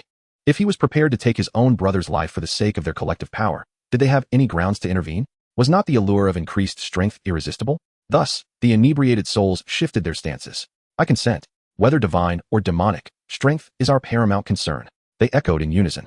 Perceiving the peculiar circumstances unfolding around him, Jiang Zhe furrowed his brow, his heart sinking at the thought that even a blood relative could harbor murderous intent. Was this truly the influence of a malevolent deity, or merely the manifestation of one's own avarice? It was evident to all that such behavior was reprehensible. Yet the throng persisted in their misguided actions, driven by a leader proclaiming that the pursuit of power bore no shame, especially within the realm of the fourth dimension. Unable to bear the sight any longer, Jiang Zhe activated his teleportation ability and surged into the midst of the sacrificial assembly. Ignoring the astonished gazes of onlookers, he swept his hand, severing the chains and bindings of the 5 captives in an instant. These lunatics are beyond redemption. Save me, Great One. My own brother seeks to slay me. He must surely be mad. They have all lost their minds. Be wary, Great One. As the 5 captives beheld Jiang Zhe's intervention, they instinctively positioned themselves behind him, brandishing their weapons, prepared to fight alongside him. The crowd, momentarily taken aback, watched as a figure clad in black materialized before them, rescuing the 5 with an effortless flourish. Who are you? Why do you disrupt the sacrifice? John, possessed by the dark god, stepped forward to confront Jiang Zhe, dismissing any notion of his formidable power, confident that with the deity's backing, no matter how strong the opponent, defeat was assured. John, you shall face retribution soon enough. Jiang Zhe replied, his gaze sweeping over the assembled crowd. I recognize that you have been ensnared by the dark god's machinations. There are no innocents among you. Turn and depart, and I shall hold no grudge. As his words hung in the air, whispers arose among the gathering, their eyes darting between John and Jiang Zhe. Absolutely not. A voice emerged from the crowd, followed by others echoing the sentiment. We will not be deterred. You cannot stop us. We are bolstered by divine favor. And I advise you to release those 5 or face the wrath of our God. A group stepped forward, threatening Jiang Zhe and demanding the return of the captives to continue the sacrificial rites. Behold how loyal my followers are. Do you truly believe you can sway us from our sacred duty? John's confidence radiated as he spread his arms wide, seemingly in command of the situation. I offered you a chance, Jiang Zhe scoffed. You offer no opportunities. How do you expect us to respond? We number over 100, while you stand alone. John retorted, his demeanor infuriatingly smug. Jiang Zhe turned to him and inquired, would you object to my taking your brother's life? He is possessed by the dark god and beyond salvation. To end his existence would be a kindness. John's brother shook his head vehemently, indicating no objection. Very well. Before I snap my fingers, you have one last chance to flee. You may reconsider. This is your second opportunity. Jiang Zhe stepped forward, raising his hand, poised to snap. At this, the crowd reacted with derision. Snap your fingers? Do you fancy yourself a titan? Show us. They laughed, their arrogance unshaken as some brandished weapons, ready for conflict. It is hopeless, utterly beyond redemption, Jiang Zhe sighed, shaking his head in despair. It appears that there is no longer a need to uncover the goodness nestled within the hearts of the masses, for that goodness has long since vanished. Beyond the reach of salvation. As the words fell, a crisp snap resonated through the air, a powerful surge of primal energy erupting and instantly engulfing the surroundings. The author notes, Chapter 410, The Experienced Baby, the underground evil god, the ultimate confrontation, the battle ceases. In the wake of the energy's devastation, not a single blade of grass remained. Even the very sands were annihilated, reduced to particles lost to the depths of the earth. Hundreds perished in a moment. Caught off guard. System notification, Energy 235. System notification, Ice Energy 235. The notifications echoed through the air. Of all present, only the 5 individuals behind Jiang Zhe survived. The remainder lay lifeless. Before the 5 could voice their astonishment, a wisp of black smoke ascended from the ground, swiftly transforming into the figure of a golden-haired, blue-eyed John. I told you, you cannot kill me. The foe John mocked.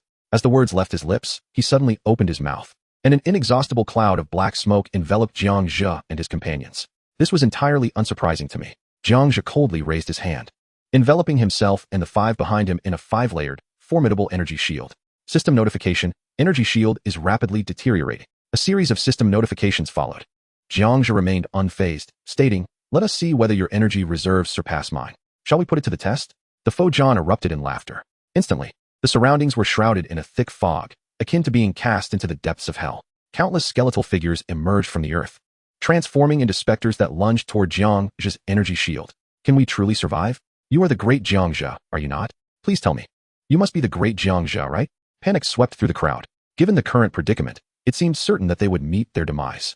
If only the real Jiang Zhe were present, perhaps they could resist or flee, for the evil goddess' power had transcended the realm of ordinary comprehension, surpassing all conceivable limits. Amidst the multitude of desperate pleas, Jiang Zhe affirmed, "Yes, I am Jiang Zhe.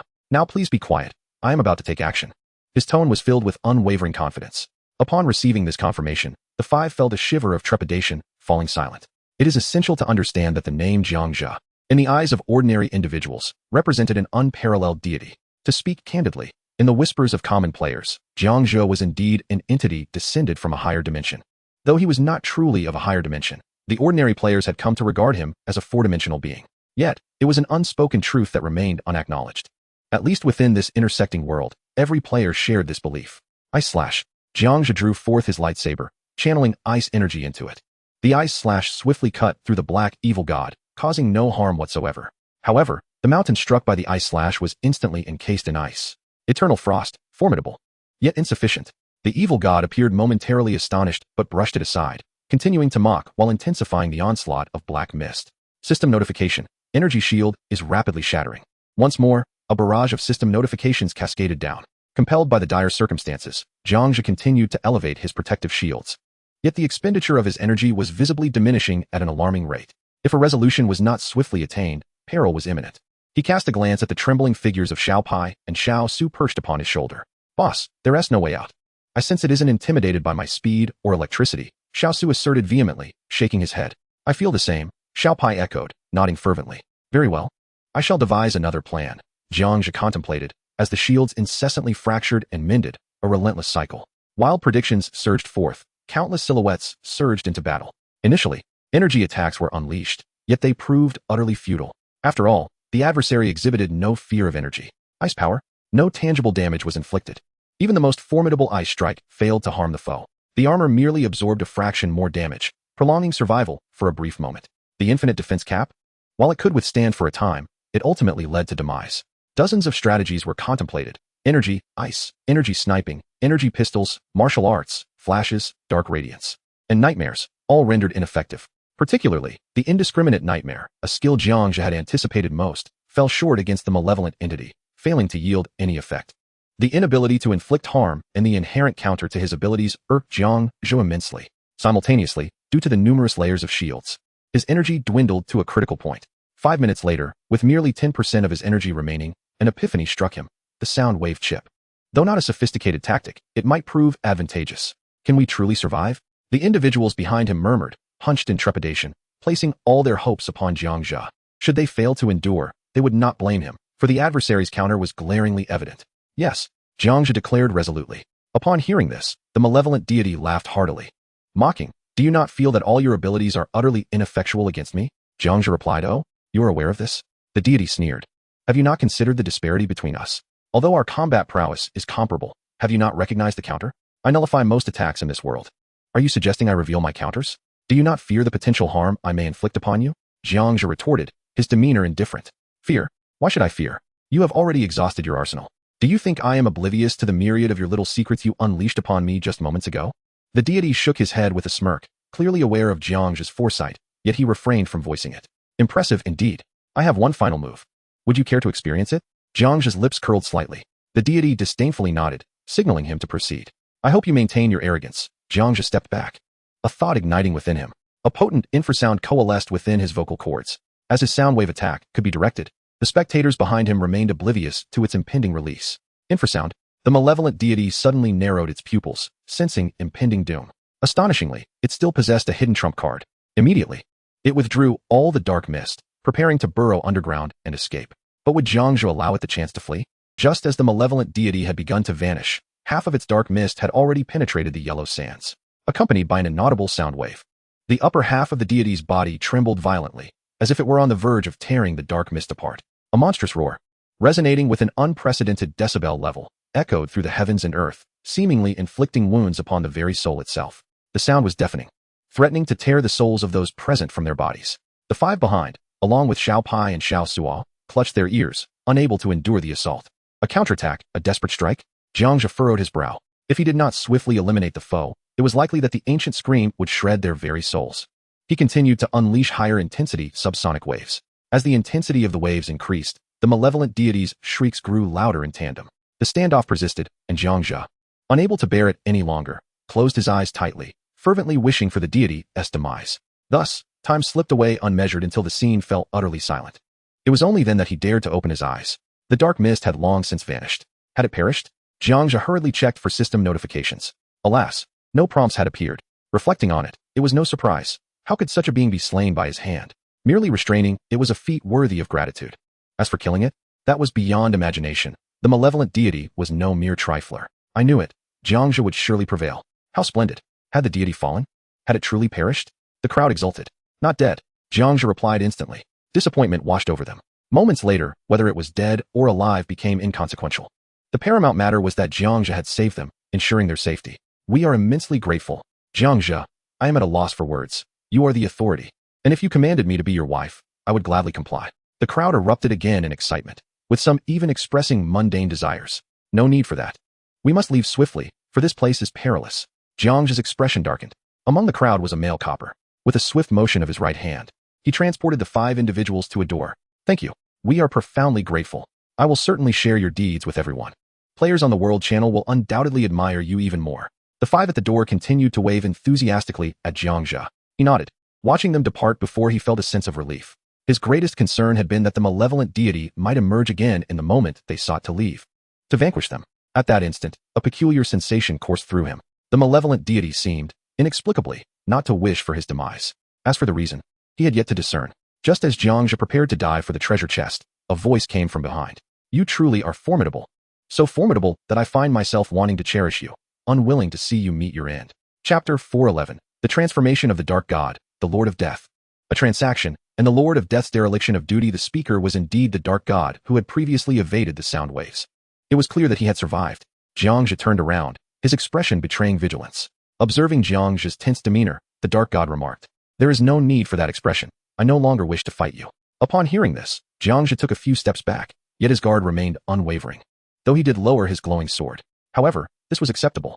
After all, Jiang Zhe could not slay the Dark God. Nor could the Dark God eliminate Jiang Zhe in the near future. Should the opponent wish to engage in a death struggle, Jiang Zhe would not hesitate to accompany him to the bitter end.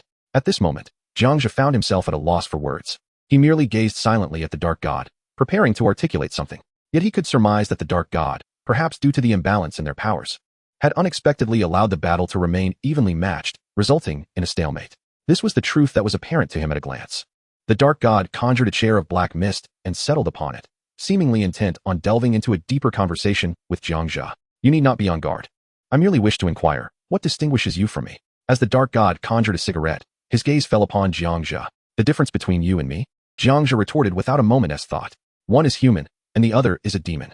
Human, demon? The Dark God mused. I sought to kill 5 individuals, whereas you have slain over 200. In this light, who truly embodies the essence of a demon? The Dark God chuckled, shaking his head in disbelief. As if to convey, are you serious? He was taken aback by Jiang Zhe's declarations. How could he, a mere human, dare to label himself as a demon? Jiang Zhe momentarily stood in stunned silence, his gaze drifting slightly as a realization dawned upon him. A critical insight. The Dark God, it seemed, had a point. After a moment of contemplation, he detected that the Dark God was attempting to shift the narrative, nearly ensnaring him in his rhetoric. Before I killed them, I granted them 2 chances. They chose not to heed my warnings. Is this not what it means to be human? May I ask if you offered them any opportunities before deceiving them? Jiang Zhe resumed a serious countenance, challenging the Dark God. Just as his words concluded, the Dark God interjected, I did. Jiang Zhe's face reflected skepticism, utterly unconvinced by the Dark God's claims. I granted them 3 chances. First, I could enhance their strength, provided John allowed me to possess him. Initially, they were incredulous, but upon my second request, they immediately believed. The Dark God continued unabated. What request? To enhance their strength? Jiang Zhe interjected. Not quite. I could guarantee their immortality for a century. This was my request to them. Can you truly ensure the immortality of hundreds for a century? Jiang Zhe inquired. Of course. Whether it is true or false, I shall reveal in due course. And what of the third chance? Jiang Zhe's eyes flickered with intrigue. He had come to realize that the Dark God was not lying. Rather, he was genuinely elucidating the distinctions between them. Third, they could not leave this desert for a century, for this desert is my domain. As the words fell from his lips, the atmosphere thickened. The malevolent deity suddenly lifted its gaze, its visage, once shrouded in black mist, transformed instantaneously into a skeletal countenance, devoid of flesh and exuding dark smoke. You are. Jiang Zhe's pupils constricted as he took a step back in disbelief. Indeed, it is I, replied the malevolent deity, raising its hand. A deep blue flame surged forth from its palm, while a scythe wreathed in black flames manifested in its left hand. The Grim Reaper. Jiang Zhe's heart raced uncontrollably. This formidable presence undoubtedly belonged to the Grim Reaper. Just to be cautious, the analytical chip activated once more. Biological entity, Grim Reaper, abilities, immortality, soul flame, enveloping darkness, species transmutation, technology, scythe of the Grim Reaper. Codex of the Grim Reaper, weakness, none, evaluation. An underground energy life form on par with Jesus, its capabilities rivaling those of an unascended Jesus. Combat power, 546, 511. For 91 over 500 million? Jiang Zhe found it hard to believe. If this were true, why had it pretended to be at a disadvantage earlier? Even claiming to be of comparable strength? I am aware that you are observing me. But allow me to clarify. The one you battled before was myself from millennia ago. The malevolent deity spoke, its mouth spouting blue flames incessantly. Millennia? Jiang Zhe suddenly comprehended. It became apparent that the Grim Reaper had no intention of slaying him, but merely sought the 5 individuals behind him. I believe I understand. You wish to negotiate with me? Jiang Zhe shook his head, regaining his composure, having been momentarily intimidated by the Grim Reaper's name. Since the entity did not wish to take his life, it must have its reasons. As for respecting its adversary, Jiang Zhe found that to be credible. Your future is boundless. I wish to propose a transaction, the Grim Reaper stated, seated regally, its demeanor vastly transformed. An aura of darkness enveloped it, as if capable of obliterating everything in its vicinity at any moment. I refuse, Jiang Zhe declared emphatically, with his words still lingering in the air. He leaped into the river, employing his force to retrieve a platinum chest from 10 meters beneath the water's surface. System notification, Platinum, Chest 1, upon surfacing. The Grim Reaper remarked, do you not wish to hear the benefits? It possessed 100 methods to persuade Jiang Zhe to acquiesce to its demands. I have no desire to know, Jiang Zhe retorted. You merely wish for me to procure 5 more individuals suitable for your purposes. In our culture, we have a term for such actions, traitor. I doubt you would comprehend. Jiang Zhe swiftly shook off the water, drying himself completely. The notion of becoming a traitor was utterly repugnant to him. While humanity may possess both virtue and vice, he would never deliver the living into the hands of the Grim Reaper, especially one so dissimilar from the legendary figure. The traditional Grim Reaper, at least, would not intentionally disrupt the order of the mortal realm. Yet this being had the audacity to entice humanity into offering sacrifices. Such conduct was inconceivable for the fabled Grim Reaper. It was a disgrace. This book is bestowed upon you. Would you agree? The Grim Reaper, undeterred, flicked its right hand. A black book materialized, intriguing in its essence. It recognized Jiang Zhe as a man of principles. If it could be tested, there would be gains. If not, then so be it. Jiang Zhe cast a glance. Item, Force Book, Black Mist ability. Upon completion of this tome, the user can transform into black mist, rendering them immune to myriad worldly attacks. Attack, possesses certain offensive capabilities. Evaluation, with each use, an aura of death will gradually emanate from the user, leaving desolation in their wake until the surroundings become a barren wasteland. Spare me your pleas. I am far too occupied to engage in frivolous discourse with you.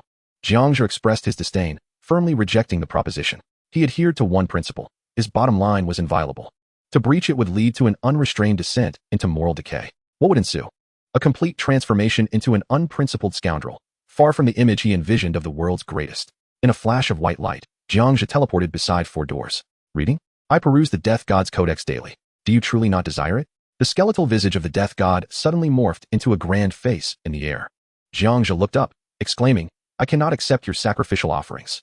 Thus, I shall not sully my hands alongside you. I urge you to consider your actions wisely. With those words, the door behind him swung open. Jiang Zhe stepped backward into the threshold, and the door sealed shut, leaving him to vanish into the desert. Damn it. The Death God felt a profound weariness.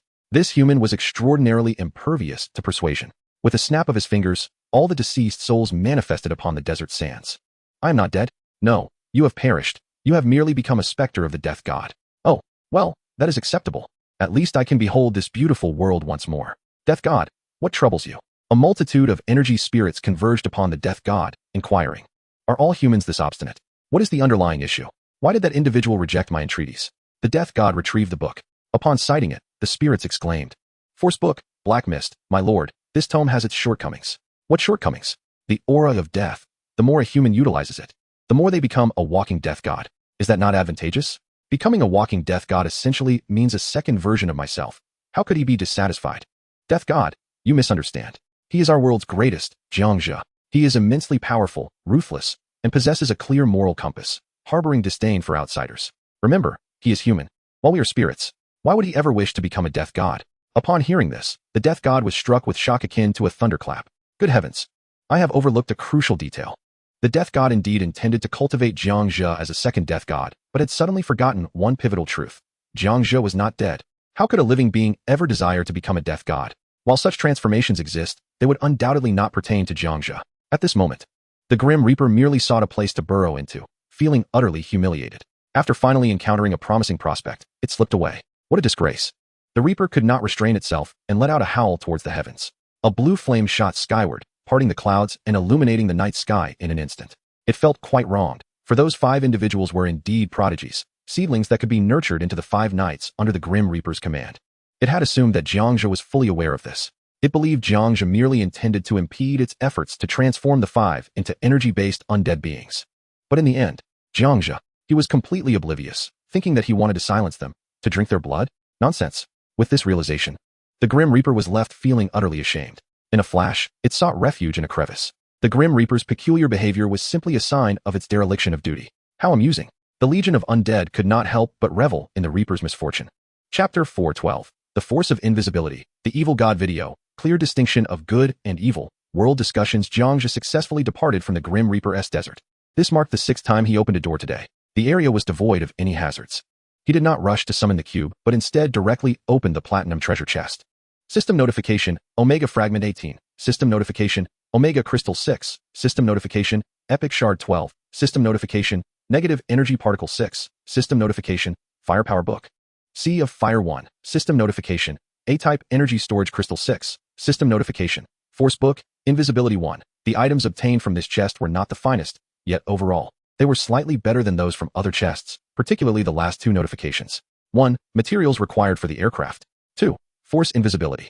Jiang Zhe was curious about how this differed from the optical invisibility he already possessed. Force Book, Invisibility. Unlike optical invisibility, this ability completely eliminates light waves and can also block radar scans. Once learned, the user can apply this capability to any object, allowing for momentary invisibility without immediate reappearance after an attack. Learning cost. All attribute fragments x 2000. So this is true invisibility. It is a skill most coveted by magicians, capable of rendering any structure entirely invisible. In the modern world, it would undoubtedly lead to great wealth. Jiang Zhe gleefully proceeded to learn it. A torrent of invisibility information flooded his mind. In his memories, he noted that it was indeed distinct from optical invisibility. The latter could at least be detected by a series of tools. However, true invisibility would completely erase the user from the 3rd dimension for a brief period, as if that person did not exist in the world at all. It was undeniably a formidable ability. As for experimentation, there were no targets nearby. Moreover, the time had reached March 30th, 2021, at 11:56 a.m., precisely lunchtime. No more experiments. Upon encountering monsters, direct combat is the way to go, one will know after a single attempt. Jiang Zhe summoned his personal cube and entered the living room. Mr. Lan had already prepared the meal, featuring an array of fresh vegetables, stir-fried cauliflower with dried chili, beef noodles, scrambled eggs with chives, and a large bowl of sauerkraut fish. Xiao Pai and Xiao Su, having received Jiang Zhe's permission, promptly washed their hands in the restroom before eagerly gathering around the table to feast. The Force Books and the Black Mist. If one could truly transform into a Reaper, it could indeed be a splendid choice. Jiang Zhe remained immersed in the recent transaction, but then reconsidered. Did he truly desire to become someone he abhorred, wielding a book that could grant him the power of a Reaper? With a resolute shake of his head, he approached the table and began to eat, savoring the dishes while glancing at the World Channel. Most players were engaged in casual conversation during lunch. Many continued to discuss the evil god, Jiang Zhe, and sacrifice. Associating these 3 keywords instantly yielded a plethora of chat records. My brother John has died, and while I feel sorrowful, there is a part of me that is somewhat glad. Your brother actually died? Glad. What is wrong with you as the elder brother? It's not like that. The 5 of us went to a party and were captured by a group, one of whom was my brother John. He went mad and intended to sacrifice us to the evil god for power. Oh my god, that is terrifying. Sacrificing your own brother? So how did you escape? Not just old John, but I too. We were saved by the great Jiang Zhe. The video is right here.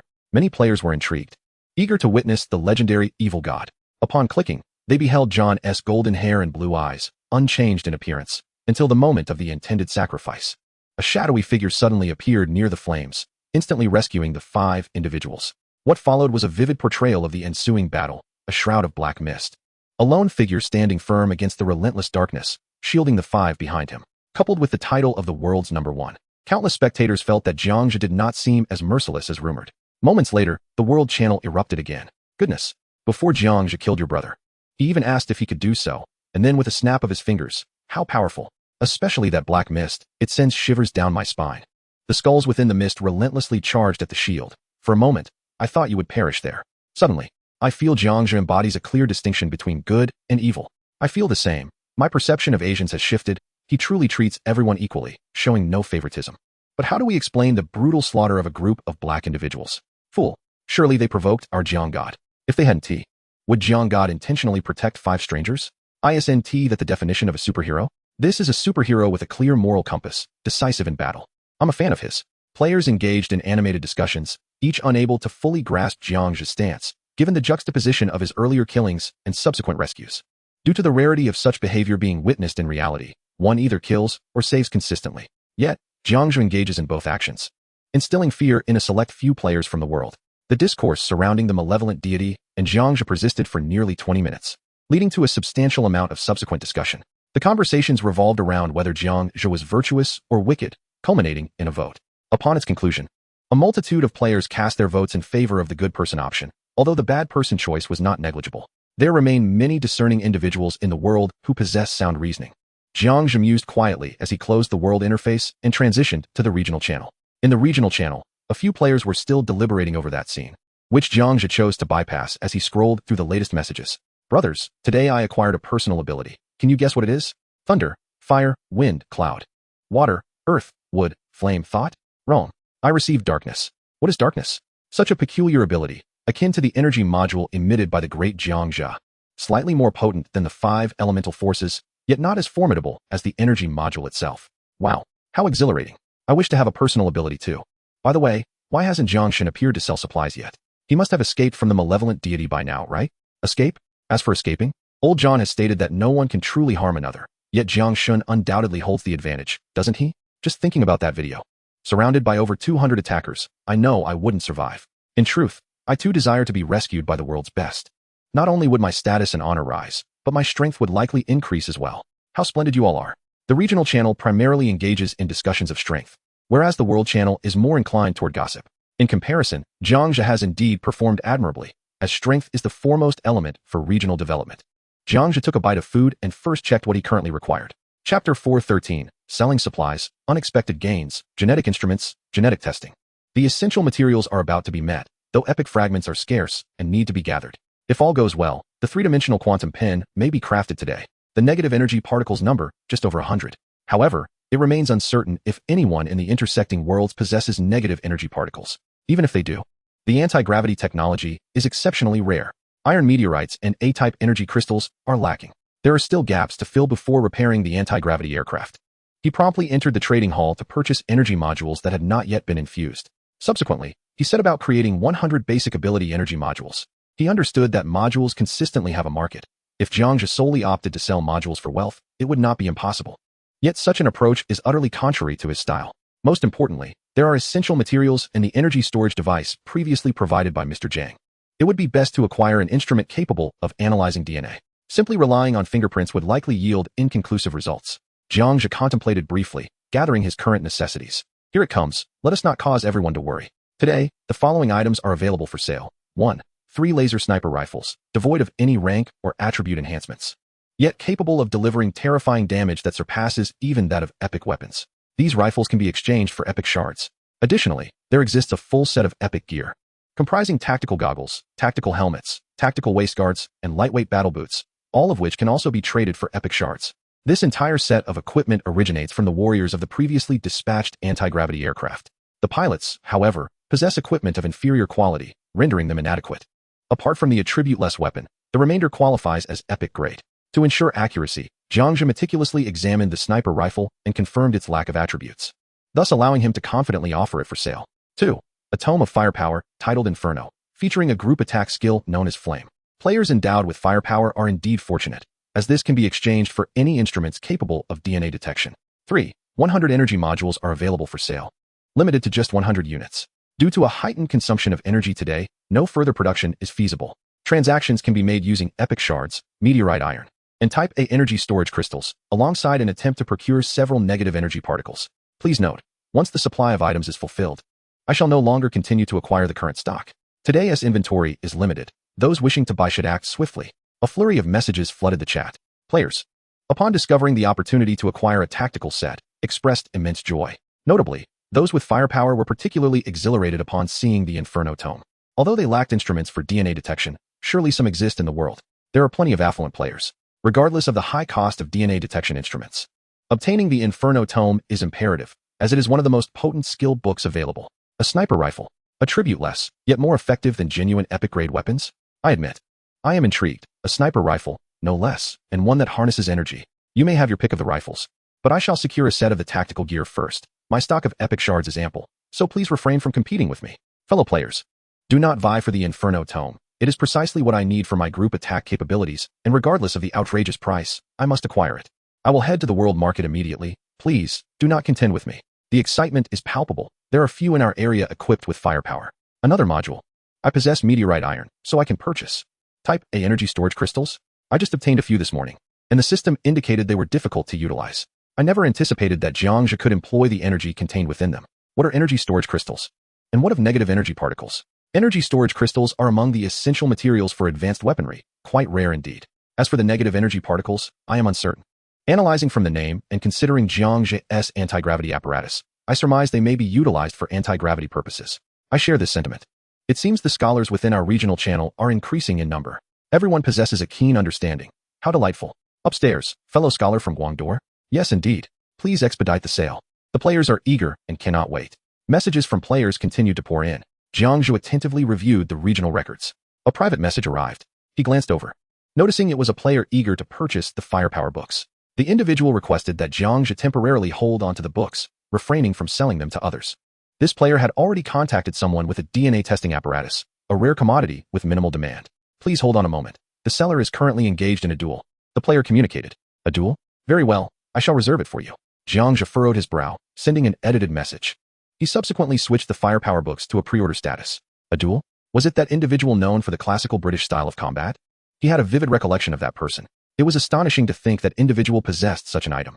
After more than an hour of combat, there was still no victor, and the golden treasure chest remained untouched. The mere thought left Jiang Zhe incredulous. Ordinary players were indeed quite tenacious for the golden treasure chest. Just how valuable was this golden chest? Jiang Zhe did not perceive it as particularly remarkable. He then proceeded to the trading hall, removing the firepower books and listing the remaining books for sale. They were now available. Jiang Zhe sent a message to the regional channel while simultaneously sharing the trading link. Countless players rushed to purchase. The first item to sell out was the energy module, followed closely by the epic tactical set and the laser sniper rifle. Due to the limited supply, the entire transaction unfolded in a remarkably brief span of just 7 seconds. The total yield amounted to 840 epic fragments, 18 type A energy crystals, 10 negative energy particles, and 65 meteorite iron. Epic fragments constituted the majority, followed by meteorite iron. However, the quantities of energy crystals and negative energy particles showed a significant decline, indicating their scarcity. It was also possible that some players, having seen the regional announcements about these materials for advanced weaponry, were hoarding them instead of selling. Many continued to plead for the purchase of energy modules. Is the esteemed seller still offering modules? Is the esteemed seller still offering them? I am officer. Please, let us maintain civility and refrain from such blatant inquiries. Hey, are we selling goods? Officer, where are your thoughts wandering? Oh, I see, it's about selling goods. I misunderstood. Just finished my meal and thought you were involved in some unsavory dealings. Shoo. Players expressed their mixed sentiments. Yet, Jiang Zhe remained silent.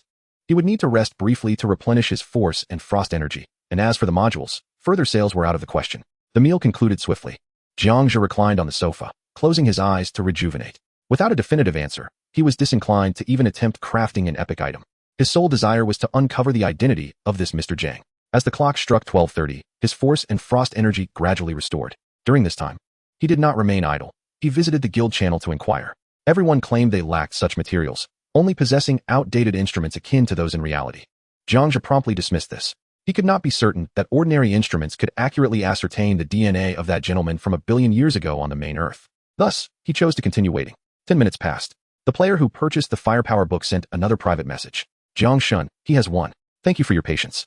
I have successfully acquired his advanced DNA testing device. Regardless of the time that has passed or how unfamiliar the individuals may be, results can be obtained instantaneously. Upon receiving the message, Jiang Zhe responded promptly, excellent. Please list it for trade. The book is ready for you. Chapter 414. Test results, ancient ancestors, hidden information, astonishing truth. Indeed, came the reply. The entire transaction lasted a mere 6 seconds, with the firepower book exchanged for a sophisticated DNA testing device. To be candid, the advanced DNA testing device is not particularly valuable. However, its rarity makes it noteworthy. In comparison to the firepower books, it is trivial. Yet, Jiang Zhe could not afford to waste time. Every moment was of utmost importance to him. The DNA testing instrument is not the large apparatus one might envision. The product received is a small cube, about the size of a palm, reminiscent of a Rubik's Cube.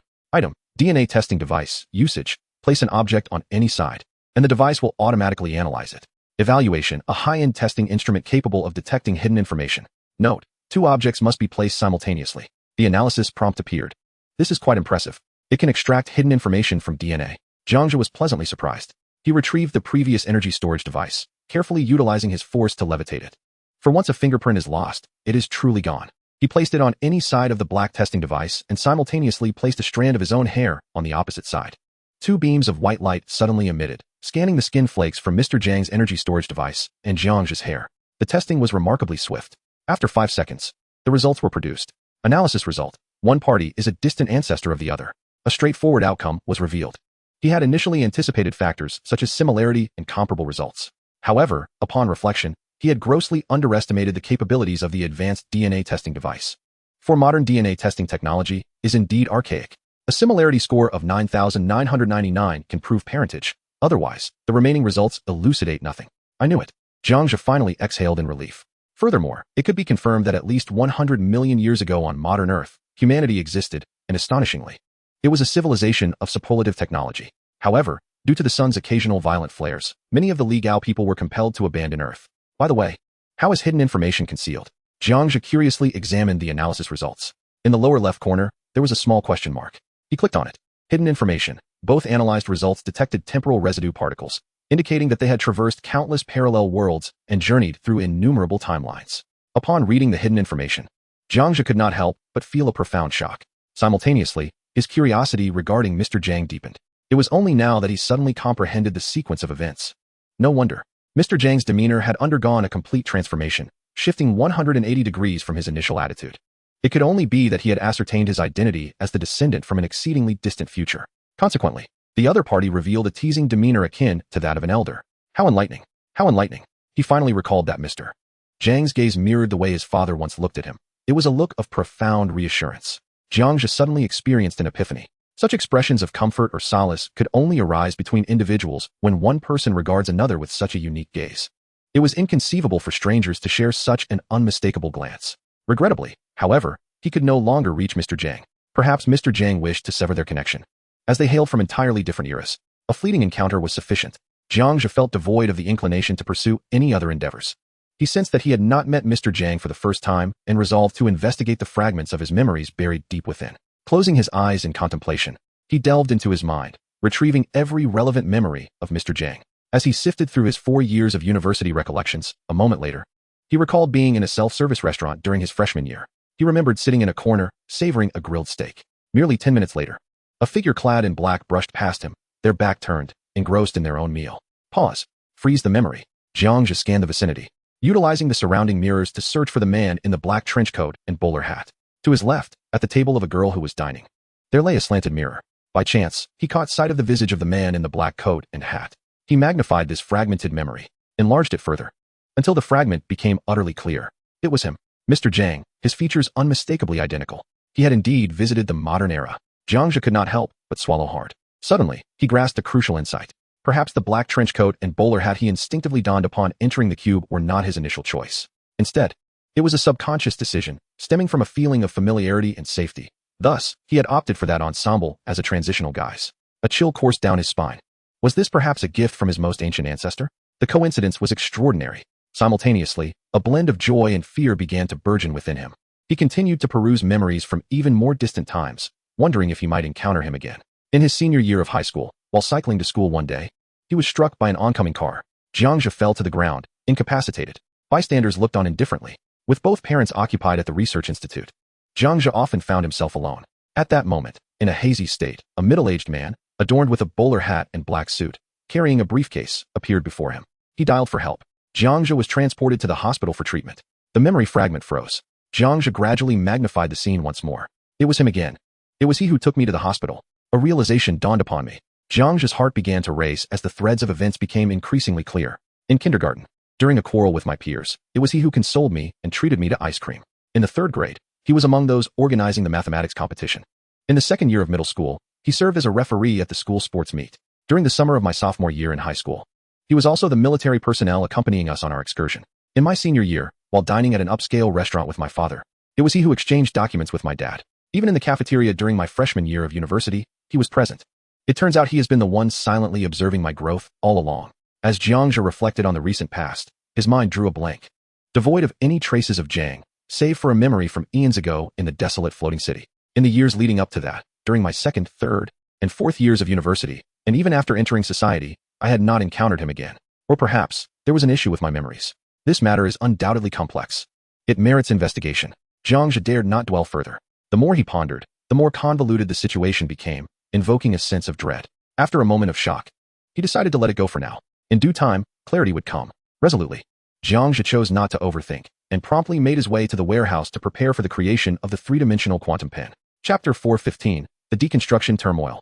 Strange materials, complete substances, crafting the quantum pen. Before embarking on the creation of the 3-dimensional quantum pen, Jiang Zhe first assessed the current inventory of extraordinary materials. There were merely 90 clusters of extraordinary matter. I need only craft 10 clusters within 10 attempts. The universal converter allows for a maximum of 10 items per attempt. Theoretically, the higher the quality of the equipment, the greater the likelihood of producing extraordinary material effects. Jiang Zhe contemplated this briefly.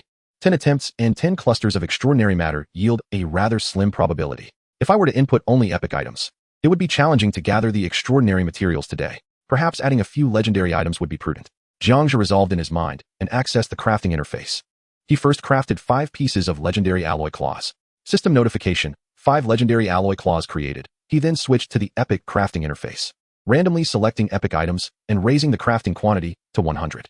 He proceeded to craft directly. Notification, 100 assorted epic equipment, weapons, and jewelry materialized before him. After a thorough examination, he discovered 5 epic items possessing extraordinary material effects. However, possessing extraordinary material effects does not guarantee the production of extraordinary material clusters. These are randomly generated by the universal converter, theoretically only increasing the probability of obtaining such clusters. It was time to commence deconstruction. Jiang Zhe retrieved the golden universal converter, silently praying to avoid further delays in collecting epic fragments, for he was running low on patience regarding the 3-dimensional quantum pen. He then opened the top panel, placing the 5 legendary alloy claws along with 5 other epic items inside. He initiated the process. Jiang Zhe pressed the start button. The universal converter sprang into action, operating with remarkable speed. In the blink of 10 seconds, the golden lid was lifted. Jiang Zhe peered out to observe. A series of notifications appeared. System notification, burning fried chicken legs 15. System notification, bitter explosive fruit 9. System notification, legendary pain mask 1. System notification, sturdy blast shield 1. System notification, scorching lightning ball 5. System notification, extraordinary substance 1. System notification, grandmother's silver bracelet 10. System notification, extraordinary substance 1. A dazzling array of materials materialized in the air. A kaleidoscope of colors. Is this it? What on earth is a grandmother's silver bracelet? Jiang Zhe couldn't help but lean back, astonished. Wow, burning fried chicken legs. The sight was undeniably delectable. Beside him, Xiao Pai and Xiao Su could not resist their cravings, quickly snatching up the flaming fried chicken legs and devouring them on the spot. The moment they consumed it, orange flames erupted around the 2 little ones. I'm on fire. Oh, it doesn't hurt at all. How marvelous. They exchanged astonished glances. Although the flames were intense, they caused no harm. Witnessing this, Jiang Zhe nodded repeatedly. It all made sense now. Most of these were indeed one-time consumables, and quite impressive. Fortunately, there were 2 pieces of extraordinary substance. Jiang Zhe merely glanced at the majority of the consumables, which generally aligned with their names, imparting relevant attributes. For example, the explosive fruit merely explodes, functioning as a grenade. The scorching lightning ball acts as an electrifying grenade. Aside from the edible items, the rest hovered around the realms of perfection, excellence, and the epic. Particularly the grandmother's silver bracelet, which astonishingly possessed a hypnotic function. Not too shabby. Jiang Zhe reluctantly collected all the materials and continued to place the epic and legendary equipment into the mix. 10 seconds passed once more. System notification, floating little ghost 5. System notification, disguised weeble 1. System notification, flame facial cleanser 12. System notification, zero fat energy chips 18. System notification, Jiang Zhe's anti-gravity pistol 1. System notification, father's perfume 6. System notification, extraordinary substance 1. The system notifications descended again. Another solitary piece of extraordinary substance. Here we go again. Father's perfume. Is that a name someone actually chose? Jiang Zhe's lips twitched. Nevertheless, he swiftly scanned the materials. The floating little ghost was white, serving as a combat pet. The disguised weeble could mimic a person, standing still, typically used for guarding and deceiving opponents. The flame facial cleanser enhanced the player's resistance to fire. The chips were just ordinary chips. Father's perfume, when applied, could attract all manner of beings, heterosexual, homosexual, and even creatures of different races. The perfume was quite a peculiar item, utterly versatile. However, for Jiang Zhe, it still held little appeal. He proceeded with the third disassembly. As I observed the notifications cascading down, I was left in disbelief. What on earth is the FA instrument from door? Is it a melodious device? Could it possibly be a philosophical inquiry? Jiang Zhe sighed in resignation for a moment, then settled cross-legged on the sofa, straightening his back and closing his eyes. He began to insert the next round of materials, again and again. When the time reached 5 minutes, all 90 pieces of equipment were disassembled, yielding a plethora of peculiar consumables. The extraordinary materials were indeed substantial, totaling 7 units. Remarkably, with each disassembly, there was a high probability of securing at least 1 unit. Apart from 2 instances where 2 units were acquired, it would have been impossible to gather the extraordinary materials so swiftly. He disassembled and synthesized 7 epic items. With the 5 epic items he already possessed, he now had a total of 12, allowing for another round of disassembly. However, this would exhaust today's attempts. If he did not succeed, he would have to wait until after midnight.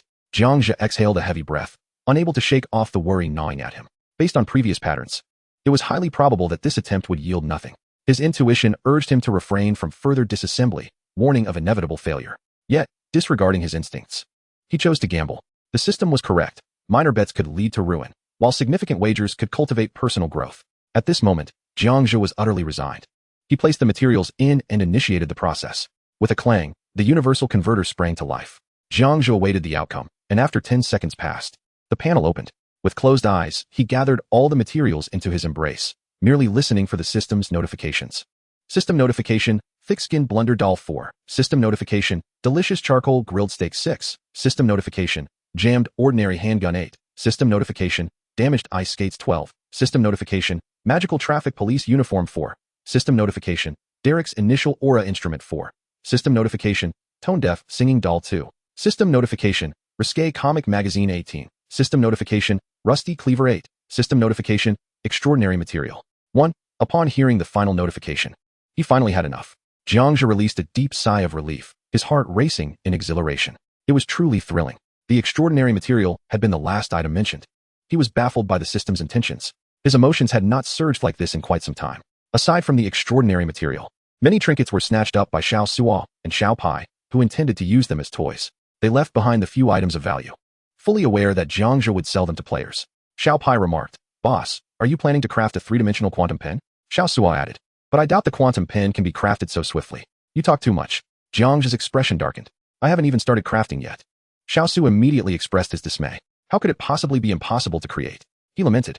With abundant resources, fragments of time, infinite energy sources, and the golden rings at hand, there is no reason for failure. He then accessed the 3-dimensional quantum pen manufacturing interface, gazing at the shimmering creation. "Let us begin." Jiang Zhe finally smiled with joy. P.S. A heartfelt thanks to the esteemed MO11 for the summoning, and a nod to the author. Chapter 416. The Supreme Divine Weapon. The quantum pen emerges, a frenzied announcement. The world is ablaze. All requirements for the creation of the 3-dimensional quantum pen have been met. Gazing at the radiant page, he could sense the imminent creation and wondered how much battle power it would bestow upon him. Jiang Zhe could hardly contain his excitement as he clicked to confirm. "The item you are crafting is classified as Supreme Divine Level. Do you wish to proceed?"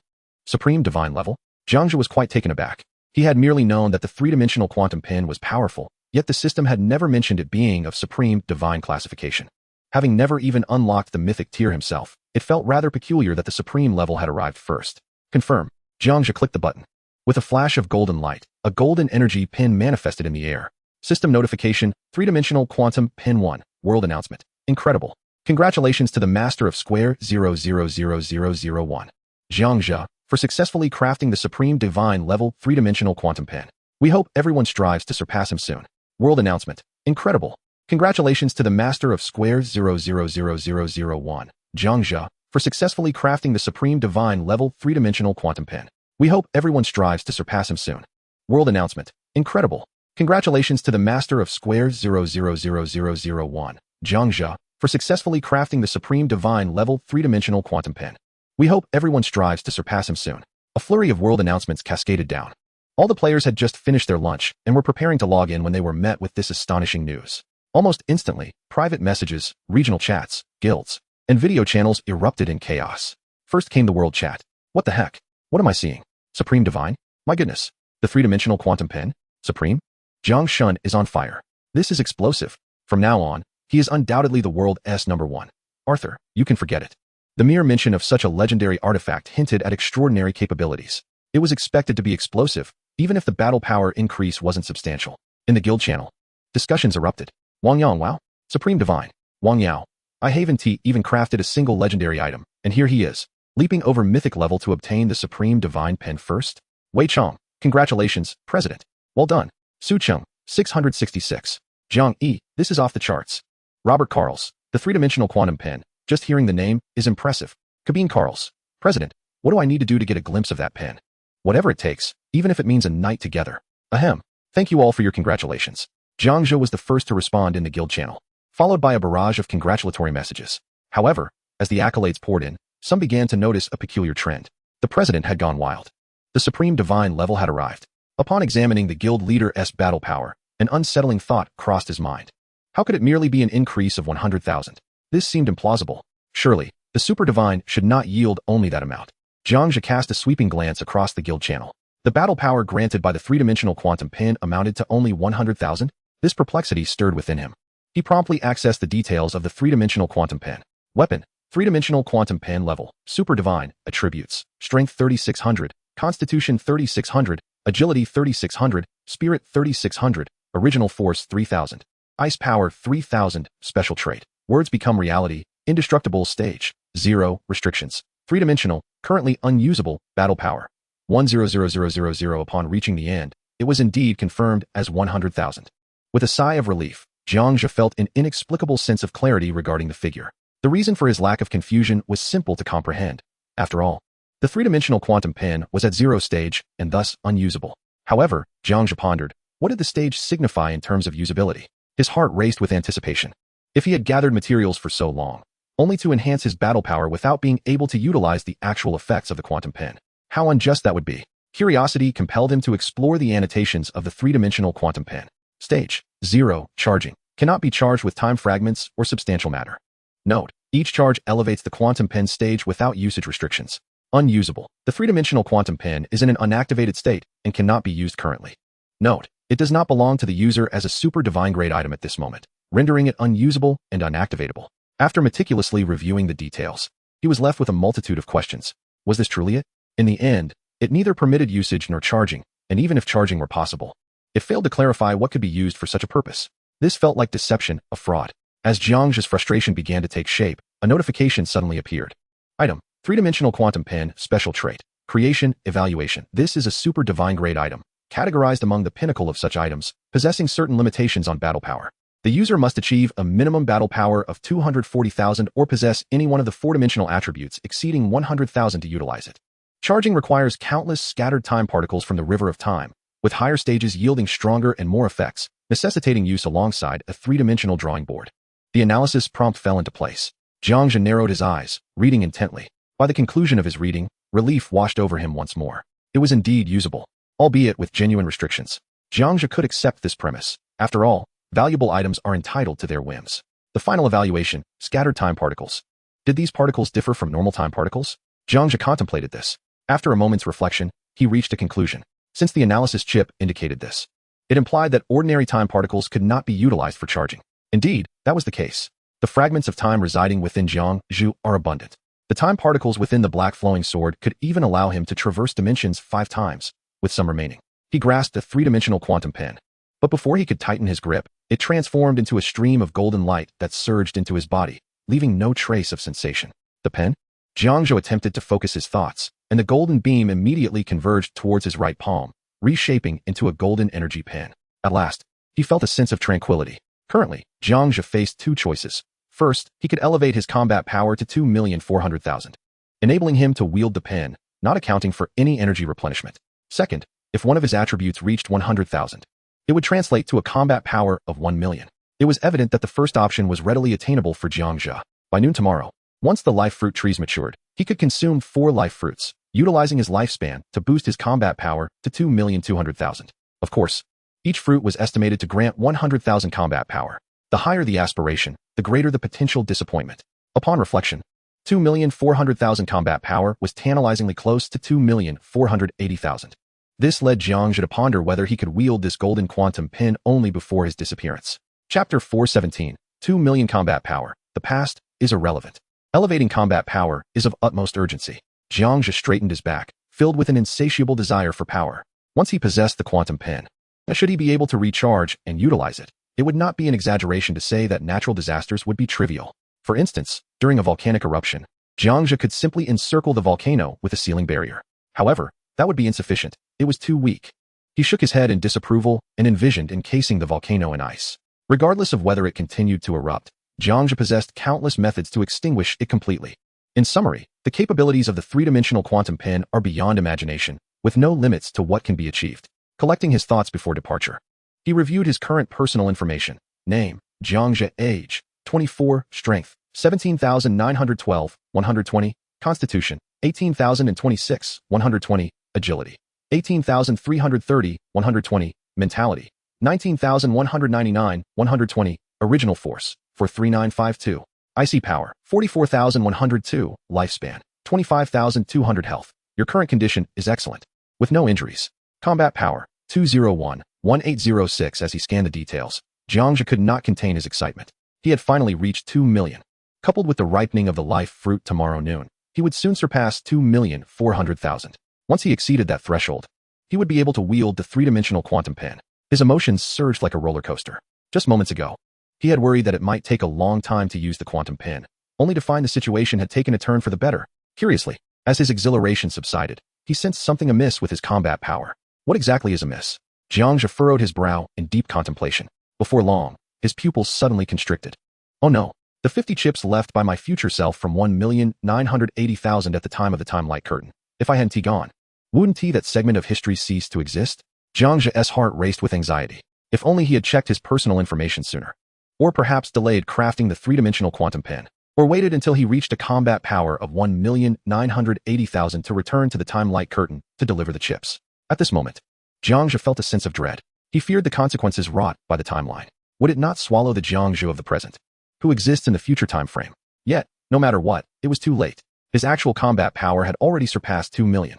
What would become of his self at 1,980,000? Boss, what troubles you? Xiao Su first inquired. This expression, he had seen not long ago on the snowy mountain, seemed to stem from a fear of the timeline. No, everything is fine. Jiang Zhe forced a bitter smile. Doesn't he seem fine at all? Are you worried about the timeline? Xiao Su asked. Yes. Do you remember when we encountered my future self at 1,980,000 at the time-light curtain? Jiang Zhe nodded, querying. Xiao Pai responded, I remember. I recall that the boss at 1,980,000 didn't pay you any mind. As soon as we turned around, he vanished. Xiao Su added, right. Could the issue lie with your future self? Perhaps it is no longer the future. The one at 1,980,000 has likely become the past. Jiang Zhe sank back onto the sofa, pondering a solution.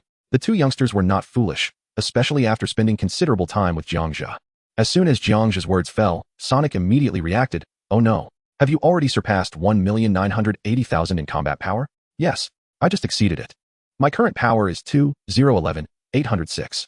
Jiang Zhe's gaze became somewhat unfocused. He was troubled by the potential backlash of time, fearing that at some moment, the true self from 1,980,000 would be consumed. Once the Jiang Zhe of 1,980,000 perished, the effect would instantly reverberate back to the present Jiang Zhe with 2 million combat power. Xiao Su and Xiao Pai were momentarily taken aback. Mr. Lan approached, attempting to assist his master, but, lacking understanding of timelines, he prudently retreated to the background. The only sound in the room was the ticking of the clock. Uncertain how much time had passed, Xiao Su suddenly spoke up, his expression shifting to one of surprise. I've got it. Jiang Zhe, Xiao Pai. Both turned to look at Xiao Su, who was seated in the center of the sofa. It's like this, boss.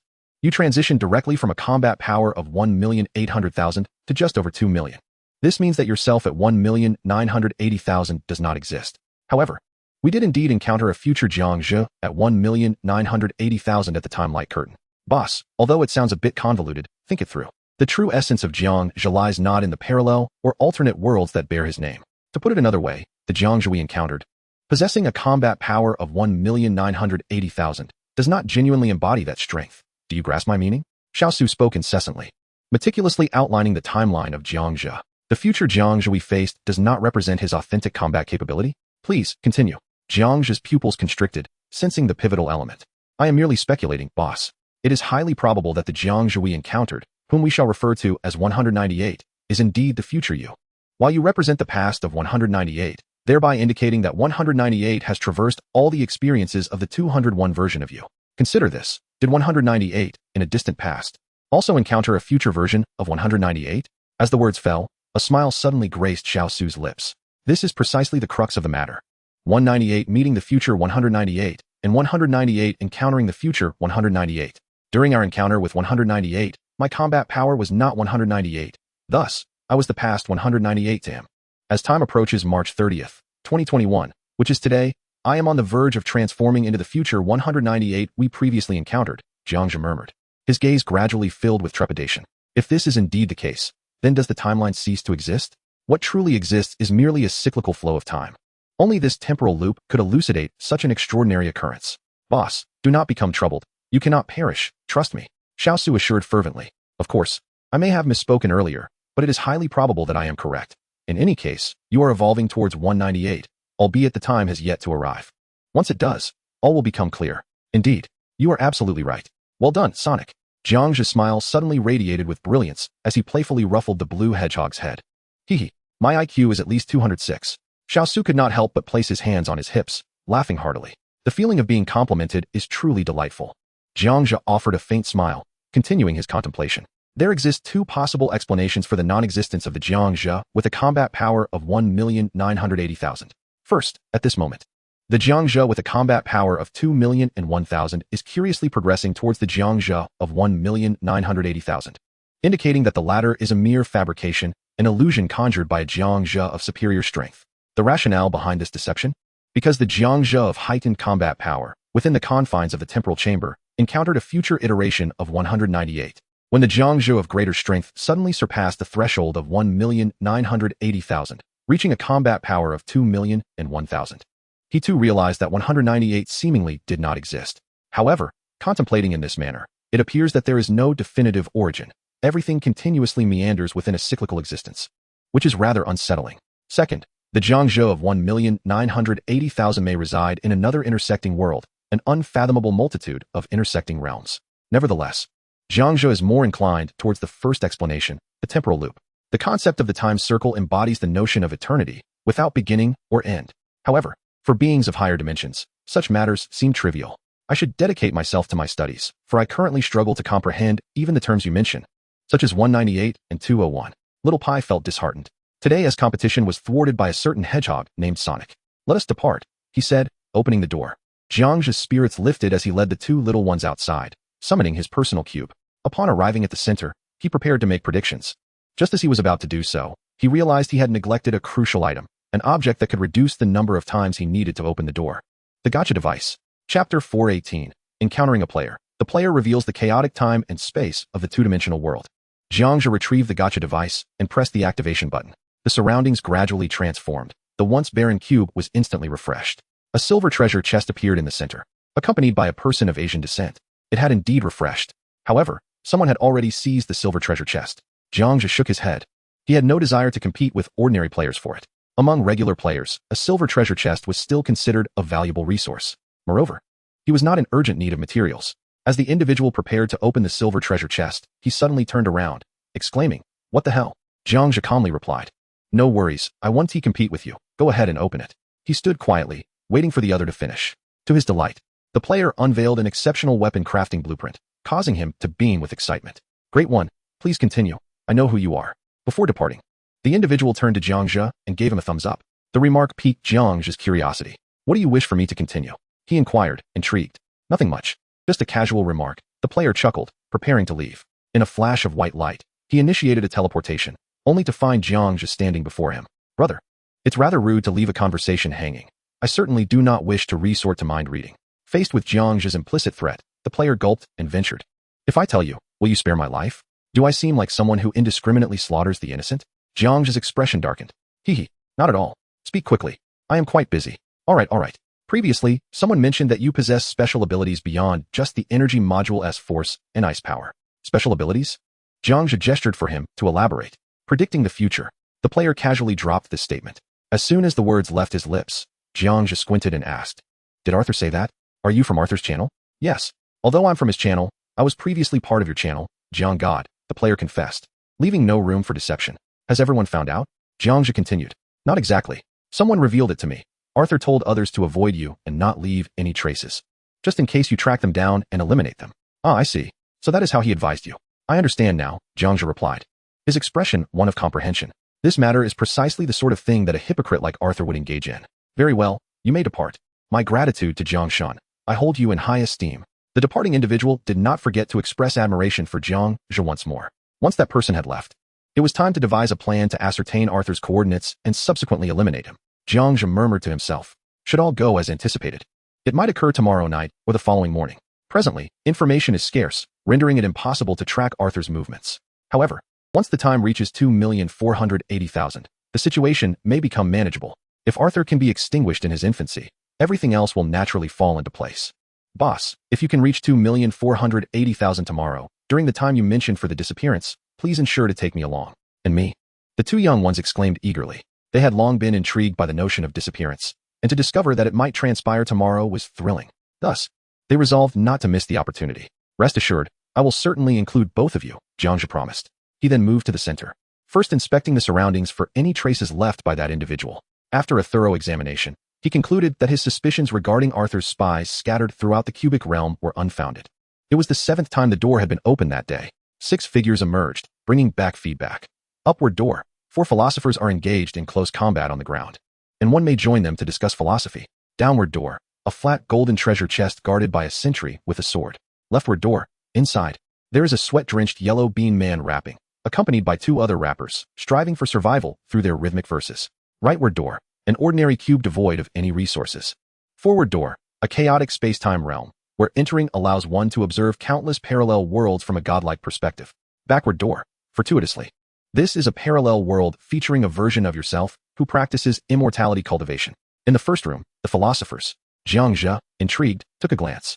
Upon doing so, he was met with an unsettling sensation as he recognized the 4 muscular men clad only in oversized star-spangled shorts, engaged in close-quarters combat on the ground.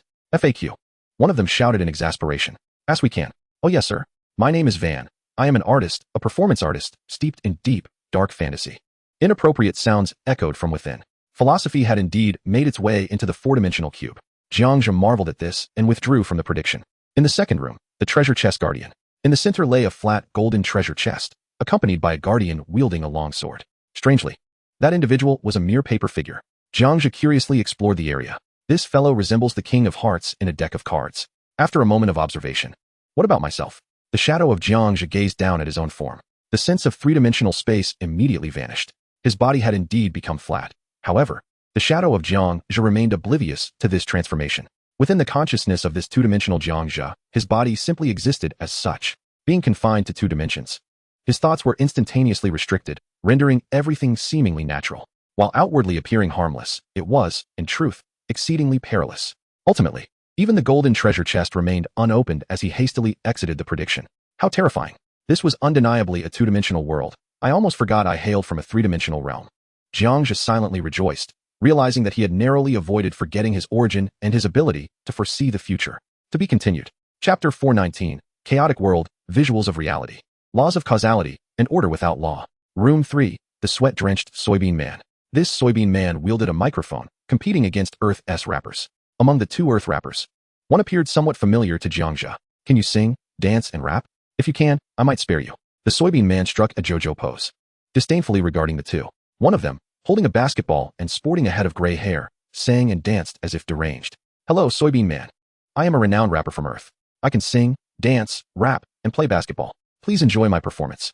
The child rapper in suspenders attempted to turn the tide. Yet moments later, his singing resembled the wailing of ghosts, and his dancing was akin to that of a neighbor's clumsy uncle. His basketball skills were utterly atrocious. Infuriated, the soybean man cursed and devoured the boy in suspenders whole. The child rapper met his demise. Upon witnessing this, Jiang Zhe felt disinclined to continue watching, as the basketball skills were indeed lacking. Room 4 was bypassed, offering no resources. Room 5, Chaotic Time and Space.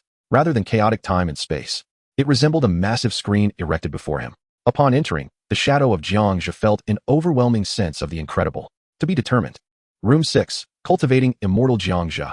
This space was an enormous cube, where a version of Jiang Zhe clad in ancient robes diligently practiced at the foot of a mountain, striving to manipulate a flying sword. After observing for a while, he noted the opponent's combat power was impressively high, exceeding 4 million. Indeed, the spiritual energy of the immortal realm enhances combat strength at a much swifter pace. Over 4 million in combat power, and only just beginning to control the flying sword. Jiang Zhe murmured. Truth be told, he cared not where he went, as long as it granted him strength. After wandering the mountain for a while, he discovered a considerable number of spirit stones. Yet, curiously, no matter how he attempted to absorb them, he could not extract the energy within. 10 minutes later, he surrendered, ending all predictions. In the final room, there were spirit stones, but he could not utilize them at all. Perhaps it was due to the differing world systems. He consoled himself. Within the 6 chambers, none could be deemed particularly favorable. After a moment of contemplation, he resolutely chose to enter the chaos time room, for it was suffused with chaotic temporal particles. These particles could potentially energize the 3-dimensional quantum pen. Whether it could be charged to the first level remained uncertain. Perhaps it could, yet it would still be of no use to him. Let us give it a try. Jiang Zhe, accompanied by the 2 little ones, approached the front door and stepped inside. Before him unfolded a transformation. He found himself in a pristine white space, reminiscent of a temporal light curtain. Unlike the temporal light curtain, this room was more expansive, more spacious, and illuminated with a brighter glow. Wow, what a beautiful room. There are so many worlds displayed. The 2 little ones exclaimed in awe. Jiang Zhe had arrived at the forefront of the scene, where he noticed several peculiar basic supplies scattered at his feet. A small brown stone, a colorful butterfly specimen, an A4 sheet of paper, a pencil, a bucket of instant noodles, a kettle of boiling water for premium hot dog sausages, an identity card, a Silence Type 56 pistol, and a touchscreen smartphone. How could there be such an abundance of supplies here? Moreover, they looked strikingly familiar, so commonplace. Jiang Zhe furrowed his brow, silently enumerating them. The scattered items appeared to be ownerless, and there were no system prompts to accompany them. Extraordinary occurrences often herald unusual circumstances. Just as Xiao Su was about to split a sausage in half, Jiang Zhe admonished, do not eat. It might serve another purpose. All right, he added, pie.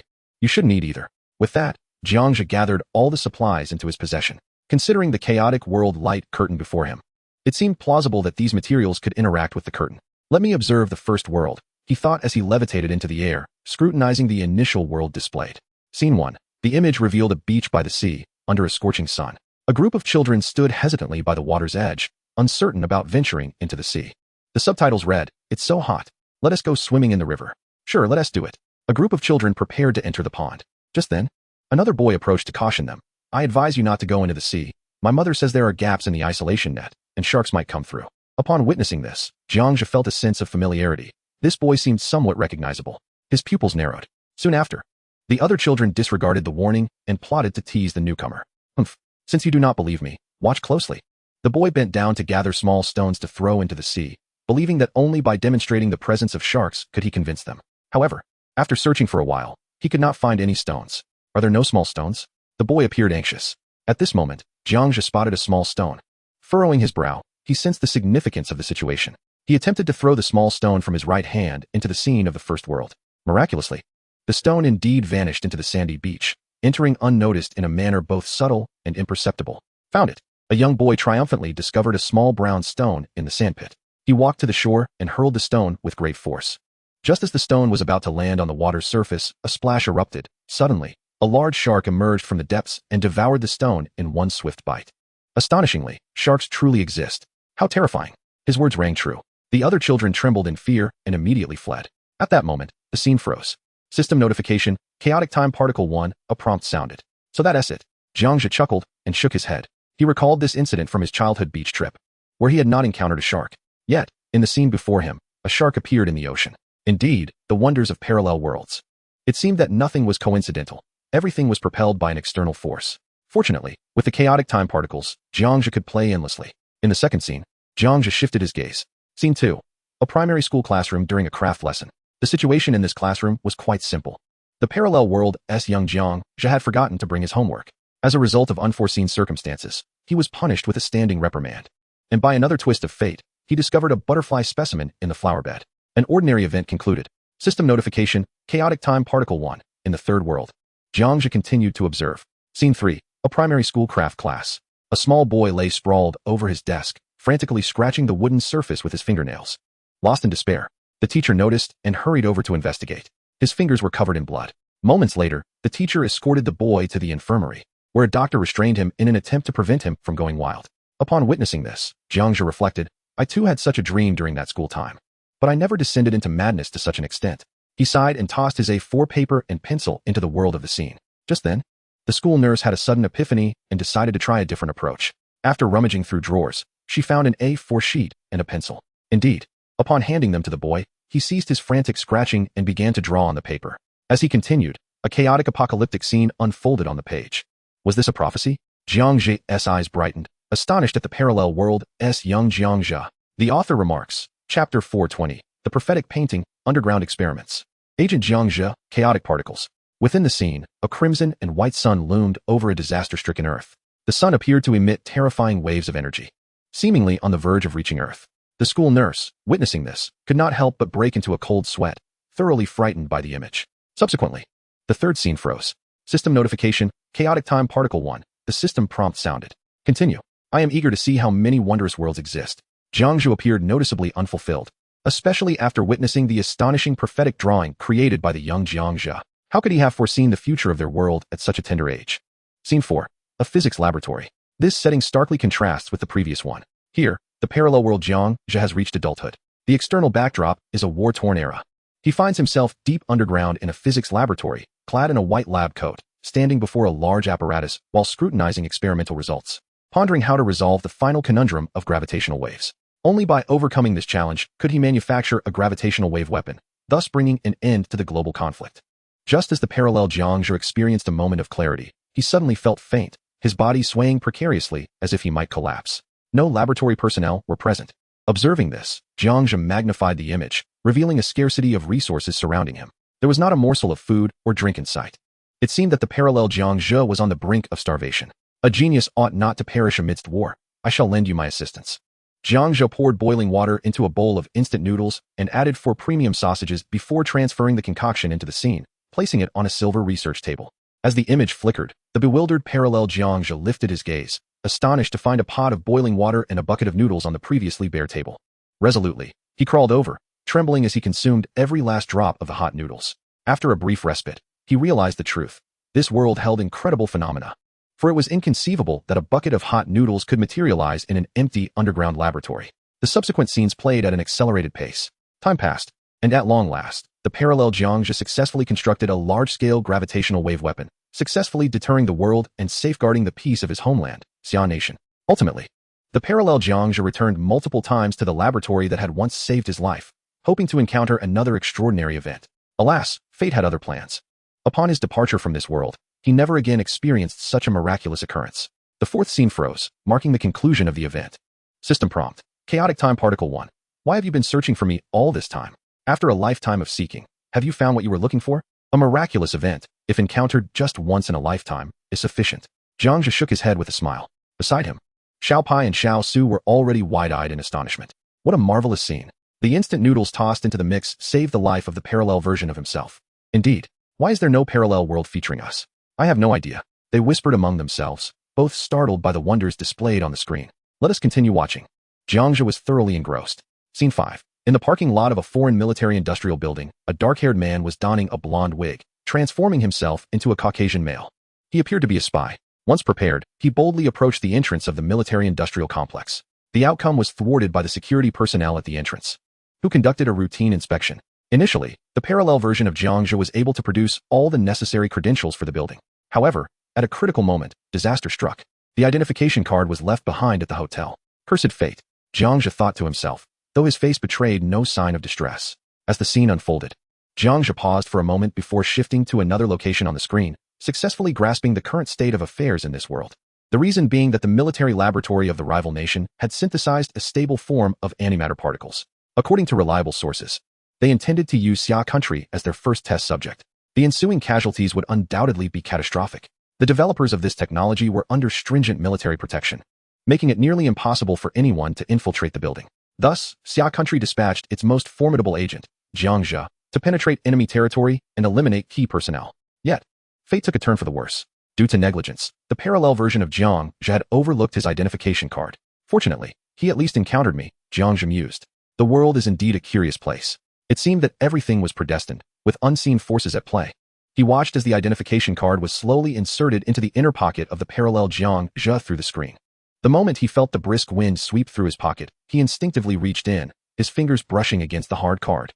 At this point, although a sense of dread gripped him, the professionalism of a seasoned agent reminded him to remain steadfast. As he faced the security personnel for inspection, on the verge of exposure, he declared, "I am Robert Kars." He produced the card from his pocket. The 3 security personnel scanned the card's identification code, confirming its authenticity. "Please proceed, esteemed consultant Robert," they urged. "We sincerely apologize. We had to conduct a thorough investigation as agents from Xia country have recently been dispatched." Upon hearing this, Jiang Zhe nodded impassively and stepped into the building. Moments later, he emerged unscathed. The alarm at the military complex would sound 3 days later. By then, Jiang Zhe had long since vanished, returning to Xia country and flawlessly accomplishing his mission. The following day's news reported that numerous researchers had succumbed to an odorless, tasteless chronic poison. Forensic analysis revealed that the researchers had died 3 days prior. Subsequently, personnel at the military complex discovered the imposter Robert Kars. However, the parallel Jiang Zhe had already made his escape, leaving no trace behind. Consequently, all experimental data vanished, the technical staff perished, and even the military's confidential computer files were completely purged by Jiang Zhe. A month later, within a clandestine training facility, he pondered, "Who provided me with that identification card?" A chill ran down his spine. Who was it that lent a helping hand at such a critical juncture? Was this entity human or divine? The scene then froze, marking the conclusion of the event. "Of course, I am but a mere human. Could I possibly be a deity?" Jiang Zhe smiled faintly. Little Pai remarked, "It doesn't seem enough." Little Su added, "Boss, let us immerse ourselves in these world scenes today." The little ones nearby, captivated by novelty, were reluctant to depart so soon. Thus, they eagerly implored Jiang Zhe to show them every last image. Agreed. Jiang Zhe readily consented. For the next 3 hours, he and the 2 little ones remained ensconced within the chaotic temporal chamber, savoring all 100 images. Indeed, they were flawless. Though a few of Jiang Zhe's counterparts from the parallel research worlds sensed that something was amiss. This must be the work of higher dimensional beings, subtly aiding them through means unknown. Ultimately, they amassed 100 chaotic time particles. Truly splendid. Alas, the images had vanished. Were there more? I could have indulged in 1,000 views. Jiang Zhe exhaled deeply. Chapter 4:21. Charging the pen, first stage quantum, encountering the ghostly grandmother. Celestial Warfare. Jiang Zhe accessed the manufacturing interface and located the 3-dimensional quantum pen section. Weapon, 3-dimensional quantum pen stage, 0, charging. Chaotic time particle, can add chaotic time particles x100, shall the quantum pen be charged? A prompt appeared. Yes. Jiang Zhe reached out and clicked. With a flash of golden light, a transformation occurred. System prompt, charging successful. System prompt. The 3-dimensional quantum pen has successfully ascended to the first stage, as the system notifications concluded. The once golden quantum pen appeared to be further gilded with a rich layer of gold. First stage. 100 chaotic time particles were required to elevate the pen to this level. Had he not encountered the chaotic temporal chamber, he might never have attained this stage. Jiang Zhe reflected. He then examined the attributes of the quantum pen. Apart from the 0-stage attributes, all others were gray, indicating a state of lockdown. However, one could infer combat power and attributes based on the stages. First stage, total attributes are 600, excluding force and ice power. Second stage, total attributes will surely be 200, again excluding force and ice power. Due to the lockdown status, there was no enhancement in combat power. By the way, how many chaotic particles are needed to reach the second stage? Jiang Zhe curiously checked the requirements for advancement.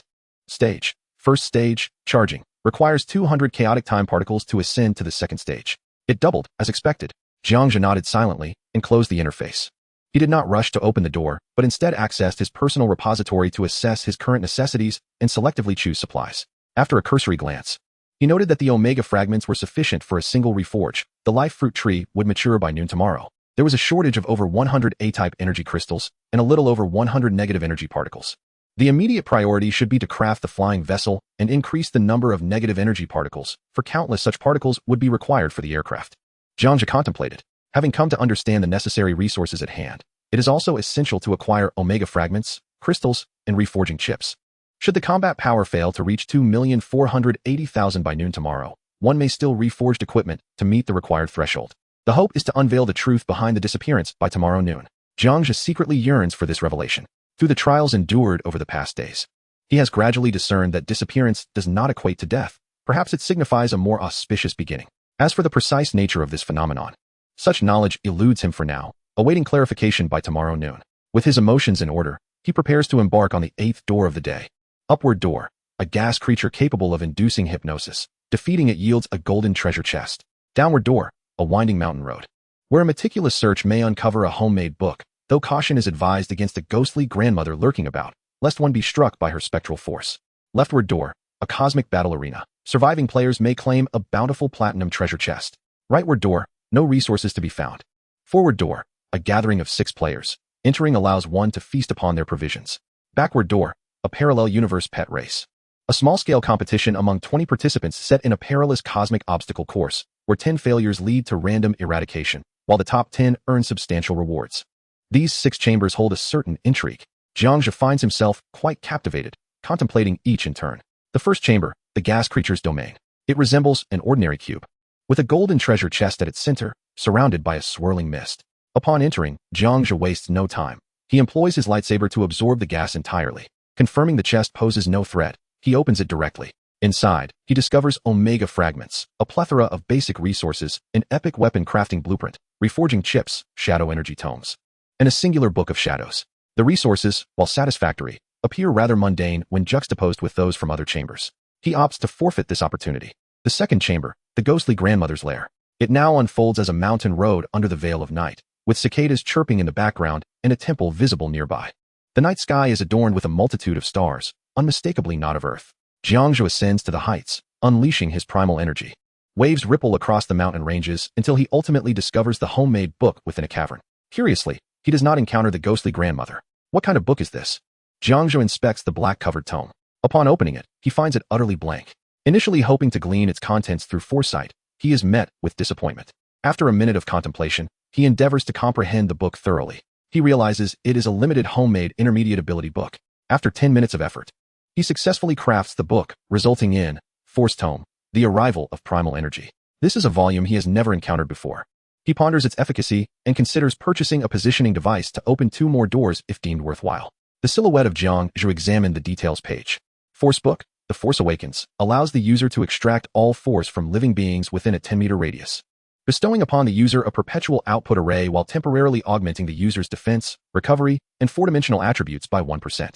Learning cost, Attribute Fragments X 2000. Note, this book belongs to the intermediate auxiliary category. Auxiliary literature. The attributes are somewhat lacking. Jiang Zhe pondered for a moment. An intermediate book is still too feeble. The crux lies in the mere 1%. Naturally, higher combat power is preferable. Yet he cannot wait for a moment of greater strength. Once the 3-dimensional quantum pen materializes, he can sketch more powerful ability books. He is determined to believe that the books he creates will surpass this one. Just as Jiang Zhe prepared to soar out of the cave, an inexplicable force seemed to draw him back. The moment he exited the cave, he was abruptly transported back inside. He continued to attempt escape. A second attempt. It felt as if there was a teleportation. No matter what he did, he could not escape this cave. The ghostly grandmother had, in fact, arrived long ago. Jiang Zhe surveyed the surroundings. Although he did not detect any targets, he realized that he was ensnared. Fortunately, the ghostly grandmother was unaware that he was merely in a predictive state. In prediction, ultimately, the silhouette retreated. In the third chamber, Cosmic Celestial Battle. This room resembled a starry sky. Surrounding him was darkness, adorned with numerous celestial bodies radiating 7-colored brilliance. 10 circular operation platforms stood beneath his feet. For platforms were already occupied by individuals. Jiang Zhe casually strolled around. The entire room served as an arena of competition. Survival was determined by rankings. The top 5 would endure, with varying rewards based on points. The bottom 5 would meet their demise, truly, merely death. Essentially, it was a strategic, knowledge-based speed competition utilizing various celestial bodies. Jiang Zhe possessed no knowledge of celestial bodies, although he could pilfer knowledge from other players' minds. The process was far too cumbersome and slow. I am the 5th to enter. I wonder how much longer I must wait. I do not have the luxury of time to wait for others, all for a platinum treasure chest. Jiang Zhe shook his head. In prediction. Chapter 422. Pet Racing. Cosmic Track, Xiao Su's disdain, hatred at full capacity. Skipped the 4th and 5th rooms, which held no resources. In the 6th room, Parallel Universe Pet Racing. Here lay a pallid universe. All celestial bodies were constructed from stark white stone. It was an entirely new cosmic realm. In the center stood an enormous arena, reminiscent of the ancient Roman Colosseum. Above the arena floated countless starry race tracks. The tracks were already filled with players, clad in an array of attire, combat, casual, formal, and more. The pets varied in size, each seemingly possessing formidable strength. The runway is fraught with perilous mechanisms, even featuring suspended meteorite traps. Shadows linger, observing for a moment. Once everything is comprehended, the predictions cease. This is the place. Compared to the other 5 rooms, the 6th room undoubtedly brims with abundant resources. Jiang Zhe gazes down at Sonic on the ground. Soon, he shall send out little Sonic. After all, in this pet obstacle race, one merely needs to finish in the top 10. Speed is paramount. With both little companions in tow, he strides through the door. A transformation unfolds before him. He does not directly enter the cosmic arena. A cylindrical starry passageway connects to the arena. In his haste to save time, Jiang Zhe forgoes admiring his surroundings and teleports directly to the entrance of the arena. There, two 5-meter-tall pet sentinels stand guard, instantly blocking him with their weapons. The first, the Trident Fire Dragon, combat power exceeding 30 million. The second, the Mist Command Water Dragon, combat power surpassing 40 million. Unauthorized personnel, entry is prohibited. The Fire Dragon declares, gazing down. I have come to participate in the racing competition, Jiang Zhe replies, lifting little Sonic and little Pi for the sentinels to see. The sentinels lean down, scrutinizing the two little creatures. Moments later, they scan the data of little Sonic and little Pi. Biological entities from the S-1571 world.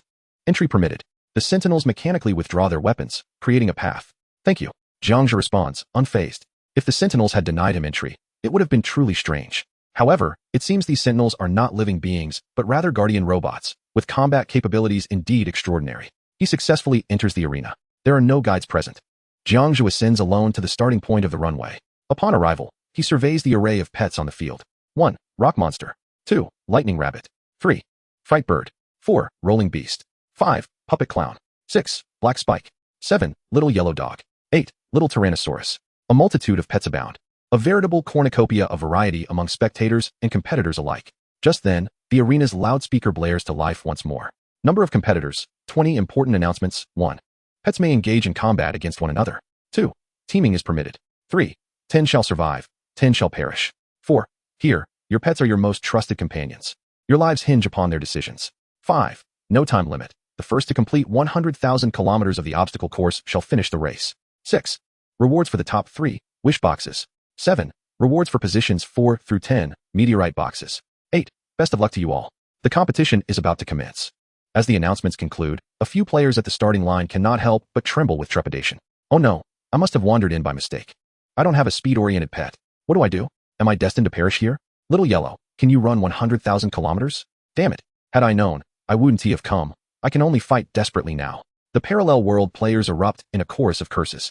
If it were a short-distance hurdle race, it would be manageable, but a staggering 1 million kilometers? How many pets could possibly accomplish that? Some are filled with sorrow, while others are laden with worries. Here, no one is eager to engage in deceitful rivalry. They are solely concerned with their own survival and the acquisition of resources. Ha ha ha. I am destined to win. My rolling beast can dash 1 million, even 10 million kilometers, for the arena to witness. Not so fast. My lightning rabbit is no pushover. You players from that backward parallel world, our pets can battle and evolve, while yours cannot, can they? Therefore, I shall surely claim first place. Just keep boasting. Did you not see the newcomer in black? The little hamster and hedgehog he brings are anything but ordinary. I would rather his pet secure the top spot than allow you, a mere novice, to take it. You dare call me a novice? You look down upon me. Do you wish to test your mettle? Test your wit. We shall meet in the arena, where life and death are at stake. Of course, no one truly intends to engage in violence. It is merely a clash of bravado and spirit. How about it? Are you confident? Jiang Zhe's lips curled into a smile as he addressed Sonic on the ground. This competition seems tailor-made for Sonic. 1 million kilometers? Sonic slightly shook his head. Then donned an excited expression. Too short. Ha. I knew you could do it. Jiang Zhe couldn't help but laugh heartily. Upon witnessing this scene, the little Pi perched on his shoulder felt dejected. Alas, it knew well that 1 million kilometers is no trifling matter. Currently, little Pi could barely endure 100,000 kilometers, and victory was not guaranteed. Entrusting Sonic was indeed the right choice. Sonic's boisterous laughter resonated with the other players and their pets. How audacious. 1 million kilometers, too short? I have never encountered such arrogance in our world. Had it been there, it would surely not survive 3 days. Contestants began to view Jiang Zhe and Sonic as adversaries. Initially, there was no animosity. After all, they were all strangers, with no need for flattery. However, once Sonic's words escaped his lips, it ignited a wave of hostility. Even the participating pets looked down upon Sonic. How utterly presumptuous. Jiang Zhe remained unfazed by their words. Strength would speak for itself. Moments later, an announcement boomed through the loudspeakers. The competition is about to commence. Players, please swiftly arrange for speed-type pets. Many players, do not carelessly arrange your pets. This concerns your very survival. As the announcement finished, players hurriedly replaced their pets, swapping out defensive and attack types. The new pets were primarily adorned with electric sparks, energy, and even featured a sleek black line. Jiang Zhe was intrigued and initiated a chip scan on the black line pet. Species, Black Lian ability, short-distance teleportation, evolution. Dimension, 2-dimensional creature. This is impressive. Let me take a look at the other pets. Jiang Zhe's gaze swept across the scene. Creature, Blue fusion ability, absorption, evolution, evaluation. Although not inherently a speed-type pet, its unique abilities confer upon it a significant advantage in velocity. The author remarks, Chapter 423, Strange Pets. The competition commences, with Xiaosu mocking and showcasing that it can absorb the abilities of other pets to gain acceleration. Quite impressive indeed. Jiang Zhe continues to observe. Creature, Z, ability, Z-shaped shuttling, combination, evolution, evaluation. A phonetic pet from a 2.5-dimensional realm, capable of significantly enhancing itself by combining with other pets. How extravagant. Even the letter Z exists in this 2.5-dimensional space? Jiang Zhe chuckles. These pets are excessively flamboyant. He finally glances down at his own Sonic. Creature, Sonic, ability, supersonic. Light speed, faster than light, electromagnetic storm, evaluation. Now this is the true essence of a pet companion. Sonic, unleash your utmost prowess and obliterate them. Jiang Zhe nods in satisfaction. Leave it to me. Sonic twists its neck, warming up as it speaks. Simultaneously, its expression becomes increasingly audacious. Of course, this scene does not escape the notice of other players and their pets, who are all filled with righteous indignation, eager for Jiang Zhe to face consequences. Just as the atmosphere grows tense, the loudspeaker blares again. Take your positions. All pets immediately rush to the starting line. Once everyone is prepared, the loudspeaker announces, start. Boom. Roar, swoosh, buzz. 20 pets launch into action simultaneously, creating a dazzling array of multicolored light trails on the track. Go. Black Lance, teleport. Lightning Rabbit, thunderous charge. Letter Z, accelerate with Z speed. Fusion, absorb all their abilities, charge forth. The players shout in unison. Faced with this life and death race, no one dares to underestimate the competition. On the track, all 20 pets surge forward at full speed. Their victory means their owner's survival. Their defeat signifies their owner's demise. Not a single pet lags behind its master. Positioned on the 20th lane, Sonic hums a tune and glances towards Black Lance on the 19th lane. Arrogant. Black Lance glares fiercely. Whoosh. It transforms into a black streak. Surging ahead with unparalleled speed, surpassing the other 19 pets by over 3,000 meters. Sonic maintains its pace, still smugly eyeing the letter Z in the 18th lane. Hey there. Your speed is lacking. Has your master not fed you enough? Sonic taunts. F you. Letter Z responds with a raised middle finger. In an instant, it employs its Z speed to seize the second position. Thus, the second place is successfully claimed by letter Z. After securing second place, letter Z now glances at the Lightning Rabbit in the 18th lane. Little bunny, give me a smile. Sonic beckons playfully. Drop dead, you stinky hedgehog. The Lightning Rabbit's ears perk up instantly, drawing in the scattered electric energy from the cosmos. Instantly transformed into a lightning bolt of dividends, it swiftly seized the third position.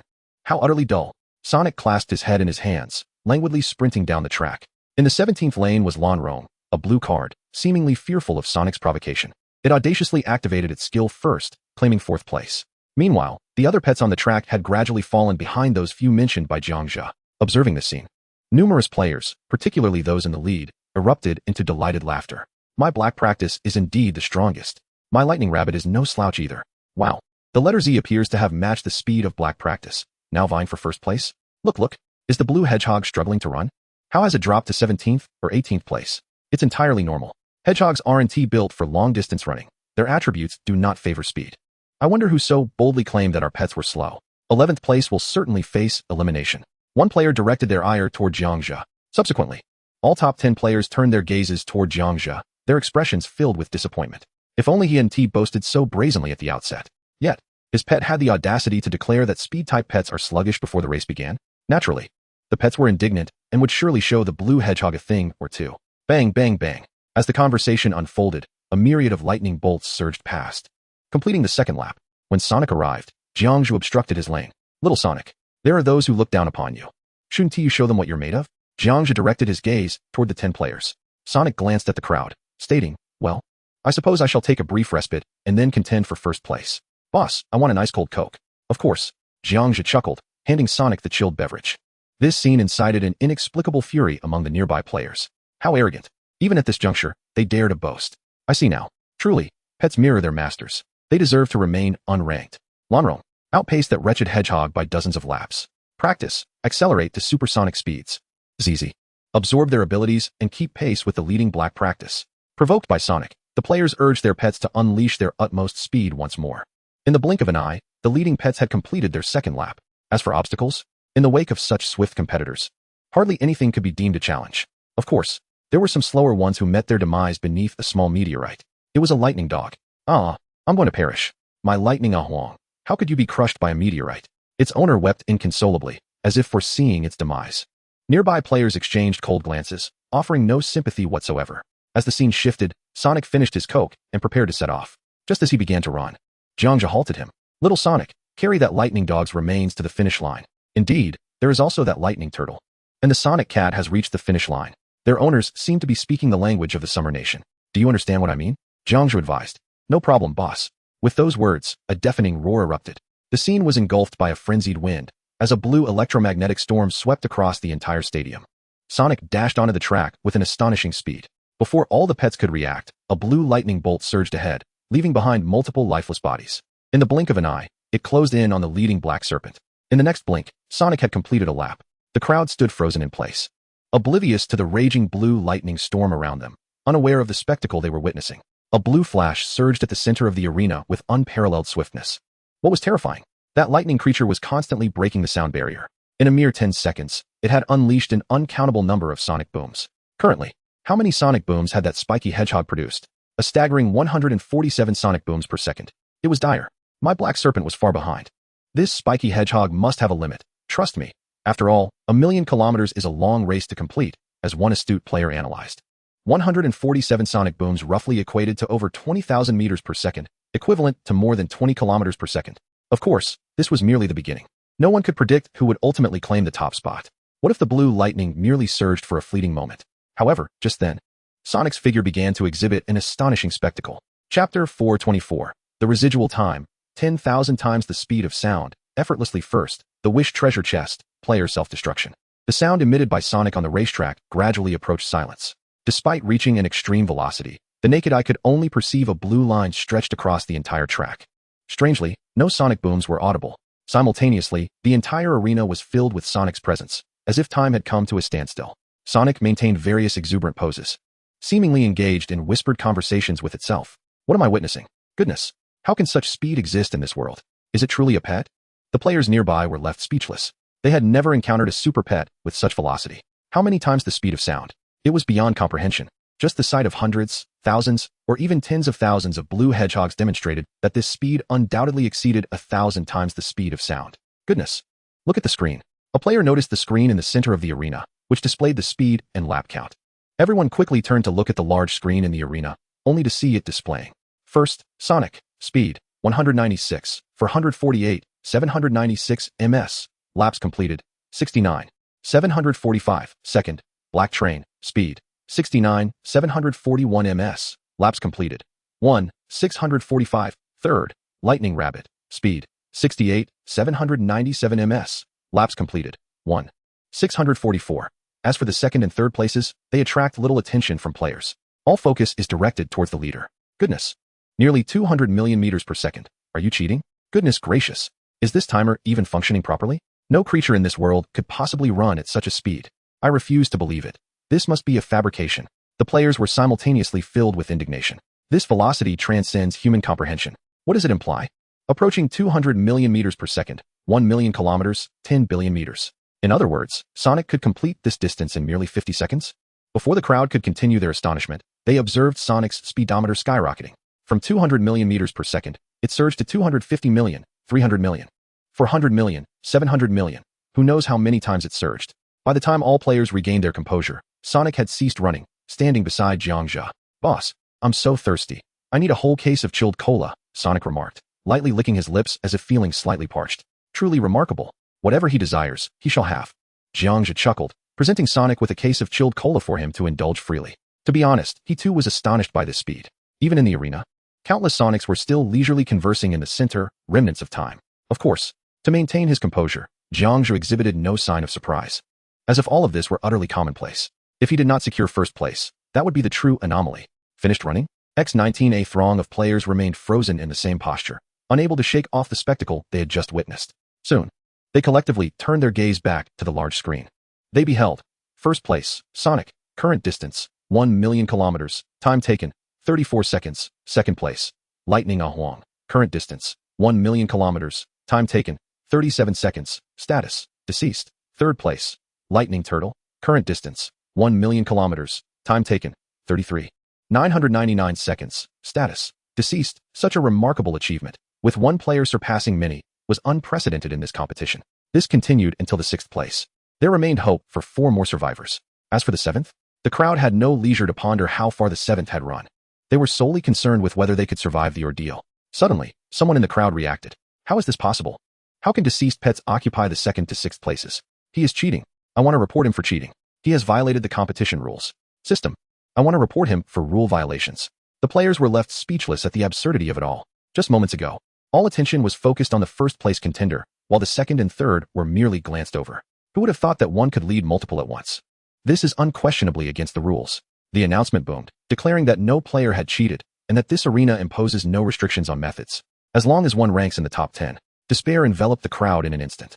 They had little time for frivolities and could only hope their pets would soon secure positions from 7th to 10th. What transpired next had no bearing on Jiang Zhe. Whether their pets engaged in mutual destruction or their owners turned on one another, Jiang Zhe had no time to watch. As Jiang Zhe soared to the center of the arena and claimed the wished treasure chest, preparing to depart, a group of players from Xia Nation approached him. Thank you. Great one. Indeed, without you, we would not have survived. Thank you. I can now bury my lightning Ahuang. Thank you once more, Sonic. Thank you, Sonic. They expressed in unison. It was due to Jiang Zhe and Sonic's intervention that they were able to persevere. Hearing the praises directed at him, Sonic quickly became bashful. Oh, no need for such formality. We are all compatriots from Xia Nation, akin to family, so please, do not mention it. Sonic chuckled, scratching the back of his head. The sensation of being lauded was delightful. How wonderful. Sonic was so polite, in stark contrast to the ruffians. Sonic, you are undoubtedly the fastest in the universe. Indeed. The fastest, bar none. Little Sonic chimed in. Hee hee hee. Hee hee hee. Hee hee hee. Eventually, Sonic became so shy that he sought refuge from the crowd, eliciting gentle smiles from everyone. Thus, they presented all the treasure chests they held. Great one. We have conferred and decided that all these chests belong to you. We are unworthy to enjoy them. Yes, please accept them, Great One. Faced with their unanimous pleas, Jiang Zhe replied, I appreciate your kindness. But did you not read the competition rules? He nodded slightly and shifted his gaze to the terms stated in the center of the arena. The crowd followed his gaze and saw one particular clause. Rule 17. Treasure chests cannot be gifted, traded, or claimed on behalf of another. The crowd exchanged troubled glances, clearly facing a significant discrepancy from their initial expectations. Observing their dilemma, Jiang Zhe nonchalantly remarked, You may return now. The crowd appeared conflicted. Despite his words, they still hesitated to retreat. Sigh, Jiang Zhe lamented. The people of Xia Nation are admirable in many ways. Yet their penchant for saving face is a trait that needs adjustment. It is evident even when they receive their New Year's money. They desire it immensely yet feel compelled to refuse. Is such politeness truly necessary? It is rather pointless. Thus, Jiang Zhe activated his teleportation ability. In a flash of white light, he vanished from their sight. Goodness, what was that? Teleportation? A player who wields spatial power. How formidable. The crowd was left in stunned silence, marveling at the spectacle before them. In any realm, the force of space is deemed a supreme power. If lightning is regarded as the most penetrating of elements, then the power of space, in their eyes, surpasses lightning by countless magnitudes. After a moment of astonishment, they stood in a daze for quite some time before departing. Once the victor had left, the pet competition at the scene had only progressed to a mere 0-1. The players vying for positions 7th to 10th were filled with a despairing urge to give up. What had compelled them to participate in a million-kilometer pet race? For heaven's sake, my pet is on the verge of exhaustion. This is nothing short of a death race. Where lies the hope of survival? Oh God, are we to be played with like this? Had I known better, I would have avoided offending Sonic's master. If he were here, at least our pets would have had a glimmer of hope. Sorrow enveloped the players as they lamented their choices, some even resorting to self-harm in despair. For there was no prospect of victory for their pets. The author has a word to share. Chapter 425, The Wishing Chest, 3 Rewards, Peeking into Diaries, Ancestors Past. After exiting the arena, Jiang Zhe first returned to the original cosmic passage, ultimately being escorted by 2 5-meter-tall guards to an ordinary cube. This cube was remarkably secure. Moreover, it did not consume any door-opening attempts. From the previous casual conversation with the 2 guards, he learned that the pet racing competition was, in fact, a deception. Once a person crossed the threshold, neither they nor their pet could escape. 1,000,000 kilometers equates to 100 billion meters. For those with combat power below 10 million, it was nearly impossible for any pet to complete the race. Most pets, once they set foot on the track, signified that both the pet and its owner had entered a fatal zone. However, Sonic was an anomaly. What would have happened had Sonic been replaced by Little Pie in the race? The consequences were unimaginable. Perhaps Jiang Zhe would end up being the last to perish. After all, he could eliminate 19 players in an instant. Ultimately, the pets would succumb to exhaustion on the million-kilometer track. Even if Jiang Zhe could endure to the end, he would be reduced to an infinitesimal black dot by the track, collapsing into oblivion, commonly referred to as a black hole. Indeed, The arena Jiang Zhe had just traversed was a black hole devised by malevolent entities of higher dimensions. Contemplating this, a chill crept down Jiang Zhe's spine. Does a higher dimension grant one the liberty to act with impunity? Yet, upon reflection, it bore no relevance to him. He had secured the resources he sought. He retrieved the wishing chest. It was a golden chest, distinctly different from the one in his inventory that could only be opened once a day. Wishing chest randomly fulfills 3 material wishes of the wisher, poses no danger, and does not arbitrarily enhance the power of the wisher, and so forth. The system's notification appeared, visible to all players. The wishing chest was not excessive. It did not permit direct enhancement of power, but was merely a vessel for the distribution of materials. Compared to ordinary chests, it certainly merited the title of a wishing chest. Open, Jiang Zhe silently urged. With a gentle motion, the right hand lifted the lid of the treasure chest. As for the wishes, they were but a selection of random desires. Any wish would suffice. A flash of golden light illuminated the surroundings, and the materials cascaded down. System notification, Type A energy crystal, 24. System notification, negative energy particles, 36. System notification, Mr. Jiang's journey diary. 3 notifications appeared. The first 2 were of little consequence. Yet the third piqued interest.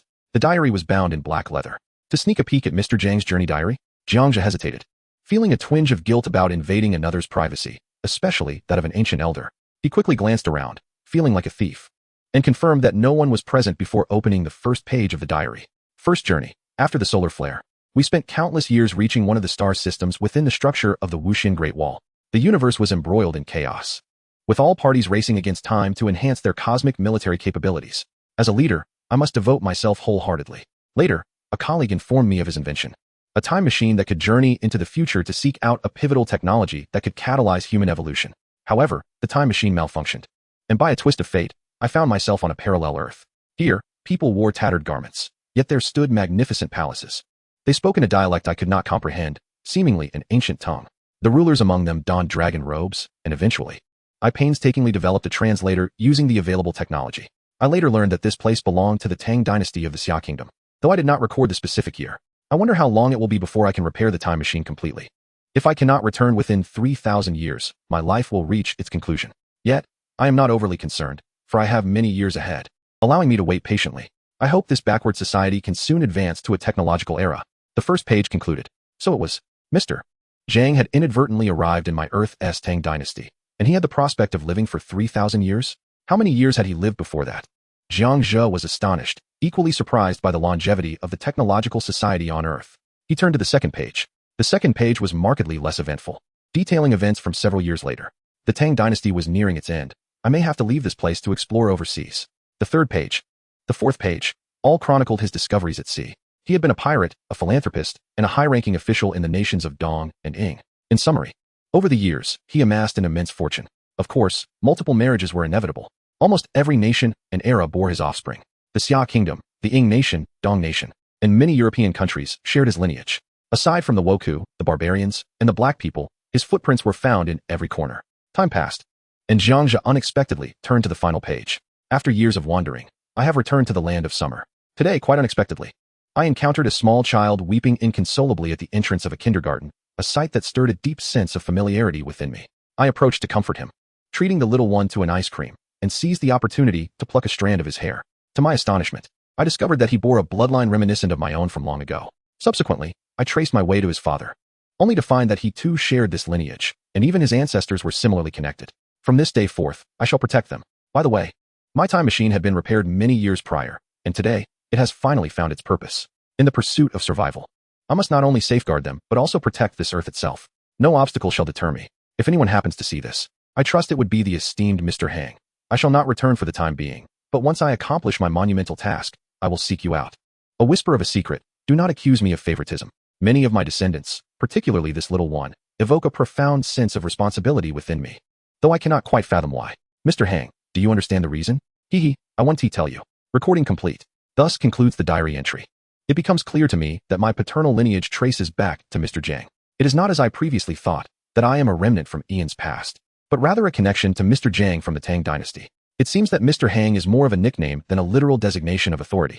Jiang Zhe pondered, a smile unexpectedly gracing his lips at the conclusion. It was quite surprising that such an ancient ancestor could possess a sense of humor. Yet, Jiang Zhe was curious about what Mr. Jiang referred to as a monumental event. Of course, he could only speculate, unable to guess the truth. Little pie boss. Peeking at someone's diary, isn't right. Little Suo, didn't you look? Little Pi, did I? Little Suo, the Tang dynasty deemed plumpness as beauty? You humans are truly peculiar. Little Pi, Mr. Jiang's depiction of his wife on Earth was quite beautiful. The boss bears a slight resemblance to her. Little Suo, it must be the ancestor. There is surely some similarity. It's as if you two haven't been eavesdropping at all. Jiang Zhe's lips twitched. If they hadn't peered, how would they know so much? No, we haven't. They both exclaimed, their faces flushing instantly. Just moments ago, they had been engrossed in the reading, especially when it came to Mr. Jiang's descriptions of women from various nations, which had left them practically drooling. After lingering for a moment, Jiang Zhe collected all supplies and commenced the 9th and 10th openings of the day. Chapter 426, Bacterial Civilization, Natural Literature, Missing Advisories. Jiang Zhe confessed. The next 2 openings did not consume much time. During these 2 openings, he encountered a battle and discovered 2 golden treasure chests. It was during the 9th opening that he faced a rather unique creature, not a monster in the traditional sense, but rather a life form discarded among the detritus by a player. By a twist of fate, refuse found its way into the realms of temporal stasis and acceleration. Ultimately, the bacteria within this refuse astonishingly cultivated a new miniature civilization. Indeed, it was a civilization composed of microscopic organisms, boasting an unparalleled arrogance as they declared themselves the mightiest microscopic civilization in the A-star system, believing that no entity could bring them to submission. However, in the midst of their jubilant revelry, they unexpectedly encountered a higher being, Jiang Zhe. The grotesque appearance of this refuse civilization and their disconcerting vocalizations sent shivers down Jiang Zhe's spine. In a swift motion, he obliterated them. Subsequently, the room reverted to its normal cubic state. Within 2 golden treasure chests lay the amassed rewards, 16 Omega fragments, 6 Omega crystals, 15 Type A energy storage crystals, 10 negative energy particles, a blueprint for the lightning sword, a blueprint for the Weiyang halberd, and a tome titled Natural Book, Summoning Wind and Rain. The remaining resources were not particularly impressive, with only 2 special books and 1 final excellent volume. Jiang Zhe's favorite was the last book of abilities. Its name hinted at its true nature, indeed possessing powers related to the natural world. Natural abilities encompass a significant portion of the powers found within nature. Had he not already mastered the force and ice, he would have yearned for natural abilities. Of course, this is not to suggest that the force is inferior to nature. Rather, nature is confined to the planet, only realizing its full potential within its bounds. The force, on the other hand, flows freely through the cosmos, widely recognized and exceedingly difficult to acquire. This is the advantage that natural abilities cannot match. After collecting all the resources, the clock struck 6 in the evening. Jiang Zhe activated his private cube, where Mr. Blue had prepared a feast of 4 dishes and a soup, scrambled eggs with tomatoes, stir-fried green peppers with potatoes, steak salad, and a roasted whole chicken, accompanied by a rib and cucumber soup, substituting cucumber for winter melon. Wow, it smells divine. I can't resist any longer. I must eat. Little Pi and Little Sue, already famished, looked up at Jiang Zhe for approval. Go ahead, he replied. In an instant, the 2 little creatures leaped onto the table with remarkable speed, leaving only remnants in their wake. As usual, Jiang Zhe teleported to the 3rd floor for a brief swim before returning to the washroom for a refreshing cold shower. Finally, clad in a bathrobe, he made his way to the cultivation area, bypassing the other vegetables and heading straight for the life fruit tree. The tree had grown to an impressive height of 8 meters, its lush green leaves swaying gently. 4 red fruits, resembling gnome-like figures, hung quietly from the drooping branches, swaying occasionally in the breeze. Although they appeared doll-like, they were indeed true fruits. Jiang Zhe gazed upward for a moment. The thought of consuming a doll was too much for him to bear. Fortunately, they were indeed fruits. He then proceeded to the living room, where Little Sue and Little Pi had already finished their meal and retreated to their room for video games. They were considerate enough to leave a substantial portion for Jiang Zhe. He sat down at the table, enjoying his meal while watching the World Channel. In the Global Channel, players engage in idle chatter, devoid of substance. It is merely a recounting of which newcomer has acquired new abilities. There are advertisements, guild recruitment notices, challenges, insults, and slander, among other trivialities. In a vast forest, one encounters all kinds of birds. Switching to the regional channel, the atmosphere becomes considerably more harmonious, with everyone conversing amiably. Of course, there are instances of unexpected deaths, prompting some to express their condolences before returning to their discussions. Others are tagging Jiang Zhe, seeking to sell supplies. Yet Jiang Zhe remains unresponsive, instead opting to transition to the Guild Elder channel, accessible only to the Guild Elders. Is everyone present? Jiang Zhe inquired. The moment he spoke, a flurry of responses followed. Jiang here. Su Cheng, present. Wang Yang here. Robert Carls, present. Very well, since everyone is here, I have an announcement to make. Jiang Zhe stated. Wang Yang, what is the matter? This feels ominous. Wang Yao, something seems off. Caben Carls, normally, you announce things directly. Why the inquiry this time? Is something amiss? As an elder, Caben understood Jiang Zhe best. The moment he spoke, the other elders grasped Jiang Zhe's intent. Indeed, Do you recall what I previously mentioned? I had not been entirely forthright with you. I am not the original Jiang Zhe, but rather someone who has traversed from the main world to this realm, which I perceive as a cross-world. In the main world, I conveyed to you that I would go missing. I wonder if this world-S version of me has shared this with you? Jiang Zhe confided without hesitation, believing that as friends, they deserved to know what was to come. Su-cheng, you did mention this before. Wang Yao. Indeed, you did. What is this main and subworld? Wang Yang, well, you have finally come clean to everyone. Wei Chang, the disappearance was indeed mentioned. Boss Jiang, have you sensed the imminent disappearance? Jiang Yi, main world, subworld? Boss, have you lost your way? There is no such distinction. All worlds are the main world. Robert Carls, Jiang Yi, that is not his meaning. For Boss Jiang, our world is his cross-world. He is merely clarifying for our understanding. Jiang Yi, when will the disappearance occur? Caben, when? Tonight? Tomorrow?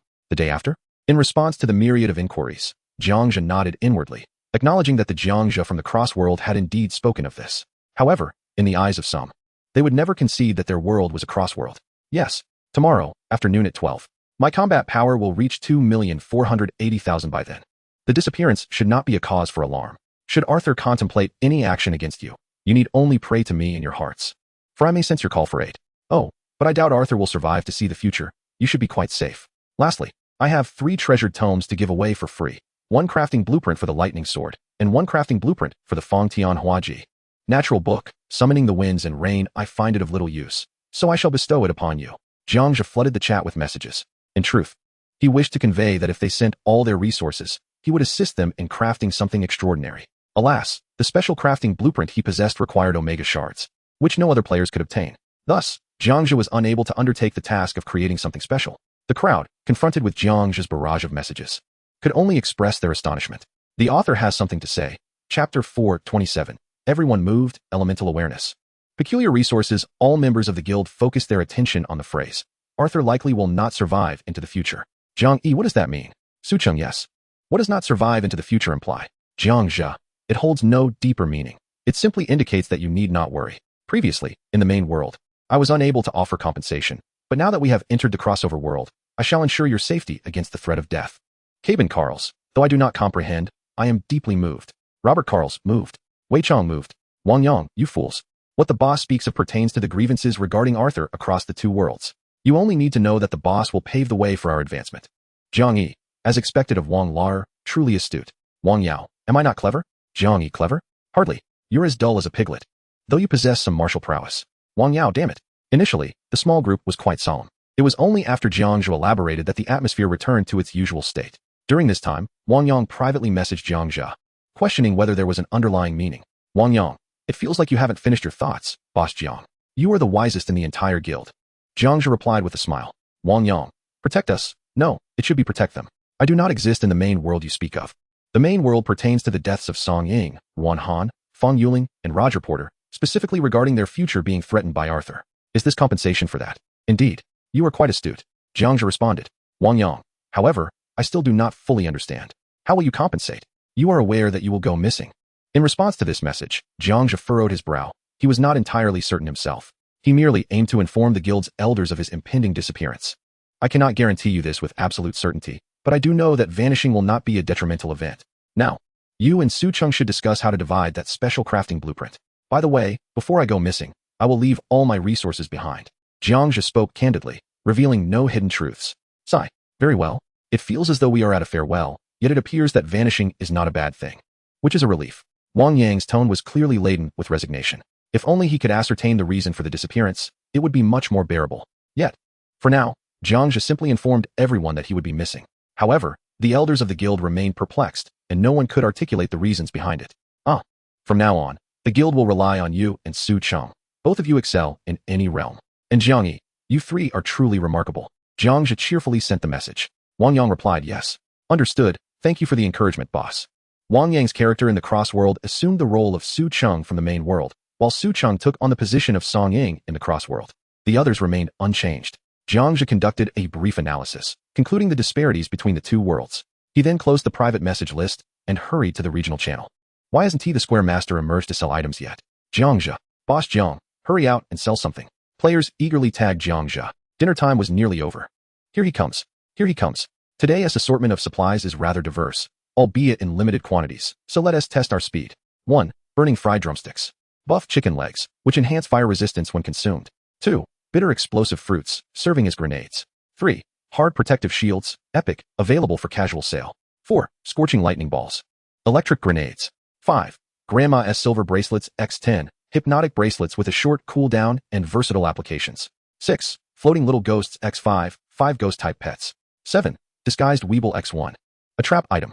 8. Fiery facial cleanser X12, permanently increases fire attribute resistance. 9. Daddy's perfume X6, a rather mischievous fragrance for personal exploration.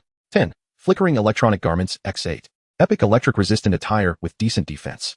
11. Universal remote controls X5, capable of shutting down any electronic device, essential for combat. 12. Melodious FA instruments X4. A boon for male copper players. All who hear this melody shall feel an irresistible affection towards you. Finally, I will release 100 energy modules. For all these supplies, I will only exchange for A-type energy crystals, up to 200. Negative energy particles are also welcome. The more, the better. I'll give everyone a few minutes to prepare. While my desired items may be few, I only require these 2 types. The rest are unnecessary. A flurry of messages ensued, instantly astonishing the players. These items were extraordinarily peculiar. It was the most bizarre assortment ever. Where did the Square Master acquire such unusual supplies? I have never encountered such extraordinary items. No one in the world possesses these. Where could they possibly originate? The existence of philosophical items? What more is there to say? I'm a male copper. I must have the FA instruments. No one should dare compete with me. A male copper is right beside me. I find Grandma's silver bracelets quite enticing. Though the name is peculiar, the effect is hypnotic. Having it is tantamount to possessing hypnosis, simply irresistible. Enough chatter. Quickly list the items. I shall procure A-type crystals right away. Hurry up and list them, Great One. Some players were curious about the origins of Jiang Zhe's items today. What kind of treasure chest could yield such strange supplies? The players were filled with a desire to purchase. Though not driven by overwhelming desire, the allure of novelty beckons all. After all, resources that provide a buff are indeed rare. The world is predominantly filled with skill-based items, with scant few that temporarily enhance combat prowess. It is a unique offering. Jiang Zhe accessed the regional trading post, listing all available resources, specifying that only A-type energy crystals and negative energy particles would suffice for purchase. Upon completing the listings, he announced, the items are now available for purchase. Upon receiving his message, a multitude flocked to the trading post. The energy modules sold out first. As survival remained the priority for many, possessing a module significantly enhances one's chances of survival. Next, the buff resources sold swiftly due to their affordability relative to other items. The skill-based resources, however, saw a marked slowdown in sales. This trend underscored the scarcity of negative energy particles. Fortunately, by the end of the evening, all items had been sold out, yielding a total of 95 A-type energy crystals and 42 negative energy particles. The comparative scarcity of these 2 resources was evident. Is there more? I just gathered some negative energy particles. I have 3 crystals and wish to buy anything available. Please restock. Many continued to implore Jiang Zhe for additional sales. Naturally, he was more than willing to oblige. He crafted 20 more energy modules for sale, resulting in a further acquisition of 14 A-type energy crystals and 34 negative energy particles. Thank you, esteemed one. The modules have arrived. They are excellent. 5-star review. Chapter 428. The examination begins. Unusual questions. The Bearchild's murder. The underlying answers. After the trading concluded, the clock struck 7 in the evening. Jiang Zhe reviewed the quantities of urgently needed resources, 145 A-type energy crystals and 182 negative energy particles. He calculated that he needed just 55 more crystals to fully repair the anti-gravity aircraft. The negative energy particles would suffice for the time being. Jiang Zhe mentally assessed that if he were to open several more high-tier treasure room doors tomorrow morning, he could undoubtedly gather the necessary resources. If that proved impossible, he could also opt to sell modules in the world channel to exchange for A-type energy crystals. Moreover, he contemplated that even if he consumed all the life fruits by noon the next day, his combat power would not reach 2.48 million. Therefore, he could only rely on reforging and embedding to temporarily boost his power by a few thousand. Once all plans were set, Jiang Zhe wandered through the world channel, finding no substantial news, before reclining on the sofa to sleep. Time passed unnoticed, until he suddenly felt a sharp prick at the back of his head. The familiar notification sound echoed. Happy times are always fleeting. After a day filled with arduous challenges, a total of 19,960,000 lives were lost. A new day has finally dawned. Let us take a moment of silence for those who have perished. Let us first extend our heartfelt congratulations to Jiang Zhe from the Summer Kingdom for achieving the remarkable title of the world's strongest warrior, with a staggering score of 2,011,806. The countdown to the quiz has begun, and we find ourselves once again amidst a thrilling and tense atmosphere. Today's death toll seems rather high, leaving me feeling quite apprehensive. Will our esteemed elder take on the role of the dealer again today? Yesterday, I managed to win quite a bit of water and biscuits. Not today. I've lost far too much already. Jiang Zhe's performance was simply too formidable. Then let us play a smaller game. Let us guess who will come in first. Will we have a round of exceptional gear? Come off it. Quiet down and wait for the questions. Upstairs. So you're feeling quite brave, are you? Of course. I fear nothing except for the world's number one. I'm incredibly courageous. Is that so? Incredibly courageous? I see you completely misunderstand. What do you mean? You want to understand? Is this new game a fresh venture? What new game? This is even more thrilling than a game. Hurry up. Hey, wait. I need to grab some wine. Here, take it. These two individuals are rather peculiar. The plot feels eerily familiar. This is troublesome. I can't shake the feeling that someone is in danger. Is that the infamous Jiang Zhe we're talking about? Notorious indeed. He has caused trouble for many children lately. TSK. As the quiz has yet to commence, players flock to the world channel, leading to the appearance of a familiar face. Sigh. That Jiang, always luring young boys to your home to play. Is your home truly that enticing? Jiang Zhe shook his head in disdain and could no longer contain himself. He accessed the world channel and scrolled through the chat records of the individual claiming to be Jiang Zhe. He found derogatory remarks and proceeded to mute, blacklist, and restrict the offender. World announcement. Zhao Yuanjie has been permanently muted, blacklisted, and restricted. He has been confined to the black room. With the world announcement echoing, the world channel erupted in a flurry of excitement. Wow, the beacon of righteousness shines upon the earth. Who would have thought even those who harm young boys would be silenced and blacklisted? It seems we have an administrator in our midst. We must exercise caution and refrain from approaching innocent young ladies and gentlemen. Everyone, please protect yourselves. I am your familiar and caring aunt. Hello, familiar aunt. My home is quite spacious. Would you care to come and take a look? Sure, no problem at all. As for who was responsible for blacklisting Zhao Yuanjie, the players within the intersecting worlds remained blissfully unaware, merely sensing that this administrator appeared to possess a strong sense of justice. As the 10 seconds elapsed, the first question was presented. First question. If within a luxurious hotel, a 6-year-old troublemaker has stolen his father's gun and has brought it to the hotel's buffet area, suddenly spotting you and preparing to shoot because he is displeased with you, while you possess the ability to foresee the next 3 seconds, and the only weapon in your hand is a dining knife, what would you do? Time limit, 60 seconds. Wow, this question is incredibly sharp. Oh no, I know nothing about law. What should I do? Goodness, a child with a gun. Am I destined to die? Those troublesome kids.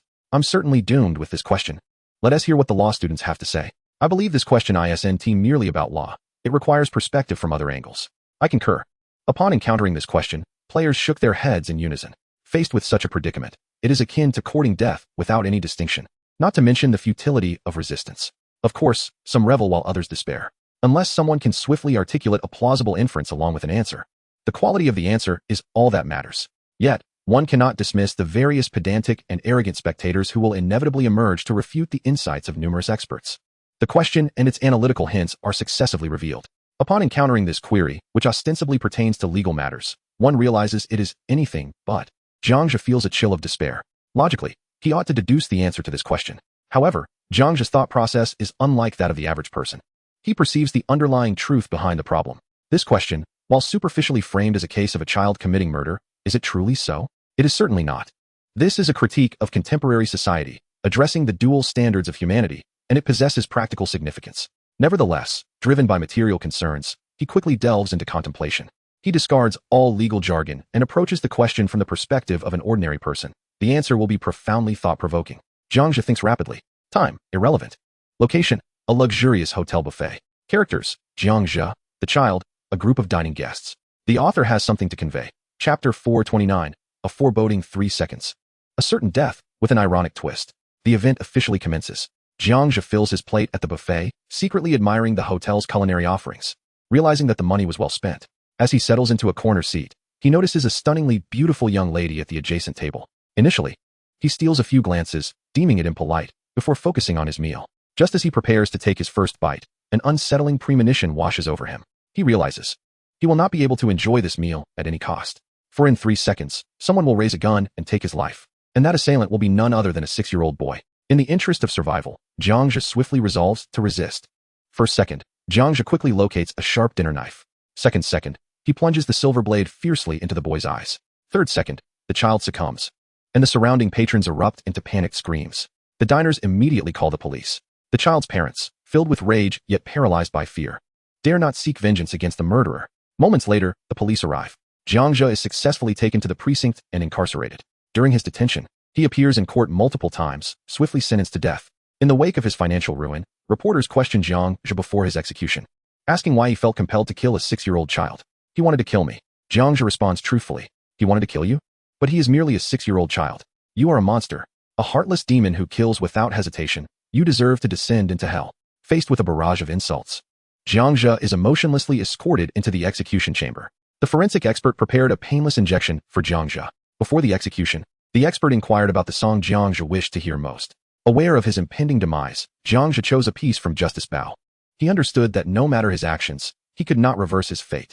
His only hope was that this would draw attention to the motives behind his death. At the same time, he pondered whether there had been a better way to handle the situation. Upon the injection leading to his death, Jiang Zhe was astonished to find himself back in the upscale hotel's buffet restaurant.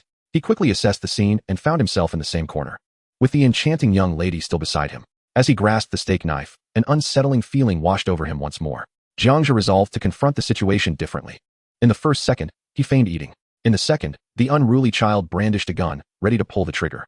In the third second, as the gunshot rang out, Jiang Zhe narrowly evaded the bullet, which instead struck the forehead of the young lady behind him. Without hesitation, he lunged forward, seizing the weapon from the child's grasp, and pinned the youth to the ground, immobilizing him. Following the incident, spectators uploaded footage online, and Jiang Zhe was hailed as a hero. However, as the surveillance video circulated, it became evident that Jiang Zhe had anticipated the child's actions 3 seconds prior, having already evaded the trajectory of the bullet. The internet erupted with incredulous voices. You saw the child with a gun, yet what did you do? How dare you call yourself a hero? Why didn't you warn the innocent lady behind you? You do not deserve to be a hero. You are a murderer, a demon. Hearing such accusations, Jiang Zhe gradually succumbed to despair. The brutality of online criticism proved unbearable. Ultimately, he found himself on a bridge, reflecting on whether he could have made a better choice. In a moment of desperation, he leaped off, embracing death. Time swiftly passed. When Jiang Zhe returned once more to the buffet restaurant, he took immediate action. In the first second, he pushed the young lady to the ground. In the second, the child raised the gun to shoot, and Jiang Zhe instinctively fell to the side. In the third second, the bullet struck the metal surface of a table, fortunately leaving everyone unharmed, a scenario that should have culminated in a perfect resolution. Regrettably, as Jiang Zhe was again lauded as a hero, the footage resurfaced, and dissonant voices on the internet emerged once more. This is too staged. What director concocted this? Look, he anticipated the child's gunshot. It can't possibly be real. I suspect it's a hoax. He must be desperate for fame, even hiring a child to wield a gun. A demon. Subsequently, Jiang Zhe found himself engulfed in doubt. Faced with relentless online hostility, he gradually lost many friends, his job, and ultimately his girlfriend, earning the infamous label of a demon. Ultimately, the parents, gripped by fear, coerced Jiang Zhe into revealing the truth. Jiang Zhe merely shook his head in despair. In the afternoon, he found himself alone on the overpass, and with a leap, he fell to his demise. In those final moments, it seemed Jiang Zhe grasped an undeniable truth. No matter what one does, the course of events remains unalterable. Time passed, though he could not tell how long. When Jiang Zhe awoke, he found himself once again seated in the luxurious hotel buffet. This time, although he was aware that his fate was sealed, he felt no inclination to resist. In the first second, Jiang Zhe feigned joy, contemplating the imminent promotion and salary increase that awaited him, contingent upon the success of this meeting. In the second, he indulged in daydreams, pondering what gifts might bring his girlfriend happiness. In the third second, he imagined the surprise his parents would feel upon learning of his impending marriage.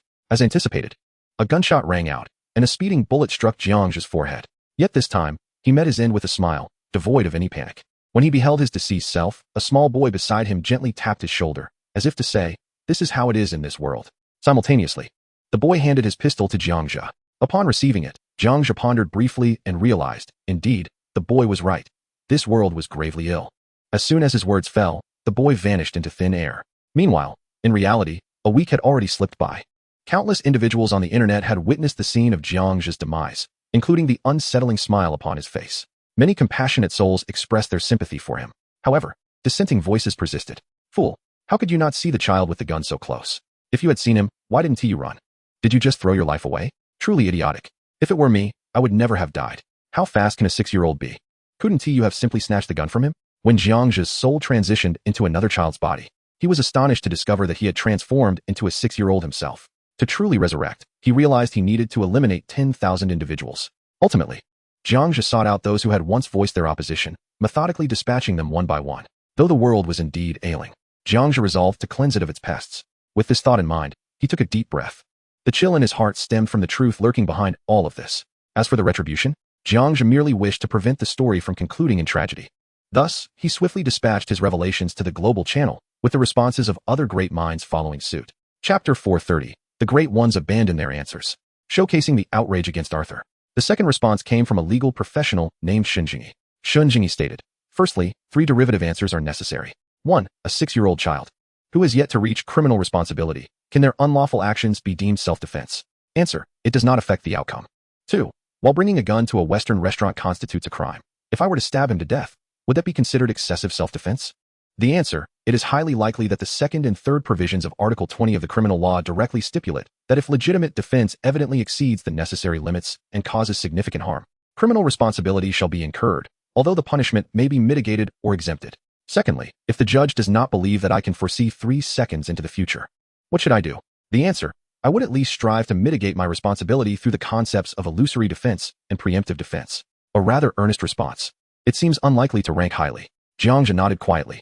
Although this person's answer was acceptable and fully aligned with the question, he failed to perceive the hidden truth behind it, rendering him destined not to secure the top position. The third respondent was Wang Yang. Wang Yang. Firstly, upon realizing that a mischievous child intends to shoot me, I would immediately rise and disdainfully declare to the child, I wager your gun is devoid of bullets. The child, in disbelief, would then panic and fire, only to discover that the gun was indeed unloaded. Secondly, I would calmly await the arrival of the 3 seconds. As the bullet approaches, I would execute a graceful turn to evade it, simultaneously leaping to catch the bullet with my toes, and then swiftly vault in front of the child, delivering a kick that renders him unconscious. Ultimately, I would transform into a bolt of black lightning and successfully escape. Thirdly, as a world-class agent, I possess special immunity. When the child prepares to draw the gun, I would promptly produce a Gatling gun from my long coat and eliminate everyone in the hotel, subsequently heading to the surveillance room to destroy all evidence and erase any fingerprints left at the scene. In the end, I would vanish, leaving this case as an unsolved mystery. Wang Yang's answer was utterly remarkable. If one were to argue its correctness, they would find it well-reasoned. Yet, if claiming it to be correct, does it truly resemble anything correct? It seems this fellow has no intention of seeking resources anymore. Jiang Zhe couldn't help but chuckle softly. The fourth respondent was Cobain Kars. Cobain Kars. Firstly, I am the most formidable assassin in the world, armed with an array of weapons. As soon as I sense danger, I would approach the child and look down at him, saying, you intend to kill me in 3 seconds. Do you wish to die first? The child disdainfully pulls out a handgun, and I react instantaneously, seizing the child and tearing him apart. His arms are swiftly ripped off, leaving him in excruciating agony. While onlookers condemn me for my audacity, my bravado is sufficient to instill fear in no one. I turn to the crowd with indifference and declare, today, I shall eliminate all of you, and none can apprehend me. Now, surrender your phones, wallets, and electronic devices. Simultaneously, I reveal countless grenades concealed within my coat, compelling the crowd to comply. Once I have gathered all electronic devices, feeling this insufficiently secure, I successfully plant 1,000 kilograms of explosives in the hotel basement before departing, instantly reducing the hotel to rubble, for only the dead can keep secrets. Impressive indeed. Jiang Zhe marvels in admiration. The answers this time are exceptionally outstanding. It appears none of them desire resources anymore. They have truly let themselves go. Su Cheng, how can your answers be so astonishing? Wang Yao, the intricacies of fate pale in comparison to Cobain and Wang Yang's brilliance. Robert Kars, my apologies.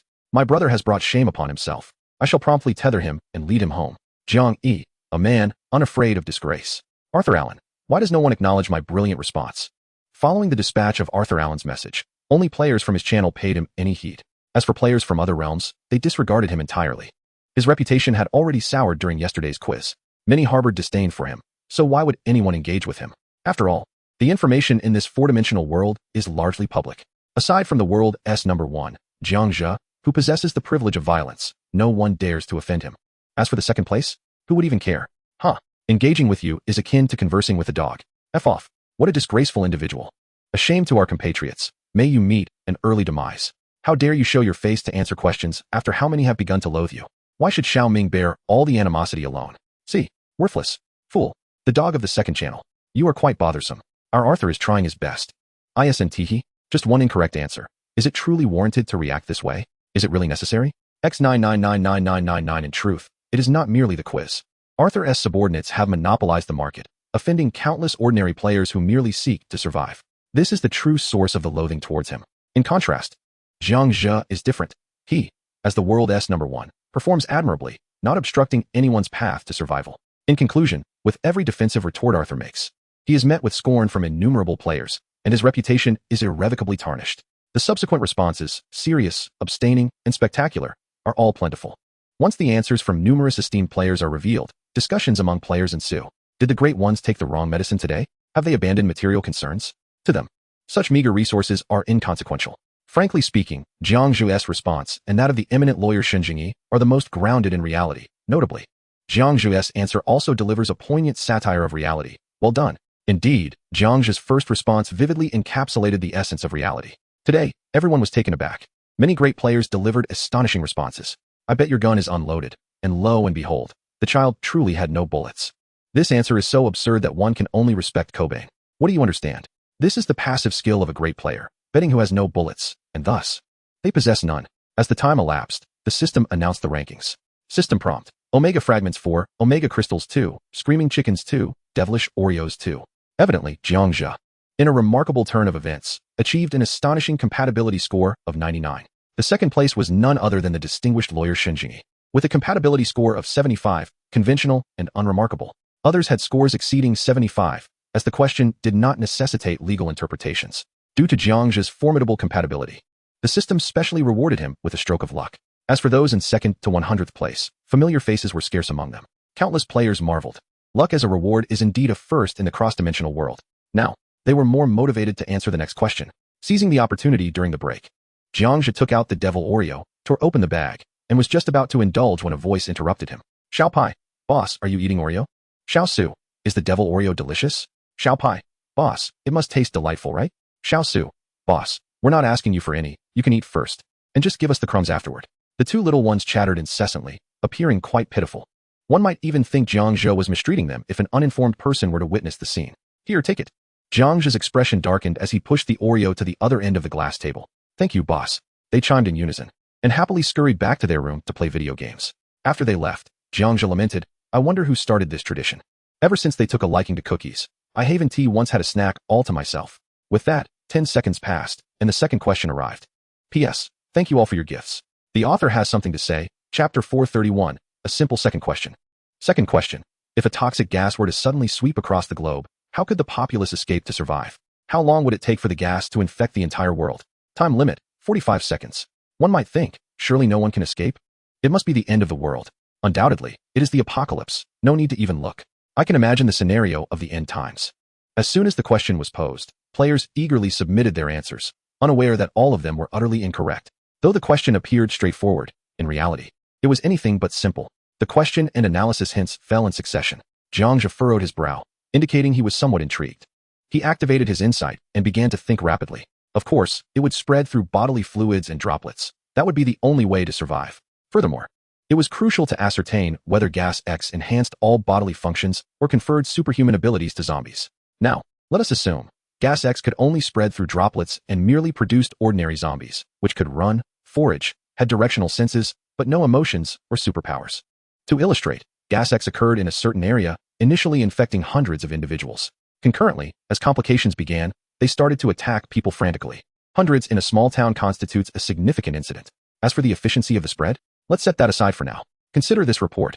On a certain date, an incident occurred, with patients dying in the early hours of July 16th.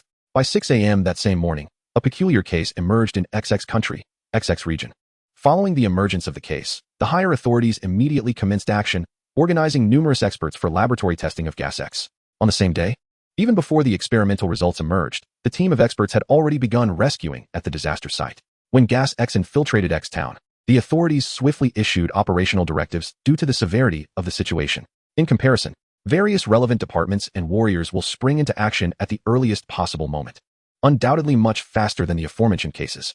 Essentially, within a span of 6 hours, all infected individuals and suspected cases can be isolated, with a radius of at least several dozen miles completely sealed off. Simultaneously, we will coordinate with the warriors from the neighboring regions of Town X to conduct thorough inspections, particularly on highways, rural fields, and so forth.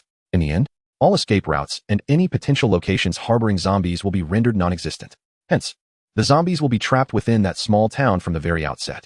Assuming the exponential growth of zombies within 6 hours, the outbreak will escalate astonishingly, surging to a staggering 600,000 individuals in just a brief span. Will the town face annihilation? Certainly not. It is imperative to recognize that the Iron Tide is no trifling matter. Even though the arrival of the Iron Tide at Town X may take some time, the warriors are not to be underestimated. Although they may find themselves overwhelmed by circumstances beyond their expectations, they can undoubtedly contain the growth within manageable limits. For instance, by evacuating the entire population from the affected area, they can effectively reduce the sources of infection. In just 2 hours, the Iron Tide proves to be an overkill.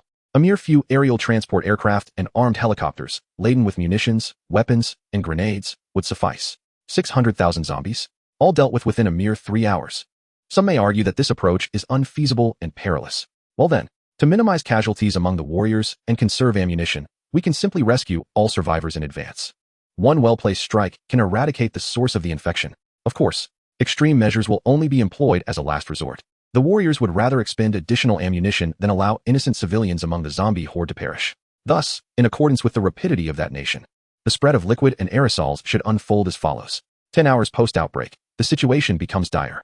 A major television network reports breaking news. A severe outbreak of toxic gas has occurred in Town X, Province X, City X, with the confirmed number of infections reaching 680,000. 680,000 individuals have been infected, transforming into the living dead. What a tragedy. They are surely heading towards their demise. The host of the news, with a hint of schadenfreude, conveys the report. At this moment, new information emerges from the studio, causing the staff to stare in disbelief. They promptly relay the news to the teleprompter for the host to announce. Urgent news. Once again from Country X. The 680,000 sources of infection have been deemed incurable and ultimately eliminated through the use of weaponry. Upon reading this, what? Are you joking? The speed is astonishing. This is impossible. The host appears utterly bewildered, unable to comprehend. As the studio confirms the validity of the information, the viewers in New York are informed. The news of Country X's eradication of all zombies is a falsehood, a ruse designed to mislead us. We must not be deceived. We must condemn them. They have not eradicated the virus. Rather, it continues to rise in a linear, exponential manner. Today's news report concludes here. Dear viewers, until next time. The host, struck by inspiration, decided to broadcast fictitious news, ultimately finding success and marrying a wealthy beauty. Such is the true velocity of the rabbit. Contemplating this, Jiang Zhe was enlightened. He inputted all the answers: air, waterborne transmission, human misfortune, droplets, and within 8 hours, Country X could eradicate the gas X in its infancy. As for the indiscriminate slaughter of innocents, that is simply impossible. If it is confirmed that the zombies have completely lost their human consciousness and will not resurrect, reality would show no mercy. Why the ambiguous narratives in films? Because they are commercial productions, cultural exports, brainwashing films, enhancing the perception of freedom and understanding the country. In summary, the plot demands it. Thus, they have misled audiences worldwide who cherish zombie films.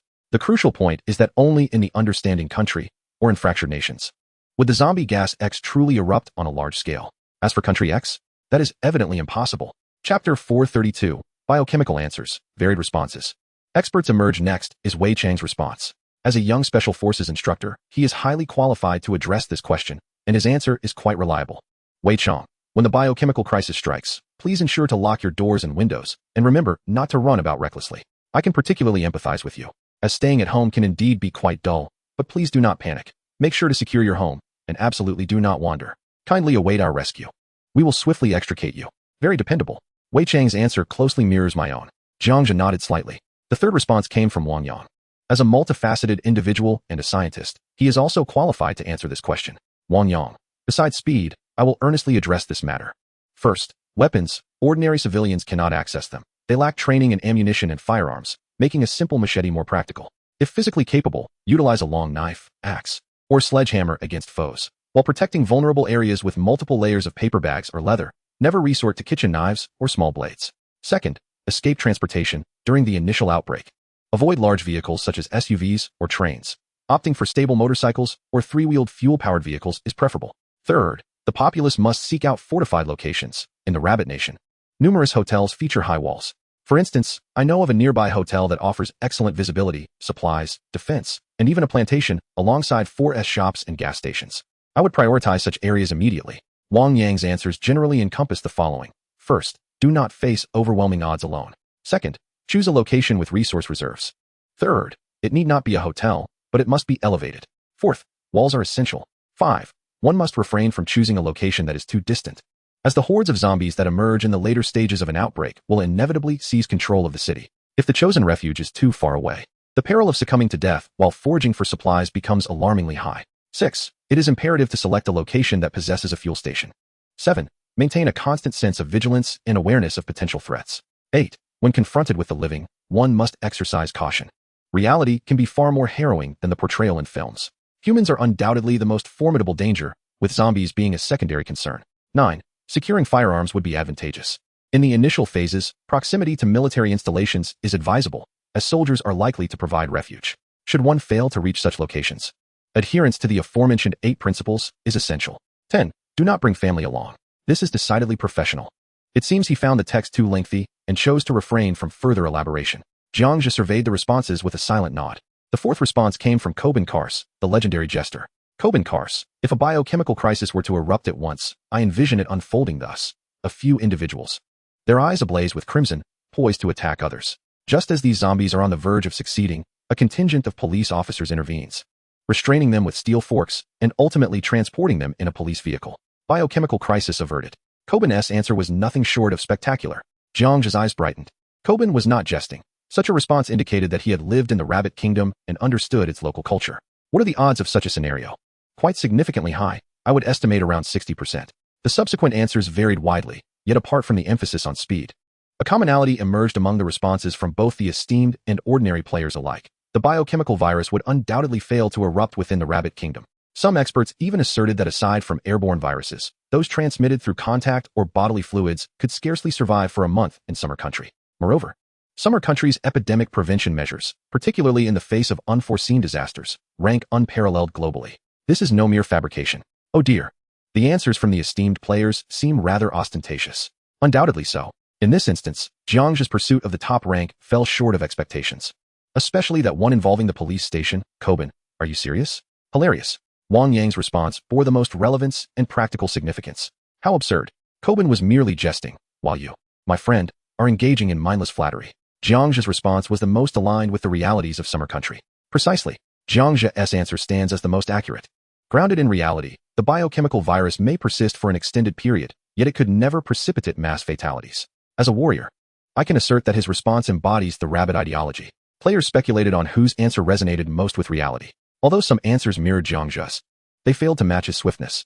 Therefore, the top position was indisputably his. As for Arthur Allen, he had long been drowned out by an ocean of comments, with few paying him any heed. Time reached 45 seconds. The system announced the rankings. Unsurprisingly, the first place was rightfully awarded to Jiang Zhe. Although he may have erred in certain aspects, his compatibility still reached a staggering 97. The second place was occupied by an ordinary player previously unseen, with a compatibility score of 96. 8, likely having practiced in relevant areas, hence the impressive match. The third place went to Wang Yang with a compatibility of 96, followed by Wang Yao, Harry, Zhong Cheng, and Carter. As for Wei Chang's response, he offered no substantial answer, merely informing the numerous ordinary players about the measures that the true axe would undertake, lacking any meaningful engagement with the question. Thus, he found himself placed hundreds of meters away. System notification, Omega Fragment 4, Extreme Frozen Shaved Ice 2, Turkey Noodles 3. Jiang Zhe accepted the supplies. Just as he was about to open the plastic cup containing the shaved ice, an instinctive thought warned him against consumption. At that moment, 2 familiar voices chimed in. Boss, are you having shaved ice? It looks quite delicious. Upon hearing this, Jiang Zhe maintained his composure, gently moving his right hand, turning to smile and reply, not at all. The 2 little ones were taken aback. Then where did the shaved ice go? Has the boss seen through our little trick and chosen not to play along? Oh, they exclaimed in unison, their disappointment palpable as they turned away, adopting a pitiful demeanor. A slight smile crept onto Jiang Zhe's lips. No matter how pitiable your expressions may be, I shall not share my shaved ice with you. Throughout these days of answering questions, I have not indulged in a single bite of snacks. Once the little ones departed, Jiang Zhe activated a 5-layered energy shield, secretly enjoying the shaved ice within its protective barrier, unnoticed by the 2 little ones. As the 10-second respite elapsed, the third question arrived. Chapter 433, on regret potions, time reversal, civilizational collapse, and the definition of humanity. Third question. If a regret potion existed, and the average person's salary could purchase it, what would the world look like once it was released? Time limit, 30 seconds. The topic and analysis hints dropped sequentially. The players in the world channel were the first to react with excitement. Regret potion. This world is bound to descend into chaos. If I had a regret potion, could I still enter the 4-dimensional cube? I just got married. If I had a regret potion, could I fail to get into a prestigious university? What about ending up on a construction site? A regret potion. Isn't this a time-based item? A time-based item that everyone can afford is absurd. The world will never be peaceful again. Players eagerly engaged in discussions. Even ordinary players recognized that the regret potion undoubtedly fell under the category of time-based items. Once the topic of time arises, the world would immediately transform into a veritable hell on Earth. Of course, this is merely one perspective. Jiang Zhe furrowed his brow, intrigued. Indeed, As the players suggested, the regret potion belongs to the realm of time-based items. If everyone could afford it, indulge in it, and regret it, then the world would witness the following calamities. First, one must understand why nations coexist seemingly peacefully on the surface while harboring deep-seated turmoil beneath. Why? Because they cannot afford to regret. Once modern warfare is unleashed, the ensuing economic losses will be unparalleled. The scope of its impact will not be confined to a single nation, but will resonate throughout the entire globe. With this premise in mind, let us contemplate the potential shifts in the world order. Let us first consider the possibility of a remedy for regret from a collective perspective. Imagine a scenario in a certain month and year where a toxic gas is released worldwide. The following scenes unfold. Conversations among medical professionals, hospitals, and relevant authorities. Have you heard? XX has erupted with XX. It has trapped us. Surgeries have been ongoing for an entire day. Is the outbreak widespread? Indeed. It spreads through the air. Oh, that is indeed grave. Fortunately, we have the remedy for regret. By the way, what is the scale of the outbreak? 780 square kilometers. Let me calculate. We would need to rewind time over approximately 780 square kilometers, which equates to about 78 tons of the remedy for regret. Moments later, the remedy is approved. Medical personnel deliver the remedy to the disaster-stricken area, where the populace eagerly consumes it. Ultimately, they succeed in reversing time to several days prior. Regardless of the natural disasters that befall our planet, humanity can leverage the remedy for regret to rewind time in localized instances. In the realm of medicine, progress will stagnate. It is essential to recognize that human inertia is profoundly formidable. The prospect of any improvements is virtually non-existent. Of course, one cannot entirely dismiss a minuscule fraction of individuals. If the situation in medicine is thus, how can we expect other domains to fare any better? Consider the global ramifications of the remedy for regret. One day, a certain nation, displeased by the rise of another, resolves to suppress it. They dispatch their military for a full-scale assault. Initially, the situation appears favorable, as the air and naval forces of the aggressor nation are indeed formidable. However, they fail to comprehend the land combat capabilities of the opposition. In the throes of mutual devastation, just as the possibility of deploying nuclear weapons looms, the leaders of the aggressor nation suddenly awaken to the realization. They opt to employ the remedy for regret to erase the act of aggression from existence. Consequently, the news of the assault on the rival nation is irrevocably cast into the annals of time, unnoticed by all. Will peaceful coexistence be achievable? That seems improbable. The existence of the remedy for regret allows one nation endless opportunities for aggression against another. They may fail once, twice, or thrice, but will they always falter? Clearly, that is not the case. War between nations will inevitably erupt with absolute certainty. Now, let us examine the plight of the ordinary citizen. Xiao Ming, disenchanted with hard work, chooses to take a risk and rob a bank. Just as he is on the brink of failure, he consumes the remedy for regret and rewinds time. Xiao Ming, emboldened, continues his bank heist. Failure? He takes the remedy. Failure again. He consumes the remedy. Success? He abstains from the remedy. Xiao Ming becomes affluent and subsequently enjoys a life of leisure and comfort. How many individuals across the globe harbor similar thoughts? Prior to the widespread availability of the remedy for regret, the number of those willing to act on such impulses is exceedingly scant. Thus, once the remedy becomes prevalent, chaos will undoubtedly ensue worldwide, from natural disasters to geopolitical conflicts, down to the grassroots level. The end of the world. It is merely a matter of time. Humanity embodies both kindness and malevolence. When individuals savor the fruits of goodness, they become increasingly benevolent. Conversely, when they partake in the fruits of evil, they descend further into wickedness. Thus, it is fated that humanity is irredeemable. The advent of regret medicine has hastened the demise of civilization, leading to the silent onset of the next great war. Contemplating this, Jiang Zhe nodded in quiet agreement. Such is the nature of humanity. Moreover, is it not true that a genuine substitute for oil, water, exists in our world? As early as the 20th century, certain nations had discovered it. Yet, what transpired? Those who endeavored to develop water as an alternative to oil were mysteriously assassinated shortly thereafter. The reason? The emergence of new energy sources disrupted the global balance, causing a significant devaluation of oil. After all, humanity is driven by the need for profit. Countless concealed truths lie hidden beneath the surface, forever elusive to the ordinary person, simply because those in power do not wish the populace to be informed. This, indeed, is the foundation of Jiang Zhe's confidence, enabling him to establish a fundamental definition for the 34 advanced beings. Ultimately, one can witness the true evil that resides in the depths of the human heart. It is only by granting an individual supreme power that one can discern whether they are genuinely good or wicked. Reflecting on this, Jiang Zhe entered all his insights into the global channel. Chapter 434, a cacophony of opinions, numerous answers. Jiang Zhe's second response sparks debate. The second responder was Brown, a middle-aged professor of medicine, as indicated by his profile picture. Brown remarked, "This question is overly limited. The conclusion is the inevitable destruction of civilization. Regret medicine is worthless to the happy, yet priceless to the unfortunate. For the fortunate, it may lead to the loss of everything, family and friends. For the unfortunate, it could even save their parents' lives. Jiang Zhe silently nodded. Indeed, this professor possesses a commendable worldview. His values may be upright. But does the system's inquiry truly allow for such answers?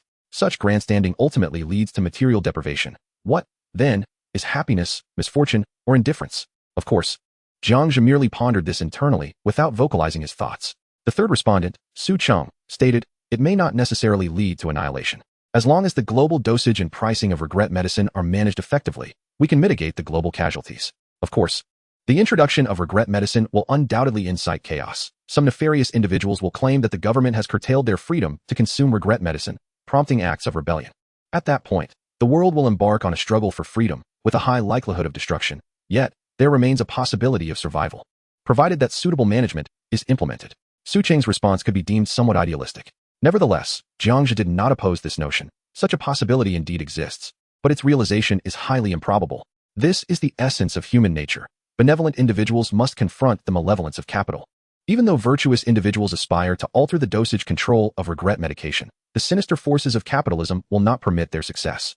However, there lies a glimmer of hope. It merely requires the leaders of various nations to regulate the ideological output of capital. Additionally, implementing new taxes related to capital could be beneficial. As the saying goes, where there is wealth, there is idleness, and this is precisely the nature of capital. Do they earn money solely to accumulate more wealth? No.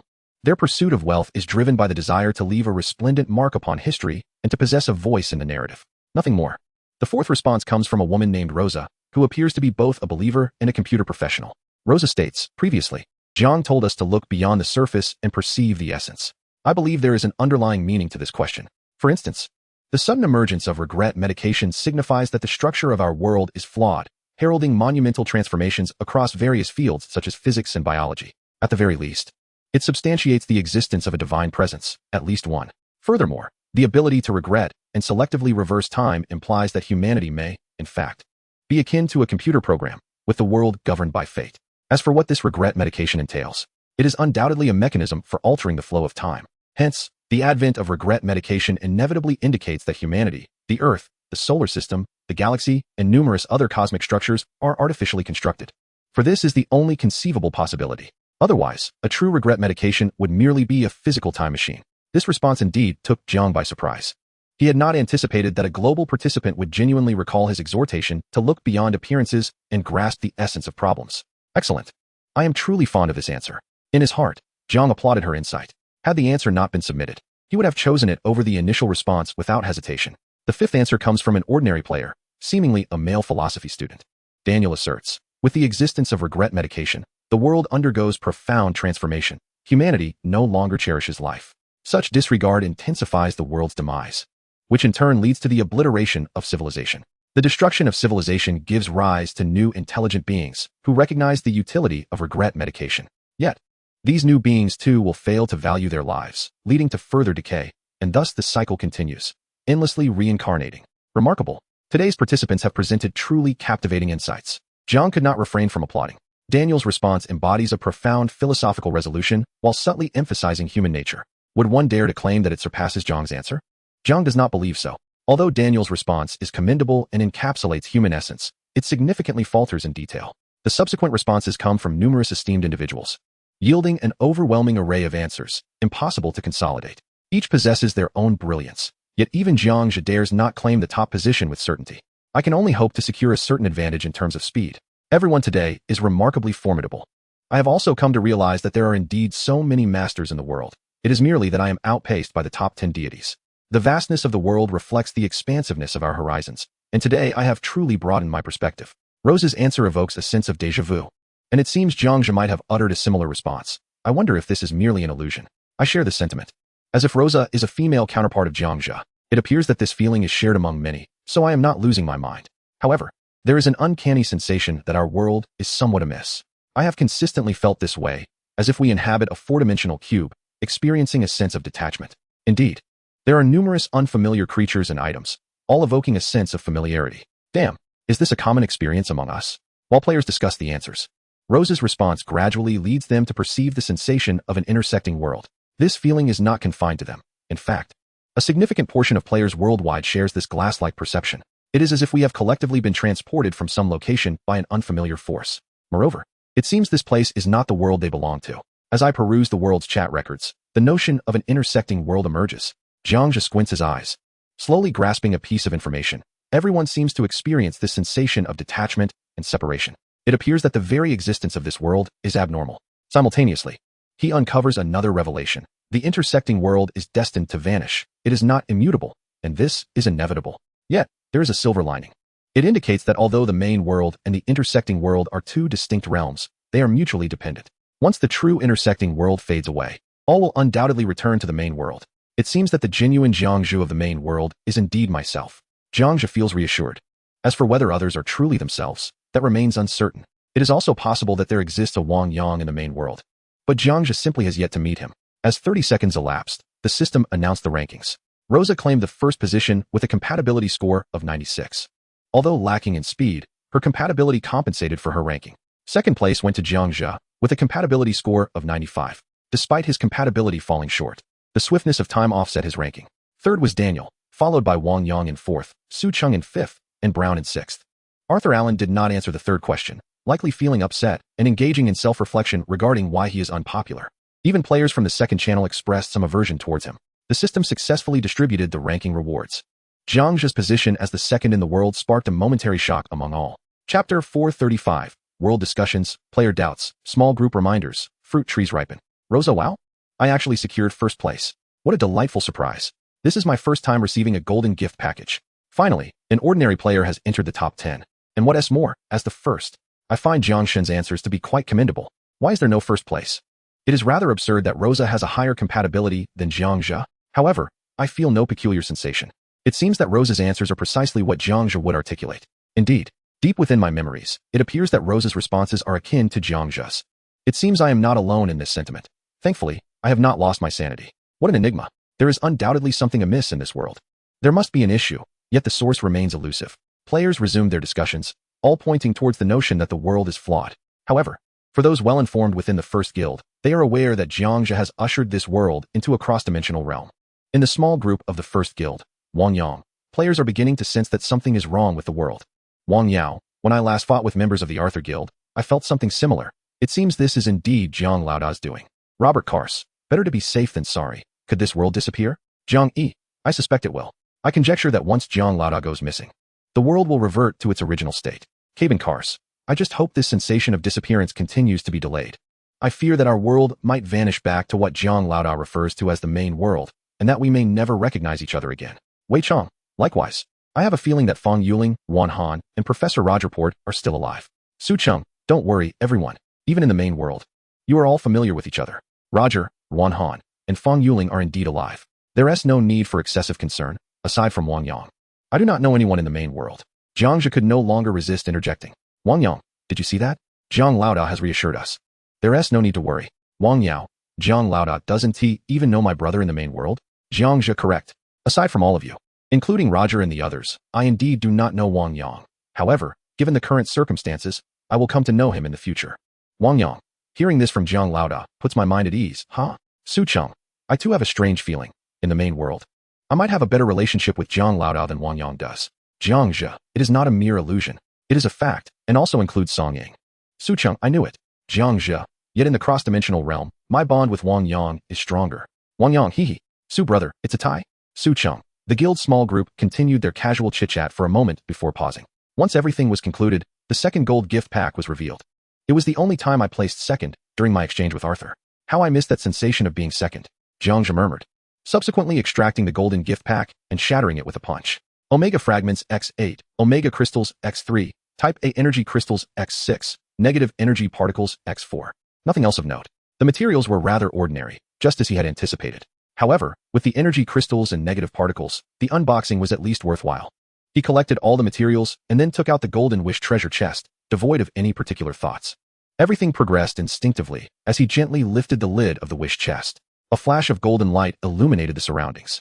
The system notification chimed. 20 energy crystals. What a value. Jiang Zhe could not help but feel a thrill of delight. He promptly accessed the warehouse to check the remaining stock. Type A energy crystals, 171 pieces. He was ever closer to the goal of 200 energy crystals. He anticipated accelerating the process of opening doors by tomorrow morning. Even if the treasure chests did not yield energy crystals, he could still engage in the world channel for a bit. He would wait until the life fruit tree was fully matured. The news of the disappearance would arrive as promised. Jiang Zhe could hardly contain his excitement. In the past, the topic of disappearance was one he would have ardently avoided. However, as he gradually uncovered the truth behind the disappearance, it became clear that it was not as terrifying as he had imagined. Indeed, it could very well be a fortuitous event. He merely wished to temper his expectations. For the higher the hope, the greater the disappointment. He sought to maintain a steady level of anticipation. After opening the treasure chests, Jiang Zhe took a refreshing cold shower in the bathroom before stepping into the sleep pod in his bedroom. Time passed, and dawn arrived. Finally, the next day had come. Jiang Zhe felt a surge of joy and quickly leaped out of the sleep pod. An exhilarating feeling washed over him. He promptly brushed his teeth and washed his face. After finishing, the first thing he did was not to have breakfast, but to rush to the warehouse to eagerly check on the life fruit tree. Jiang Zhe gazed upward. The leaves of the life tree were a vibrant green, having reached the top of the first layer, almost too large for its own stature.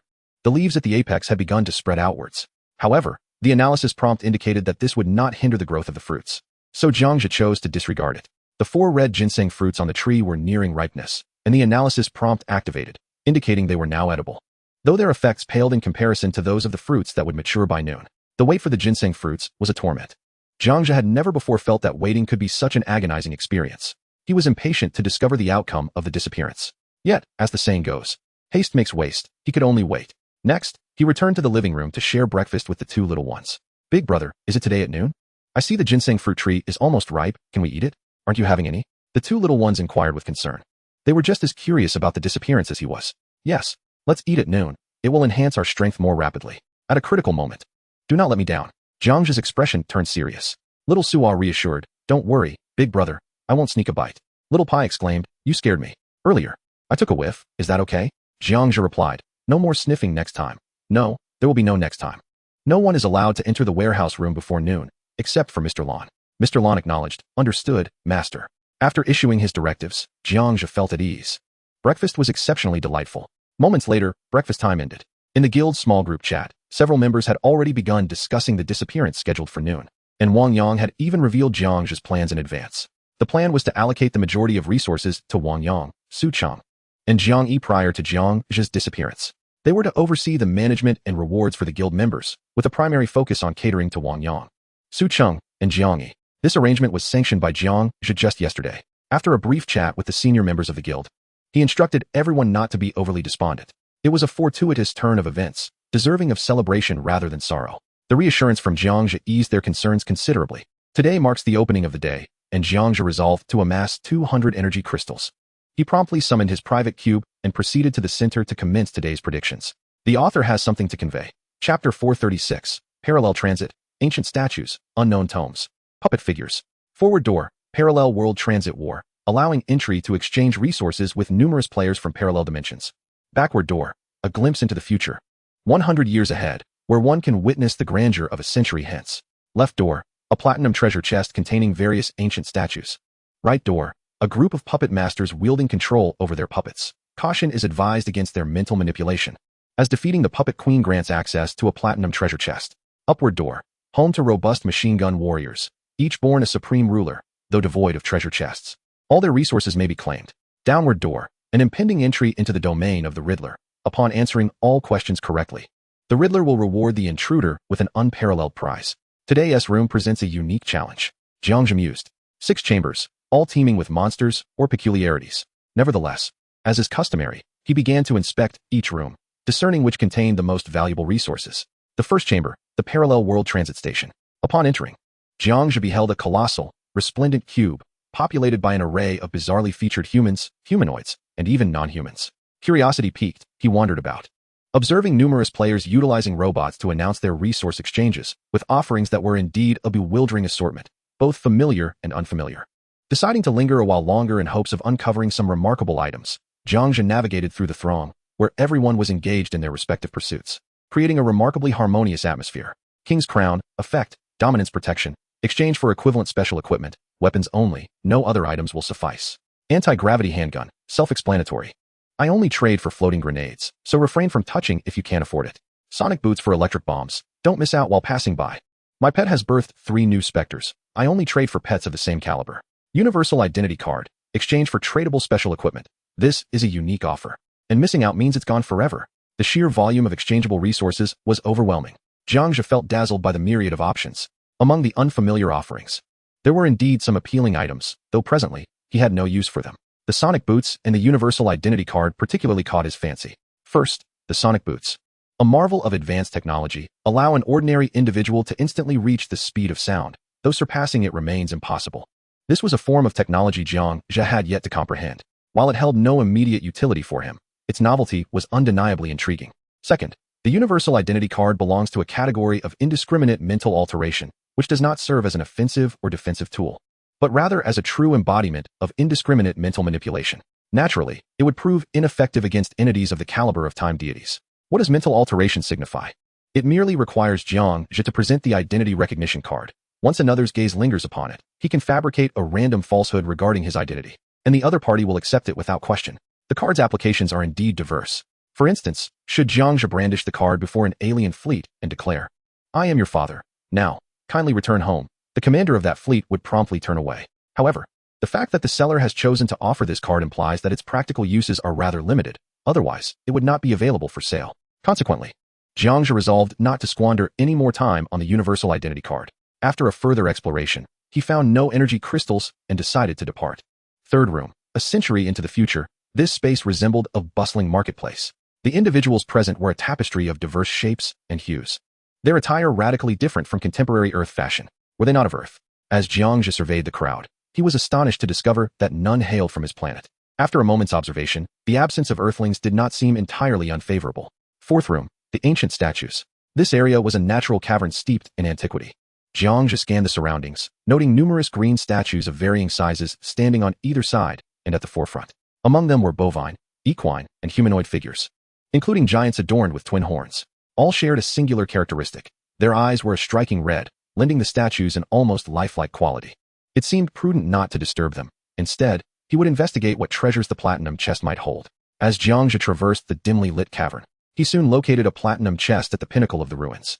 After confirming the absence of danger, he opened it. Inside lay omega fragments, omega crystals, a special statue scepter, and a tome titled Unknown Powers, Red Eyes. Though the offerings were few, they were of significant quality. Jiang Zhe's attention was particularly drawn to the last two items. Upon inspection, the special statue scepter revealed itself as a restricted weapon with a singular ability, sealing, which permanently entraps foes within stone. The tome, Red Eyes, as its name suggests, alters one's pupils to a starry crimson hue. It imposes no restrictions on ability, allowing anyone to learn its secrets. Unlike the scepter, which serves a different purpose, the Red Eye's ability obliterates the enemy's consciousness, rendering them a puppet. The scepter acts as an auxiliary weapon to complement the Red Eyes. To be frank, he found himself quite captivated by these discoveries. However, the constraints are somewhat uncomfortable. He harbors a disdain for staff-type weapons. If only he could utilize a universal converter to extract the weapon effects from the staff, life would be considerably easier.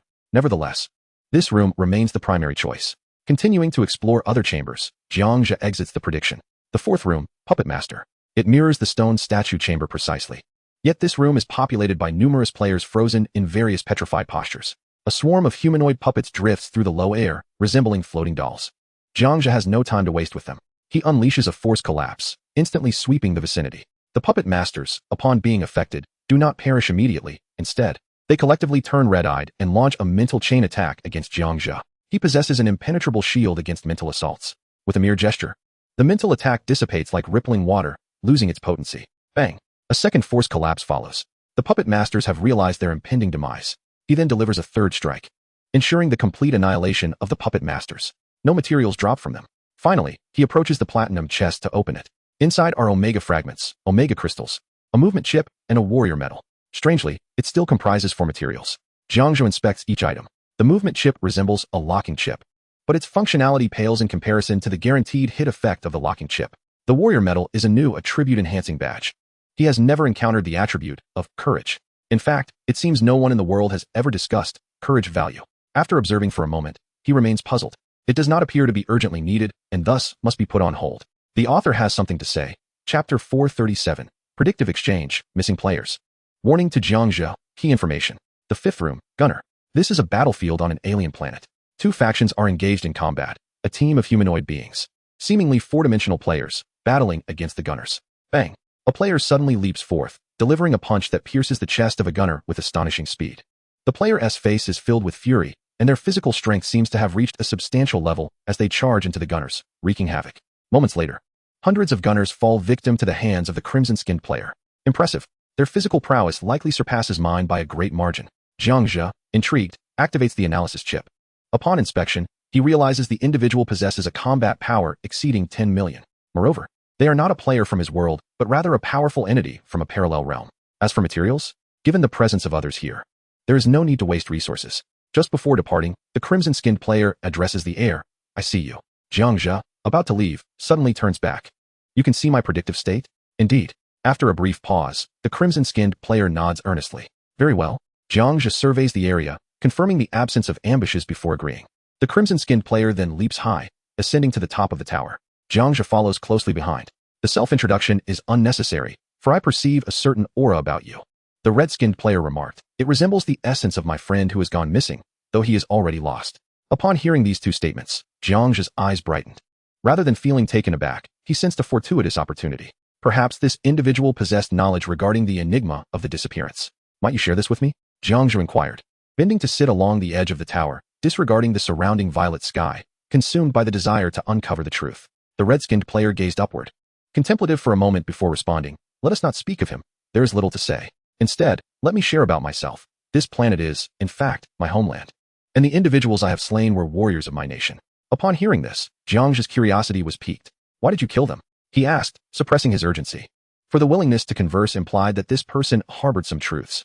It was a necessary task. The red-skinned individual declared. What sort of necessary task compels you to slay the warriors of your homeland? Jiang Zhe pressed. A task that must be completed. Guess correctly. And I shall reveal the truth you seek. A task that must be completed? I yearn to know the truth. Jiang Zhe nodded slightly, observing the other's expression, which hinted at concealed information. He resolved to gently guide the conversation. This task is of great importance to you. Something you must fulfill at all costs, is it not? The red-skinned player's gaze sharpened momentarily before he nodded silently. Jiang Zhe understood. He had not offended by employing his insight, but rather surveyed the devastation below as he continued. You hold them in high regard, do you not? Indeed, the player replied. But they have since changed, necessitating my intervention to eliminate them. Is that correct? The red-skinned player shook his head slightly, acknowledging half of the assertion. For the sake of truth, Jiang Zhe pressed on, determined. Activating his innate understanding, he considered the scene, the player's motivations, the actions against the warriors, and the earlier emotions displayed, culminating in their transformation to seemingly ordinary individuals. Admittedly, it was quite convoluted. The red player puzzled why such a roundabout approach was necessary. Would it not be simpler to divulge the truth directly? Yet, it appeared the other was concealing something while also possessing clarity of the truth, indicating a possible test of Jiang Zhe or an attempt to extract information, an uncertain situation. Suddenly, the warm sun above descended. In an instant, clarity washed over Jiang Zhe. You previously mentioned your friend has gone missing, and that my essence bears a striking resemblance to his before he vanished. If I am not mistaken, this essence will completely dissipate by noon. Am I correct? Jiang Zhe asserted with confidence. At these words, the red-skinned player abruptly turned his head. Indeed. Observing this reaction, Jiang Zhe remained composed, continuing to probe. This essence is, in fact, benevolent, is it not? Yes. Ah, I see. The red-skinned player sought to impart to him some secrets regarding the disappearances, albeit indirectly, wishing merely to engage in conversation. With this understanding, Jiang Zhe felt reassured. Jiang Zhe saw, yielding to the other's inclination, inquired, You have slain those warriors who persecuted your homeland. This was indeed a task you were destined to fulfill. A task assigned by someone rather extraordinary, am I right? Indeed. Came the reply. That person is benevolent, is he not? Yes. Despite having already dispatched hundreds of warriors, your mission remains incomplete. You still have numerous tasks ahead, do you not? Absolutely. The more Jiang Zhe probed, the more visibly agitated the other became, sensing that the truth was drawing near.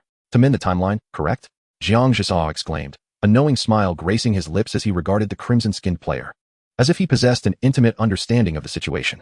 Upon hearing this, the crimson-skinned player expressed astonishment, his excitement palpable. You are simply incredible. No wonder your aura is far more potent than that of my friends and me. Jiang Zhe smiled faintly, inadvertently revealing the other's true identity. If I am not mistaken, that friend you mentioned is, in fact, yourself, correct? The crimson-skinned player chuckled awkwardly. Yes. I see now.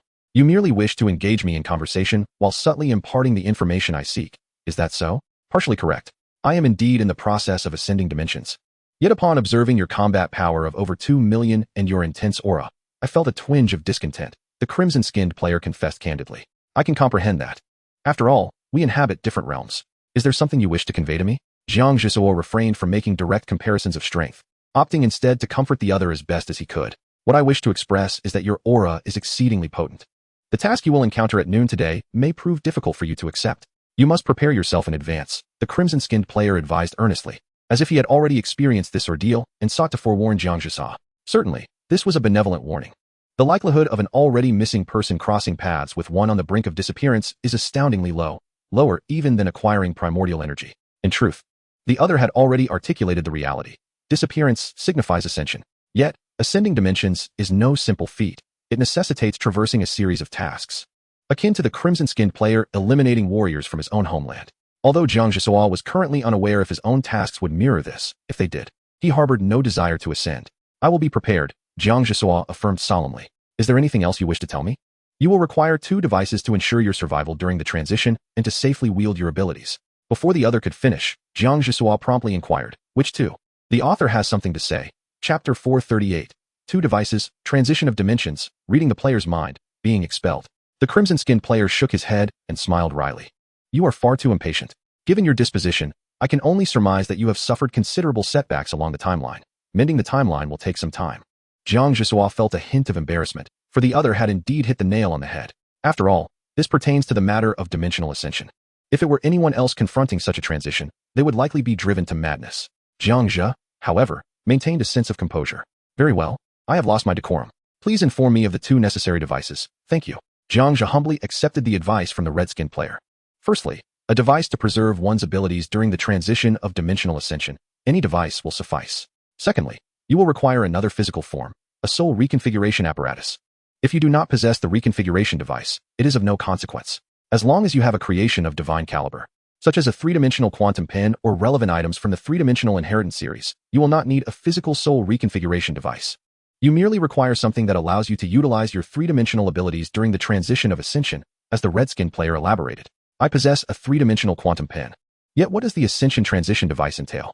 Jiang Zhe could comprehend the notion of a soul and physical reconfiguration device, but the concept of an ascension transition device remains somewhat nebulous, leaving him uncertain. Red player, does your world possess a consciousness-linked device? Red player, it is akin to a neural device for multiplayer interaction, enabling any activity within the realm of consciousness, detached from reality. However, there are occasions when excessive actions within this consciousness realm lead to relevant authorities seeking you out for a discussion. Jiang Zhe, a consciousness-linked device? We do not have that, but we do possess computers that allow us to play games, which closely resembles what you described. Red player, precisely. You can understand it as a computer in your world. The ascension transition device is akin to your consciousness separating from your physical form, allowing your soul to wander beyond. Perhaps this analogy may not resonate, so let me rephrase it. Red player, imagine the data entities within your computer one day stepping out into the world, transformed into living beings by some force. However, they have lost all their data-driven abilities, such as combat skills, physical strength, and various offensive techniques. Upon hearing this, Jiang Zhe comprehended entirely. What the red player described was, in essence, a form of dimensional ascension, data entities from a computer entering the real world. Yet their abilities could not accompany them. For instance, should these entities need to mend the timeline they disrupted, they would require abilities for self-preservation. After a moment of contemplation, Jiang Zhe nodded silently and continued to inquire. So, during the transition, I will possess no abilities whatsoever, correct? Red player, indeed. That is precisely the case. Jiang Zhe, then how am I to mend the timeline without any abilities? Red player. Thus, you require the Ascension Transition device to store your abilities within it, enabling you to undergo the transition in the form of an ordinary person. At this juncture, the red player furrowed his brow, suddenly recalling something. He remarked, since you and I inhabit different worlds, there may be discrepancies in the transition process. I have only experienced one Ascension transition task. Yet your aura seems overwhelmingly potent, suggesting you have undergone more than one. You will also need a small object to infuse extraordinary matter into your body. Never mind. It is too cumbersome. I will permit you to glimpse a portion of my memories. The red player expressed his resignation. The multitude of precautions is overwhelming. It cannot possibly be conveyed in a brief moment. Very well, I shall comply with your request. Jiang Zhe smiled faintly and activated his psychic powers. A formidable barrier of thought immediately separated him from the other party. However, in the next moment, the barrier began to diminish. Jiang Zhe understood this to be a manifestation of the opponent's immense mental strength and did not dwell on it. He delved into the depths of the other's mind and, after a brief interval, beheld a captivating scene. A vibrant, kaleidoscopic vortex of energy was swirling before him. Upon observing this, Jiang Zhe comprehended fully. It turned out that the aged Su Cheng he had encountered 30 years hence was indeed situated before the dimensional ascension passage. After a moment of astonishment, Jiang Zhe continued to observe. The situation was as follows. A figure appeared seemingly out of thin air within the ascension passage, elucidating the precautions to the red player. This individual seemed to be a being of higher dimensions and instantaneously sensed Jiang Zhe's intrusion into the red player's memories. With a casual gesture, the figure expelled Jiang Zhe from the red player's mind. With a rush, Jiang Zhe returned to his normal thoughts, albeit with a slight headache. Did you see? The red player inquired as he opened his eyes. No. That being of higher dimensions seemed to have noticed me and expelled me, Jiang Zhe replied, shaking his head in disappointment. He saw you? But that was a month ago. How could he perceive you reading my memories from a month in the future? The red player could not help but feel astonished. That higher dimensional being is truly formidable, isn't it? It's utterly unbelievable. Aren't memories supposed to be private? How could they occupy one's mind for such an extended period? Is there no longer any privacy? Noticing the shock on the red player's face, Jiang Zhe reassured him. Do not worry. He did not seize control of your mind. It seemed more like an automatic countermeasure, preventing anyone from viewing that memory. In truth, that higher dimensional being indeed possessed the ability to see Jiang Zhe. The reality was not merely a program. Jiang Zhe's comforting words finally eased the red player's tension. All right, that's enough. I must proceed to the next temporal node. Farewell, Earthling. With that, the red player plummeted vertically from the pinnacle of the tower. Jiang Zhe hurried to investigate the situation. The red player turned and waved goodbye to Jiang Zhe. In the next instant, a radiant circle of 7 colors flashed, and the red player vanished from this timeline. Farewell. It seems you two possess a clear sense of good and evil, Jiang Zhe mused with a subtle smile, involuntarily reflecting upon his own nature. Just a moment ago, he had taken the lives of over 200 individuals, and now he was imparting wisdom about dimensional ascension. Subsequently, Jiang Zhe withdrew from the prediction and returned to the authentic cube. The red player had imparted 3 crucial precautions, particularly emphasizing the first as the most vital. Jiang Zhe pondered deeply. First, it is imperative to obtain the dimensional transition device before noon. Otherwise, one will ascend as an ordinary person, a feat as challenging as a 1-year-old attempting nuclear fusion. Second, it is essential to acquire extraordinary matter before noon and then forcibly inject it into one's body. 3. Due to the extraordinary material's resilience under immense pressure, the challenge lies in restoring a human who has transitioned into a particle state. Thus, reliance on the 3-dimensional quantum pen is imperative. These 3 considerations are of utmost importance and must be resolved before noon. Failure to do so would result in dire consequences during dimensional ascension.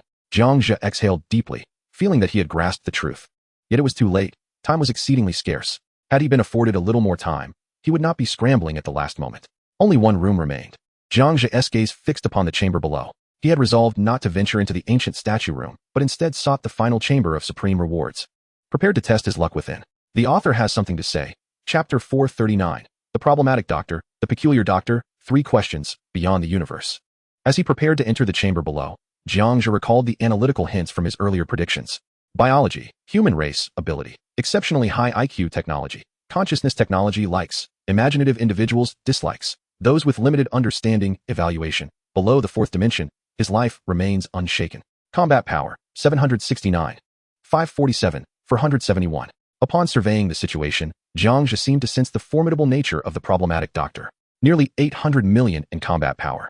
Yet still confined within the 4th dimensional cube, implied that he had not ascended dimensions. Perhaps he could approach the matter from the perspective of dimensional ascension.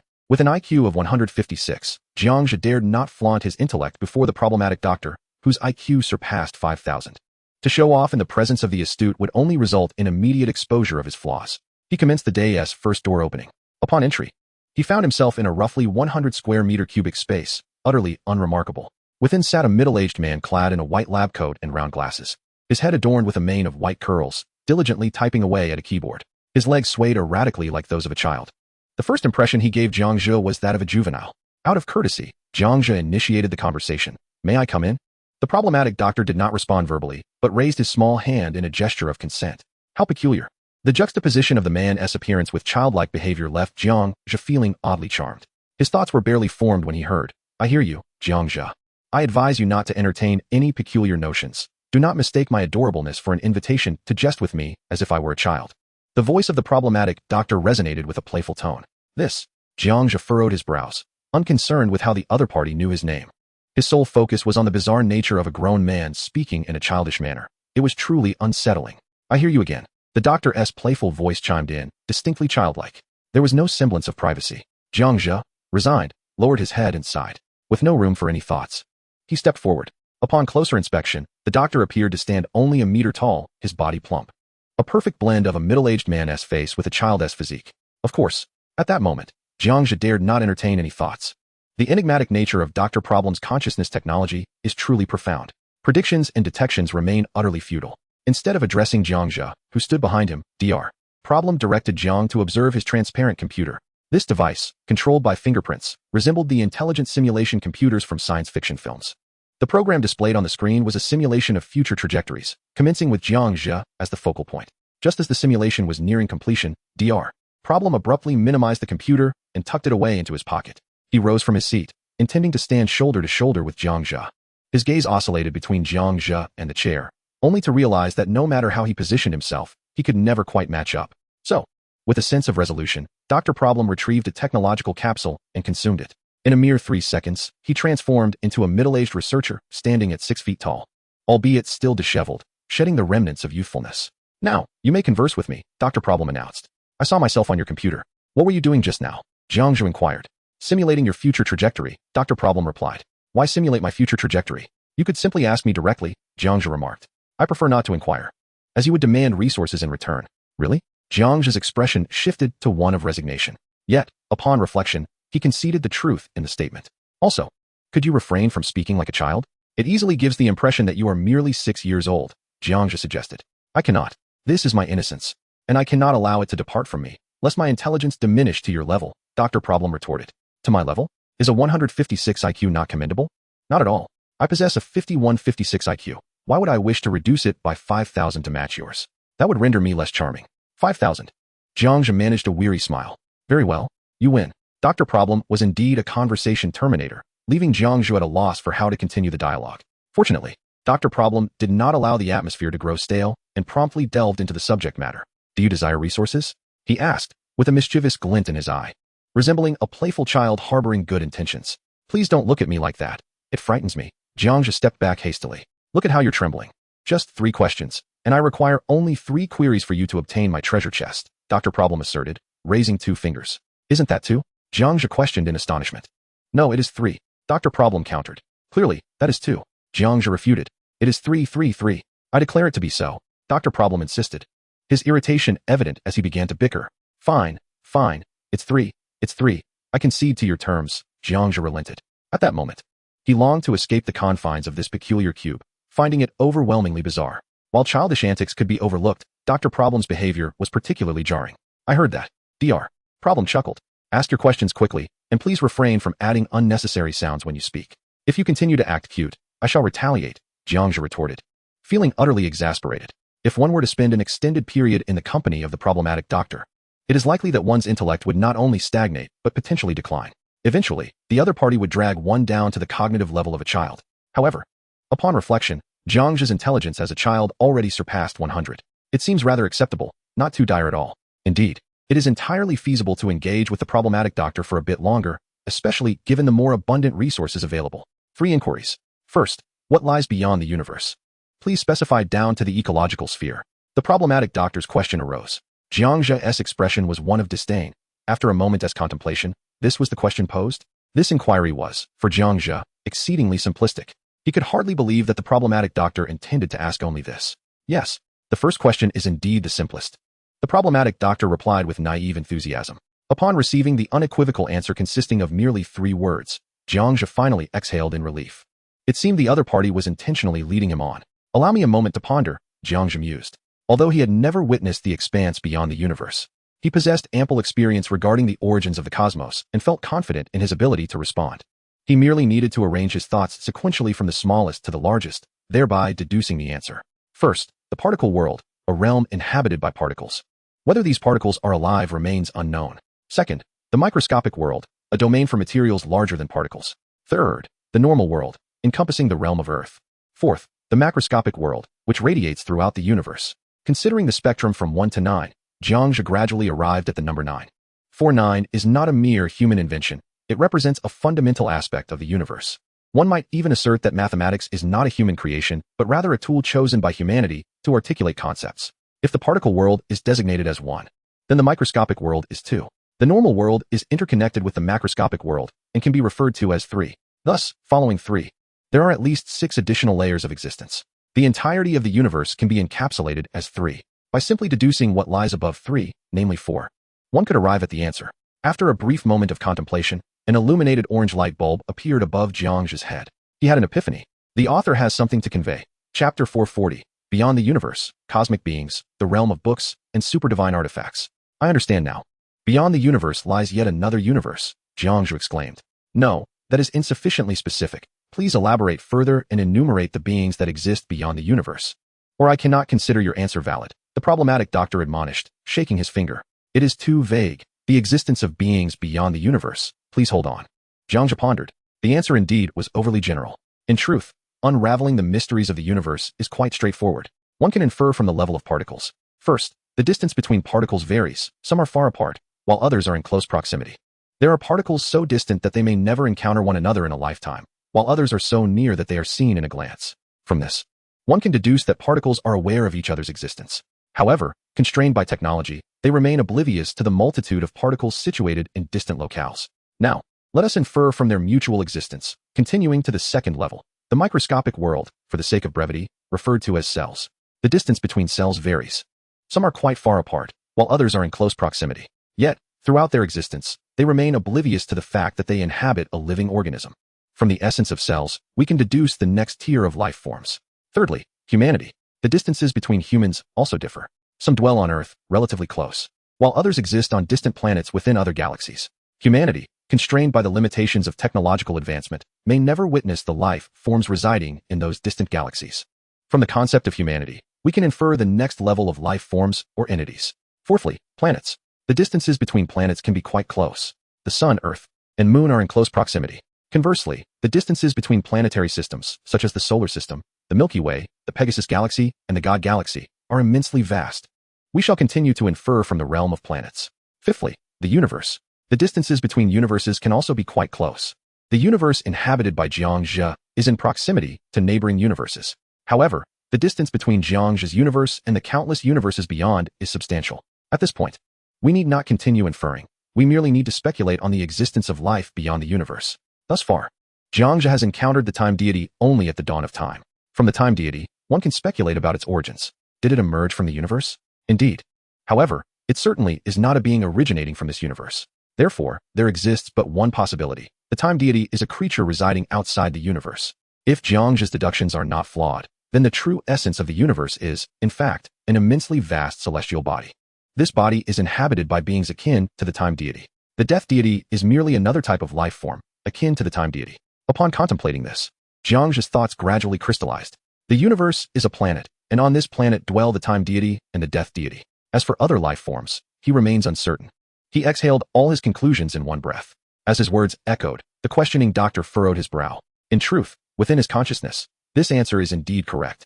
Or rather, prior to Jiang Zhe's arrival at this cubic entity, he held a similar belief. However, upon Jiang Zhe's arrival, his perspective shifted. After a moment of contemplation, he conceded. All right.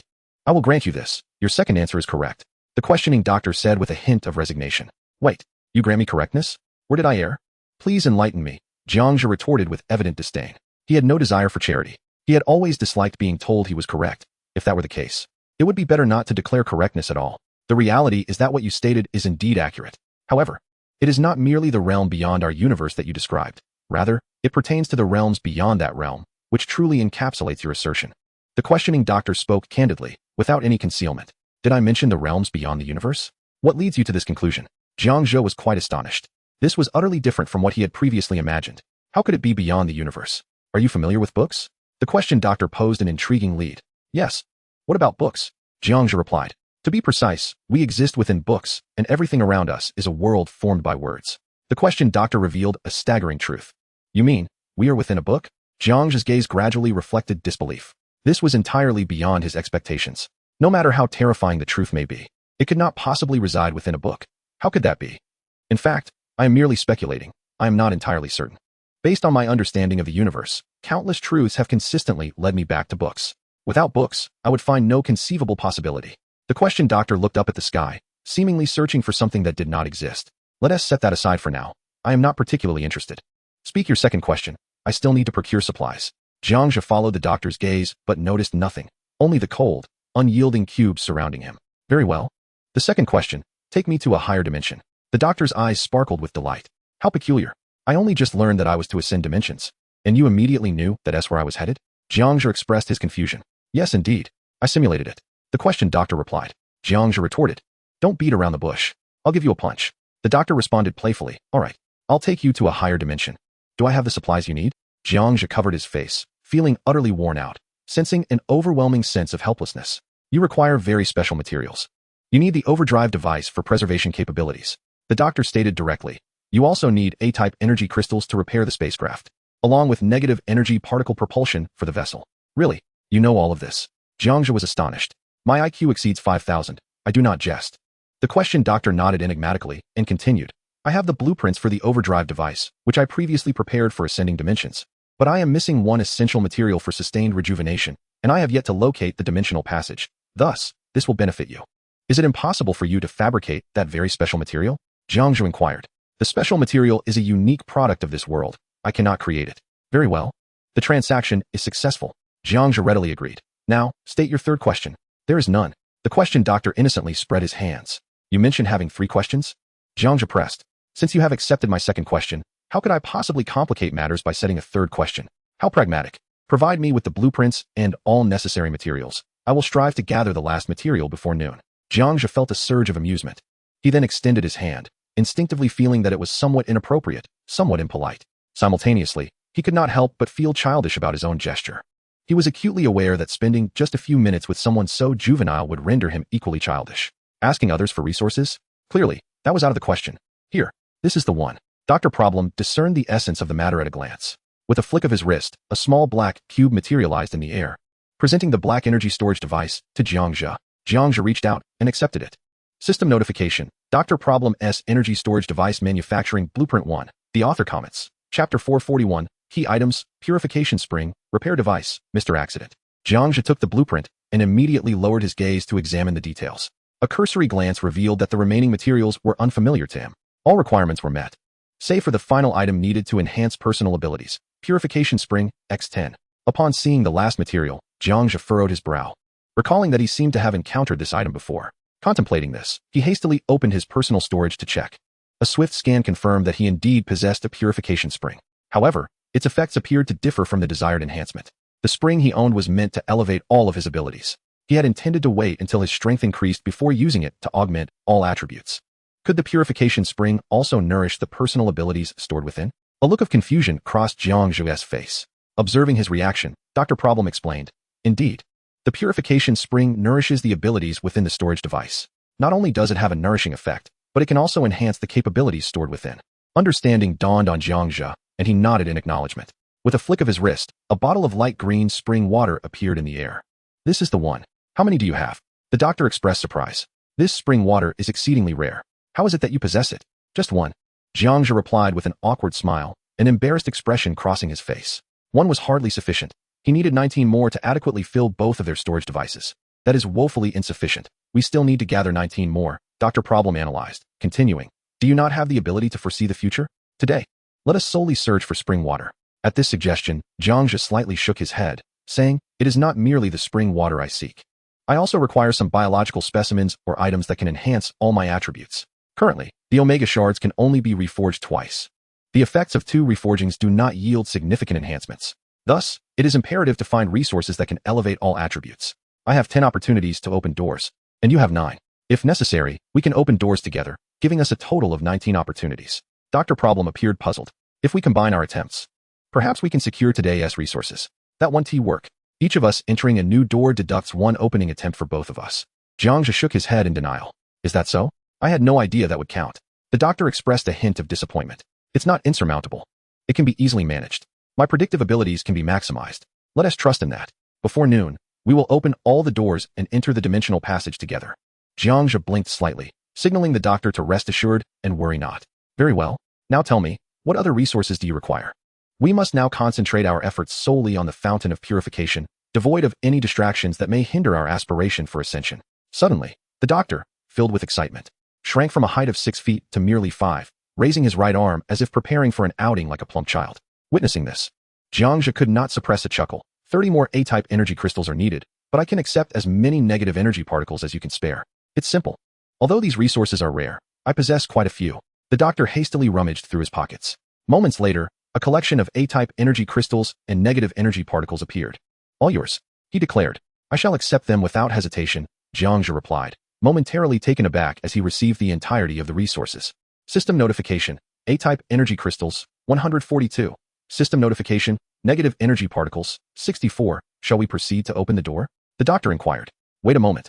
I cannot feel at ease until the flying device is repaired, Jiang Zhe responded, summoning his personal cube to directly unlock the door and hastening towards the warehouse. For the problem doctor, operating the anti-gravity flying device was exceedingly simple. In fact, he looked down upon it slightly and chose not to accompany Jiang Zhe to the warehouse, preferring to remain busy on his own.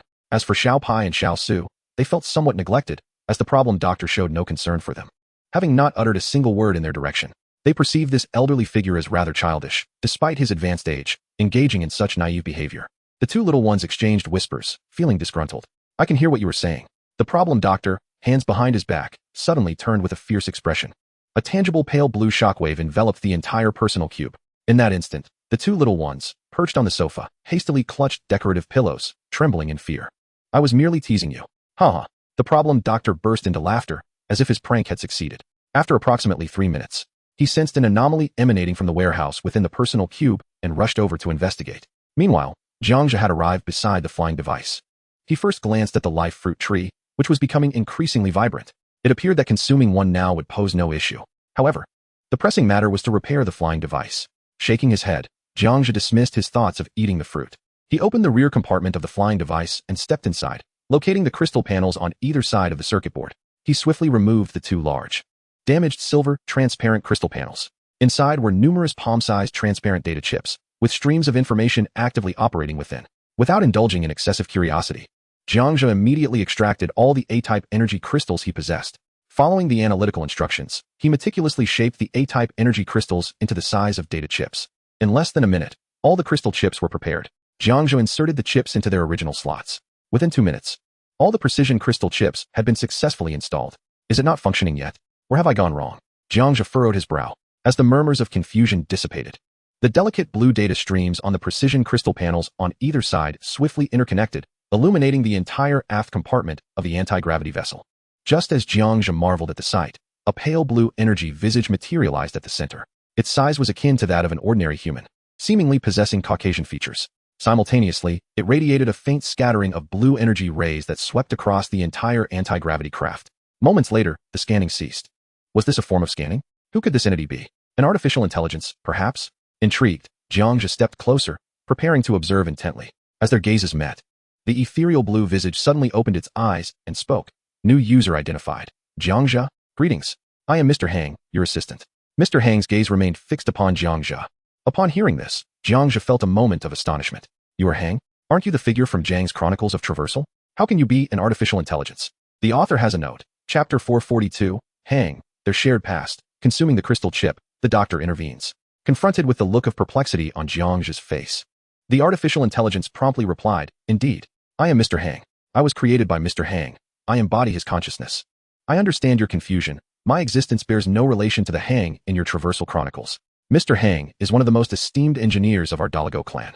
Upon hearing this revelation, Jiang Zhe comprehended and continued. Are you in control of the entire anti-gravity vessel? Artificial Hang affirmed yes. Jiang Zhe then inquired. Did you witness the several Dalago individuals whom I killed? Who were they? Before my slumber, I beheld you engaged in combat. They breached my defenses and absconded with this anti-gravity vessel. Those individuals were traitors, intent on the destruction of Dalago City, Hang responded. Thank you. Mr. Hang, are you aware of the relationship between your master, Hang, and Mr. Zhang? Jiang Zhe was particularly intrigued by the connection between Hang and Zhang in the Traversal Chronicles. Regardless of the urgency of time, he yearned to know. They are among the most exceptional engineers of the Dalago clan. When we arrived at our new homeland, Mr. Zhang utilized a time machine to traverse to a parallel world, specifically the Tang dynasty of the Summer Kingdom in the galaxy. Upon receiving the time coordinates from the Tang dynasty, my master, Mr. Hang, hurried there to ascertain if Zhang was still alive. Later, through the historical trajectory of Earth, he deduced that Zhang did not perish by accident and attempted to retrieve him. However, he could never locate Zhang's whereabouts. My master surmised that Mr. Zhang, perhaps enamored with the earthly realm, chose not to return. These revelations were conveyed to me by my master, Mr. Hang. Beyond that, I am unaware of what transpired. Upon receiving this elucidation, Jiang Zhe fell into deep contemplation. Continued to inquire about the astonishing events chronicled in Mr. Zhang's time travel diary. It is likely that the artificial intelligence, Hang, is also unaware of them. Thank you. Jiang Zhe expressed his gratitude. You're welcome. Please rename your anti-gravity aircraft so that I may serve you exclusively. The artificial Hang replied with a slight smile. Rename? Jiang Zhe furrowed his brow in contemplation. An idea immediately sprang to his mind. Let it be called the Ascension. Ascension. Name successfully registered. The proclamation echoed as Hang's head underwent a rapid data transformation, instantly morphing into Jiang Zhe's likeness. My master, Jiang Zhe. I extend a warm welcome to you. I am delighted to make your acquaintance. Welcome, welcome. Until we meet again, Jiang Zhe responded with a faint smile.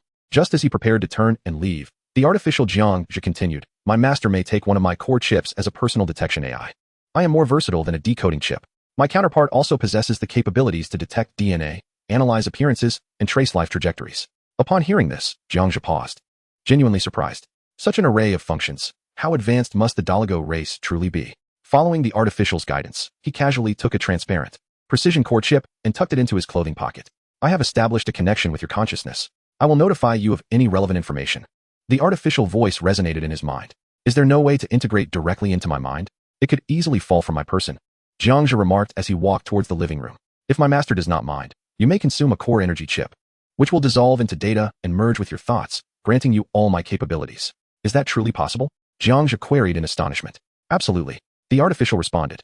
As Jiang Zhe withdrew the chip for examination and prepared to place it in his mouth, Dr. Problem suddenly rushed over. Have you lost your mind? Eating an artificial AI? He exclaimed furiously. What is the matter? It is now my AI. Consuming it would endow me with all its abilities, Jiang Zhe replied, perplexed. Are you foolish? Is this behavior befitting an IQ of 156? I will settle this with you later. Dr. Problem jumped up, snatching the transparent chip from Jiang Zhe's hand and racing to the aircraft to reinstate the chip. What is going on? What has transpired? Jiang Zhe followed, bewildered. This is the artificial AI of the Dalago race. Aside from your ancestor Jiang's AI, do not trust any other AI, Dr. Problem stated curtly. How do you know about the Dalago? Why should I not trust others' AIs? Jiang Zhe's eyes brightened. Dr. Problem seemed quite extraordinary. Because Mr. Hang will become your ancestor Jiang's mortal enemy in the future. What do you think will happen if you consume this artificial AI? Is this satisfactory? The doctor gazed at Jiang Zhe, shaking his head in disappointment. Mortal enemy. Jiang Zhe narrowed his eyes, sensing that the situation was far from simple. He remarked, so? If I were to consume this AI just now, my life would no longer be in my hands, but rather at the mercy of Mr. Hang from the future? The questioned doctor replied, surprisingly, you are not as foolish as I expected. Recognizing the significance of this statement, Jiang Zhe involuntarily recalled that the artificial Mr. Hang had indeed appeared as a Caucasian before his transformation. Yet, both belonged to the same Dalago ethnic group. How could they become sworn enemies? Of course, there were certain secrets that Jiang Zhe was, at this moment, utterly incapable of comprehending. Despite racking his brain, he could glean no further insights. As for continuing to inquire with the question doctor, he remained silent, asserting that disclosing more information would only exacerbate the timeline that Jiang Zhe needed to mend during his dimensional ascension. Thus, it was advised that unnecessary abilities should not be burdened upon oneself. How many superfluous abilities do you possess at present? A plethora of force skills. Have you ever utilized them? The question doctor raised an admonishing finger, akin to an old friend chastising Jiang Zhe. Upon hearing this, Jiang Zhe awkwardly smiled. Indeed, I had thought that possessing more abilities would equate to greater strength. Yet, that was not the case. He realized that some of the force skills he had only used once before selling them off to be infused into modules for others. Well then, thank you, little doctor. Jiang Zhe chuckled. Little doctor? The questioned doctor stumbled over his words, leaping up to deliver a playful punch to Jiang Zhe. I am over 100 years older than you. Over 100 years? I find that hard to believe. Why do you look so diminutive then? Jiang Zhe shrugged and leaned back, dodging the feeble punch, playfully scurrying toward the living room like a child at play. Am I small? In what way am I small? Jiang Zhe, clarify that for me. The question doctor, now flustered, swiftly pursued Jiang Zhe. You are small in every regard. Jiang Zhe's voice echoed back, nearly pushing the question doctor to the brink of frustration. However, he was relieved to realize it was merely jest, for Jiang Zhe was essential to his dimensional ascension. Without Jiang Zhe, the question doctor would not tolerate such mockery. He endured. The question doctor feigned a sinister smile, declaring, once I ascend to the fourth dimension, I shall rectify you properly. It seemed as though darkness loomed near, yet this was all in good humor. The question doctor had long considered Jiang Zhe a true friend. The author wishes to convey. Chapter 443, The Six-Sided Execution, a quandary for all, awaiting noon, with nothing to attend to. The second opening of the day commenced. Jiang Zhe, accompanied by the doctor and their two pets, arrived at the center to begin their predictions. 6 figures dashed forth, returning with feedback. Upward door, stagnation zone. Devoid of any resources, downward door, annihilation zone. Devoid of any resources, left door, death zone. Devoid of any resources, right door, decomposition zone. Devoid of any resources, forward door, ruin zone. Devoid of any resources, backward door, explosion zone. Devoid of any resources. After predicting the 6 doors, Jiang Zhe could not help but feel a tremor deep within. Today, why does the 6 gates present such an array of perilous regions? With a sense of defiance, he wielded his lightsaber and activated its absorption effect, successfully entering the first stasis zone. Just as the door sealed shut, an unyielding sensation of resistance surged from the soles of his feet. Jiang Zhe found himself ensnared in stasis. Even the absorption effect of the lightsaber failed to draw in the stasis particles. Cursed be this. Are these stasis particles fundamentally different from those of temporal stasis encountered previously? Why can I not absorb them? A wave of dread washed over Jiang Zhe. After fruitlessly attempting for a considerable duration, he conceded defeat. Prediction terminated. The second chamber, erasure zone. As Jiang Zhe stepped into the room, a swift blue luminescence approached. Before he could react, it enveloped him. Erasing him as if with an eraser, he vanished in an instant. Prediction automatically concluded. Danger. Indeed, it is perilous, Jiang Zhe murmured. The third chamber, death zone. Upon entering, a heavy sense of oppression enveloped him. The atmosphere was thick with a sinister chill, an aura of death encircled Jiang Zhe. Before he could even take a third breath of that lethal air, his body had already transformed into white bones, which soon crumbled into pale ash upon the ground. Prediction automatically terminated. Is this what it feels like to die? Jiang Zhe marveled. That was truly a death devoid of suffering. Then came the fourth chamber, decomposition zone. Upon entry, his body gradually disintegrated into silver particles. He could only observe as his physical form was dismantled by the room. Yet, remarkably, it was painless. The disintegration occurred at a particle level, leaving him with no sensation until the very end. Jiang Zhe was automatically predicted to perish. I do not lack faith. Could it be the 6-fold annihilation? Jiang Zhe's gaze sharpened. The fifth chamber, ruin zone. As Jiang Zhe entered, he was instantly transformed into dark particles, vanishing into the ether. Prediction concluded. Pain-free. Once again, it was without suffering. The final chamber, explosion zone. Upon entering, Jiang Zhe found himself surrounded by a sea of flames. As if treading upon the sun itself. Suddenly, a cacophony of explosions erupted. Jiang Zhe had just activated a 10-layer shield, only for it to be obliterated in an instant, leading to his explosive demise. This was a genuine death by explosion. Time passed, though uncertain. Prediction automatically concluded, returning to the normal cubic form. Jiang Zhe exhaled deeply, turning to declare, 6-fold annihilation. 6-fold annihilation? Is there truly no path left to traverse? The Doctor of Problems displayed a look of confusion. It should not be so. No matter how absurd, it cannot be 6-fold annihilation. Unless something is amiss. Are we destined to perish here? Little Pi trembled involuntarily, a manifestation of its fear. In truth, I had long suspected, Chief, that our coalition with several 100 million combatants contributed to this predicament, analyzed Little Sue. In these perilous moments, it is indeed commendable that it maintains its composure. Upon hearing this, Dr. Question shook his head first and stated, the peril of this room is not defined by you or me, but rather by this world itself. It bears no possibility with me. My calculations indicate that there remains one possibility, and it resides within you, Jiang Zhe. Dr. Question turned his gaze towards Jiang Zhe, aware that he possessed one final choice, to alter the position of his personal cube through the capsule device.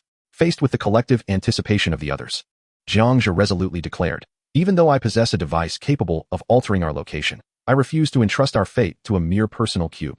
Nor will I surrender our destinies to a cold mechanical apparatus. Indeed, the capsule device could refresh the position of Jiang Zhe's personal cube. Yet one must ponder whether the new location it produced would also be a room of certain death. If so, then all would be in vain. As for predicting the outcomes of the capsule device, Jiang Zhe had no desire to pursue such a course. Xiao Pai inquired, Boss, what should we do now? Xiao Su added, if no one passes by us, we are surely doomed. Dr. Question suggested, we have another option. We can wait for the 6-faced cube to refresh automatically. Upon hearing the doctor's advice, Jiang Zhe nodded and asserted, indeed. We must await the automatic refresh of the 6-faced cube, or we can hold out until noon, when my combat power reaches 2,400,000. Once my combat power attains this level, I will be able to employ the 3-dimensional quantum pen to improve my circumstances. Although he had yet to devise a suitable method for improvement, Jiang Zhe hoped for the arrival of noon. Is it the 3-dimensional quantum pen? Dr. Question inquired. Yes, Jiang Zhe affirmed. Xiao Pai remarked, ultimately, we must rely on a super god-level artifact. Xiao Su questioned, so what should we do now? Dr. Question replied, I am accustomed to boredom and can occupy myself with anything. Very well, for now, let us proceed as we will. Everyone, please enter your personal cubes. Jiang Zhe commanded, promptly retrieving his personal cube to allow the 3 of them to enter the room. Once Xiao Pai and Xiao Su had entered, Dr. Question turned and advised, do you wish to traverse time? I must inform you that such a feat is currently impossible. I have already told you that during the dimensional ascension, one cannot traverse time at will. Once you reach the transitional phase of ascension, you may traverse freely without obstruction. Jiang Zhe smirked. finding it amusing that nothing could be concealed from Dr. Question. Indeed, he had contemplated entering the time-light curtain room with his personal cube, as it would offer another opportunity for escape. However, having been cautioned by Dr. Question, Jiang Zhe recognized the significant consequences that such an action could entail, especially at a critical moment. Though he yearned to act impulsively, Dr. Question candidly stated that departing the cube through time travel would be a fruitless endeavor. It was utterly unnecessary. Even remaining quietly within his personal cube until noon, awaiting the emergence of the three-dimensional quantum pin to manifest all the missing resources, would be far preferable to attempting to traverse time. Upon hearing the final suggestion from the doctor, Jiang Zhe resolved to forego time travel and chose instead to wait with the others until noon. What if, during this interval, the surroundings were refreshed every hour? Or perhaps someone might pass by, causing the cube to be refreshed? Such uncertainties were indeed concerning. Very well, then, we shall quietly await noon, Jiang Zhe remarked with a hint of resignation. Hearing this, the doctor smiled with relief, affirming, I truly did not misjudge you. Author's note, Chapter 444, Casual Conversations Indoors. The Secrets of Four Dimensions, the Doctor's Predictions, and the Six-Sided Annihilation. Before entering the private cube, Jiang Zhe checked the current time, 9:14 a.m. on April 1st, 2021. There was still some time before noon. At this moment, traversing through the time curtain was certainly not of utmost importance. Thus, he returned to the private cube, retrieved 4 large watermelons, sliced them open, and shared them with the group. The doctor, along with Xiao Pai, Xiao Suo, and Jiang Zhe, sat on the sofa enjoying the watermelon. Out of sheer boredom, Jiang Zhe initiated the conversation. Doctor, what is your real name? The doctor replied, I do not remember. Do not remember? Jiang Zhe echoed. Indeed, came the response. Then, are you truly human? Or perhaps a creature conjured by the cube? Or even a being transmitted from another world, defeated by us challengers? You are rather naive in your thoughts. The doctor retorted. How so? Jiang Zhe inquired. The four-dimensional cube was originally devoid of any creatures. The doctor's statement resonated with Jiang Zhe. It was clear that the four-dimensional cube had been empty. Yet a mysterious force had established spatial gateways throughout the three-dimensional universe. Some chosen beings had been selected by this unknown power to enter the four-dimensional cube, thus embarking on a journey of trials. Jiang Zhe comprehended this intuitively. Even without the doctor's explanation, he grasped the truth of the four dimensions. However, how had the laser traps and time particles, which surpassed current means, come into existence? What about those lethal rooms and the laser traps? Where do they originate? Jiang Zhe asked. They were created by higher dimensional beings. Don't you know this? The doctor replied. Created by higher dimensional beings? He exclaimed, momentarily taken aback. He should have known this all along. But were the higher dimensional beings truly so bored? What is the purpose of these higher dimensional beings? Is it to exterminate the entities within the four-dimensional cube? Before understanding the concept of higher dimensions, one must realize that higher dimensional does not merely refer to the fifth dimension. When I speak of higher dimensional beings, I refer to a collective term encompassing dimensions 4 through 12, extending even to the highest dimensions. The doctor shook his head, and as his words lingered in the air, Jiang Zhe furrowed his brow in contemplation. He had always assumed that higher dimensional beings were simply four-dimensional entities within the traditional understanding of the fifth-dimensional space. Yet, it turned out to be otherwise. What then was the truth? Why did they create this murderous four-dimensional cube? Jiang Zhe pressed on. That is quite simple. Do you think the four-dimensional cube is a mere construct? Jiang Zhe, can you not prolong your speech? Is the four-dimensional cube not a construct of human creation? Doctor of problems. Nonsense. If it were indeed a creation of mankind, how could the four-dimensional cube give rise to so many beings of 5, 6, or 7 dimensions? Jiang Zhe, have you encountered beings of 5, 6, or 7 dimensions? Doctor of problems. I have. You must have as well. I witnessed you confront the highest dimension. That entity shrouded in the black veil of 3 suns, capable of simulating humanity, which you and Xiao Pai ultimately led into the sunlight to vanquish. That being was a 6th-dimensional entity from the 7th dimension. Jiang Zhe, I did indeed slay that creature, but how could you possibly know this? Doctor of problems. My intelligence quotient of over 5,000 is not a trivial matter. I am privy to all your affairs. Jiang Zhe, can you enlighten me on what that 6th-dimensional entity was doing within the 4-dimensional cube? Doctor of problems. Simply playing. Seeking amusement. The thrill of exterminating the weak brings it great pleasure. Jiang Zhe, great pleasure? Is that all? Doctor of problems. What else could it be? Why do you malevolent humans enjoy tormenting the weak? Is it not equally pleasurable? Do you not revel in that sensation? Jiang Zhe, indeed. You speak of humanity. Yet are you not human yourself? Doctor of problems. You are the one who is not human. I am a being from a civilization beyond the Milky Way. A super-intelligent society, and we have connections with the Atlanteans. Jiang Zhe, the Atlanteans again. Doctor of problems. What? Are you familiar with Atlantis? Jiang Zhe, did you not claim to know nothing? I assumed you knew everything. Doctor of problems. Even a super genius can occasionally forget. Jiang Zhe, I find that hard to believe, you cunning old man. I permit you to observe my thoughts. Doctor of problems. Thank you. Just a moment. The doctor closed his eyes. A faint blue force field enveloped the surroundings, This was one of the doctor's technological abilities, particle extraction. Within 10 seconds, the doctor suddenly comprehended, exclaiming incredulously, "Remarkable! Jiang Zhe, what is so remarkable? Doctor of problems. Atlantis, it turns out, is a remnant of the Dalago clan's era. You have also slain a Reese." Jiang Zhe indeed, though not on the same Earth. Jiang Zhe correct. I've heard that Reese is the nemesis of Atlantis. He had previously planned to invite me to leave the four-dimensional cube with him, but that individual intended to turn Earth into a slaughterhouse, which left me no choice but to eliminate him. Doctor of problems. It is well known throughout the universe that the Reese clan feeds on humans. Thankfully, you dispatched him. Otherwise, had he found a way to contact the main forces of Reese, they would have indeed laid waste to Earth. Jiang Zhe, I have one more question. Doctor of problems, silence. Do not attempt to uncover your future. I shall not disclose it to you. Jiang Zhe, I am not inquiring about my future. He paused momentarily, then continued. I merely wish to know if you too possess the ability to foresee the future? As his words lingered in the air, Jiang Zhe bore a subtle smile. Upon hearing this, the doctor appeared momentarily stunned, then burst into hearty laughter, as if he were amused by the realization and wondering when Jiang Zhe would finally catch on. It seemed to him a delightful prank. Jiang Zhe, only now do I realize. How is that even possible? Although your computer can simulate the future, ultimately, it remains a mere machine. How could it possibly predict a distant future? There is only one possibility. You, too, are a part of this future prediction. Doctor question, precisely correct. My foresight stems from the future self that I have become. Jiang Zhe, what point in time is this future from? Is it during the dimensional ascension? Doctor question, indeed. As of this moment, I have reached the terminus of my future, and I foresee that it will be today. I shall transition into the ascension with you, and during this process, I intend to mend the timeline. Doctor question, as for whether the timeline will be repaired immediately or if other matters will take precedence, I cannot say for certain. All I know is that everything will transpire by noon today. Jiang Zhe, other matters? Besides mending the timeline, are there additional ascension-related tasks we must undertake? Doctor question, what do you think? Do you believe that merely repairing the timeline suffices? If that were the case, how many individuals do you think could ascend? Jiang Zhe chuckled awkwardly, glancing at his watch, realizing that an hour and 10 minutes had slipped by, and it was now 10:24. Jiang Zhe, I was merely jesting. By the way, I will step outside to see if there are any changes. Doctor question, go ahead. In my predictions, the surroundings remain a lethal realm. However, all 6 sides have transformed. Jiang Zhe stood up, approached the door, and remarked, I don't believe it. Doctor question, if you doubt, then go and test it. Jiang Zhe, testing could lead to demise.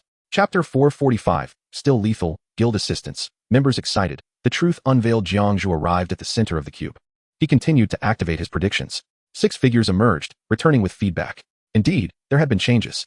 However, the situation had become even more brutal. Each of the 6 rooms was no longer as it had originally been, transformed into a pinnacle of existence beneath 3 dimensions.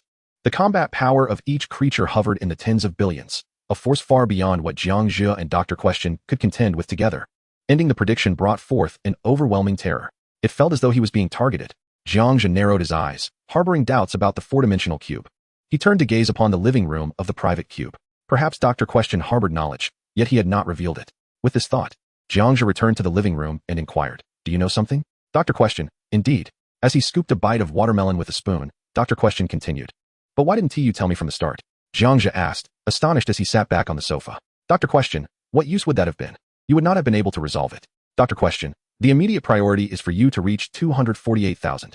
If I were you, I would hasten to gather rare materials from the world, guild, and regional channels to assemble the necessary resources. Jiang Zhe, then why aren't you the one gathering them? Must I do it? I suspect you are concealing something from me. Dr. Question, fine. If you provide me with the schematics and materials for the energy storage device, I will collect them in my world. Jiang Zhe, forget it. I don't trust you. I will gather them myself. Dr. Question, humph. ISNT that just as it should be. Jiang Zhe, what do you mean by that? Dr. Question, your future trajectory is indeed accurate. Jiang Zhe, how infuriating. Just how much of my future have you glimpsed? Dr. Question, all of it. Jiang Zhe, I must commend your audacity. Haha. Dr. Question chuckles softly. Jiang Zhe, disregarding Dr. Question, promptly opens the guild channel. Jiang Zhe brothers, are you there? Upon sending the message, everyone begins to respond. Jiang Yi, present. Su Cheng here. Wei Chong, here. Robert Kars, present. Wang Yang here. Caben Kars, the president is in trouble. I can sense it. Wang Yao, you are quite perceptive. President, we are all here. If you have something to say, we will certainly do our utmost. Count me in. I wish to shine as well. Me too. Guild members eagerly chime in. Jiang Zhe, Wang Yao is indeed correct. I am currently facing a significant predicament, but I shan't elaborate on the specifics. Jiang Zhe, I urgently require 19 purification springs and 20 rare materials. Brothers, if you possess any, I will purchase them all. In truth, he has another method. collecting epic shards to forge epic items, then utilizing a universal converter to decompose them into rare materials. However, the probability of obtaining rare materials is exceedingly low. If any players have them, this would yield the quickest results. Sucheng, I recall you mentioned this before. I have none here. Wang Yang, I possess one purification spring, which I have been reluctant to use. Since the president needs it, I shall give it to you. Jiang Yi, I have 3 purification springs and 2 rare materials. Aside from knowing that the spring enhances strength, what are rare materials used for? Wei Chong, I have one of each. Wang Yao, hehe. You all are quite weak. I have 5 rare materials. Robert Kars, I have 1 rare material and 3 purification springs, which I can entirely offer to the president. Caben Kars, am I the only one without any? No purification springs, and I lack rare materials as well. For a president with over 2 million combat power, it seems resources are indeed scarce, aside from the top players. It's quite difficult to procure. Hehehe. I possess 1 purification spring, which I have been hesitant to use. How fortuitous. I have 2 rare materials. I too have 1 rare material. The players are enthusiastically participating in the conversation. In truth, the rarity of purification springs and rare materials is incredibly precious. Players who can present these items typically possess combat power exceeding 500,000. The responses in the guild channel truly exceeded Jiang Zhe's expectations. He had not anticipated that so many possessed rare materials and purification springs. Why then should he worry about the 6-sided annihilation? Jiang Zhe could not help but feel foolish. Jiang Zhe brothers, your president requires your assistance. Jiang Zhe, during this special period, guild players who can present purification springs or rare materials. I will assist you in forging a set of epic armor, and this offer stands for today only. Jiang Zhe, if you are willing, brothers may designate trades for me at the regional marketplace and simultaneously trade all epic shards to me, and I will assist you in forging. Jiang Zhe. And by the way, simultaneously, ordinary players can permanently become members of the Chosen One guild, sharing in its triumphs and tribulations. As soon as these words were spoken, silence enveloped the guild channel momentarily. Within mere seconds, an explosion of excitement erupted. What? A complete set? Goodness. The guild leader truly offers an entire set? My word. This revelation is astonishing. I can hardly believe it. Suddenly, I feel an overwhelming sense of gratitude. The guild leader has been extraordinarily generous to us. Brothers, what are you hesitating for? Rush to the designated area for the guild leader at once. To join the world's premier guild and receive a complete set, let's not dally any longer. Hush. Everyone must keep this a secret. We shall strive in silence and astound the world. I concur. Oh no, I too long for the epic, but alas, I do not possess it. Sigh. It seems the opportunity has not come our way, but I firmly believe it will in the future. Yes, it will surely come. The ordinary players, elated at the prospect of permanently residing in the world's foremost guild, flooded the channel with excitement. Everyone hurried to the regional marketplace to offer their precious materials to Jiang Zhe. Subsequently, only the elder members, such as Su Cheng and Wang Yang, remained in the guild channel, discussing the turmoil that Jiang Zhe must be experiencing. Su Cheng, can you share what is happening? If it's too much, perhaps we can discuss it in our small group? Wang Yang, indeed. I suggest we talk about it. Perhaps we can assist the guild leader in some way. Wang Yao, I think it's worth discussing. Kuben Kars, since the guild leader is reluctant to speak, let us not pressure him. Jiang Yi, don't ask. If you do, I want to know. Wei Chong, one Jiang Zhe, there's no need to elaborate. I will deposit the materials I mentioned yesterday into the guild warehouse shortly. Jiang Yi, Su Cheng, and Wang Yang, have you communicated with the guild? Su Cheng, yes. The elder members have no objections. Jiang Yi, correct. Wang Yang, in truth, the materials are not the issue. It is the truth of the matter that we are all concerned about. Wei Chong, the guild leader refuses to disclose anything. Robert Kars, it can actually be discussed. We are all family here. Kuben Kars, I support this. Faced with the numerous requests from elder guild members, Jiang Zhe pondered for a moment. Ultimately, he decided to share the information within their small group, which comprised only the elder members, excluding the ordinary players. Disappearance signifies ascension. Jiang Zhe contemplated and ultimately revealed the truth. Indeed, it is as you have speculated. I am set to ascend dimensions, reaching the 5th dimensional space to become a 4-dimensional being. However, I have come to understand certain secrets that require the completion of various tasks to truly attain the 5th dimension and become a 4-dimensional entity. As soon as the message was dispatched, a profound silence fell over the small group. The author remarks, Chapter 446, The Truth of Disappearance, Guild Shock. Materials to be gathered, Guild Gratitude. The members of the guild small group were momentarily hushed, though they had suspected Jiang Zhe's disappearance. They had never imagined it would signify ascension. Just recently, they were all troubled by Jiang Zhe's absence. Yet now, they suddenly realized that the disappearance was, in fact, a fortuitous event. Instantly, the crowd erupted with excitement. Su Cheng exclaimed, no wonder, no wonder. It's clear you were aware it might not be a bad thing. Jiang Yi added, wow, this is utterly insane. 4-dimensional beings. Wei Chong stated, I have no words, only admiration. With merely 2 million combat power, President, this is truly extraordinary. Wang Yang remarked. Goodness, you have concealed your abilities quite well. Wang Yao chimed in, impressive. My president. Robert Karls exclaimed, damn it. Ascending dimensions. No wonder you show no worry at all. Kubin Karls inquired, President, where are you? Can you take me along? As soon as Kubin uttered those words, the crowd felt an undeniable anticipation. Could ascending dimensions allow one to bring others along? Just moments ago, perhaps Jiang Zhe would have included everyone, despite altering the timeline. However, once he walked alongside the enigmatic doctor, and with the ominous aura surrounding the six faces, his desire to take anyone along dissipated. Taking others along was not permitted in this world. From the appearance of the doctor to the room on the brink of crisis, it was evident. Taking others along was no longer feasible. The danger I face is precisely the lethal intent of the six faces. Had it not been for my urgent quest to reach 2,480,000 battle power, I would not have solicited resources from you all. The designated resources for the guild members have been gathered. I shall address that shortly. Jiang Zhe sent a message. As the sound of numerous guild members' private messages filled his ears, seemingly urging him to procure resources and craft epics. Su Cheng encouraged, go ahead. I envy the ascension. Wang Yang echoed. I feel the same, wondering when I might ascend. Jiang Yi affirmed, indeed. Jiang Zhe replied, it will happen. After that, he disregarded the small group chat and promptly switched to the regional trading channel. A plethora of resources appeared. Purification springs, extraordinary materials, and various epic shards. Only these three types of resources were available. The members had very few purification springs and extraordinary materials, yet they were willing to forego enhancing their power to offer them. Jiang Zhe felt immensely satisfied. These individuals truly deserved to be core members of his guild. Everyone, please remain patient. I am going to purchase resources and assist you in crafting, Jiang Zhe assured the guild members. All right, no rush. We eagerly anticipate the strength of the items crafted by President Jiang. They replied. All resources were priced at a single piece of leather. Jiang Zhe checked off each item and purchased them all with a single click. System notification, extraordinary material 17. System notification, purification spring 12. System notification, the system alerts continued. 3 more extraordinary materials were needed. 7 additional purification springs, plus the one I already possess. The lacking resources can be acquired shortly in the regional channel. It should be sufficient immediately. Jiang Zhe glanced at the quantities of materials. He never anticipated that premium resources would arrive so swiftly. It was indeed an unexpected development. He then began crafting epic resources for the guild members. The number crafted was not substantial. He estimated only about 30 sets were required. In search of epic footwear, the quantity was maximized. The same was done for epic headgear, upper garments, and trousers. Soon, a complete set of epics would be amassed, totaling 48 sets. The materials were deemed sufficient. Some guild members had contributed a considerable amount of epic shards, while others had offered less. It was likely that they had privately arranged to owe each other shards for future compensation. This spirit of teamwork was something Jiang Zhe greatly admired.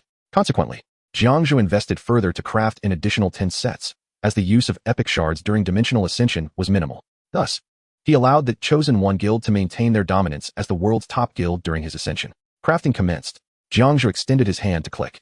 With a flash of golden light, a series of epic equipment materialized before him. Without a glance to assess their quality, he promptly dispatched the gear and weapons back to the regional trading market, designating them to the guild members who had provided him with resources. The listings were complete. Brothers, surprises await, Jiang Zhe announced in the guild channel, unable to suppress his anticipation. What would the epics entail? What kind of surprise awaited them? Enough chatter. Hurry to the regional trading market. The surprise is monumental. Players eagerly expressed their enthusiasm. As they opened the regional trading market, everyone orderly purchased a set of epic equipment. Those fortunate enough to acquire epics could not contain their excitement. Holy moly, I received gear with 100% resistance defense. Goodness, thanks to Jiang Zhe. My shoes possess sonic effects. It's absolutely magnificent. Incredible. The watch I obtained can pause time for half a second. Wow, this epic equipment is astonishing. It outperforms my mediocre excellence gear by several magnitudes, and my combat power is skyrocketing. Members were in awe. Meanwhile, some who were slower in purchasing found that an additional 10 epic sets remained available. Could this be the surprise? For those without resources, our guild leader Jiang Zhe has prepared a surprise. 10 more sets. Oh my, I suddenly feel Jiang Zhe is truly magnificent. He even prepared 10 sets for those of us lacking resources. I believe the leader is testing us.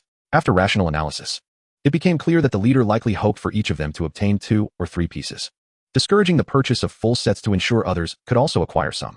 I concur with the analysis above. Brothers, with Jiang Zhe treating us so well, we must vow to protect the world's leading guild. We swear, we swear, we swear. I will fight valiantly for the guild, without hesitation. Absolutely, Su Cheng remarked. Cough. Cough. Wang Yang added. Why has the guild suddenly become so passionate? Wang Yao inquired. I feel the same way, Wei Chong responded. If Jiang Zhe were to unveil legendary equipment, wouldn't you all go mad? Robert Karsh chuckled. Well then, I want to interrupt Jiang Zhe's busy schedule. I'll resume my duties. I shall do the same, Kabin Kars agreed. With that, the elders began to log off one by one. Today, they have primarily learned what they wish to know, that Jiang Zhe would ascend to a higher dimension. Remaining in the guild channel to engage in idle chatter would only hinder the enhancement of their combat power. They speculated that Jiang Zhe would emerge once more before noon to offer his reminders. The guild members, having acquired numerous supplies, once again expressed their gratitude. Some even recorded videos, kneeling before Jiang Zhe in reverence. Upon seeing the video, Jiang Zhe humbly remarked that it was entirely unnecessary. After a few exchanges, everyone realized that Jiang Zhe was not aloof. Rather, he simply preferred not to engage with those he was unfamiliar with. It turned out that the divine Jiang was indeed quite amiable. The barrier between him and the world's best swiftly dissipated. In the hearts of the crowd, Jiang Zhe's stature grew significantly. After a few more casual exchanges, he closed the guild interface, preparing to gather the final supplies from the regional channel.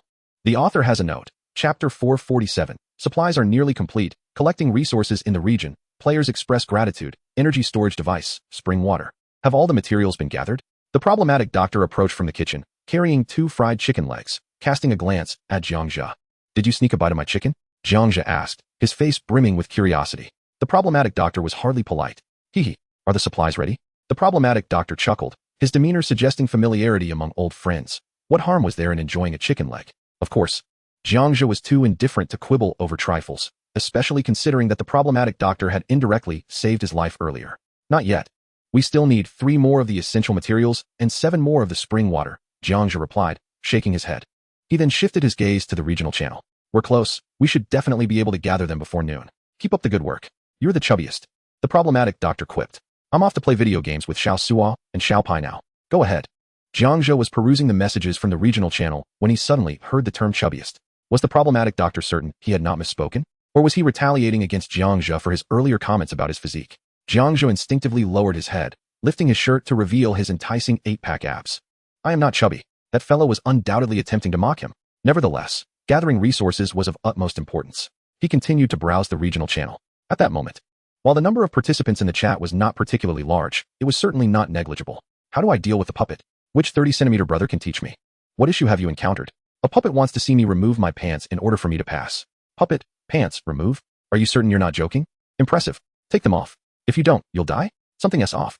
Brothers, this puppet is a muscle man. I'm a man too. Oh. Now this is getting interesting.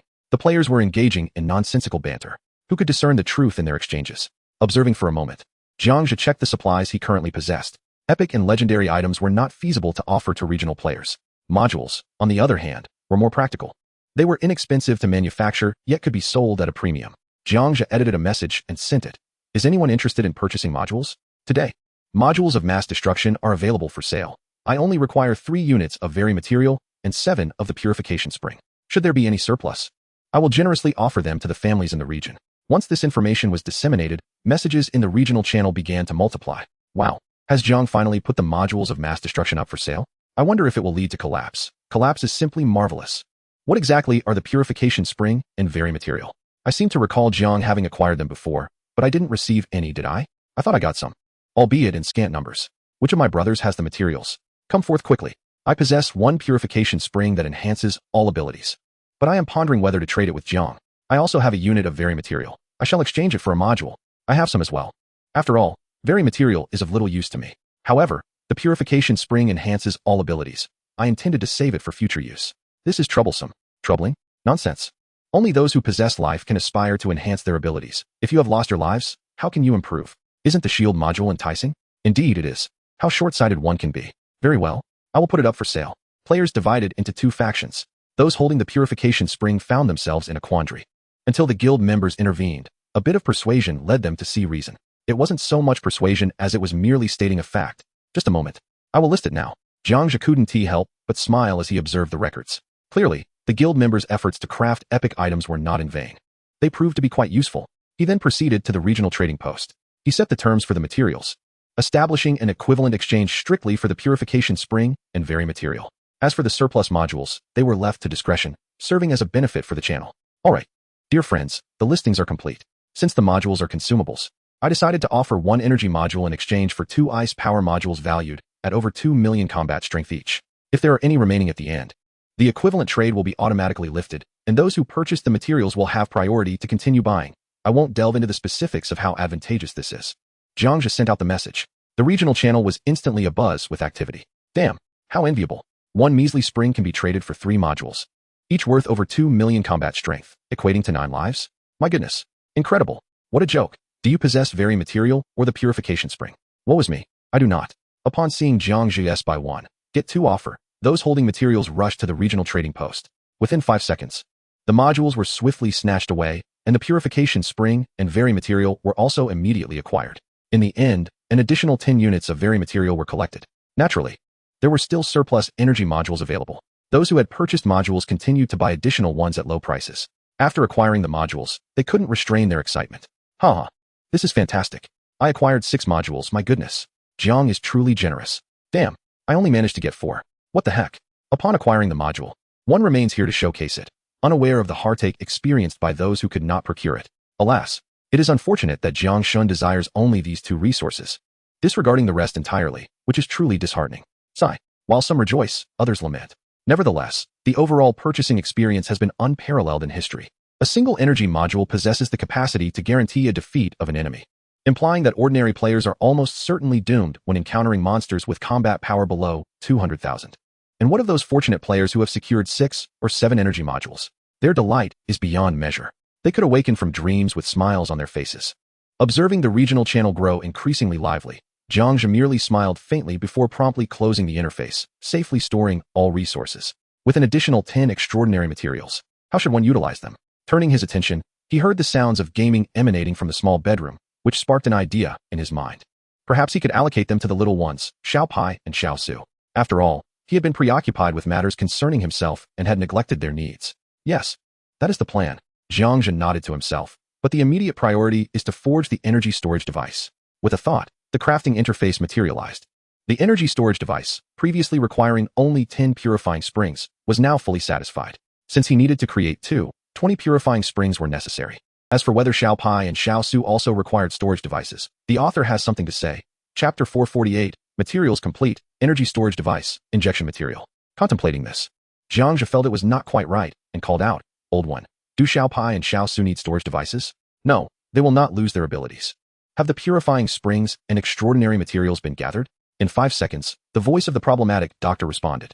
Yes, they have been collected, Jiang Zhe replied.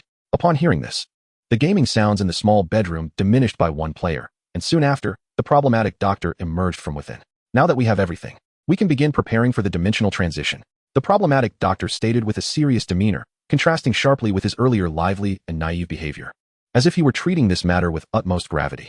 Indeed, Jiang Zhe nodded in agreement, adjusting the quantity of personal energy storage devices to 2 without hesitation, and clicked to craft. With a flash of black light, 2 palm-sized devices appeared before him. They have emerged, finally.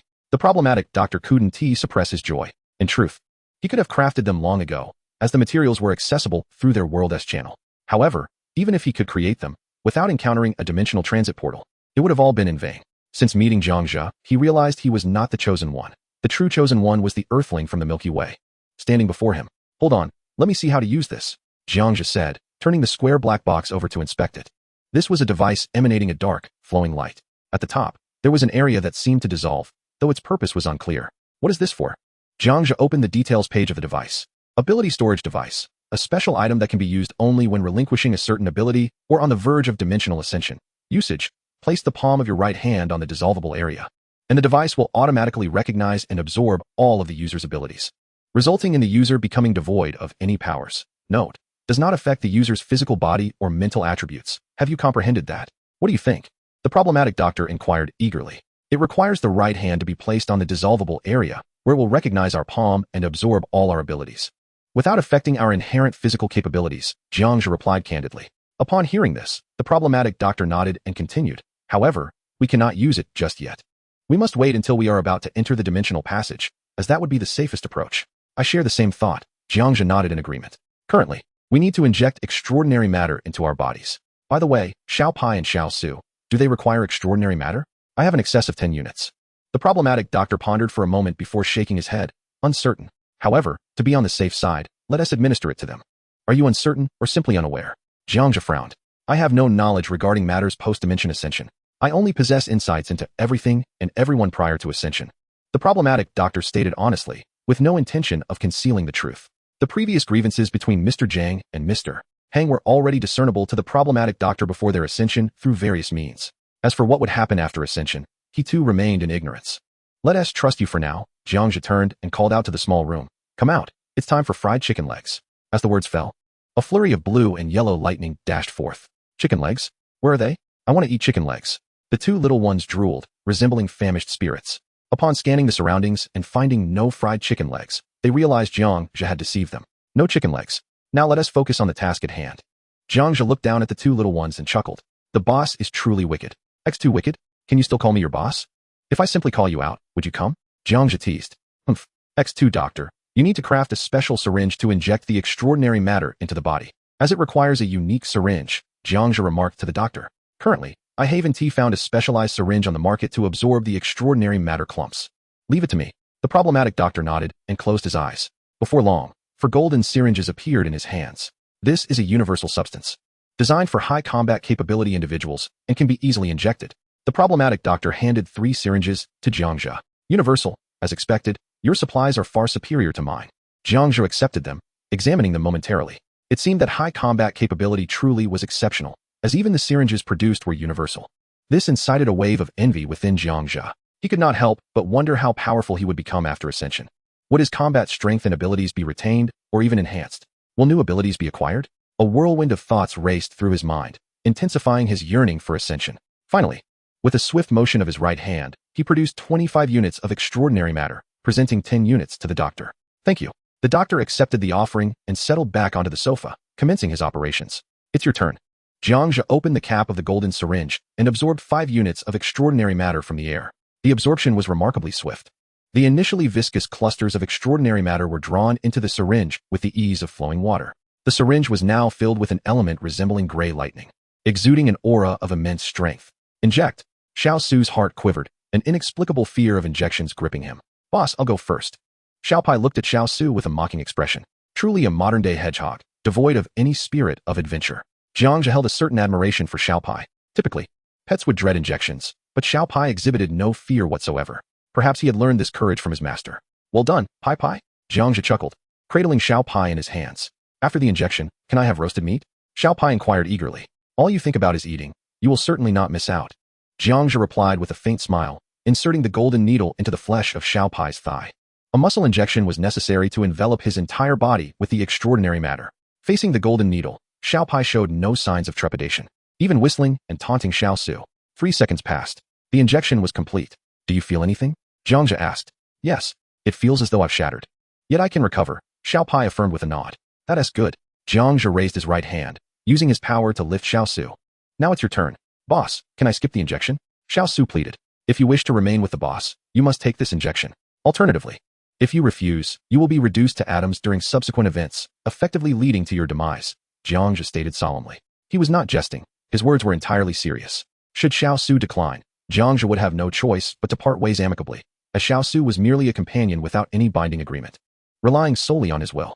Moments later, I'll do it. I want to stay with the boss, Xiao Su declared resolutely. Now that's the spirit. By the way, Xiao Su, what is your father's name? Jiang Zhe asked with a slight smile. Just as Xiao Su hesitated, contemplating his father's name, a needle suddenly pierced into Sonic's thigh muscle. The entirety was injected. My dad's name is so painful, Xiao Su exclaimed in sudden terror. The injection was indeed excruciating. Your dad is named Haotung? Jiang Zhe replied with a surprised chuckle. Author's note, Chapter 449, High-Dimensional Communication, Crisis Persists, Impatient and Eager. After both little creatures had completed their injections and experienced a tangible sensation, Jiang Zhe proceeded with his own injection. The process was remarkably straightforward, absorbing extraordinary matter, injecting it into the muscle, and the injection was complete. Indeed, the sensation of solidification within his body arose just as they had described. It felt as though he had traversed a black hole. Indeed, should he ever emerge from its depths, he would undoubtedly be able to reassemble. As a budding scientist, he could not help but marvel at the inconceivable matter that, while unattainable in reality, appeared commonplace within the confines of a 4-dimensional cube. The adage that possessing capability allows one to do as they please truly resonated with him. Once Jiang Zhe completed the injection, he inquired whether Dr. Wen had also concluded his tasks. Jiang Zhe glanced at the current time, April 1st, 2021, 11:05 a.m. The fruit trees were on the verge of ripening. He quietly anticipated the moment, then turned to instruct Mr. Lon, who was standing at the kitchen door. Mr. Lon, prepare a sumptuous lunch, as lavish as you can make it. Of course, master. Mr. Lon nodded slightly and made his way to the pantry to gather ingredients. Halfway through, he suddenly turned and said, "Master, I seem to have acquired a memory that does not belong to me. As Jiang Zhe steward, he felt it necessary to disclose this to him without any concealment." Do tell. Jiang Zhe stepped forward, intrigued by Mr. Lan's words. He truly did not appear to be lying, nor was there any reason for him to do so. "There exists a higher dimensional version of myself who wishes to convey a message to you, saying, 'Safe travels. I await you in a higher dimension.' Who is he? Why does he wish to convey this message to me?" Mr. Lan recounted the information as it was, while simultaneously harboring curiosity about the identity of the messenger. Upon hearing this, Jiang Zhe, Dr. Wan, Xiao Pai, and Xiao Su were all taken aback, each consumed by their own thoughts. The two young ones were undoubtedly fascinated. Was it truly possible to relay messages directly from a higher dimension? Jiang Zhe expressed his surprise, while Dr. Wan remained unfazed. Knowing that for a four-dimensional being from the five-dimensional world to accomplish such a feat would undoubtedly contravene certain rules. It must be a world of even higher dimensions that allows for such capabilities. "Thank you." Jiang Zhe smiled broadly, proclaiming, "He is you." "Me?" Mr. Lan furrowed his brow. "Yes, it is indeed you. One day you shall meet." Jiang Zhe nodded earnestly. Upon hearing this, Mr. Lan appeared perplexed for a moment, utterly unable to grasp the mysteries of the dimensional realms at his current understanding. Choosing not to dwell on it further, he returned to preparing the ingredients for the meal. "Never mind, I shall focus on lunch." Mr. Lan's expression shifted, revealing an inscrutable emotion. "Go ahead," Jiang Zhe urged. After Mr. Lan departed, Dr. Wan approached and inquired, "Has your previous steward ascended to a higher dimension? Aren't you supposed to know everything?" Jiang Zhe turned his head to respond. "Even I am prone to occasional oversights." Dr. Wan chuckled. "Now, everyone, take a moment to rest. I will check on the life fruit trees." Jiang Zhe turned and walked towards the exterior of the cube. "The life fruit trees are in the warehouse." Dr. Wan questioned. "I know. Aren't you aware of everything? I simply wish to see if there have been any changes to the cube." Jiang Zhe did not look back, yet the mocking undertone in his words was unmistakable. Upon hearing this, Dr. Wan's expression darkened. Jiang Zhe truly believes himself to be omnipotent. Before inspecting the tree of life, he wished to ascertain whether the cube continued to transform.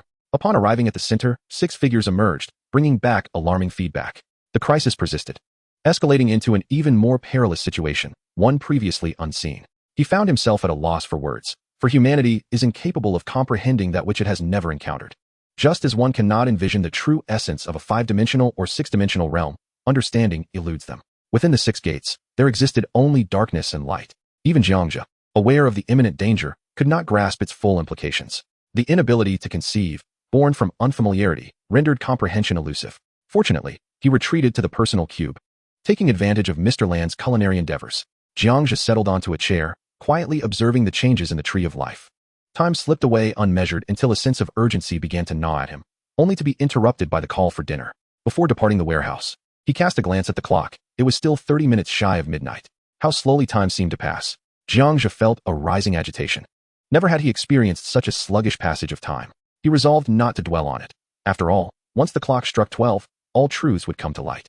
Upon returning to the living room, he was greeted by an array of enticing aromas, the spicy scent of grilled fish, the savory fragrance of fried chicken, the rich essence of ribs, and the fresh aroma of chili potatoes, among others. Each scent almost indescribable. Even Jiang Zhe could not help but swallow in anticipation. At the main table, the problematic doctor, overwhelmed by the delectable smells, exclaimed in astonishment, "Is this cuisine from your Earth?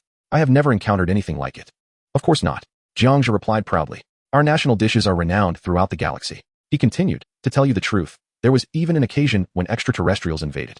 Before they could launch their attack, they were captured by the aroma of our military's cooking. It was that enticing."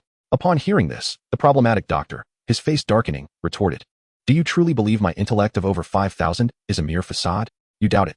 Jiang Zhe feigned confusion, raising his hands in mock pride. "Of course. It's all a ruse. Now let us eat." 3 exclamation marks appeared above the problematic doctor's head, leaving him speechless. Meanwhile, the 2 little ones had already seized their chopsticks, eagerly devouring the dishes without pausing to chew, for the taste was simply too exquisite. The problematic doctor savored the meal with unparalleled delight. It was the first time in over a century that he had tasted such divine food. Given the chance, he would have wished to meet Earthlings earlier, for indulging in such earthly delicacies would leave him with no regrets in life. The meal was swiftly concluded in merely 10 minutes, a veritable clean plate initiative.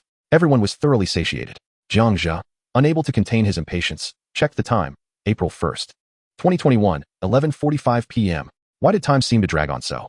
His heart cried out in frustration. It felt as though a century had passed. Yet he reassured himself. It was merely a matter of waiting. Those 15 minutes were inconsequential. The doctor of questions discerned Jiang Zhe's anxiety and shook his head slightly. Indeed, youth often lacks patience. Jiang Zhe sighed, and suddenly, a realization struck him. If the battle power did not reach 2,480,000 by noon, all would be in vain. With this thought, he hastily opened his personal information to check his current battle power, contemplating how to elevate it to the required 2,480,000. Author's note, Chapter 450, Anxious Waiting, Consuming Life Fruits, Battle Power Deficiency. Meeting requirements, name, Jiang Zhe, age, 24, strength, 17,912, 120, constitution, 18,026, 120, agility, 18,330, 120, mentality, 19,199, 120, original power, 43952, ice power, 44,102, lifespan, 25,200 health. Your current condition is excellent. With no injuries. Battle power, 201, 1806. After scanning the figures, he noted that his battle power had not significantly increased. 2,100,000. 2,480,000. Jiang Zhe calculated in his mind, realizing there was a deficit of 470,000 in battle power. Instinctively, he turned his gaze towards the warehouse, pondering if the 4 life fruits could indeed provide him with 400,000 in battle power. Perhaps not a guarantee, but they would certainly add more than less, given the 120% strength attribute. After a moment's contemplation, the life fruits remained an enigma. He could not ascertain whether they would augment his vast attributes or merely extend his lifespan. If they were to enhance his attributes, he could make an educated guess. But estimating the increase in lifespan proved elusive. Forget it. Let us wait for these 15 minutes to pass. Jiang Zhe resignedly rested his head on the table, plagued by one pressing question. Why did time seem to drag so unbearably? Not just Jiang Zhe. Even his companions, Xiao Pai, Xiao Suo, and the Doctor of Questions, were on the edge of their seats with anxiety. As the hour approached, everyone found themselves glancing at their watches every few minutes. At 11:59, Jiang Zhe's heart began to race, each second feeling like an eternity.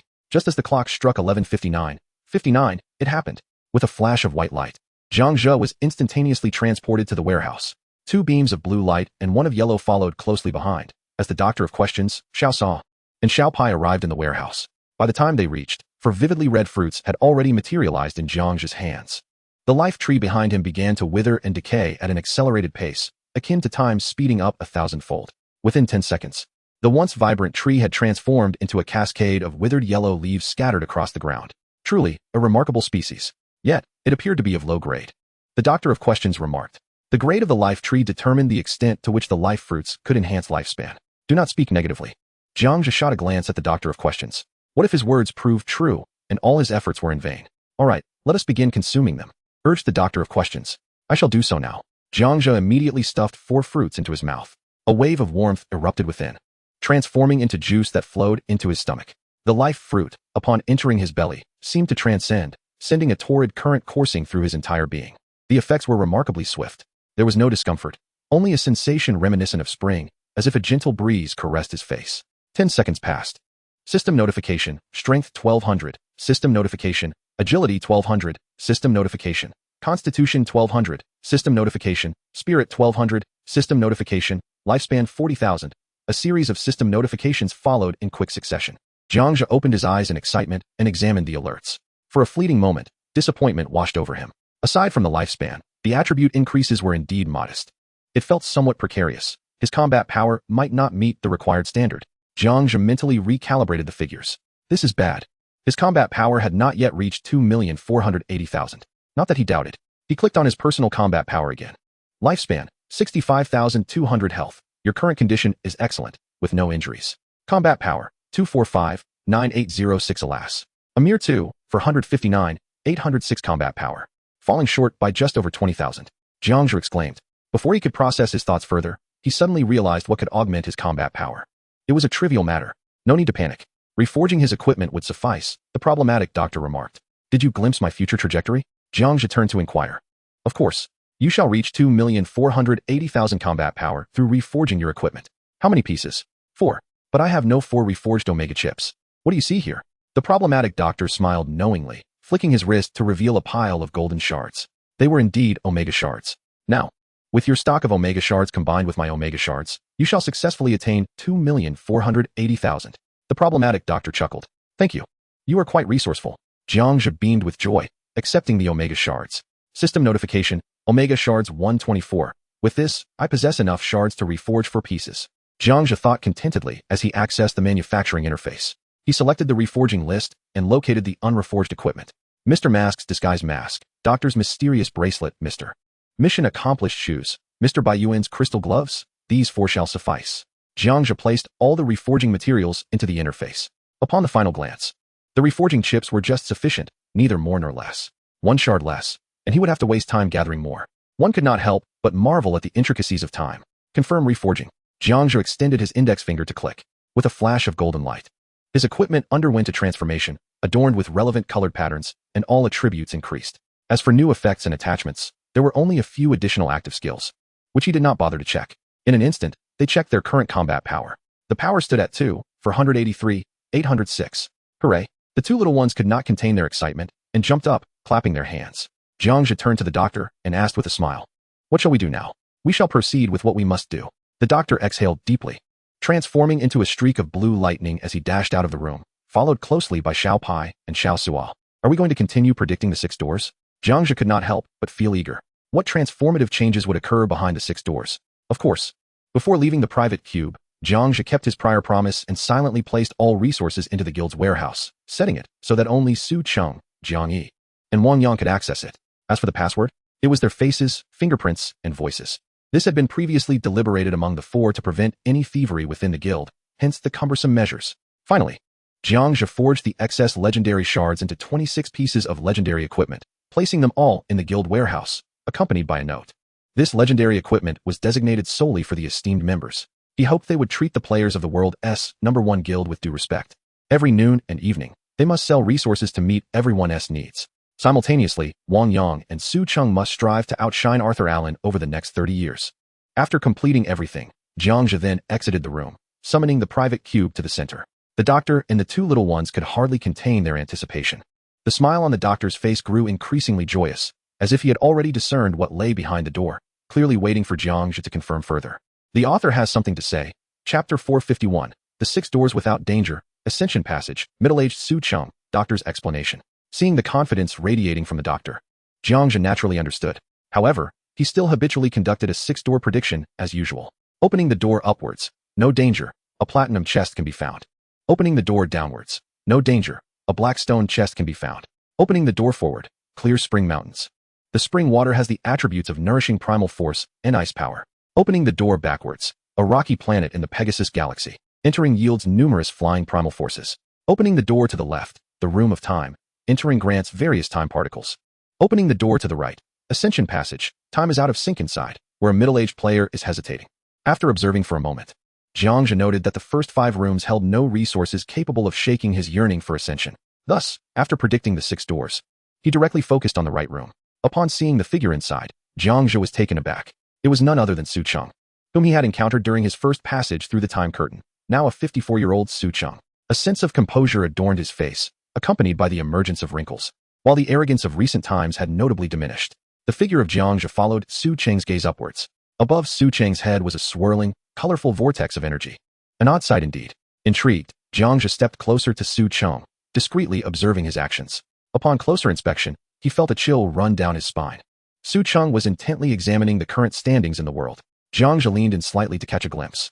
Date, March 8, 2051. First place, Su Cheng, age, 54. Combat power, 100,005761. Second place, Wei Chong, age, 54. Combat power, 98894567. Third place, Arthur Allen, age, 56. Combat power, 97898854. Fourth place, Jiang Yi, age, 52. Combat power, 97854562. At this revelation, Jiang Zhe suddenly grasped a crucial insight. He vividly recalled first seeing this information before the time screen. He had not paid attention to the subsequent rankings. Continuing to look downwards, he saw 5th place, Wang Yang, age, 54, combat power, 97456,874. 6th place, Kobin Kars, age, 53, combat power, 97154,687. 7th place, Wang Yao, age, 54, combat power, 96987,457. 8th place, James John, age, 53, combat power, 96556,475. 9th place, Wang Quan, age, 52, combat power, 96156,974. 10th place, Russell Marshall, age, 53, combat power, 96004154. As he continued to scan the list, he found that most of the players were unfamiliar to him. The most senior among them, Robert Kars, had not been seen in years. It seems some unforeseen events must have transpired over time. This observation left Jiang Zhe feeling perplexed. Wasn't this a glimpse into the future, 30 years hence, of the primary world's timeline? Why then did he encounter the middle-aged Su Cheng at this very moment? Had there been occurrences beyond Jiang Zhe's comprehension? In contemplation, he concluded his predictions and turned his gaze towards the nearby questioning doctor. Doctor, are you aware of the question I wish to pose? The doctor nodded slightly and replied, certainly. You wish to inquire why, despite the differing timelines and world lines, you encounter your former comrade from the primary world? Indeed, Jiang Zhe affirmed earnestly. The doctor, not wishing to prolong the suspense, directly addressed Jiang Zhe. In truth, there is no such thing as a crossover world. That notion stems from your misperception of reality. Upon hearing this, Jiang Zhe furrowed his brow, eager to inquire further, but was immediately countered by the doctor.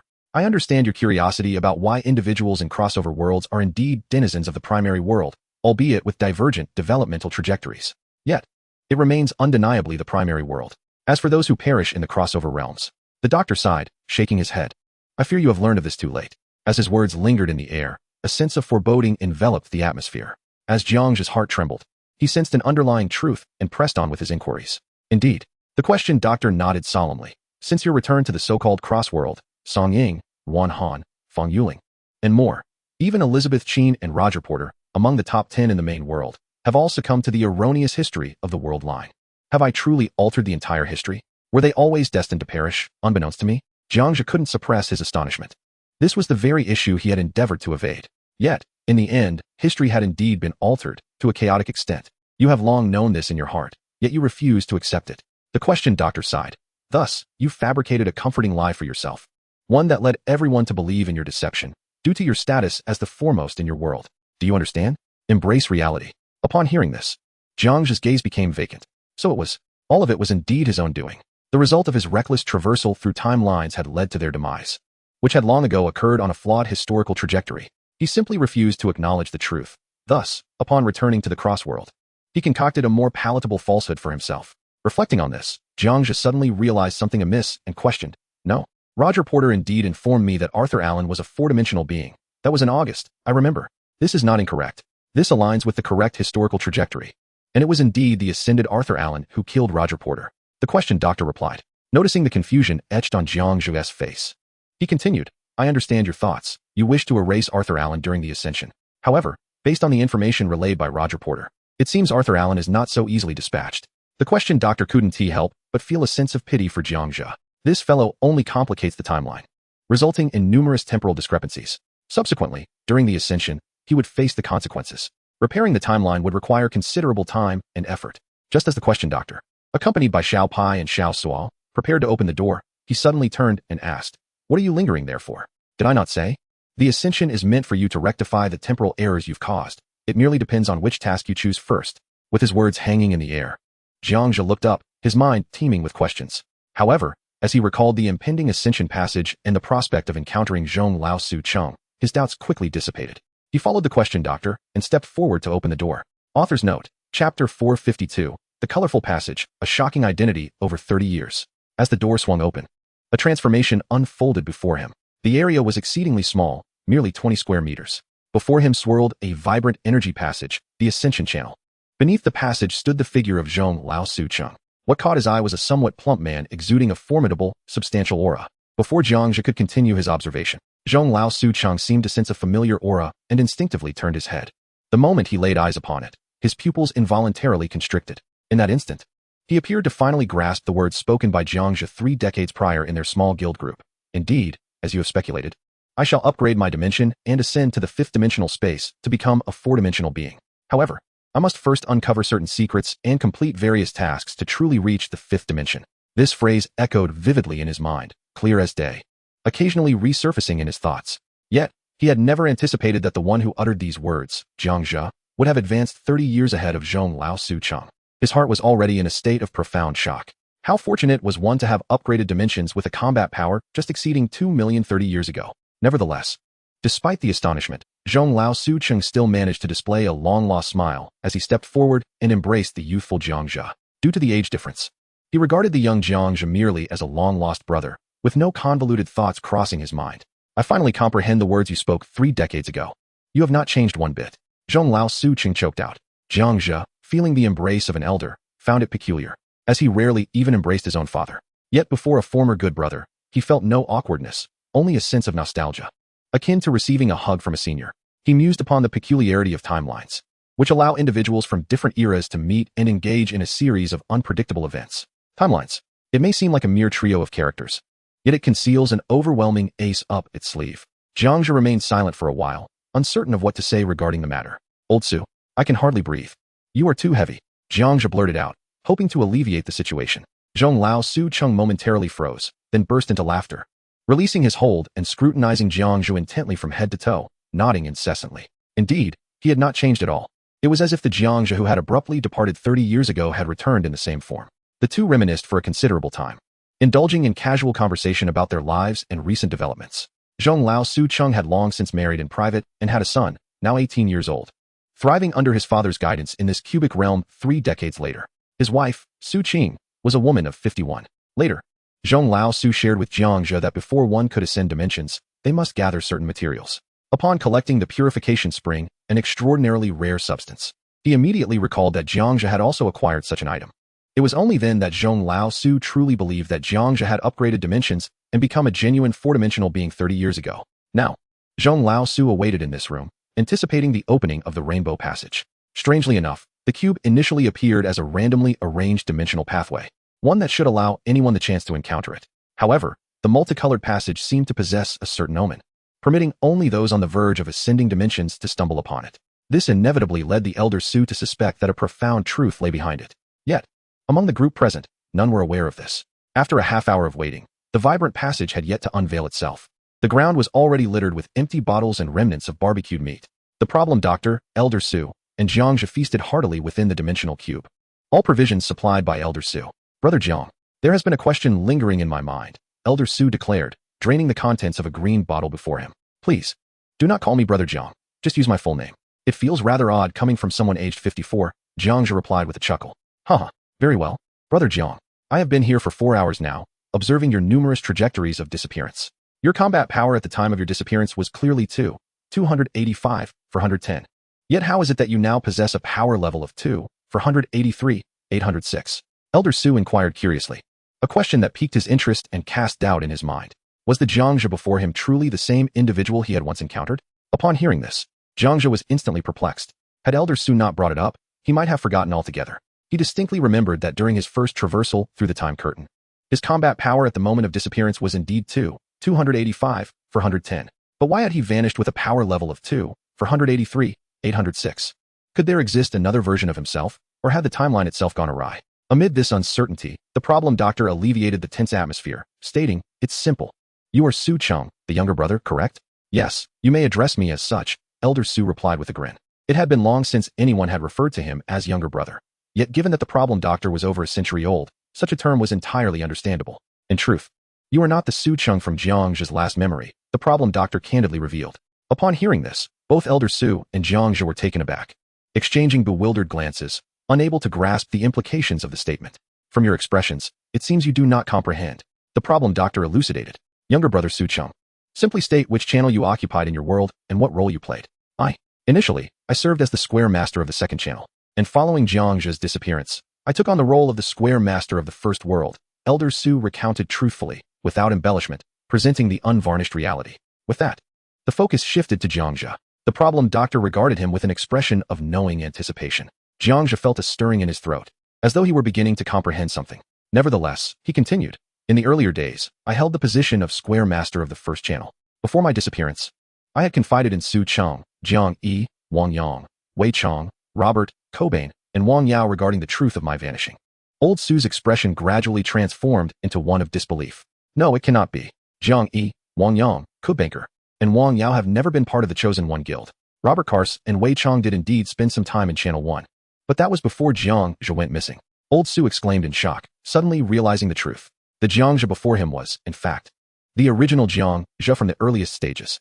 Was he not the very one who had sold him the anti-gravity floating chair 30 years ago? Or perhaps he was an even earlier version of Jiang Zhe. Old Su was indeed bewildered, his thoughts entangled by the timeline.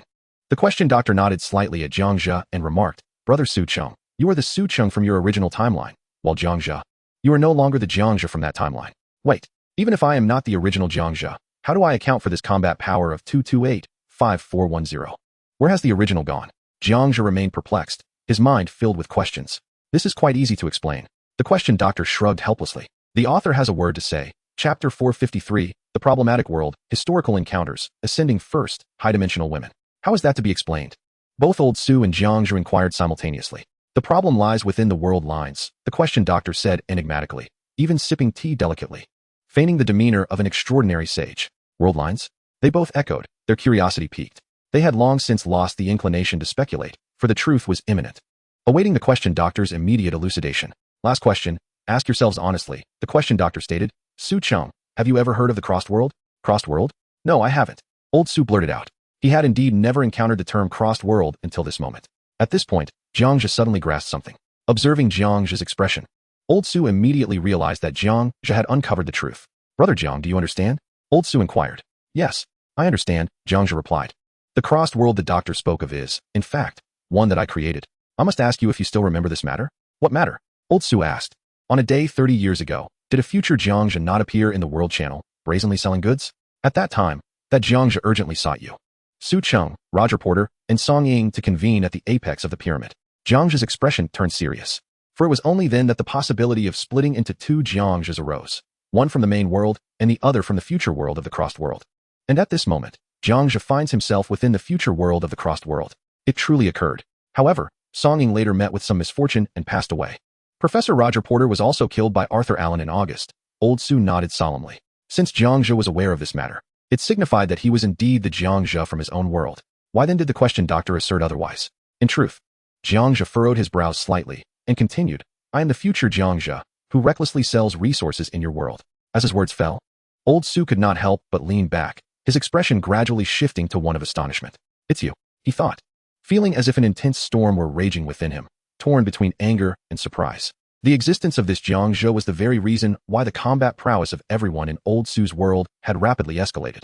Simultaneously, this Jiang Zhe was also the reason behind the unexpected death of the Jiang Zhe in his own world, who had subsequently been resurrected through some secret means. Now it all made sense.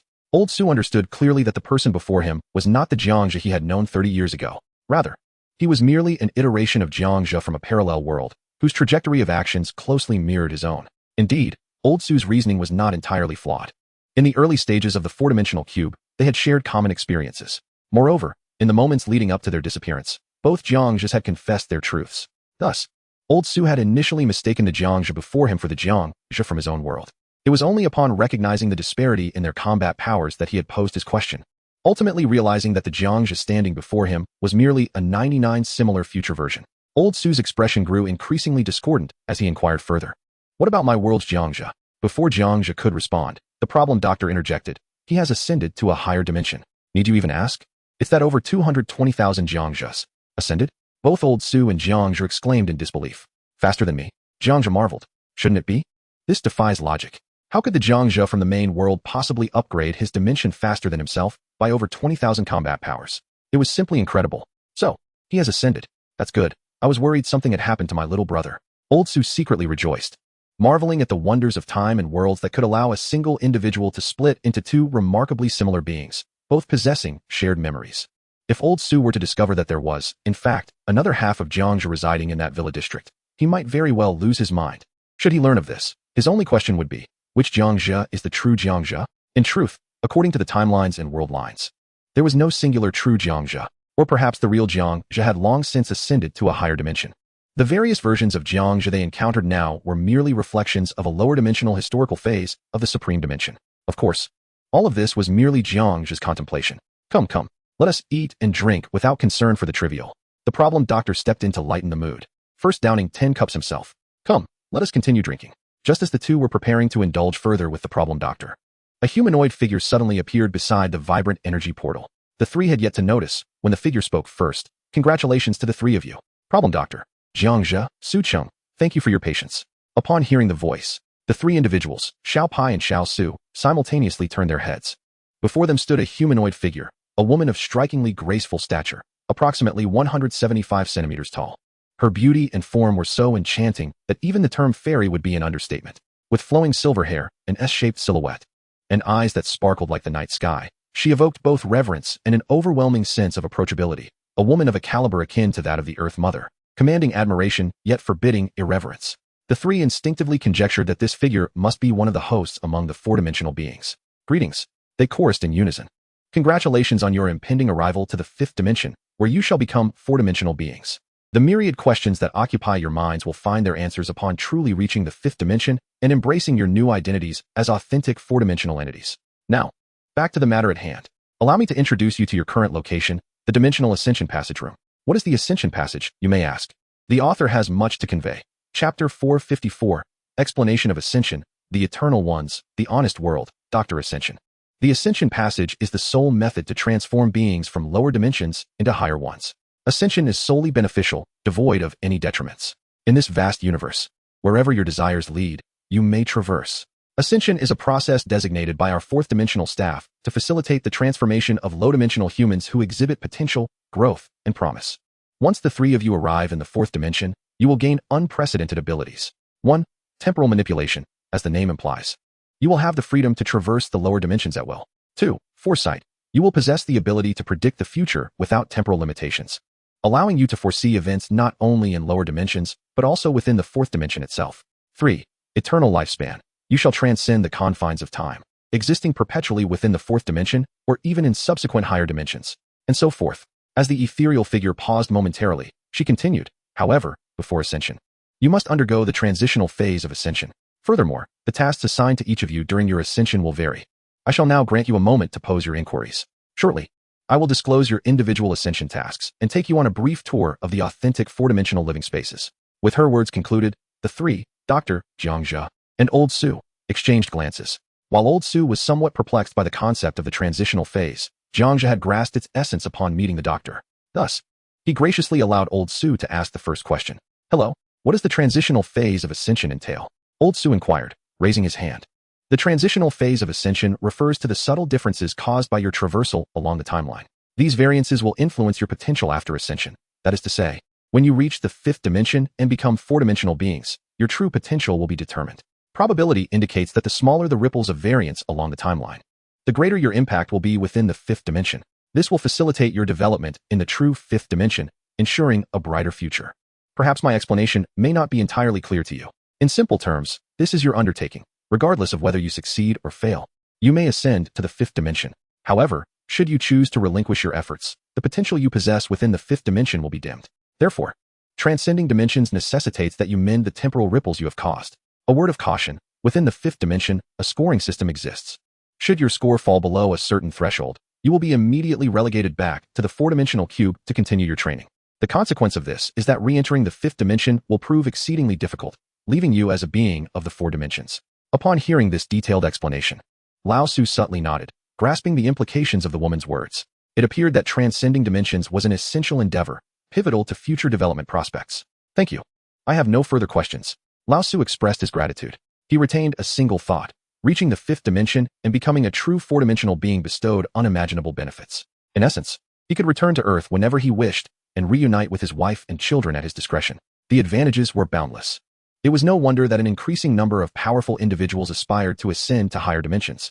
The benefits were indeed manifold. Do you have any questions? Inquired the woman.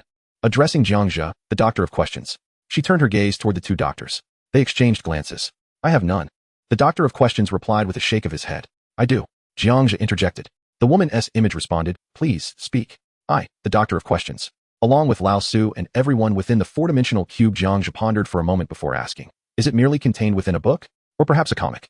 This had been a persistent concern of his ever since the doctor of questions revealed that this world was, in fact, a narrative within a book. Although he feigned indifference, he had been deeply troubled by it, feeling compelled to uncover the truth, even at the risk of asking such questions. As his words hung in the air, both the doctor of questions and Lao Su turned to Jiang Zhe in astonishment. The doctor of questions admired Jiang Zhe's audacity, remarking on his fearlessness. Lao Su, however, was incredulous, questioning why Jiang Zhe would pose such an absurd query.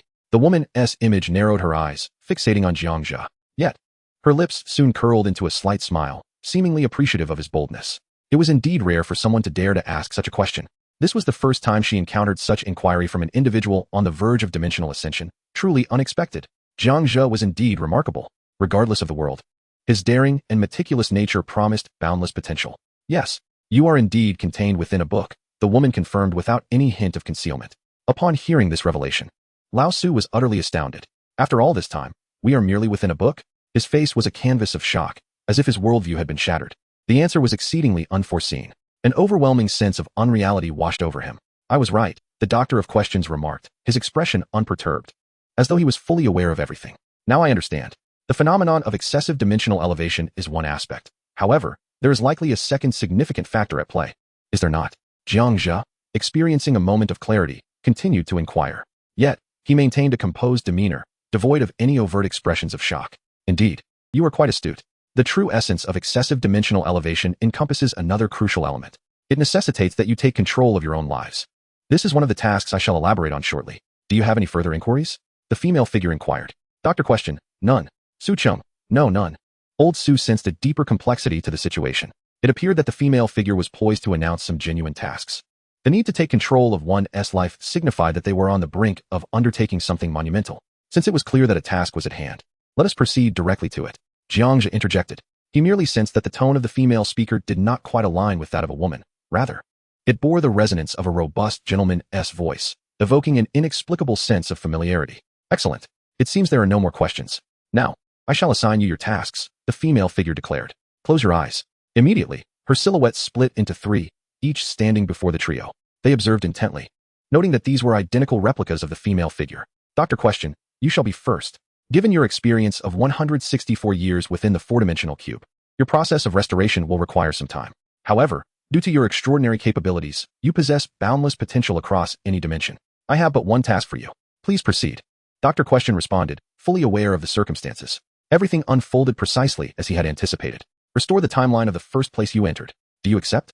The first female figure inquired. The first place referred to the timeline from Dr. Question's initial entry into the cube. Dr. Question did not respond immediately, but turned to glance at Jiang Zhe. Su Cheng, on the other hand, showed little interest, merely nodding slightly to indicate his intent to move forward. Jiang Zhe and Su Cheng exchanged silent nods, wishing him a safe journey. I accept, Dr. Question proclaimed, lifting his gaze. Wonderful. I look forward to collaborating with you in the fifth dimension. The female figure waved her right hand. Dr. Question transformed into a swirl of sparkling silver particles, soaring towards the heavens. This continued until the analytical prompt appeared, indicating that Dr. Question had departed from the four-dimensional cube, transcending its confines. Whether this transcendence led to the universe or the fifth dimension remained a mystery. Jiang Zhe was yet to comprehend how to restore the timeline. The first female figure vanished alongside Dr. Question. Unbeknownst to Jiang Zhe and Su Cheng, Dr. Question had no need to restore the timeline, for he was exceedingly formidable, even surpassing many of the staff members in the fifth dimension. Thus, they would naturally assist him in the restoration of the timeline. Because the true super talents have already attracted attention from above, privileges are indeed attainable. As for the whereabouts of the problem doctor, he has gone to endow the first arrival with the ability to foresee the future. After bestowing this gift, where will the doctor go? He will undoubtedly proceed directly to the fifth dimension. Now, the problem doctor has departed, and it is your turn, Su Cheng. The author wishes to convey. Chapter 455, Su Cheng's departure, shadows transforming, Jiang Zhe's relatives. Please, go ahead. Old Su nodded in response. Su Cheng, at the age of 54, was selected over a span of 30 years by our staff as a qualified candidate for dimensional ascension. Compared to the myriad parallel worlds, he appears somewhat behind. However, your qualifications have just met the requirements for ascension, thus we must present you with a significant trial. As for repairing the timeline, there is no need for you to intervene. Your traversals through time have been minimal, and your timeline's ripples are exceedingly slight. At this point, Old Su suddenly inquired, no need to repair the timeline? I have traversed timelines myself. To which it was explained, your timeline ripples are so minimal that our staff can effortlessly restore it with a mere flick of their fingers. Your current task is to identify Su Chengs from parallel worlds who possess the qualifications for dimensional ascension, which we will subsequently review. Old Su interjected with a question. How should I select those qualified for ascension in parallel worlds? Having undergone 30 years of four-dimensional experience, surely you have discerned the criteria for ascension qualifications? If you cannot provide an answer, I may not permit your ascension. Regarding this query, the female figure appeared somewhat displeased. Should Su Cheng truly fail to respond, she possessed the authority to deny Old Su's ascension. Old Su pondered, instinctively glancing at Jiang Zhe, seeking guidance. Duration of time, speed of combat power, and personal conduct. Jiang Zhe remained silent, merely using his innate abilities to convey the answers he held in his heart to Old Su. Duration of time, referring to the version that takes the least time. Speed of combat power, referring to the speed required to enhance combat abilities. Personal conduct, referring to the benevolent version of Su Cheng, who offers significant assistance to that world. Duration of time, speed of enhancement, including personal conduct. Old Su attempted to answer, maintaining his composure. In truth, the female figure was aware of Jiang Zhe's earlier actions, yet she found it unworthy of her concern. Excellent. Will you accept the task? The female figure inquired. I accept, Old Su declared, raising his head with confidence. His gaze briefly flickered towards Jiang Zhe, seemingly expressing gratitude or perhaps bidding farewell. Regardless of the world, Jiang Zhe had played a crucial role in assisting Su Cheng, a truth Old Su could not deny. May you succeed. The female figure waved her right hand, transforming Old Su into silvery particles and transmitting him across countless parallel worlds. With Old Su's disappearance, the second female figure vanished as well. Now it is your turn, Jiang Zhe. The shadowy woman smiled. Her demeanor was in stark contrast to the earlier attitudes displayed by the two individuals. How disingenuous. Jiang Zhe shook his head in derision, flicking his wrist to conjure a genuine leather chair upon which he took a seat. Disingenuous? What do you mean by that? The shadowy woman inquired, perplexed. I am referring to you. You are utterly insincere. You are not a woman at all. There is not a hint of femininity in your tone. Yet, I must say, your voice is quite familiar. Even at this juncture, you still refuse to reveal your true form? I have already seen through your guise. Jiang Zhe lit a cigarette, paying no heed to the shadowy woman's feelings. Upon hearing this, the shadowy woman displayed a moment of astonishment, her eyes gradually revealing an expression of incredulity. It seems I cannot hide from you, little Zhe. The shadowy woman laughed heartily, waving her right hand, and instantly transformed into the figure of a middle-aged man. This man was somewhat portly, with an elegant appearance and slightly graying hair. However, his attire had changed, and he was not wearing glasses. Father? Jiang Zhe exclaimed in surprise, quickly rising to his feet, asking, how can this be you? Why did you take on the guise of a woman? Before him stood his father, Jiang Tian, a researcher. Logically speaking, this should not be possible. Could this also be an illusion? As Jiang Zhe approached, attempting to lift Jiang Tian's sleeve to investigate, he indeed found a scar, which he remembered was the result of an accident his father had encountered during a research endeavor in his childhood. It truly is Jiang Tian. What could be impossible? The girl was preoccupied, and upon seeing you, I merely substituted her, though my appearance has yet to change. Jiang Tian chuckled, remarking, I did not expect to find myself here as well. I had a notion, though I did not fully grasp it. At this moment, Jiang Zhe's mind swirled with countless questions for Jiang Tian. Yet, upon recalling Mr. Jiang, the entirety of the truth seemed to crystallize. Do you not wish to inquire about your mother and me? Jiang Tian conjured a chair, grasping Jiang Zhe's right hand and gently caressing it. I do not wish to. I can surmise. Jiang Zhe replied glumly. In truth, he had indeed anticipated Jiang Tian's presence, but he had not expected his father to have ascended to a higher dimension. How long ago had he returned to this cubic realm? How could little Zhe possibly know? Jiang Tian asked with curiosity. It is all Mr. Jiang's doing. He has been meddling. Jiang Zhe spoke candidly. Quite astute. You possess my former brilliance. Indeed, it is Mr. Jiang who has been assisting us. Jiang Tian smiled faintly, his gaze filled with admiration. Given the scant clues, you have managed to deduce the truth. You are truly my son. Assisting us, what do you mean? Jiang Zhe inquired. Earth has faced unimaginable calamities. In fact, on the afternoon of March 8th, the very day you reported to the Physics Research Institute, Earth had ceased to exist. It was Mr. Jiang who reversed the course of fate, forcibly restoring the Earth. However, it could not last long, for he could not intervene in the true timeline. And I, having ascended dimensions too prematurely, am also unable to alter the timeline, Jiang Tian declared solemnly. The Earth has vanished? Jiang Zhe's pupils contracted. This news was indeed astonishing. Could it be that he transformed into data at that very moment? No. Could it be that when he reported to the Physics Institute, the Earth had already ceased to exist prior to his arrival, and then Mr. Jiang turned the tide? This theory seemed plausible. What do you mean by having ascended dimensions too early? Jiang Zhe was utterly perplexed and could not comprehend Jiang Tian's words. It is like this, Xiao Zhe. Jiang Tian explained in detail. In simple terms, although Jiang Zhe was the first to traverse dimensions, arriving at the four-dimensional cube shortly thereafter, Jiang Tian and Jiang Zhe's mother were brought back to a former period, precisely 1,000 years ago, by Mr. Jiang. Since Jiang Zhe had never traversed back 1,000 years, he had no knowledge of who existed then. Jiang Tian and his wife, having spent over a decade in the past, arrived at the fifth dimension ahead of time, becoming true four-dimensional beings. This was, in fact, the reason why Mr. Jiang assisted Jiang Zhe's family. Helping one, why not help them all? After all, Jiang Tian and Jiang Zhe are descendants of Jiang, and he could not bear to see Jiang Tian suffer and perish on Earth. But then, a new question arose. Why can Mr. Jiang not intervene in the true timeline? Why? Why can't Su Qing intervene instead? Why must it be me? Jiang Zhe inquired, asking what had long been on his mind. The author has something to say. Chapter 456, Jiang Tian revealed that Mr. Jiang mentioned the main route and 3 tasks. The concept of timeline is something my father has yet to comprehend. Mr. Jiang told me that all of this must be accomplished by yourself, including me, and even the future Su Cheng, who has also completed it once. However, the Earth has long since perished. Even Mr. Jiang does not know the reason. Everything relies solely on you to accomplish. Mr. Jiang can only maintain the current state of the Earth, but cannot ensure its safety for long. Do you understand? Jiang Tian sighed. I understand, yet I do not fully grasp it. Jiang Zhe's face was filled with astonishment. However, from the discourse, it can be concluded that Mr. Jiang is not omnipotent. Furthermore, Mr. Jiang is not one of the beings of the highest dimension. Otherwise, why would he be unable to save even a single planet? Why must it be I alone?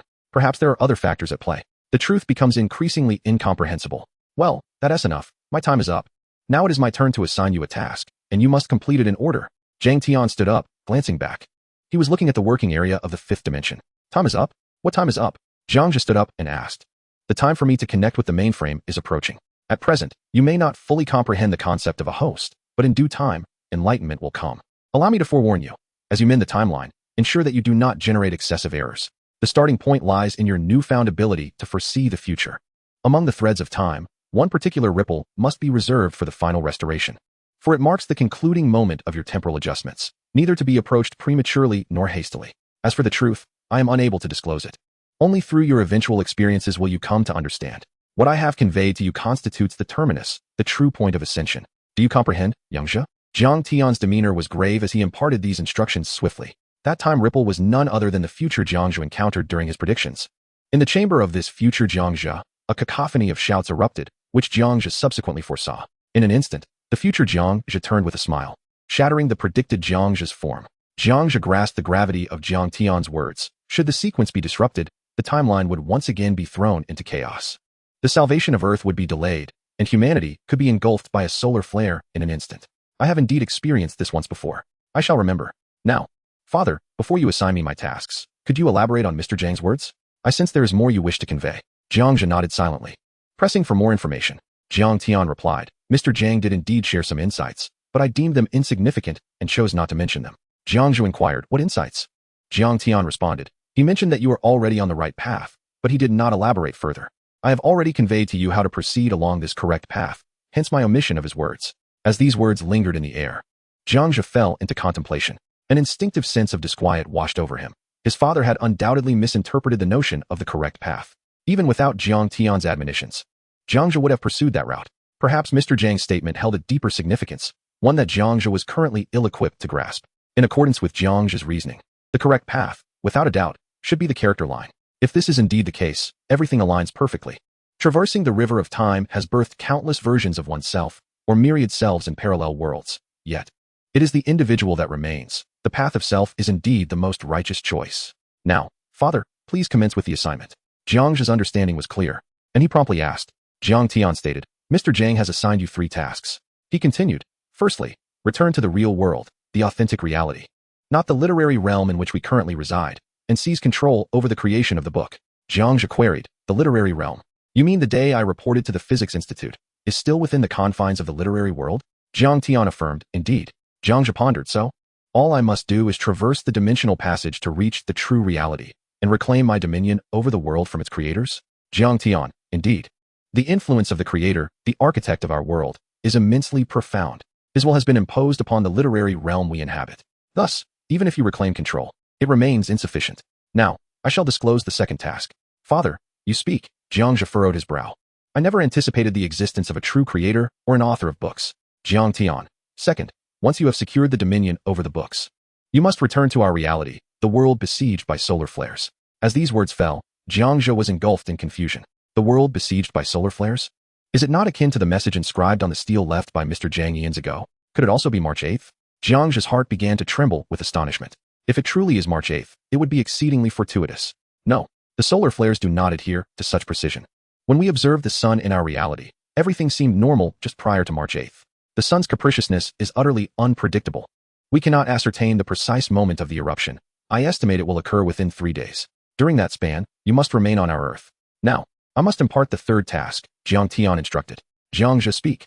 Third, upon the completion of the previous 2 tasks, you shall return to the cosmos, to the universe of books, where an array of cuboids abound. You will traverse through time and space at your discretion, and therein you shall fulfill the developmental trajectories I have outlined. From bestowing the primordial force upon your past self on the first day, to reaching the ultimate terminus. A word of caution, the terminus I speak of may diverge from your expectations, or perhaps align with them. All of this remains uncertain. However, the host has already charted a course for you. Because, Xiao Zhe, you are an anomaly within the host, it may not be able to delineate a path uniquely yours. Very well, without further ado, Once you have accomplished all 3 tasks, Mr. Jiang, your mother, the previous ascended version of yourself, and I, the former ascended version of me, shall gather to welcome you." As these words concluded, Jiang Zhe exclaimed, "Father, I still have questions." "Jiang Tian, you have no questions." With a wave of his right hand, Jiang Tian transformed Jiang Zhe into a radiant swirl of silvery particles, manifesting in the air. Chapter 457. Temporary Fourth Dimension, Multitudes of Abilities, Traversing the Void. Arriving in reality, the question Jiang Zhe had intended to pose was regarding how to confront the solar flares. Suddenly, he realized he was no longer in a corporeal form. Devoid of taste, smell, hearing, touch, and sight, everything around him remained vividly clear, with only a resilient sixth sense to guide him. He could perceive even beyond the cuboid with utmost clarity. It was only now that he comprehended that confronting the solar flares was an endeavor of relative simplicity. "Where have my primordial force and ice power gone?" Jiang Zhe instinctively sensed something was amiss, as an overwhelming desire for strength surged within him, stirring a tempest of restlessness in his heart. 1 minute later, he transformed back into a human once more. At this moment, he was acutely aware of his metamorphosis. Though he could not articulate the specifics of his changes, he examined his current personal information: biology, energy state, human name, Jiang Zhe, abilities, future prediction, low-dimensional positioning and traversal, time control, time positioning and traversal, spatial positioning and traversal, mastery of force, mastery of ice, weakness, none, combat power, none, evaluation. Currently a human undergoing dimensional ascension, having grasped certain 4-dimensional attributes of the 5th dimension. As he scanned the final evaluation, Jiang Zhe furrowed his brow. Although the assessment was not overtly significant, it provided him with clarity regarding his current transformation. He proceeded to review his newly acquired abilities one by one. Future prediction, infinite prediction, temporary. Time control, mastery of time, temporary. Time positioning and traversal. Time localization, traversal, temporary. Low-dimensional positioning and traversal, dimensional localization, traversal, temporary. Spatial positioning and traversal, spatial localization, traversal, temporary. The multitude of abilities was overwhelming, surpassing 2,000 words. However, the quintessence lay within the 5 most formidable powers. Yet, all these abilities remained in a temporary state. To truly master them, he must complete all 5 tasks. Jiang Zhe lifted his gaze towards the resplendent energy vortex before him. In his eyes, the energy vortex was no longer ethereal. He could perceive everything on the other side with utmost clarity. He then glanced at the 2 little creatures on the ground. "You 2 should enter the private cube now and refrain from coming out. This is temporary," Jiang Zhe commanded. "Little Sue, understood, boss." "Little Pie, boss. Your form just now was quite peculiar." "It was a temporary dimensional upgrade," Jiang Zhe replied candidly. "Wow, that's incredible. Can we traverse the universe now? Where are we headed?" Little Sue exclaimed, grasping the implication of the dimensional upgrade, momentarily astonished. "So, we can go wherever we desire?" "Indeed, we can explore the cosmos. However, we must first return to the true higher dimension to attend to certain matters." "Well, you wouldn't comprehend it even if I explained, so hurry back," Jiang Zhe instructed. "Once we arrive, you must let us out." The 2 little ones eagerly anticipated. "Absolutely." With this affirmation, the 2 little creatures returned to the private cube. Jiang Zhe then retrieved the ability storage device and pressed his right palm against it. A terrifying suction emerged, swiftly depleting all the force and ice energy within him in under 3 seconds. As for the time-related abilities, the storage device was incapable of absorbing them, as they far exceeded its capacity. In essence, the storage device proved useful only within the low-dimensional realm. For one who comprehended time, it was utterly worthless. Once he detected the absence of force and ice energy within his body, Jiang Zhe felt a wave of relief wash over him. He wondered whether the 3-dimensional quantum pen would have the opportunity to manifest in that world. Rubbing his hands together in anticipation, he resolved not to employ his time abilities lightly. Even if one were to venture into the realm of the Creator, one must not recklessly wield such power. For should the timeline of the Creator's world be disrupted, the consequences would be nothing short of inhumane. Thus, the force, ice power, and 3-dimensional quantum pen may serve as the preferred weapons. Could the opposing world be formidable? Would I remain unscathed? Such thoughts troubled Jiang Zhe's mind. Yet, despite his apprehensions, he gradually stepped into the kaleidoscopic energy vortex. In an instant, he was swiftly transformed into a silvery particle stream, drawn into the vibrant energy tunnel. Of course, had he been in his corporeal form, he might have found this experience quite uncomfortable. However, as a temporary 5th-dimensional being, the 4-dimensional Jiang Zhe found himself amidst a breathtaking panorama. The surroundings were not the darkness he had anticipated. Instead, they radiated brilliance, offering a unique and captivating scenery. The interior sparkled with multicolored lights, resembling a galaxy transcending time and space, interspersed with glimpses of galaxy-like star maps and celestial bodies. It was akin to a colorful wormhole.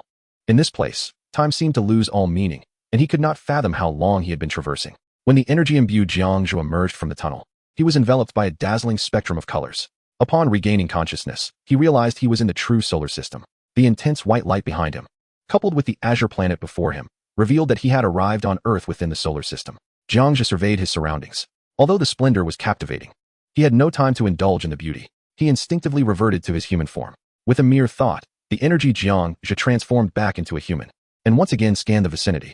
To his astonishment, darkness enveloped him, with no visible stars in sight. However, a space station floated in Earth's orbit, capturing his attention. Shifting his gaze to himself, he felt no discomfort despite being in the vast cosmos. He then retrieved his power storage device, placing his right hand upon it. A peculiar sensation coursed through him as his abilities returned to his being. The feeling of possessing the force and ice power was delightful, Jiang Zhe mused. His attention returned to Earth, where the tectonic plates appeared identical to those in his own world, even strikingly similar. Is this truly the Earth I inhabit? Jiang Zhe furrowed his brow, a wave of confusion washing over him. To which world had he actually arrived? Could it be that the creators of high-dimensional literature resided on Earth? Only experimentation would reveal the truth. The faint blue data streams in his eyes flickered as he quickly pinpointed his location on the Earth's map. Within mere seconds, a familiar pattern appeared before him. It was the Xia Kingdom. Location, China. Population, 1, 411, 724, 852. Not the Xia Kingdom, but rather, China? Had he mistakenly entered the wrong world? Jiang Zhe pondered, having never heard of a nation called China. Nevertheless, its population was indeed comparable to that of the Earth he knew. The analytical chip resumed its function, offering guidance. In the world you inhabit, prototypes can be found throughout the Chinese region. Here, it mirrors your homeland of Xia, and the answers you seek lie within. Date, July 22nd, 2021. Time, 1526. The hint has been dropped. It appears this is the place. However, it is already July here, while it is merely early April where I come from. Quite intriguing indeed. Jiang Zhe nodded slightly, clarity settling in his heart. He resolved to commence his search from Kyoto in his current reality. Of course, on this planet, Kyoto is not referred to as such, but rather as Beijing, for it is there that Jiang Zhe experienced his university years in the world of literature. And it is also his hometown. Chapter 458, Earth's Orbit, Entering Kyoto, Without Money or Water, Facing Reality, A Lifeline. Jiang Zhe locked the positioning chip onto Kyoto.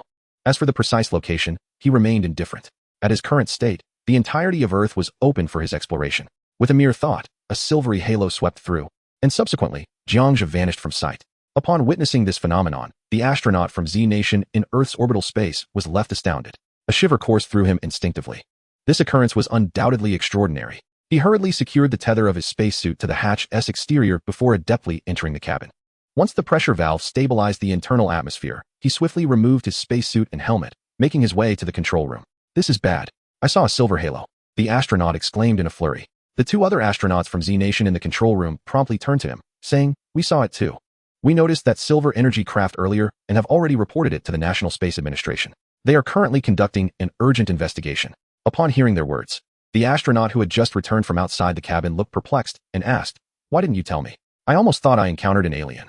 What is there to discuss? There are countless bizarre occurrences beyond Earth's orbit, aren't there? UFOs, cigars, bell-shaped craft, aren't they frequently observed? Must we inform you every time we encounter a UFO? The two astronauts chuckled, shaking their heads. Such is the nature of a newcomer, easily startled by every little thing. The recently re-entered astronaut merely felt that the two before him were rather nonchalant.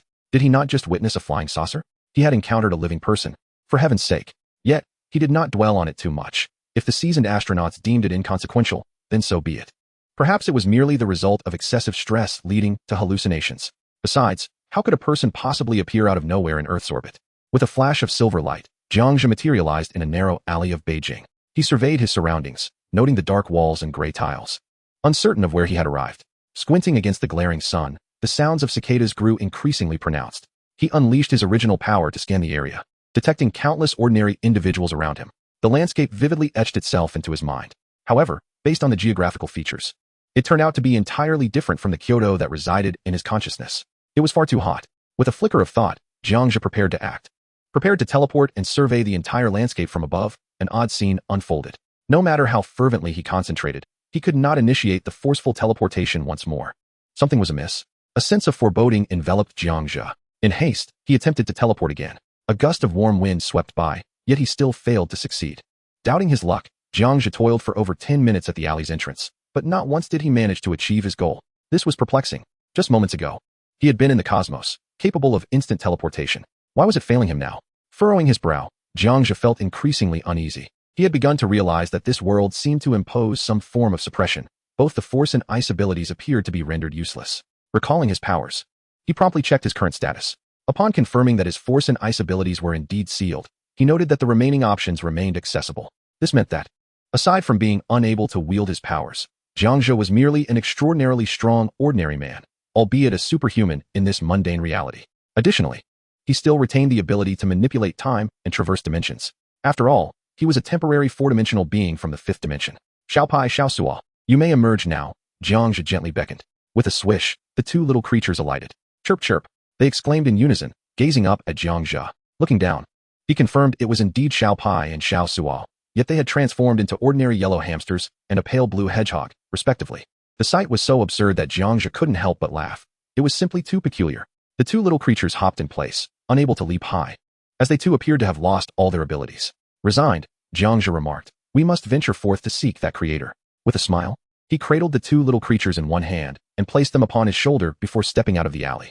The people surrounding him bore a striking resemblance to those from Jiang Zhe's world, their accents barely distinguishable. Overall, the inhabitants here seemed less aesthetically pleasing than those in his own realm.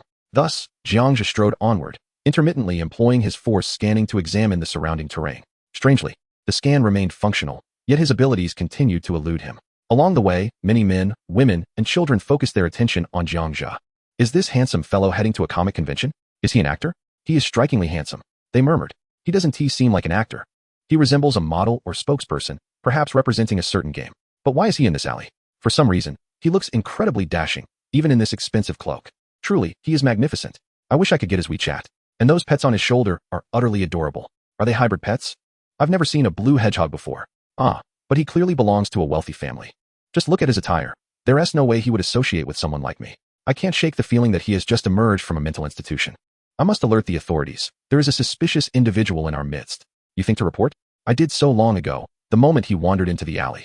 The onlookers buzz with speculation, pondering whether he is merely an actor or a deranged soul who has escaped from a psychiatric facility. After navigating several twists and turns, he finds himself devoid of funds, compelled to wander aimlessly, relying solely on memory to guide him. During this time, several enchanting women approach him, attempting to obtain Jiang Zhe's WeChat information. However, in Jiang Zhe's world, WeChat does not exist, rendering their advances futile. Some young women persist in trailing him, eager to discern his destination. Eventually, Jiang Zhe begins to feel parched. With a flick of his wrist, a bottle of water materializes. Strangely, this bottle is no thicker than a sheet of paper. In simple terms, it is nothing but an illusion of water, meticulously drawn. It appears that I am indeed in a world constructed from literature, where even water is two-dimensional. Jiang Zhe feels a profound sense of fatigue. He is truly exhausted. Living in the realm of reality seems to be an arduous endeavor. However, the immediate priority is to acquire some funds. Within a few leisurely minutes, he learns that he is in Qianhai West Street, in the Xiqing district of Beijing, as reported by a nearby elderly gentleman in a white shirt. An hour later, Jiang Zhe races towards his former residence, only to discover that it is a desolate suburb, with nothing but lush green fields and construction sites yet to be established. It is utterly barren, not a soul is in sight. How desolate. Evidently, the true dwelling of the creator is not in Kyoto. Jiang Zhe turns to the silent Xiao Su, who nods vigorously, emitting a series of chirping sounds. Do you share this sentiment? Jiang Zhe inquires. Upon hearing his words, Xiao Su nods once more. Alas, it seems that the reality is far from satisfactory. Jiang Zhe sighs, finally grasping the essence of reality. Reality is that no one has meticulously arranged everything for you. All your experiences are random. It is impossible to desire something and attain it instantly. Even less likely is the notion that your existence could alter the world. At this moment, not only is Jiang Zhe thirsty, but he also feels utterly fatigued. Fortunately, he discovers a large tree under which to seek refuge from the heat. He will not perish from hunger or thirst in the short term. As for thoughts of making money, they have long dissipated. He only wishes to locate the creator, or rather, the author of the book, obtain the text, and hastily depart from this world. Not long after, a group of individuals approaches in the distance. His keen senses inform him that this group appears to be police officers. Fortunately, he and Xiao Pai, along with Xiao Su, recline on the grass, indifferent to the situation. It seems that food and water are being provided for them. A faint smile curves at the corners of Jiang Zhe's mouth. Unfazed by the approaching officers, he simply closes his eyes and gazes at the scorching sun. He finds a certain pleasure in this tangible reality. Before long, a group of shadows obstructed Jiang Zhe's sunlit gaze. Comrade, greetings. If it is convenient, please accompany us for a moment. The speaker, appearing somewhat older, seemed to be the commanding officer among this assembly of law enforcement. Clad in a white shirt, he possessed a robust physique. He bore an air that was less akin to that of a policeman and more reminiscent of a military figure. His tone carried an undertone of authority, characteristic of one who has long resided in a position of power. Naturally, Jiang Zhe was not easily intimidated. All meals and drinks provided? Jiang Zhe inquired languidly. This query indeed caught the attention of the dozen or so military personnel present, evoking smiles of shared amusement. It appeared that this extraterrestrial, sprawled on the ground, possessed a rather intriguing disposition. Of course, you may have whatever you desire, provided we ascertain that you pose no threat before allowing you to depart. However, you must agree not to return to Earth, the officer replied, his expression inscrutable, conceding to Jiang Zhe's request without hesitation. Very well. Xiao Pai, Xiao Su, wake up. It is time for us to go, Jiang Zhe declared.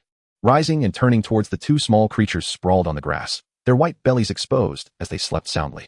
Upon hearing his voice, the two little beings sat up with a remarkable human-like quality, slowly climbing from Jiang Zhe's back to his shoulders, displaying neither fear nor trepidation towards the gathering crowd. They understood that even if their leader had temporarily lost his abilities, the individuals before them could not inflict any harm upon him, not even the slightest bit. Witnessing this astonishing scene, the onlookers were quietly astonished. These creatures seemed capable of comprehending human speech, exhibiting a level of sentience surpassing even that of trained military dogs, truly incomprehensible. Subsequently, Jiang Zhe found himself encircled by the group and ushered into a military green pickup truck. It was unclear how much time passed outside, but upon arriving at their destination, it appeared to be a military base. New recruits in the training field turned their heads to observe, including their instructors. They were already aware of the extraterrestrials' arrival on Earth, which had occurred via instantaneous teleportation. As Jiang Zhe disembarked from the truck, the new recruits were momentarily taken aback. This was no extraterrestrial. He was unmistakably human. It seemed that those in higher authority were once again attempting to deceive the masses. Curiously, everyone was intrigued by Jiang Zhe's identity, pondering who he could be to warrant Captain Zhang's personal reception.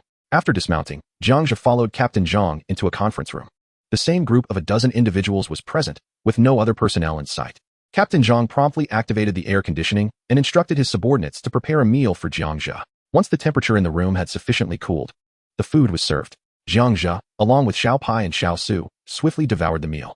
After observing that Jiang Zhe had finished, Captain Zhang inquired, "Were you satisfied with the meal?" "It was my first experience with military rations, and I must say, they are far more delectable than the food from my world." "Absolutely superb," Jiang Zhe exclaimed, giving a thumbs up, particularly praising the flavor of the sauced chicken leg. "All right, Captain Zhang, let us get straight to the point. My time is limited, as I have other matters to attend to," Jiang Zhe stated directly. "Very well, straightforward person," Captain Zhang replied. "Who are you? Whence do you come? And what is your purpose on Earth?" The question hung in the air. Everyone present craned their necks, eager to discern the truth. "I am Jiang Zhe, hailing from Earth, specifically Kyoto, and I have come here solely to find someone," Jiang Zhe responded. This answer seemed to diverge from what the crowd had anticipated.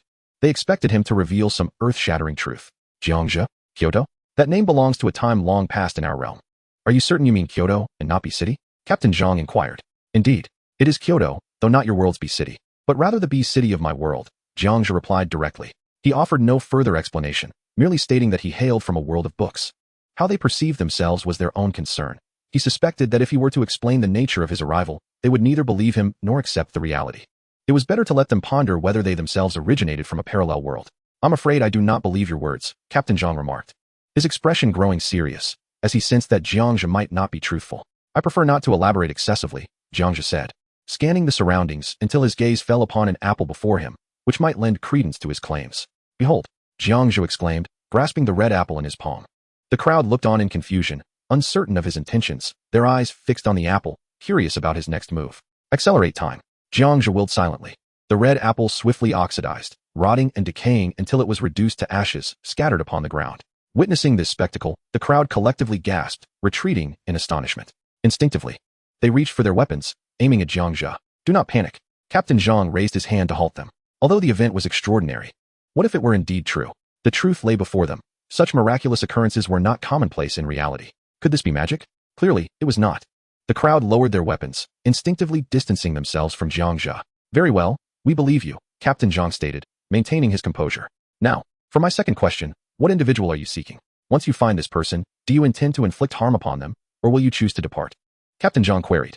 "I seek individuals relevant to the incident. I have no intention of causing them harm. I will negotiate with them. And once I have acquired what I need, I shall depart," Jiang Zhe replied candidly. "What incident? Will it pose a threat to our nation, Z country?" Captain Zhang asked, clearly wary after witnessing Jiang Zhe's remarkable ability. A person endowed with such power would not stoop to deceit. As for espionage, he had not considered that. Could a spy truly cover 50 meters in a second?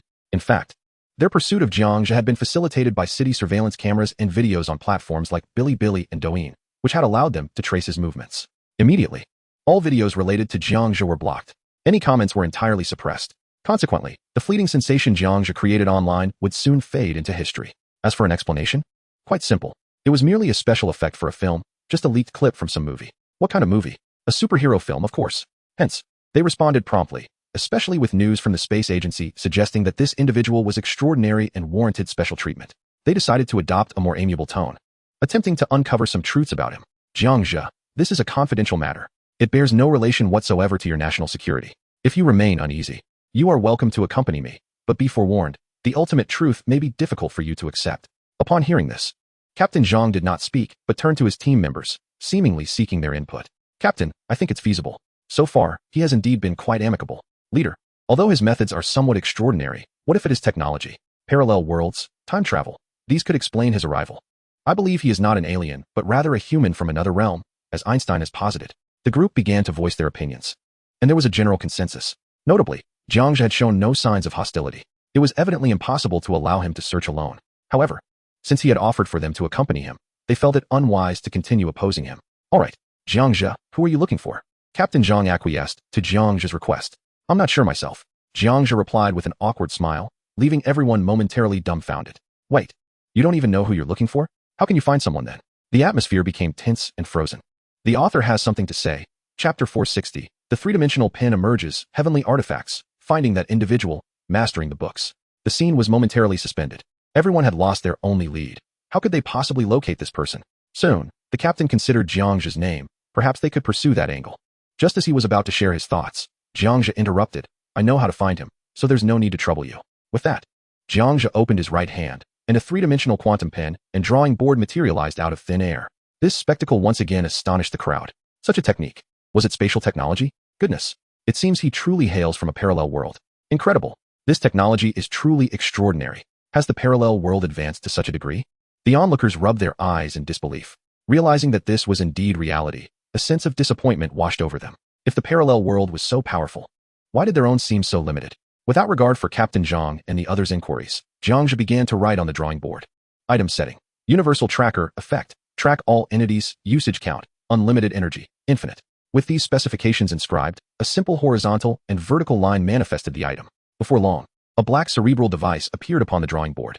Witnessing this spectacle, the onlookers were once again rendered speechless. The technology of conjuring entities from thin air? They felt utterly drained, their hearts burdened with exhaustion. Could it be that the parallel world indulges in boundless possibilities? Indeed, it proves to be effective. A spark of inspiration ignited in Jiang Zhe's mind as he continued to sketch another item.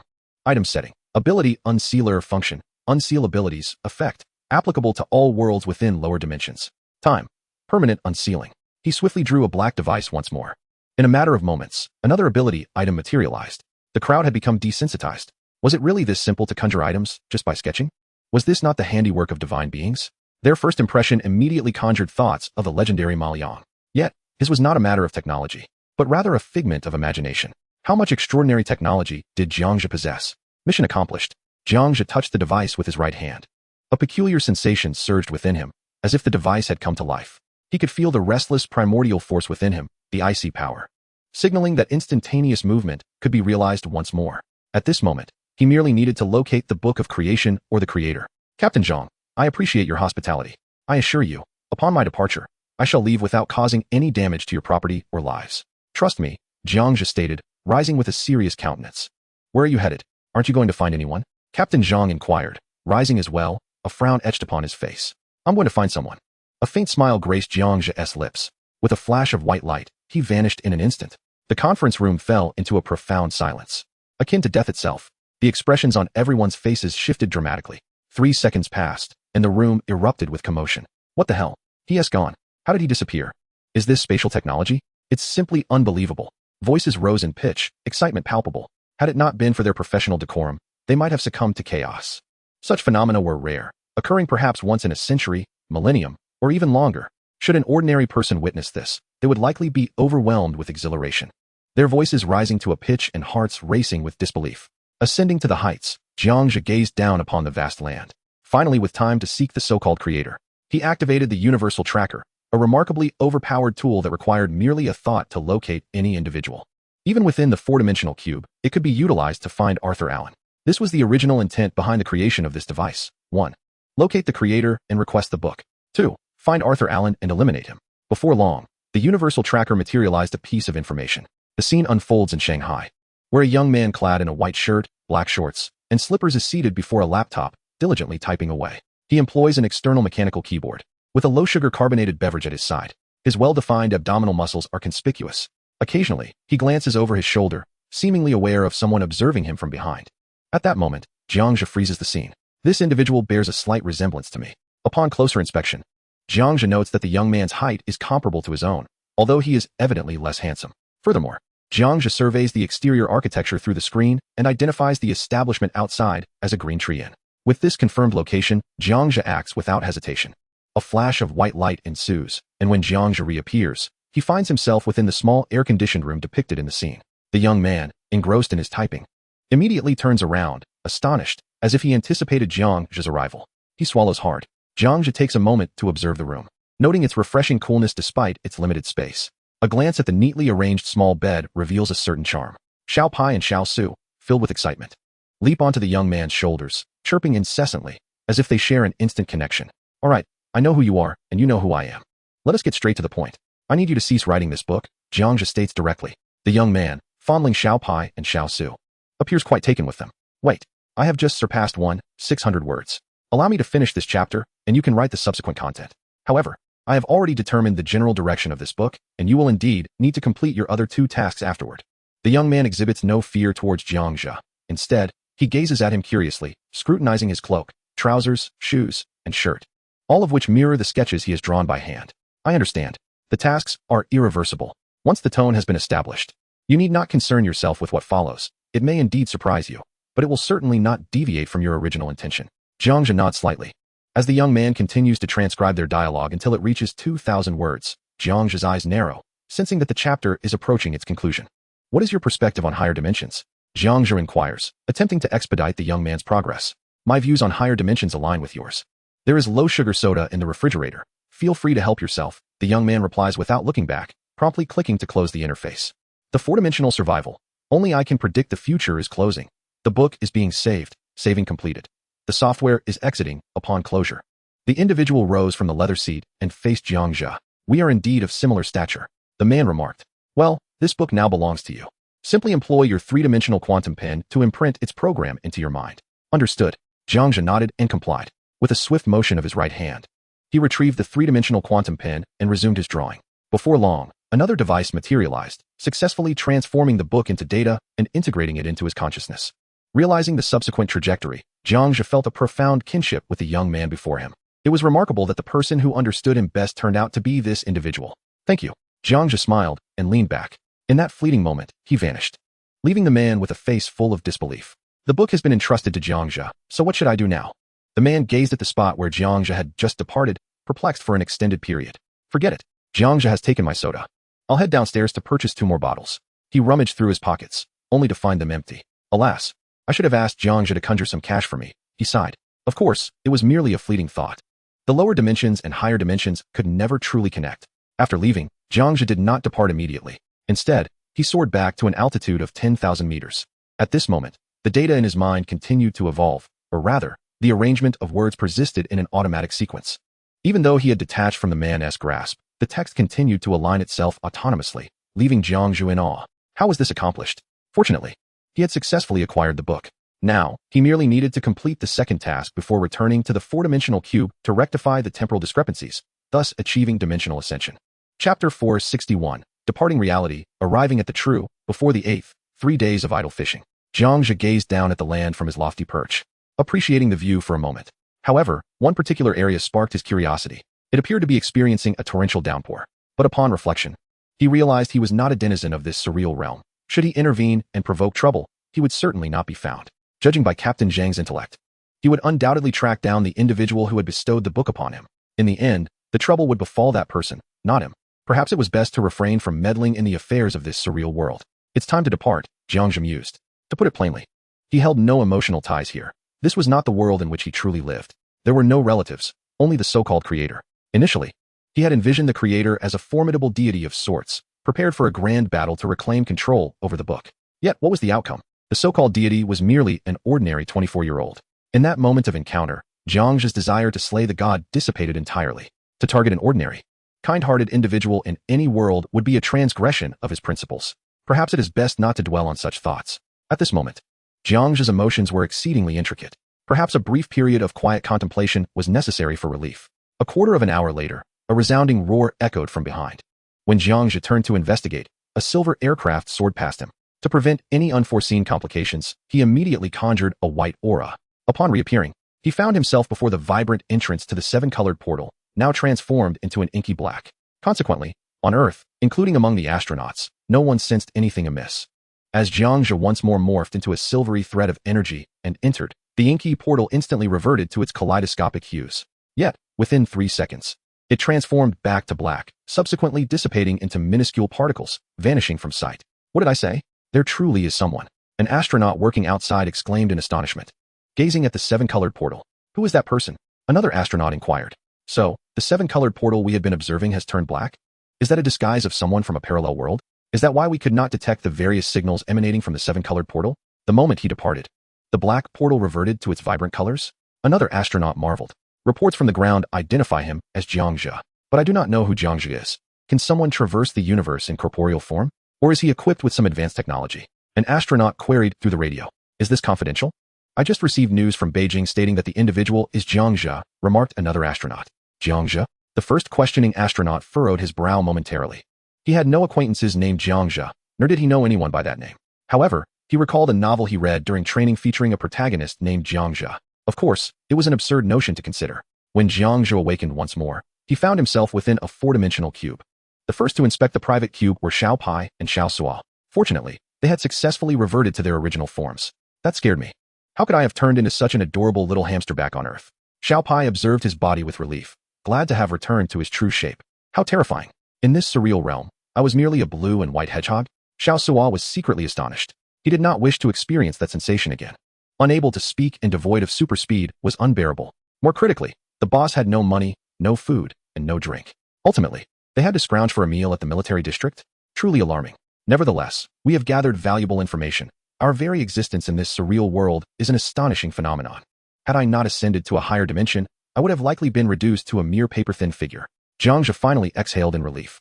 Thankfully, the supplies had reverted to their original state, and he immediately indulged in 10 bottles of cola to find solace. By the way, where are we heading now? Little Suo inquired, lifting his gaze. Jiang Zhe tucked the plastic bottle into his private cube and replied, "We shall visit my home. My father mentioned that we have approximately 3 days of safety before disaster strikes, so we have ample time to enjoy ourselves before calamity unfolds." The mere thought of returning home filled him with a sense of exhilaration. Despite the impending apocalypse, nothing could quell his yearning to return to the real Earth. Yay! Are we going to explore the boss's world? Little Pai exclaimed, brimming with excitement. I'm eager to go. Little Suo chimed in. Let us go. We cannot afford to waste any time. We have 3 days of safety. With that, Jiang Zhe scooped up the two youngsters and stepped once more into the vibrant energy portal. Upon emerging from the portal, he found himself not amidst the cosmos as before, but in a serene meadow devoid of any presence, shaped by his recent memories. Unlike earlier, this was a landscape dotted with numerous hotel-style high-rise buildings. Having graduated and saved nearly 30,000 from his pocket money over the past few years, along with over 4 million provided by Jiang Tian, he had successfully purchased an 80-square-meter apartment outright. He took a moment to survey his surroundings. Elderly individuals, children, and even young adults populated the area. What time frame was this? Was it before the onset of global digitization?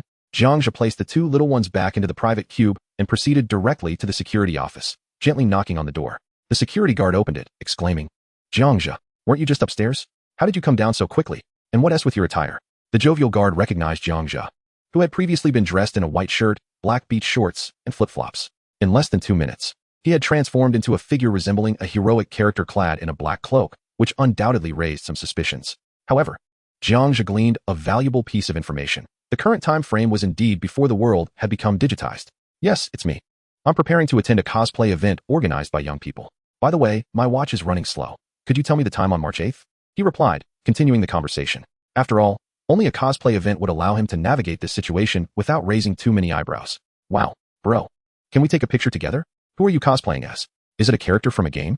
I see a resemblance to Jin from Detective Conan. But this guy's outfit has a sci-fi vibe, and he is definitely more dashing, exclaimed an admirer. Where's the convention? Can I tag along? Little did he know.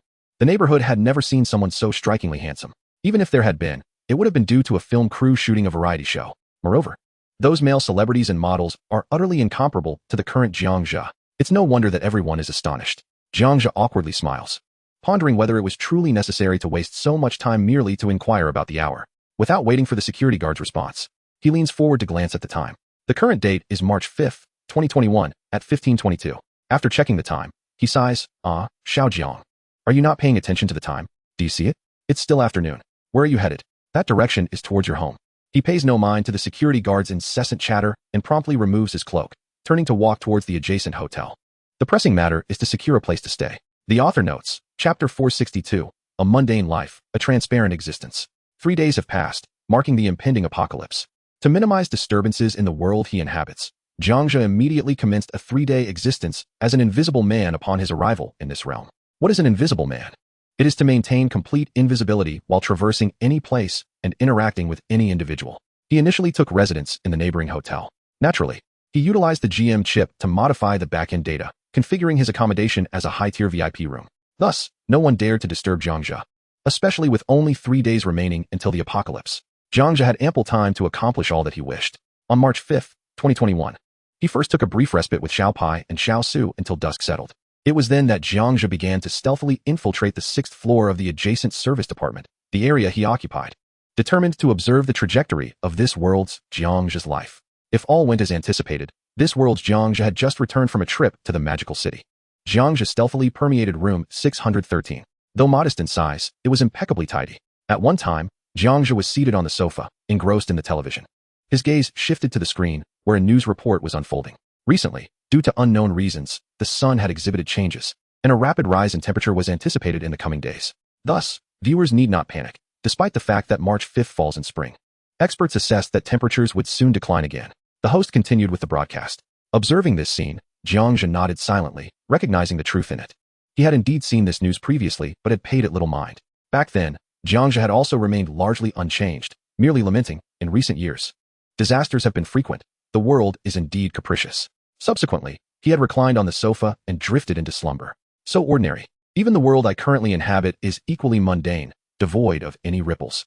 Jiang Zhe slightly shook his head, seemingly reflecting on how tedious life was before the onset of calamity. After a moment of observation, the focus for tonight was primarily on the world, the timeline, and whether there had been any alterations in the past actions of Jiang Zhe. Should any changes arise, Jiang Zhe could guide the situation promptly. Once, Jiang Zhe's behavior exhibited no change, remaining entirely reminiscent of his actions, demeanor, and tone prior to entering the four-dimensional cube. He decided to leave. The following day, March 6th, Jiang Zhe spent the day at the amusement park with the two little ones. Feeling a spark of curiosity, he stealthily infiltrated the main department.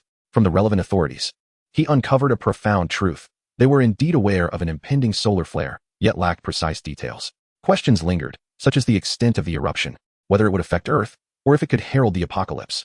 They had no recorded evidence, only observations of subtle changes in the sun. However, given that the sun is in a constant state of subtle flux, how could such nuances warrant attention? Unless extraterrestrial beings were to descend upon Earth, all would remain relatively manageable. As the day drew to a close, Jiang Zhe reclined on his white bed, gazing at the ceiling, lost in contemplation. His father, Jiang Tian, was not mistaken. This world might very well be on the brink of an apocalypse, at which point Mr. Jiang could potentially avert catastrophe. Perhaps by March 8th. During the global digitization event, I might witness Mr. Jiang's arrival. Yet, wouldn't he that contradict the reality I am familiar with? Simultaneously, he found his thoughts gravitating towards Earth 2 millennia hence. At that time, he encountered Cabby and others. The information on that mural had captivated Jiang Zhe's attention. If Mr. Jiang were indeed to turn the tide, who would that figure on the mural be amidst the apocalypse? Could it be myself? After 15 minutes of pondering, clarity eluded him. It was too taxing. What do you think, Xiao Suo? Jiang Zhe turned to the side where Xiao Suo was engrossed in a video game. Big brother, just let it go? Overthinking serves no purpose. When March 8th arrives, we shall know everything. Worrying too much only breeds more troubles. Xiao Suo raised his hand, signaling Jiang Zhe to refrain from excessive contemplation. Upon hearing this, Jiang Zhe shook his head with a wry smile. Ultimately, he realized he hadn't yet attained the carefree nature of a mere hedgehog. If only Dr. Problem were still around, everything would be so much simpler. Uncertain of when he drifted into slumber, he also did not know when he would awaken. The next day, March 7th, 2021, there remained just over a day until the predicted apocalypse. Today, Jiang Zhe and the two little ones traversed the mountains of Xia country. Of course, he was cheating, thus feeling no fatigue whatsoever. During their journey, he observed the sun from various mountainous vantage points. Changes had indeed begun to manifest. The general populace remained blissfully unaware. As for whether he should alert the world, the mere thought of such a course of action prompted Jiang Zhe to shake his head in negation. The established reality had already unfolded. Let it transpire smoothly once more. Now was not the time for him to take center stage. He would simply observe the unfolding events. In the evening, upon returning to the hotel, the former super VIP area had been commandeered by leaders convening nearby. He eavesdropped on some information. The meeting was primarily convened to discuss certain revelations regarding the sun, indicating that a catastrophe was indeed imminent. This was in stark contrast to the data Jiang Zhe had previously accessed while infiltrating the Zhengfu department. However, they felt powerless. Ultimately, they decided not to disclose this information to the public, believing that revealing such dire news would only exacerbate despair. It was better to allow the disaster to unfold quietly. Upon witnessing this, Jiang Zhe could not help but feel a sense of helplessness. Is this how matters are handled? Given that they had previously chosen not to inform the world, it was certain that they would do so again this time. Nevertheless, Jiang Zhe refrained from intervening. After all, he had left no trace in the room. In the end, he changed to another hotel and successfully checked in once more. Just before he was about to sleep, a notification suddenly popped up from the GM management chip. The author had something to say. Chapter 463, Turmoil in the Dark Web, Video Leak. Jiang Zhe steps forward. Everyone feels at ease. The dark web has been in turmoil. You can immediately access it to understand the current state of the world. A notification appeared. The dark web? Jiang Zhe furrowed his brow. However, upon reflection, it made sense. Such a monumental event could not possibly remain unchallenged. The leakage of information was only a matter of time. Following the GM's prompt, he successfully utilized the GM chip to enter the largest dark web in this world. Before him, a line of blood-red characters emerged. In the upper left corner, bold English text proclaimed, "The world is coming to the end." Translated, it meant that the world was on the brink of apocalypse. The background was a pitch-black stream of data. This message was prominently featured on the homepage. It was a video lasting half an hour. Jiang Zhe immediately clicked on it and began to browse through it. The first screen displayed an English-speaking scene. The background appeared to be from a NASA conference room. The camera showed signs of noticeable shaking, suggesting it had been clandestinely recorded. A middle-aged man in a suit was delivering a speech, seemingly nearing its conclusion. Our planet is on the verge of destruction. I suggest you gather with your families before Earth meets its end. God is not on our side. Otherwise, he would have intervened to save us from this calamity. After finishing his remarks, the man exited the conference room, leaving behind a cacophony of voices. It was true. The world was indeed coming to an end. Why had the staff not detected the sun's perilous condition earlier? Who was the fool who claimed the sun posed no danger? Such evident solar flares. And yet no one had noticed? Was it merely a matter of global warming? How had it suddenly escalated to an apocalypse? What were they even doing? Damn it. Not even our deepest underground bunkers could withstand the destructive solar flares. It was over. It was over. The world was truly coming to an end. The voices in the conference room grew increasingly discordant. Having been influenced by science fiction films, they had expected that before the apocalypse, a global announcement would be made, allowing families to gather for one last moment together. But what was the reality? However, there was no notification whatsoever, as if to shield the common folk from despair. After all, death is inescapable. It is perhaps kinder to let them perish in ignorance. This has been a well-considered outcome by the head of NASA. The half-hour video concludes here. Among all the space agencies worldwide, NASA is the most renowned, and thus, the moment their secrets were leaked, the comments section exploded with reactions. V-Hacker Organization, is what you say true? It seems more like a scene from a film. When has the V-Hacker Organization ever deceived us? Do you not recall the incident with Musk, who intentionally stirred up Bitcoin rumors? Is the V organization still in the business of deception at this stage?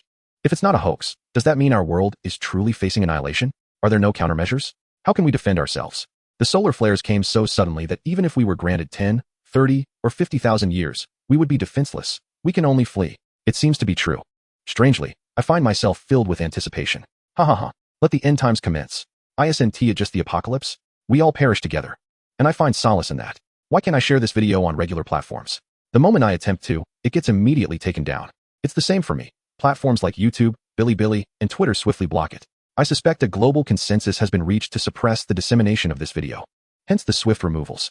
It's a standard procedure. If not for the dark web, how would I glean so much information? This video was leaked by insiders at NASA. We, the public, deserve the right to know, rather than be led to our demise by their misguided kindness. I refuse to remain in the dark until my last moments. Yes, we must protest.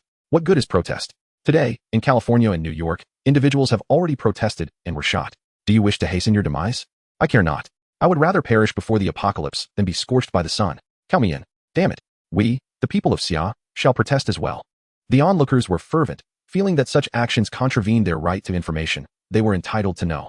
Upon reaching this point, Jiang Zhe scoffed and typed a message. Protest? What can protesting change? Can it alter the impending apocalypse? This is a reality that has already transpired. I come from the future and can assure you, the world has not ended.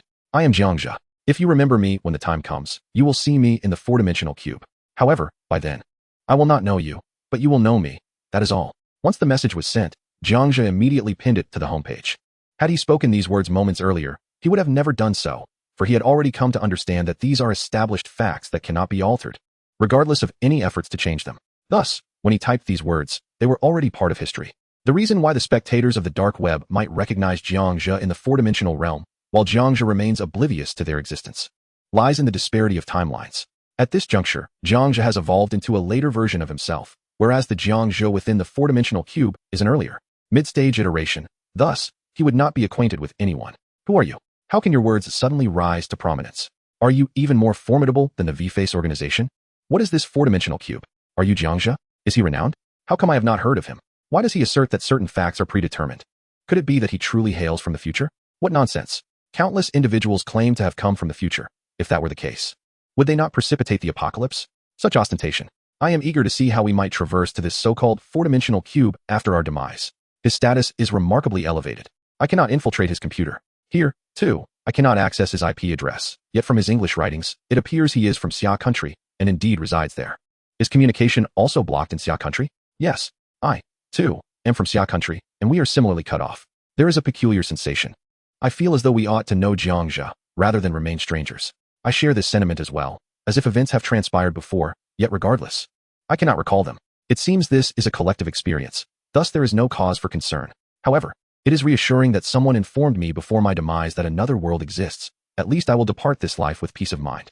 Therefore, let us not accuse Jiang Zhe of deception. I would prefer this to be true. Indeed, before the end, 999 individuals will believe a series of falsehoods. Even if what Jiang Zhe speaks today is untruthful, it will still garner the adulation and belief of the masses, providing them with solace as they approach death. As for this video, discussions have persisted uninterrupted until the eve of the apocalypse. A night of silence ensued. When Jiang Zhe awakened again, time had reached 8 o'clock in the morning on March 8th. In Chapter 464, Daily Affairs, Parental Concealment, Jiang Zhe ascends, Journey to the Cosmos. The first thing Jiang Zhe did upon awakening was to glance up, using his peripheral vision to observe the sun. The changes remained minimal. After a hasty breakfast, he took his companions, Xiao Pai and Xiao Su, and continued to delve into what was once Jiang Zhe's home to ascertain whether any changes had occurred. As before, Jiang Zhe donned a cotton coat over a suit shirt, for it was the first day of reporting, and he aimed to present himself appropriately. Initially, the former Jiang Zhe drove to his parents' home, conveniently situated near the city center and close to the Biological Research Institute. He lingered there until noon. After enjoying a meal with his parents, Jiang Zhe bid them farewell and drove to report at the Physics Research Institute. During this period, the concealed Jiang Zhe indeed sensed that Jiang Tian seemed poised to divulge the impending apocalypse to his former self. However, due to various factors, it ultimately remained unspoken, as Jiang Tian believed it was better for Jiang Zhe to remain unaware of the approaching end of the world. The concealed Jiang Zhe chose not to accompany his former self to the research institute. If nothing unexpected occurs, this afternoon around 2 o'clock, individuals aged 18 to 53 on Earth will be instantaneously digitized. There is no longer a necessity to observe the truth. The attention of the invisible Jiang Zhe is entirely fixated on the sun. He has an unsettling notion that the solar flares may not be merely natural phenomena, but rather possess a deeper, more clandestine layer of information. Subsequently, Jiang Zhe meanders around his parents' home. When his parents, as usual, engage in watching television, he finally decides to take his leave. Just as Jiang Zhe is departing, his mother, seated on the sofa, suddenly exclaims, "Is our home haunted? What makes you say that?" Jiang Tian inquires, turning to her. "I can't shake the feeling that Xiao Zhu is still here, only to vanish unexpectedly just now." Jiang Zhe's mother gazes towards the door, overwhelmed by a familiar sensation. Yet, she cannot articulate it, for Jiang Zhe had only left less than 3 minutes prior. This feeling, which leads her to suspect a haunting, is perhaps a mere figment of her imagination, Jiang Tian speculates. He too experiences a similar sensation, yet struggles to express it. After Jiang Zhe's departure, he seeks an uninhabited, open grassy field. He retrieves the Dimension Ascender from the private cube. "Ascend," invisibly, Jiang Zhe commands. The device, obeying his order, immediately camouflages itself among the surrounding grass. From outside, one would perceive nothing amiss, as if a gravity-defying aircraft were not present at all. Upon entering, he is greeted by an artificial Jiang Zhe. "Welcome, master." Set coordinates to the far side of the sun, Jiang Zhe instructs, settling into the pilot's seat alongside Xiao Pai and Xiao Su. His right hand rests upon the multi-functional control panel, which serves as the aircraft's steering mechanism. Coordinates established, the far side of the solar system. Shall I initiate flight jump? The artificial Jiang Zhe inquires, his form transforming into a smaller visage before Jiang Zhe's eyes. Jump. Jiang Zhe commands. Although he is not yet proficient in piloting a gravity-defying craft, the artificial Jiang Zhe can manage the operation entirely. Command successful. Activating jump mechanism. Particle injection complete. Impact device engaged. Jump countdown initiated. 3, 2, 1. As the final word lingers in the air, Jiang Zhe perceives a sudden flash. The surroundings appear to stretch into countless lines of varying colors. When he resumes his observation, he finds himself enveloped in darkness. With only a blazing orange celestial body in view, the sun, the solar star has arrived. The artificial Jiang Zhe reminds him, should you require assistance, feel free to summon me at any time. Understood. Jiang Zhe exhales deeply. As a scientist, he finds it difficult to comprehend the sensations he just experienced. It felt as if his heart had suddenly quivered. Upon reappearing, he notices a transformation before him. The speed of this journey is simply astonishing, even swifter than one's own instantaneous teleportation. Oh, how excruciating. The blinding light from the sun was overwhelming for Xiao Pai and Xiao Su, rendering them nearly unable to open their eyes. Wait a moment. Jiang Zhe had crafted 3 pairs of high-quality goggles. Once adorned, they could face the sun directly. Gradually, after putting on the goggles, Xiao Pai, Xiao Su, and Jiang Zhe began to acclimate to the piercing white rays of sunlight. Let us ascertain the sun's current condition. Jiang Zhe leaned down and located the scanning button on the control panel. He first employed the spacecraft scanning system to analyze the sun. A gentle azure light curtain swept across the celestial body before them. In truth, the scanning system did not need to encompass the entire sun. Scanning merely a small portion sufficed. 1 minute later, the precise timing of the solar flare was determined. The flare is imminent, expected to erupt 2 hours later. On March 8, 2021, at 1421. With the time established, it was indeed around 1429 when humanity disappeared from Earth. Jiang Zhe murmured as he contemplated the data. Can the cause of the flare be analyzed? Is it a natural phenomenon? Jiang Zhe inquired. As this had been a lingering concern of his intuition suggested that while the sun might encounter issues, it could not be so erratic without reason. There must be some hidden anomaly at play. The artificial intelligence of Jiang Zhe responded, I shall attempt an analysis. However, I can only provide a general outcome, not a precise cause. Thus, a complete analysis is unattainable. Jiang Zhe replied, no matter, just endeavor to analyze it. Jiang Zhe nodded. Please hold on, master. As the words fell, another deeper azure light curtain emerged, scanning the orange-red sun, analyzing the cause of the eruption. Processing 135, while the artificial intelligence was engaged in analysis. Jiang Zhe directed his attention to Earth. Thanks to the advanced technology of the anti-gravity spacecraft, he could control all radio frequencies and various bands on Earth in real time. Thus, he could manipulate radio channels, television programs, and even surveillance cameras. He located the control interface and connected to all channels on Earth. Tuning into the footage outside the Physics Research Institute. The live feed from outside the institute streamed into Jiang Zhe's spacecraft. The Physics Research Institute was a prestigious establishment, albeit with few personnel, comprising only top-tier scientists. Occasionally, black cars would pull into the parking lot, as individuals in suits from various departments made their way to the institute. Researchers within would occasionally dart out in haste. Jiang Zhe felt no familiarity with this scene, as he had never personally witnessed the Physics Research Institute around noon. It certainly seemed that something significant was occurring. Jiang Zhe murmured to himself. In fact, the event transpiring was quite fortuitously linked to Jiang Zhe himself. The author has something to convey. Chapter 465, Research Events, Turning Points, Analytical Results, Human Destruction. Unbeknownst to Jiang Zhe, an aircraft had suddenly appeared directly above Earth. It was promptly detected by the staff of the Research Institute. At that moment, within a secret conference room of the Physics Research Institute, which was inaccessible to ordinary researchers, the main leaders had just received astonishing news 5 minutes prior and rushed to the institute immediately. A researcher clad in a white lab coat was narrating the scene he had just witnessed. Esteemed leaders, due to time constraints, I shall be brief. During our recent investigation of the sun, we discovered this aircraft. I suspect it is human, not extraterrestrial. The individual then displayed the processed footage, revealing the tale of Jiang Zhe's aircraft clearly. Upon seeing the image, all the leaders craned their necks in an attempt to discern its details. Is this a domestic aircraft? What type of aircraft is this? Why is it so small? And how did it come to be there? What is its purpose? If it is human, not alien, what does that imply? The leaders were instantly stirred into a frenzy. Although they had previously encountered related information, they had never before witnessed concrete evidence regarding extraterrestrial phenomena. Please, esteemed leaders, do not rush. I have conducted a preliminary analysis, yet I remain perplexed as to how this aircraft appeared. I reviewed the footage from 5 minutes and 1 second ago, and it was entirely empty. In the span of a second, it transitioned from Earth to the cosmos above. This is the crux of my confusion. My analysis of its trajectory ultimately suggests it was launched from our vicinity. The researcher diligently continued his analysis, demonstrating considerable skill in tracing the flight path that had soared over the vicinity of the Physics Research Institute mere moments ago. However, the leaders continued to be at a loss. With the world on the brink of catastrophe, they had hoped the aircraft might bring forth some groundbreaking revelation. But the outcome was rather disheartening. The world was facing annihilation, yet here they were discovering that Earthlings had launched an aircraft towards the sun. Who truly cared about such trivialities? Their primary concern was whether this diminutive craft could indeed salvage the planet. Under the mounting pressure from the leaders, the researcher could only shake his head slightly, admitting, "At present, I too am uncertain. Damn it, the world is ending, and you inform me of an aircraft's appearance? Merely because it exceeds light speed? Do I care about its speed? What I care about are solutions. I care about how many lives can be saved." The leaders, having received no definitive answers, erupted in fury. In this moment, extraterrestrial beings and superluminal travel held no interest for them whatsoever. Were at a different time, they might have invested substantial resources into investigating such phenomena. Yet now, words failed to capture their plight. Subsequently, the leaders stormed out, deciding that rather than waste time, they would prefer to return home to their families. The individual who discovered the Jiang Zhe spacecraft wore a dejected expression. Indeed, they had acted too impulsively. The remarkable achievement had left them dazed, as if the impending apocalypse had rendered them oblivious. At that moment, they found themselves with no alternatives. Their only hope rested upon the spacecraft, which had been launched near the Physics Research Institute. They could only wish for the spacecraft to deliver favorable news.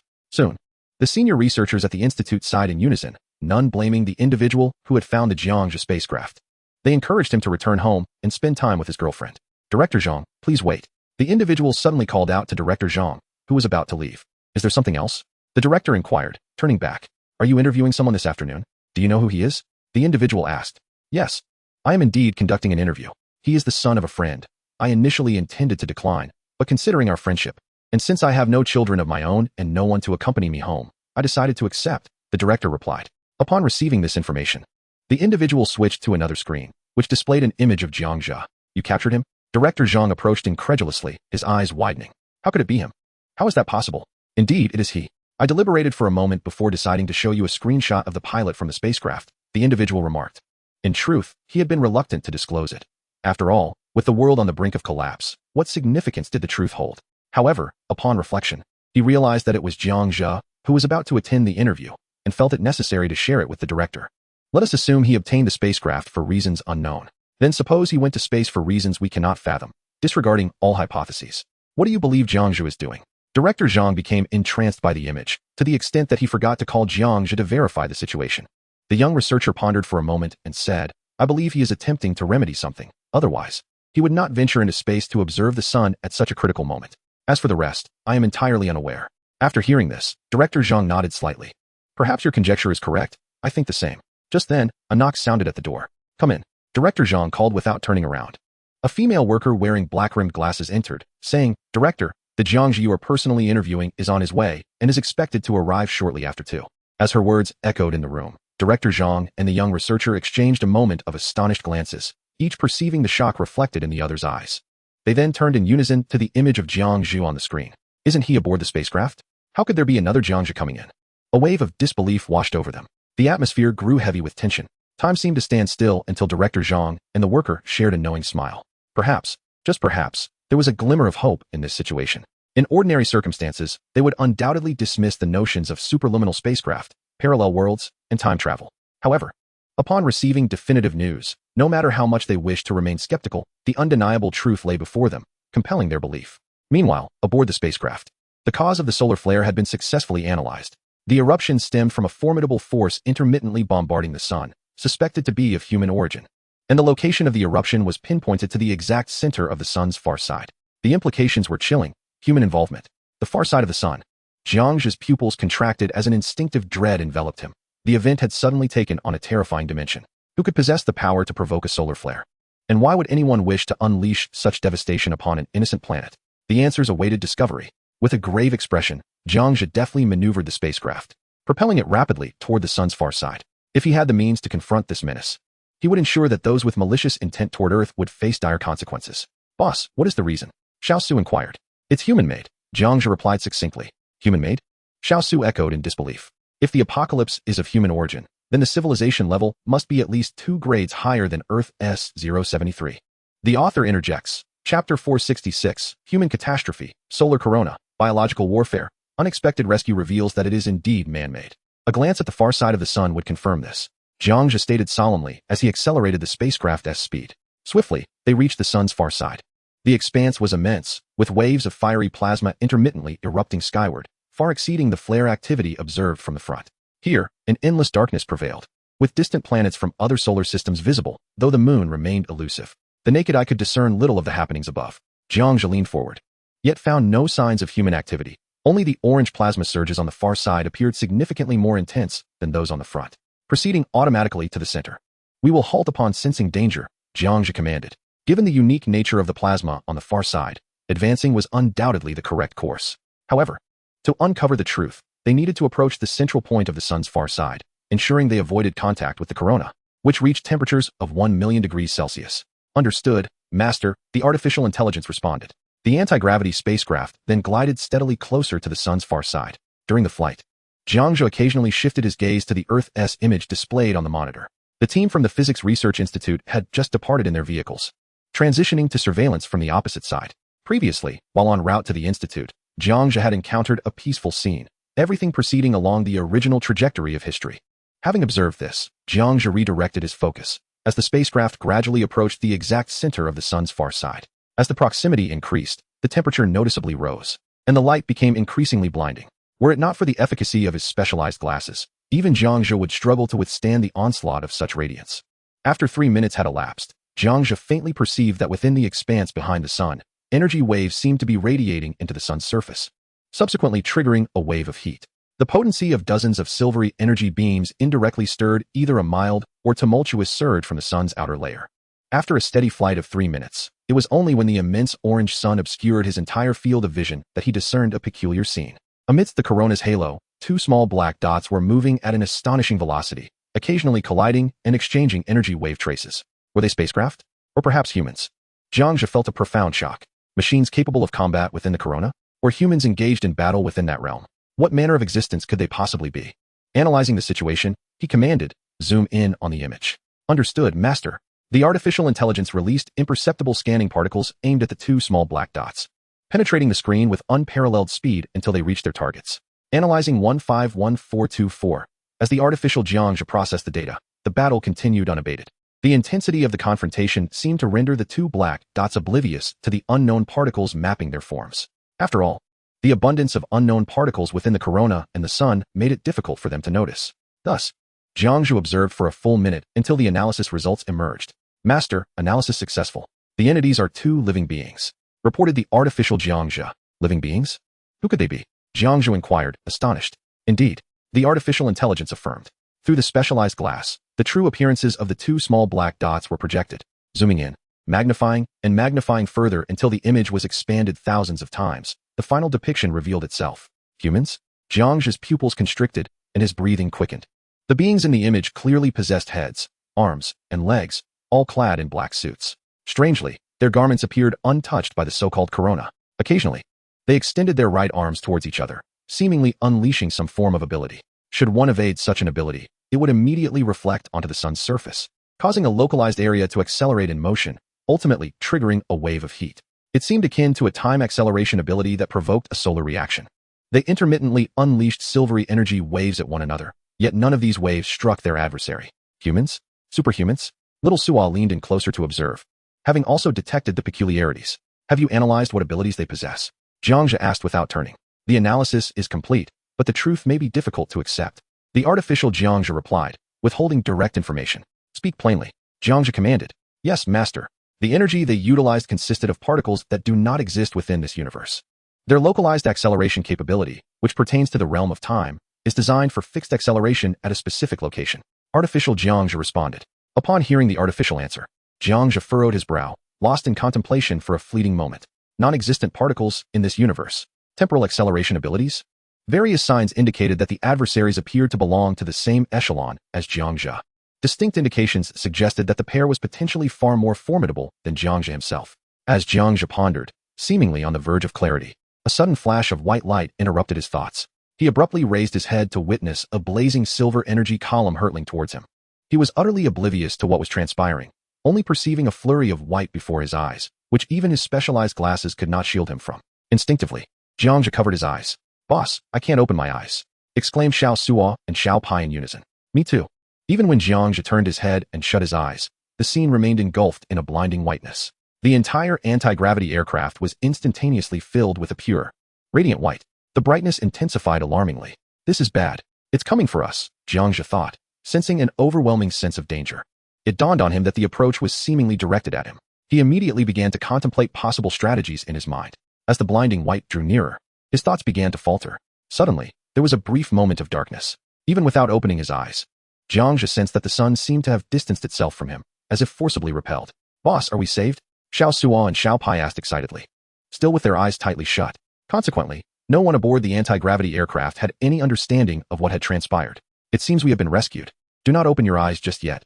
They won't be able to bear it. Take a moment," Jiang Zhe advised. Although he appeared outwardly calm, the hearts of Jiang Zhe, Xiao Pai, and Xiao Suo were already tumultuous with unrest. Within the vast cosmos, it seemed that those capable of rescuing Jiang Zhe had yet to be born on this earth. Thus, only one possibility remained. The individuals who saved Jiang Zhe and the aircraft must be one of those two small black dots. The author has something to say. Chapter 467, Mysterious Shadows. Mr. J makes an appearance. Mr. J cautions that observers should wait until the blinding whiteness completely dissipates. Once Jiang Zhe's vision returned to normal, he opened his eyes to observe a magnified scene of battle. In the image, there was only a small black dot darting rapidly from side to side, seemingly in search of another black dot. Only one person? Where was the other? Jiang Zhe was momentarily taken aback until he felt the corner of his clothing being tugged by Xiao Suo in the co-pilot's seat. Turning to Xiao Suo, he noticed the latter was cautiously pointing towards the rear of the aircraft, indicating Jiang Zhe to look back. For in that fleeting instant, both Xiao Suo and Xiao Pai had sensed that something had entered the aircraft. Could it be? A tremor coursed through Jiang Zhe's heart as he turned to follow the direction indicated by the small guide. Suddenly, he spotted a figure cloaked in black, silently embracing themselves with crossed arms behind the spacecraft, their gaze fixed intently upon him. Jiang Zhe's pupils dilated, and as he shifted his focus to the figure's face, he exhaled in relief. "Mr. Jiang?" he questioned, bewildered.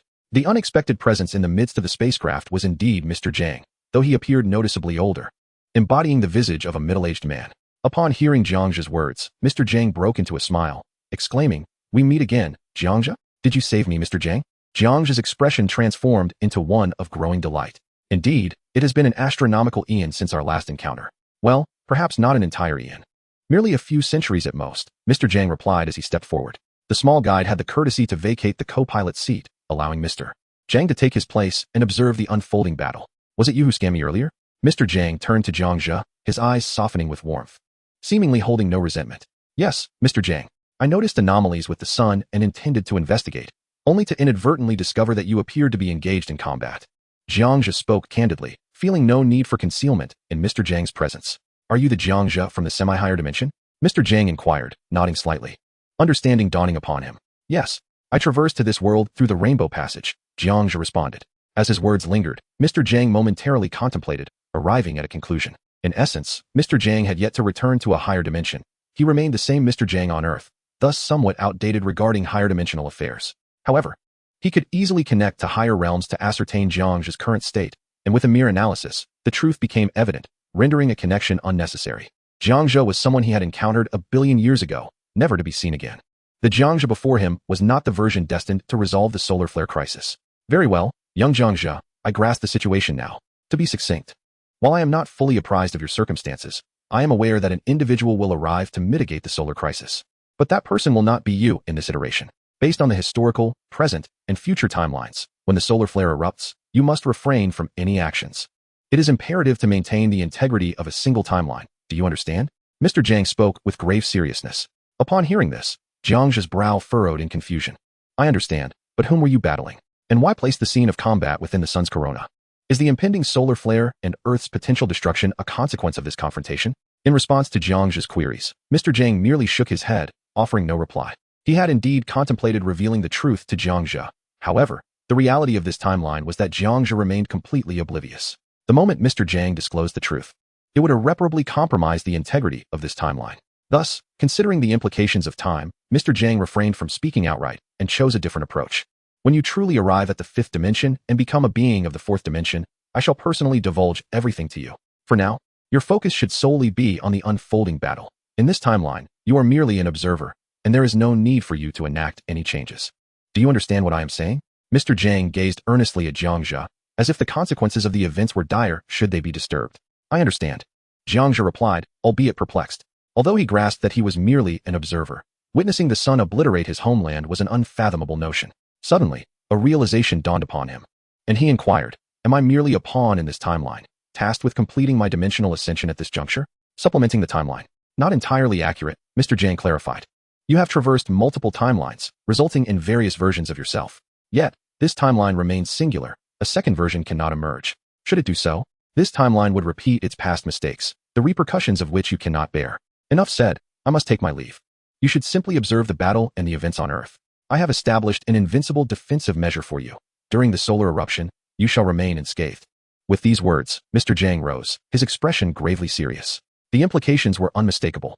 Jiang Zhe nodded silently, vowing not to alter anything. In the end, you will find that this is indeed the best course for you, Mr. Jiang added with a faint smile, reaching out to pinch Jiang Zhe's cheek. As his words faded, Mr. Jiang vanished. The anti-gravity craft was enveloped in a shimmering shield, precisely the invincible barrier Mr. Jiang had mentioned. Once Mr. Jiang departed, the battle on screen continued unabated, its ferocity intensifying. After observing for a while, Jiang Zhe occasionally glanced at the current time. It was now 14:15, with merely 6 minutes remaining until the solar flare erupted. Despite the myriad questions swirling in his mind, he resolved to adhere to Mr. Jiang's counsel and remain a competent observer. The author has something to say. Chapter 468, The Culprit, Eruption of the Flare, Earth's Panic, Catastrophe Within the System. Time quietly slipped away. The battle on screen remained fiercely contested, with the eruption imminent. Inside the craft, Jiang Zhe, Xiao Pai, and Xiao Su anxiously monitored the display. They were unaware of how long this situation had persisted. Until the alarm within the spacecraft resonated, the time marked precisely 14:21, coinciding with the eruption of a solar flare. As the moment arrived, Jiang Zhe immediately lifted his gaze, directing it towards the far side of the sun. A horrifying spectacle was unfolding. A silver beam of energy, as wide as a planet, surged forth from another's hand. Mr. Jiang swiftly dodged, successfully evading the energy attack. The beam, as broad as the Earth itself, surged towards the sun's surface. A solar flare was imminent. Jiang Zhe's pupils constricted. This terrifying energy assault was the very cause of the solar flare. If all proceeded as expected, Earth would scarcely endure even a second, likely to be consumed entirely, leaving no trace of its core. In an instant, a severe physical reaction erupted on the sun's surface. The sun expanded rapidly, doubling in size within the blink of an eye. Waves of fiery plasma surged forth, resembling an apocalyptic scene. It was more dreadful than any natural disaster before it. Had it not been for the invincible shield, even Jiang Zhe would have hesitated to behold such a sight. Boom! A silent explosion ensued. The orange-red flames swiftly enveloped the surroundings, with Jiang Zhe's spacecraft being the first to be engulfed.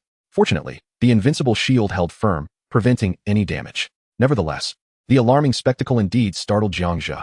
Countless pale red particles relentlessly battered against the shield of the spacecraft. Within those flames, it seemed as if countless skull-like faces mirrored back, as if they intended to swallow Jiang Zhe whole. Yet, no matter how fiercely they attempted to engulf, they could never draw near the spacecraft by even a single step. This unrestrained solar flare relentlessly pressed against the vessel, showing no signs of abating. Can we endure this? Xiao Pai and Xiao Su asked, wide-eyed and filled with concern. I believe in Mr. Jiang. He will prevail. Jiang Zhe swallowed hard, uncertainty flooding his mind. At this moment, they had no choice but to place their faith in Mr. Jiang, for he was indeed a being of a higher dimension, whose capabilities should never be underestimated. As time flowed, the solar flare continued its violent eruption. Upon reaching the 5th minute, it became apparent that the flare's beam was poised to sweep towards Earth. In just 3 minutes, it threatened to annihilate the planet. Instinctively, Jiang Zhe redirected the visuals within the spacecraft to focus on Earth. It took 8 minutes for the sun's rays to reach the planet, meaning that the sunlight observed by those on Earth was from 8 minutes prior. At that moment on Earth, citizens across the illuminated surface instinctively looked up, whether on the roads, sidewalks, or within buildings. Countless individuals bore witness to this historic scene as the sun appeared to swell to more than twice its usual size. Though unaware of the cause, many doomsday alarmists began shouting in panic to flee. What is happening? Why has the sun changed so? Is disaster upon us? Look away. Run. Seek refuge in a profound shelter. Perhaps there lies a chance of survival. Why flee? Experts will elucidate the situation, attributing it surely to solar surface activity. Yet, heed my warning. Run. Do not trust his words. The solar flare is imminent. I have witnessed it on the dark web. Flee for your lives. What? A solar flare? Goodness. Can we survive this? Clearly not. Enough with the chatter. Run. Among the throngs of people, countless citizens were oblivious until a seasoned programmer shouted. Instantly, everyone, including foreign workers in the country, took flight. Direction was irrelevant. They simply followed the masses. Some astute individuals immediately thought of the sewers, for within the city, they are perhaps the deepest refuge. Meanwhile, those in the suburbs and rural areas, delayed in receiving news, gazed upward at the solar flare's eruption. While they recognized the world was facing its doom, they could hardly muster the will to escape. Confronted with the wrath of nature, they felt it transcended human endurance. Simultaneously, sirens blared, car alarms echoed, and cries of panic erupted along the highway. Once, Jiang Zhe halted his vehicle, rolling down the window, alongside other composed individuals. He exited to observe. As a prospective scientist, he understood that such catastrophic events were inescapable for Earth. He could only resign himself to fate. As the sun gradually unleashed torrents of plasma waves, the spectacle rivaled a supernova in brilliance, imbued with an aura of destruction. A deluge of pale yellow solar flares surged forth like a tsunami, instantly engulfing the entire city. In scarcely a moment, buildings, people, and rivers were disintegrated into molecules. Wherever the solar flare passed, no soul was spared. As the terrifying pale yellow wave approached the highway, cries erupted. "Ah, we're doomed. We cannot survive. Mother, I do not wish to perish. I just wed today. I long to live." The panicked pleas of others shattered the air, their voices hoarse in desperation. In the face of nature's calamity, neither the virtuous nor the wicked could escape death. How could I succumb beneath the solar flare? Jiang Zhe's face displayed a bitter resignation. He bore no outward emotion, as if he had already embraced the inevitability of death. His calm demeanor, as a budding scientist, afforded him a profound understanding of the world's end. Thus, he possessed ample time to cultivate his acceptance of mortality. Yet, he had not anticipated that in the fleeting moment when the terrifying heat of the solar flare enveloped his visage, he would feel regret. How agonizingly slow and painful death could be. Alas, no matter how he resisted, humanity cannot withstand the forces of nature. As the scene ascends to the heavens, the earth was instantaneously vaporized, revealing a shattered elliptical visage. And then, a resounding bang. The earth, akin to a watermelon, seemed to have been pierced by a bullet, shattering into countless fragments. The scorching soil and debris scattered in every direction across the cosmos. Such a scenario continued to unfold on other planets within the solar system, racing towards even more distant realms. Where it passed, not a trace remained. Until, in the vastness of the universe, only the sun remained, surrounded by an abyss of darkness. As if it had been abruptly erased by an unseen hand, there stood this singularly brilliant sun. Witnessing the entire spectacle, Jiang Zhe was unable to suppress his cold sweat. It turned out that the apocalypse was not merely the end of Earth, but rather the demise of the entire solar system. How terrifying. He wished never to relive that moment in his life. It was a nightmare, impossible to erase from his mind. Jiang Zhe was uncertain how long he had been in a daze, until the sun fully regained its form. On the screen within the spacecraft, a tiny black dot instantaneously transformed into a silvery beam, departing the solar system and racing towards the cosmic expanse above, leaving behind another small black dot, most likely Mr. Jiang. He was seen extending his right hand towards the sun, seemingly fiddling with something. The author has something to say. Chapter 469, Manipulating Time, Reversing Time, Defying Catastrophe. The Earth restored. Boss, look. Mr. Jiang seems to be manipulating the timeline. Little Sue exclaimed excitedly. The timeline? Jiang Zhe gazed at the screen in astonishment. Yes. When you were on the brink of death, I witnessed this technique in the private cube. It was your future self, manipulating the timeline to save your near-death self. Little Sue said, increasingly animated. Following the earlier terrifying scene and Mr. Jiang's manipulation of the timeline, he immediately discerned Mr. Jiang's intent. This was precisely what Mr.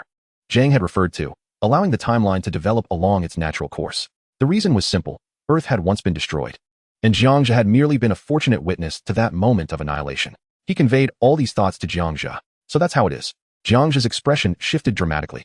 Only now did he realize the true meaning behind Mr. Jiang's words about being an observer. The Earth had indeed been destroyed once, only to be unknowingly saved by Mr. Jiang. If all went as expected, Jiang Zhe could foresee the unfolding events clearly. He needed only to observe closely. The scene depicted Mr. Jiang manipulating for a moment, followed by a return to silence. The first to return was another small black dot, transforming from above the universe into a silvery beam that reappeared behind the sun. Then came the faint yellow solar flares, seemingly pulled back by an unknown mysterious force. As if time itself were reversing, the solar flares returned to their original positions with remarkable speed, so swiftly that no one had time to react. In an instant, the other planets within the solar system returned to their original states. Even the particles that had dispersed throughout the cosmos, which comprised the Earth, were drawn back and reformed into the Azure Planet. Ultimately, a terrifying solar flare enveloped Jiang Zhe's spacecraft from behind, appearing to originate from the opposite direction. Curiously, Jiang Zhe remained unaffected by the timeline manipulated by Mr. Jiang. Indeed, the entire vessel seemed impervious to any alteration. Perhaps this was the true essence of the invincible shield Mr. Jiang had alluded to, a shield unbound by the constraints of time. Time rewound to its conclusion. and a column of silvery energy, broader than the Earth itself, returned to the hands of another small dark point. Once everything had returned to its original state, the spectacle was breathtaking. Was it truly possible for time to rewind over such an expansive range? When would he be capable of such a feat? Or perhaps he already was, but simply lacked the knowledge? An exhilarating wave of emotion surged within Jiang Zhe. His understanding of time grew increasingly nebulous, and he sensed that Mr. Jiang might indeed be the true powerhouse. Could he really achieve such a vast temporal rewind? In the next moment, Jiang Zhe's attention was once again captured by the unfolding scene. He beheld Mr. Jiang, seizing the opportunity when the other small dark point released the silvery energy column. With a swift motion, he delivered a powerful punch, shattering the opposing dark point into fragments. Whether it resulted in death remained unclear. All that was certain was that one of the two dark points depicted in the scene had vanished, leaving only Mr. Jiang behind. Rather than departing immediately, Mr. Jiang retrieved a device to collect the biological particles of the individual that had been obliterated. In the following instant, Mr. Jiang teleported into Jiang Zhe's spacecraft. Mr. Jiang, Jiang Zhe exclaimed in surprise. I presume you witnessed the battle scene and the temporal rewind. Do not inquire about his identity. You will come to know who he is. I must make a brief journey to Earth. There remain 29 minutes until the solar flare at 1429 destroys the Earth. During this interval, I will transport all the youth, those aged 1853, into a four-dimensional cube. When the next individual appears, continue to observe until they depart. Only then may you leave. This is the task I entrust to you, the prerequisite for the completion of your second mission. Ultimately, I will await you in the fifth dimension, where the truth will be revealed to you. Mr. Jiang solemnly instructed. Understood. I will observe diligently and refrain from any unexpected actions. I trust that you will unveil the truth to me, Jiang Zhe earnestly assured. Excellent. Mr. Jiang replied with a satisfied smile, his demeanor shifting back to that of a benevolent elder. Meanwhile, Jiang Zhe felt a profound shock within. Mr. Jiang had confided a significant truth to him. Thus, it is all the individuals on Earth who are 1853 years old, precisely those he has transported away. Alternatively, Mr. Jiang possesses the ability to send humanity into a four-dimensional cube. But what of the other person he mentioned? Could it truly be another Jiang Zhe? If so, is it the Jiang Zhe derived from his father's words, the one who has ascended dimensions? Could it be him? Contemplating this, I watched Mr. Jiang depart. Beside me, Xiao Su suddenly grasped the situation. Boss, are you thinking what I am thinking? Four-dimensional cube, transportation, another ascended Jiang Zhe?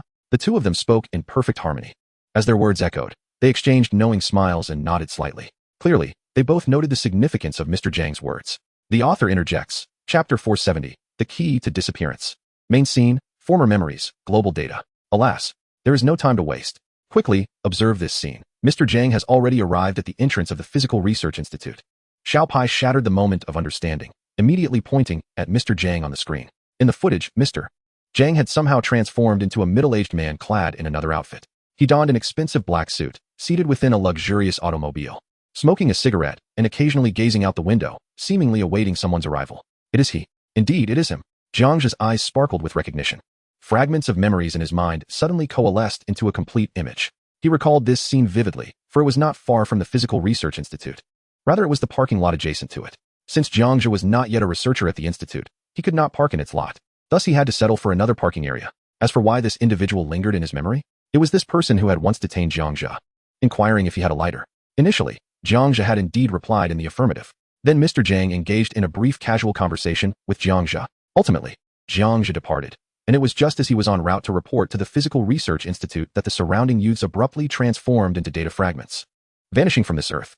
Afterward, Jiang Zhe was left with only memories of awakening within the four-dimensional cube. Reflecting on this, he was astonished to realize it was him. Why had he not recognized Mr. Jiang when they first met eons ago? Jiang Zhe's expression gradually shifted to one of shock. At this point, all memories had crystallized. The most crucial detail was that Jiang Zhe had previously believed this middle-aged man in a high-end suit harbored ulterior motives towards him. He had once thought Mr. Jiang might be the owner of a large corporation, perhaps possessing certain peculiarities, such as engaging young men for a lighter, then striking up casual conversations, leading to the evening. Upon arriving at this thought, Jiang Zhe could not help but feel embarrassed by his past recollections.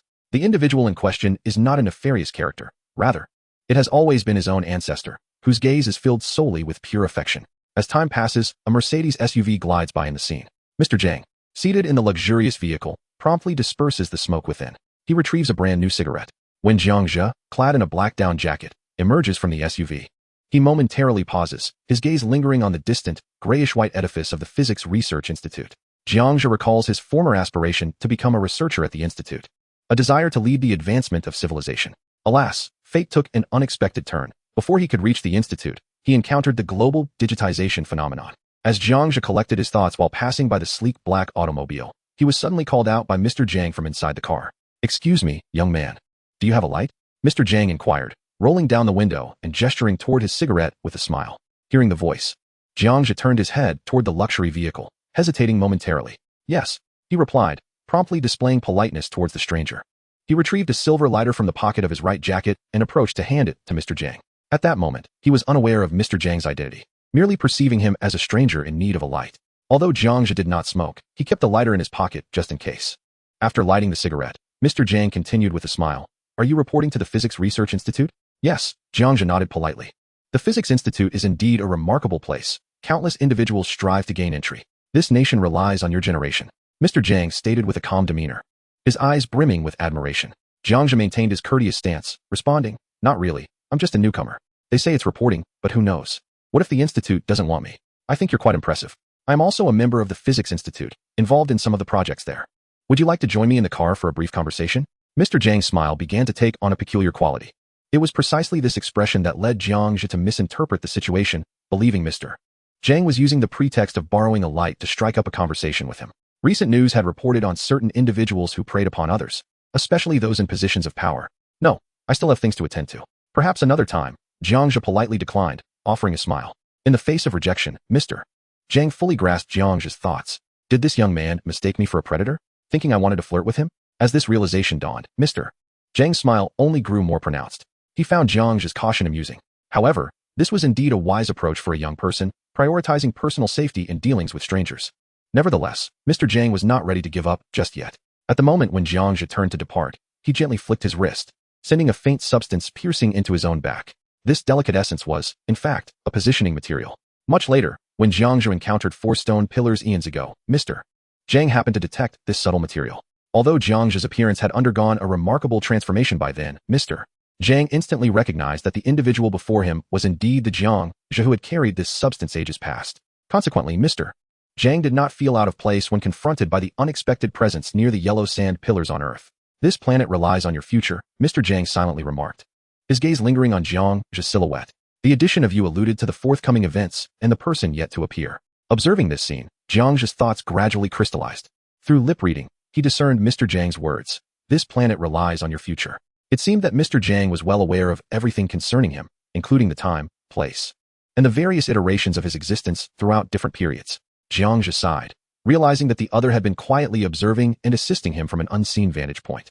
As the scene shifted, Jiang Zhe, buoyed by a sense of optimism, made his way to the Physics Research Institute to report in.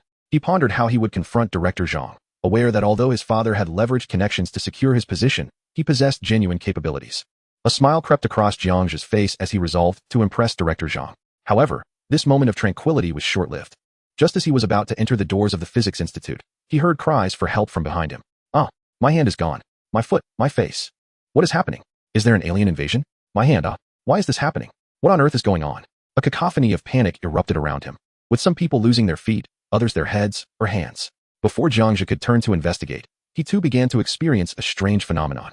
Lowering his gaze, he noticed his chest gradually transforming into a silvery stream of data, which flowed upward toward the heavens, converging into the cosmos. In a fleeting moment, the Physics Institute and all individuals aged 1853 vanished without a trace. The author has something to convey. Chapter 471, Global Disappearance, Global Panic, Joint Conference, Lifeline. What has transpired? My son is missing. My daughter has also vanished. What is going on? Brother Wang Xiao, stop joking with me. Where have you gone? Little Qin. My little Qin is gone too. Call the police. Something bizarre has occurred. We must alert the authorities. Jesus has manifested. Miracles. Miracles. This must be a miracle. Surely. Those who have disappeared are believers. Faith in your own beliefs. My children shall not be swayed by foreign deities. In the bustling streets, on the sidewalks, in shopping malls and stations, a cacophony of cries and terror erupted almost simultaneously. They bore witness to a horrifying reality. A vast majority of individuals vanished without a trace, as if they had been plucked from existence, leaving behind no clothing, wallets, or identification. Those aged below 18 and above 53 remained unscathed. Many devout individuals proclaimed it a miracle, for this phenomenon defied all rational explanation. The police station and hospitals were inundated with frantic calls from the public as this bewildering scene unfolded. Yet, amidst the chaos, there was little inclination to respond to the ringing phones. Those who remained in the tangible world mobilized every available resource in an effort to restore societal calm. Moments later, It was as if the entire globe had come to a standstill. News anchors across all major networks donned the attire of retired presenters, broadcasting updates in a bid to reassure the global populace. Renowned channels like BBC, NBC, and CCTV were all reporting this alarming news. Concurrently, the United Nations convened an emergency video conference, tirelessly deliberating on the terrifying occurrence. Has this happened in your region as well? Inquired a representative from the Summer Nation. Indeed, everyone has vanished, leaving only the elderly, the weak, and the infirm, including my son, the representative responded. In my country, my daughter has also disappeared without a trace at the same time, another added. Has any investigative report emerged? Questioned a representative from the Bear Nation. It is too soon. None has been compiled yet, replied the Summer Nation. I might have definitive information. Our social investigators have promptly uncovered the truth, asserted the representative from the Enlightened Nation. What is the truth? Why has this transpired? Inquired the Summer Nation. Speak quickly. Time is of the essence, and the media requires reassurance. Urged the representative from the empire where the sun never sets. A chorus of nations pressed for answers, eager to grasp the truth. Given the brief time frame, less than 5 minutes, it was challenging to ascertain the facts unless some nations fortuitously had experts present at the scene. According to our social scholars report, individuals aged between 18 and 53 have all vanished, and this phenomenon is consistent across all public spaces. It must be attributed to some mysterious force, a scientific anomaly that eludes explanation, the representative from the Enlightened Nation declared. Wait, are you suggesting that individuals in this age bracket have vanished globally? Could it be related to the solar flares we previously discussed? Queried the Summer Nation. You are aware of the impending solar flares? How could you conceal this from our nation? The representative from the Enlightened Nation retorted. As if you have not concealed anything yourself. The representative from the empire where the sun never sets interjected. The scholar from the Summer Nation makes a valid point. It is indeed possible that this is linked to solar flares, acknowledged the Bear Nation. It seems the information cannot be kept hidden any longer. Our satellites have confirmed energy fluctuations detected on the far side of the sun, seemingly a threat emanating from there. The representative from the Bear Nation revealed. Let us be transparent with the public, the representative from the Enlightened Nation concluded. Everyone, please, let us be forthright, urged the Summer Nation. Such a monumental event cannot be concealed. Immediately, numerous nations echoed this sentiment. In light of such a significant occurrence, a lack of explanation could inevitably incite chaos. Unbeknownst to many countries at this moment, a solar flare is on the verge of eruption. Subsequently, all news channels worldwide urgently shifted their focus to this revelation. Greetings, esteemed viewers. We bring you a breaking news report. The United Nations Security Council has just announced concerning the sudden disappearance of global citizens. Those who have vanished include not only ordinary civilians, but also our children. We acknowledge that this event has transpired abruptly. Yet I can assure you with my very life that it may not necessarily herald ill tidings. However, there is another piece of troubling news. The veteran host, upon reaching this point, could not suppress a moment of emotion but, adhering to professional ethics, continued, a solar flare is imminent, and the Earth may find it challenging to withstand this trial. As we conclude this broadcast, we implore everyone to cherish the remaining moments and accomplish what you desire. With this, the television broadcast was abruptly cut off. Such a scenario unfolded simultaneously across the globe. The populace erupted in uproar. The apocalypse? How could it possibly be the end of the world?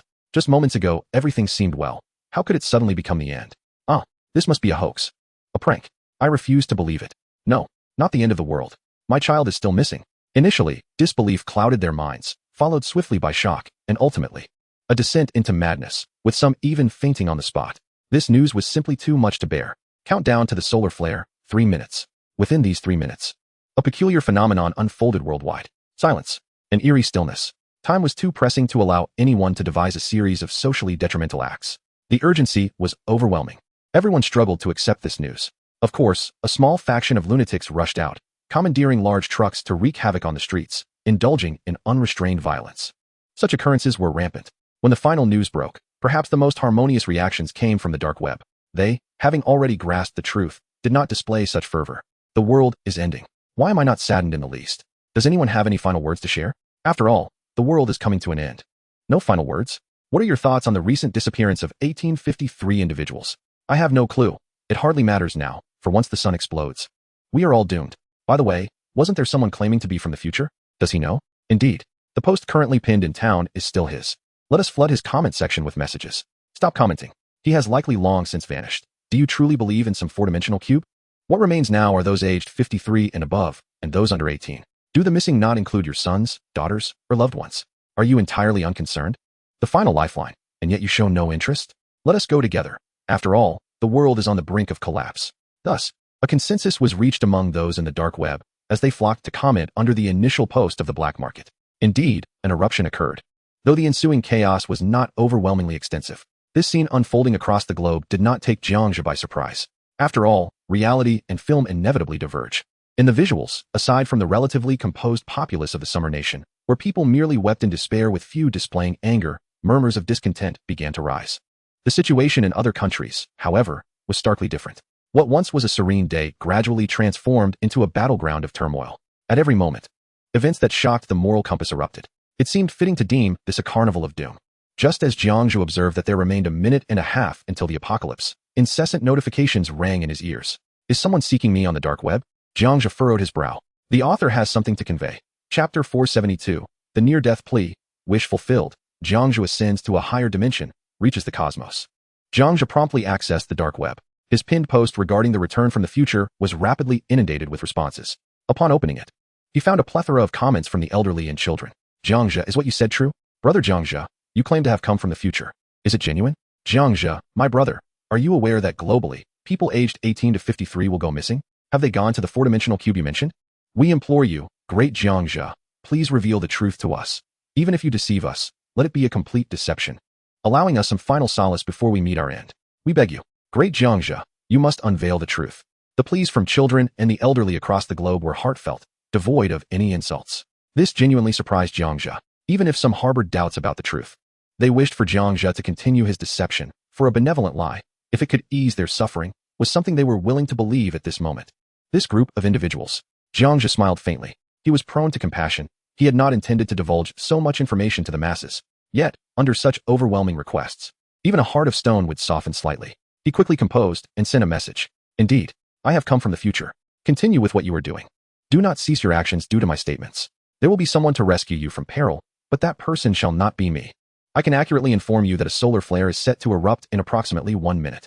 You have ample time to step outside and gaze at the sun. The next scene will unfold in just a minute. For Earth, it may equate to 9.5 minutes. To me, this matter is an undeniable truth, or rather, it has already transpired in my experience.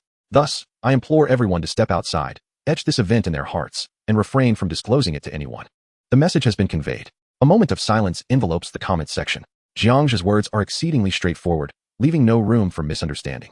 Those who previously speculated that Jiang Zhe might be a false time traveler are now compelled to accept his authenticity.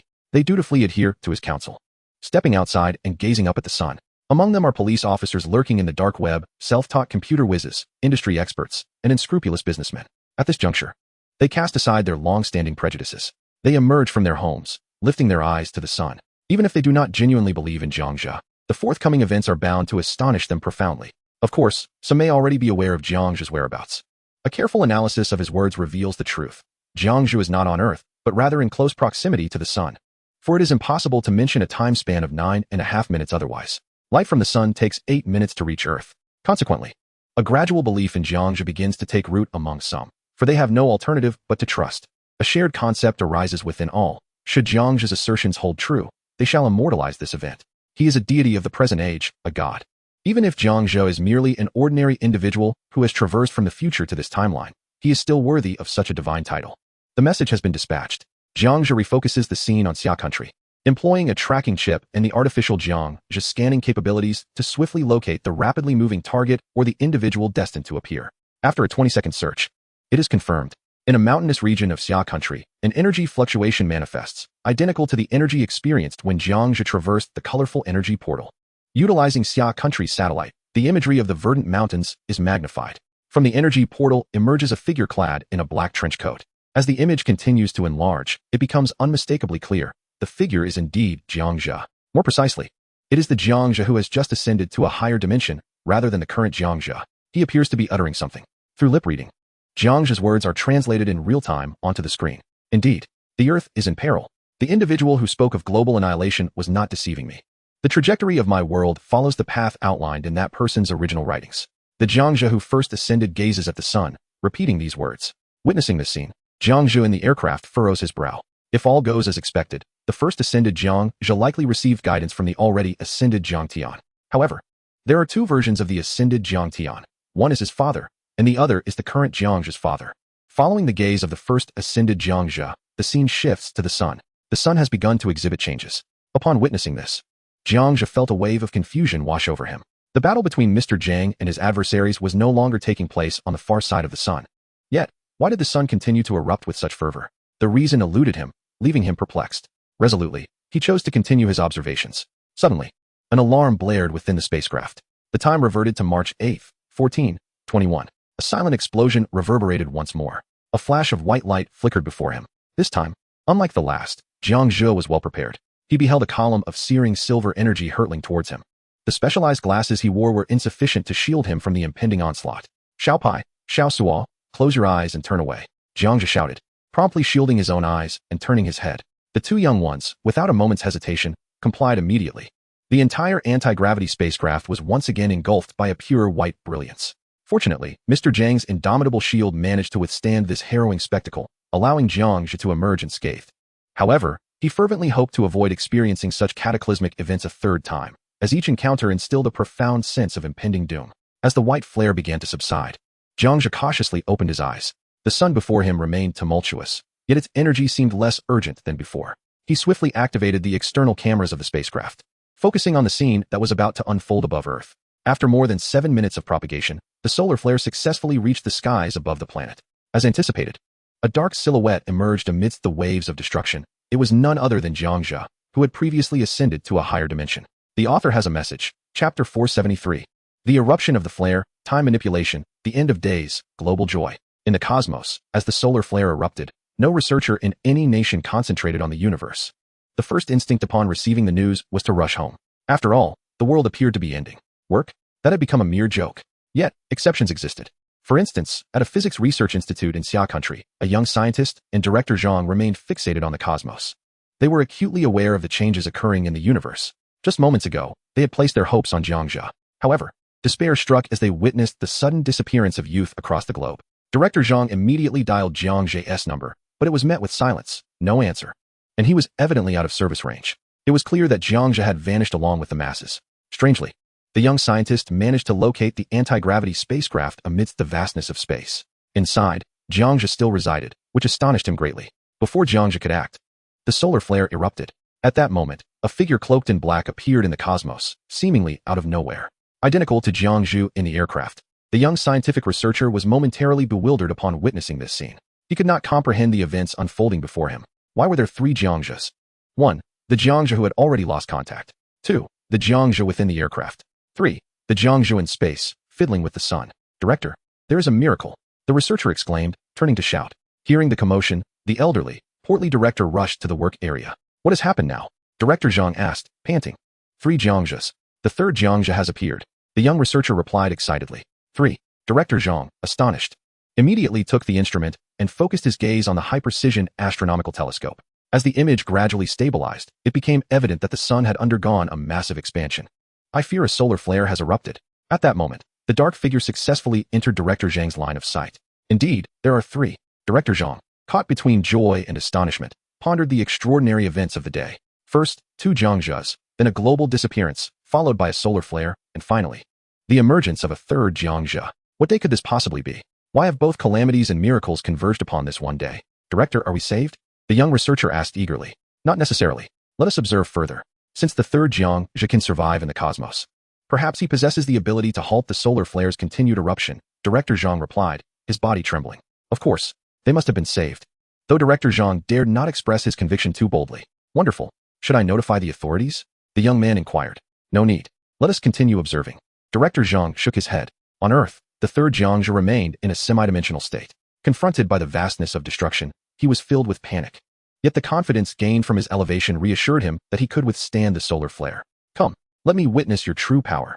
The Jiang Zhe, having ascended to a higher dimension for the first time, gazed with yearning. He had acquired the coveted ability of time manipulation, yet had no outlet to test it. However, this trial would directly confront the solar flare, which promised to be intriguing. The solar flare spread outward at an unparalleled speed. As it reached the first elevated Jiang Zhe, he raised his right hand, pointing his finger like a sword at the sun, gently twisting the golden timeline before him counterclockwise. Just as the solar flare approached him, he nearly believed that his manipulation of time had failed. To his astonishment, an incredible scene unfolded. The solar flare seemed to freeze in place. It works. He rejoiced inwardly. Shortly thereafter, the flare's rays, which had been on the verge of reaching Earth, began to retreat at an unmatched speed, returning to the sun. The speed of the return this time surpassed that of the solar flares emitted by the sun, all due to Jiang Zhe's unyielding and forceful actions during the initial dimensional ascension. In less than 3 minutes, all the flares retracted back into the sun, which then underwent a rapid cycle of contraction and expansion, continuing to swell until it gradually calmed. Eventually, the sun restored its original form, ceasing its expansion. All individuals who had ventured into the dark web on Earth were the first to witness this phenomenon. Did you see it? The solar flares have vanished. Ha ha. The solar flares are gone. Someone shouted on the street, drawing the attention of passers-by and those indoors. Everyone curiously leaned out, gazing upward. The once erupting solar flares had inexplicably disappeared. How wonderful. Where have the solar flares gone? This is incredible. Surely, divine beings have descended to save us. We will no longer perish beneath the solar flares. Goodness, I am 68 years old and cannot withstand such tempests. Gratitude poured forth from the crowd, tears of joy cascading down as they celebrated. Some even fell to their knees before the sun, believing it to be a miracle that the solar flares had vanished. Of course, the uninformed regarded it as a divine phenomenon, while those in the know rushed to the dark web, flooding Jiang Zhe's comment section with messages. Master Jiang Zhe, this is astonishing. I never thought you were truly a figure from the future.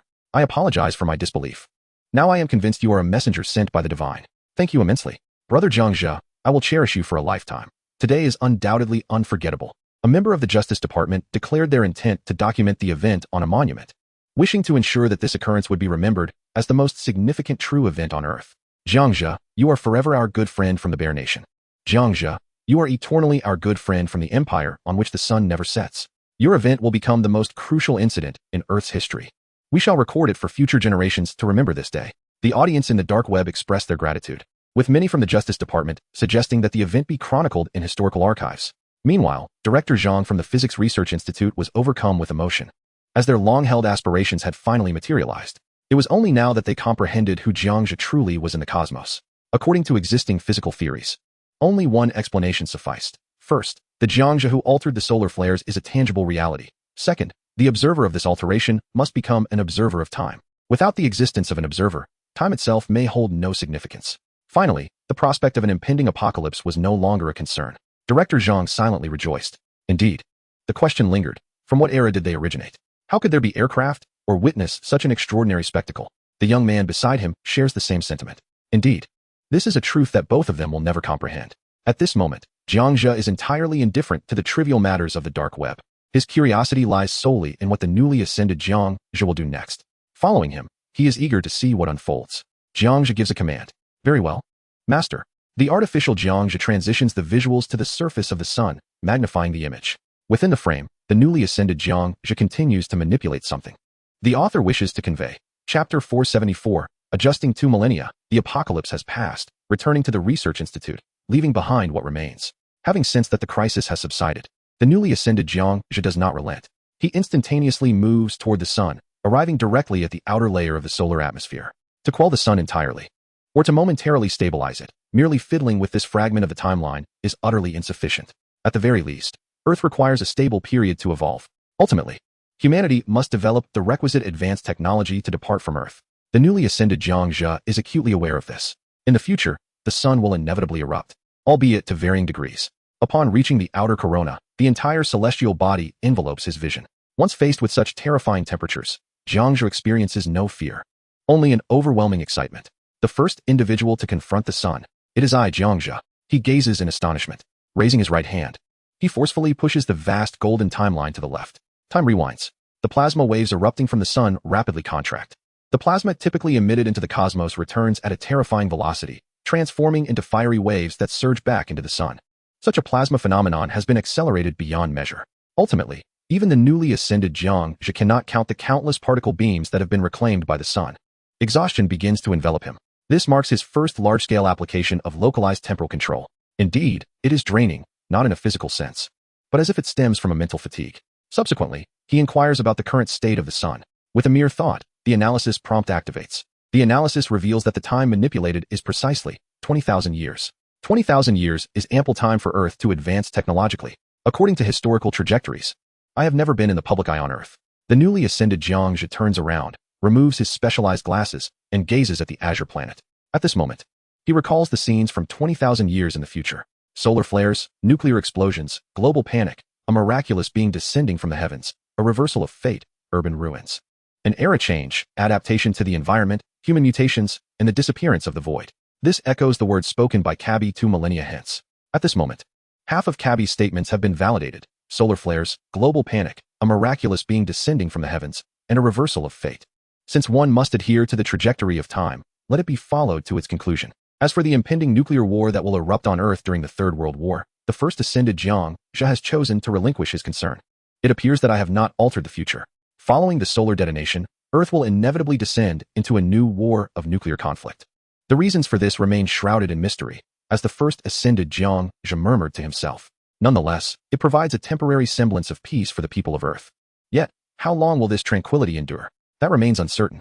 As the first ascended Jiang Zhe departed from the cosmos, 6 portals of space silently manifested at an altitude of 10,000 meters above the Earth. These 6 portals serve as gateways to the 4-dimensional cube. Without the wristband, no one could enter. Moreover, these portals are in a constant state of flux, appearing at inconspicuous corners of Earth, nearly imperceptible to humanity. Having witnessed this, Jiang Zhe within the spacecraft nodded slightly. It seemed as though the matter had reached its conclusion. Yet, it also felt as if it had not truly ended. Could this first ascended Jiang Zhe be the same Jiang Zhe I once saved? He pondered briefly. Is it, as the enigmatic doctor suggested, that the future of the past timeline he disrupted during his traversal through time has led to changes in the world of that former Jiang Zhe? Or perhaps not. There is also the possibility that he previously rescued the Jiang Zhe who faced Arthur Allen within the cube and found himself at a disadvantage. At this juncture, even the present Jiang Zhe found himself perplexed by the concept of time. This timeline is exceedingly intricate. As Kirby posited, will Earth indeed face the specter of nuclear war? Jiang Zhe continued to contemplate. He sensed that matters were far from concluded. After all, the experiences of the first ascended Jiang Zhe differ fundamentally from those of the current Jiang Zhe. This does not imply that the timeline perceived by the present Jiang Zhe is inherently his own. It could very well belong to an already ascended Jiang Zhe. Perhaps now, at this moment, he must undertake actions to avert the impending nuclear detonation. With this realization, Jiang Zhe resolved to take action. He first sought out Mr. Zhang depicted in the imagery. As Jiang Zhe focused on Mr. Zhang, who sat in an elegant black automobile, he observed Mr. Zhang turn around, a smile illuminating his face as he gazed skyward. Soon after, his lips moved, seemingly conveying a message. Jiang Zhe swiftly translated the words spoken by Mr. Zhang. Now you may do as you wish. The temporal nexus of the two of you has already diverged following the solar flare altered by the first ascended version of him. Understanding this, Jiang Zhe nodded slightly. With that, he maneuvered the anti-gravity craft and transitioned. In less than a second, he arrived at the entrance of the Physics Research Institute. Exiting the craft and retracting it, he strode into the institute alongside Xiao Pai and Xiao Su. At this moment, the Research Institute stood desolate and empty. The ground was strewn with sheets of white paper, chaotic and disordered. In the distance, the elder director clad in a white lab coat and a young man were intently observing something through a high-precision astronomical telescope. With a sudden thought, Jiang Zhe instantly transported himself behind the two. He softly spoke, "Director Zhang, I need to record a video."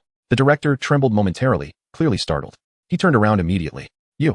Upon seeing him, his pupils immediately constricted, caught between surprise and joy. The individual before him was none other than Jiang Zhe, the one who had just been aboard the spacecraft in the cosmos. The young man swiftly turned his head as well, exhibiting a similar reaction, visibly excited. "I understand the questions you wish to ask. I will address all of your queries in the video shortly. However, I must emphasize that I need to record a video. And I require witnesses, namely, the two of you. Lastly, I wish to leave something behind in this world. Time is of the essence. Please do not squander it," Jiang Zhe stated earnestly. Although they were unclear about Jiang Zhe's intentions, both the elder director and the young scientist had no choice but to comply. After a brief flurry of activity, they quickly prepared a clean conference room for Jiang Zhe. The camera was already rolling. "Ready, Mr. Jiang," the elder director swallowed hard, eager to uncover the truth. "I will appear alongside the esteemed director Zhang to enhance the video's credibility," the young man chimed in. "Excellent. I shall commence my address now." Jiang Zhe nodded slightly. The author has something to convey. Chapter 475, Video Warning, Apocalypse Alert, Global Attention, United Together. Jiang Zhe sat in a leather chair. Facing the camera, his expression grave. "My name is Jiang Zhe, and I am 24 years old. A month ago, I vanished from the global data stream. This coincides with the moment you encountered the 853-year-old individual who suddenly disappeared. The erasure of the solar flare was indeed a human act. However, that individual was me. Yet not entirely, as it was another version of me from an alternate timeline. In that timeline, Jiang Zhe saved you from calamity. Subsequently, due to unforeseen events, this planet has faced unimaginable disasters. The eruption of solar flares led to the alternate version of me erasing the solar flares, which was the catalyst for the Third World War. If I do not step forward to speak now, you may unwittingly repeat history, leading to indelible peril. Much like the previous timeline. At this point, Jiang Zhe flicked his right hand, and an image appeared on screen. depicting his journey to Earth 20,000 years into the future. The very moment before he encountered Cabby, he resolved to present tangible evidence to the real world as a warning to humanity, urging them not to tread the same path. The image displayed a red sun erupting, flares engulfing the Earth, though not as violently as the solar flares of the present timeline. After the flare, the scene revealed a landscape devastated, with no traces of city remnants in sight. The video reached this point. Jiang Zhe closed the memory scene. If you do not choose to alter your course, this will be the trajectory of your future. The image before you depicts the fate of your Earth 2 millennia hence. Death, obliteration, the rise and fall of civilizations, human mutation, and a populace in despair. Thus, at this moment, I implore you to remember one crucial truth. Irrespective of what the future holds, no nuclear war should ever transpire upon this planet. The implications for you are profound, as Earth is my homeland. You possess merely 20,000 years to transform your destiny, to advance technology relentlessly, to fervently develop innovations, to minimize conflict, and to allocate all economic resources towards technological advancement. I sincerely hope you can navigate through this crisis. Regarding your inquiries, I have anticipated your questions. Firstly, who am I? Answer: I am Jiang Zhe, the transcended Jiang Zhe, endowed with capabilities beyond your imagination. If you struggle to comprehend, consider me a deity within your realm. Such a characterization is not unfounded. Secondly, will I return? Answer: no. Unless an extraordinary event occurs, I shall not return. Thirdly, is my motivation merely to garner attention? Answer: this is not a spectacle. I am merely an observer who wishes not to disrupt your lives excessively. My parents' well-being suffices. Your existence is of secondary concern to me. Additionally, for those who may doubt, I have resolved to demonstrate my capabilities. With a wave of my right hand, a vast force of primal energy lifted the entire Physics Research Institute from the ground, slowly elevating it into the air. Director Zhang and a young colleague witnessed this scene. Astonished, although they had begun to believe, they never anticipated the extent of Jiang Zhe's power. This serves as evidence I leave behind for you. Kyoto, at a certain Physics Research Institute.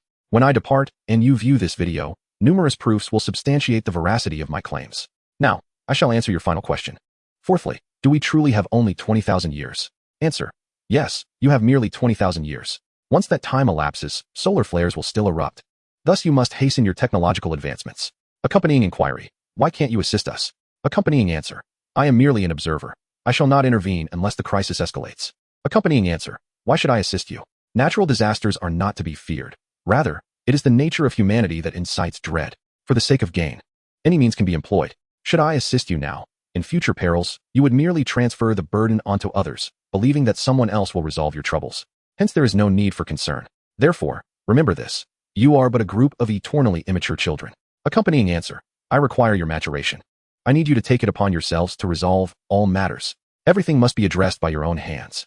Finally, farewell, humanity. Farewell, Earth. With these words, Jiang Zhe, accompanied by Xiao Pai and Xiao Suo, instantaneously vanished from the Physics Research Institute, leaving behind two bewildered individuals. The revelations they had just received were utterly staggering, compounded by the astounding display of instantaneous movement. If there remains any doubt regarding the authenticity of this video, humanity may indeed be beyond salvation. 3 minutes later, Director Zhang swiftly regained his composure and urged, hurry, follow me. We must present this video to the authorities, ensuring they comprehend the necessity of advancing technology. The young man, momentarily taken aback, evidently still reeling from the earlier shock, promptly replied, yes, yes. Shortly thereafter, the leaders of the Xia nation received the video. Initially skeptical of its veracity, they fell silent as the content unfolded before their eyes. They immediately sought verification of the video's authenticity, as they could not rely solely on the spoken words of the individuals within. Before long, the results were confirmed. The video was genuine. This meant that everything spoken by Jiang Zhe within the video was indeed true. In an instant, the conference room was enveloped in a profound silence. After a brief pause, Director Zhang stepped forward and remarked, in truth, this may not be entirely unfavorable. We have been granted insight into our future. Should we squander the expectations placed upon us by the ascended Jiang Zhe, we would indeed be, as he suggested, utterly beyond remedy. It is imperative that we enact change now, dedicating ourselves to technological advancement, striving to relocate the entire populace to other planets within the next 20,000 years. In this statement, Director Zhang emphasized the term ascended, urging those present to regard Jiang Zhe not as an ordinary individual, but as a contemporary myth. For the words of an ordinary person are truly inconsequential. It is only the pronouncements of a modern myth that compel adherence to promises. Very well, let it be so. He has acted out of goodwill. We cannot betray his kindness. The chief leader was the first to rise, harboring no doubts. The individual in the video articulated the essence and truths of humanity. As for evidence, even if the senior leaders doubted, was there still a need for proof at this juncture? Typically, as a prominent leader, One's judgment of character is seldom mistaken. The person in the video was indeed concerned for the welfare of all humanity, while Jiang Zhe anticipated that humanity would achieve self-growth and unity. Thus, they must not disappoint those of higher dimensions, particularly those observing their worldly affairs. Very well, let it be so, echoed the sentiments of numerous influential leaders. In the ensuing period, the Xi'an nation's authorities made the video universally accessible without reservation, affirming its authenticity to nations worldwide. In this matter, no individual would sacrifice the greater good for trivial gain. Subsequently, nations around the globe reached a consensus. The United Nations Security Council first established an agreement to share scientific knowledge, with a commitment to transparency and integrity. In this moment, humanity achieved an unprecedented level of unity. As for this situation, the global authorities did not immediately disclose all details to the general populace. Initially, they significantly curtailed the entertainment industry, subsequently establishing various advanced technology institutions where individuals could learn the latest scientific advancements from leading nations worldwide. As time passed, ordinary technological prodigies have gradually begun to uncover the mysteries of events. Consequently, they are dedicating themselves with even greater fervor to their studies, aspiring to transform the world and ultimately humanity itself. They are acutely aware that the future of Earth rests firmly in their hands. Subsequently, a growing number of diligent students immersed in the pursuit of science and technology have emerged globally. Before long, a unified scientific front was established across the world, with a noticeable surge in technological civilization. The effects of this progress are slowly becoming apparent. Indeed, the unity of mankind should not be underestimated. However, Jiang Zhe remains entirely oblivious to these developments and can only seek an opportunity in the future to revisit and uncover the truth. If they continue on their current path, hope may truly be lost. After bidding farewell to Director Jiang Zhe successfully entered the four-dimensional cube. He found himself once again at the familiar energy portal. Casting a glance at the current time, he noted that it was now April 3rd, 2 days having elapsed since his departure. It is time to mend the timeline. Chapter 476, Supreme Treasure Chest, Task Tracker, Return to the First Day. Granting original force before leaving the cube, Jiang Zhe surveyed his surroundings. Unbeknownst to him, a shimmering, multicolored treasure chest had appeared on the ground not far away. When had this emerged? Curiously, he approached to investigate. Supreme Treasure Chest typically contains valuable resources. A Supreme Treasure Chest? How did I not notice it when I first entered? He grasped the chest and speculated that there was no danger within. However, it was peculiar that it contained only a single item. Lifting the lid, he was met with the following message. System prompt. Task Tracker 1. A tracker? Jiang Zhe examined the details of the task tracker. Task tracker, originating from the hands of a mysterious four-dimensional figure, it typically guides you toward a specific task. As the prompt concluded, he couldn't help but smile knowingly. The details were unmistakably clear. It was evident who had placed the chest here. Without a doubt, it was his father, Jiang Tian. Aware that his son might overlook certain subtle tasks, he had thoughtfully created a tracker to assist him. This was a common mistake Jiang Zhe made in his youth. Thank you, Dad. Jiang Zhe smiled up at the sky, then promptly accessed the task tracker. Currently, there was but one task available. Granting original force. Utilize space-time traversal to arrive at March 8th, around 2 p.m., and bestow the original force upon yourself from the first day you entered the cube. Upon completion of this task, the second task will automatically unlock. Let us embark. With a focused thought, 2 golden lines appeared before him. The colors of these lines were notably distinct. 1. The timeline, slightly thicker, where each segment represents a day, and smaller segments represent an hour. 2. The space line, more slender in comparison, used for spatial positioning. Having understood the specific functions of the time and space lines, Jiang Zhe began to maneuver. With a gentle flick of his right hand, the timeline shifted to the left, successfully moving to just past 1 o'clock on March 8th. As he recalled awakening around 2 o'clock in the afternoon, he realized that the temporal flow within the cube was inconsistent with the external world. Consequently, he needed to awaken earlier than when Jiang Zhe had originally risen. The spatial lines were deftly manipulated to ascertain the precise time and location of March 8th. Moments later, once everything was adjusted, a thought crossed Jiang Zhe's mind. In an instant, he transformed into golden particles, vanishing from within the cube. When he reappeared, he successfully arrived at the moment before the doors opened for the first time. The light here was ethereal. In the center lay a young man clad in a black cotton coat, beneath which he wore a black suit and shirt. Indeed, it was Jiang Zhe during his initial entry into the cube. At that moment, the unconscious figure was accompanied by a dilapidated light blue small cube and a metallic wristband. This was the place. Jiang Zhe glided slowly towards the center, and upon confirming the presence of a real person, he commenced his operations. Prior to initiating any action, he utilized the force to scan, ensuring that no alternate versions of himself existed within this cube during any time period, which put his mind at ease. Is that the boss from the first day? Little Pai whispered. Affirmative. He possesses no power whatsoever. Little Sue nodded curiously. Boss, it's time to use the quantum drawing board to create a force projection for him, Little Sue advised. I am aware, Jiang Zhe replied. Retrieving the three-dimensional quantum pen and drawing board to begin his work, he casually sketched a predicted black energy mass, instinctively choosing black due to the future projections consistently appearing as translucent to black. Finally, he set the parameters. Item: predictive particle mass ability. Future prediction growth. Every 200 points of force increases prediction time by 10 seconds. Status: sealed. As this ability to predict the future remained constrained to below 4 dimensions, he set a lengthy duration rather arbitrarily. After completing the drawing of the predictive energy mass, before he could manifest the ability, the book in his mind suddenly opened. What is this? Jiang Zhe glanced upwards. This action seemed to trigger a specific setting within the book he had acquired from that individual. He closed his eyes in contemplation for a moment and found the opened page. It bore a prefix: foreshadowing. Foreshadowing? Jiang Zhe was momentarily taken aback, but did not dwell on it too long, as his actions might have indeed activated a point within the book. He proceeded to examine it. Foreshadowing 1. After Jiang Zhe completed the donation of his force, it remained in a semi-sealed state. Upon awakening on the first day, Jiang Zhe was solely engaged in predicting the future. He did not genuinely experience those events. The culmination of future predictions would occur when Jiang Zhe encountered Jiang Tian and completed the dimensional advancement task, thereby allowing him to retrospectively experience all that transpired before quickly reliving the optimal future he had foreseen. After perusing the content, Jiang Zhe couldn't help but twitch his lips.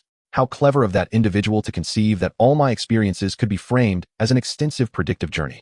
If that person were still around, he would undoubtedly feel an overwhelming urge to strike him. Can my life truly be toyed with in such a manner? There are certain experiences that Jiang Zhe has no desire to relive, such as the encounter with Mr. Death. Within that room, Jiang Zhe has perished countless times and resurrected just as many. Should he be compelled to endure it once more, he might genuinely lose his sanity. Erasing this narrative thread, Jiang Zhe closed his eyes, and with a mere thought, he obliterated the first plot point. As for the subsequent ones, curiously, he could not perceive them at all. Then, Jiang Zhe manifested the predictive energy sphere from the drawing board. With a flick of his right hand, it was seamlessly infused into the mind of the unconscious Jiang Zhe lying on the ground. Without any mishap or unforeseen circumstance, this task was accomplished quietly. Finally, Jiang Zhe utilized the analytical chip for a brief inspection. Biological classification: human ability, predict the future, 10 seconds. Evaluation: a rather feeble one. 34 completed. Now he simply needs to await the completion of the timeline. Jiang Zhe raised his right hand, enveloping himself, Xiaopi, and Xiaosua in a protective shield. Vanishing from this cubic space, he did not completely disappear. In a semi-dimensional state, Jiang Zhe could remain visible to himself while remaining unseen by three-dimensional beings. Merely existing in a different temporal dimension, Jiang Zhe stood quietly by, accelerating the flow of time. When the Jiang Zhe on the ground finally awakened, he stirred groggily, reading the pale blue prompt before him. After perusing the entirety of the system announcements, he pondered the notion of a four-dimensional world and global survival. Once, Jiang Zhe murmured to himself, gradually absorbing the information without paying heed to the four-dimensional adventurers. He then glanced around, noticing a dilapidated pale blue cube and a metallic wristband on the ground. Has a four-dimensional adventurer manifested in this world? But is it something we three-dimensional beings can vanquish? Once, Jiang Zhe, still somewhat dazed, opened the world channel to confirm his suspicions. Indeed, four-dimensional adventurers had appeared in the world. As the timeline returned to its rightful course, the starting point was finally restored. Jiang Zhe let out a sigh of relief, only to be astonished that the four-dimensional adventurer announced by the world was none other than himself. He watched as his former self opened the door. What would the next task entail? Jiang Zhe retracted his thoughts and checked the task tracker. The author has something to say. Chapter 477: No current tasks. Hun Arthur. Mysterious figure appears. Confess identity. Task tracker. None available. Jiang Zhe opened the task tracker, which indicated that he had not been informed of his next course of action. Since there were no directives, it implied that he could mend the timeline according to his own design. After some contemplation, he concluded that his initial objective was to locate Arthur Allen and eliminate him.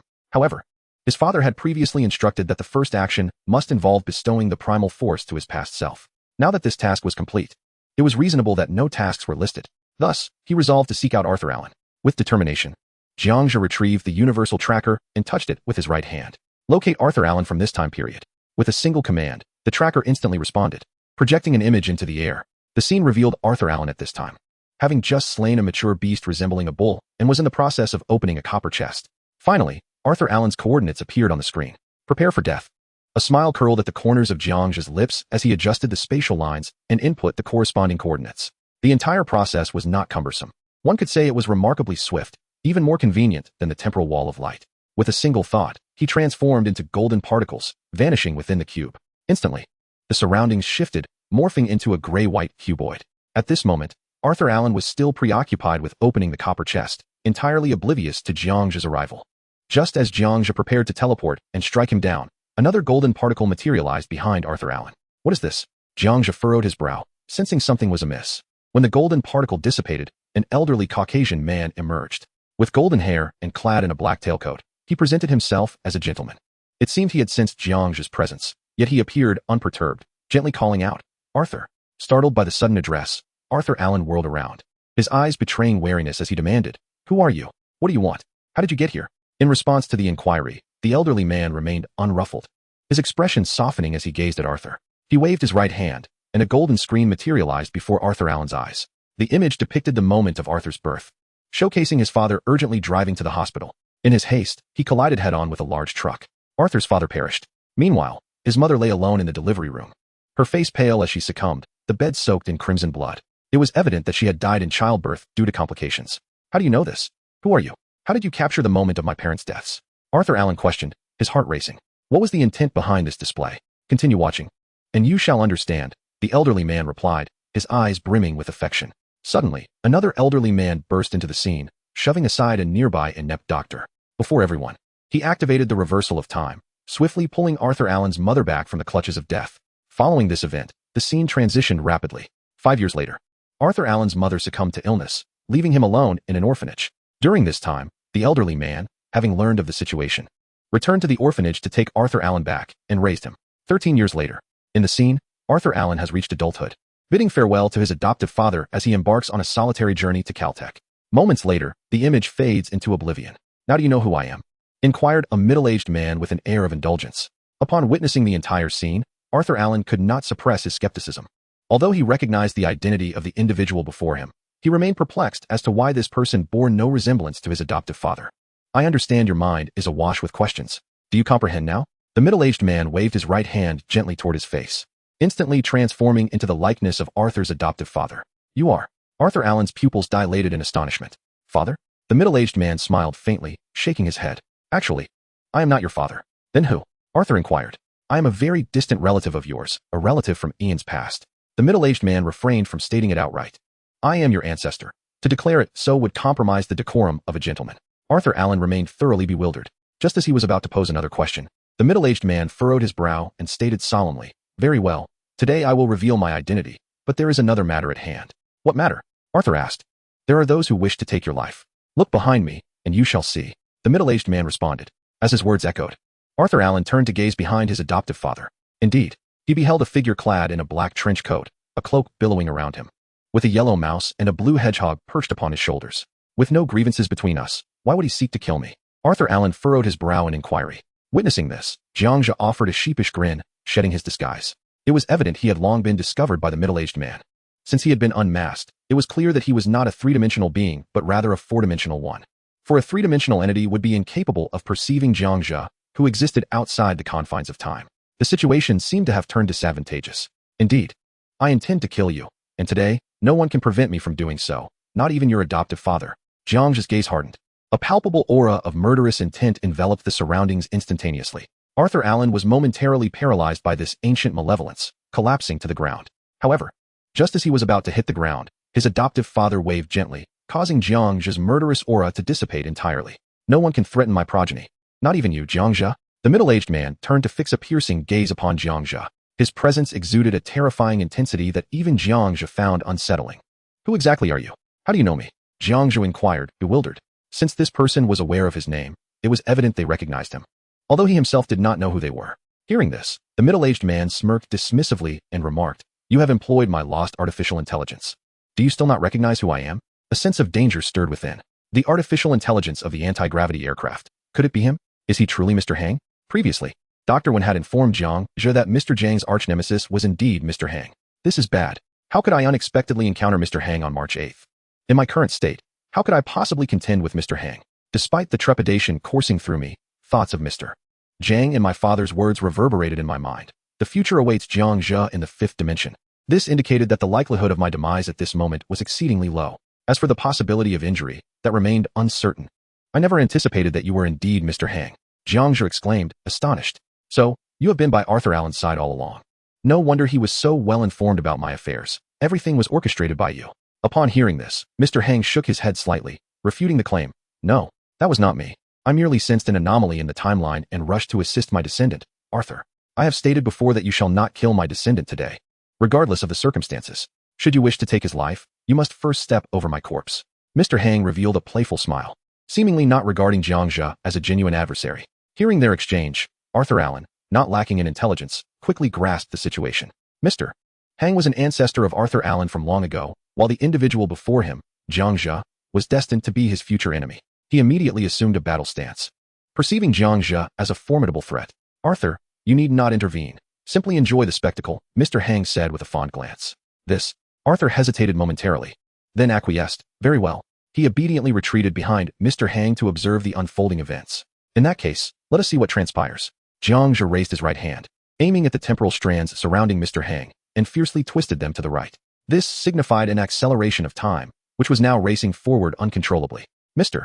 Hang remained unfazed, arms crossed, watching Jiang Zhe with amusement. Moments later, the acceleration of time inflicted no harm upon Mr. Hang. Not even a single hair was disturbed. How is this? Mr. Hang taunted. I told you, even 10,000 years hence, you shall not be my match. Let us discuss this in 10,000 years. Jiang Zhe retorted, then called out, Little Suo? Yes, boss. Little Suo immediately leapt from the ground, transforming into a streak of blue lightning, racing through the cube at an unparalleled speed. Bang, bang, bang. The sound of sonic booms resonated all around. Eventually, the noise reached a point of distortion, with Little Suo's figure filling the entire cube. Just as he was about to surpass the speed of light, bang, a tremendous blue thunderous circle surged forth towards Mr. Hang. As it neared Mr. Hang's face, he merely waved his hand lightly. With an unknown force, the terrifying blue thunderous circle was instantly obliterated. Little Sue was similarly propelled by an unknown force, crashing against the walls of the cube, ultimately losing consciousness. How amusing. Mr. Hang smirked, continuing his mockery. Just then, Jiang Zhe activated his teleportation ability, catching Little Sue in his arms. After confirming there was no imminent danger to his life, he felt a sense of relief. Whoever you are, you shall undoubtedly meet your demise today, Jiang Zhe declared with a fierce glare, his anger boiling to an unprecedented level. A tremendous surge of primal energy materialized before Mr. Hang, a manifestation of the alternate application of teleportation, spatial slicing. Unable to conceive of any offensive strategy capable of inflicting fatal harm upon Mr. Hang, he resorted to manipulating spatial particles. After all, this was his most powerful technique, one he had never before employed. With a swift motion, a white spatial ring appeared before Mr. Hang. Just as it was about to slice through him, Mr. Hang showed no fear, instead stepping towards the ring. As one foot crossed the threshold, Jiang Zhe waved his right hand, causing the spatial slicing ring to vanish instantaneously. In this manner, he sought to deliver a lethal blow to Mr. Hang. When the blinding light dissipated, astonishingly, Mr. Hang emerged unscathed, as if he had suffered no harm at all. How intriguing, despite your ability to engage in combat at a level surpassing millions, and your remarkable prowess that even eclipses that of my little Arthur, I must emphasize that the chasm between us is as vast as countless universes, Mr. Hang taunted. You now possess one final opportunity to strike at me. Once this chance passes, I shall show no mercy. With every word Mr. Hang uttered, Jiang Zhe's fury intensified, solidifying his resolve to eliminate his adversary. The last chance. I shall send you to meet your maker. Jiang Zhe's gaze hardened. Since spatial particles were ineffective against him, he turned to the three-dimensional quantum pen. After all, below the fourth dimension, the three-dimensional quantum pen was a divine artifact capable of creation and destruction. Though uncertainty lingered in his heart, he had already issued his bold challenge. How could he know without trying? After all, Mr. Hang was currently within the cube. Jiang Zhe swiftly configured a device. Device. Instant kill mechanism. Effect. A destructive ray of fate coins raised to the power of 1/9. Outcome. Invincible below the fourth dimension. Instant kill. Multiplicative stack. 1/9 exponential stacking. Usage count. Once. He immediately materialized the black instant kill device, a cube device the size of his palm appearing in his hand. Instant kill device. Capable of inflicting catastrophic damage on any being within the four-dimensional cube. If the power disparity is exceeded, it will have no effect. Jiang Zhe raised the instant kill device and pressed the activation button. A torrent of colorful destructive particles surged towards Mr. Hang. Faced with such a formidable attack, Mr. Hang merely furrowed his brow, genuinely astonished that an opponent of this caliber could conjure such a device. Indeed, Mr. Hang was taken aback. He nodded repeatedly in admiration, exclaiming, "Truly, you are the descendant of Jiang Zhe. You possess a fraction of your ancestors' prowess. However, you still cannot bring about my demise." As his words fell, a radiant spectrum of colors enveloped Mr. Hang instantaneously. The beams of light encircled him in a mesmerizing ring of 7 hues. This was undoubtedly the most formidable assault Jiang Zhe had ever unleashed.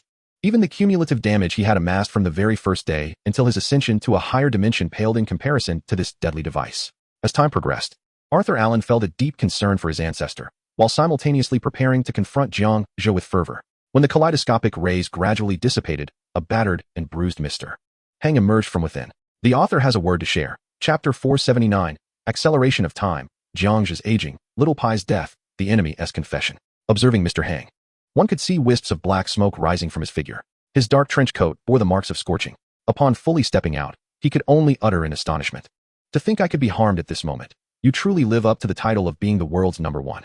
Seeing the elder speak, Arthur Allen finally exhaled in relief. Although the recent burst of colorful rays had nearly sent his soul fleeing, the outcome remained favorable. Jiang Zhe could not kill the elder in his current state. Useless? How could it be of no avail? Jiang Zhe felt a tightening in his throat. A sense of foreboding creeping into his mind. The strongest strike had been unleashed, yet the result was merely damage to the opponent's equipment. This exceeded Jiang Zhe's expectations. He had initially hoped to cripple Mr. Hang, thus creating an opportunity for his own attack. But why had it turned out this way? Was he truly destined to perish here? Mr. Hang regarded Jiang Zhe with a smile while initiating a time reversal on his equipment. The gear upon him began to restore itself at a visible pace. Your chances for offense have been entirely expended. Now it is my turn. No sooner had the words left his lips than Jiang Zhe found himself ensnared by an unfathomable force. No matter how he struggled, he remained immobilized, confronted only by the sight of Mr. Hang advancing towards him, akin to the Grim Reaper. Even Jiang Zhe's thoughts were stilled, leaving him a mere spectator to his impending demise. How cruel. Mr. Hang shook his head slightly, dismissing the cruel methods of execution that had crossed his mind regarding Jiang Zhe. He had contemplated dismembering him in his wrath, but he understood that such an act would leave a psychological scar on Arthur, his descendant. Thus, he abandoned the inhumane approach, opting instead to accelerate time, allowing Jiang Zhe to meet his end with a semblance of peace. With a gentle motion of his right hand, Mr. Hang manipulated the strands of time enveloping Jiang Zhe. Bound by time, Jiang Zhe visibly aged at an alarming rate. The wrinkles on his face gradually emerged, the organs within him aged at an alarming rate, and the once raven black hair transformed into a silvery hue with unparalleled swiftness. As Jiang Zhe, now resembling a mere skeleton, clung to the last vestiges of life, he found himself confronted by Xiao Pai's sudden defiance against time's constraints. The small red dots on his face surged dramatically, coalescing into an absolute bolt of lightning before him. With a resounding boom, a horrifyingly brilliant sphere of silver lightning hurtled towards Mr. Hang. Unfazed at first, Mr. Hang faced this manifestation of power head-on, only to be repelled by an overwhelming force, sending him tumbling several meters away before he finally came to a halt. Indeed, this was the absolute lightning unleashed by Xiao Pai at the cost of his very life. In the aftermath of that singular strike, Xiao Pai exhaled his last breath. Succumbing to death, Mr. Hang, unscathed, rose from the ground, marveling at the destructive potential embodied in such a diminutive creature. Witnessing this spectacle, Jiang Zhe, too, broke free from his temporal confinement, laboriously turning his head toward Xiao Pai, his heart brimming with fury. Alas, he possessed no strength to resist Mr. Hang, for the disparity in their power was insurmountable. No matter his efforts, he could not vanquish his foe. Moreover, he was already on the precipice of death. With great difficulty, he raised his head to inquire, "Why must you be adversaries with Jiang?" It was futile. Rather than perish in anger, he deemed it preferable to seek the truth. At that moment, Jiang Zhe truly lacked the strength to retaliate against Hang, barely able to lift his eyelids. Had it not been for the preceding events, he might have already met his demise.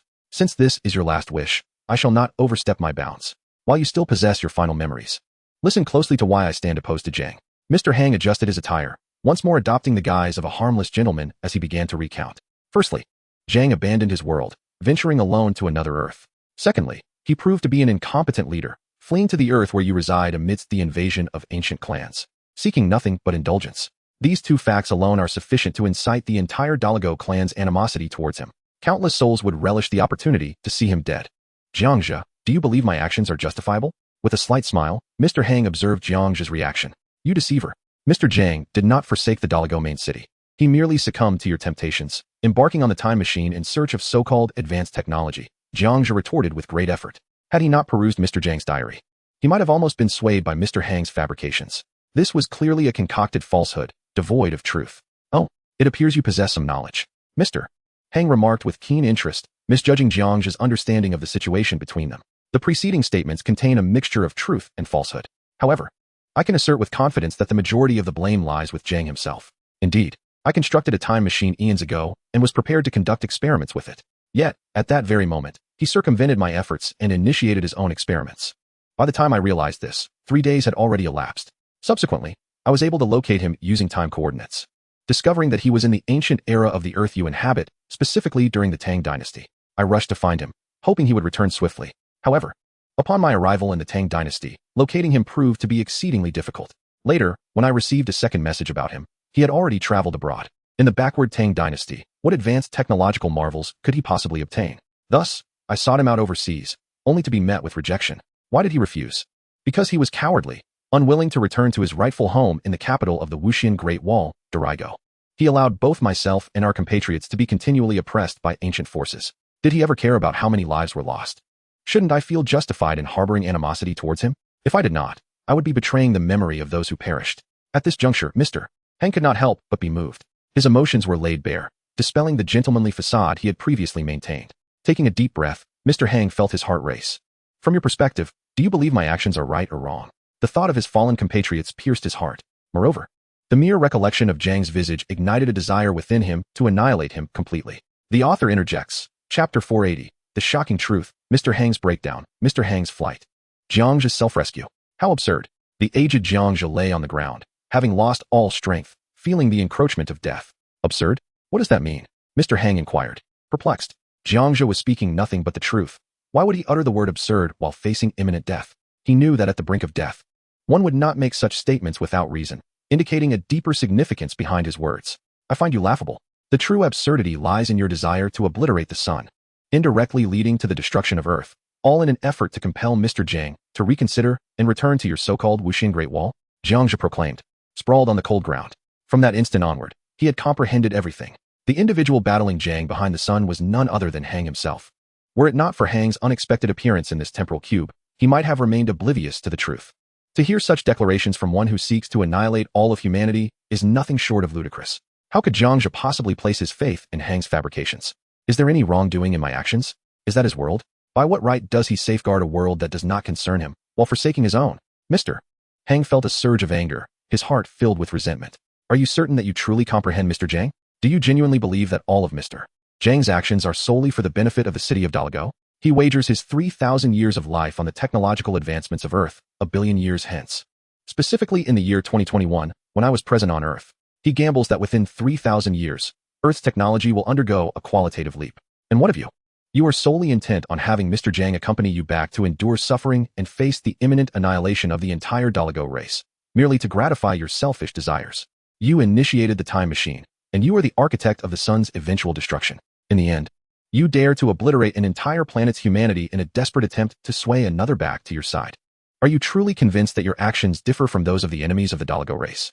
Despite the passage of countless years, you remain but an eternal child, forever immature. Mr. Jiang's tone grew increasingly fierce. In fact, it was long ago noted in Mr. Jiang's diary that he awaited the moment when Earth's scientific advancements would reach a super-futuristic level. This was the true reason for Mr. Jiang's prolonged presence on Earth. His intent was simply to return to the Wuxian Great Wall once Earth achieved a significant technological breakthrough, in order to save his world. As for the time machine, its energy had long been depleted. Later, when Mr. Hang arrived in the Tang dynasty to seek out Mr. Jiang in hopes of persuading him to return to his world, this did indeed occur. However, Mr. Jiang's intent was quite clear, as Mr. Hang's time machine had already exhausted its energy. After all, the energy of a time machine diminishes with each use. Mr. Jiang could have easily boarded the time machine and returned to Daligo alone, yet he refrained from doing so.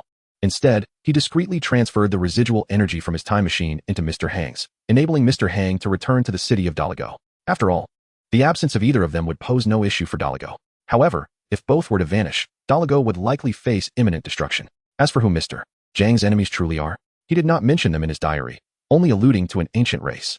The technological advancements of Mr. Jiang's Daligo race have been successfully deciphered by this ancient group, rendering Mr. Jiang's technology ineffective against them. In truth, Mr. H did not lie.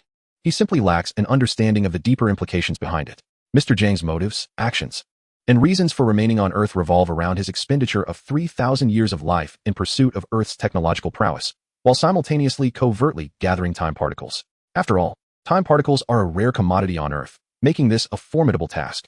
Throughout this entire affair, Mr. Hang, without exception, acted solely to satisfy his personal desires. Indeed, the diary has mentioned that they were, in the truest sense, biological brothers, born of different ethnicities, one of Asian descent and the other of Caucasian lineage. Both were siblings, with Mr. Jiang being the elder brother of Mr. Hang. From a young age, Mr. Hang had grown accustomed to trailing behind Mr. Jiang. Wherever Mr. Jiang ventured, Mr. Hang would invariably follow. Thus, Mr. Hang found it difficult to cope with Mr. Jiang's absence. even if it were on the dark side of the Earth's sun. Even when Mr. Hang inadvertently caused a solar flare to impact the Earth, leading to global devastation, Mr. Jiang did not instantly annihilate him. Otherwise, they would not have engaged in a prolonged confrontation amidst the solar corona. Ultimately, Mr. Jiang's fury erupted, delivering a genuine blow that scattered Mr. Hang, subsequently collecting the fragments using an unknown device. This restraint from Mr. Jiang stemmed from his unwillingness to truly kill Mr. Hang. In his eyes, Mr. Hang remained an eternally immature child. The reason behind Mr. Jiang's actions and his repeated forbearance towards Mr. Hang's behavior was now being unveiled by Jiang Zhe. As Mr. Hang absorbed these previously unheard revelations, his expression morphed into one of disbelief. He shook his head vehemently, exclaiming, "No, you are deceiving me. It cannot be true. My brother has long since parted ways with me.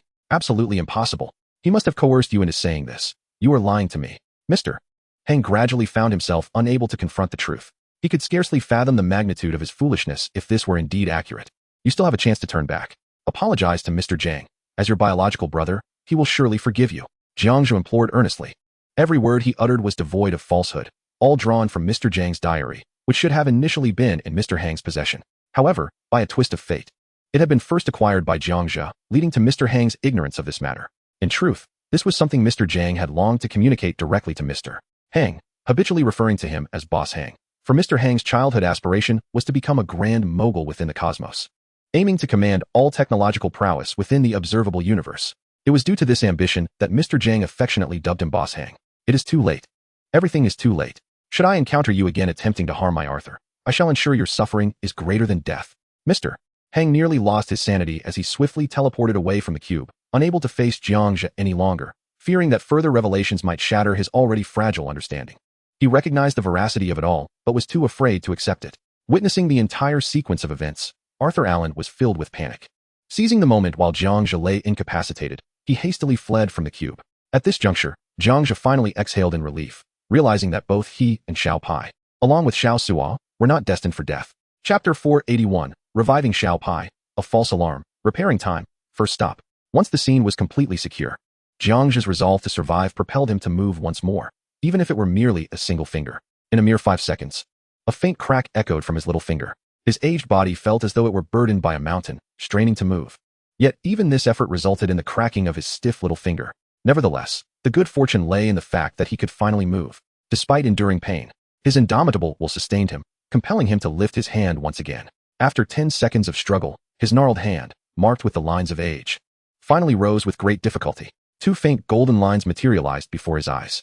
Fueled by a determination to defy death, he resolved to advance the timeline, even at the risk of a cerebral rupture. As Jiang Zhe manipulated the timeline, it seemed that the veins near his brainstem were torn due to his exertion. His body twisted, and he immediately lost his sense of direction, crashing heavily to the ground, barely clinging to life. At that moment, he felt the world spinning around him.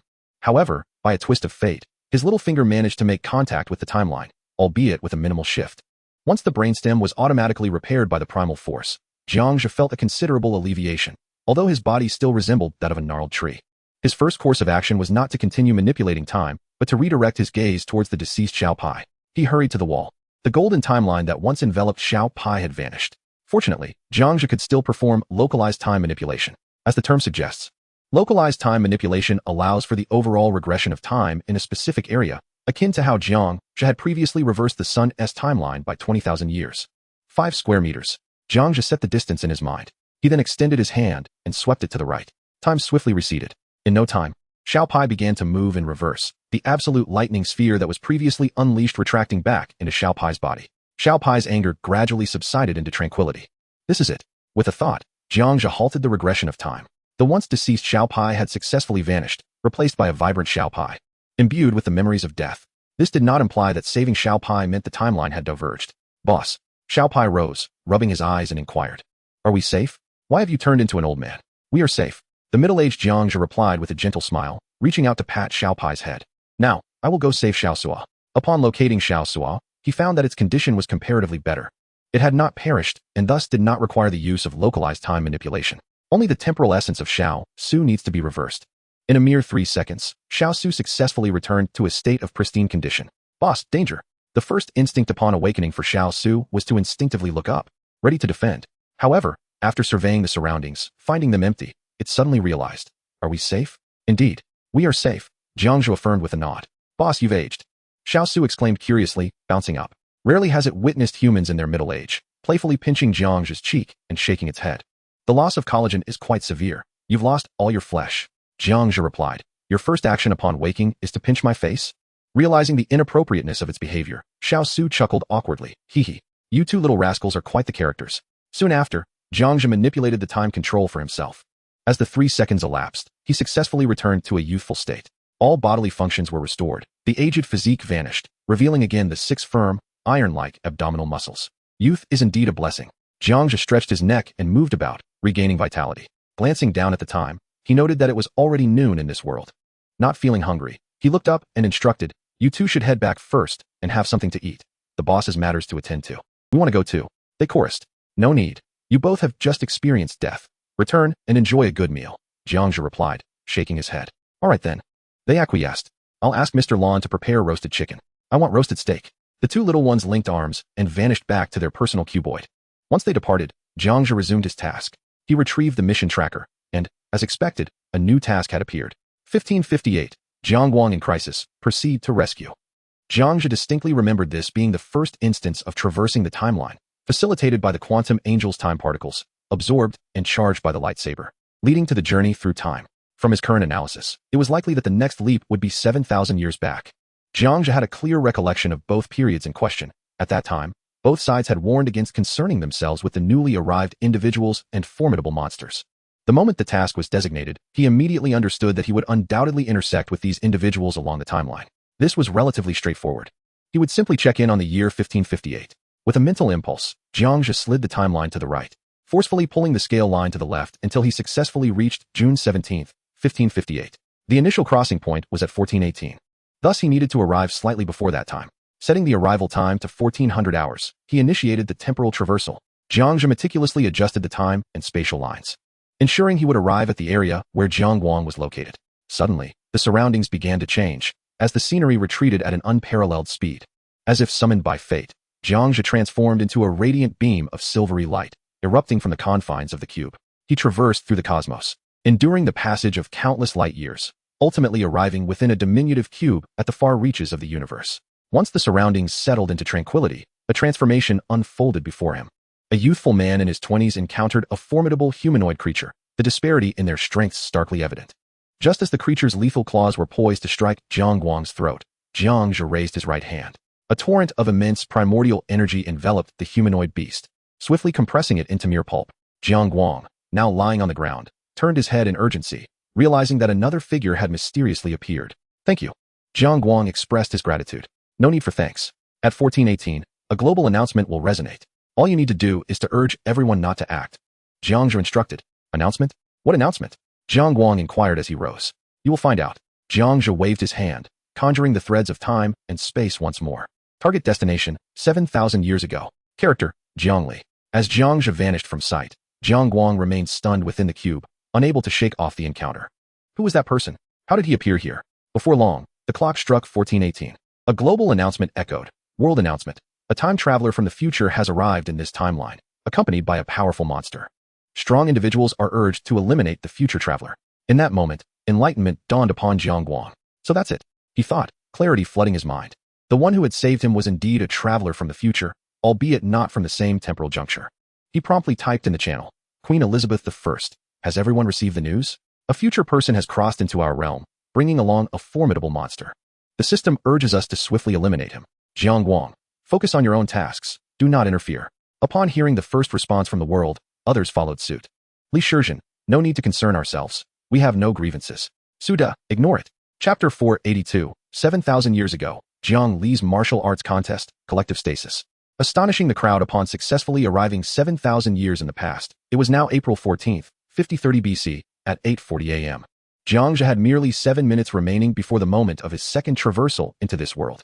Inside the cube where Jiang Zhe found himself, he was encircled by a throng of individuals. Jiang Li had just convened a secret meeting with the members of his guild when Jiang Zhe, cloaked in a black cape, suddenly materialized, startling them profoundly. Who are you? Speak quickly, or we shall not be so courteous. They demanded, brandishing unique weapons, each wielded by young men possessing battle powers in the range of 2 to 3 million. I am but a passerby, do you believe me? Jiang Zhe did not resist. After all, he had not made any predictions beforehand and was unaware of the multitude present. Really? I find that hard to believe. Is it true? I remain skeptical. Truly? My disbelief deepens. If you do not believe, then it is of no consequence. Take me to your leader, Jiang Li. Jiang Zhe's lips twitched. This group certainly had an endearing way of speaking, as if they were following a script. As the crowd prepared to search him, Jiang Zhe immediately simulated his combat power to 150,000. Subsequently, they searched Jiang Zhe, examining him thoroughly. Upon confirming his combat power was quite low, they finally relaxed. At that moment, Jiang Zhe's simulated combat power was merely 150,000, thus posing no threat in their eyes. The private cube was relatively spacious, resembling a large base or perhaps an ancient emperor's court. There stood a robust man in his 30s, unkempt and clad in high-grade tiger-striped armor. On a metallic table rested a purebred panda. Upon seeing Jiang Zhe brought in, he glanced up with disdain and asked, "Who is he?" Without waiting for a response, Jiang Zhe did not express surprise at the formidable Jiang Li. Indeed, there was an air of antiquity about him. "All right, Jiang Li, to make a long story short, I hail from the future. Soon, an announcement will appear in your world. You are to set the pace and instruct people not to concern themselves with those who have crossed over. Promise me this. And you shall receive a bottle of premium growth potion to expedite the growth of your panda." Jiang Zhe's shoulders gently shrugged. Suddenly, those beside him were hurled away by an overwhelming force. The soldiers present were thrown into a state of panic. This individual before them was likely an assassin, far from possessing merely 150,000 combat power. Just as they were about to encircle Jiang Zhe again, Jiang Li interrupted, "Step back. Is what you say true?" Jiang Li's gaze bore into Jiang Zhe. To be frank, his feelings were quite complex. While he was aware of the existence of the time barrier, he did not expect this individual to be extraordinary, unlike others who had traversed into this realm. Indeed, it is true. Jiang Zhe flicked his right hand, revealing a vial pulsating with a vibrant green life essence, the premium growth potion, which he had previously sketched using a three-dimensional quantum pen. Upon seeing the potion, Jiang Li quickly replied, "Very well. I accept your terms, but speak plainly." Jiang Zhe continued, "Let us engage in a contest. I perceive a formidable power within you, and I relish the opportunity to duel with a strong opponent." Jiang Li expressed his thoughts. He was, after all, on the brink of invincibility in this world, with his combat power having reached 4,810,000, exceeding that of the second-place Poseidon by 500,000. He could certainly be deemed invincible among humans. A duel, a duel, a duel. Upon hearing Jiang Li's declaration, the soldiers below erupted in excitement. They too were eager to witness whether this traveler truly possessed talent. Should Jiang Zhe lose, it was likely that Jiang Li would seize the premium growth potion and subsequently expel him. Such was the prevailing style of the day. As for killing him, that was unlikely. Very well. Jiang Zhe smiled slightly. The battle power has been restored to 2,480,000. 2,480,000. Jiang Li, sensing the change in strength, couldn't help but frown. With a mix of skepticism and curiosity, he leapt down from the high platform. To challenge our leader with a mere 248,000 is truly courting disaster. It startled me. I thought it was over 2 million. Given the earlier display of might, this is the outcome? Defeat is inevitable. A chorus of soldiers erupted in mockery. However, as the laughter subsided, they swiftly reined in their taunts. In broad daylight, what is the point of deriding an opponent? Isn't it better to let actions speak? Why resort to boasting? What if one loses? How embarrassing would that be? Naturally, Jiang Li merely pondered these thoughts. Best 2 out of 3, Jiang Li proposed. No. A single blow will determine the victor. I am quite busy. Jiang Zhe rejected emphatically. Well, such arrogance. I admire it. Jiang Li's eyes gleamed with fighting spirit. He did not draw his weapon. Instantly, his aura became palpable, taking a stance as if readying for a bow. His right fist gathered the 5 elemental forces, making the dim private space shimmer. Truly impressive. Is this your most powerful strike, combining physical prowess and ability? Jiang Zhe marveled. Prepare to receive it. Jiang Li grinned. Boom. In an instant, a punch surged forth, trailing a long shadow, creating a series of sonic booms that seemed to tear through the air. The speed was unparalleled. Should this punch land, it would surely result in devastation. Moreover, infused with various elemental powers, to take it head-on would mean experiencing a tempest of ice, fire, wind, and lightning. As that radiant fist approached Jiang Zhe, he extended a single finger, lightly tapping the fist. Time came to a standstill. Pause and stasis are not synonymous. A pause halts everything around, rendering one incapable of thought or action. Stasis, a branch of pause, resembles a binding ability. One can think but cannot act. Witnessing this phenomenon, the onlookers were struck with astonishment. Is this stasis? It must be. A wide area stasis. How could anyone wield such extensive control? The soldiers marveled. At least 10 million in battle power would be required to comprehend stasis. Yet here, with just over 200,000, it was achieved? The most shocked of all was Jiang Li. His thoughts raced, grappling with the incredibility of this technique. There was no way to counter it. With just one move, he found himself immobilized, forced to watch as his opponent acted at will. Yet, unexpectedly, Jiang Zhe refrained from attacking, saying, "I am quite busy and have no time to fight you." Here is a vial of premium growth potion for you. At 8:57, the world will announce. Set the pace and ensure that high-level players do not pursue that traveler. I trust you. Farewell. As his words fell, Jiang Zhe leaned back, vanishing from the cubic space in this timeline in an instant. In the moment Jiang Zhe disappeared, everyone on the scene regained their mobility. Had Jiang Li's punch not been fully dissipated by Jiang Zhe, it could have potentially obliterated several of his subordinates on the spot. Fortunately, Jiang Li did not succeed in delivering that strike. It was truly astounding. The immobilization. I previously encountered a monster from which I narrowly escaped, thanks to this very immobilization. However, that creature possessed over 20 million combat power, while this individual only boasts a mere 200,000. How formidable. Thankfully, the magnanimous individual did not hold our transgressions against us. Otherwise, we would have been left wondering how we met our demise. The crowd marveled one by one, exclaiming in disbelief. No matter how many times they witnessed it, the ability of immobilization never ceased to astonish them. Just as Jiang Li stood in shock, a world announcement resounded. So that's it. This fellow is indeed a time traveler. But is he merely a simple time traveler? Jiang Li nodded in admiration, while inwardly astonished. This individual is undoubtedly more than just an ordinary time traveler. Though surprised, he still opened the world channel. Athena, aren't you all going to check the world announcement? A future person has crossed over to our realm, bringing with them a formidable monster. Jiang Li, it doesn't matter. With the world as foremost speaking up, the rest followed suit. Jiang Shinian, no need to bother. Meanwhile, in the future timeline, Jiang Zhe successfully received the notification of task completion.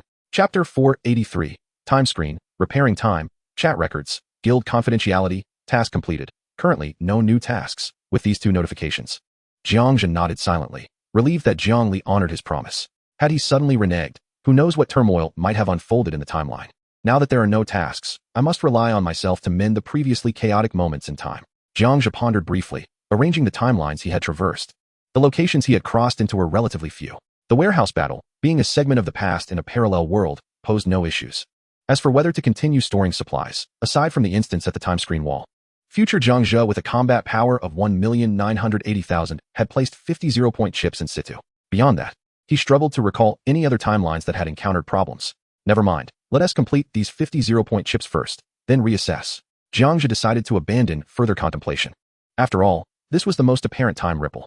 He promptly retrieved the quantum drawing board and pen, illustrating the 50 zero-point chips and materializing them.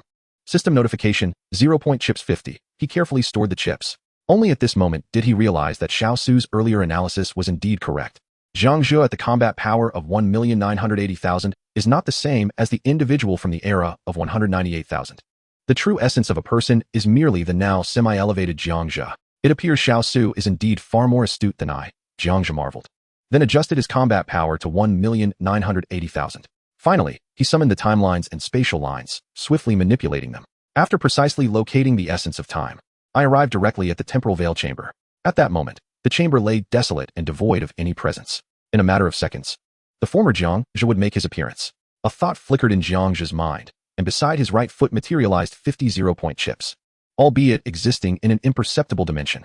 Only upon his disappearance would these chips become visible to the eye. As anticipated, a steel door creaked open behind him, revealing a figure momentarily caught in bewilderment. Who are you? How did you come to be here? The heart of the former Jiang Zhe raced uncontrollably. The figure clad in black remained silent, not turning, even holding their breath in a stillness that unnerved him. Who exactly are you? Jiang Zhe demanded with urgency.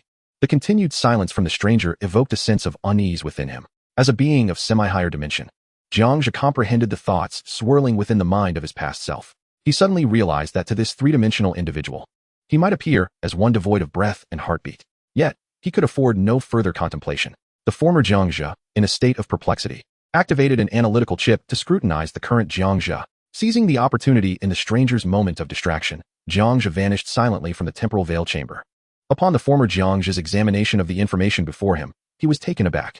Species, human abilities, future foresight, mastery of the force, control over ice, vulnerabilities, none, evaluation, a human from a future timeline, combat power, 1, 989, 541 me.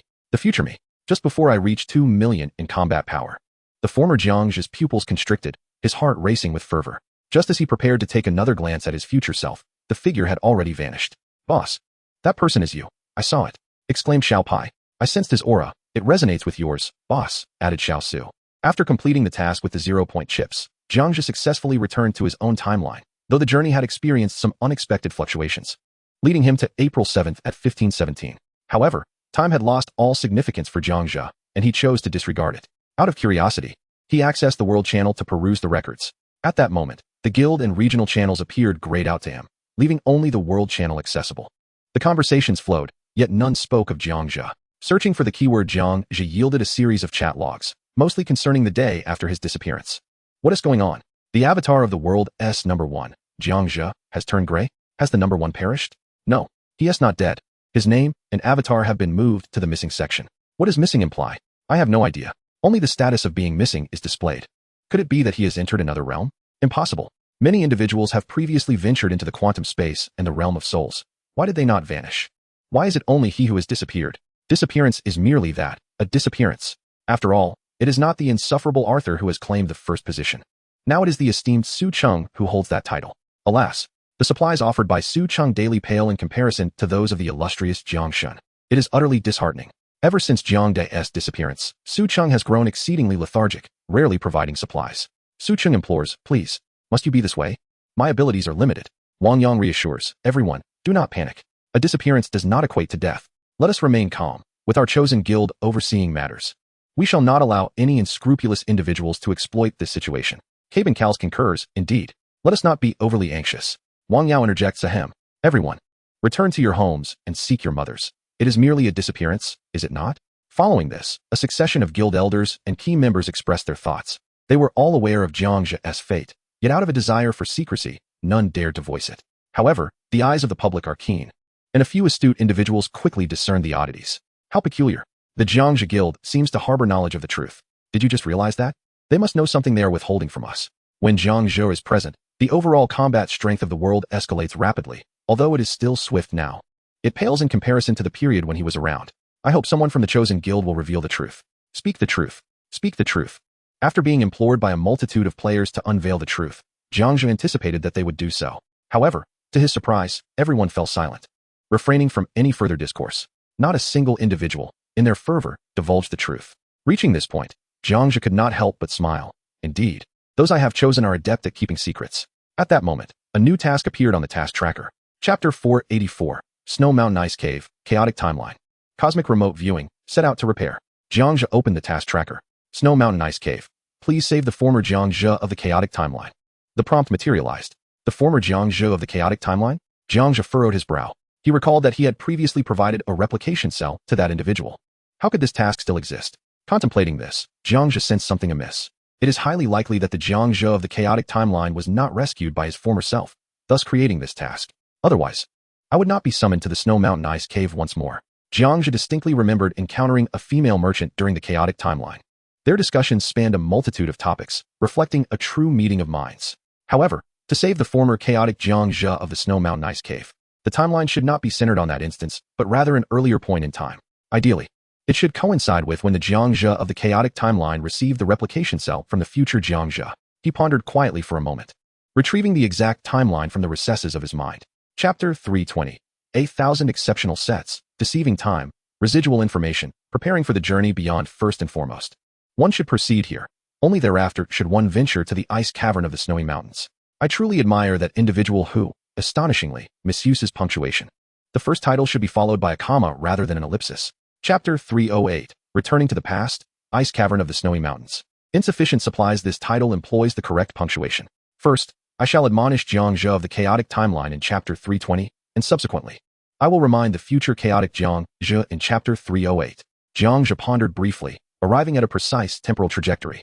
The ice cavern of the snowy mountains can be regarded as the terminus. Although it precedes Chapter 320 in numbering, it is, in essence, the moment when the future chaotic Jiang Zhe is obliterated from the timeline. Hence, commencing from the point in Chapter 320, where the chaotic Jiang Zhe receives the replicated cells and consciousness storage device, is indeed the correct temporal path. Having established everything, Jiang Zhe summoned the timeline and spatial coordinates, confirming the timeline of Chapter 320, and immediately traversed through time. A transformation enveloped him. He found himself in a void, utterly devoid of any presence. A glance at the current time confirmed it was indeed the tumultuous past. Next, he checked the world channel. Where was the future Jiang Zhe? Was it not said that he was to stock some items? After a night's absence, it seemed he had departed. Did any changes occur in our world following his exit? A query remained. 20 centimeters. Dear brother, we seek your response. Aside from the activation of the embedding function, no other alterations had yet transpired. At this very moment, Jiang Zhe recalled the ongoing chat records. Meanwhile, the former Jiang Zhe was also perusing these conversations. Unless unforeseen circumstances arose, he would soon prepare to manufacture supplies and offer them at a modest price to another chaotic Jiang Zhe. Closing the world channel, he realized he could finally utilize my newfound ability, remote viewing. With a mere thought, Jiang Zhe refrained from further traversal for the sake of convenience. Since the half-dimensional elevation, he had not had the opportunity to employ remote viewing. Until now, this was his chance to experiment. Should he forego this moment, future opportunities to do so might be scarce. In an instant, his consciousness transformed into a silver beam of energy, bursting forth from the cubic confines. At this moment, his thoughts were enveloped in a brilliant starry expanse, as if standing atop the cosmos. Every star, celestial body, black hole, white hole, wormhole, and two-dimensional realm unfolded before Jiang Zhe's gaze. The power of divinity. Jiang Zhe could not suppress his exhilaration as he observed the universe's every movement in an energetic form. In his current perspective, he witnessed dying stars on the brink of collapse, transforming into black holes. He observed a celestial body quietly coming into existence, as well as a black hole devouring everything in its vicinity, and a white hole expelling all matter. Even the universe's most distant, darkest, and most enigmatic realms were laid bare before him, vividly visible. The cosmic frontier, eerily silent like death, radiated brightness, resembling a vast wall. In his eyes, there were walls of energy, yet to humanity, they would appear as a pitch-black cosmic barrier obscuring all visibility. He also witnessed a battle among celestial bodies occurring light years away. A starship was seen transporting passengers toward uncharted galaxies. He observed the cataclysm of celestial collisions from millennia past and the explosive demise of superstars. Simultaneously, he beheld two planets ensnared by colossal warships of the cosmos, hurtling toward one another in a violent clash. In that fleeting moment of contact, brilliance erupted, and stardust scattered across the void. Ultimately, a weapon of dimensional caliber compressed a burning star into mere ash. Marvelous. The universe was indeed astonishing. If only he could penetrate the cosmic wall to glimpse another universe. Jiang Zhe marveled aloud. Yet, upon reflection, he reminded himself that he was here for a purpose, not merely to sightsee. The pressing matter was to locate the chaotic Jiang Zhe. Utilizing the four-dimensional being's locating ability, he swiftly searched the boundless luminous expanse for the drifting cube. Before long, a small cube came into view. Through its translucent walls, Jiang Zhe successfully discerned the individual inside, chaotic Jiang Zhe, who was in a tumultuous phase of time. As he focused closer, he saw chaotic Jiang Zhe closing the chat windows with Chaos Su, Song Ying, and Roger. He promptly opened the trading interface and found 3 items. First, an epic electromagnetic suit. Second, replicating cells. Third, a consciousness storage device. Subsequently, chaotic Jiang Zhe uttered a few astonished words, realizing that future Jiang Zhe was aiding him in escaping the persecution of the timeline. Finally, chaotic Jiang Zhe expressed his gratitude to future Jiang Zhe. Thank you, my future self. With a fixed gaze, he confirmed the coordinates. This was the location to proceed and offer his guidance. After memorizing the position of chaotic Jiang Zhe's cube, he retracted his remote viewing. Chapter 485. Chaotic Jiang Zhe, ascended Jiang Zhe, snowy mountain ice cave. Reorganized particles. He immediately accessed the spatial coordinates. After confirming the location of chaotic Jiang Zhe's cube, he traversed space. Jiang Zhe transformed into a silvery beam of light, swiftly departing from the cube. In the cosmos, at an unparalleled speed, he soon arrived at his intended destination. As the scenery before him materialized, he found himself at the coordinates where chaotic Jiang Zhe resided. Thank you, my future self, echoed the words of chaotic Jiang Zhe just as a beam of white light descended from above. The other party's eyes widened in disbelief as they rubbed their eyes, incredulously asking, "Who are you? A higher dimensional being?" They instantly recognized that the Jiang Zhe before them was not the future Jiang Zhe. Such a scene had previously unfolded in the cloud realm of Ruijana, where Mr. Lan had also transformed into a beam of light upon departing from the four-dimensional cube. Thus, chaotic Jiang Zhe immediately affirmed his thought. Indeed, I am a higher dimensional being. Now, please listen to me. You have just acquired 3 items. First, an epic electromagnetic suit. Second, replicating cells. 3, the consciousness storage device, correct? Jiang Zhe paused and inquired. The confused Jiang Zhe's Adam's apple bobbed, clearly expressing disbelief as he responded immediately. Yes. How do you know that? Do you know everything about me? Indeed. I am aware of all your secrets. Now pay attention. I know that this artifact was left for you by a future version of Jiang Zhe. Yet I must inform you that this device is of no use. The replication cells can create another version of you, and the consciousness storage device can preserve your awareness. While they may seem formidable, they are powerless against the relentless force of time. You need not discard these artifacts. We shall meet once more in the future. Likely earlier today. The location, the icy caverns of the snow-capped mountains, and I need not remind you of the time, when the moment arrives. You will comprehend everything I have conveyed. Jiang Zhe solemnly instructed. The replication cells and consciousness storage device are useless?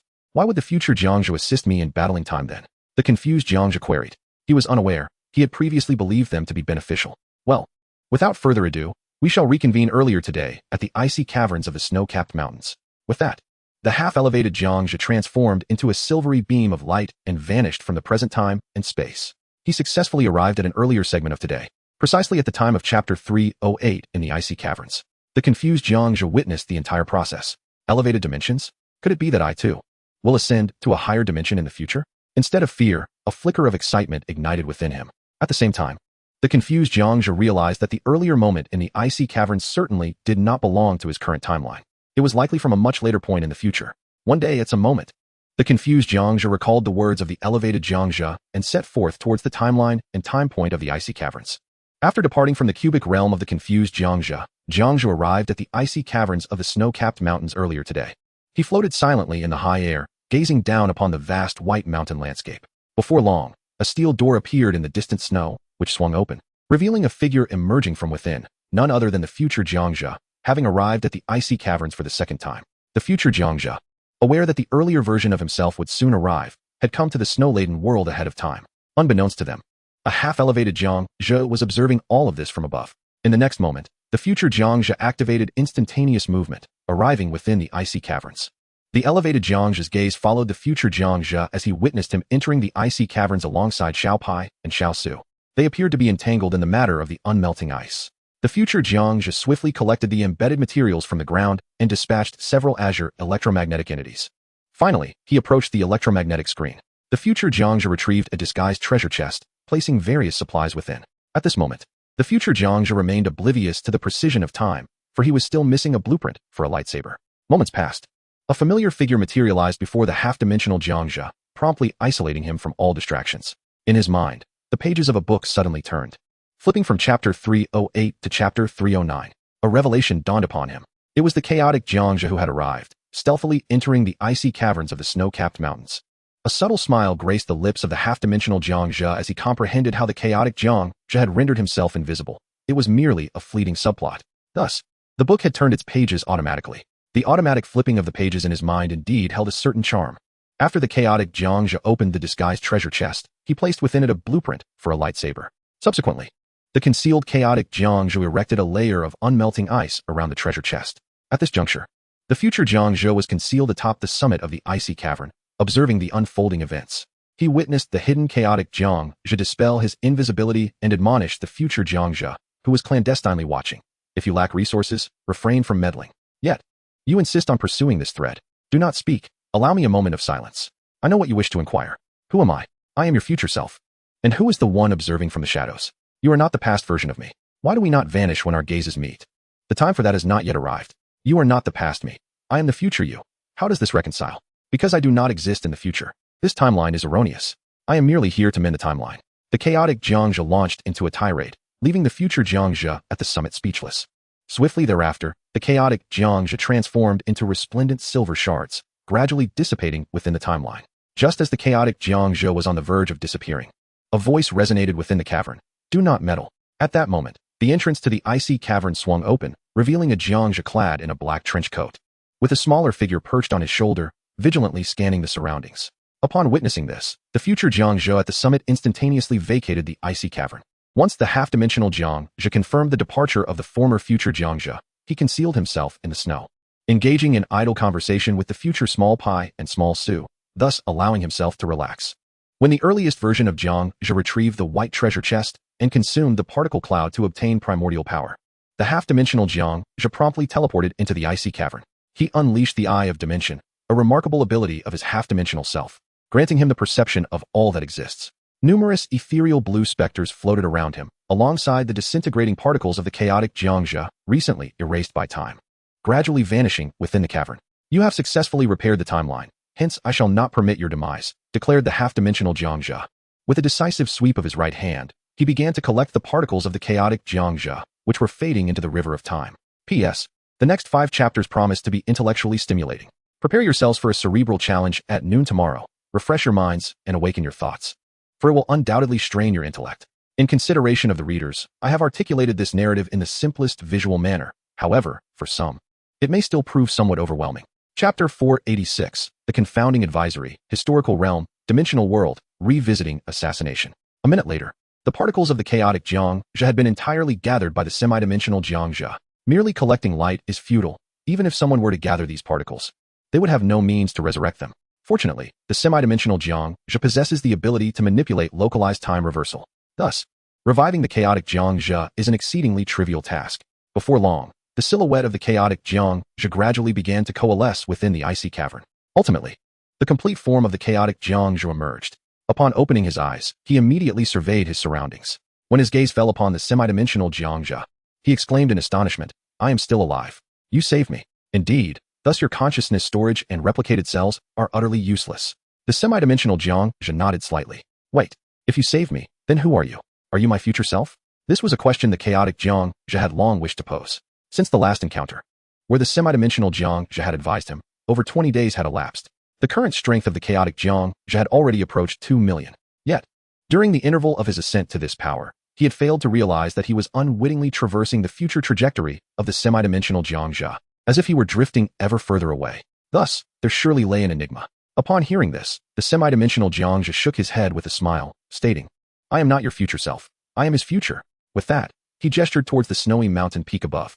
The chaotic Jiang Zhe instinctively looked up, his eyes gradually clearing, and inquired, "So you are his future self? Then who am I? What am I? Why do two distinct trajectories of you and me exist?" Despite the opponent's combat power nearing 2 million, the questions occupied his mind entirely. If clarity eluded him, it seemed inevitable that the chaotic Jiang Zhe would descend into confusion. The truth will reveal itself in due time, and you shall understand. However, let me forewarn you, when you reach 220,000, you will advance towards dimensional elevation, and at that moment, you will have a task. You must remember this. The semi-dimensional Jiang Zhe cautioned, his tone imbued with undeniable authority. Recognizing the gravity of the situation, the chaotic Jiang Zhe spoke solemnly. What task? If all goes as anticipated, you will undertake 3 tasks. As for the others, I shall refrain from disclosing them for now. I will only reveal that when you return to the true world of your existence, you must adhere to the original historical trajectory. Though you may not comprehend it now, you will in the future. Remember, you and I do not share the same world line. It is a world line, not a timeline. We are 99% similar. Yet you are not me, nor am I you. Now, take heed, farewell. With those words, the semi-dimensional Jiang Zhe reclined backwards, transforming into a beam of white light, soaring towards the heavens, departing from the realm of the snowy mountains. He did not divulge the specifics of the future to the chaotic Jiang Zhe, simply because he believed the other could navigate according to his consciousness. Indeed, the chaotic Jiang Zhe did not disappoint the half-dimensional Jiang Zhe's counsel. After the latter departed, the chaotic Jiang Zhe's gaze lingered upon the sky, pondering, when I return to my true world, will there be a solar flare? Following the original history, it must be ensured that a solar flare successfully erupts, correct? After a moment of contemplation, he considered how the half-dimensional Jiang Zhe had knowledge of this matter. Either he had witnessed the solar flare's eruption, which prompted my intervention, or he possessed abilities unknown to me. There could be no third option. In his heart, the chaotic Jiang Zhe found a concrete answer. Not long ago, within a cubic realm, he had experienced the words articulated by a half-dimensional being. Certainly, this was entirely distinct from the red figure encountered by the half-dimensional Jiang Zhe. They were merely the same individual from the same timeline, albeit meeting at different times. After the departure of the half-dimensional Jiang Zhe, he did not immediately return to his original timeline, but instead arrived directly in the room where he first encountered Arthur in the future. It was precisely the room where Jiang Zhe had previously obtained the diamond treasure chest and was ambushed. The time was April 24th, 9:47 a.m. Earlier than any other Jiang Zhe who had entered this temporal segment. This task's reminder was rather unique, as it would split into 2 worlds to maintain the integrity of the timeline. Thus, Jiang Zhe could only play the role of an observer, witnessing the entire unfolding of events. Ultimately, he would fulfill his mission by receiving the time capsule information from the young Suo and eliminating over 90 million Arthurs. Thus completing the task, he was to return to the earliest encounter with Arthur. Jiang Zhe's mind was now clear regarding his remedial path. However, another question arose. When he met Arthur, he remained the Jiang Zhe of the main world. Did this not imply that the Jiang Zhe of the primary world must also compensate through the version of himself in the secondary world? If that were the case, things would become increasingly convoluted. Had I not previously grasped the books, I might have truly been ensnared by this predicament. This time, I would need to employ my latest ability, the dimensional world. Jiang Zhe analyzed. The dimensional world is one of the many abilities he comprehended during his half-dimensional phase. As the name suggests, being in another dimension allows one to view all aspects of the 3-dimensional world as if observing a picture. The moments of divergence and branching would be immediately evident, especially when confronting such a perplexing scenario. It was indeed an unparalleled skill. After clarifying all his thoughts, Jiang Zhe summoned the timelines and spatial lines, manipulated them, and successfully arrived at the room where he first encountered Arthur Allen. To be on the safe side, Jiang Zhe arrived an hour earlier. He successfully reached the realm between dimensions of the target room, becoming an observer, witnessing all that transpired. As for the world he currently inhabited, it was a kaleidoscopic fluid realm, reminiscent of a textured game. Jiang Zhe transcended the model, arriving in the realm beyond the model, which was far more complex than mere cosmos. As Jiang Zhe moved, a vibrant stream of multicolored fluid trailed behind his arms and feet. The space around him seemed boundless. At least in his perception, all matter materialized vividly before his eyes, undergoing decomposition, synthesis, and reassembly, resembling a universal disassembly device. Although it was entertaining, he had no time to squander in this realm. With a mere thought, the image of the cube he had previously visited materialized before him, the room of the hunt. At that moment, the chamber was utterly vacant. This very room was where the combatant Arthur, boasting a battle strength of 120,000, was poised to ambush Jiang Zhe, whose own strength was 90,000. Outside of the snow-capped mountains, a significant temporal divergence had manifested. It was precisely what Jiang Zhe had previously questioned, which world line truly belonged to the main world Jiang Zhe. After a brief pause, the door of the cube within the radiant image suddenly swung open, revealing a Jiang Zhe clad in a black cloak. This was the Jiang Zhe who had previously arrived at this cube. Note, the Jiang Zhe who first entered the cube had yet to arrive, completely unaware of the circumstances. Note, the second Jiang Zhe returning to the cube is represented in the image, aside from the half-dimensional Jiang Zhe existing between dimensions. He awaited the ambush of Arthur Allen.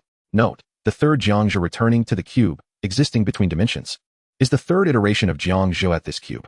Chapter 487, Observing History, Shifting Worlds, the most dismal realm, the former Jiang Zhe. Now arriving for the second time in the assassination chamber, first unleashed a force scan, discerning that no one else was present, allowing him to breathe a sigh of relief. At this moment, the image had not yet split into two, indicating that the worlds had not yet begun to intertwine. Subsequently, the former Jiang Zhe traversed the walls, leaving no stone unturned. Upon confirming the absence of any presence, he felt reassured. Next, the scene depicted Xiao Su about to initiate a prophetic revelation. The Jiang Zhe existing between dimensions felt an urge to smile, vividly recalling the last prophecy delivered by Xiao Su. Chapter 356, Time Dissipates, Rising to the Surface. Returning to the future, stealthy hunt.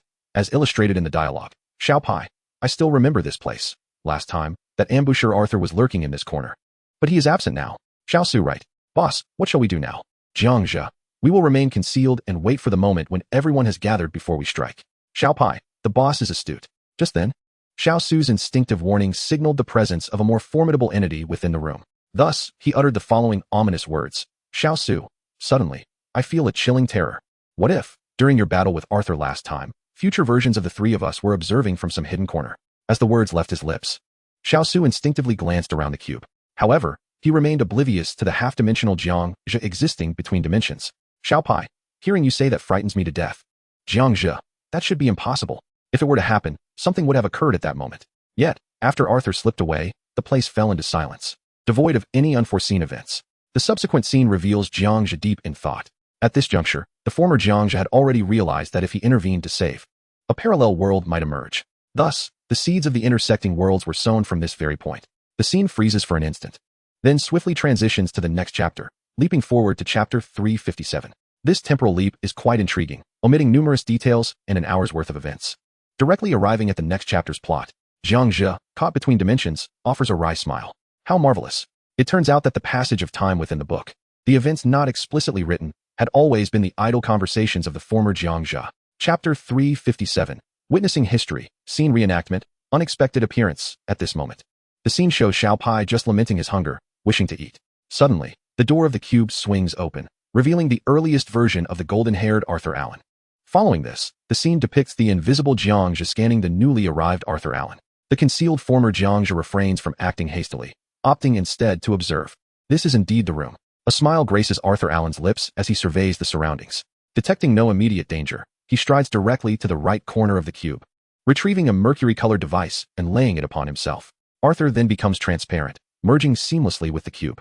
This is the ultimate cloaking device. The ultra-technology mercury cloth of the Shadow Master, impervious to any detection methods. Jiang Zhe, caught in the interstice of dimensions, murmurs to himself. The scene continues to unfold, showcasing the invisible former Jiang Zhe conversing with Xiao Pai and Xiao Su. Shortly thereafter, the scene freezes once more, and time accelerates rapidly. The clock strikes 11:57. At this moment, another door swings open, revealing the very first Jiang Zhe. The earliest Jiang Zhe scans the room, noting the absence of danger. before approaching the diamond treasure chest. Just as the earliest Jiang Zhe reaches for the chest, I have finally awaited your arrival. A cloth in the right corner suddenly drops, and the voice of Arthur Allen reverberates. The ensuing scene is one that has already transpired. Jiang Zhe, navigating between dimensions, observes meticulously. Arthur Allen engages in casual conversation with the earliest Jiang Zhe, ultimately binding him with lightning. This is the earliest, most accurate segment of normal history, devoid of any anomalies. They continue their idle chatter until Xiao Su's second prophecy unfolds. Everything is proceeding according to the original historical trajectory. Yet, something feels amiss. The concealed Jiang Zhe analyzes the situation. Xiao Pai, who seems off? Xiao Su, no need to look. It's Arthur who seems off. His attention is entirely diverted from the Jiang Zhe ensnared by lightning. Little Pai, where is the attention of that golden-haired Arthur, the dead dog? Naturally, it is fixed on the door behind him, solely focused on the imminent emergence of half of Jiang Zhe from the villa district. Jiang Zhe deduced. Little Pai, so? What now? Has the course of history altered? Little Suo, indeed it has. Arthur is no longer the Arthur who was ambushed to his demise. He possesses the recollections of the ambush, or rather, someone has informed him that he will be assaulted by half of Jiang Zhe from the villa. Little Suo, how have you suddenly become so astute? Jiang Zhe gazed at Little Suo in astonishment. As the words fell, the scenes before Jiang Zhe, traversing dimensions, abruptly bifurcated. Two segments of imagery maintained a synchronized flow of motion. So that is how it is. The world, it seems, birthed a new parallel universe following Little Suo's analysis. Jiang Zhe contemplated. At this moment, it is likely merely a parallel world spawned from Little Suo's analysis, rather than an intersecting world. The dialogue within the imagery continued unabated. The scene shifted to the earliest Jiang Zhe and Arthur. Their confrontation had reached its climax. Arthur Allen, you and I, one of us must perish, regardless of the time. It appears that the first to die will be you. The earliest Jiang Zhe, is there no room for persuasion? Arthur Allen, what do you think? As the words lingered. The earliest Jiang Zhe had his right arm severed by Arthur Allen's electromagnetic blade. The earliest Jiang Zhe, such is your nature. You shall never ascend to the fourth dimension. Arthur Allen, too verbose. The earliest Jiang Zhe, worry not. Even in death, you shall not acquire my predictive abilities. Arthur Allen, even without them, killing you will suffice. The earliest Jiang Zhe smiled confidently. Care to try? Arthur Allen, approaching death, yet still daring to provoke. Seeking your own demise. Just as Arthur Allen prepared to strike in the imagery, a fateful coin suddenly soared from behind. It seemed destined to deliver a lethal blow to Arthur Allen. In an instant, Arthur Allen evaded and caught the fateful coin, stowing it away. Is this the future you foresaw? Arthur Allen sneered. As the words echoed, the two images between dimensions began to shift. The author has something to convey. Chapter 488. The normal world, the dreadful world, the infinite world originally. Two worlds unfolded before them. Suddenly, a third scene emerged. The narrative of the scene unfolds as follows. Scene 1. In the most typical historical trajectory, Arthur Allen was slain by half of Jiang Zhe, who had rushed from the villa district, struck down by the fateful coin, transforming into a bolt of lightning and fleeing this cubic realm. What followed was Jiang Zhe from the villa demanding the earliest Jiang Zhe sever the soul link. Scene 2. The invisible Jiang Zhe unexpectedly made his move. In this scene, Arthur Allen, sensing the anomaly, prepared to flee, but was simultaneously struck down by the invisible Jiang Zhe and the fateful coin. Alas, the good fortune was fleeting, as Arthur Allen transformed into an electromagnetic entity. Escaping this cubic realm, due to the corresponding developments in Scene 2, an instant divergence birthed an unfathomable number of world images. At a glance, there are approximately thousands of world scenes. Scene 3 depicts the world that the dimensional Jiang Zhe previously experienced, where the invisible Jiang Zhe did not take action but instead observed quietly until the fateful coin was caught by Arthur Allen, indicating the correct narrative was unfolding accordingly. Upon inspection, it is evident that the world depicted in Scene 2 is the most dire. Scene 1 represents the accurate history, and it is this correct history that gives rise to the narrative of Scene 3, which is indeed the true history experienced by dimensional Jiang Zhe. Unexpectedly, in Scene 2, the invisible Jiang Zhe and the fateful coin swiftly eliminated Arthur Allen, thereby affecting numerous worlds.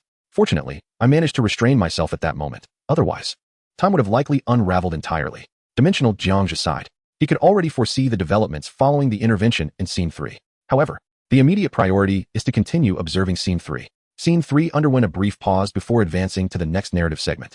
Dimensional Jiang Zhe recognized that the narrative had encountered a disruption. Subsequently, the next phase commenced with a subtitle narration. Chapter 358, Future Note, Arthur's Triumph, Time's Intricacies, Battle Approaches. As for the narration, it elucidates how Arthur Allen became aware of the impending arrival of another Jiang Zhe from the villa behind him. Note 1. On April 24, 2021, from 11:57 to 12 o'clock, the door behind you will be opened, and another Jiang Zhe will emerge, wielding a lethal weapon, the fateful coin, a former version of yourself that you must take heed of. At this moment, The earliest Jiang Zhe remains oblivious to how Arthur Allen came to know of the sudden appearance of the villa Jiang Zhe, displaying a look of astonishment. The scene then shifts to the villa Jiang Zhe, questioning Bodhi Helena's confusion.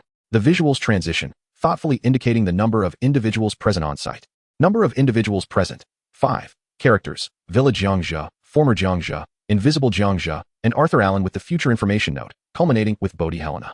Upon reaching this point, the dimensional Jiang Zhe chuckled, realizing that there were likely 6 individuals, though one remained unseen, discreetly observing everything from the shadows.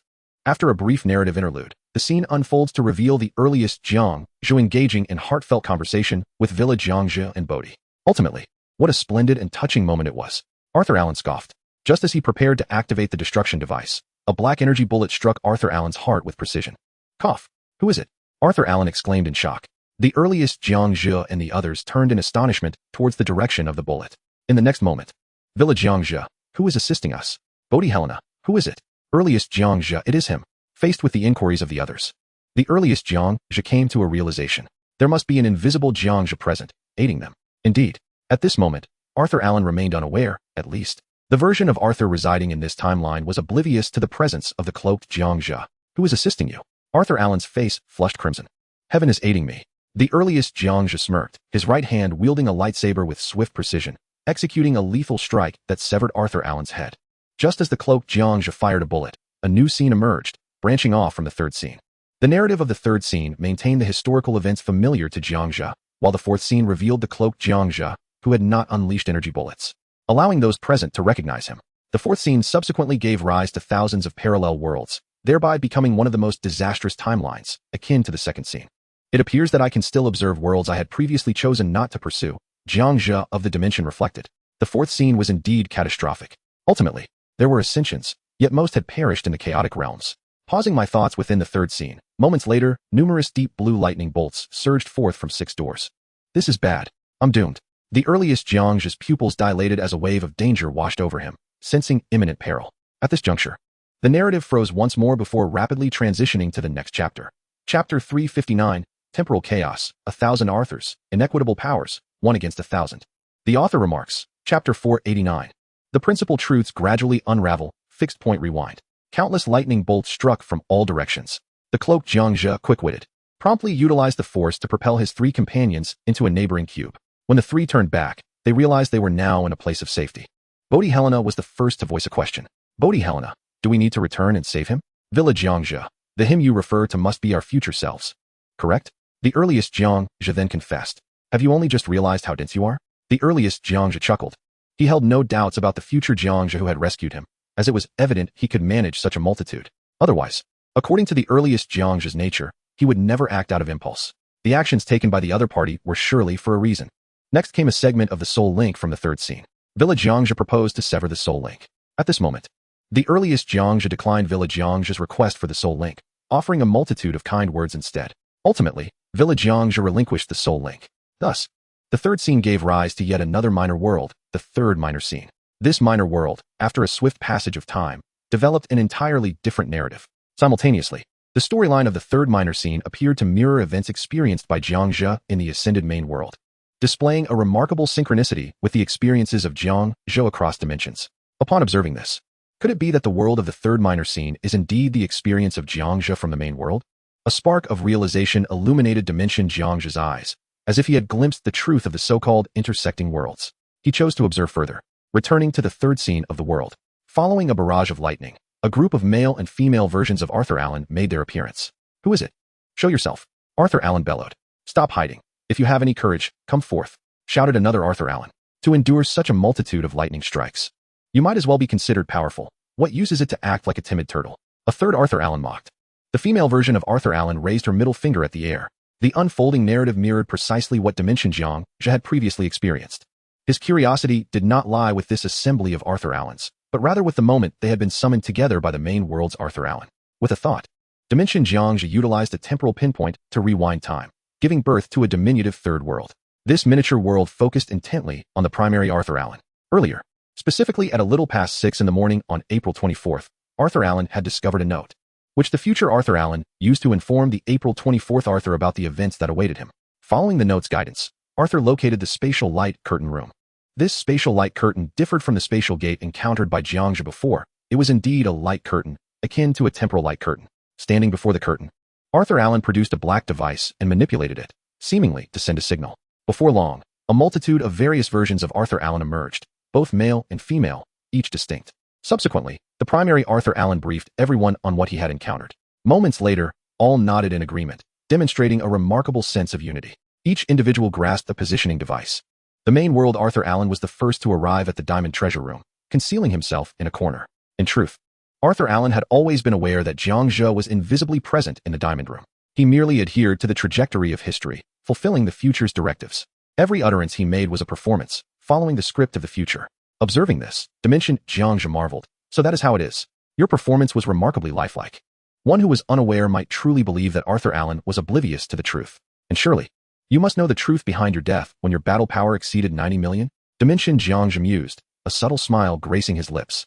The scene had piqued his interest, igniting a desire to uncover the peculiar events that would unfold following the demise of the middle-aged Arthur Allen with such formidable power.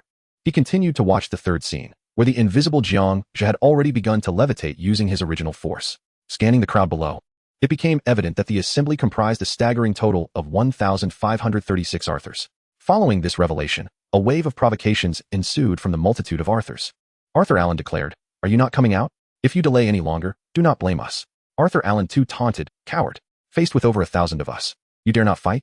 Arthur Allen 3 chuckled, "Huh? It seems the future Jiang Zhe has managed to save himself." Arthur Allen 4 added, "Hey handsome, don't be shy. Sister will treat you well." 3. The countdown ends, and we will incinerate this room. 2. This is your final chance. 1. As the last words faded, the voice of the hidden Jiang Zhe resonated through the air. "How tedious. I initially wished to understand how you managed to produce so many versions of the same person. But now, I have lost interest entirely. Your arrogance is simply insufferable." The voice of the concealed Jiang Zhe echoed, and he soon revealed himself.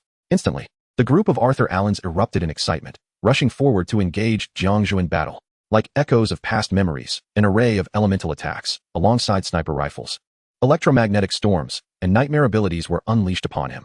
Jiang Zhe, seizing the moment, teleported amidst the throng, commencing a ruthless slaughter. Following suit were the quick-witted Xiao Pai and Xiao Su, who charged into the fray with similar fervor. The scene abruptly froze, before rapidly transitioning to the next chapter.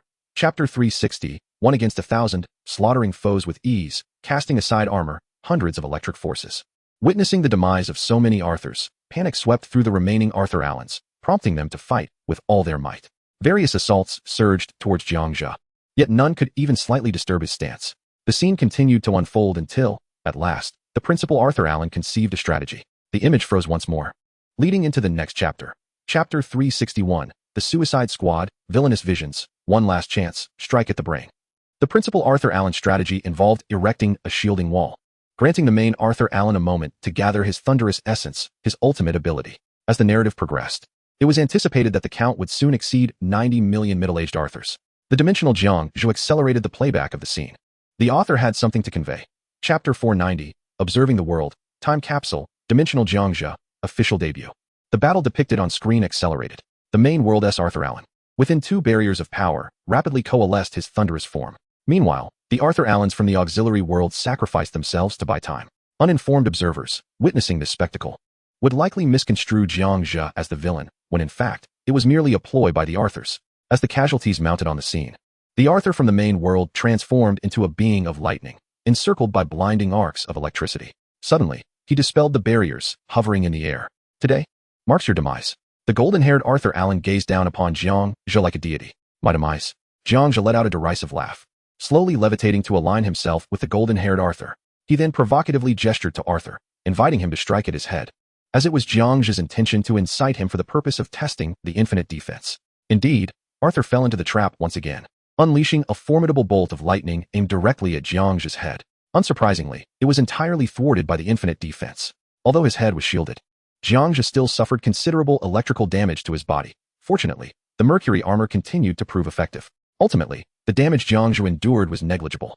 At this point, the scene froze momentarily. When it resumed, they had successfully reached Chapter 362, Infinite Defense, Snap Kill, Arthur is rescued. 100 million combat power. Almost there. Jiang Zhe silently mused. In Scene 3, the remaining Arthur mocked, believing Jiang Zhe was undoubtedly doomed. However, the next unfolding event left everyone in shock. Jiang Zhe appeared unscathed in midair, smiling down at Arthur. The onlookers below were momentarily stunned, filled with disbelief and despair. If even the esteemed Arthur Allen could not withstand Jiang Zhe, what chance did they have? In the skies, the thunderous Arthur Allen felt a fleeting moment of confusion. Why did such potent lightning have no effect on him? I do not have time to waste on you. Jiang Zhe raised his right hand, releasing several waves of primordial energy. Just as everyone prepared to defend themselves, even before their shields could activate, they were reduced to black ash, transforming into Jiang Zhe's primordial and ice energy.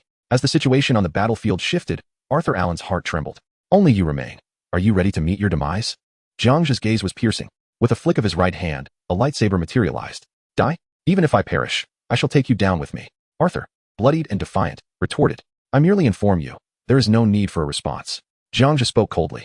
A circle of white light flashed as he activated his teleportation. Just as Jiang Zhe prepared to execute his assassination, a sudden, immense force propelled him away, sending him crashing against the wall 1,000 meters distant. The older Arthur Allen finally made his appearance.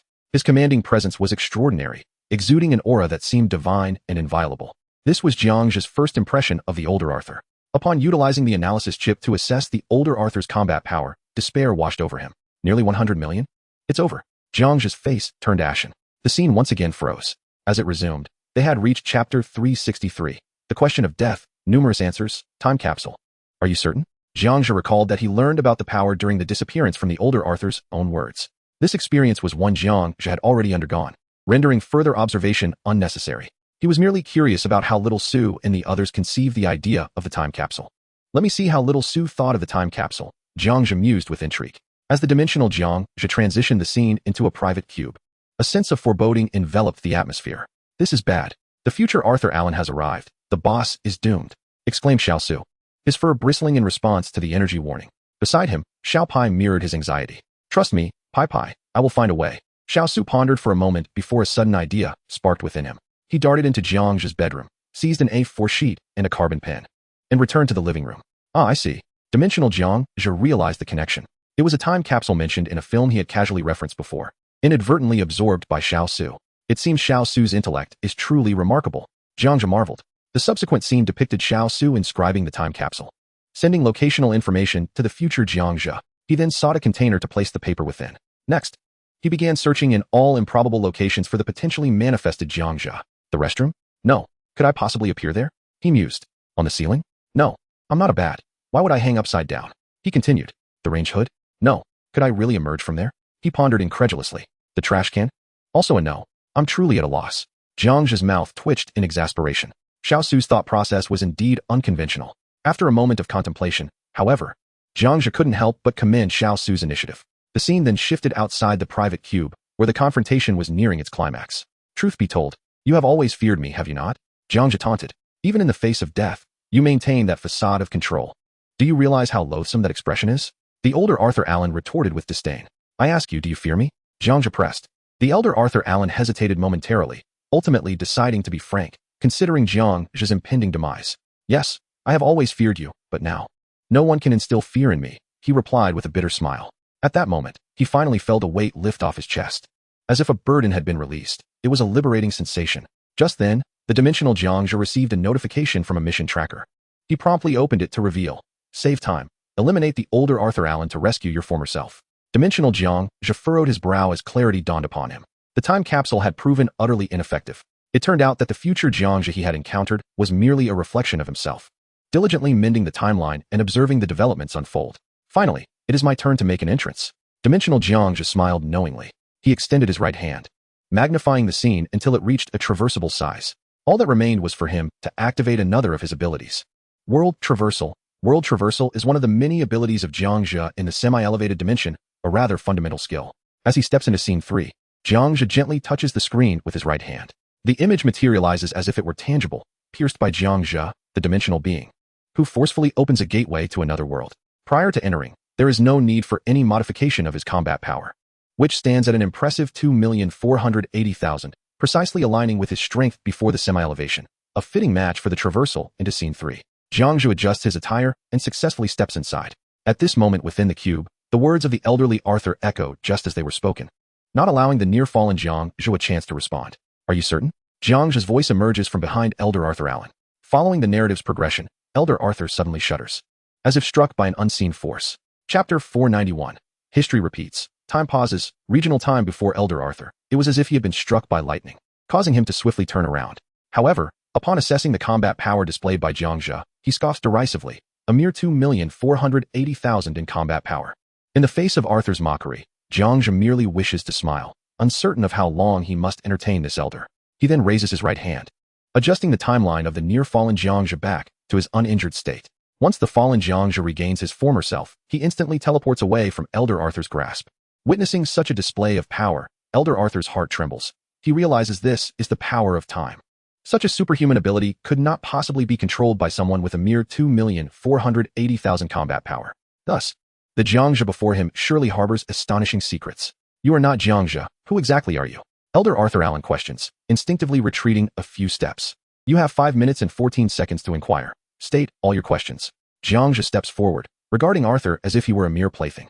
This mirrors the opening lines that Elder Arthur previously directed towards the near-fallen Jiang Zhe. Now, Jiang Zhe simply returns the favor. You, Elder Arthur, filled with indignation, retorts. You seek death.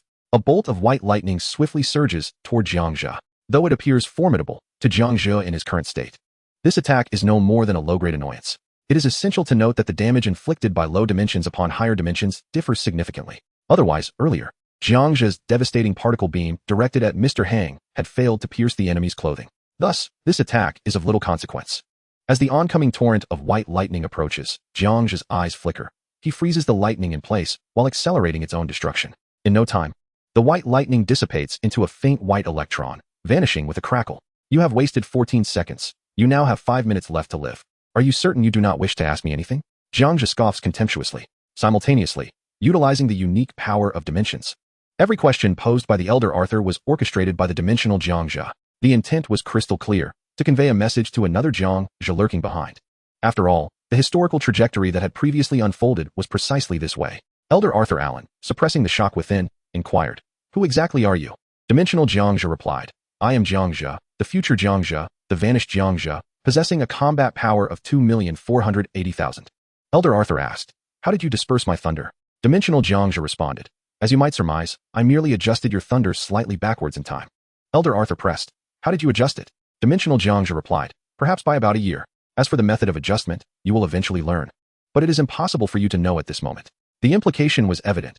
Dimensional Jiang Zhe intentionally revealed that, at this juncture, Elder Arthur would not truly perish. As for when he would come to know this, it would likely be when Arthur Allen reached a higher dimensional state. Elder Arthur asked, Are you a four-dimensional being? Dimensional Jiang Zhe replied, Not quite. Elder Arthur continued, What about Schrodinger's cat? This question had also intrigued the former dimensional Jiang Zhe. In truth, he still did not know who Schrodinger's cat was. Yet, for the sake of maintaining composure and atmosphere, he calmly replied, You will know, but not now. Elder Arthur queried, The timeline does not permit two entities in a single timeline. Why have you, or the former you, not been erased by time? How have you achieved this? This inquiry was not truly Elder Arthur's intention.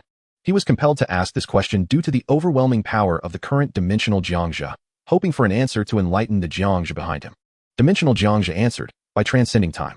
Elder Arthur pressed further, How does one transcend time? Dimensional Jiang Zhe replied, You will come to know. Elder Arthur continued, What stage are you in now? What is your true combat power, and where are you headed? Dimensional Jiang Zhe responded, 1 billion, 10 billion, 100 billion? I possess no true combat power. I am simply countless times stronger than you. As for where I am going, you will eventually learn. But not at this moment. This statement was not the primary intention of Dimensional Jiang Zhe. He merely fulfilled the historical trajectory by proclaiming a fictitious combat power. Elder Arthur asked, Is Earth still there? Is it well? Dimensional Jiang Zhe replied, It exists, but it is not well. Elder Arthur inquired, Will those inside the cube have a chance to return to Earth? Dimensional Jiang Zhe affirmed, Yes. By transcending time. They will be able to return to Earth anytime and anywhere. Elder Arthur asked, We are still in the universe, correct? Dimensional Jiang Zhe confirmed, Indeed. The time for questioning came to a close. Dimensional Jiang Zhe raised his right hand and gently gestured before Elder Arthur Allen, the power of time already imposed upon him. The latter merely sensed the surroundings accelerating uncontrollably, as if the timeline had been deliberately accelerated countless times. At that moment, from an external perspective, one would see Arthur Allen aging at an unprecedented and terrifying speed. Golden hair swiftly transformed into white. Amidst the dying moments of Arthur, time itself came to a standstill. Dimension Jiang Zhe suddenly raised his hand, halting the golden strands of time for an instant. Within this cubic realm, all time was suspended. Everything around him abruptly ceased to exist, and the aging Arthur found himself free from the acceleration of his decline. Jiang Zhe lifted his right hand, allowing the flow of time around the dying Arthur to resume. This created a localized space where Jiang Zhe could converse with the true Arthur, unrestrained by the confines of time. For the past version of Jiang Zhe, this moment was utterly imperceptible, a span of time that simply did not exist. You, what have you just done to me? Panic etched across the face of the dying Arthur. As he glanced at himself, he realized he had become a mere shadow of his former self. He understood that the preceding events were not of his own volition. I merely made a few adjustments. Jiang Zhe replied with a knowing smile. Time informs me that you will not perish here just yet. He stepped forward, grasping the dying Arthur by the throat, pinning him against the wall. Do you still believe you can expend your efforts to kill me? The enmity that Jiang Zhe harbored was deeply ingrained. Countless plots against him and relentless persecution were memories he could never forget. Even if he could not eliminate Arthur at this moment, he could still relish in tormenting him. The reasons for his inability to kill were as follows. Author's note. Chapter 492. Tormenting Arthur, the life and death battle, Arthur's return, mending time. 1. The time is not yet ripe. To kill would disrupt the timeline. 2. Jiang Zhe is no match for Mr. Hang. As for Hang's true dimensionality, it seems he transcends the fourth dimension, reaching a higher echelon of existence. Jiang Zhe's destructive, three-dimensional force could not even stir him. Damn it. My adoptive father should have killed you on the spot. Arthur coughed violently, his expression spiraling into madness. Yet, with Jiang Zhe's earlier declaration, I will not kill you now, Arthur found a glimmer of hope for survival. It was evident that Jiang Zhe still feared Arthur's adoptive father. You have already stated that I cannot die here. As long as I draw breath, you shall never know peace. Arthur's smile twisted into something grotesque. As his words lingered, Jiang Zhe would not indulge him further.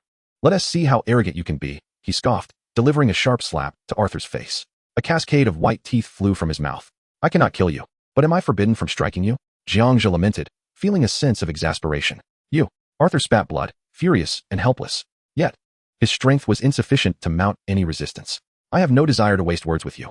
When you reach half a dimension, seek me out. I will find the most suitable venue for our final battle. There is no avoiding this death struggle between us. So, if you wish to kill me, come find me. Jiang Zhe solemnly warned. Confronted by Jiang Zhe's resolute demeanor, the near-death Arthur managed a knowing smile, gritting his teeth as he declared, It shall indeed be so. The grievances between our ancestors will find their resolution here and now. I eagerly anticipate it. Jiang Zhe's indifferent gaze seemed to pierce through Arthur's very eyes. Suddenly, a sensation of impending death surged within Arthur's heart. Yet, this feeling was but fleeting. Moments ago, Jiang Zhe had merely inscribed a spiritual mark upon Arthur to prevent any abandonment of the contest when ascending to a higher dimension. This would allow Jiang Zhe to locate Arthur when the time came. Very well, be gone. With a flick of his right hand, Jiang Zhe opened a portal of white light behind the near-death Arthur, transporting him 30 years into the future. Once the temporal veil vanished, Jiang Zhe utilized his four-dimensional simulation abilities to replicate the form of the near-death Arthur against the wall. He then summoned a golden timeline, restoring the flow of time to its natural state. When time resumed, the scene remained unchanged. Even Jiang Zhe himself detected no irregularities. The simulated image of the aged Arthur accelerated in its decay, collagen visibly dissipating at an alarming rate. 13 seconds later, a dull thud echoed as a brittle, yellowed skeleton fell to the ground, shattering upon impact. The simulated black suit it wore tumbled to the floor alongside it. Adhering to the course of history, Jiang Zhe approached to collect the black simulation suit. The Jiang Zhe of the past marveled in silence at the sheer might of time. What a formidable force it was. As the sound of a snap reverberated, Jiang Zhe vanished within the confines of the cube. Is he leaving already? The former Jiang Zhe pondered for a moment, having anticipated that this transcendental Jiang Zhe would linger to exchange a few words. Yet, to his astonishment, the figure departed without uttering a single word. Transcending time?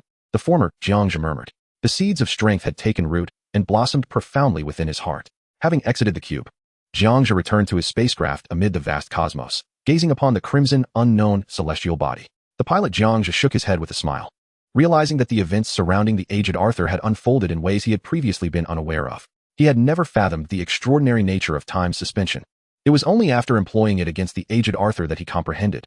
The ability to halt time appeared to be the most potent force in the universe. Space traversal, time acceleration, and even the hastening of time paled in comparison to the suspension of time, for during such a pause, countless unimaginable occurrences could transpire. Reflecting on this, Jiang Zhe couldn't help but chuckle. Long before, in the cube he had once inhabited, the future Jiang Zhe had issued a death challenge to the aged Arthur, vowing a fierce battle upon the ascent to a higher dimension. However, it seemed that the half-dimensional Arthur should be able to arrive immediately to confront him in a decisive struggle. Contemplating this for a moment, Jiang Zhe promptly sought the temporal particles from earlier. The surrounding scenery suddenly shifted, as if traversing countless light years in an instant. In a luminous, translucent cube, a middle-aged man named Arthur, clad in a black cloak and adorned with golden hair, sat cross-legged upon the ground, his eyes firmly shut, seemingly immersed in profound contemplation. Suddenly, a surge of temporal particles erupted from Arthur's form. Indeed, it was he. He had traversed into my timeline, prepared to engage in a fateful duel. Jiang Zhe's eyes sparkled with intrigue. It must be said that this middle-aged Arthur took the impending battle quite seriously. He had anticipated that his adversary might falter. Yet to his surprise, that was not the case. As Arthur opened his eyes, a shimmering silver light emanated from them, as if he had pierced through the fabric of time and space to behold Jiang Zhe from light years away. "I see you," he proclaimed. At that moment, my dimensional ascension task had been completed, and I was poised to upgrade my dimension at will. Once you have mended your timeline, feel free to seek me out. "I have no desire to take advantage of your vulnerability," Arthur stated with an unwavering demeanor. He relayed a message across the vast expanse of time and space, his tone one of noble intent. It remained uncertain whether he spoke the truth or if other enigmatic factors were at play. In Jiang Zhe's eyes, however, this Arthur had already been branded with the label of hypocrisy. "I shall await your arrival. All schemes and intrigues will ultimately unravel," Jiang Zhe retorted. His message also traversed the realms of time and space, reaching Arthur's ears. "You need not worry about my guardian, Mr. Hang, intervening. I have already conferred with him. And your Mr. Jiang has consented as well. Neither will interfere in our battle. This duel of life and death shall be entirely fair," Arthur responded. Upon receiving this message, Jiang Zhe smiled knowingly. It is best that way. With a swift motion, the anti-gravity aircraft once more traversed a light year, arriving at the next task location. The author interjects, Chapter 493, The Purple Planet, Reunion with Anu, Task Assignment, Arrival once more. Jiang Zhe followed the task prompts, and the aircraft successfully reached the designated repair site. Before him lay a violet-hued planet, distinct from the confines of the cube. Viewed from the cosmos above, the planet was enveloped in deep purple, a stunning sight that captivated his gaze. "Anu," Jiang Zhe exclaimed in admiration. This was indeed the very location where Anu and a former Jiang Zhe had engaged in their sparring sessions. He vividly recalled that the technological belt he wore at the time had been a gift from Anu. Subsequently, Jiang Zhe adjusted the timeline, manipulating it forward. The pale purple atmosphere above the violet planet surged and rippled as time reversed, adding an air of mystery to the celestial body. Once the timeline was accurately set, Jiang Zhe swiftly activated his abilities, four-dimensional positioning. Presently, he could utilize the locking chip for four-dimensional tracking. On one side of the violet planet, a multitude of monsters thrived, while the opposite side was home to the violet-skinned inhabitants. Had it been in the past, he might have taken the time to wander about. However, now, he felt no inclination to meander. Not long after, a colossal purple haze creature has been discovered, devouring the familiar Anu. Anu is in peril. Jiang Zhe maneuvers the aircraft as the leap drive is activated. In an instant, they arrive at the battlefield. The surrounding purple scenery is too fleeting to admire. In the midst of the violet grass, Anu desperately flees from the encroaching purple mist descending from the mountains. This is a living gas, possessing formidable devouring capabilities. Wherever the purple gas travels, nothing can survive. Damn it, time is running out. Anu's legs blur into afterimages as he hastily removes his golden dog helmet, attempting to reduce weight and accelerate his escape. However, the outcome is far from satisfactory. Just as the purple entity is about to close in on Anu, the pursuing creature abruptly freezes mid-air, as if captured in a moment of time, suspended in a downward spiraling vortex. After continuing his flight, Anu senses he has evaded danger. He curiously turns his head to glance back. What occurred? Why has it halted? As Anu contemplates, the purple entity converges with terrifying speed towards a central point. In a mere 5 seconds, it coalesces into a concentrated orb of gas. With a sudden burst, a golden force of time strikes it. Upon contact, the purple sphere shatters and dissipates into the ether. What is happening? Anu is filled with dread and instinctively scans his surroundings. No need for caution. Anu, I am here. A voice resonates within his mind. Such a method. Who is this being? Does this entity know him? Who are you? Why do you wish to save me? Anu rapidly surveys his surroundings, remaining ever vigilant. I am Jiang Zhe. I save you simply to admire your prowess. Now, without further ado, I have a task for you. Soon, a past version of me will arrive, a time when I was still quite weak. You must lend him your assistance. Once you aid him, I shall meet you again in the future. Though our acquaintance may be brief, as a friend of Jiang Zhe, you shall not suffer. With that, Jiang Zhe's voice fades. Anu remains perplexed. Who is this individual? Yet, as a seasoned warrior, Anu's intellect is not to be underestimated. After a moment of contemplation, he uncovers the truth. The future Jiang Zhe? He wants me to assist the past Jiang Zhe? The past Jiang Zhe will arrive shortly? How enlightening. Anu's eyes brighten with understanding. This must be a causal effect along the timeline. By aiding the forthcoming Jiang Zhe, the future Jiang Zhe will arrive to rescue him from the clutches of the purple creature. The most precious thing. Anu reflects for a moment. The most valuable asset he possesses is undoubtedly the formidable special belt he wears. Thus, he shall utilize the shield-bearing special belt. Anu nods slightly. While awaiting, he practices with his energy staff beneath the purple tree, anticipating the arrival of the former Jiang Zhe. Moments later, as expected, A familiar scent wafted from behind Anu, unmistakably that of Jiang Zhe, who had traversed this place before. At that moment, a purple lizard darted from the underbrush toward Anu, intent on launching a surprise attack. Anu's warrior skills seemed to have been honed to perfection. In a mere flurry of movements, he dispatched the purple creature effortlessly. The entire process was executed with grace, fluidity, and style, leaving Jiang Zhe, who observed from the shadows, in awe. The ensuing moments were steeped in familiarity, reminiscent of when Anu had previously approached Jiang Zhe, eager to engage in battle. After a brief exchange, Anu declared, "I permit you to use your special abilities." Jiang Zhe declined, stating, "That would be unfair to you. Let it be. Time is of the essence, and I must continue my journey." Anu countered, "I possess a special crafting blueprint. I too will utilize my abilities." In a bid to retain Jiang Zhe's presence, Anu felt compelled to make this concession. "Let me take a look," Jiang Zhe said, his eyes lighting up upon examination. "Very well, I accept. I shall temporarily return the crafting blueprint to you." With that, Jiang Zhe agreed to the combat. Anu grinned widely and proclaimed, "Let the battle commence." After a brief familiarization with the combat, it was ultimately Jiang Zhe who emerged victorious. Unbeknownst to him, his triumph was largely facilitated by Anu, who had intentionally held back to adhere to the predetermined timeline. Following a moment of casual conversation, Jiang Zhe inquired, "Why do you remain in this room?" At this juncture, he was unaware that he was on a genuine purple planet, not merely in a room. "Waiting for someone to return," Anu replied.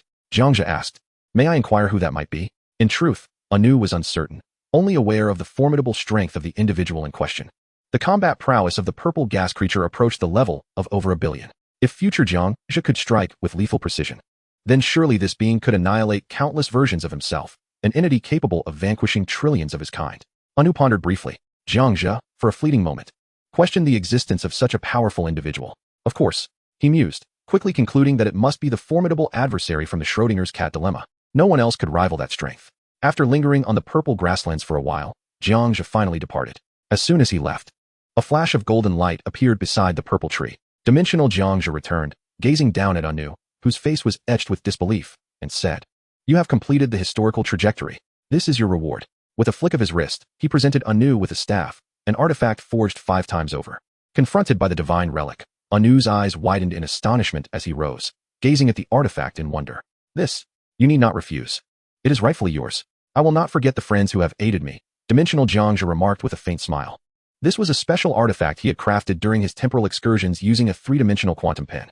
After a moment of surprise, Anu ultimately accepted the staff at Jiang Zhe's insistence. "Thank you. May I ask, are you a being of this dimension?" Anu inquired cautiously. "To some extent, perhaps not entirely. You have also been progressing along my path, with little to elaborate upon. I merely wish you a smooth journey ahead." Dimension Jiang Zhe smiled faintly, transforming into a golden beam of light, departing from this planet and moment in time. Omnipotent deity. Anu gazed upward, his heart brimming with aspirations for power. The author has something to convey. Chapter 494, 2 millennia hence, an encounter with oneself, a glimpse into life, the dimensional tome. The subsequent task tracker provided no definitive clues. Dimension Jiang Zhe could only ponder independently, initially extracting memories of materials once traversed or possibly placed in his mind. 1 minute later, he unearthed numerous signs of temporal ripples within his consciousness. He spent an indeterminate amount of time wandering along the timeline, revisiting moments. First, he returned to 2 millennia into the future to attempt mending the timeline.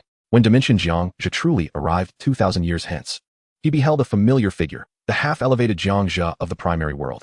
Both sensed each other's presence along this temporal thread, unexpectedly meeting face to face. Upon the crimson sands, they exchanged casual remarks. "Are you also here to mend the timeline?"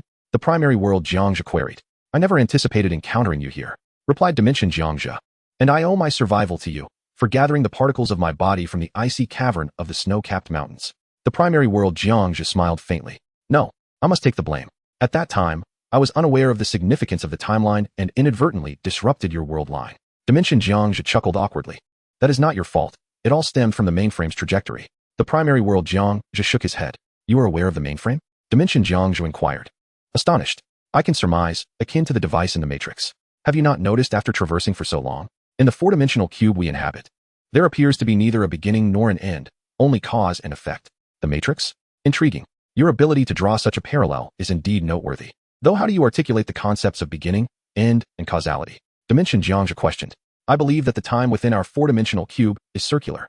Even in a temporal loop, there must be an initial point, gradually outlining a complete circle," the primary world Jiang Zhe posited. At this juncture, he paused momentarily before continuing. "It was only after receiving the elevation task that I realized the source of our predictive abilities. Of course, it is we who grant ourselves this foresight. But who provided the very first predictions of the future? Do you comprehend my assertion? Time has no beginning or end. This is merely my personal conjecture. Upon hearing this, Dimension Jiang Zhe narrowed his eyes, contemplating for a moment. Indeed, I should have discerned this issue at that time. However, what? The primary world Jiang Zhe interjected. Dimension Jiang Zhe, I believe you have misunderstood. From the perspective of higher dimensions observing lower ones, time is merely a recordable phenomenon, possessing both a beginning and an end. How so? Master Jiang Zhe's eyes brightened with curiosity. The librarian, a figure both of us have encountered, once extracted a book from his collection that detailed the trajectory of our future. He had the fortune to disclose that our starting point is the very moment we awaken within the four-dimensional cube. As for our pre-awakening state, the future selves endowed us with a predictive capacity, but that is a matter arising after the initial moment. Do not become entangled in it. The more you do, the deeper you will sink. The beginning is simply the beginning, not the moment you repair solar flares on the tangible Earth. Do you comprehend? Dimension Jiang Zhe articulated his perspective. Well said. Indeed, one must not become fixated on the inception of time. It is fundamentally a calculative measure for three-dimensional beings. Master World Jiang Zhe replied in astonishment, only to promptly regain his composure. Am I to repair solar flares? Suddenly looking up with an awkward smile, he remarked, I have yet to experience that event. Is such a spoiler permissible? In response, Dimension Jiang Zhe felt a tinge of embarrassment and said, maintain your course, and you will discover me on the tangible Earth, but refrain from any interaction. At that time, I was merely an observer. I shall do so. Is there anything else I should be mindful of? Master World Jiang Zhe inquired, having dispelled all doubts upon learning of his future. You will emerge from the mountains and then instantly transport to the skies above Earth, repairing solar flares, a task spanning 20,000 years, while ensuring that the world line remains on a path toward nuclear detonation. Remember, this world line is the one in which you reside. In contrast, the world line I inhabit will not face such a nuclear catastrophe in the future. This is the fundamental difference between us. Lastly, I must emphasize, do not interact with anyone. Dimension Jiang Zhe cautioned, rising to brush off the red sand from his attire, preparing to depart. Understood. Is there anything more to disclose? Master World Jiang Zhe asked with a sly grin, clearly jesting. None. Oh, by the way, librarian, I need to allocate points to him. As I promised, there is nothing further to reveal. You ascended to the fourth dimension before me. Upon reaching the fifth dimension and becoming a four-dimensional being, I shall likely require your welcome. Dimension Jiang Zhe replied with a gentle smile. Whether Master World Jiang Zhe's final battle is with Arthur Allen remains uncertain. Dimension Jiang Zhe would not inquire further, preserving the integrity of time and the world.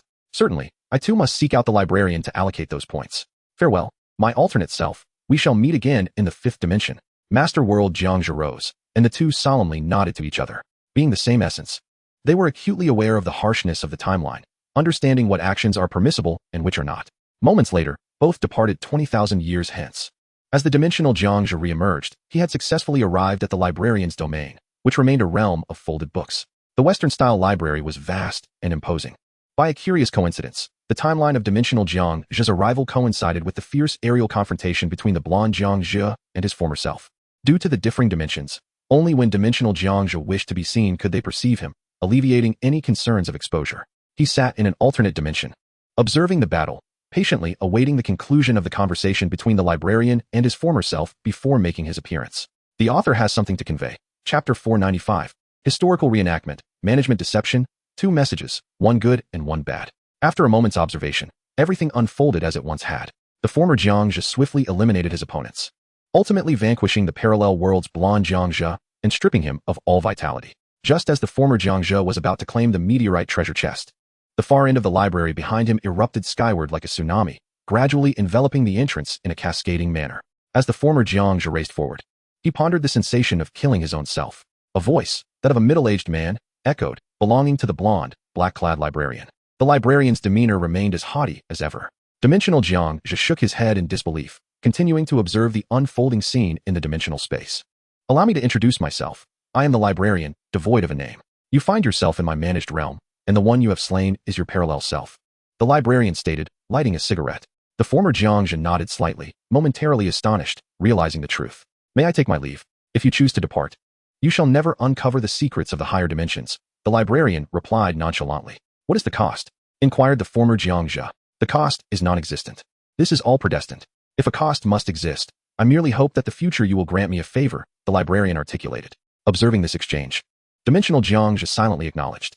The two figures conversed casually for a moment. Do you wish to learn about instantaneous movement? The librarian inquired with a knowing smile. Deal. The former Jiang Zhe readily agreed, expressing his enthusiasm. What followed was a familiar sequence of events, wherein the librarian elucidated the secrets of the higher dimensions to the former Jiang Zhe. However, the librarian was somewhat reticent, hesitant to divulge everything for fear of influencing the former Jiang Zhe's future. The crux lay in 3 pieces of information. First, the higher dimension observes the lower dimension, existing as both a book and a visual observation. Second, the beings of the 4th dimension are not as extraordinary as one might imagine. They are human too. Third, in the 4th dimension, everyone possesses a workspace. Once the librarian concluded, dimensional Jiang Zhe began to discern the inaccuracies woven within the librarian's words. Was it intentional? Was the librarian intentionally referring to the 4th dimension? Dimension Jiang Zhe furrowed his brow and pondered. 4th dimensional beings have always existed beneath the 5th dimension. How could they possibly be referred to as 4-dimensional beings?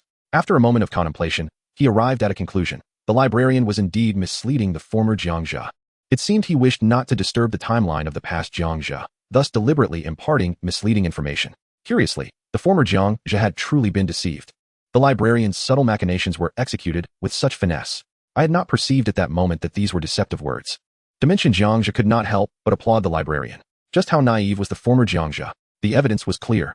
Although doubts had arisen regarding dimensions at that time, the former Jiang Zhe had genuinely believed every word spoken by the librarian, a being of higher dimensionality.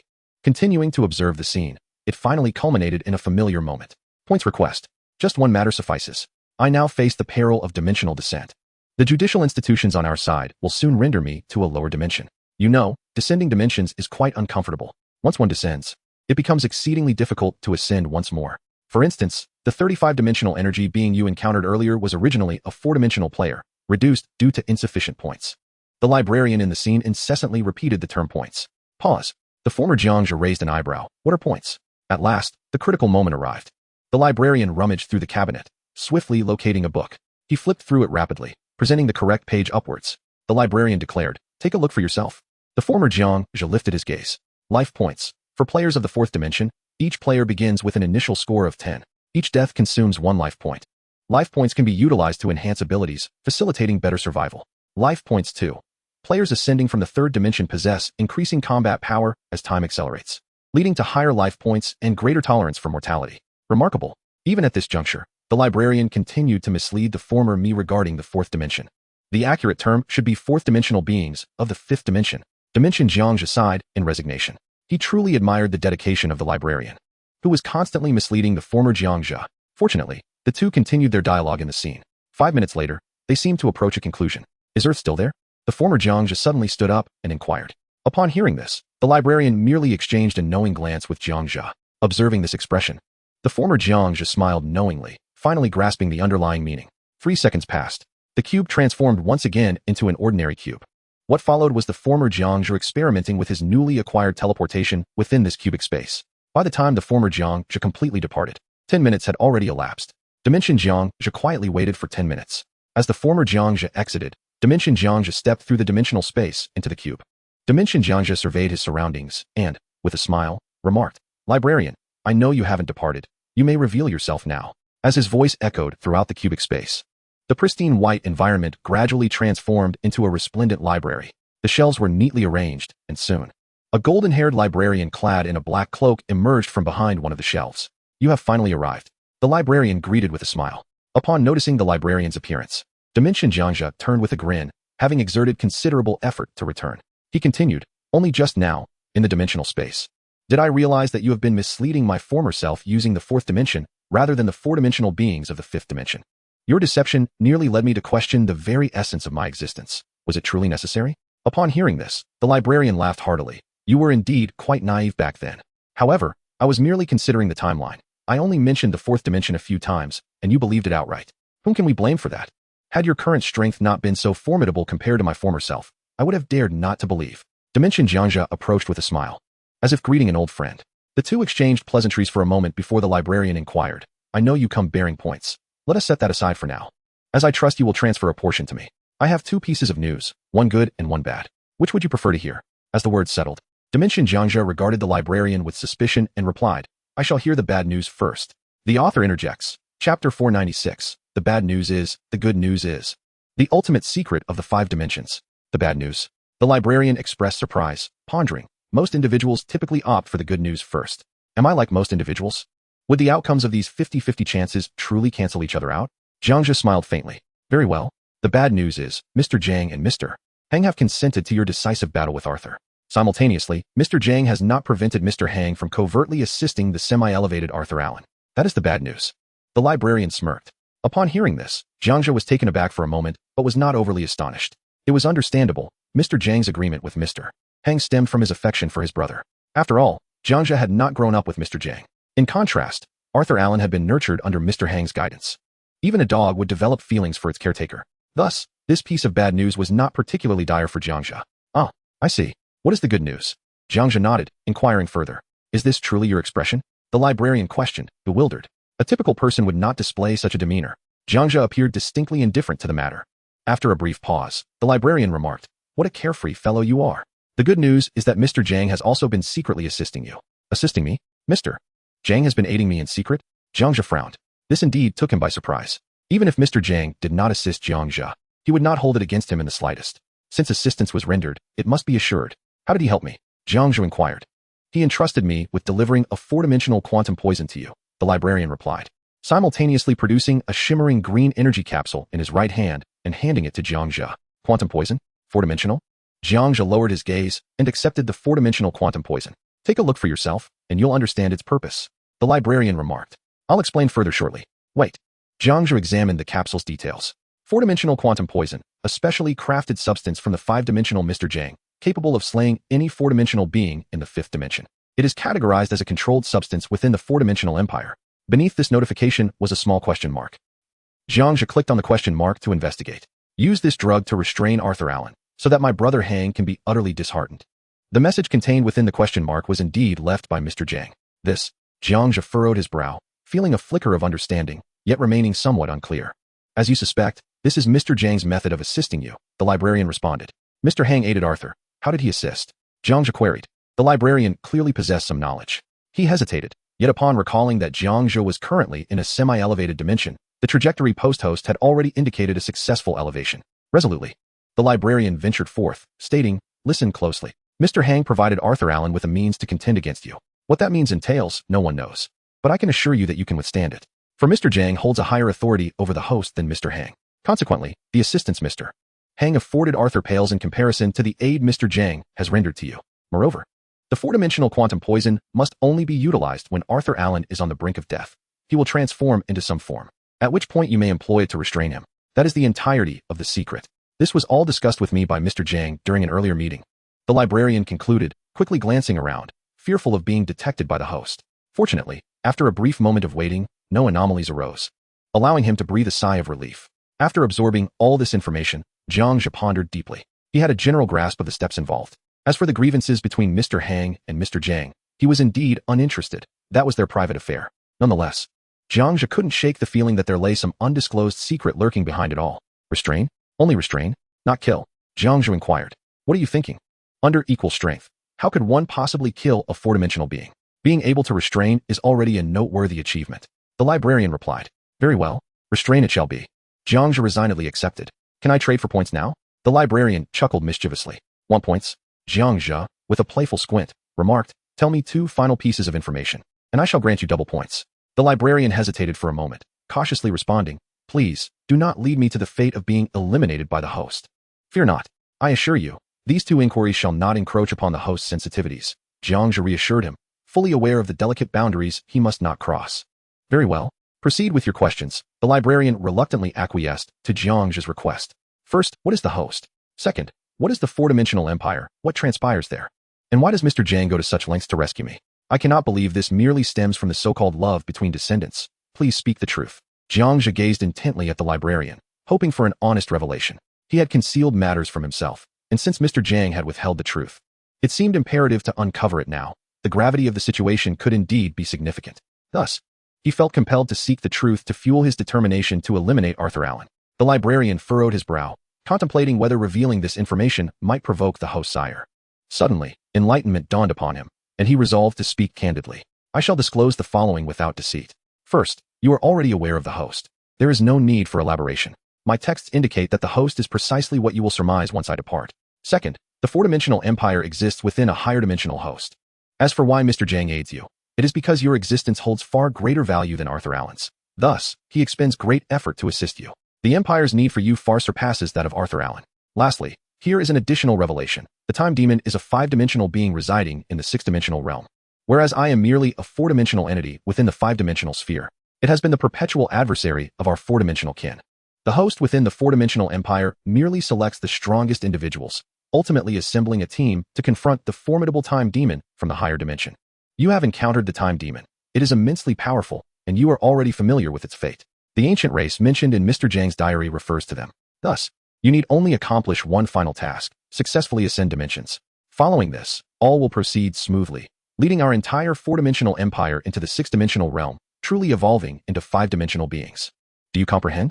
The librarian spoke earnestly, devoid of any falsehoods. All was indeed the truth. The author adds, Chapter 497, Unveiling the Truth, the 4-dimensional reality, 4-dimensional points. The final battle. Jiang Zhe received an overwhelming amount of information in one go, leaving him momentarily stunned.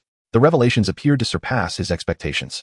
From the very instant the librarian uttered his first words regarding the host, Jiang Zhe's mind began to form a conceptual model of it. In his imaginative recollection, as Jiang Zhe opened his eyes, he beheld an epic dark green landscape.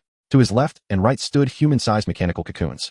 Within the cocoons, a multitude of individuals of diverse ethnicities, ages, and even some benevolent extraterrestrial beings are enveloped in a life-sustaining liquid. Through a certain medium, everything is transmitted into the minds of people via a central program. Contemplating this, I turned to observe the expression of the librarian, who solemnly nodded in acknowledgement. It was evident that the librarian was acutely aware of Jiang Zhe's thoughts regarding the mainframe. Noticing the librarian's subtle expressions and actions, Jiang Zhe's pupils contracted in realization.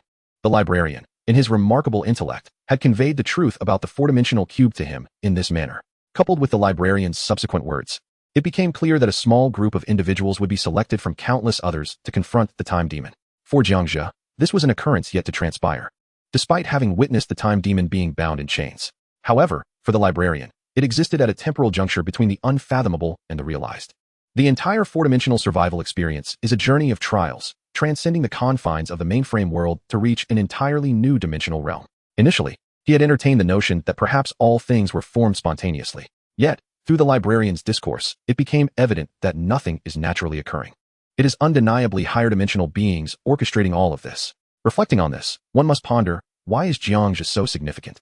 Why is Arthur Allen eternally his adversary? Why does Mr. Hang aid Arthur Allen in attempting to eliminate Jiang Zhe? Is the personal enmity between Mr. Hang and Mr. Jiang genuinely inherited by Jiang Zhe and Arthur? A moment's contemplation leads to a summary of all currently unknown matters. Mr. Hang and Mr. Jiang indeed harbor personal grievances, but these are of a private nature. Mr. Hang's assistance to Arthur Allen in slaying Jiang Zhe is likely rooted in a past betrayal. He seeks to prevent the history they once experienced from repeating itself. For instance, it is conceivable that Mr. Hang betrayed the 4-dimensional empire and subsequently departed due to some unknown factor. Only this possibility could explain Mr. Hang's desperate desire to eliminate Jiang Zhe. Thus, Arthur is destined to remain Jiang Zhe's nemesis. Furthermore, Mr. Hang aspires to alter history, wishing to prevent Jiang Zhe from becoming a significant figure within the 4-dimensional empire. Driven by paternal instincts, Mr. Hang seeks to elevate Arthur Allen to a position of authority within the empire or wishes for Arthur to lead a team to restrain or even vanquish the Time Demon. Both scenarios are plausible. The likelihood of scenarios 1 and 2 currently stands at 50-50. However, Jiang Zhe is increasingly inclined towards the latter. From this second possibility arises a third, which appears to hold the highest probability. Mr. J and Mr. H are not 4-dimensional beings, but rather a more advanced form of humanity. The two of them were engaged in a fierce struggle, each desiring their most exceptional descendant to ascend to a prestigious position within the 4-dimensional empire. To attain such a status, one must first undergo the trials of the 4th dimension. For instance, they must vanquish the Time Demon. If all goes as anticipated, Mr. Jiang intends for Jiang Zhe to confront the Time Demon, while Mr. Hang, holding opposing views, wishes for Arthur Allen to slay the Time Demon. Mr. Jiang asserts, by trapping the Time Demon, all things shall not perish, and we shall ascend to the originally higher dimension. Conversely, Mr. Hang contends, by defeating the Time Demon, all existence will be obliterated, leading us to a brand new dimension, forsaking the original higher realm. Gradually, Jiang Zhe began to comprehend the intricate web of their intentions. Through a series of revelations, the truth became increasingly lucid. You can see through my thoughts, can't you? Jiang Zhe inquired solemnly. I can indeed, but it depends on my willingness to do so, the librarian replied with a knowing glance. With 3 fingers raised, the librarian signified the third thought Jiang Zhe had in mind. Upon receiving this message, Jiang Zhe's eyes sparkled with understanding, and a smile crept upon his lips. So that's it. They are playing an elaborate game. He realized that Mr. Hang could not truly kill him, or perhaps he was incapable of doing so. Rather, he had been tormenting him all along. If Jiang Zhe were to perish, the entirety of the timeline, including Arthur Allen, would spiral into the unknown. This aligns with Mr. Jiang's assertion of my significance. I'm more crucial than Arthur. The ignition point. Mr. Jiang departed from the Dorigo race and arrived on Earth during the Tang Dynasty. Progression. Mr. Hang tracked Mr. Jiang to Earth, under the false impression that Mr. Hang understood Mr. Jiang's predicament, when in truth, he did not. The rift between Mr. Jiang and Mr. Hang played out within the four-dimensional cube, manifesting as the battle between Jiang Zhe and Arthur Allen. In secrecy, Mr. Jiang and Mr. Hang aided their descendants, Jiang Zhe and Arthur Allen. Climax. The final battle between Jiang Zhe and Arthur Allen. Once the climax passes, the conclusion will naturally be evident. Most likely, the ending will feature one among Jiang Zhe or Arthur leading the finest warriors of the four-dimensional empire against the time demon. Jiang Zhe had indeed experienced this scene. As for the earlier figure of Jesus and the rune chains bound to him, Jiang Zhe recalled that AB blood had unraveled the rune chains. In addition to the undisclosed process regarding Jesus, it became apparent that among the four-dimensional warriors, Jesus was present. If all goes as expected, the battle between Arthur and me will invariably result in my victory. With Mr. Hang's covert assistance, there is hope that the final outcome remains unchanged. Otherwise, Mr. Hang would completely refuse to align with Mr. Jiang, abandoning us to our own devices, leaving us to our fate. Can you share this answer? Jiang Zhe shifted his gaze to the librarian. I cannot divulge it. I am uncertain myself. Now, I must attend to my tasks. You too must prepare for your final battle. This is your ultimate confrontation. The librarian shook his head and urged, all right, let me see how many points you have. Jiang Zhe concentrated, and the points column radiated before him. A blue light screen materialized between them. Name, Jiang Zhe. Points, 36. 542, talent, supreme being, potential, infinite. At the moment the screen appeared, Jiang Zhe was astounded. Over 30,000 points? Supreme talent? Infinite potential? What the hell? The librarian was left speechless, instantly overwhelmed by the terrifying score, exclaiming an involuntary curse. The author has something to say. Chapter 498, The Final Battle, Part 1. Jiang Zhe smiled helplessly. Isn't this quite normal? Why such a fuss? The librarian had previously stated that points were linked to the time spent in dimensional ascension. Although Jiang Zhe's combat prowess paled in comparison to those mages and cultivators from parallel worlds, he had spent the fastest 2 months among them. Thus, such an abundance of points was entirely justifiable. The subsequent transfer of points proceeded swiftly. Jiang Zhe generously transferred 500 points to the librarian. Upon receiving the points, the librarian was overwhelmed with joy, nearly brought to tears. Those 500 points equated to the librarian being able to die 500 times at will. Even if he chose not to expend them on death, he could use them to enhance his own power in the fifth dimension. Wasn't he that an extraordinary boon? Without further ado, as the final battle drew to a close, the four-dimensional combat would see the likes of the Doctor, the problematic Doctor, Jesus, and others joining the fray. As soon as the words left his mouth, the librarian felt something amiss and burst into laughter, as if he had intentionally let slip a secret. I'll remember that. Now, you'd best get on with your tasks. I must meet with Arthur. Jiang Zhe patted the librarian's shoulder, signaling that no formalities were necessary. The librarian had risked annihilation to reveal the truth to Jiang Zhe. If Jiang Zhe were to be stingy, what would the future of the four-dimensional empire become? Goodbye. Great Jiang Zhe. With the librarian's words, the surroundings shifted from a golden scene to a dim one, and the library vanished entirely. Just as the librarian departed, the task tracker suddenly emitted an urgent ringing sound. Jiang Zhe opened it to check. Final task. Use four-dimensional quantum poison to restrain Arthur Allen and destroy Mr. Hang's ambitions. The final task. Jiang Zhe's eyes sparkled with determination. It was time for the ultimate battle. He concentrated and summoned the golden timeline, manipulating the correct paths. After adjusting the lines, a brilliant silver light immediately flashed away from the cube, traversing space and time. After 3 seconds, he arrived at a new cube. The middle-aged Arthur Allen was seated at the center, awaiting Jiang Zhe's arrival. This cube was vast, stretching endlessly in all directions. Simultaneously, the time flow within this cube differed from that of the outside world. Before the middle-aged Arthur could speak, Jiang Zhe spoke first. I am uncertain why you have chosen this battlefield, whether it affords you any advantages of no concern to me. I merely wish to convey that all your schemes will inevitably unravel. Upon hearing this, Arthur Allen rose, turned, and smirked. Is that so? I presume you have obtained Mr. Jiang's artifact and his assistance, correct? There was no need to look. Arthur appeared entirely unfazed by any weapon Jiang Zhe might wield. The reason for his confidence? Clearly, Arthur had acquired Mr. Hang's probabilistic weapon. Should he find himself outmatched by Jiang Zhe, he would employ this weapon, potentially turning the tide. Thus, this was the wellspring of Arthur's assurance. It seems your information is quite astute. He stated plainly, our abilities, at this half-dimensional level, are more or less equivalent. Prior to this elevation, it is difficult to determine a victor. A futile battle is unnecessary. I propose we unleash our final moves and expedite the conclusion of this conflict. What say you? Jiang Zhe nodded, reflecting his current mindset. He despised waiting. He preferred to swiftly ascertain the outcome, be it life or death. In contrast, Arthur Allen did not share Jiang Zhe's sentiment. Are you afraid? You wish to resolve this without even exchanging blows. How can you know without trying? Arthur taunted. With a flicker of motion, an unfamiliar weapon appeared in his grasp. It was unclear how Arthur had moved. A flat-edged silver blade sliced through the very fabric of the cubic space, cleaving it in two. A shadowy wave surged forth from the center of the cube, seemingly tearing through the dimensions, an ominous harbinger of annihilation. A weapon that cleaves space? You intend to slay me with particles of destruction? You overestimate yourself. Jiang Zhe scoffed. As the dark wave approached him, he raised his right hand, channeling the power of time to send the wave hurtling back along its original trajectory. The space immediately shifted in the opposite direction until it was wholly restored. Let us see how you fare against this. Jiang Zhe focused intently, unleashing an immense force of temporal energy directed at Arthur. This was the power of time suspension. Any entity it touched would be momentarily halted, providing an opportunity for advantage. Yet, Arthur was no novice. Just as the force approached, he declared, weak. Grasping his sword, he pointed it at his brow. A ripple in time, akin to water parting under a blade, successfully shielded Arthur at its center. The suspension force collided against the sides of the temporal divide, dissipating Jiang Zhe's power. In truth, encounters between true masters often hinge on a single decisive strike. Particularly in this confrontation between Jiang Zhe and Arthur, exchanges were swift and unadorned, devoid of any ostentation. The elaborate maneuvers held no potency against either combatant. Before Jiang Zhe could make his move, Arthur concentrated, leaving behind an ephemeral shadow. When he reappeared, he was already behind Jiang Zhe, with a sphere of accelerated time coalescing in his right hand. Should Jiang Zhe be struck by this sphere, even the most passive four-dimensional beings would swiftly succumb to fatal acceleration. However, this is only applicable to those without any means of resistance. As for Jiang Zhe, the moment Arthur arrived, he transformed into a transparent specter. The temporal acceleration forcefully penetrated Jiang Zhe's form. Suddenly manifesting, Jiang Zhe pivoted sharply. A crisp sound reverberated through the air. With a resounding slap, he struck the face of the middle-aged Arthur. You dare to strike me with a mere ordinary attack? Arthur exclaimed, disbelief etched across his face. What sort of combat is this? It is nothing short of an affront. Moreover, this clearly exceeded the future Arthur had predicted. He had foreseen Jiang Zhe preparing a lethal counterattack, yet the outcome was this? A mere slap? A child striking an elder? Both of us possess the ability to foresee the future.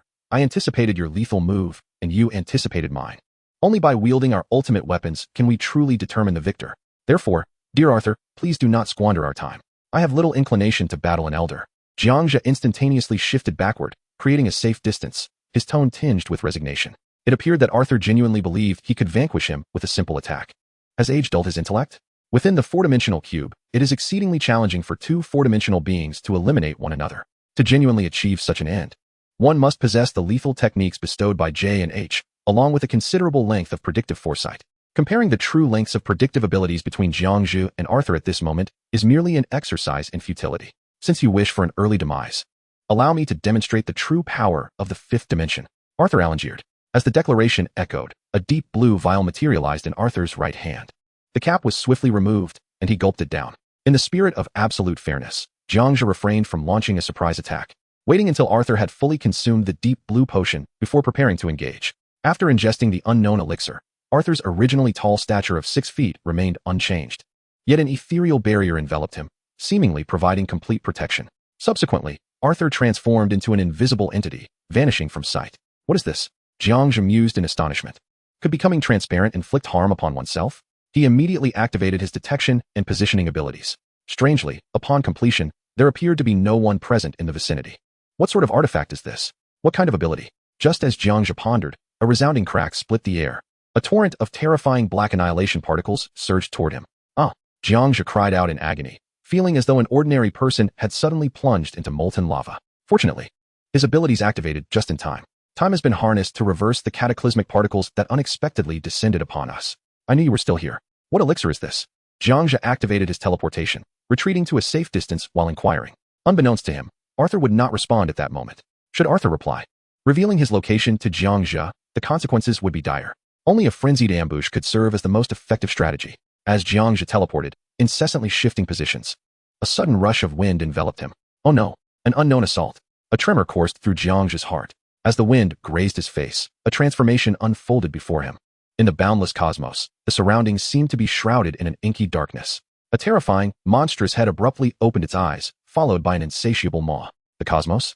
An illusion? Jiang Zhe furrowed his brow and instantly activated his teleportation. Yet, despite several attempts, he could not evade the onslaught of the dark creature. He was engulfed whole.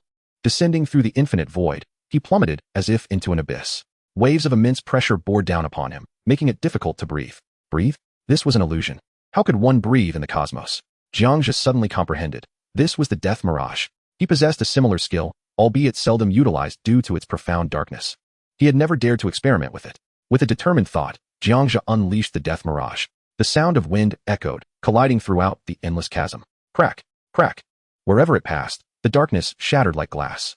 Before long, the death mirage burst apart, and the surrounding darkness transformed into a realm of clarity, reverting to a cubic form. Rest assured, I will always locate your position. It would be wise for you to remain silent. The moment you speak, you will be completely bound by me. At that point, I shall make your existence a living hell. Jiang Zhe declared with fury. His teleportation never ceased, darting up, down, left, and right within the cube. Soon, a resounding bang echoed as a force of time approached from close range. Time annihilation? Jiang Zhe teleported once more. He understood the cruelty of such a power. Once struck, all beings beneath the fourth dimension would meet their demise. Should one be within the fourth dimension, as long as they were not missing limbs and possessed the capacity to think, they would likely evade this attack. Whoosh. Jiang Zhe narrowly dodged the force of annihilation by tilting his head. Bang. It struck the cube. Crack. Instantly, the cube was breached, revealing the vividly crimson cosmic river beyond. In a fleeting moment, the cube was restored. Harnessing the force of origin, he contemplated rapidly, pondering what abilities he possessed to locate Arthur. Jiang Zhe entered a state of hyperspeed thought, his form teleporting without pause. Just then, as he evaded, a projected phantom figure stepped through the front entrance. The figure suddenly glanced around and noticed an abundance of exquisite resources scattered on the ground. Realizing the imminent danger, it instinctively retreated. In the midst of dodging, Jiang Zhe's eyes lit up as he recognized the figure he had just predicted. Could that person possess several thousand battle power? Wasn't that an earlier version of myself? As Jiang Zhe pondered, a terrifying force of rending suddenly surged from behind him. Crack. In an instant, it tore him in half. Damn. Half of Jiang Zhe cursed, oblivious to the ambush. Seizing the moment of teleportation, he manipulated the timeline, successfully merging the two halves of himself back into one. He continued to evade. Thus, the scene unfolded in a chase. The elusive middle-aged Arthur sought every possible means to attack and restrain Jiang Zhe. Numerous techniques were deftly dodged by Jiang Zhe. Even though his teleportation was exceedingly swift, it could hardly withstand the relentless barrage of abilities. Crack. During the teleportation, Jiang Zhe felt a sudden twist in his form. It was only when he sensed a lightness in his feet that he discovered his calves had been severed by the power of time. Damn. Jiang Zhe raised a temporal shield wall, utilizing the time to reverse the flow and restore his calves. Crack. The time shield wall, under the acceleration of time, quickly weakened and crumbled. Jiang Zhe had no choice but to evade once more to avoid the attacks. After a minute passed, amidst his dodging, a predicted figure suddenly entered through the door on his left. The predicted figures exchanged glances, spotting the scattered exquisite resources, and upon sensing the extreme danger, promptly exited their predicted state. Was that again me? Jiang Zhe furrowed his brow, sensing an inkling of understanding. He continued to evade for another minute. Within that minute, although Jiang Zhe was attacked, fortunately, the extent of the damage was minimal and was rapidly repaired. He admired the composure of middle-aged Arthur, who had yet to utter a single word. Just then, a spectral predicted figure burst in through the door on the right, surveying the surroundings with disdain before promptly leaving the cube. Why was it again me? Jiang Zhe was perplexed. Suddenly, it felt as though his mind had been electrified. Every time he teleported to the 6 doors, he experienced a sense of déjà vu, as though he had been here countless times before. Could this be the battlefield of the 4-dimensional warriors against Schrodinger's cat? As he contemplated this, Jiang Zhe seemed to realize something profound. The flow of time here was different from that outside the cube. Earlier, he had encountered the room where 4-dimensional warriors battled Schrodinger's cat multiple times. Could it be that the scene of his struggle with Arthur Allen was occurring at this very moment? Just as his thoughts began to crystallize, a humanoid-sized silver cube hurtled toward Jiang Zhe. It successfully anticipated his teleportation location, capturing him within the cube. The surroundings lost all color, plunging into darkness. The author has something to say. Chapter 500, The Final Battle, 3 Endings. Is this yet another death illusion? In the depths of darkness, Jiang Zhe extended his hand and encountered a tangible cube. An overwhelming sense of crisis suddenly emanated from this cube. Instinctively, he activated his teleportation ability and distanced himself from the cube. However, this instance of teleportation drained a considerable amount of his primordial energy.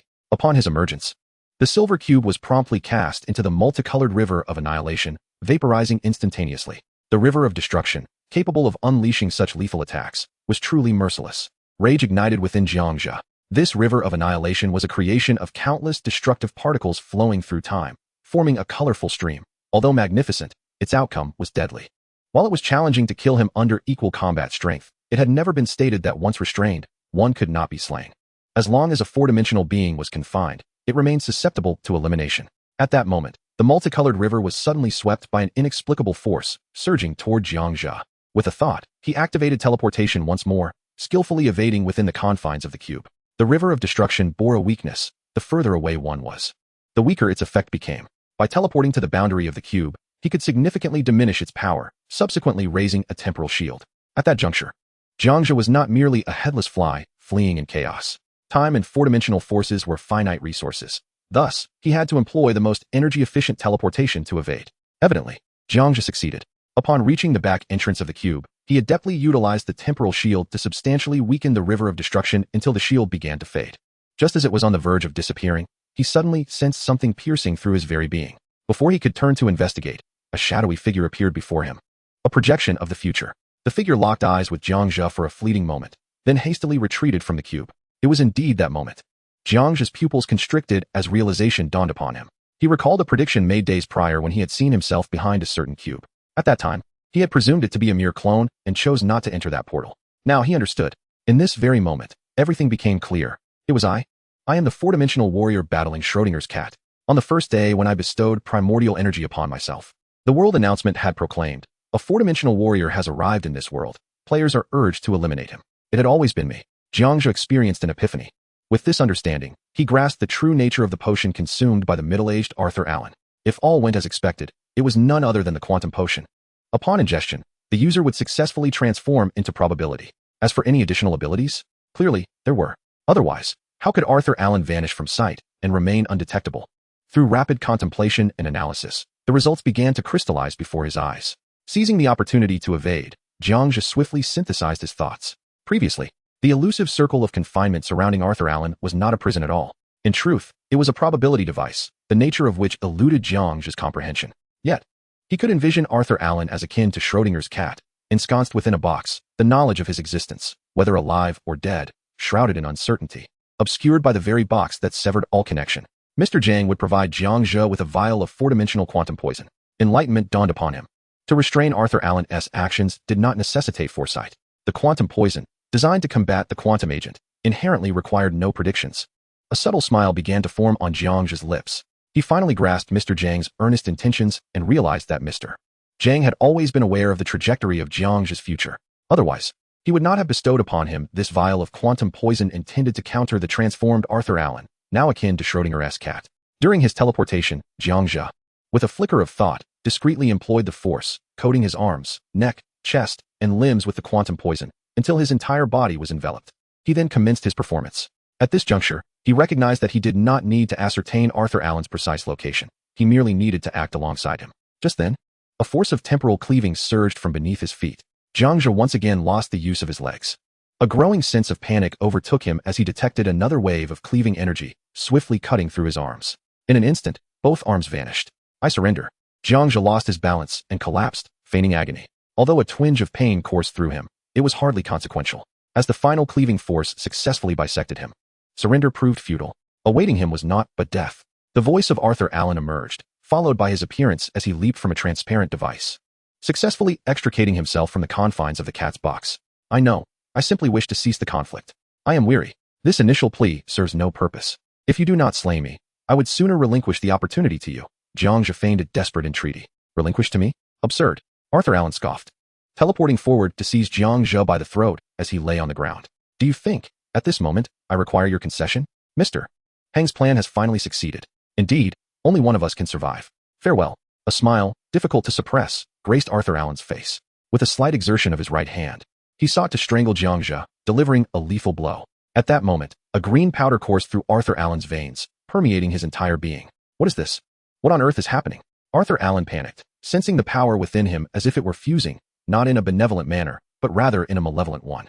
As though invaded by an external virus intent on annihilating him. He hastily released his grip with his right hand, frantically flailing it in an effort to expel the green powder. Collapsed on the ground. Jiang Zhe felt a surge of energy, and his limbs swiftly reformed. With a smile, he remarked. Quantum poison. Once it comes into contact with a fourth-dimensional being, it can be quite unbearable, you know? His tone dripped with sarcasm. Fortunately, the plan had come into effect. Had it not, he could only wonder how much longer he would have to endure. Impossible. Quantum poison. You cannot possess such a potent substance. Moreover, how is it that you are unharmed? Middle-aged Arthur shook his head vehemently, his face a canvas of skepticism, as if struggling to accept the truth. He was aware of the existence of quantum poison, a controlled substance from the fifth dimension. Contact with it would invariably lead to severe injury or death. Contemplating this, he pondered, could it be you? Arthur Allen's pupils constricted. Indeed. It is a secret weapon bestowed upon me by Mr. Jiang Zhe replied with a subtle smile. The green powder that had clung to him fell to the ground. Earlier, Jiang Zhe had not actually come into contact with quantum poison. Rather, he had utilized his power to allow the poison to adhere to the surface of his body. 2 layers of energy enveloped the poison, simulating his skin, rendering it undetectable to the untrained eye. Ultimately, it appeared that Jiang had triumphed. Arthur Allen's gaze gradually dulled. Before Jiang Zhe could react, the door to his left swung open once more, and a shadow emerged, an earlier version of Jiang Zhe who had foreseen this very room. Just as Arthur's life was drawing to a close, a monstrous roar erupted from within Arthur Allen. He collapsed onto the ground, devoid of life. Jiang Zhe sensed another presence entering and swiftly turned his head, discovering yet another version of himself from the past.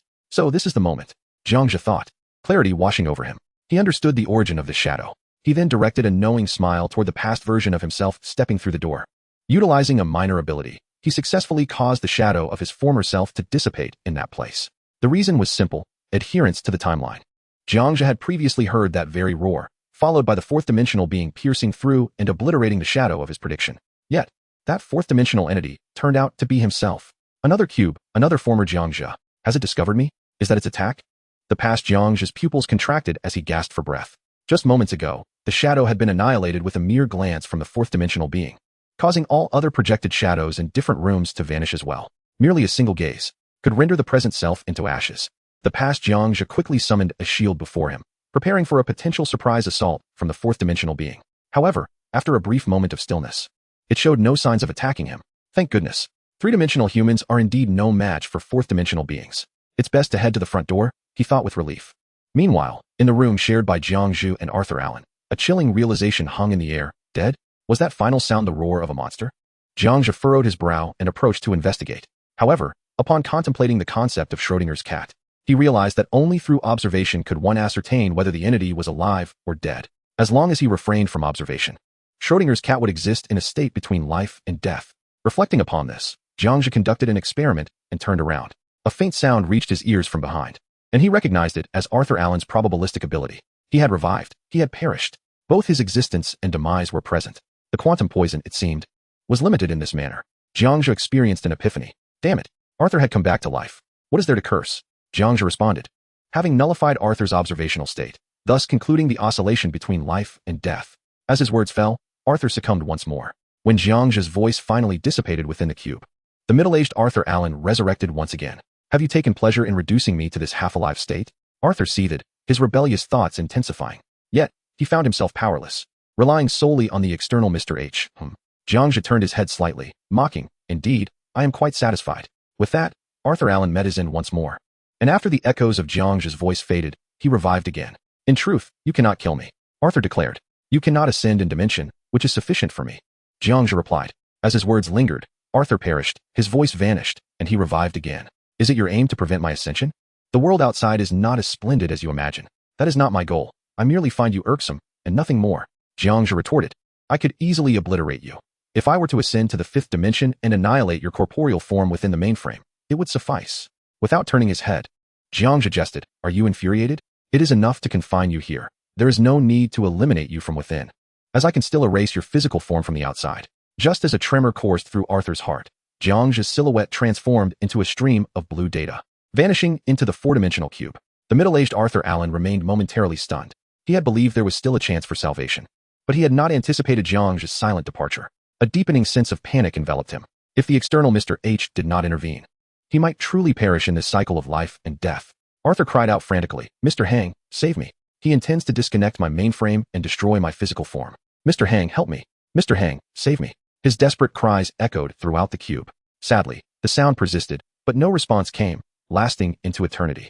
It was unclear how much time had passed. When Jiang Zhe's consciousness gradually stirred, a warm sensation enveloped him, as if he were bathed in the womb. As his awareness returned, he realized he was immersed in some kind of solution. Glug, glug. Transparent bubbles continuously escaped from Jiang Zhe's nostrils, nestled within the mechanical chrysalis. Though his consciousness was alert, his eyes remained heavy and difficult to open. Whispers of muted conversation seeped into Jiang Zhe's ears. Where am I? Who is speaking outside? Have I traversed into the fifth dimension?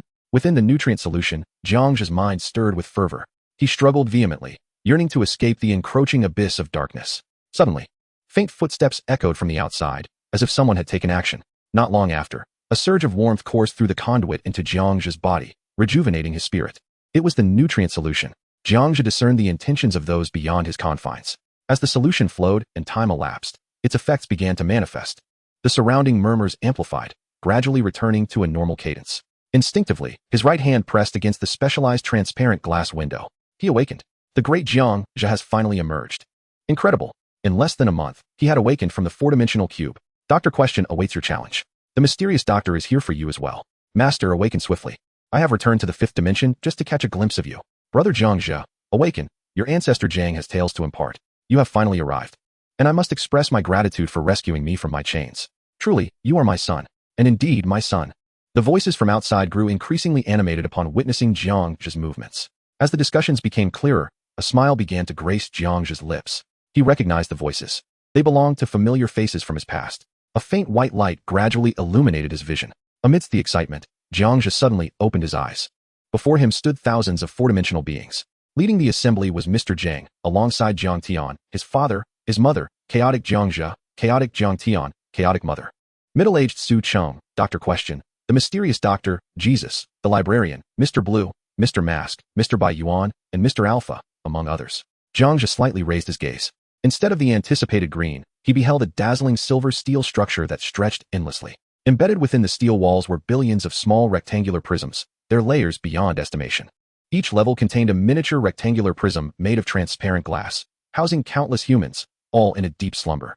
Upon grasping the significance of the host, Jiang Zhe glanced to his sides. Within the adjacent rectangular prisms lay his comrades, Wang Yang, Wei Chong, Jiang Yi, Wang Yao, Caben Cows, Robert Cows, and numerous guild members. I shall discreetly aid your escape from the confines of the cube. I need you to join me in confronting the time demon. Meanwhile, outside the training base, within a certain anti-gravity steel prison, a disheveled figure was pounding furiously against the specialized prison glass. You deceived me, Jiang. You claimed you did not assist Jiang Zhe. I wish you eternal misfortune. Mr. Hang bellowed hoarsely. A pair of furious, blood-red eyes gradually burst forth. This book is complete. The author has something to say. Chapter 501. Concluding remarks. The finale has arrived. Allow me to share a few words with all the readers.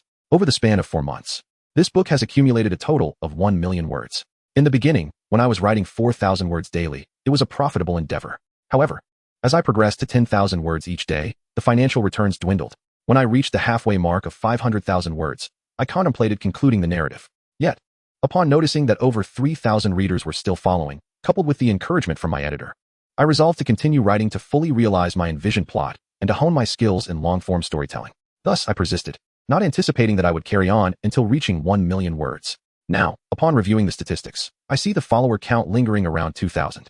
However, I must candidly admit that the storyline has reached its conclusion. After the chaotic Jiang Zhe repaired the solar flares of Earth, the tale should have ended. Nevertheless, my compulsion to write 500 chapters for the sake of a round number compelled me to continue until July, and now I have finally accomplished that. In truth, the events following the conclusion have been articulated throughout the preceding text. For instance, at the beginning of time, those enormous orange eyes belonged to the time demon. At that moment, a shadowy figure emerged, which was Jiang Zhe assisting the original guild elder, along with the mysterious doctor and the librarian, leading to subsequent developments. This marks the beginning. The time demon was trapped in the rune cave long ago, the very cave where Jiang Zhe first deceived the time demon. This signifies the end. Jesus was crucified upon a mysterious altar, and the rune chains, utilizing Jiang Zhe's AB-type blood, liberated him. This represents Jiang Zhe's future after ascending to the fifth dimension. The conclusion has been segmented into various time frames throughout the earlier narrative. Generally, that is the essence of it. Regarding the comments from those who have previously insulted me, I can only smile knowingly upon seeing them. Who truly cares for their opinions? After all, they are not on the same path and will never converge with us. I express my heartfelt gratitude to the family of readers who have accompanied me throughout this journey. It is because of you that this book has reached its current state. Of course, I am grateful to every reader who has stayed until the end, be they those who read without paying or those who offered gifts. At this moment, one might wonder, should we thank those who read without paying? I resolutely reply, of course. Without their readership, this book would not have amassed 110,000 words, as the number of those who read without paying is indeed substantial. The individual remarked, "Oh, I see now." I responded, "What do you understand?" They replied, "You desire gifts." I laughed, "Impossible. That could never be. Am I such a person?" The individual insisted, "You are. More gifts are always better, right?" I chuckled, jesting. I extend my gratitude to all who have accompanied this book to its conclusion. In closing, I urge those who appreciate my style to continue following my work. Upon the release of my new book, I shall continue my endeavors within the realm of tomatoes. As for the reason I cannot publish a new book at this moment, it is due to the necessity of taking a few days to rest and contemplate the forthcoming work. Until we meet again with a new creation. P.S. I humbly request one final wave of gifts. Your affection is cherished. A word from the author. In a side note, where is the boss? Mr. Hang, save me. He intends to sever my mainframe and extinguish my corporeal existence. Mr. Hang, rescue me. The chilling cries reverberate throughout the cube. Observing the disintegrating data of Jiang Zhe drifting away from the cube, Arthur, now a vivid green, succumbs to despair. Though he glimpses Jiang Zhe, he has transformed into a conceptual quantum monster. Once Jiang Zhe departs, there shall be no resurrection for him. Until Jiang Zhe returns to the four-dimensional realm with secrets, Mr. H shall remain forever incapacitated. Mr. H, being the brother of Mr. J, shall not permit any further whims that disrupt the hyperdimensional cube. It is over. All is lost. As Arthur Allen gazes upon the last remnants of Jiang Zhe's data, he lies despondently on the ground, lost in thought. After Jiang Zhe's disappearance, a yellow creature and a blue creature were left behind. Observing the small creature, Xiao Pai stared with wide eyes, perplexed. Where is the boss? Sonic could not suppress the movement of his throat, quickly scanning the surroundings, only to find emptiness. It seems the boss has departed, and we have been left behind. In that moment, Xiao Pai was engulfed in panic, exclaiming, "What should we do? Why did we not leave with him? Woe is us, the boss has abandoned us." Heartbroken, Xiao Pai rolled on the ground in despair. After following Jiang Zhe for so long, he had not taken them along when he departed. He loathed Jiang Zhe. Observing Xiao Pai's frantic behavior, Xiao Su furrowed his brow, deep in thought. He had previously heard in the personal cube that Jiang Zhe might have realized the truth of the situation. He, along with Xiao Pai and Jiang Zhe, existed within an immensely vast computer system. If the boss's departure did not include him and Xiao Pai, it could only imply the possibility that they did not exist in reality.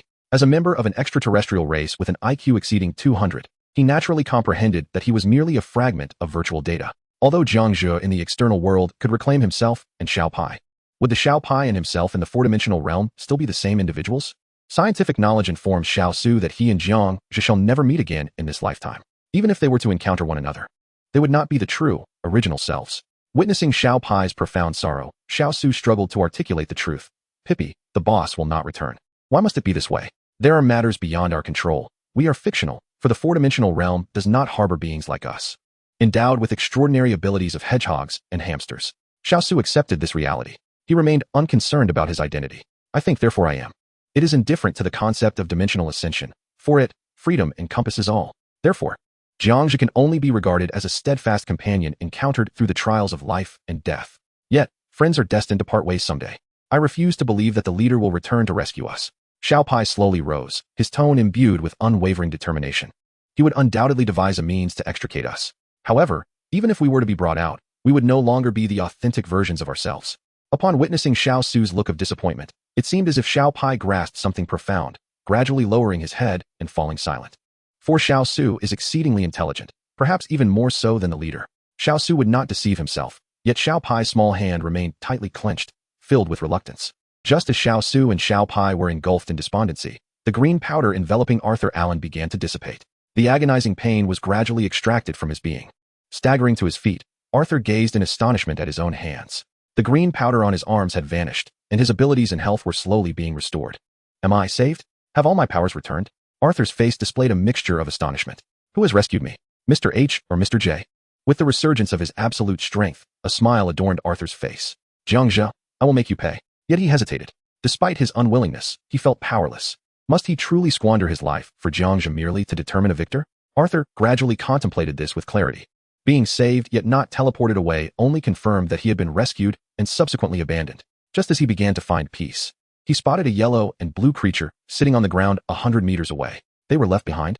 A thought flickered in Arthur Allen's mind, and suddenly, a black and white owl appeared before him. Hoot! Upon seeing Arthur, the owl flapped its wings, alighting on the palm of Arthur's right hand, affectionately nuzzling the cheek of the middle-aged Arthur. Thank goodness my Hasier is still here. If I were to leave, my loyal companion Hasier would also be left behind in the hypercube. Hasier, I will not abandon you. Arthur Allen earnestly stroked the black and white owl, sensing his master's affection. Hossier emitted a comforting coo. With a thought, Arthur was instantly transported 100 meters away, arriving beside Xiao Pai and Xiao Su. As they sensed an overwhelming crisis, Xiao Pai and Xiao Su immediately bristled, transforming into two bolts of lightning that darted away. You, Arthur, how is it possible? The leader clearly imprisoned you. This is bad. We are no match for him. We will perish here. A grave expression crossed Xiao Pai and Xiao Su's faces. Yellow and blue currents enveloped their bodies, ready to unleash an attack at any moment. However, to their surprise, Arthur showed no intention of striking. With his head bowed, he said, "You too cannot escape. Just as I cannot, so we are no longer adversaries. Arthur, do not deceive me. My leader says you are a fraud. He will not allow you to succeed." Although Jiang Zhe has departed, Xiao Pai continues to speak on his behalf. The leader would never deceive us. He has never lied to us. However, at this moment, the blue lightning surrounding Xiao Su has dimmed considerably, and he raises his hand to halt Xiao Pai, seemingly agreeing with Arthur that we are no longer adversaries. Upon hearing this, the lightning around Xiao Pai also begins to fade, his expression remaining grim and filled with suspicion.